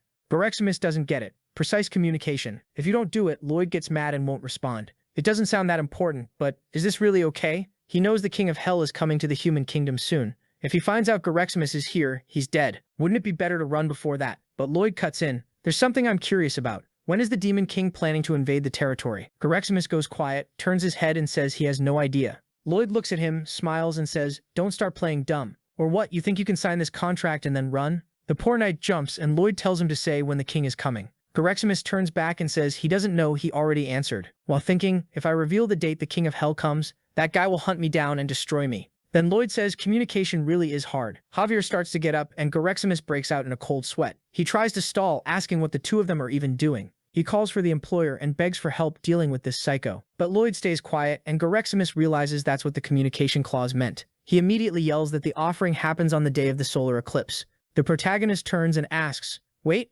offering? What kind of offering? I'm kind of curious. The knight answers, a huge amount of fear has to be put into the body of someone who hates the person the demon king wants to kill. Lloyd smiles and says now he's got a lead. Then he starts talking like, good, communication is improving. Garaximus wonders if Lloyd made a pact with a demon, but the kid already knows that info was insanely valuable. The one gathering fear is definitely that blood guy. Corrupting Alicia was part of the plan. He keeps talking with Garaximus, but unfortunately after that he barely knows anything else. The only thing Lloyd still wants to figure out is those monsters he saw in that end spoiler. And the knight says those are known as fragments of the evil god. Recently the king of hell stole a bunch of souls that were supposed to reincarnate. And if those souls get put into the skin of the evil god fragments, a monster called a god fragment gets created. Since Hell's forces would lose to Frontera territory, they're preparing even stronger creatures. Lloyd asks how many of those things are coming. Garaximus says he doesn't know, the Demon King doesn't tell him everything. But the moment he sees Javier getting up, he blurts out that actually he does know. He knows the weakness. With the info they gathered, they start preparing for war. Even more important, they also restore the Jewel of Truth. If they can stop the King of Hell from manifesting, that's the best option. But they can't rush the Jewel's recovery too much, or it might break. Little by little, it's being restored. And he sighs, alright, that's it for today. Javier says there's something he's curious about. In the end, you got the info out of Garaximus through intimidation, so why'd you make him sign a contract? Lloyd, shameless as ever, goes, intimidation? What are you talking about? We were just communicating honestly. Javier watches Lloyd walk away and thinks, was the contract just to ease his conscience, or was it legal cover? Hard to tell. But then the kid turns and says it's time to go look for holy water. And at the Frontera mansion, we've got the angel Raphael and the knight Garaximus, sitting side by side in chairs. Raphael says awkwardly, nice to meet you, I'm Raphael. I'm an angel. Garaximus turns to him, yeah, I heard. My name's Garaximus. Nice to meet you. Suddenly Raphael asks, by any chance about 300 years ago, did you reply to a letter I sent? The knight says yes, it was him, and he apologizes for that reply. He's kind of a demon, so sometimes he has to swear a bit, but he didn't mean it from the heart. Raphael says it's fine. He also called him an evil creature or something like that. He understands their perspectives are different, but they can still understand each other. He knows Garaximus's life is really hard, being born without any knowledge and having to work as a demon. It really wasn't easy. Garaximus smiles and says, come on, Raphael. I know angels have it hard too. I thought you were super strict about work, but you're a kind guy. For some reason, the two of them are looking at each other all sparkly, fist-bumping, all happy and soft, until the protagonist shows up and says, wow, you two are getting along great. Raphael says, of course. Heaven and hell are just work. We're not enemies like people think. And Lloyd agrees. Yeah, this whole plan the King of Hell is pulling has nothing to do with hell itself. It's just personal, arbitrary stuff. Raphael looks confused. Wait. What plan are you talking about? A while later, after he hears everything, he says, damn, I didn't think he'd prepare an atrocity like that. I should warn the angels right now. Clearly, this is an active invasion. Archangel Gabriel would issue a formal warning immediately. Lloyd asks what the chances are that warning would actually do anything. And when the angel doesn't answer, Lloyd figures, yeah, probably not much. Raphael says he'll do his best. He likes this territory and wants to help Lloyd. Lloyd smiles. Man, you're exactly who I needed. How about you cry a few tears to help me stop that fragment? Raphael, kind of confused, adjusts his glasses and says, I know that when an angel's tears touch the fragments, they lose their power. But unfortunately, angels don't cry easily. Honestly, I haven't seen an angel cry in 1,000 years.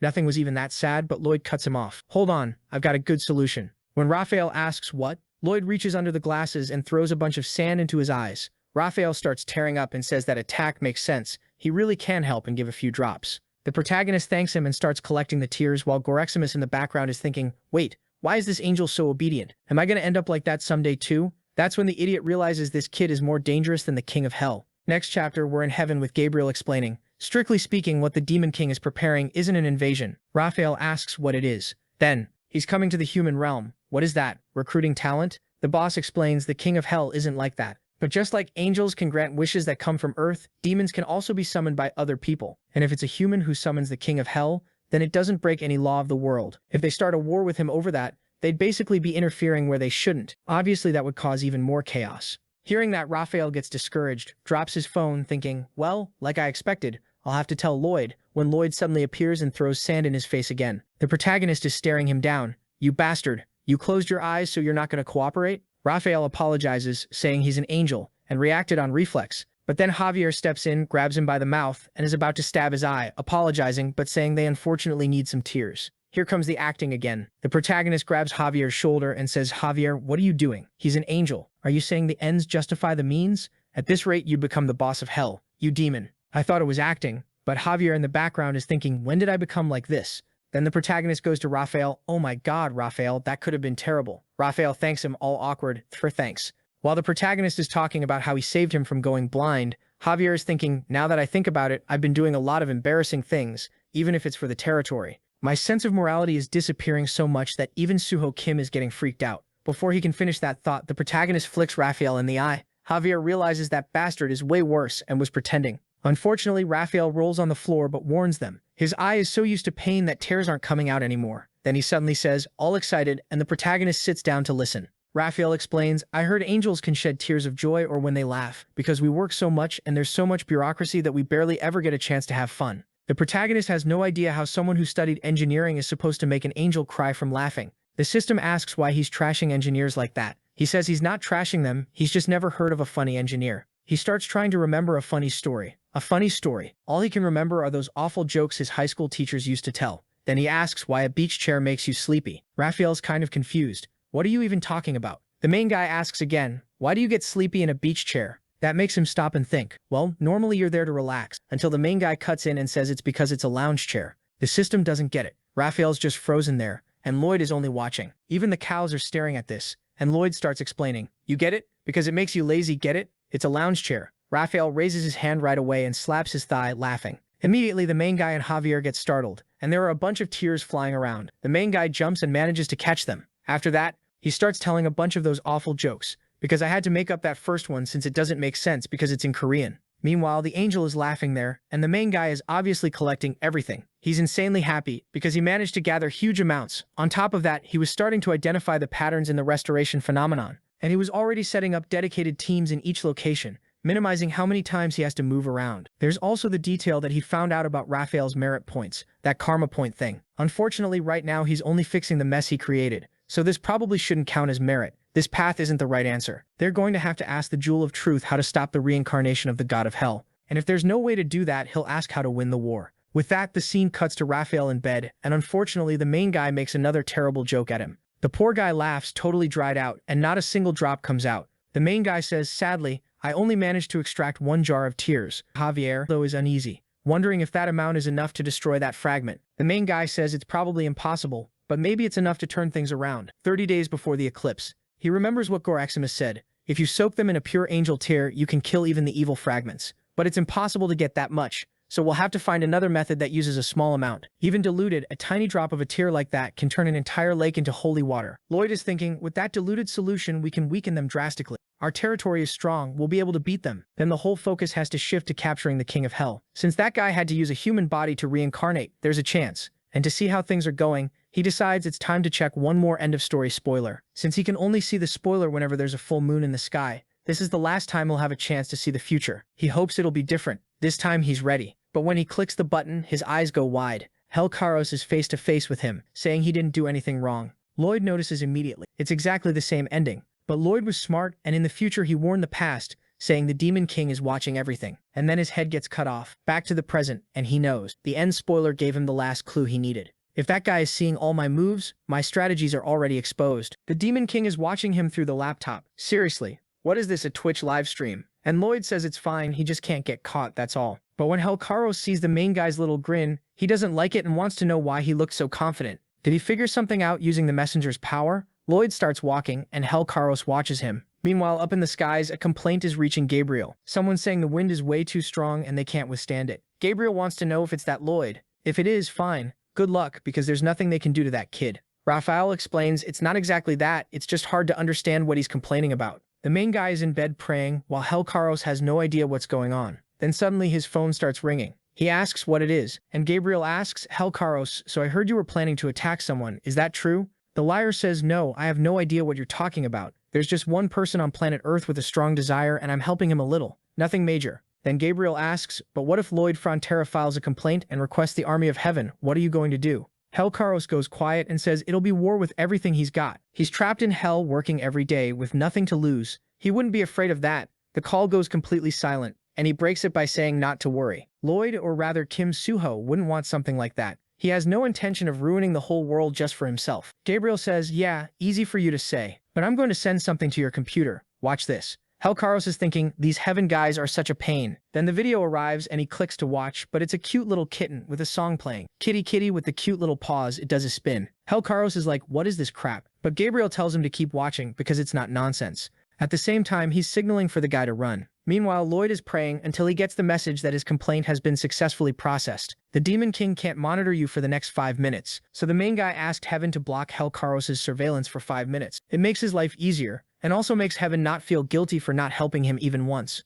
Right away, he runs to Javier, hands him the drops and says to throw all of it into Lake Capua. They were going to mass-produce holy water. Then he runs to the Count, his parents, and says he has something to tell them too. Meanwhile, down in hell, the Demon King is listening to the kitten. Meow meow, I'm the tiny paw kitten, with the stiff little tongue. That's literally the song that's playing. Then the arrow moves over to notifications, and the Demon King still wants to know what the hell this is. Gabriel asks if he doesn't think it's amazing how chubby this adorable cat is. Hellcaros hangs up, immediately goes to the laptop and sees Lloyd still sitting on the bed. But he's smiling, and Hellcaros is furious. Up in the skies, Gabriel puts a hand on his head and apologizes, saying for now it's all he can do. If he survives this, he promises the boy will get a huge reward. Back with the cube, Lloyd and Javier finally finished it. The gem is complete again, and Javier asks, what are you planning to ask it? How do I defeat the Demon King? That should be the perfect question. But if it were that simple, that wouldn't have been the end spoiler. Maybe I should ask how to stop the summoning of that blood guy. But if it were that obvious, I would have mentioned it to myself in the spoiler. And even if I find out something important right now, the Demon King is watching me. Any strategy I come up with, he'll counter it. And depending on what I ask, the gem will be destroyed and impossible to repair, meaning the whole fight had to be decided in those 5 minutes. What I set up in that moment is what's going to decide everything. Then he takes his hand off and comes out of the water, while Javier is outside, wanting to know what the question and answer were. Lloyd says, I'm going to think a bit more. I'm already pretty prepared, and I don't want to rely on this too much. Javier just watches in silence. While Hellcaros is kind of anxious, saying, Kim Soo-ho, honestly, I'm a bit worried about what you're trying to do. You're not easy to deal with, but unfortunately, fate already decided I win this war, because this world needs you dead. Lloyd is asleep, remembering the moment Hellcaros cuts his head off. The boy is shaking when he realizes he'll spend eternity as a slave in hell. That's brutal. He doesn't want to die, and he doesn't want to be separated from everyone, but he also doesn't want to say goodbye to anyone. In front of the Jewel of Truth, Javier thinks it's strange. Kim Soo-ho has faced death countless times, constantly. That wasn't normal. And now the Demon King himself wants to kill him. It's like Lloyd's body, which went to hell and was meant to die, was causing some kind of conflict. Kim Soo-ho, who took over that body, is always fighting against the restoration phenomenon, and the Demon King's invasion is probably part of that phenomenon. He's sure that if they end the restoration phenomenon, everything ends. He dives in thinking he knows the way. If the Jewel of Truth reveals what Kim Soo-ho is trying so hard to hide, he'll finally find out how to end all of this. The gem activates and says he's the one who always tells the truth. Orothea, though, has a bunch of glitches in her lines, some letters written wrong, but it's good for him to know there's nothing free in this world. What secret is he going to share? Javier lowers his head. It reminds him of a day when he was walking on the bridge, with an old man saying he used to be a huge headache, but thanks to him, now everyone's living with plenty. Raphael, standing nearby, says, yeah, he can tell everyone in the region is grateful to Lloyd. The fisherman explains he's always watching out for everyone to make sure nobody's struggling. And on top of that, he cares enough to strengthen us so we can handle problems on our own. He was more than a savior, he was everyone's benefactor. Raphael says Lloyd probably liked and loved everyone there. The old man laughs, saying the angel really is angelic. If Lloyd were that kind, he'd have wings too. Raphael doesn't get it. And the other blonde guy comes closer and says, Angel, you're not getting it. Even if he likes us, he doesn't love us that much. We're just a bunch of regular people who help him make some money. That's it. If we're in a good mood and working hard, he benefits too. That's why he keeps the environment good. Javier is just listening, and the guy continues, that doesn't mean I'm not grateful. He's totally different from those nobles who want to suck everyone dry. Everyone here does like him, and we all share the same feeling that he's a good person. And the fisherman finishes, yeah, it's just rare for someone to be a noble like him and still care about people. Because for most nobles, they're completely different from regular folks. Face to face with the Jewel of Truth, Javier says now he knows. Lord Lloyd is someone who cared about and loved everyone in the territory. The gem activates, fires a beam toward the sky, and it explodes like fireworks, lighting up everyone in the city, who look out the window wondering what that is. And the Jewel of Truth declares Lloyd Frontera truly cared about and loved all the people of his territory. The old man is emotional. Raphael gives a small smile. People are looking out the window, while Lloyd is terrified. Obviously, because that means the Jewel of Truth activated. He knows there's only one person besides him who could have gone that deep and made it activate. He turns pale right away and remembers Javier saying, "Please tell me, what did the Jewel of Truth reveal to you? What's the way to stop the restoration phenomenon?" And he remembers that if Javier finds out, he'll kill himself immediately. So the main guy calls for Gaming, who pops out of his pocket, scorched from 8th grade. While the gem says it's fine, now it's Javier's turn to ask. Lloyd is still freaking out while Javier starts to say, "So the restoration phenomenon." The main guy flies over the lake, jumps off Gaming, pulls out the shovel, triggers the explosion, opens a vacuum in the water, goes inside it and sees Javier down there watching the gem. Javier gets taken to that other place, where it gives the answer only he can hear. Gaming pulls all the water, creates a vacuum, spits Lloyd out, and Lloyd immediately throws Podong, who eats the seed, comes in with a flying kick, and shatters the Jewel of Truth completely. Javier looks back, confused, and all the commotion settles down. He sees Podong down there, and then Lloyd appears behind him and says, "Javier, don't move a muscle or I'll blow you up." That's kind of what he wants, right? I don't think that's gonna work. Javier stays calm, just staring at him. His expression changes out of nowhere, and he says Lloyd shouldn't have destroyed it without warning. How are they supposed to fix it now? Lloyd is confused, and right away he asks, "What did you ask the gem?" Javier answers, "A way to delay the restoration phenomenon." The main guy is confused. "Wait, delay?" And Javier explains, "Yeah, if there's no way to stop it, maybe we can delay it somehow." Lloyd never imagined you could actually do that, and he asks how. Javier says, "Yeah, it's possible. With everything he changed in this world, they needed to slowly put things back the way they were. For example, by destroying the Jewel of Truth, they buy themselves a month. During that time, he can rest." Seeing that, Lloyd lets out a breath and calms down. At least he asked what needed to be done. He's relieved and already starts to turn away. Now we just need to focus on the Bloodlord and get ready for the fight. And in his head he's thinking, thank God he's not asking why I smashed the gem out of nowhere. But then Javier suddenly calls him back. "When all of this is over, you're going to have to tell me why you destroyed the gem, and why you don't want to tell me the truth." Lloyd stares at him while Javier stays quiet. After a second, Lloyd smiles and says he promises. He won't say it now because they're gonna win, no matter what happens.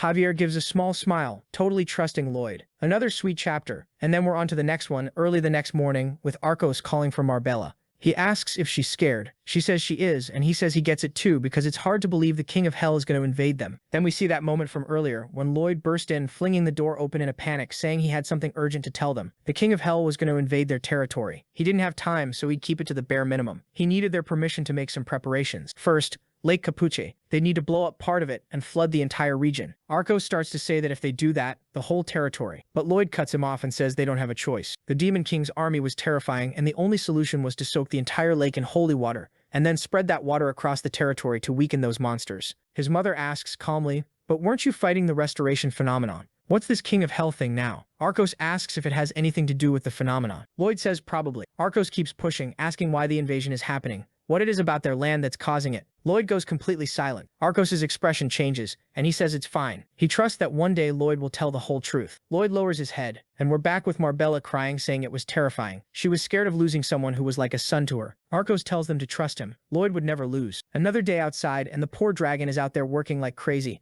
He made a gigantic statue, wondering if it's enough to keep his master from yelling at him. Lloyd shows up right away. "No way, you made this, Soletus? You're amazing. You used to be awful with your hands. I thought you'd never get decent." But Soletus is thinking, "You bastard, why are you only saying that now?" And then he says, yeah, he's been practicing every day and barely improved. But finally, after a few years, it's starting to look decent. Lloyd says it's fine. It's a win for both of them under their contract. And that's why he has another proposal. Another win-win. Soletus immediately goes, "How are you trying to screw me over this time?" He looks at the paper. A short-term rental contract. Lloyd says, "All right, I'll get straight to it. The King of Hell is going to invade this place, so we have to evacuate people. And I'd like to use your home. You know, that home you had." Soletus replies, "Hold on. This sounds pretty serious. Don't you think you're smiling a little too much?" Lloyd keeps smiling and says, making a grim face usually doesn't help. Soletus organizes the pages, thinking, because of this human, I actually improved, and I'm even more confident about marriage now. So maybe I should hear him out. He asks, "So what do I get out of this?" Lloyd answers immediately, "I'll get you a blind date with a beautiful dragon woman." Soletus instantly says, "Deal." Lloyd is shocked. "Seriously? You agreed that fast? Are you sure you want humans going into the dragon's home like that?" Soletus just says pride doesn't get him a woman. Still, he's curious. If the King of Hell is invading, wouldn't it be better to ask him to fight alongside Lloyd? He's older now, way stronger than when they first met. But Lloyd tells him he knows dragons can't interfere in these battles. Soletus says it's true. Even the Dragon King told him not to interfere using his powers. Lloyd goes, "Wait, you met the Dragon King?" Soletus says yes. Back when Lloyd fought that angel guy, Soletus realized the Dragon King really liked Lloyd. He gets why, at least a little. So Lloyd better make sure he wins, because the Dragon King will be furious if Lloyd dies. Lloyd goes quiet, then smiles and says he guarantees he'll win. Javier watches all of this, and outside he asks, "Lloyd, do you even know any dragon women? How are you going to get him a date?" Lloyd ignores him and says, "Good, we got a house to rest in." Javier keeps going. Did you trick Solitas? Lloyd ignores him again. Now we just prepare for the next fight. Javier realizes he won't answer and asks, your plan is to fight and win, right? Lloyd is smiling, but it looks off, and he says of course winning is his hobby. But Javier can tell something's weird. Lloyd keeps walking ahead thinking now I just have to explain the battle plan to everyone and figure out how to keep them calm. Byron shows up and Lloyd gets excited, saying he was just about to talk to him. But Byron says evacuation's already started. People wanted to stay and fight, but it was hard to convince them. Lloyd doesn't get it and asks, wait, how do you know that and how much do you know? Byron explains, I heard it from the Count and Lord Raphael. The King of Hell is going to attack our state. So we gathered everyone who can fight. In this land, everyone is loyal to you. All you have to do is give the order. An army of the brave. But Lloyd hates hearing that. They completely misunderstood. The King of Hell doesn't want to destroy the state. The King of Hell only wants him. There's no reason for anyone to fight or get hurt. He had to fight alone, that was the best way. Lloyd starts to say, everyone, this fight is mine alone. But Javier cuts in immediately and says, the King of Hell is coming to take Lloyd. As everyone knows, he's extremely capable, and that's why the King of Hell wants to use him as an eternal slave. The enemies will be incredibly strong, and even if the entire territory gives everything we have, we can't guarantee victory. But those who want to protect their leader, raise your hands and stand beside him. Everyone raises their hands and Javier shouts that Lloyd Frontera is their leader. Lloyd gets emotional, while down in hell, Helcaris calls them idiots. It feels like the last 25 chapters all end on an emotional note. And in the next one, Lloyd is alone, watching the sun. The eclipse is about to happen, and Javier is behind him, ready. Meanwhile, in hell, Helcaris is making notes. Then Byron shows up and says, the evacuation is almost finished. Lloyd thanks him and tells him to leave too. But Byron says, I'm a senior knight of the Fronteras. I'm staying here and I'm fighting. Lloyd tells him to think straight and calm down. Other than Lloyd, there's nobody with enough knowledge and skill to restore the territory. If both of them die there, who's going to restore the land for the refugees? Byron is the only option, so he needs to go now. Byron stays silent for a moment, then says a senior knight always fights for the territory. And that's why, starting today, the title of Senior Knight belongs to Javier. He asks Javier to protect the territory and the young master at all costs. Javier just nods. We see everyone being teleported away, and there are fewer than 30 people left. Solitas is there, exhausted, because he's the one keeping the passage open. Greg's wife looks sad, but Greg tells her not to be like that. She says she doesn't like that he and Cougar are staying behind to fight. If something happens to them, Greg tells her to calm down. Does she really think the young master would lose?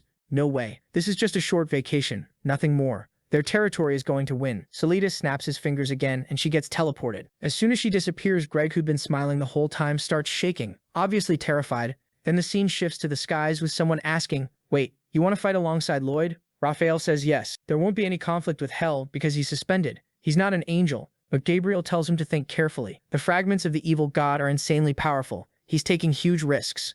Raphael says he still has access to the ring and the hammer. He can still help Lloyd. Gabriel says, you idiot. You just said your powers are suspended. How are you going to do that? Raphael says, unfortunately, he's going to steal the hammer and the ring. Both would be carried by the suspended angel. Gabriel just stares, realizing Raphael is actually willing to commit a crime like that, and then says, fine, he doesn't know anything about it. Then Artanis flies in, stops in front of Lloyd, and says she has something to report. In distant eastern lands, hundreds of animal corpses were found, and inside them there isn't a single drop of blood. Lloyd immediately knows it's that blood freak. But why is he hunting wild animals? To scare them? That doesn't really make sense. Gorisimus already explained the summoning method, and we see the knight explaining, at the exact moment of the solar eclipse, fear reaches its peak, and that becomes the key to the summoning. Javier asks how Lloyd plans to gather that fear. From their side, it would be impossible. Everyone here is determined and wants to fight and win. But Lloyd says you can't be so sure. Everyone who agreed to join this fight did it from the heart. Still, it's undeniable this is his problem. How could they be fighting with zero fear for someone else? A romantic scenario like that doesn't exist anywhere. Javier asks, hold on, do you seriously think everyone's fighting for you? Lloyd says yes. The King of Hell is hunting him. Javier turns his face away and says Lloyd is completely delusional, acting like he's the center of attention. That's why no woman likes him. Lloyd turns back like he wants to say, what the hell is that supposed to mean? But at a time like this, he can even appreciate a joke. Then Javier explains that everyone in the territory gained a lot because of Lloyd. The streets are safe, the beds are warm, and thanks to sanitation, they're protected from countless diseases. There's plenty of work and nobody goes hungry. And everyone knows that only lasts as long as Lloyd is here. Every person in the territory is fighting for themselves. Greg grips his weapon, saying he's ready. And we're with all the troops, elves, orcs, demons, humans, the desert people, and the eclipse begins. Baipyeong eats the first seed. Everyone is huge in front of Lloyd. The eclipse advances, and down in hell, Helcaris stands up. Lloyd is getting ready too. With 70% of the sky covered, Helcaris walks out the door. Raphael asks Goreximus, if the King of Hell gets here, are we going to have to fight you? Goreximus says no. He thought it through, and the Frontera contract is better. It has a lot of benefits, and he's not about to lose a good job. Then the eclipse hits 100%. The city is swallowed by darkness. Javier and Lloyd get ready, and red wings appear in front of the moon. Riding a bird, a hooded figure arrives bringing an army of blood creatures. But Lloyd says they know the real army of hell is coming. They're not weak enough to be scared of puppets like this. So what's this guy's plan to spread fear through everyone? In front of the moon as Lloyd calls out Lloyd Frontera and says he came to destroy him. Lloyd fires back that as Lloyd is pathetic and jealous and should have worked hard to get something in life. But it's exactly what you'd expect from a loser like him. So jealous he went as far as reincarnating just to get revenge. As Lloyd looks furious for a second, but then he relaxes and laughs, saying he's not here to argue with a bastard. He orders the entire army to advance and destroy them all. The orcs and the elf women get ready, and Lloyd knows the best thing would be to stop the King of Hell from appearing. The weird part is that so far, it doesn't even seem hard. If they blow up that guy in the sky, they win. This swarm of creatures charging in is ridiculous. Javier could handle all of it alone. Not even one of their allies is scared. So what was that bastard's plan? At that exact moment, Artanis appears behind Lloyd. He'll manage, but she just stares him down and warns him she already knows everything about his plan. Lloyd had asked her to use that ability to see everything that's going to happen, and right away she orders everyone not to attack any of the beasts. The animals themselves were scared, and the guy was trying to gather up that fear. Hearing that, Lloyd yells and winds up an attack to fire straight at her, but Artanis rips off a piece of her dress, wraps it around him, and that's it. The protagonist realizes it actually makes sense and immediately tells Javier to dig into the ground to stop the attack. Javier charges forward, activates his skill, blows up the whole ground, and makes a crater. The beasts that were rushing in try to stop, but they can't break in time, and they all end up tumbling down into it. Lloyd instantly orders his little beasts to finish those creatures off. They all gather around them and start saying cute stuff like, "Don't worry, we're not going to hurt you." With that, the beasts don't feel fear while Artanis is spinning Lloyd around and slamming him into the ground until he explodes. Lloyd smacks his shovel on the ground and walks up, wanting to know, "So what are you trying to do now, you loser?" Lloyd is screaming, calling him a bastard who acts superior, saying Lloyd stole everything from him and deserves to die. He's yelling nonstop, and the protagonist can't help wondering how someone ends up like this. Even in the world he came from, there weren't people this corrupted. Lloyd thinks if I kill this guy right now, all of this ends. So why is the system's prediction still at -1? That means either he or Javier is still going to die. Down in hell, Helkaros is just waiting for his chance. The protagonist tells Artanis to keep watching with the blood eye, and the king is still just lazing around, and I'm sitting here wondering what that bastard's plan is. Then Lloyd tells Lloyd, "Look, you lost. It's over. Time to face your punishment." But the freak is drooling, grinding his teeth, completely losing it. Artanis flinches when he screams that even if it costs his life, he's going to kill Lloyd. Artanis warns the protagonist that, unfortunately, there's no way to stop it. Lloyd's body starts glowing as he screams, calling on the great King of Hell, begging him to accept the request of this loyal servant. His whole body detonates, spraying blood everywhere, and the protagonist realizes the guy used self-destruction. Meanwhile in hell, Helkaros smiles. The little beasts down in the crater start going crazy again and falling apart. Without Lloyd to keep them alive, they're dying, and that creates even more fear that's all being collected toward the moon. A skull appears in the sky, absorbing all that energy into a single point. Javier tries to attack, firing a sword slash, but it's like it hits a barrier and does nothing. The skull says the summoning ritual has begun, and it's impossible to interrupt. Just like gravity affects everything and time keeps flowing, it can't be stopped. The protagonist braces himself knowing the guy is coming, and the king says hello to Lloyd Frontera and says he's come to take him. The protagonist can't do much. He just waits as the skeleton starts forming. Helkaros's face appears and he orders the fragments of the evil god to answer the call. The eclipse keeps growing, expanding, and you can see the passage to hell inside the portal. Lloyd freaks out when he sees a huge mouth coming out of the portal. But that's why the whole group is here.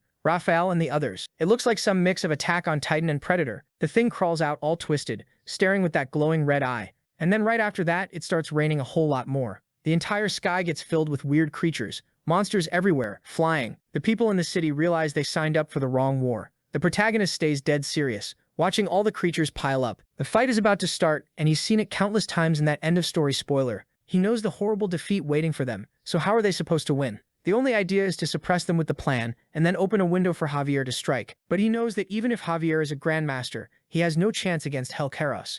Javier calls out to Lloyd, telling him to use the Demon King's baptism. But it's just his cape floating, and I don't get what's happening. Then Helkaros looks down, and the protagonist has already knelt and surrendered. And now what? I swear I don't know what's about to happen. He's saying, "Take me and don't attack my territory." Javier, confused, asks what he's talking about. To everyone there, Lloyd is the leader, but Lloyd cuts him off and tells him to think rationally. If just some extra in this story disappears, everyone else might still survive somehow. But Helkaros looks at him and says he came to fulfill Lloyd's wish, and unfortunately that wish doesn't come true. Just with Lloyd's death, the wish is for everyone to suffer, to feel fear, to face death, and to know it was all because of Lloyd Frontera. Lloyd dying isn't enough for that resentment. That's why everyone there has to die. "Yeah, no way you're slipping out with an excuse this time." Lloyd yells that there's no chance he's letting that happen. Immediately, he calls the entire Frontera army and tells them to move. They're going for victory. No one hesitates or asks questions. They just follow orders. First step, everyone run, full retreat. Everyone starts fleeing. He tells them all to sprint to the center of the city at top speed,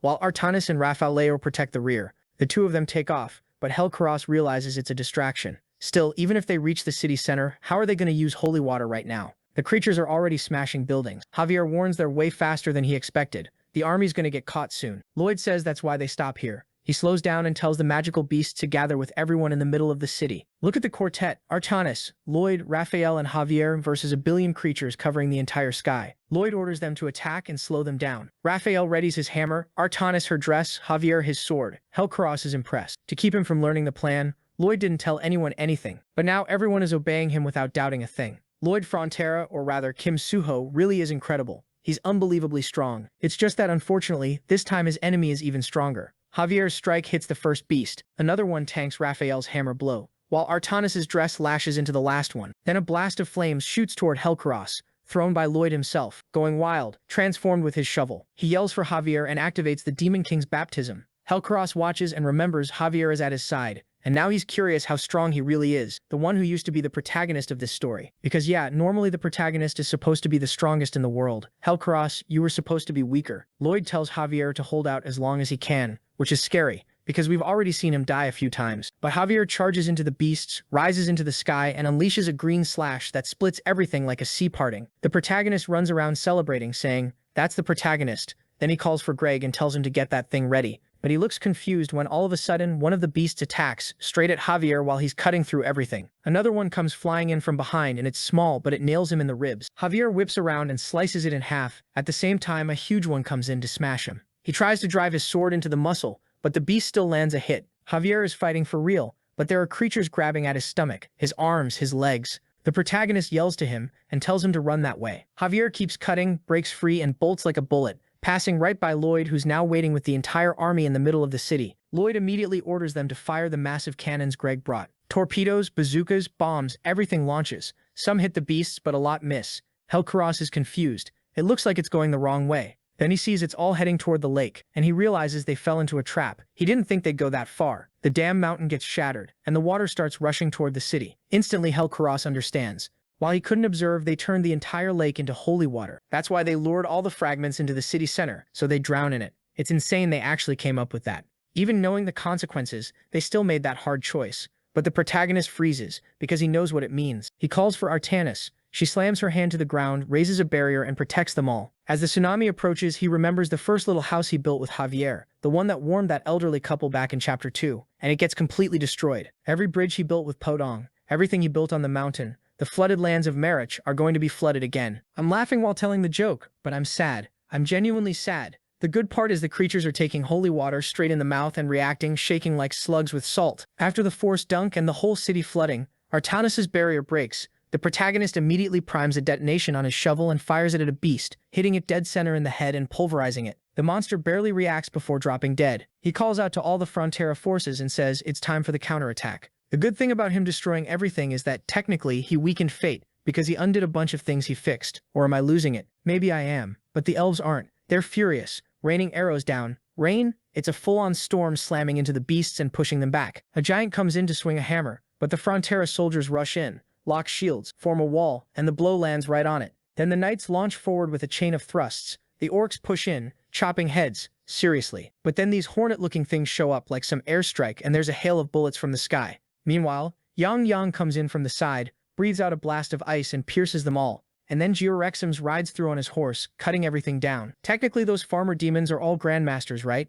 Even if it was easy to beat them last time, now they're slicing through everything. The creatures start falling apart. It's way too easy. Something is clearly wrong. The magical creatures are tearing through the monsters too, while up in the sky Helkaros' transformation. His manifestation is almost complete. He looks at his hand and says it's already at 30%. Maybe that's enough. He keeps going, saying the boy is magnificent. A man with enough strength to terrify even the fragments of evil gods. He could have conquered the human world whenever he wanted, but he always used that power to help the people around him. And that's exactly why Helkaros wants him in hell. He looks ahead and says he hopes they all understand the love he feels. Javier says his love was rejected, so he should leave. Helcaros apologizes, but says this is how he shows sincerity. The next instant, Javier almost slices his neck, but Helcaros dodges. Artanis attacks from the side, but with a simple glance he slips past it. But he doesn't expect Raphael's hammer to smash him cleanly. He gets pinned by Artanis' dress and Javier comes in from the side. But again Helcaros dodges, grabs Javier by the arm, and that attack would have destroyed everything. Helcaros starts to say something about it being a waste, but Javier headbutts him mid-sentence.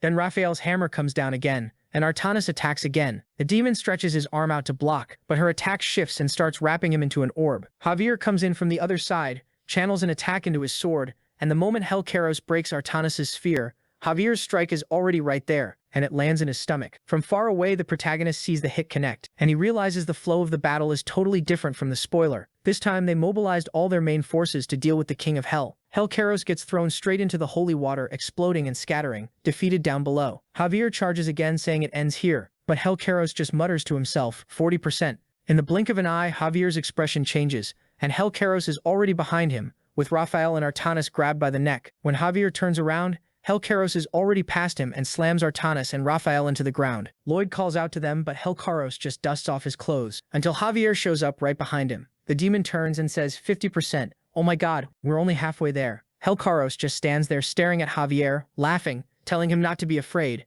Now he had the power of a true grandmaster. He just hadn't managed to use all of it yet, and it'd be better if he did. Before Helcaros hits 100%. Javier braces himself again, throws another slash. Helcaros dodges and answers with a hit straight to his face. The whole ground blows apart. Javier glares back, tries to land a thrust, but the bastard slips underneath, lands an uppercut, a kick to the shin, grabs him by the collar, spins him around and smashes his head into the ground. And the jerk is still trying to farm aura, fixing his tie, saying Javier really is impressive. It's crazy they use so much holy water that there will never be another army of god fragments like this again, so that's why he'd have to recruit others. He snaps his fingers and a massive swarm of creatures pours out of the portal. It starts raining monsters again, and Lloyd wonders how they're supposed to win this. Then the system appears and says he still has the greatest weapon of all, the special skill, the King's Companion, or in this case the Queen's Companion. Since he's in danger, she shows up with the entire army. And the system says this isn't just the power of the skill, it's the power of the connections he built. Alicia steps up and says she heard from the people in the back line. The water is holy, so all they have to do is fight the creatures there.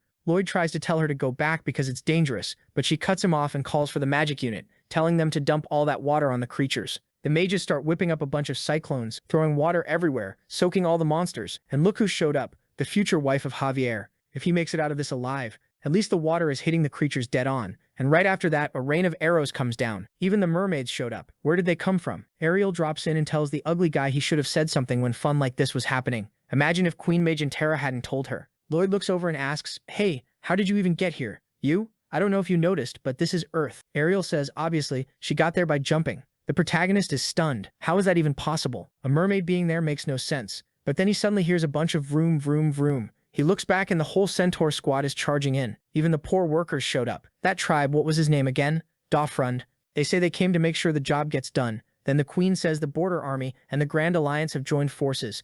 Everyone's charging into the fight, and it's getting epic. Lloyd realizes this is completely different from getting humiliated by the evil god fragments. Maybe that situation where every life has to be sacrificed can be avoided. He calls for coming and tells Javier to hold on just a little longer. He's coming. Like always, the two of them are going to win this together. Yang winds up another attack, pierces like 30 creatures in midair. Everything's exploding. Helcaros glances to the side, realizing this is taking way longer than it should. He raises his hand. A red orb forms at his fingertip, but then Javier is behind him again. Helcaros turns, but Javier's slash seems to land clean, like something out of Jujutsu Kaisen split-screen style. Wait, what? The Demon King is bleeding. Javier comes into focus, but he takes a perfect MMA-style knee. Still, the sword goes straight through his chest. The protagonist screams that this was never going to happen, while Helcaros blasts Javier in the stomach like a bazooka. But the protagonist is yelling that he'll never kneel again. Next chapter. Lloyd is pushing forward on golfing, saying the number of people he saved is still at -1. Nothing has really changed. Helcaros punches Javier again. Javier blocks with his sword this time, but loses his balance and the bastard takes advantage and cracks him in the face.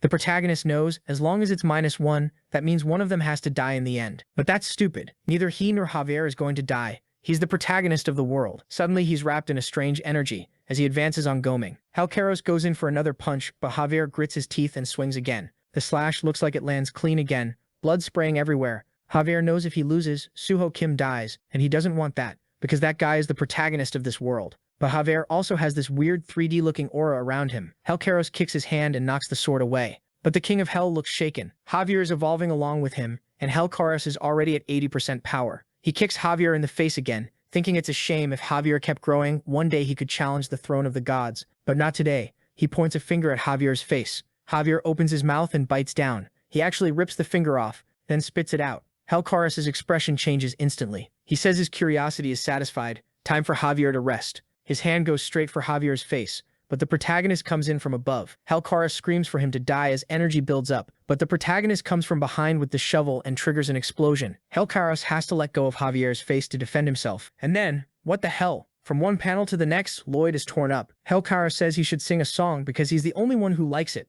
But Lloyd is laughing, and that's when Helcaros remembers Lloyd still had an extra life given by the Dragon King. Javier comes up from behind to slash him and lands a clean cut to the head. Meanwhile, the protagonist is on the ground, his legs regenerating. Javier's cut slices across Helcaros' head, but of course it's not that easy. Even decapitated, Helcaros says 100%. Javier and Lloyd still don't understand what that means. Helcaros just raises his hand to the side, flicks it upward, and starts controlling Javier's body, throwing him away. Javier goes rolling across the ground and lands far away in the holy water, and the queen runs to help him. Then the Demon King conjures a gigantic orb of power and hurls it toward the city. He basically throws a spirit bomb without wasting a second. Everyone watches in total disbelief. There's no way anyone survives that. The system calls out to Suho Kim. Javier staggers forward, battered, and a message says that with his current power he can't defeat the Demon King. As Javier prepares to attack, another voice speaks to the system, saying it already gave direct advice once and nothing else can be done. Javier's wings spread as the attack approaches, and the system tells that weird voice it doesn't care. Punish him however it wants.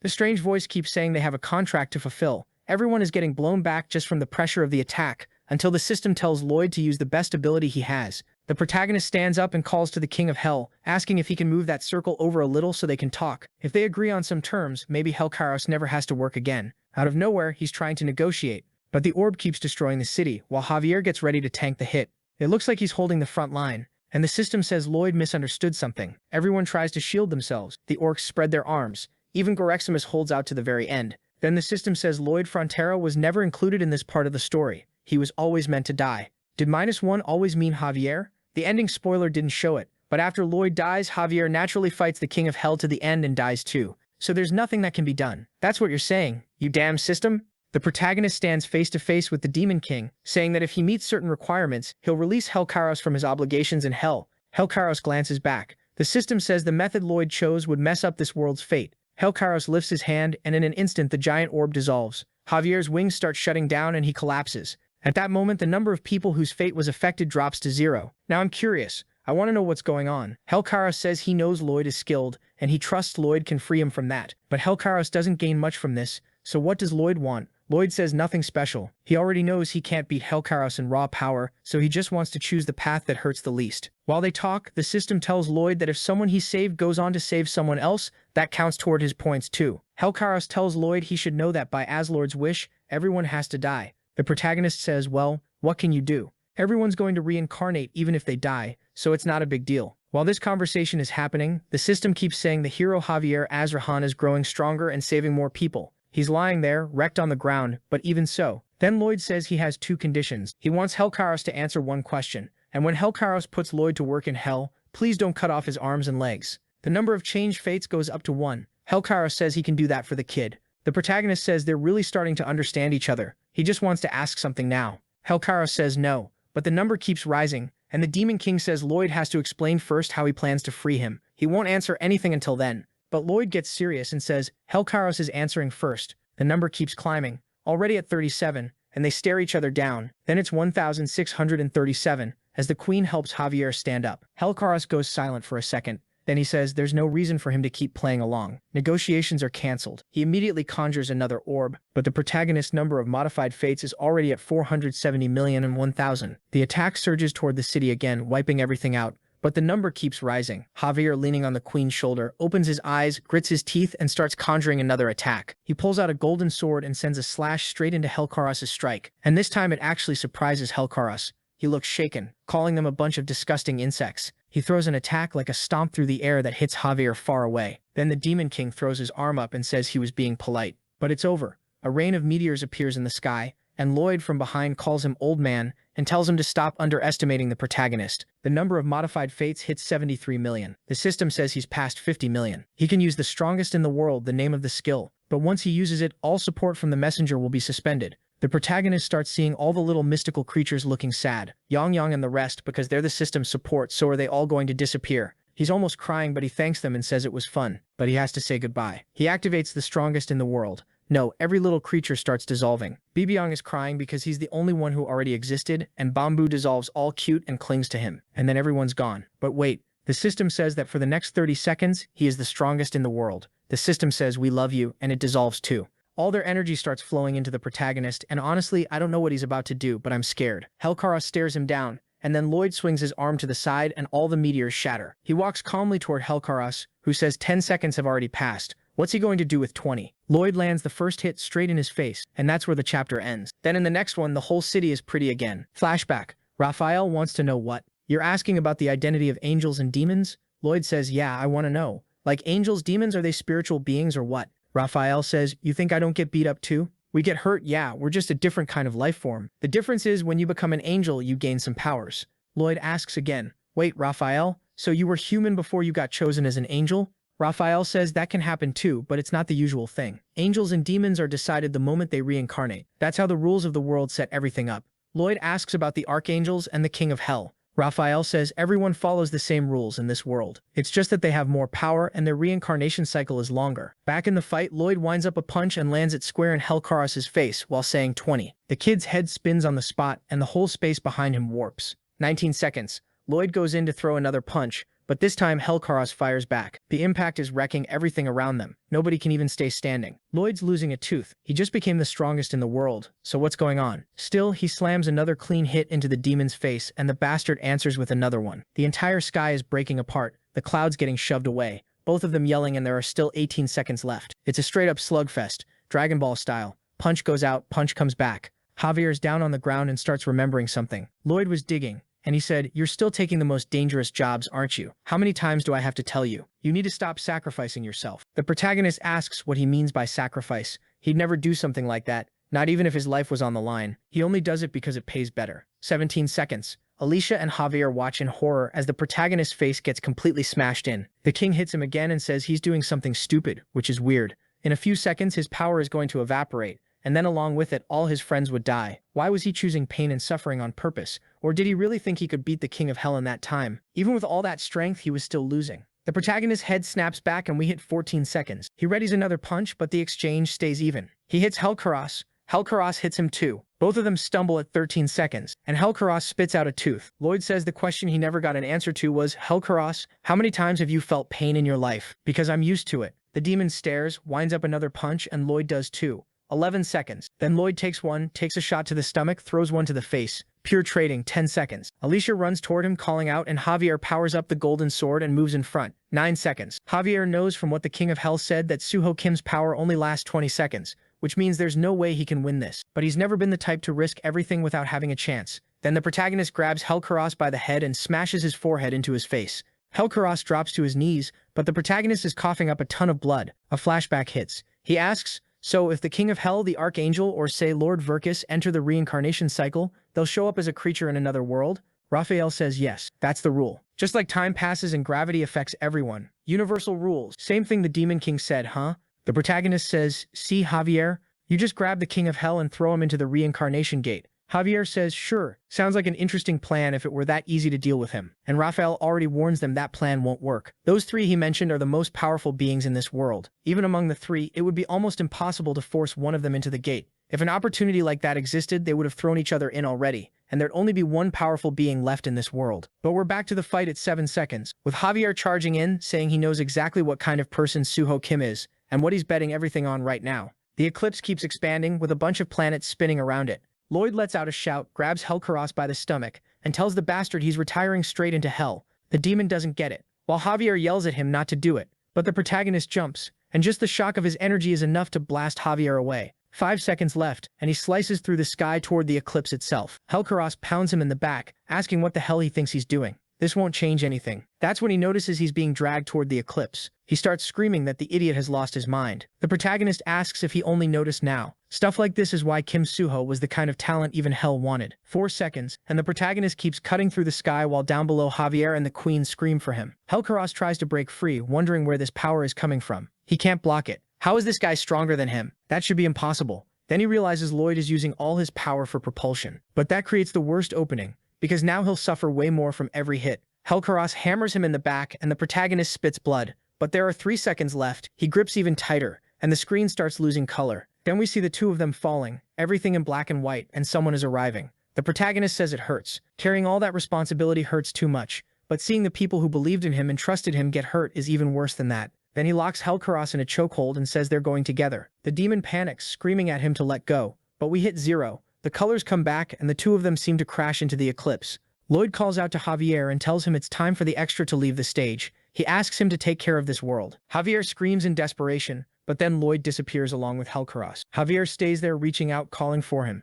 but the eclipse starts to break apart. The sun comes out, lighting up the whole battlefield, and everyone just stands there stunned. The queen, who was still standing, drops to her knees. The whole place goes silent. All you can hear in the background is Javier crying. Meanwhile, the protagonist moves forward with his soul beyond reincarnation, saying it's weighing on him. He didn't even get to say goodbye to anyone. So many promises he won't be able to keep now. His eye starts to close, everything flashes, and when he wakes up, he's in a room. Wait, he's back in Kim Suho's body? When he looks to the side, his phone is there, from the day he fell asleep when he was reading that novel, Steel Blood Night. He just sits there, confused, then slowly gets up. He walks down the hallway and goes out into the street barefoot. Cars pass by, he looks one way, then the other. He really does seem to be back. People on the street ask who that drunk guy is walking around barefoot. Kim Suho walks a little more, stops in the middle of the road and looks up at the moon. He takes a deep breath, closes his eyes and says hello. Man, another chapter ending rough. On to the next. We're back in the post-war aftermath, with everything devastated. Arcos and Marbella are standing there looking around, until Arcos turns his head and Javier approaches, lowers his face and delivers the news. Arcos and Marbella start crying, while Salidas, Byron, and everyone else watches from a distance. In the rubble of the war, the queen hugs a shovel, but then the scene shifts to a bus, with Kim Suho sitting in a seat staring out the window, remembering everything he lived through in the other world. The bus announces that anyone who wants to get off, this is the Language Institute. But the protagonist keeps going over the bridge and remembers the bridge he built with the queen. Then he gets off at one of the stops, walks through the forest, and when he looks to the side, he sees some little birds. That makes him remember Padang eating kambing and laughing. Bangle, everyone having fun. He walks to where his parents' ashes are, calls out to his dad and mom, and says he went on an incredible adventure. Over there he made a lot of money, helped countless people, and even fought villains. Then all of a sudden he stops talking. He smiles and says he wishes they could have seen it. He's sure they would have been proud. He closes his eye, and suddenly his face is lit up by a blue light. When he opens it and sees the reflection in the glass, the system is behind him. The moment he turns around, he jumps at the window saying they saw everything. Everything he dear Suho did over there. His mom and dad were watching him the whole time. Then the system starts to break apart and turns into the two of them. Suho throws himself toward them, but he passes right through. He falls to the ground and looks back, crying, while his parents ask if their family isn't incredible. The protagonist is overwhelmed, but he calms down, smiles, and rests his hand on them, and they disappear. So his parents were the system from the beginning. Something isn't adding up. Now I want to find out, so we've got to keep going. We're back in the other world, and obviously Greg and Byron are going all out fixing everything they can. Greg is coordinating now, asking the elves how the cement and steel are doing, and they say that person managed to get enough for 10 cities. Looks like Artanis is working double time, telling Byron that all the mines are finished. He thanks them, saying it's because of them and the demons that everything is going so well. Bai Biang's working hard. Even Emily tells him to rest a little, but he's basically like, Bai Shang, it's fine. Orcs, humans, everyone's building the streets together, and they start a movement called Safety First. Meanwhile, Marbella tells Arcos that the Astrahan unit won't need food. He says they're doing a great job. Now they just need to repair the tides and send more people to fix the heating system. But even after standardizing all the designs, it's taking way longer than he thought. They'll have to use every soldier with any experience to supervise, while Byron only does a few minimal inspections. He's saying all that, but Marbella cuts him off and says he doesn't look so good. Arcos says, compared to those two who have to deal with hell, he's doing fine. Wait, how are Goraximos and Raphael doing? Why is Raphael, an angel, taking care of the middle of hell now? Arcos says he misses Javier too. Marbella goes quiet and looks outside, saying it's been 6 months since he left. Every day she dreams Javier comes back, knocking on the door. That kind of dream. And of course that person is always with him. Arcos says it's not just a dream. Javier promised. He swore he'd bring that person back, meaning their Lloyd. And apparently their beloved swordsman is out there like some long-haired pilgrim, searching for their guy. A while later, the scene shifts to the queen's castle. She asks if they need to find the Dragon King. Javier says yes. A while back, he and Lloyd borrowed the Dragon King's power and visited his homeland in the other world, so maybe if he asks for the Dragon King's help again, he can return there. Alice warns that Lloyd crossed the reincarnation portal. Nobody has any idea what form he was reborn into, or which world. Javier says he's only saying it's possible. Lloyd returned to his homeland. The Queen asks if he's sure the odds are that good. Javier says no. It's just that Lloyd was always the kind of person who'd bet everything,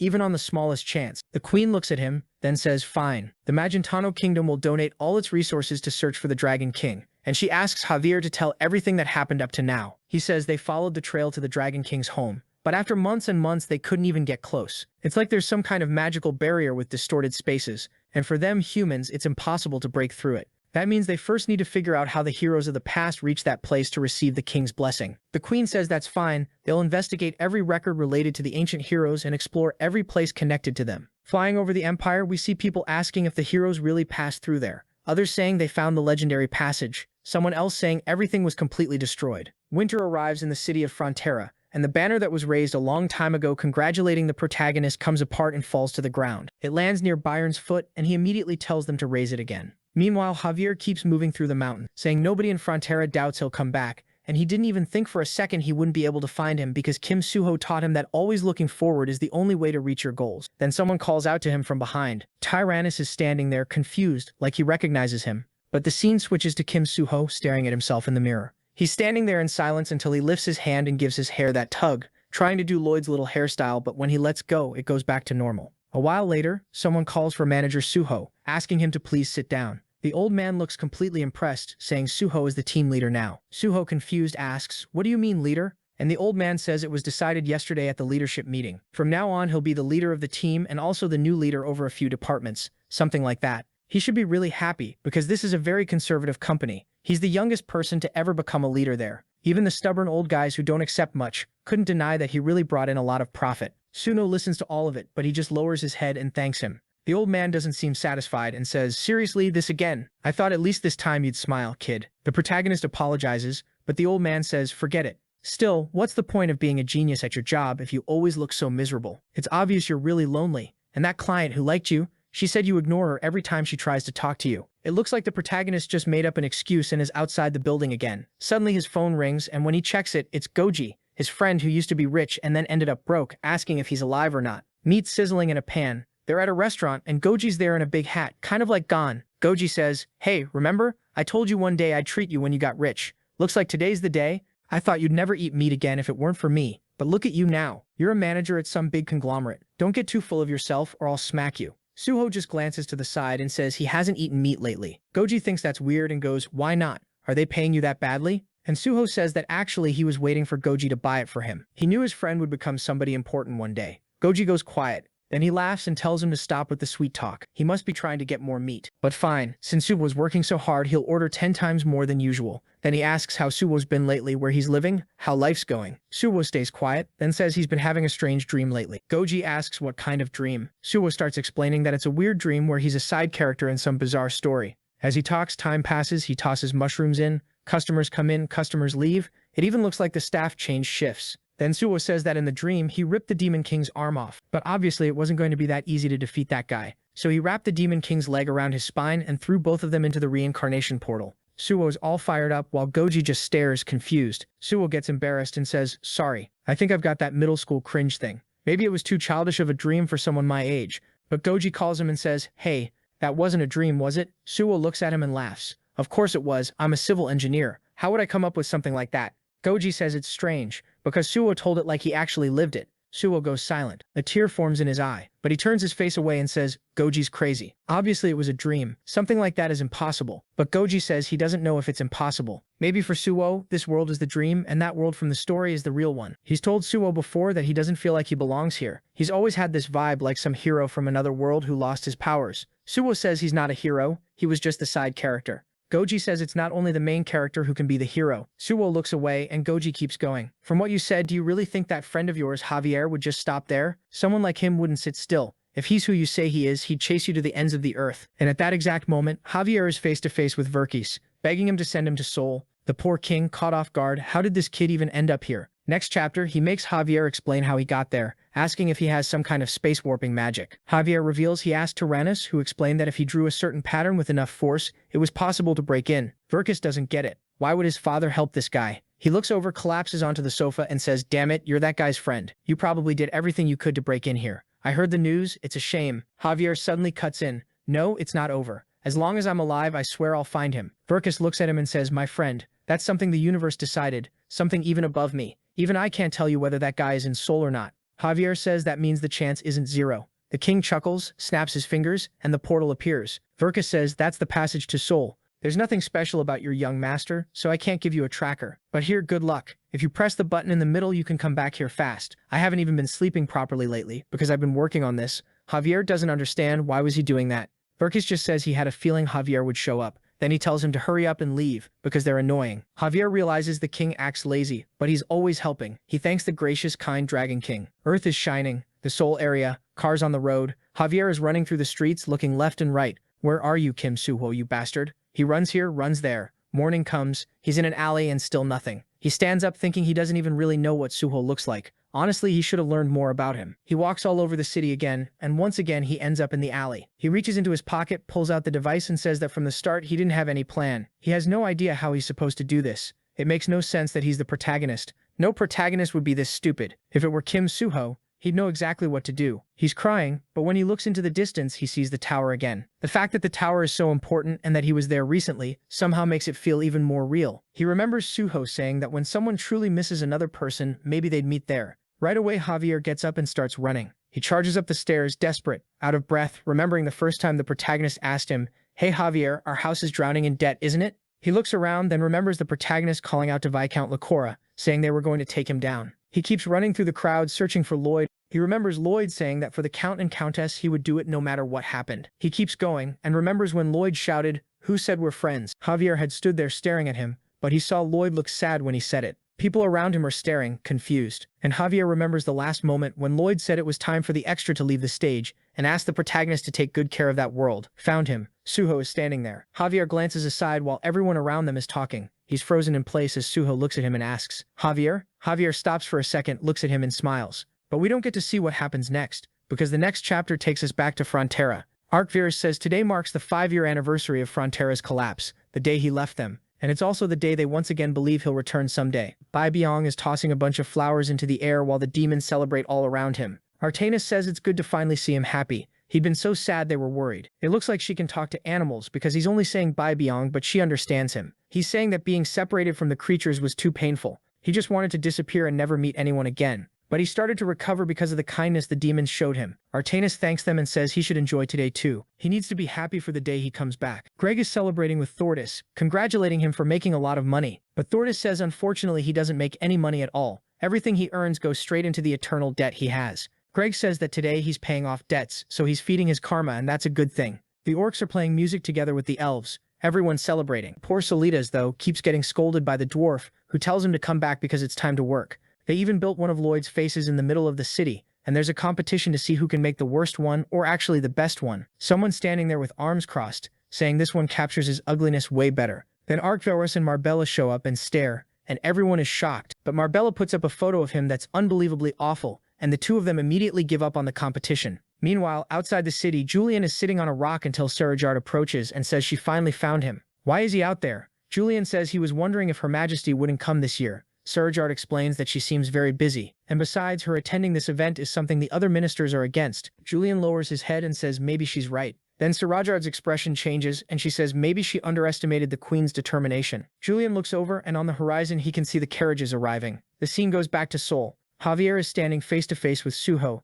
staring at him, asking if it's really him. Javier smiles, steps closer, and kneels, saying he came to bring the young master back. Out of nowhere, Goji is behind them. Did he come with Suho? But he already noticed this guy looks like the one Suho described from the story. His friend believes in things way too easily. Goji's thinking, I said it casually, but did this guy really cross dimensions to find him? That's unbelievable. Everyone is silent, like they think a confession is about to happen. But Suho asks if leaving is really the right thing to do. Javier looks confused, and Suho explains, he was born in this world, raised here. Ending up in that other place was just an accident. And there he got recognition because of his abilities, which were basically cheating. But the truth is, he doesn't have any power at all. Javier says Suho has it all wrong. What everyone in Frontera wanted to see wasn't his powers, it was who he is. Suho pauses and says that in that place he was full of strength for some strange reason. It's completely different from here. That's probably because of that weird power he received, and if he leaves, sure, maybe he'll be strong again. But it makes him feel like he's just running away from his problems. Everyone struggles in this world, but he didn't have the strength to deal with it, and ended up escaping. Suddenly Goji smacks him on the back and Javier starts to stand up. But Suho explains that he's a friend. Then Goji says he wanted to study as well as Suho, but it was impossible. And because of that, he always thought, I'm trash, I just want to die. That's when he gave up and ran away. But as time passed and he lived honestly, he realized he didn't need to run. He was trying to find a world that was perfect for him, where he also had some kind of cheat ability. And over time, he realized that was his journey. Maybe most people who think they're good for nothing just haven't found the world where they actually fit. And he tells the kid to hurry up and go to the world where he's the legendary architect of the state. Suho just stands there, speechless, and then looks at Javier, who lowers his head and holds out his hand. The protagonist fights back tears, but he grabs Javier's forearm too, and Javier presses the device. The two of them start glowing. The protagonist looks back and Goji gives him a thumbs up. Then they burst like a star, shooting off towards space, while Goji watches from far away, saying it's incredible. Already flying over the other world, they pass through the north, with the mermaids looking up at everything. They cross the land of the centaurs and even pass by Verkus, who's looking up with a little smile. From up there, Suho looks down and sees the whole city shining. He's happy to see everyone managing to live a good life. Meanwhile, in the city of Frontera, everyone is holding a candle, saying that under the laws of the Magentano Empire, anyone who enters the king's chamber, no matter the reason, would be crowned as the king's spouse. The announcer says the ancestors of the great Magentano kingdom are asking Queen Alicia Termina, Magentano. She's standing there dressed like a bride. The announcer says the eldest son of the Frontera family is present and asks whether the queen accepts Lloyd Frontera being appointed as the king's spouse. The queen looks sad, but she lowers her face and says she gladly accepts the command of the great ancestors and will follow the laws. There's a silence, and then the announcer says he will now ask the eldest son of the Fronteras. Alicia looks forward, and the man asks if he accepts Alicia Magentano as his wife. But where Lloyd should be, there's only the little shovel. His parents watch, and the whole city goes quiet. The queen doesn't say anything. Her brother is watching, and from far away, Bibiong is there too. The demons are all gathered close until the announcer closes the book and says that until an answer is received, they will have to wait. He asks if Queen Alicia will do that. She says she swears she will. Yes, she'll wait forever. The announcer then says the ceremony will take place on this same day, 1 year from now. Alicia turns and starts walking toward the stairs, saying she needs to return to the palace, but she asks the count to enjoy the festival. Arcos asks her to stay a little longer. She says she's dressed up too much and feels uncomfortable. He apologizes, and then she looks back, sees Lloyd's shovel, and her expression hardens. She turns again and says she's glad to see everyone healthy and living well. At next year's festival, she also. Suddenly a voice cuts her off, saying this will be the last festival. Alicia stops and looks to the side. Arcos looks confused, and in the background, Javier is walking up with someone beside him. It's Kim Suho wearing Lloyd's outfit, and now Javier has his hair cut. Emily gets really emotional because he'd been gone for 5 years too. Suho just stands there like an idiot, not saying anything. Marbella, Arcos, Solitas, Bayern, everyone is staring, not really understanding. With Bibiong and Yang Yang watching from the back, Alicia walks up to him. Suho looks awkward, but she lifts her arm, puts her hand on his face, and fixes his hair. He turns red, and she looks straight into his eyes. Then all of a sudden, he turns his face away. But she says the man she fell in love with always came running whenever she wanted to see him, just like right now. Suho freezes, and then she asks, "Security?" He's surprised, looks at her, gets fired up, and throws his arm up, saying, "Security?" First, the whole city starts crying. Bibiong, the people, even poor Thords in the background is celebrating. Suho and everyone else raise their arms, and the system says that everyone who knows who he is felt happy when he came to this world. Suho doesn't understand, but the system says his wish has been granted. With that, the experiment that happened in the upper world, known as the possibility of interference in lower worlds and errors, has been completed. He starts to transform, and the system says this world has abandoned all hostility toward the powerful being he is. From now on, the world known as Knight of Steel and Blood will be reset into a completely new world, with a new destiny, under the name A Fantastic Life in Another World with Civil Engineering Skills. Suho still doesn't get it, but the system calls him son and asks if that wouldn't be fun too.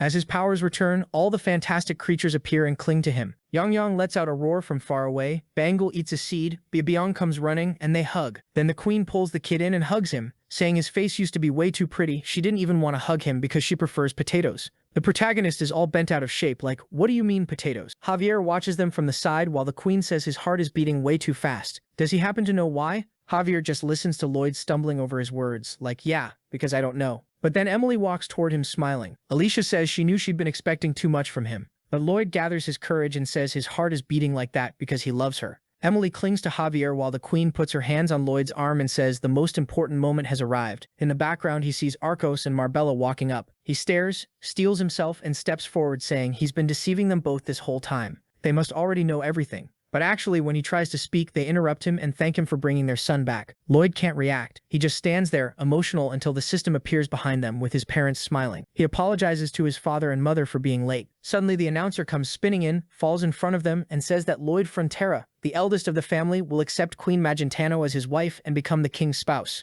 He's confused, but Alicia warns him that if he refuses, he'll die. It's written in the kingdom's rules. After he slept in that room, it was either marriage or death. So now, what's he going to answer? He's sitting there with 99999 on the system, and he smiles. He grabs her by the arms and says that he, Lloyd Frontera, the man who created the legendary state, accepts Alicia Magentano as his wife. Then he throws his arm up and says he's returned. It's time to celebrate. Yang Yang starts preparing an attack. Everyone throws confetti. There are explosions and shouting. The little creatures are smiling. Everyone is crying. The bards are playing music. Marbella is there, and Arcos still doesn't understand anything. Julian and Sarajard are there. Bibiang is hugging Bangul, and then the queen pulls the kid in. Yang Yang's attack shoots into the sky, lights up the whole city, and it frames the kiss between the two of them. Javier just watches from the side, smiling. All right, it's over, but it's not over. Let's calm down, because there's still more chapters, and I don't know what's going to happen next. We see Lloyd's spirit, what I think is the real Lloyd, wondering how he's going to be reincarnated. He was ugly as hell with that horrible insect face. So is he going to be born as an insect? That cursed guy stole his body? And how did he manage to live such a good life and become so strong? But everyone seemed happy he went to that world. If he got reborn, he wanted to be someone who also made people happy that he was in that world. With that, he dives into the vastness of space, closes his eyes, and falls into a golden glow. Everything goes dark, and suddenly a baby's cry fills the room. The mother says his eyes are round like hers, but the father says no, he's handsome, so he takes after him. They're making faces, asking the baby if this world feels strange to him, telling him to grow up and become strong so he can protect countless others. His name is going to be Suho Kim. Wait, so Lloyd of Frontera was Lloyd from the other world too? And then he grew up and came to the previous world? Man, I'm confused, but I think that's it. If that's really it, then I think this is the story that ended with the best ending ever, even now. I'm not ending the video here because there are a few more chapters that explain what happens next, so we're going to narrate all of them. We're going to finish everything. With that, we've reached the first untold story. This happened back when they were at the peak of building the water pipelines. In one part of the territory, Bayern is confused, asking, "What do you mean? You're canceling all of Ondul's orders? Our workers have already been sent out." But the noble says he doesn't care. They'll just pay the penalty, and that's it. He wants to cancel everything. Another company showed up, offering the same flooring for way cheaper. So Byron goes to see what this company is, and he realizes they stole the same technique. A noble next to him asks, "What are you staring at? You came to spy on our amazing Ondul flooring?" Byron knows right away the guy is stealing, and they can't let it slide. Then it cuts to a meeting with Lloyd, and he says, "These guys are stealing our technology. We should put some sanctions on them." But Lloyd says to let them do whatever they want. It's good for the whole population if they can have warm houses. Byron says fine then. But Javier knows something is off. Did he lose his mind? Because out of nowhere he's saying something that actually makes sense. A few months pass. In a little house, everything starts smoking. Everyone runs out in a panic asking for help. And it looks like the other guy's flooring isn't that great. Pink Hair tells the blonde guy to go to Frontera territory and steal the whole design. He smiles, but he gets wrecked. Bayern is there, showing that the guy broke in to steal everything. And the protagonist is confused, like, wait, he came here to steal our technology? The blonde guy says no, he didn't come and he didn't see anything either. Lloyd looks him over and says, "Whew, good thing you can go." Javier is shocked, and in the hallway he asks, "What do you mean? Even I think you shouldn't let this thief get away with it." But Lloyd looks back and says, "The more the flooring spreads, the better for everyone." Javier is still confused. What's with him lately? My stomach even hurts from how mad I am. This stress is messing me up. Time passes, the protagonist comes back from Asfarhan with Bayern, bringing another warning. Bad news about the Ondul floors. It spread across the whole nation. It still isn't as good as theirs, but the defects are going down and it's getting cheaper and cheaper. Lloyd says, "Bayern, don't act like that, my friend. There's nothing to worry about. What we should worry about is that they don't have enough floors spread across the whole nation." Finally, everyone would be happy and warm. Javier just stares. He walks the halls confused and sits on the bed with a terrible stomachache. Why does that cursed Lloyd act like a saint when it comes to this flooring? Time goes by, and it's Julian's wedding. In a meeting, people are talking about how other islands are stealing the flooring too. And now there are so many fakes out there that everyone wants the original. What are they going to do? Pink Hair says it'll be super easy to solve. Then it cuts to Bayern, terrified. They stole their symbol. He runs to Lloyd and says those guys are using the same symbol design. And because of that, they're monopolizing the whole region. They aren't getting any commissions anymore. Lloyd just says that's amazing, and once again Javier suffers, until he says he's finally ready. His friend is shocked, and now they're on Gimel flying toward the palace. He goes to the trade regulators and says that the last time he came to the capital, he registered some unique technologies under his family's symbol. He's crying and laughing at the same time, saying he needs help. They're stealing from him. Right away, Pinkhair's room gets raided, with guards saying he violated merchant laws.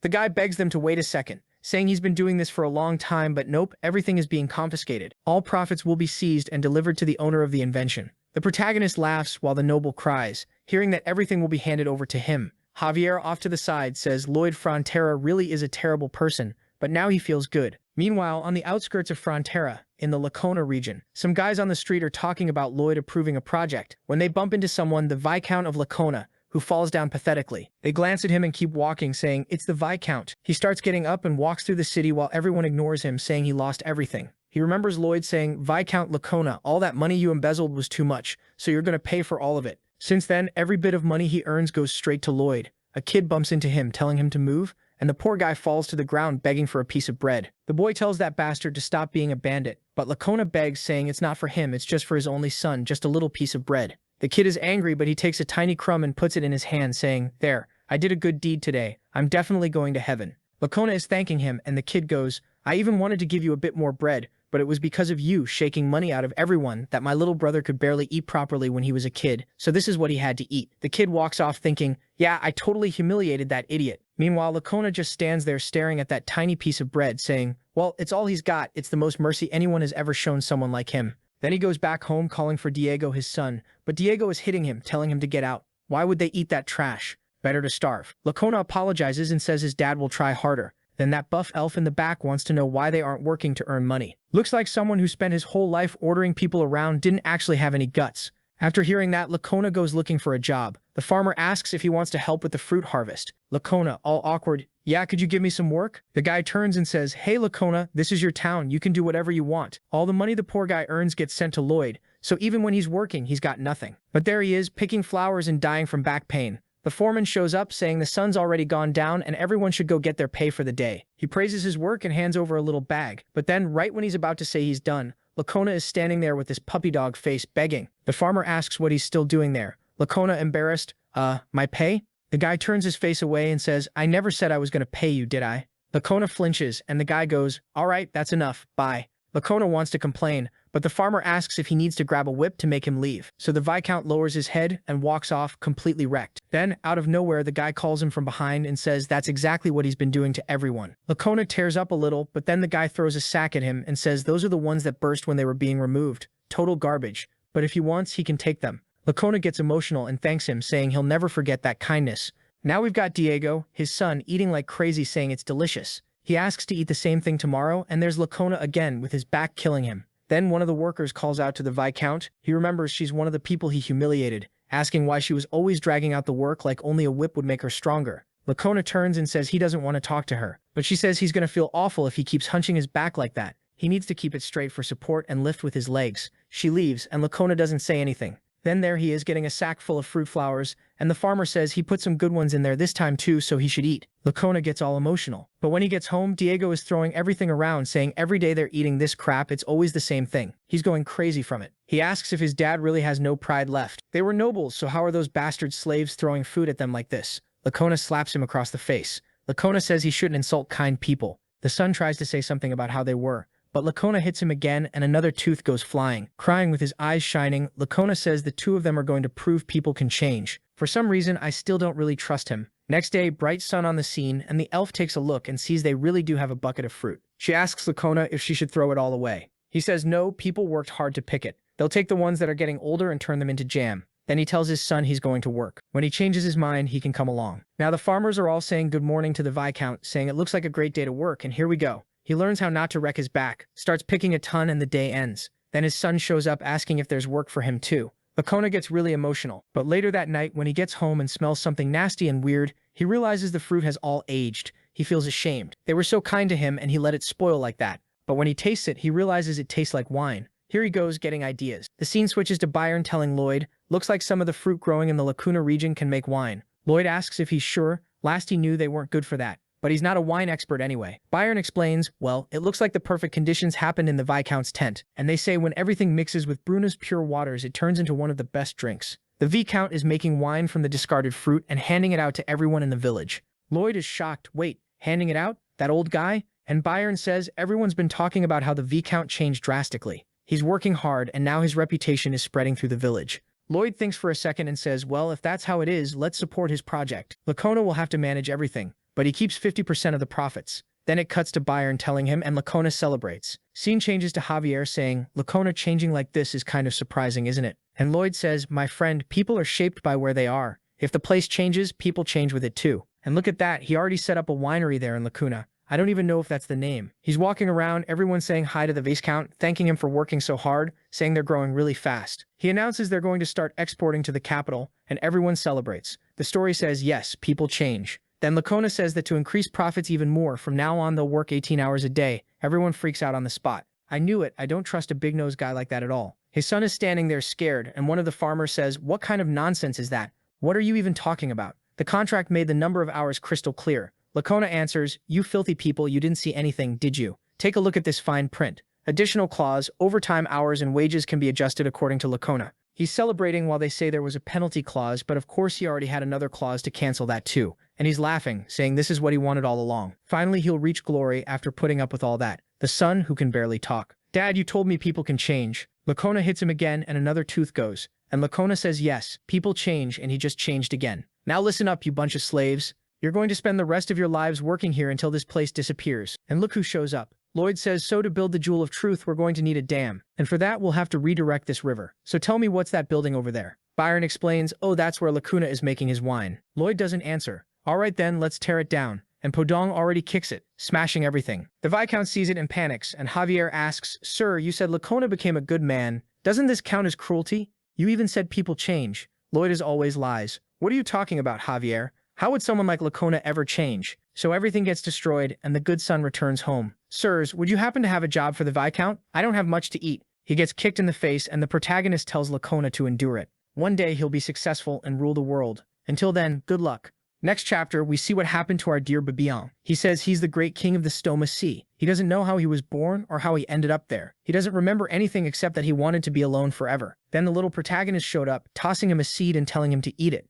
And Babian blew up with rage, wanting to know who that damn potato head was. He wanted to stay alone in that place until he saw Bangle. And after that, it was over. She was way too cute, and from that day on, he ended up walking around with them. Still, other than her, he didn't care about anyone. Even so, all the little creatures were adorable. Padong shows up like, hey, you jerk, let's play soccer. Babian looks at him like, fine, throw the ball and I'll show you. Padong, all sweet and innocent, passes it over, and the bastard catches it with his hand and fires it right back into the poor guy's face. Then he turns around and goes, there, game's over. Now get lost. But obviously it wasn't going to end like that. Padong nails him right in the mouth too. They're just going, Padong, Padong, but they're definitely understanding each other. With Padong basically saying that anyone who answers kindness with something like that deserves to face the consequences. Babiang starts getting up and says he's not going to take a lecture from someone who was born yesterday. Babiang charges him, lands a punch to the face, takes one back too, while poor Raymond in the background is yelling for them to stop. Off to the side, the protagonist is talking with Bayern, who glances down and sees the two of them rolling around, beating the hell out of each other. A long time later, they're both exhausted, and Babiang says the kid isn't half bad. It had been about 1,000 years since he'd had a duel that solid. Padong compliments him too, saying he's the first one who's ever endured his punch barrage. They should train together more. Then they do this cute little fist bump, and just like that, they became friends. But then suddenly, we see Babiang in this isolated world, with some evil-looking eyes closing in, and he's wondering where he is and why he's alone again. Up on a floating rock, all the fantastic animals are calling out to him. Babiang starts crying, asking where everyone is going. The rock keeps drifting away while he screams for them to come back. Then he wakes up and realizes he'd been sleeping in bed with everyone separated, so he goes over all soft and clingy and snuggles up with everyone. They fall asleep and the scene shows when Tyrannus approached the protagonist and Javier, asking if it was him who devoured the heart and used that power to freeze the world. At that moment, Babiang, who was on the protagonist's shirt, wonders what the ice dragon is doing there, and then he gets a memory of Bisteka. I'm pretty sure I'll have posted the farmer video before this one, since I covered the farmer recently too, so everything connects. When is Babiang going to show up there? Because it looks like he's from that era. Then we cut to Tyrannus already in human form talking about Kyoharan, the Truth Stone having been sent to Seoul. Tyrannus glances to the side, sees Babiang on the protagonist's clothes and asks, "What's wrong, my little friend? Is there something weird about my face?" But Babiang is hiding, wondering why this guy feels strangely familiar. The scene changes again. Up on Young Young now, with Urtanus asking Lloyd why he's so curious. That's when he was staring at Cretus's face, smashed into the mountain, and seeing it makes Babiang look like he's starting to remember him too. The moment he sees the image, his eyes start watering. Padong asks if he's okay, and he says it's nothing. But there are all these faces he has no idea who they are, and they keep popping into his head. When he saw that girl who said Demon Queen, something happened and his heart started hurting like crazy. So he hugs Podong and says he never wants to be separated again. What happened? Now I'm even more curious, damn it. Next chapter, we see him working hard, carrying a bunch of trees, and Bangle shows up saying he's kind of red and should rest a bit. But he says the restoration phenomenon still isn't happening, so he can't rest just because of a fever. A little pain like this is nothing compared to the time he spent alone. Bangle makes this teary face, and when he says he can't rest, he suddenly faceplants onto the ground. Sometime later, he wakes up in his little bed, burning up with fever. Lloyd greets him. Hey, my eternally single friend, how you doing?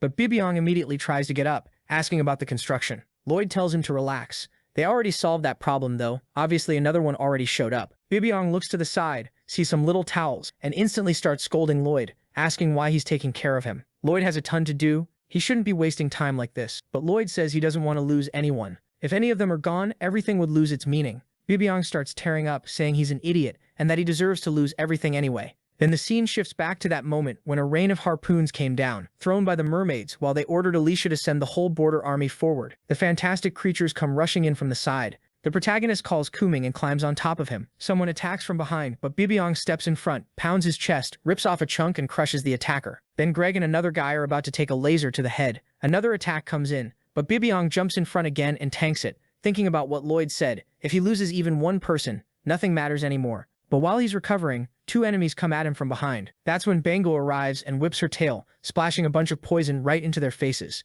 She gets hit by another heavy slap and goes flying, rolling away. Then Bibiong comes in from behind, grabs the attacker around the belly and hits him with a suplex, until the protagonist activated the strongest in the world and everyone started disappearing. Bibiong stood there crying, the protagonist too. He ran toward Bangle, and Lloyd couldn't do anything. They hugged and all their energy gathered into the protagonist, who finally got a chance. Then came the moment he said goodbye to everyone and told Javier to take care of this world. Once again, Bibiong was left there crying. Poor thing, they really woke the little guy up just to make him cry non-stop. Then the scene changes to Artanis, saying the water is way too salty. Lloyd beside her says the adults are all scared and those people are trying to find a reason. Artanis looks toward the mountain and says she already knows. It was Bibiong crying into the water. She goes over to talk and says he once mentioned that somehow he seemed to already know the demons. That gets his attention, and he says he thought about it a lot and remembered a legend about an ancient beast that helped them with farming a long time ago. The creature was described as a ferocious beast, which doesn't match him, but at the same time it was as big as a mountain and covered in fur, which does match.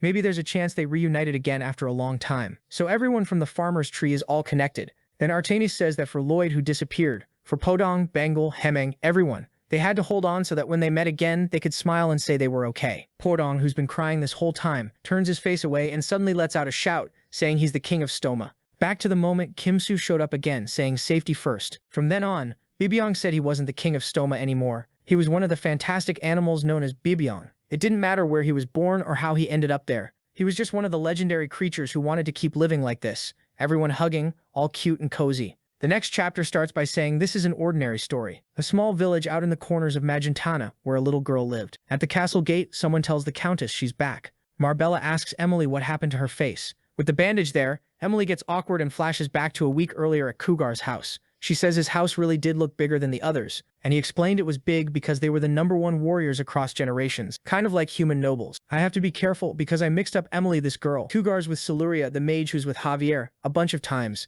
Anyway, Emily is nervous about whether Cougar's parents will like her, and he tells her not to worry. They were extremely warm but not in the way she expected. The first thing he says is, I'm going to marry this woman. His mom immediately asks if her name is Emily. Emily says yes, and right away they slam a piece of meat on the table, telling her to take it and get out. She better not set her sights on their son. Cougar calls out to his mom, asking what she thinks she's saying. And his mom tells Cougar to know his place. This girl is way too cute and pretty for him. Emily thanks them, kind of awkwardly. But then she doesn't understand when the dad starts yelling, saying they don't need a cute, sweet girl like her and she should leave. Cougar tells them both to stop it. If they keep acting like this, he'll leave the family. The dad immediately smacks him, saying the only way he leaves the family is dead. And then the mom repeats it. That cute face doesn't fit this family. For orcs, the most important thing is intimidation, and that's why they have to be ugly. Just look at the scary, horrible faces in their family. But when Emily looks, everyone in that family is ridiculously good-looking, just radiating aura. She's standing there kind of freaked out. Clearly they're not right in the head. Then suddenly someone shows up, asking how it's possible Cougar rejected her. Honestly, this little orc girl is strong too.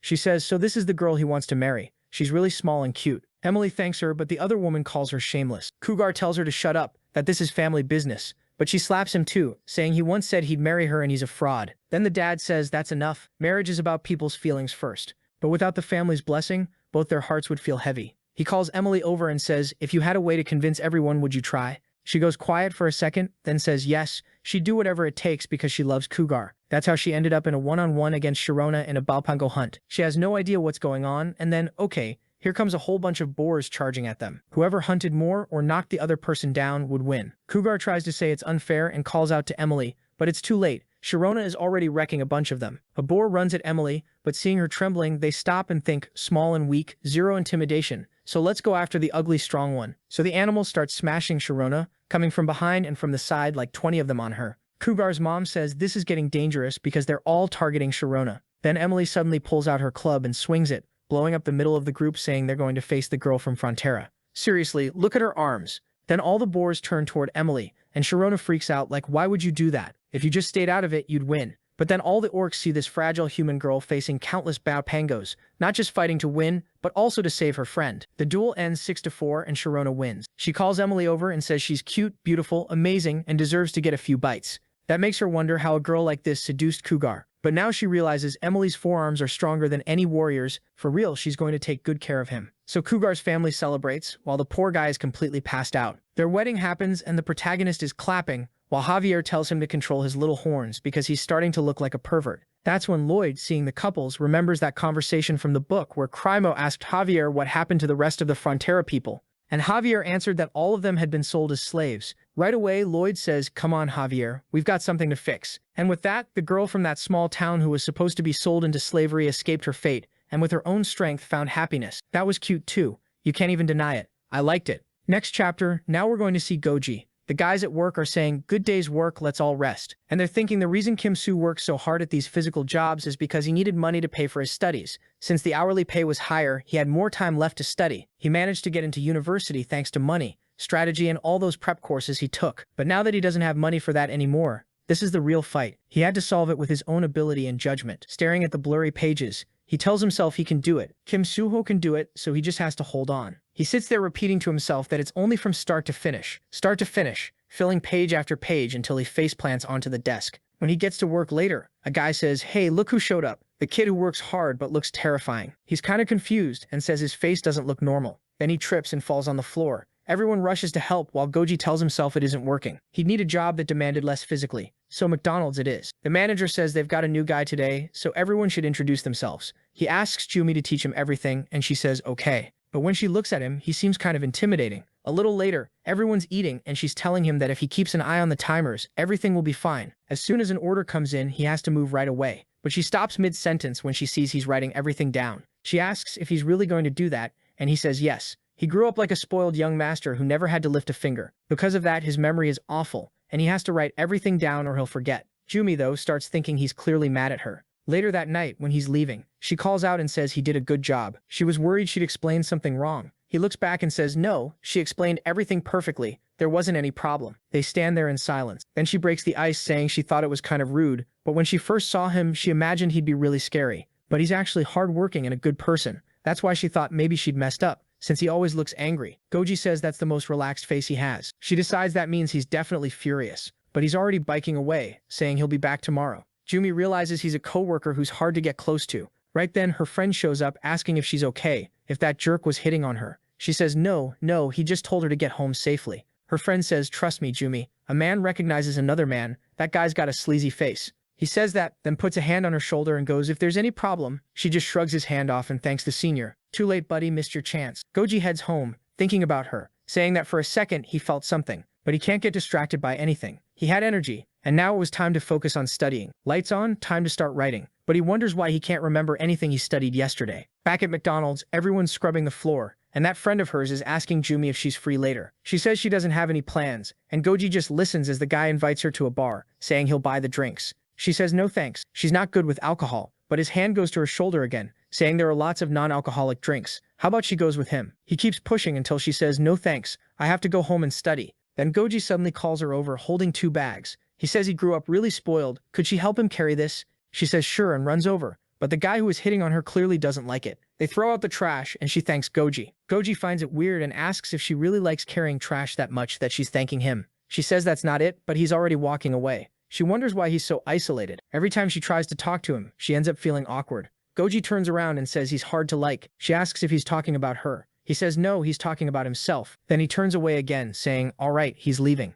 Jumi just stands there, not understanding. He's clearly not right in the head. Back to studying again, and he says nothing is working. His brain really was useless. He's completely worn out. 2 days at McDonald's and he's already crying alone in his room, calling for Kim Suho and saying he's someone who couldn't even take the first steps. Back at McDonald's, someone says that Goji Gien quit. It's Jumi asking the boss why. The boss says young people these days are like that. They don't have perseverance. I'm not talking about you, okay, Jumi? She hears it and leaves, thinking Goji was diligent, even if he looked scary. From the little she interacted with him, she realized he was actually kind, even if he always answered in short sentences. She wanted to know what kind of person he really was, but she got distracted and the bus left. Scene changes to someone in an office saying, since you work so hard, I decided to call you back. It's Goji again, talking to the construction guys saying, I gave up studying. Without the classes that taught me, I can't do it. The boss says it happens. Being a good student takes talent too. It's a shame because he was good at university. Then Goji calls out and says he hasn't given up yet. It's just that now he's focused on survival. And here comes that guy trying to pull the Lloyd scam all over again. Next scene in a car, someone says not to complicate things. They just have to collect what's left from the demolition. Goji gets into the car, looks back, and sees the McDonald's sign. It's unbelievable he used to work there. The boss calls him, and night falls. The guy praises him, and he thanks him for the chance to work again. The boss thinks everything he says sounds sarcastic because of his face. But then Goji looks to the side and sees Jumi walking by. He lowers his head, wondering if he should say hi. Then he decides not to. There's no way she'd remember him, until that same coworker guy approaches her again, with the hand on the shoulder. She asks him to back off. Goji can't hear what they're saying, but the guy seems to shout and she steps back, scared. Goji saw everything. After work, he's still going to have to play hero. Now they're in an alley, and the guy is demanding to know what her problem is. Why does she keep stepping on his dignity every day? Because of her, everyone's life is going to be turned upside down tomorrow. She must want him to die. That would make her life easier. Suddenly, Goji appears right in front of him, telling him to stop talking about dying like it's a joke. Jumi asks what Goji is doing there. Is he a coworker, or should she tell him to make this jerk get lost? Goji warns him he'd better start running, because it won't be easy. He's good at fighting. He says he's worried this guy is so pathetic he'll get beaten up for free. The guy snaps back, hey, do you think I'm stupid? You're trying to set me up so you can rob me and stick me with hospital bills, aren't you? Goji, trying to provoke him, says he's just a poor guy. Poor people like him are supposed to get trampled by the rich. The guy loses it and punches him in the face, saying the bastard is wearing luxury clothes, now it makes sense, he's got money, and starts stomping him. Jumi tries to help, but the guy smacks her in the head too. Then 3 cops show up, saying they caught the criminal in the middle of it. Goji gets up and says he told him he was good at fighting. Next day at work, the boss asks how his test went. His exam. He says unfortunately he failed. A friend says that's weird, wasn't he from a prestigious university? Goji says he's destined to be someone with a good degree and no job. Then the scene shifts to him having dinner with Jumi. She's thanking him, but he thanks her, since she's paying for everything, because it looks like he failed the tests again. She watches him while he eats, and he turns to her, asking why she keeps staring. He made it very clear nobody likes his face, and unlike her, he's someone people tend to hate. Thinking back to him working there, she says she'd like to see him smile more. Apparently he smiles, and she spits out her soda and smacks her face on the table. The guy already has terrible self-esteem, and she does that. He asks about another competition he entered. He says he'll try again. There's no way he can keep working in that place forever. Time jumps again. They're at a bench, and she says she wants to be his girlfriend. He says it won't work. He's too poor for that. She asks if she's being rejected, and he says yes. Jumi says that jerk was using her. He always showed up to the dates she asked for. If he didn't want anything, why did he go? He answers that he went because he loved her. They go quiet. She gives him a little kiss on the cheek. Goji says, Suho, I finally found someone I love. He keeps working and says, unfortunately, he lost all the confidence he used to have. He tells her about Kim Suho, saying that guy was insane. His endurance and shamelessness were on another level. It was hard to believe he was human. While working, Goji wonders if someone who has nothing even has the right to love someone else. Suddenly, one of the guys comes running, saying the boss got hurt. It wasn't extremely serious, but he wouldn't be able to come in today. One of the workers slaps his chest and says they're screwed. This had to be finished today. He says he'll look at the diagrams and find a way to build it. Goji hears him talking about a metal door, but then he suddenly says, wait, if you start doing that now, the sensor's gonna go off because of the sparks. The guy with the saw apologizes, saying he forgot. Then Goji starts explaining, don't cut there, that's a special load-bearing wall. These papers are all wrong. He'll explain it better. He coordinates everything while wondering how he knows all this.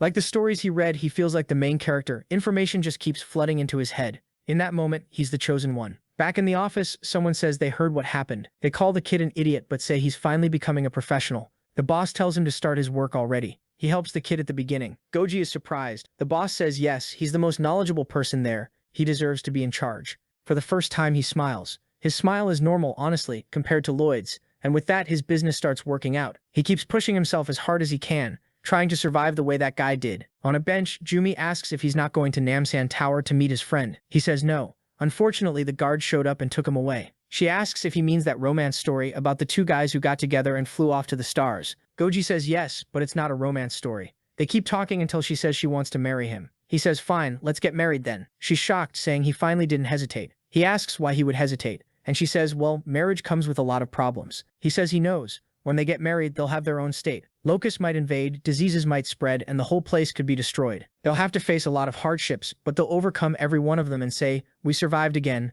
and together they'll protect their kingdom. Then he wonders, Suho, are you okay? Wherever you are. As he's leaving work, he says it's late and he's going home, even though his friends are calling him to go out to eat. The truth is, he found out that Steel and Blood Knight, which didn't even have a second season, already released a side story. Readers are cursing it out, saying the author is a bastard for doing that, and the title is The Greatest State Developer. The Greatest State Engineer. Seriously. Goji laughs, saying the character's name is weirdly different, but he's sure it's his friend. Unfortunately, the story didn't get famous, but it was through it that he found out what Suho's life is like now. He walks into the house and sees Jumi lying there with their little kid beside her. Every time he read that book, he wondered if Suho was really the guy in that story. If he was, then who exactly was he? Well, it didn't matter because either way he was happy with his family. Goji, as always, adorable. Next chapter, we see the protagonist's dad looking down, thinking about how all the money he'd saved had vanished. Everything was taken, and he had this feeling like his heart was burning up and getting destroyed. How much longer could he keep taking all of this? There was no way, this was too much. If he just gave up, it would be easy. But then all of a sudden he tells himself no. What is he even thinking? He had to keep living as long as possible. He couldn't change anything unless he was alive. He tells himself he's going to the hospital. This has to be some illness or something, because there was still so much he had to do for Suho. But when he says that, that's the moment he accidentally falls into the water. Looks like he passed out. I don't know, exhaustion, something like that. I'm not totally sure what happened, but suddenly he wakes up on a beach with fog in front of him, completely confused, wondering what place this is. Did he end up in hell? Then someone calls him from behind, and when he turns around, it's the protagonist's mom. He gets all emotional, but she kicks him and starts beating him up, demanding to know how the hell he ended up there. It's not summer for him to be trying to go for a swim. If he wanted to cool off, he should have found a pool. So why did he jump? The dad tries to explain he didn't do it on purpose. He had her and he had Suho. Why would he do something like that? She's standing there exhausted, like, oh, for the love of God. She'd already told him to go to the hospital earlier. He apologizes kind of awkwardly. Then he asks why she's there. Did she come to save him? Is she in the afterlife trying to rescue his soul? And she says no, she actually just got there too. And instead of getting mad, he says that if that's the case, then she shouldn't be hitting him either, because that makes no sense. I didn't totally get it. But what I think is the dad died on the bridge kind of because he was standing there thinking about how hard life was. The illness and exhaustion got to him, and he ended up falling. And the mom died from her illness at the hospital. Just misery all around. So the two of them stand there, obviously sad, wondering how Suho is going to deal with all of this. The dad says it's going to be really hard, because he's about to become a college student. Honestly, neither of them deserve to be called parents. This must be hell, so they can stay there and regret what they did. Until something says no, this isn't hell. Out of nowhere, there's a gigantic floating eye, saying it's late because it had other things to deal with. And before they ask, yes, it's an angel. The protagonist's parents don't understand, but then this animated eye shows up, and the mom suddenly says she's seen one of those on YouTube. The thing is huge, honestly terrifying. But the angel looks kind of sad with that giant mouth, saying that usually people are a lot more scared. It's the first time it's seen someone react this calmly. Picking the two of them for the experiment really was a good choice. Of course they want to know what it is. What's this experiment thing? And the angel says they've got a lot of questions, but it's fine. It'll explain. First, where they are is basically a waiting room. It's not heaven and it's not hell. They were both headed for hell, but before that, it needs them to do something. Depending on the results they get, maybe they can go to heaven. It moves closer, but they're not really saying anything. And the angel asks if they don't want to go to heaven. It just gave them amazing news and thought they'd be more excited. But the protagonist's mom says they were parents who left their child behind while he was still young. There wasn't anywhere they could go that would feel like heaven. The angel says it understands, but tells them to look for a moment. Then it turns into that little system window and shows Suho sleeping. Both of them get emotional, and the angel explains that a lot of time has passed since they died. But the boy has been living diligently through this difficult situation. Except from this point on, the plan is to transfer their son to another world. The mom asks how, and the angel explains it's that whole thing about worlds and parallel simulations. The angel figures she probably gets it, since it's the same kind of thing that shows up on YouTube in those stories, the multiverse concept. The mom thinks this thing is talking about all of it way too casually. Meanwhile, the dad asks if every author who writes a novel or makes a game ends up creating a universe. And the angel explains it's actually the opposite. Those worlds already exist. They come through as inspiration to those authors, and only then do they get realized in another world. Basically, the different world already exists, and the idea of that world reaches an author as inspiration, so the author writes a story about it. You get it? The more interesting someone's story is, the more it means they understood and integrated that other universe. And then they can get rich, acting all proud, saying they're great authors. Anyway, enough of that. The angel cuts it off, because this part matters. Souls can reincarnate and cross universes. In their son's past life, he was a noble in a rural village, got abandoned, and ended up dying of alcoholism while he was still young. But they ran a simulation and found that if they transfer their son's soul into that previous world, that same drunk would make an incredibly powerful wish. And that would generate even more powerful energy. And they finally developed the technology to use that. Now the angels are curious to see how far that energy can go, how much influence and interference someone can bring from one world to another. This experiment would happen while they observe their son's steps and everything he does and use the energy generated by what he does to provide support. Then it explains that it's that name they heard earlier. The experiment about the possibility of interference and errors in higher and lower worlds. The time it said that when the system disappeared, remember? And the angel says the proposal is that both of them become supporters of this experiment. They were the only ones who would act more seriously than anyone else. It's sure of that. The dad and mom say the same thing. They don't really understand it. But if somehow they can help Suho, then that's what matters. The angel says perfect. They'll understand everything better once they sign the deal. So what do they think of the offer? The dad says again that if he has another chance to help Suho, there's no reason to hesitate. And the mom even asks please let them help their son. The angel says fine. They'll change locations, write the contract, and start the experiment. Suddenly it starts glowing, lighting up the whole beach. And the protagonist's body starts having its soul pulled out, already in Lloyd's shape. Then the dad and mom drop into chairs while the protagonist's soul travels through the universe.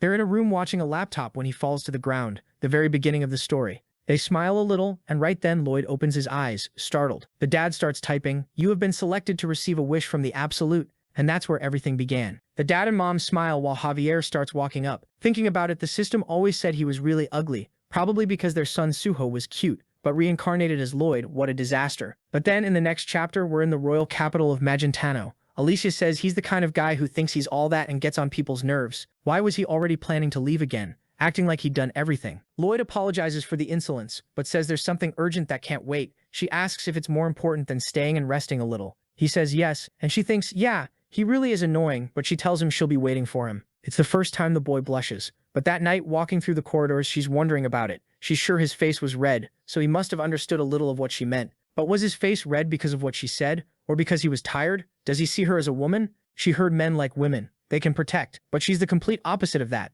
Then she suddenly cuts off her own thoughts, saying she's losing it. She's the queen. She has way more important things to deal with than thinking about this. Besides, she thinks when a king wants to get married, he just shows up and says, "I'm the king. Woman, marry me." She could settle this whenever she wanted and wouldn't even have to consider anyone's feelings. It would be way easier. She imagines herself walking up to Lloyd and saying, "Potato Head, marry me." And she knows that would be it. Done. Easy. And she smiles, thinking, there, my plan is perfect. But then she comes back to reality, knowing it wouldn't be that easy. Because that potato head unfortunately was the strongest potato head in this world. And she can already picture him yelling, "No, I'm only marrying someone I love." And then he'd go attack the empire with a bunch of monsters. But she thinks maybe he wouldn't go that far. And besides, people are usually happy when they get asked to marry. And on top of that, Potato Head isn't even popular with women. She wakes up furious and goes to beat up the training dummies, saying that if that bastard isn't popular with women, then why is he hesitating? He should marry her, extremely obediently. But staring at the fallen training dummy, she thinks she's still angry. What is she gonna do? Then she suddenly gets an idea. Sometime later, she's in her room doing something,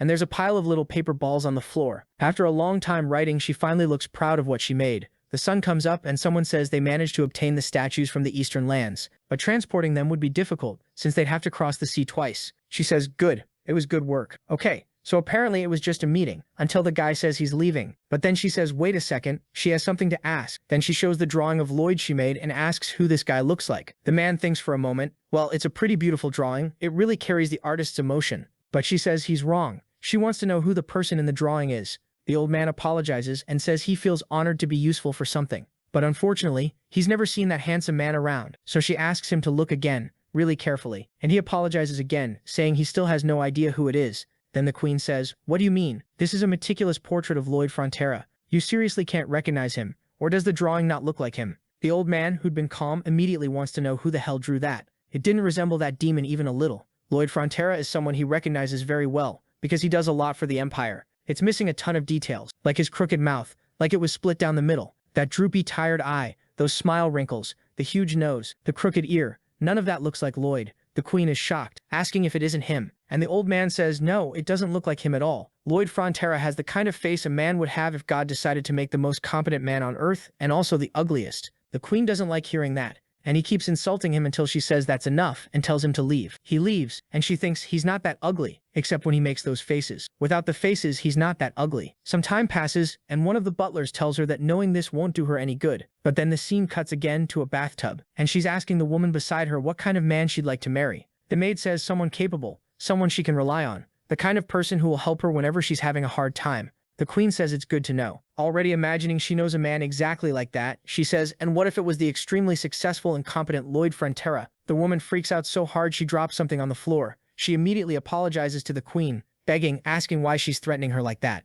She never imagined she'd done something so wrong that she'd be subjected to this. The queen just stands there confused. Why did everyone hate him so much? Then it cuts to her looking out the window, thinking there has to be someone in this world who thinks the same way she does. Then she puts the drawing on the training dummy and gets ready, thinking that no matter how many times she looks at it, honestly the drawing did look like him when he's not making those faces. He clearly wasn't that horrible. Cut back to that scene with her talking to the butler, and she goes, I have something to ask. He answers, what is it? Your Majesty? And she asks, what do you think of the Honorable Lloyd Frontera? The butler replies, truly, someone extremely capable, unmatched when it comes to results. He was brilliant. But then the queen suddenly says she wants him to comment on Lloyd's face like, let's talk about that. That's when the butler's expression changes and he says it's better not to think about it or talk about it too much, unless she wants nightmares. That kind of topic would give her indigestion. She ends up feeling bad for the kid and she's in her room looking out the window thinking it's sad. Everyone in that world thought he was the ugliest person alive, but she knew he had the kindest heart of all, and a stronger sense of responsibility than anyone. It's probably because he's always pushing himself so hard, making those faces, trying to achieve something, that people think he's ugly, but he's not that awful. She just keeps thinking about him, until a while later, someone says the statues she ordered have finally arrived. She had some weird stones brought in, and everyone's wondering why it looks like the queen likes objects with potato faces. Meanwhile, she's standing in the middle of the imperial hall, just staring at the little picture of him on the cover, saying he'd really love this. Next chapter though, an error pops up saying it would be impossible to bring the soul back into Lloyd's body. The energy level was still at 50% and that wasn't enough. The message gets all scrambled saying energy is missing, but the scene shows a giant dog running around and biting a citizen. Someone says it all happened in an instant. The village that had been peaceful just minutes earlier turned into a hunting ground for every kind of creature. Javier tells it like back then all he could do was pray it would end.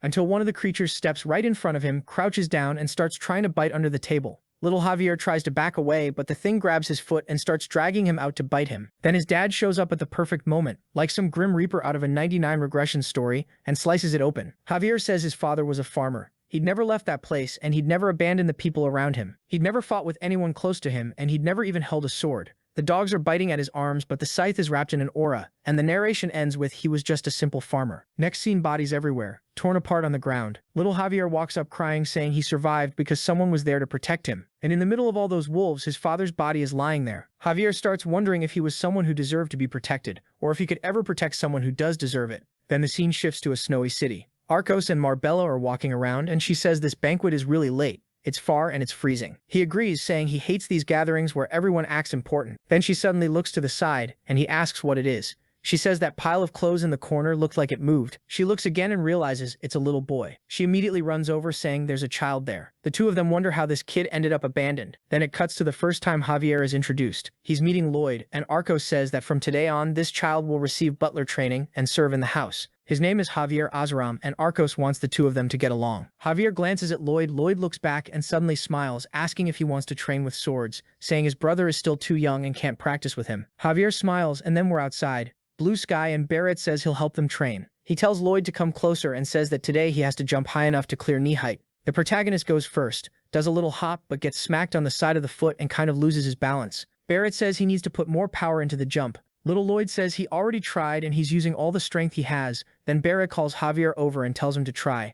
And here it comes. Of course the kid's a prodigy. He focuses thinking, okay, with all my strength. And Lloyd gets startled. The kid basically launched into orbit like he was headed straight for the NBA. Barrett has to run over and try to catch him as he falls like a total idiot. He picks him up and says that was dangerous. Then he asks if Javier has ever jumped like that before. Javier says no, it's the first time he's ever done something like that, just using all his strength to go up. I thought the protagonist would react badly, but he's actually excited, asking how he did it. It was amazing. He was so cool. He really was going to become a sword master. but we already know that at some point this relationship is going to fall apart. Then we see Javier running after Lloyd by the window, with Arcos saying that when he brought the boy in he was worried. He's glad they're getting along. Bayer agrees, saying the young master is emotionally mature, and Javier is a gentle kid who never complains. But there's something he wants to suggest to the Baron. Arcos asks what it is, and Bayer says he thinks Javier should be raised as a knight, not as a servant. Arcos says the boy is 4 or 5 years old, but Bayer insists. Some of the kid's physical abilities already surpass an adult's. From what he's seen, he believes the boy is a genius.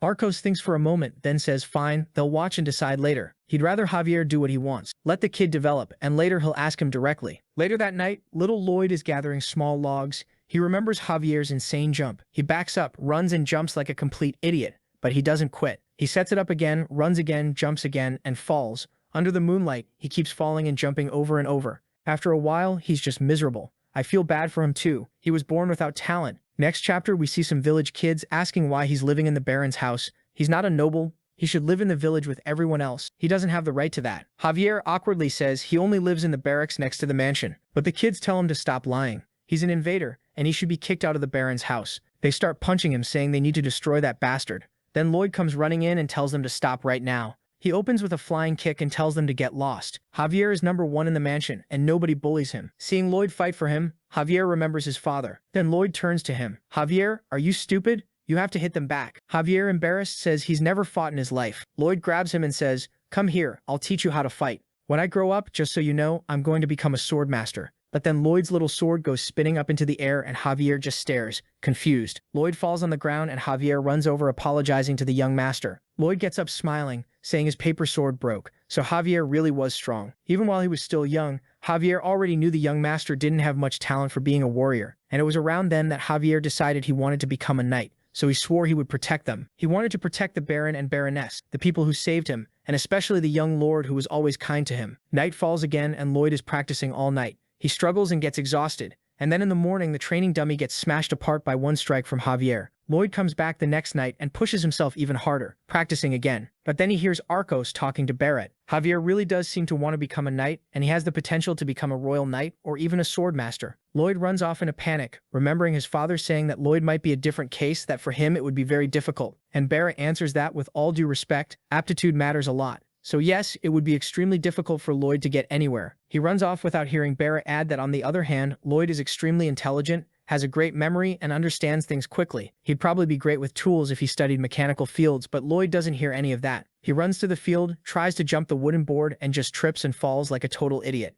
Then the next morning, Javier does it effortlessly. Lloyd remembers that while he was on the ground crying last night, Javier once again surpassed him with ease, and that's where the problems start. Little Javier goes, "Oh, young lord, you don't want to play sword anymore? Come on, let's train. Why don't we get stronger?" And Lloyd snatches the sword and throws it at Javier's head, yelling, "Get out of here. This is a noble house. Why is an orphan like you even here?" Right then someone calls Lloyd. It's Arcos walking into the room asking where he learned to talk like that. That whole night, Lloyd gets whipped, screaming that it's true, that boy is an orphan, but his father doesn't care, whipping him and saying that doesn't put him above anyone. Javier thinks he doesn't know why the young master suddenly got angry, but he's sure every lash that night was because of him. A long time passes and Lloyd calls for Javier. He asks, "Hey Javier, is that wooden sword the one my father made for you?" Javier, all happy, says, "Yes, young master." And here comes the cruelty. Lloyd asks if it's for training. Javier says yes. He says with it he'll become a knight. Suddenly Lloyd yanks it out of his hand and says that's stupid. A poor bastard like him has no chance of becoming a knight. Maybe because he doesn't have a mom or dad he doesn't know that. Lloyd says all of that and Javier keeps thinking it's fine.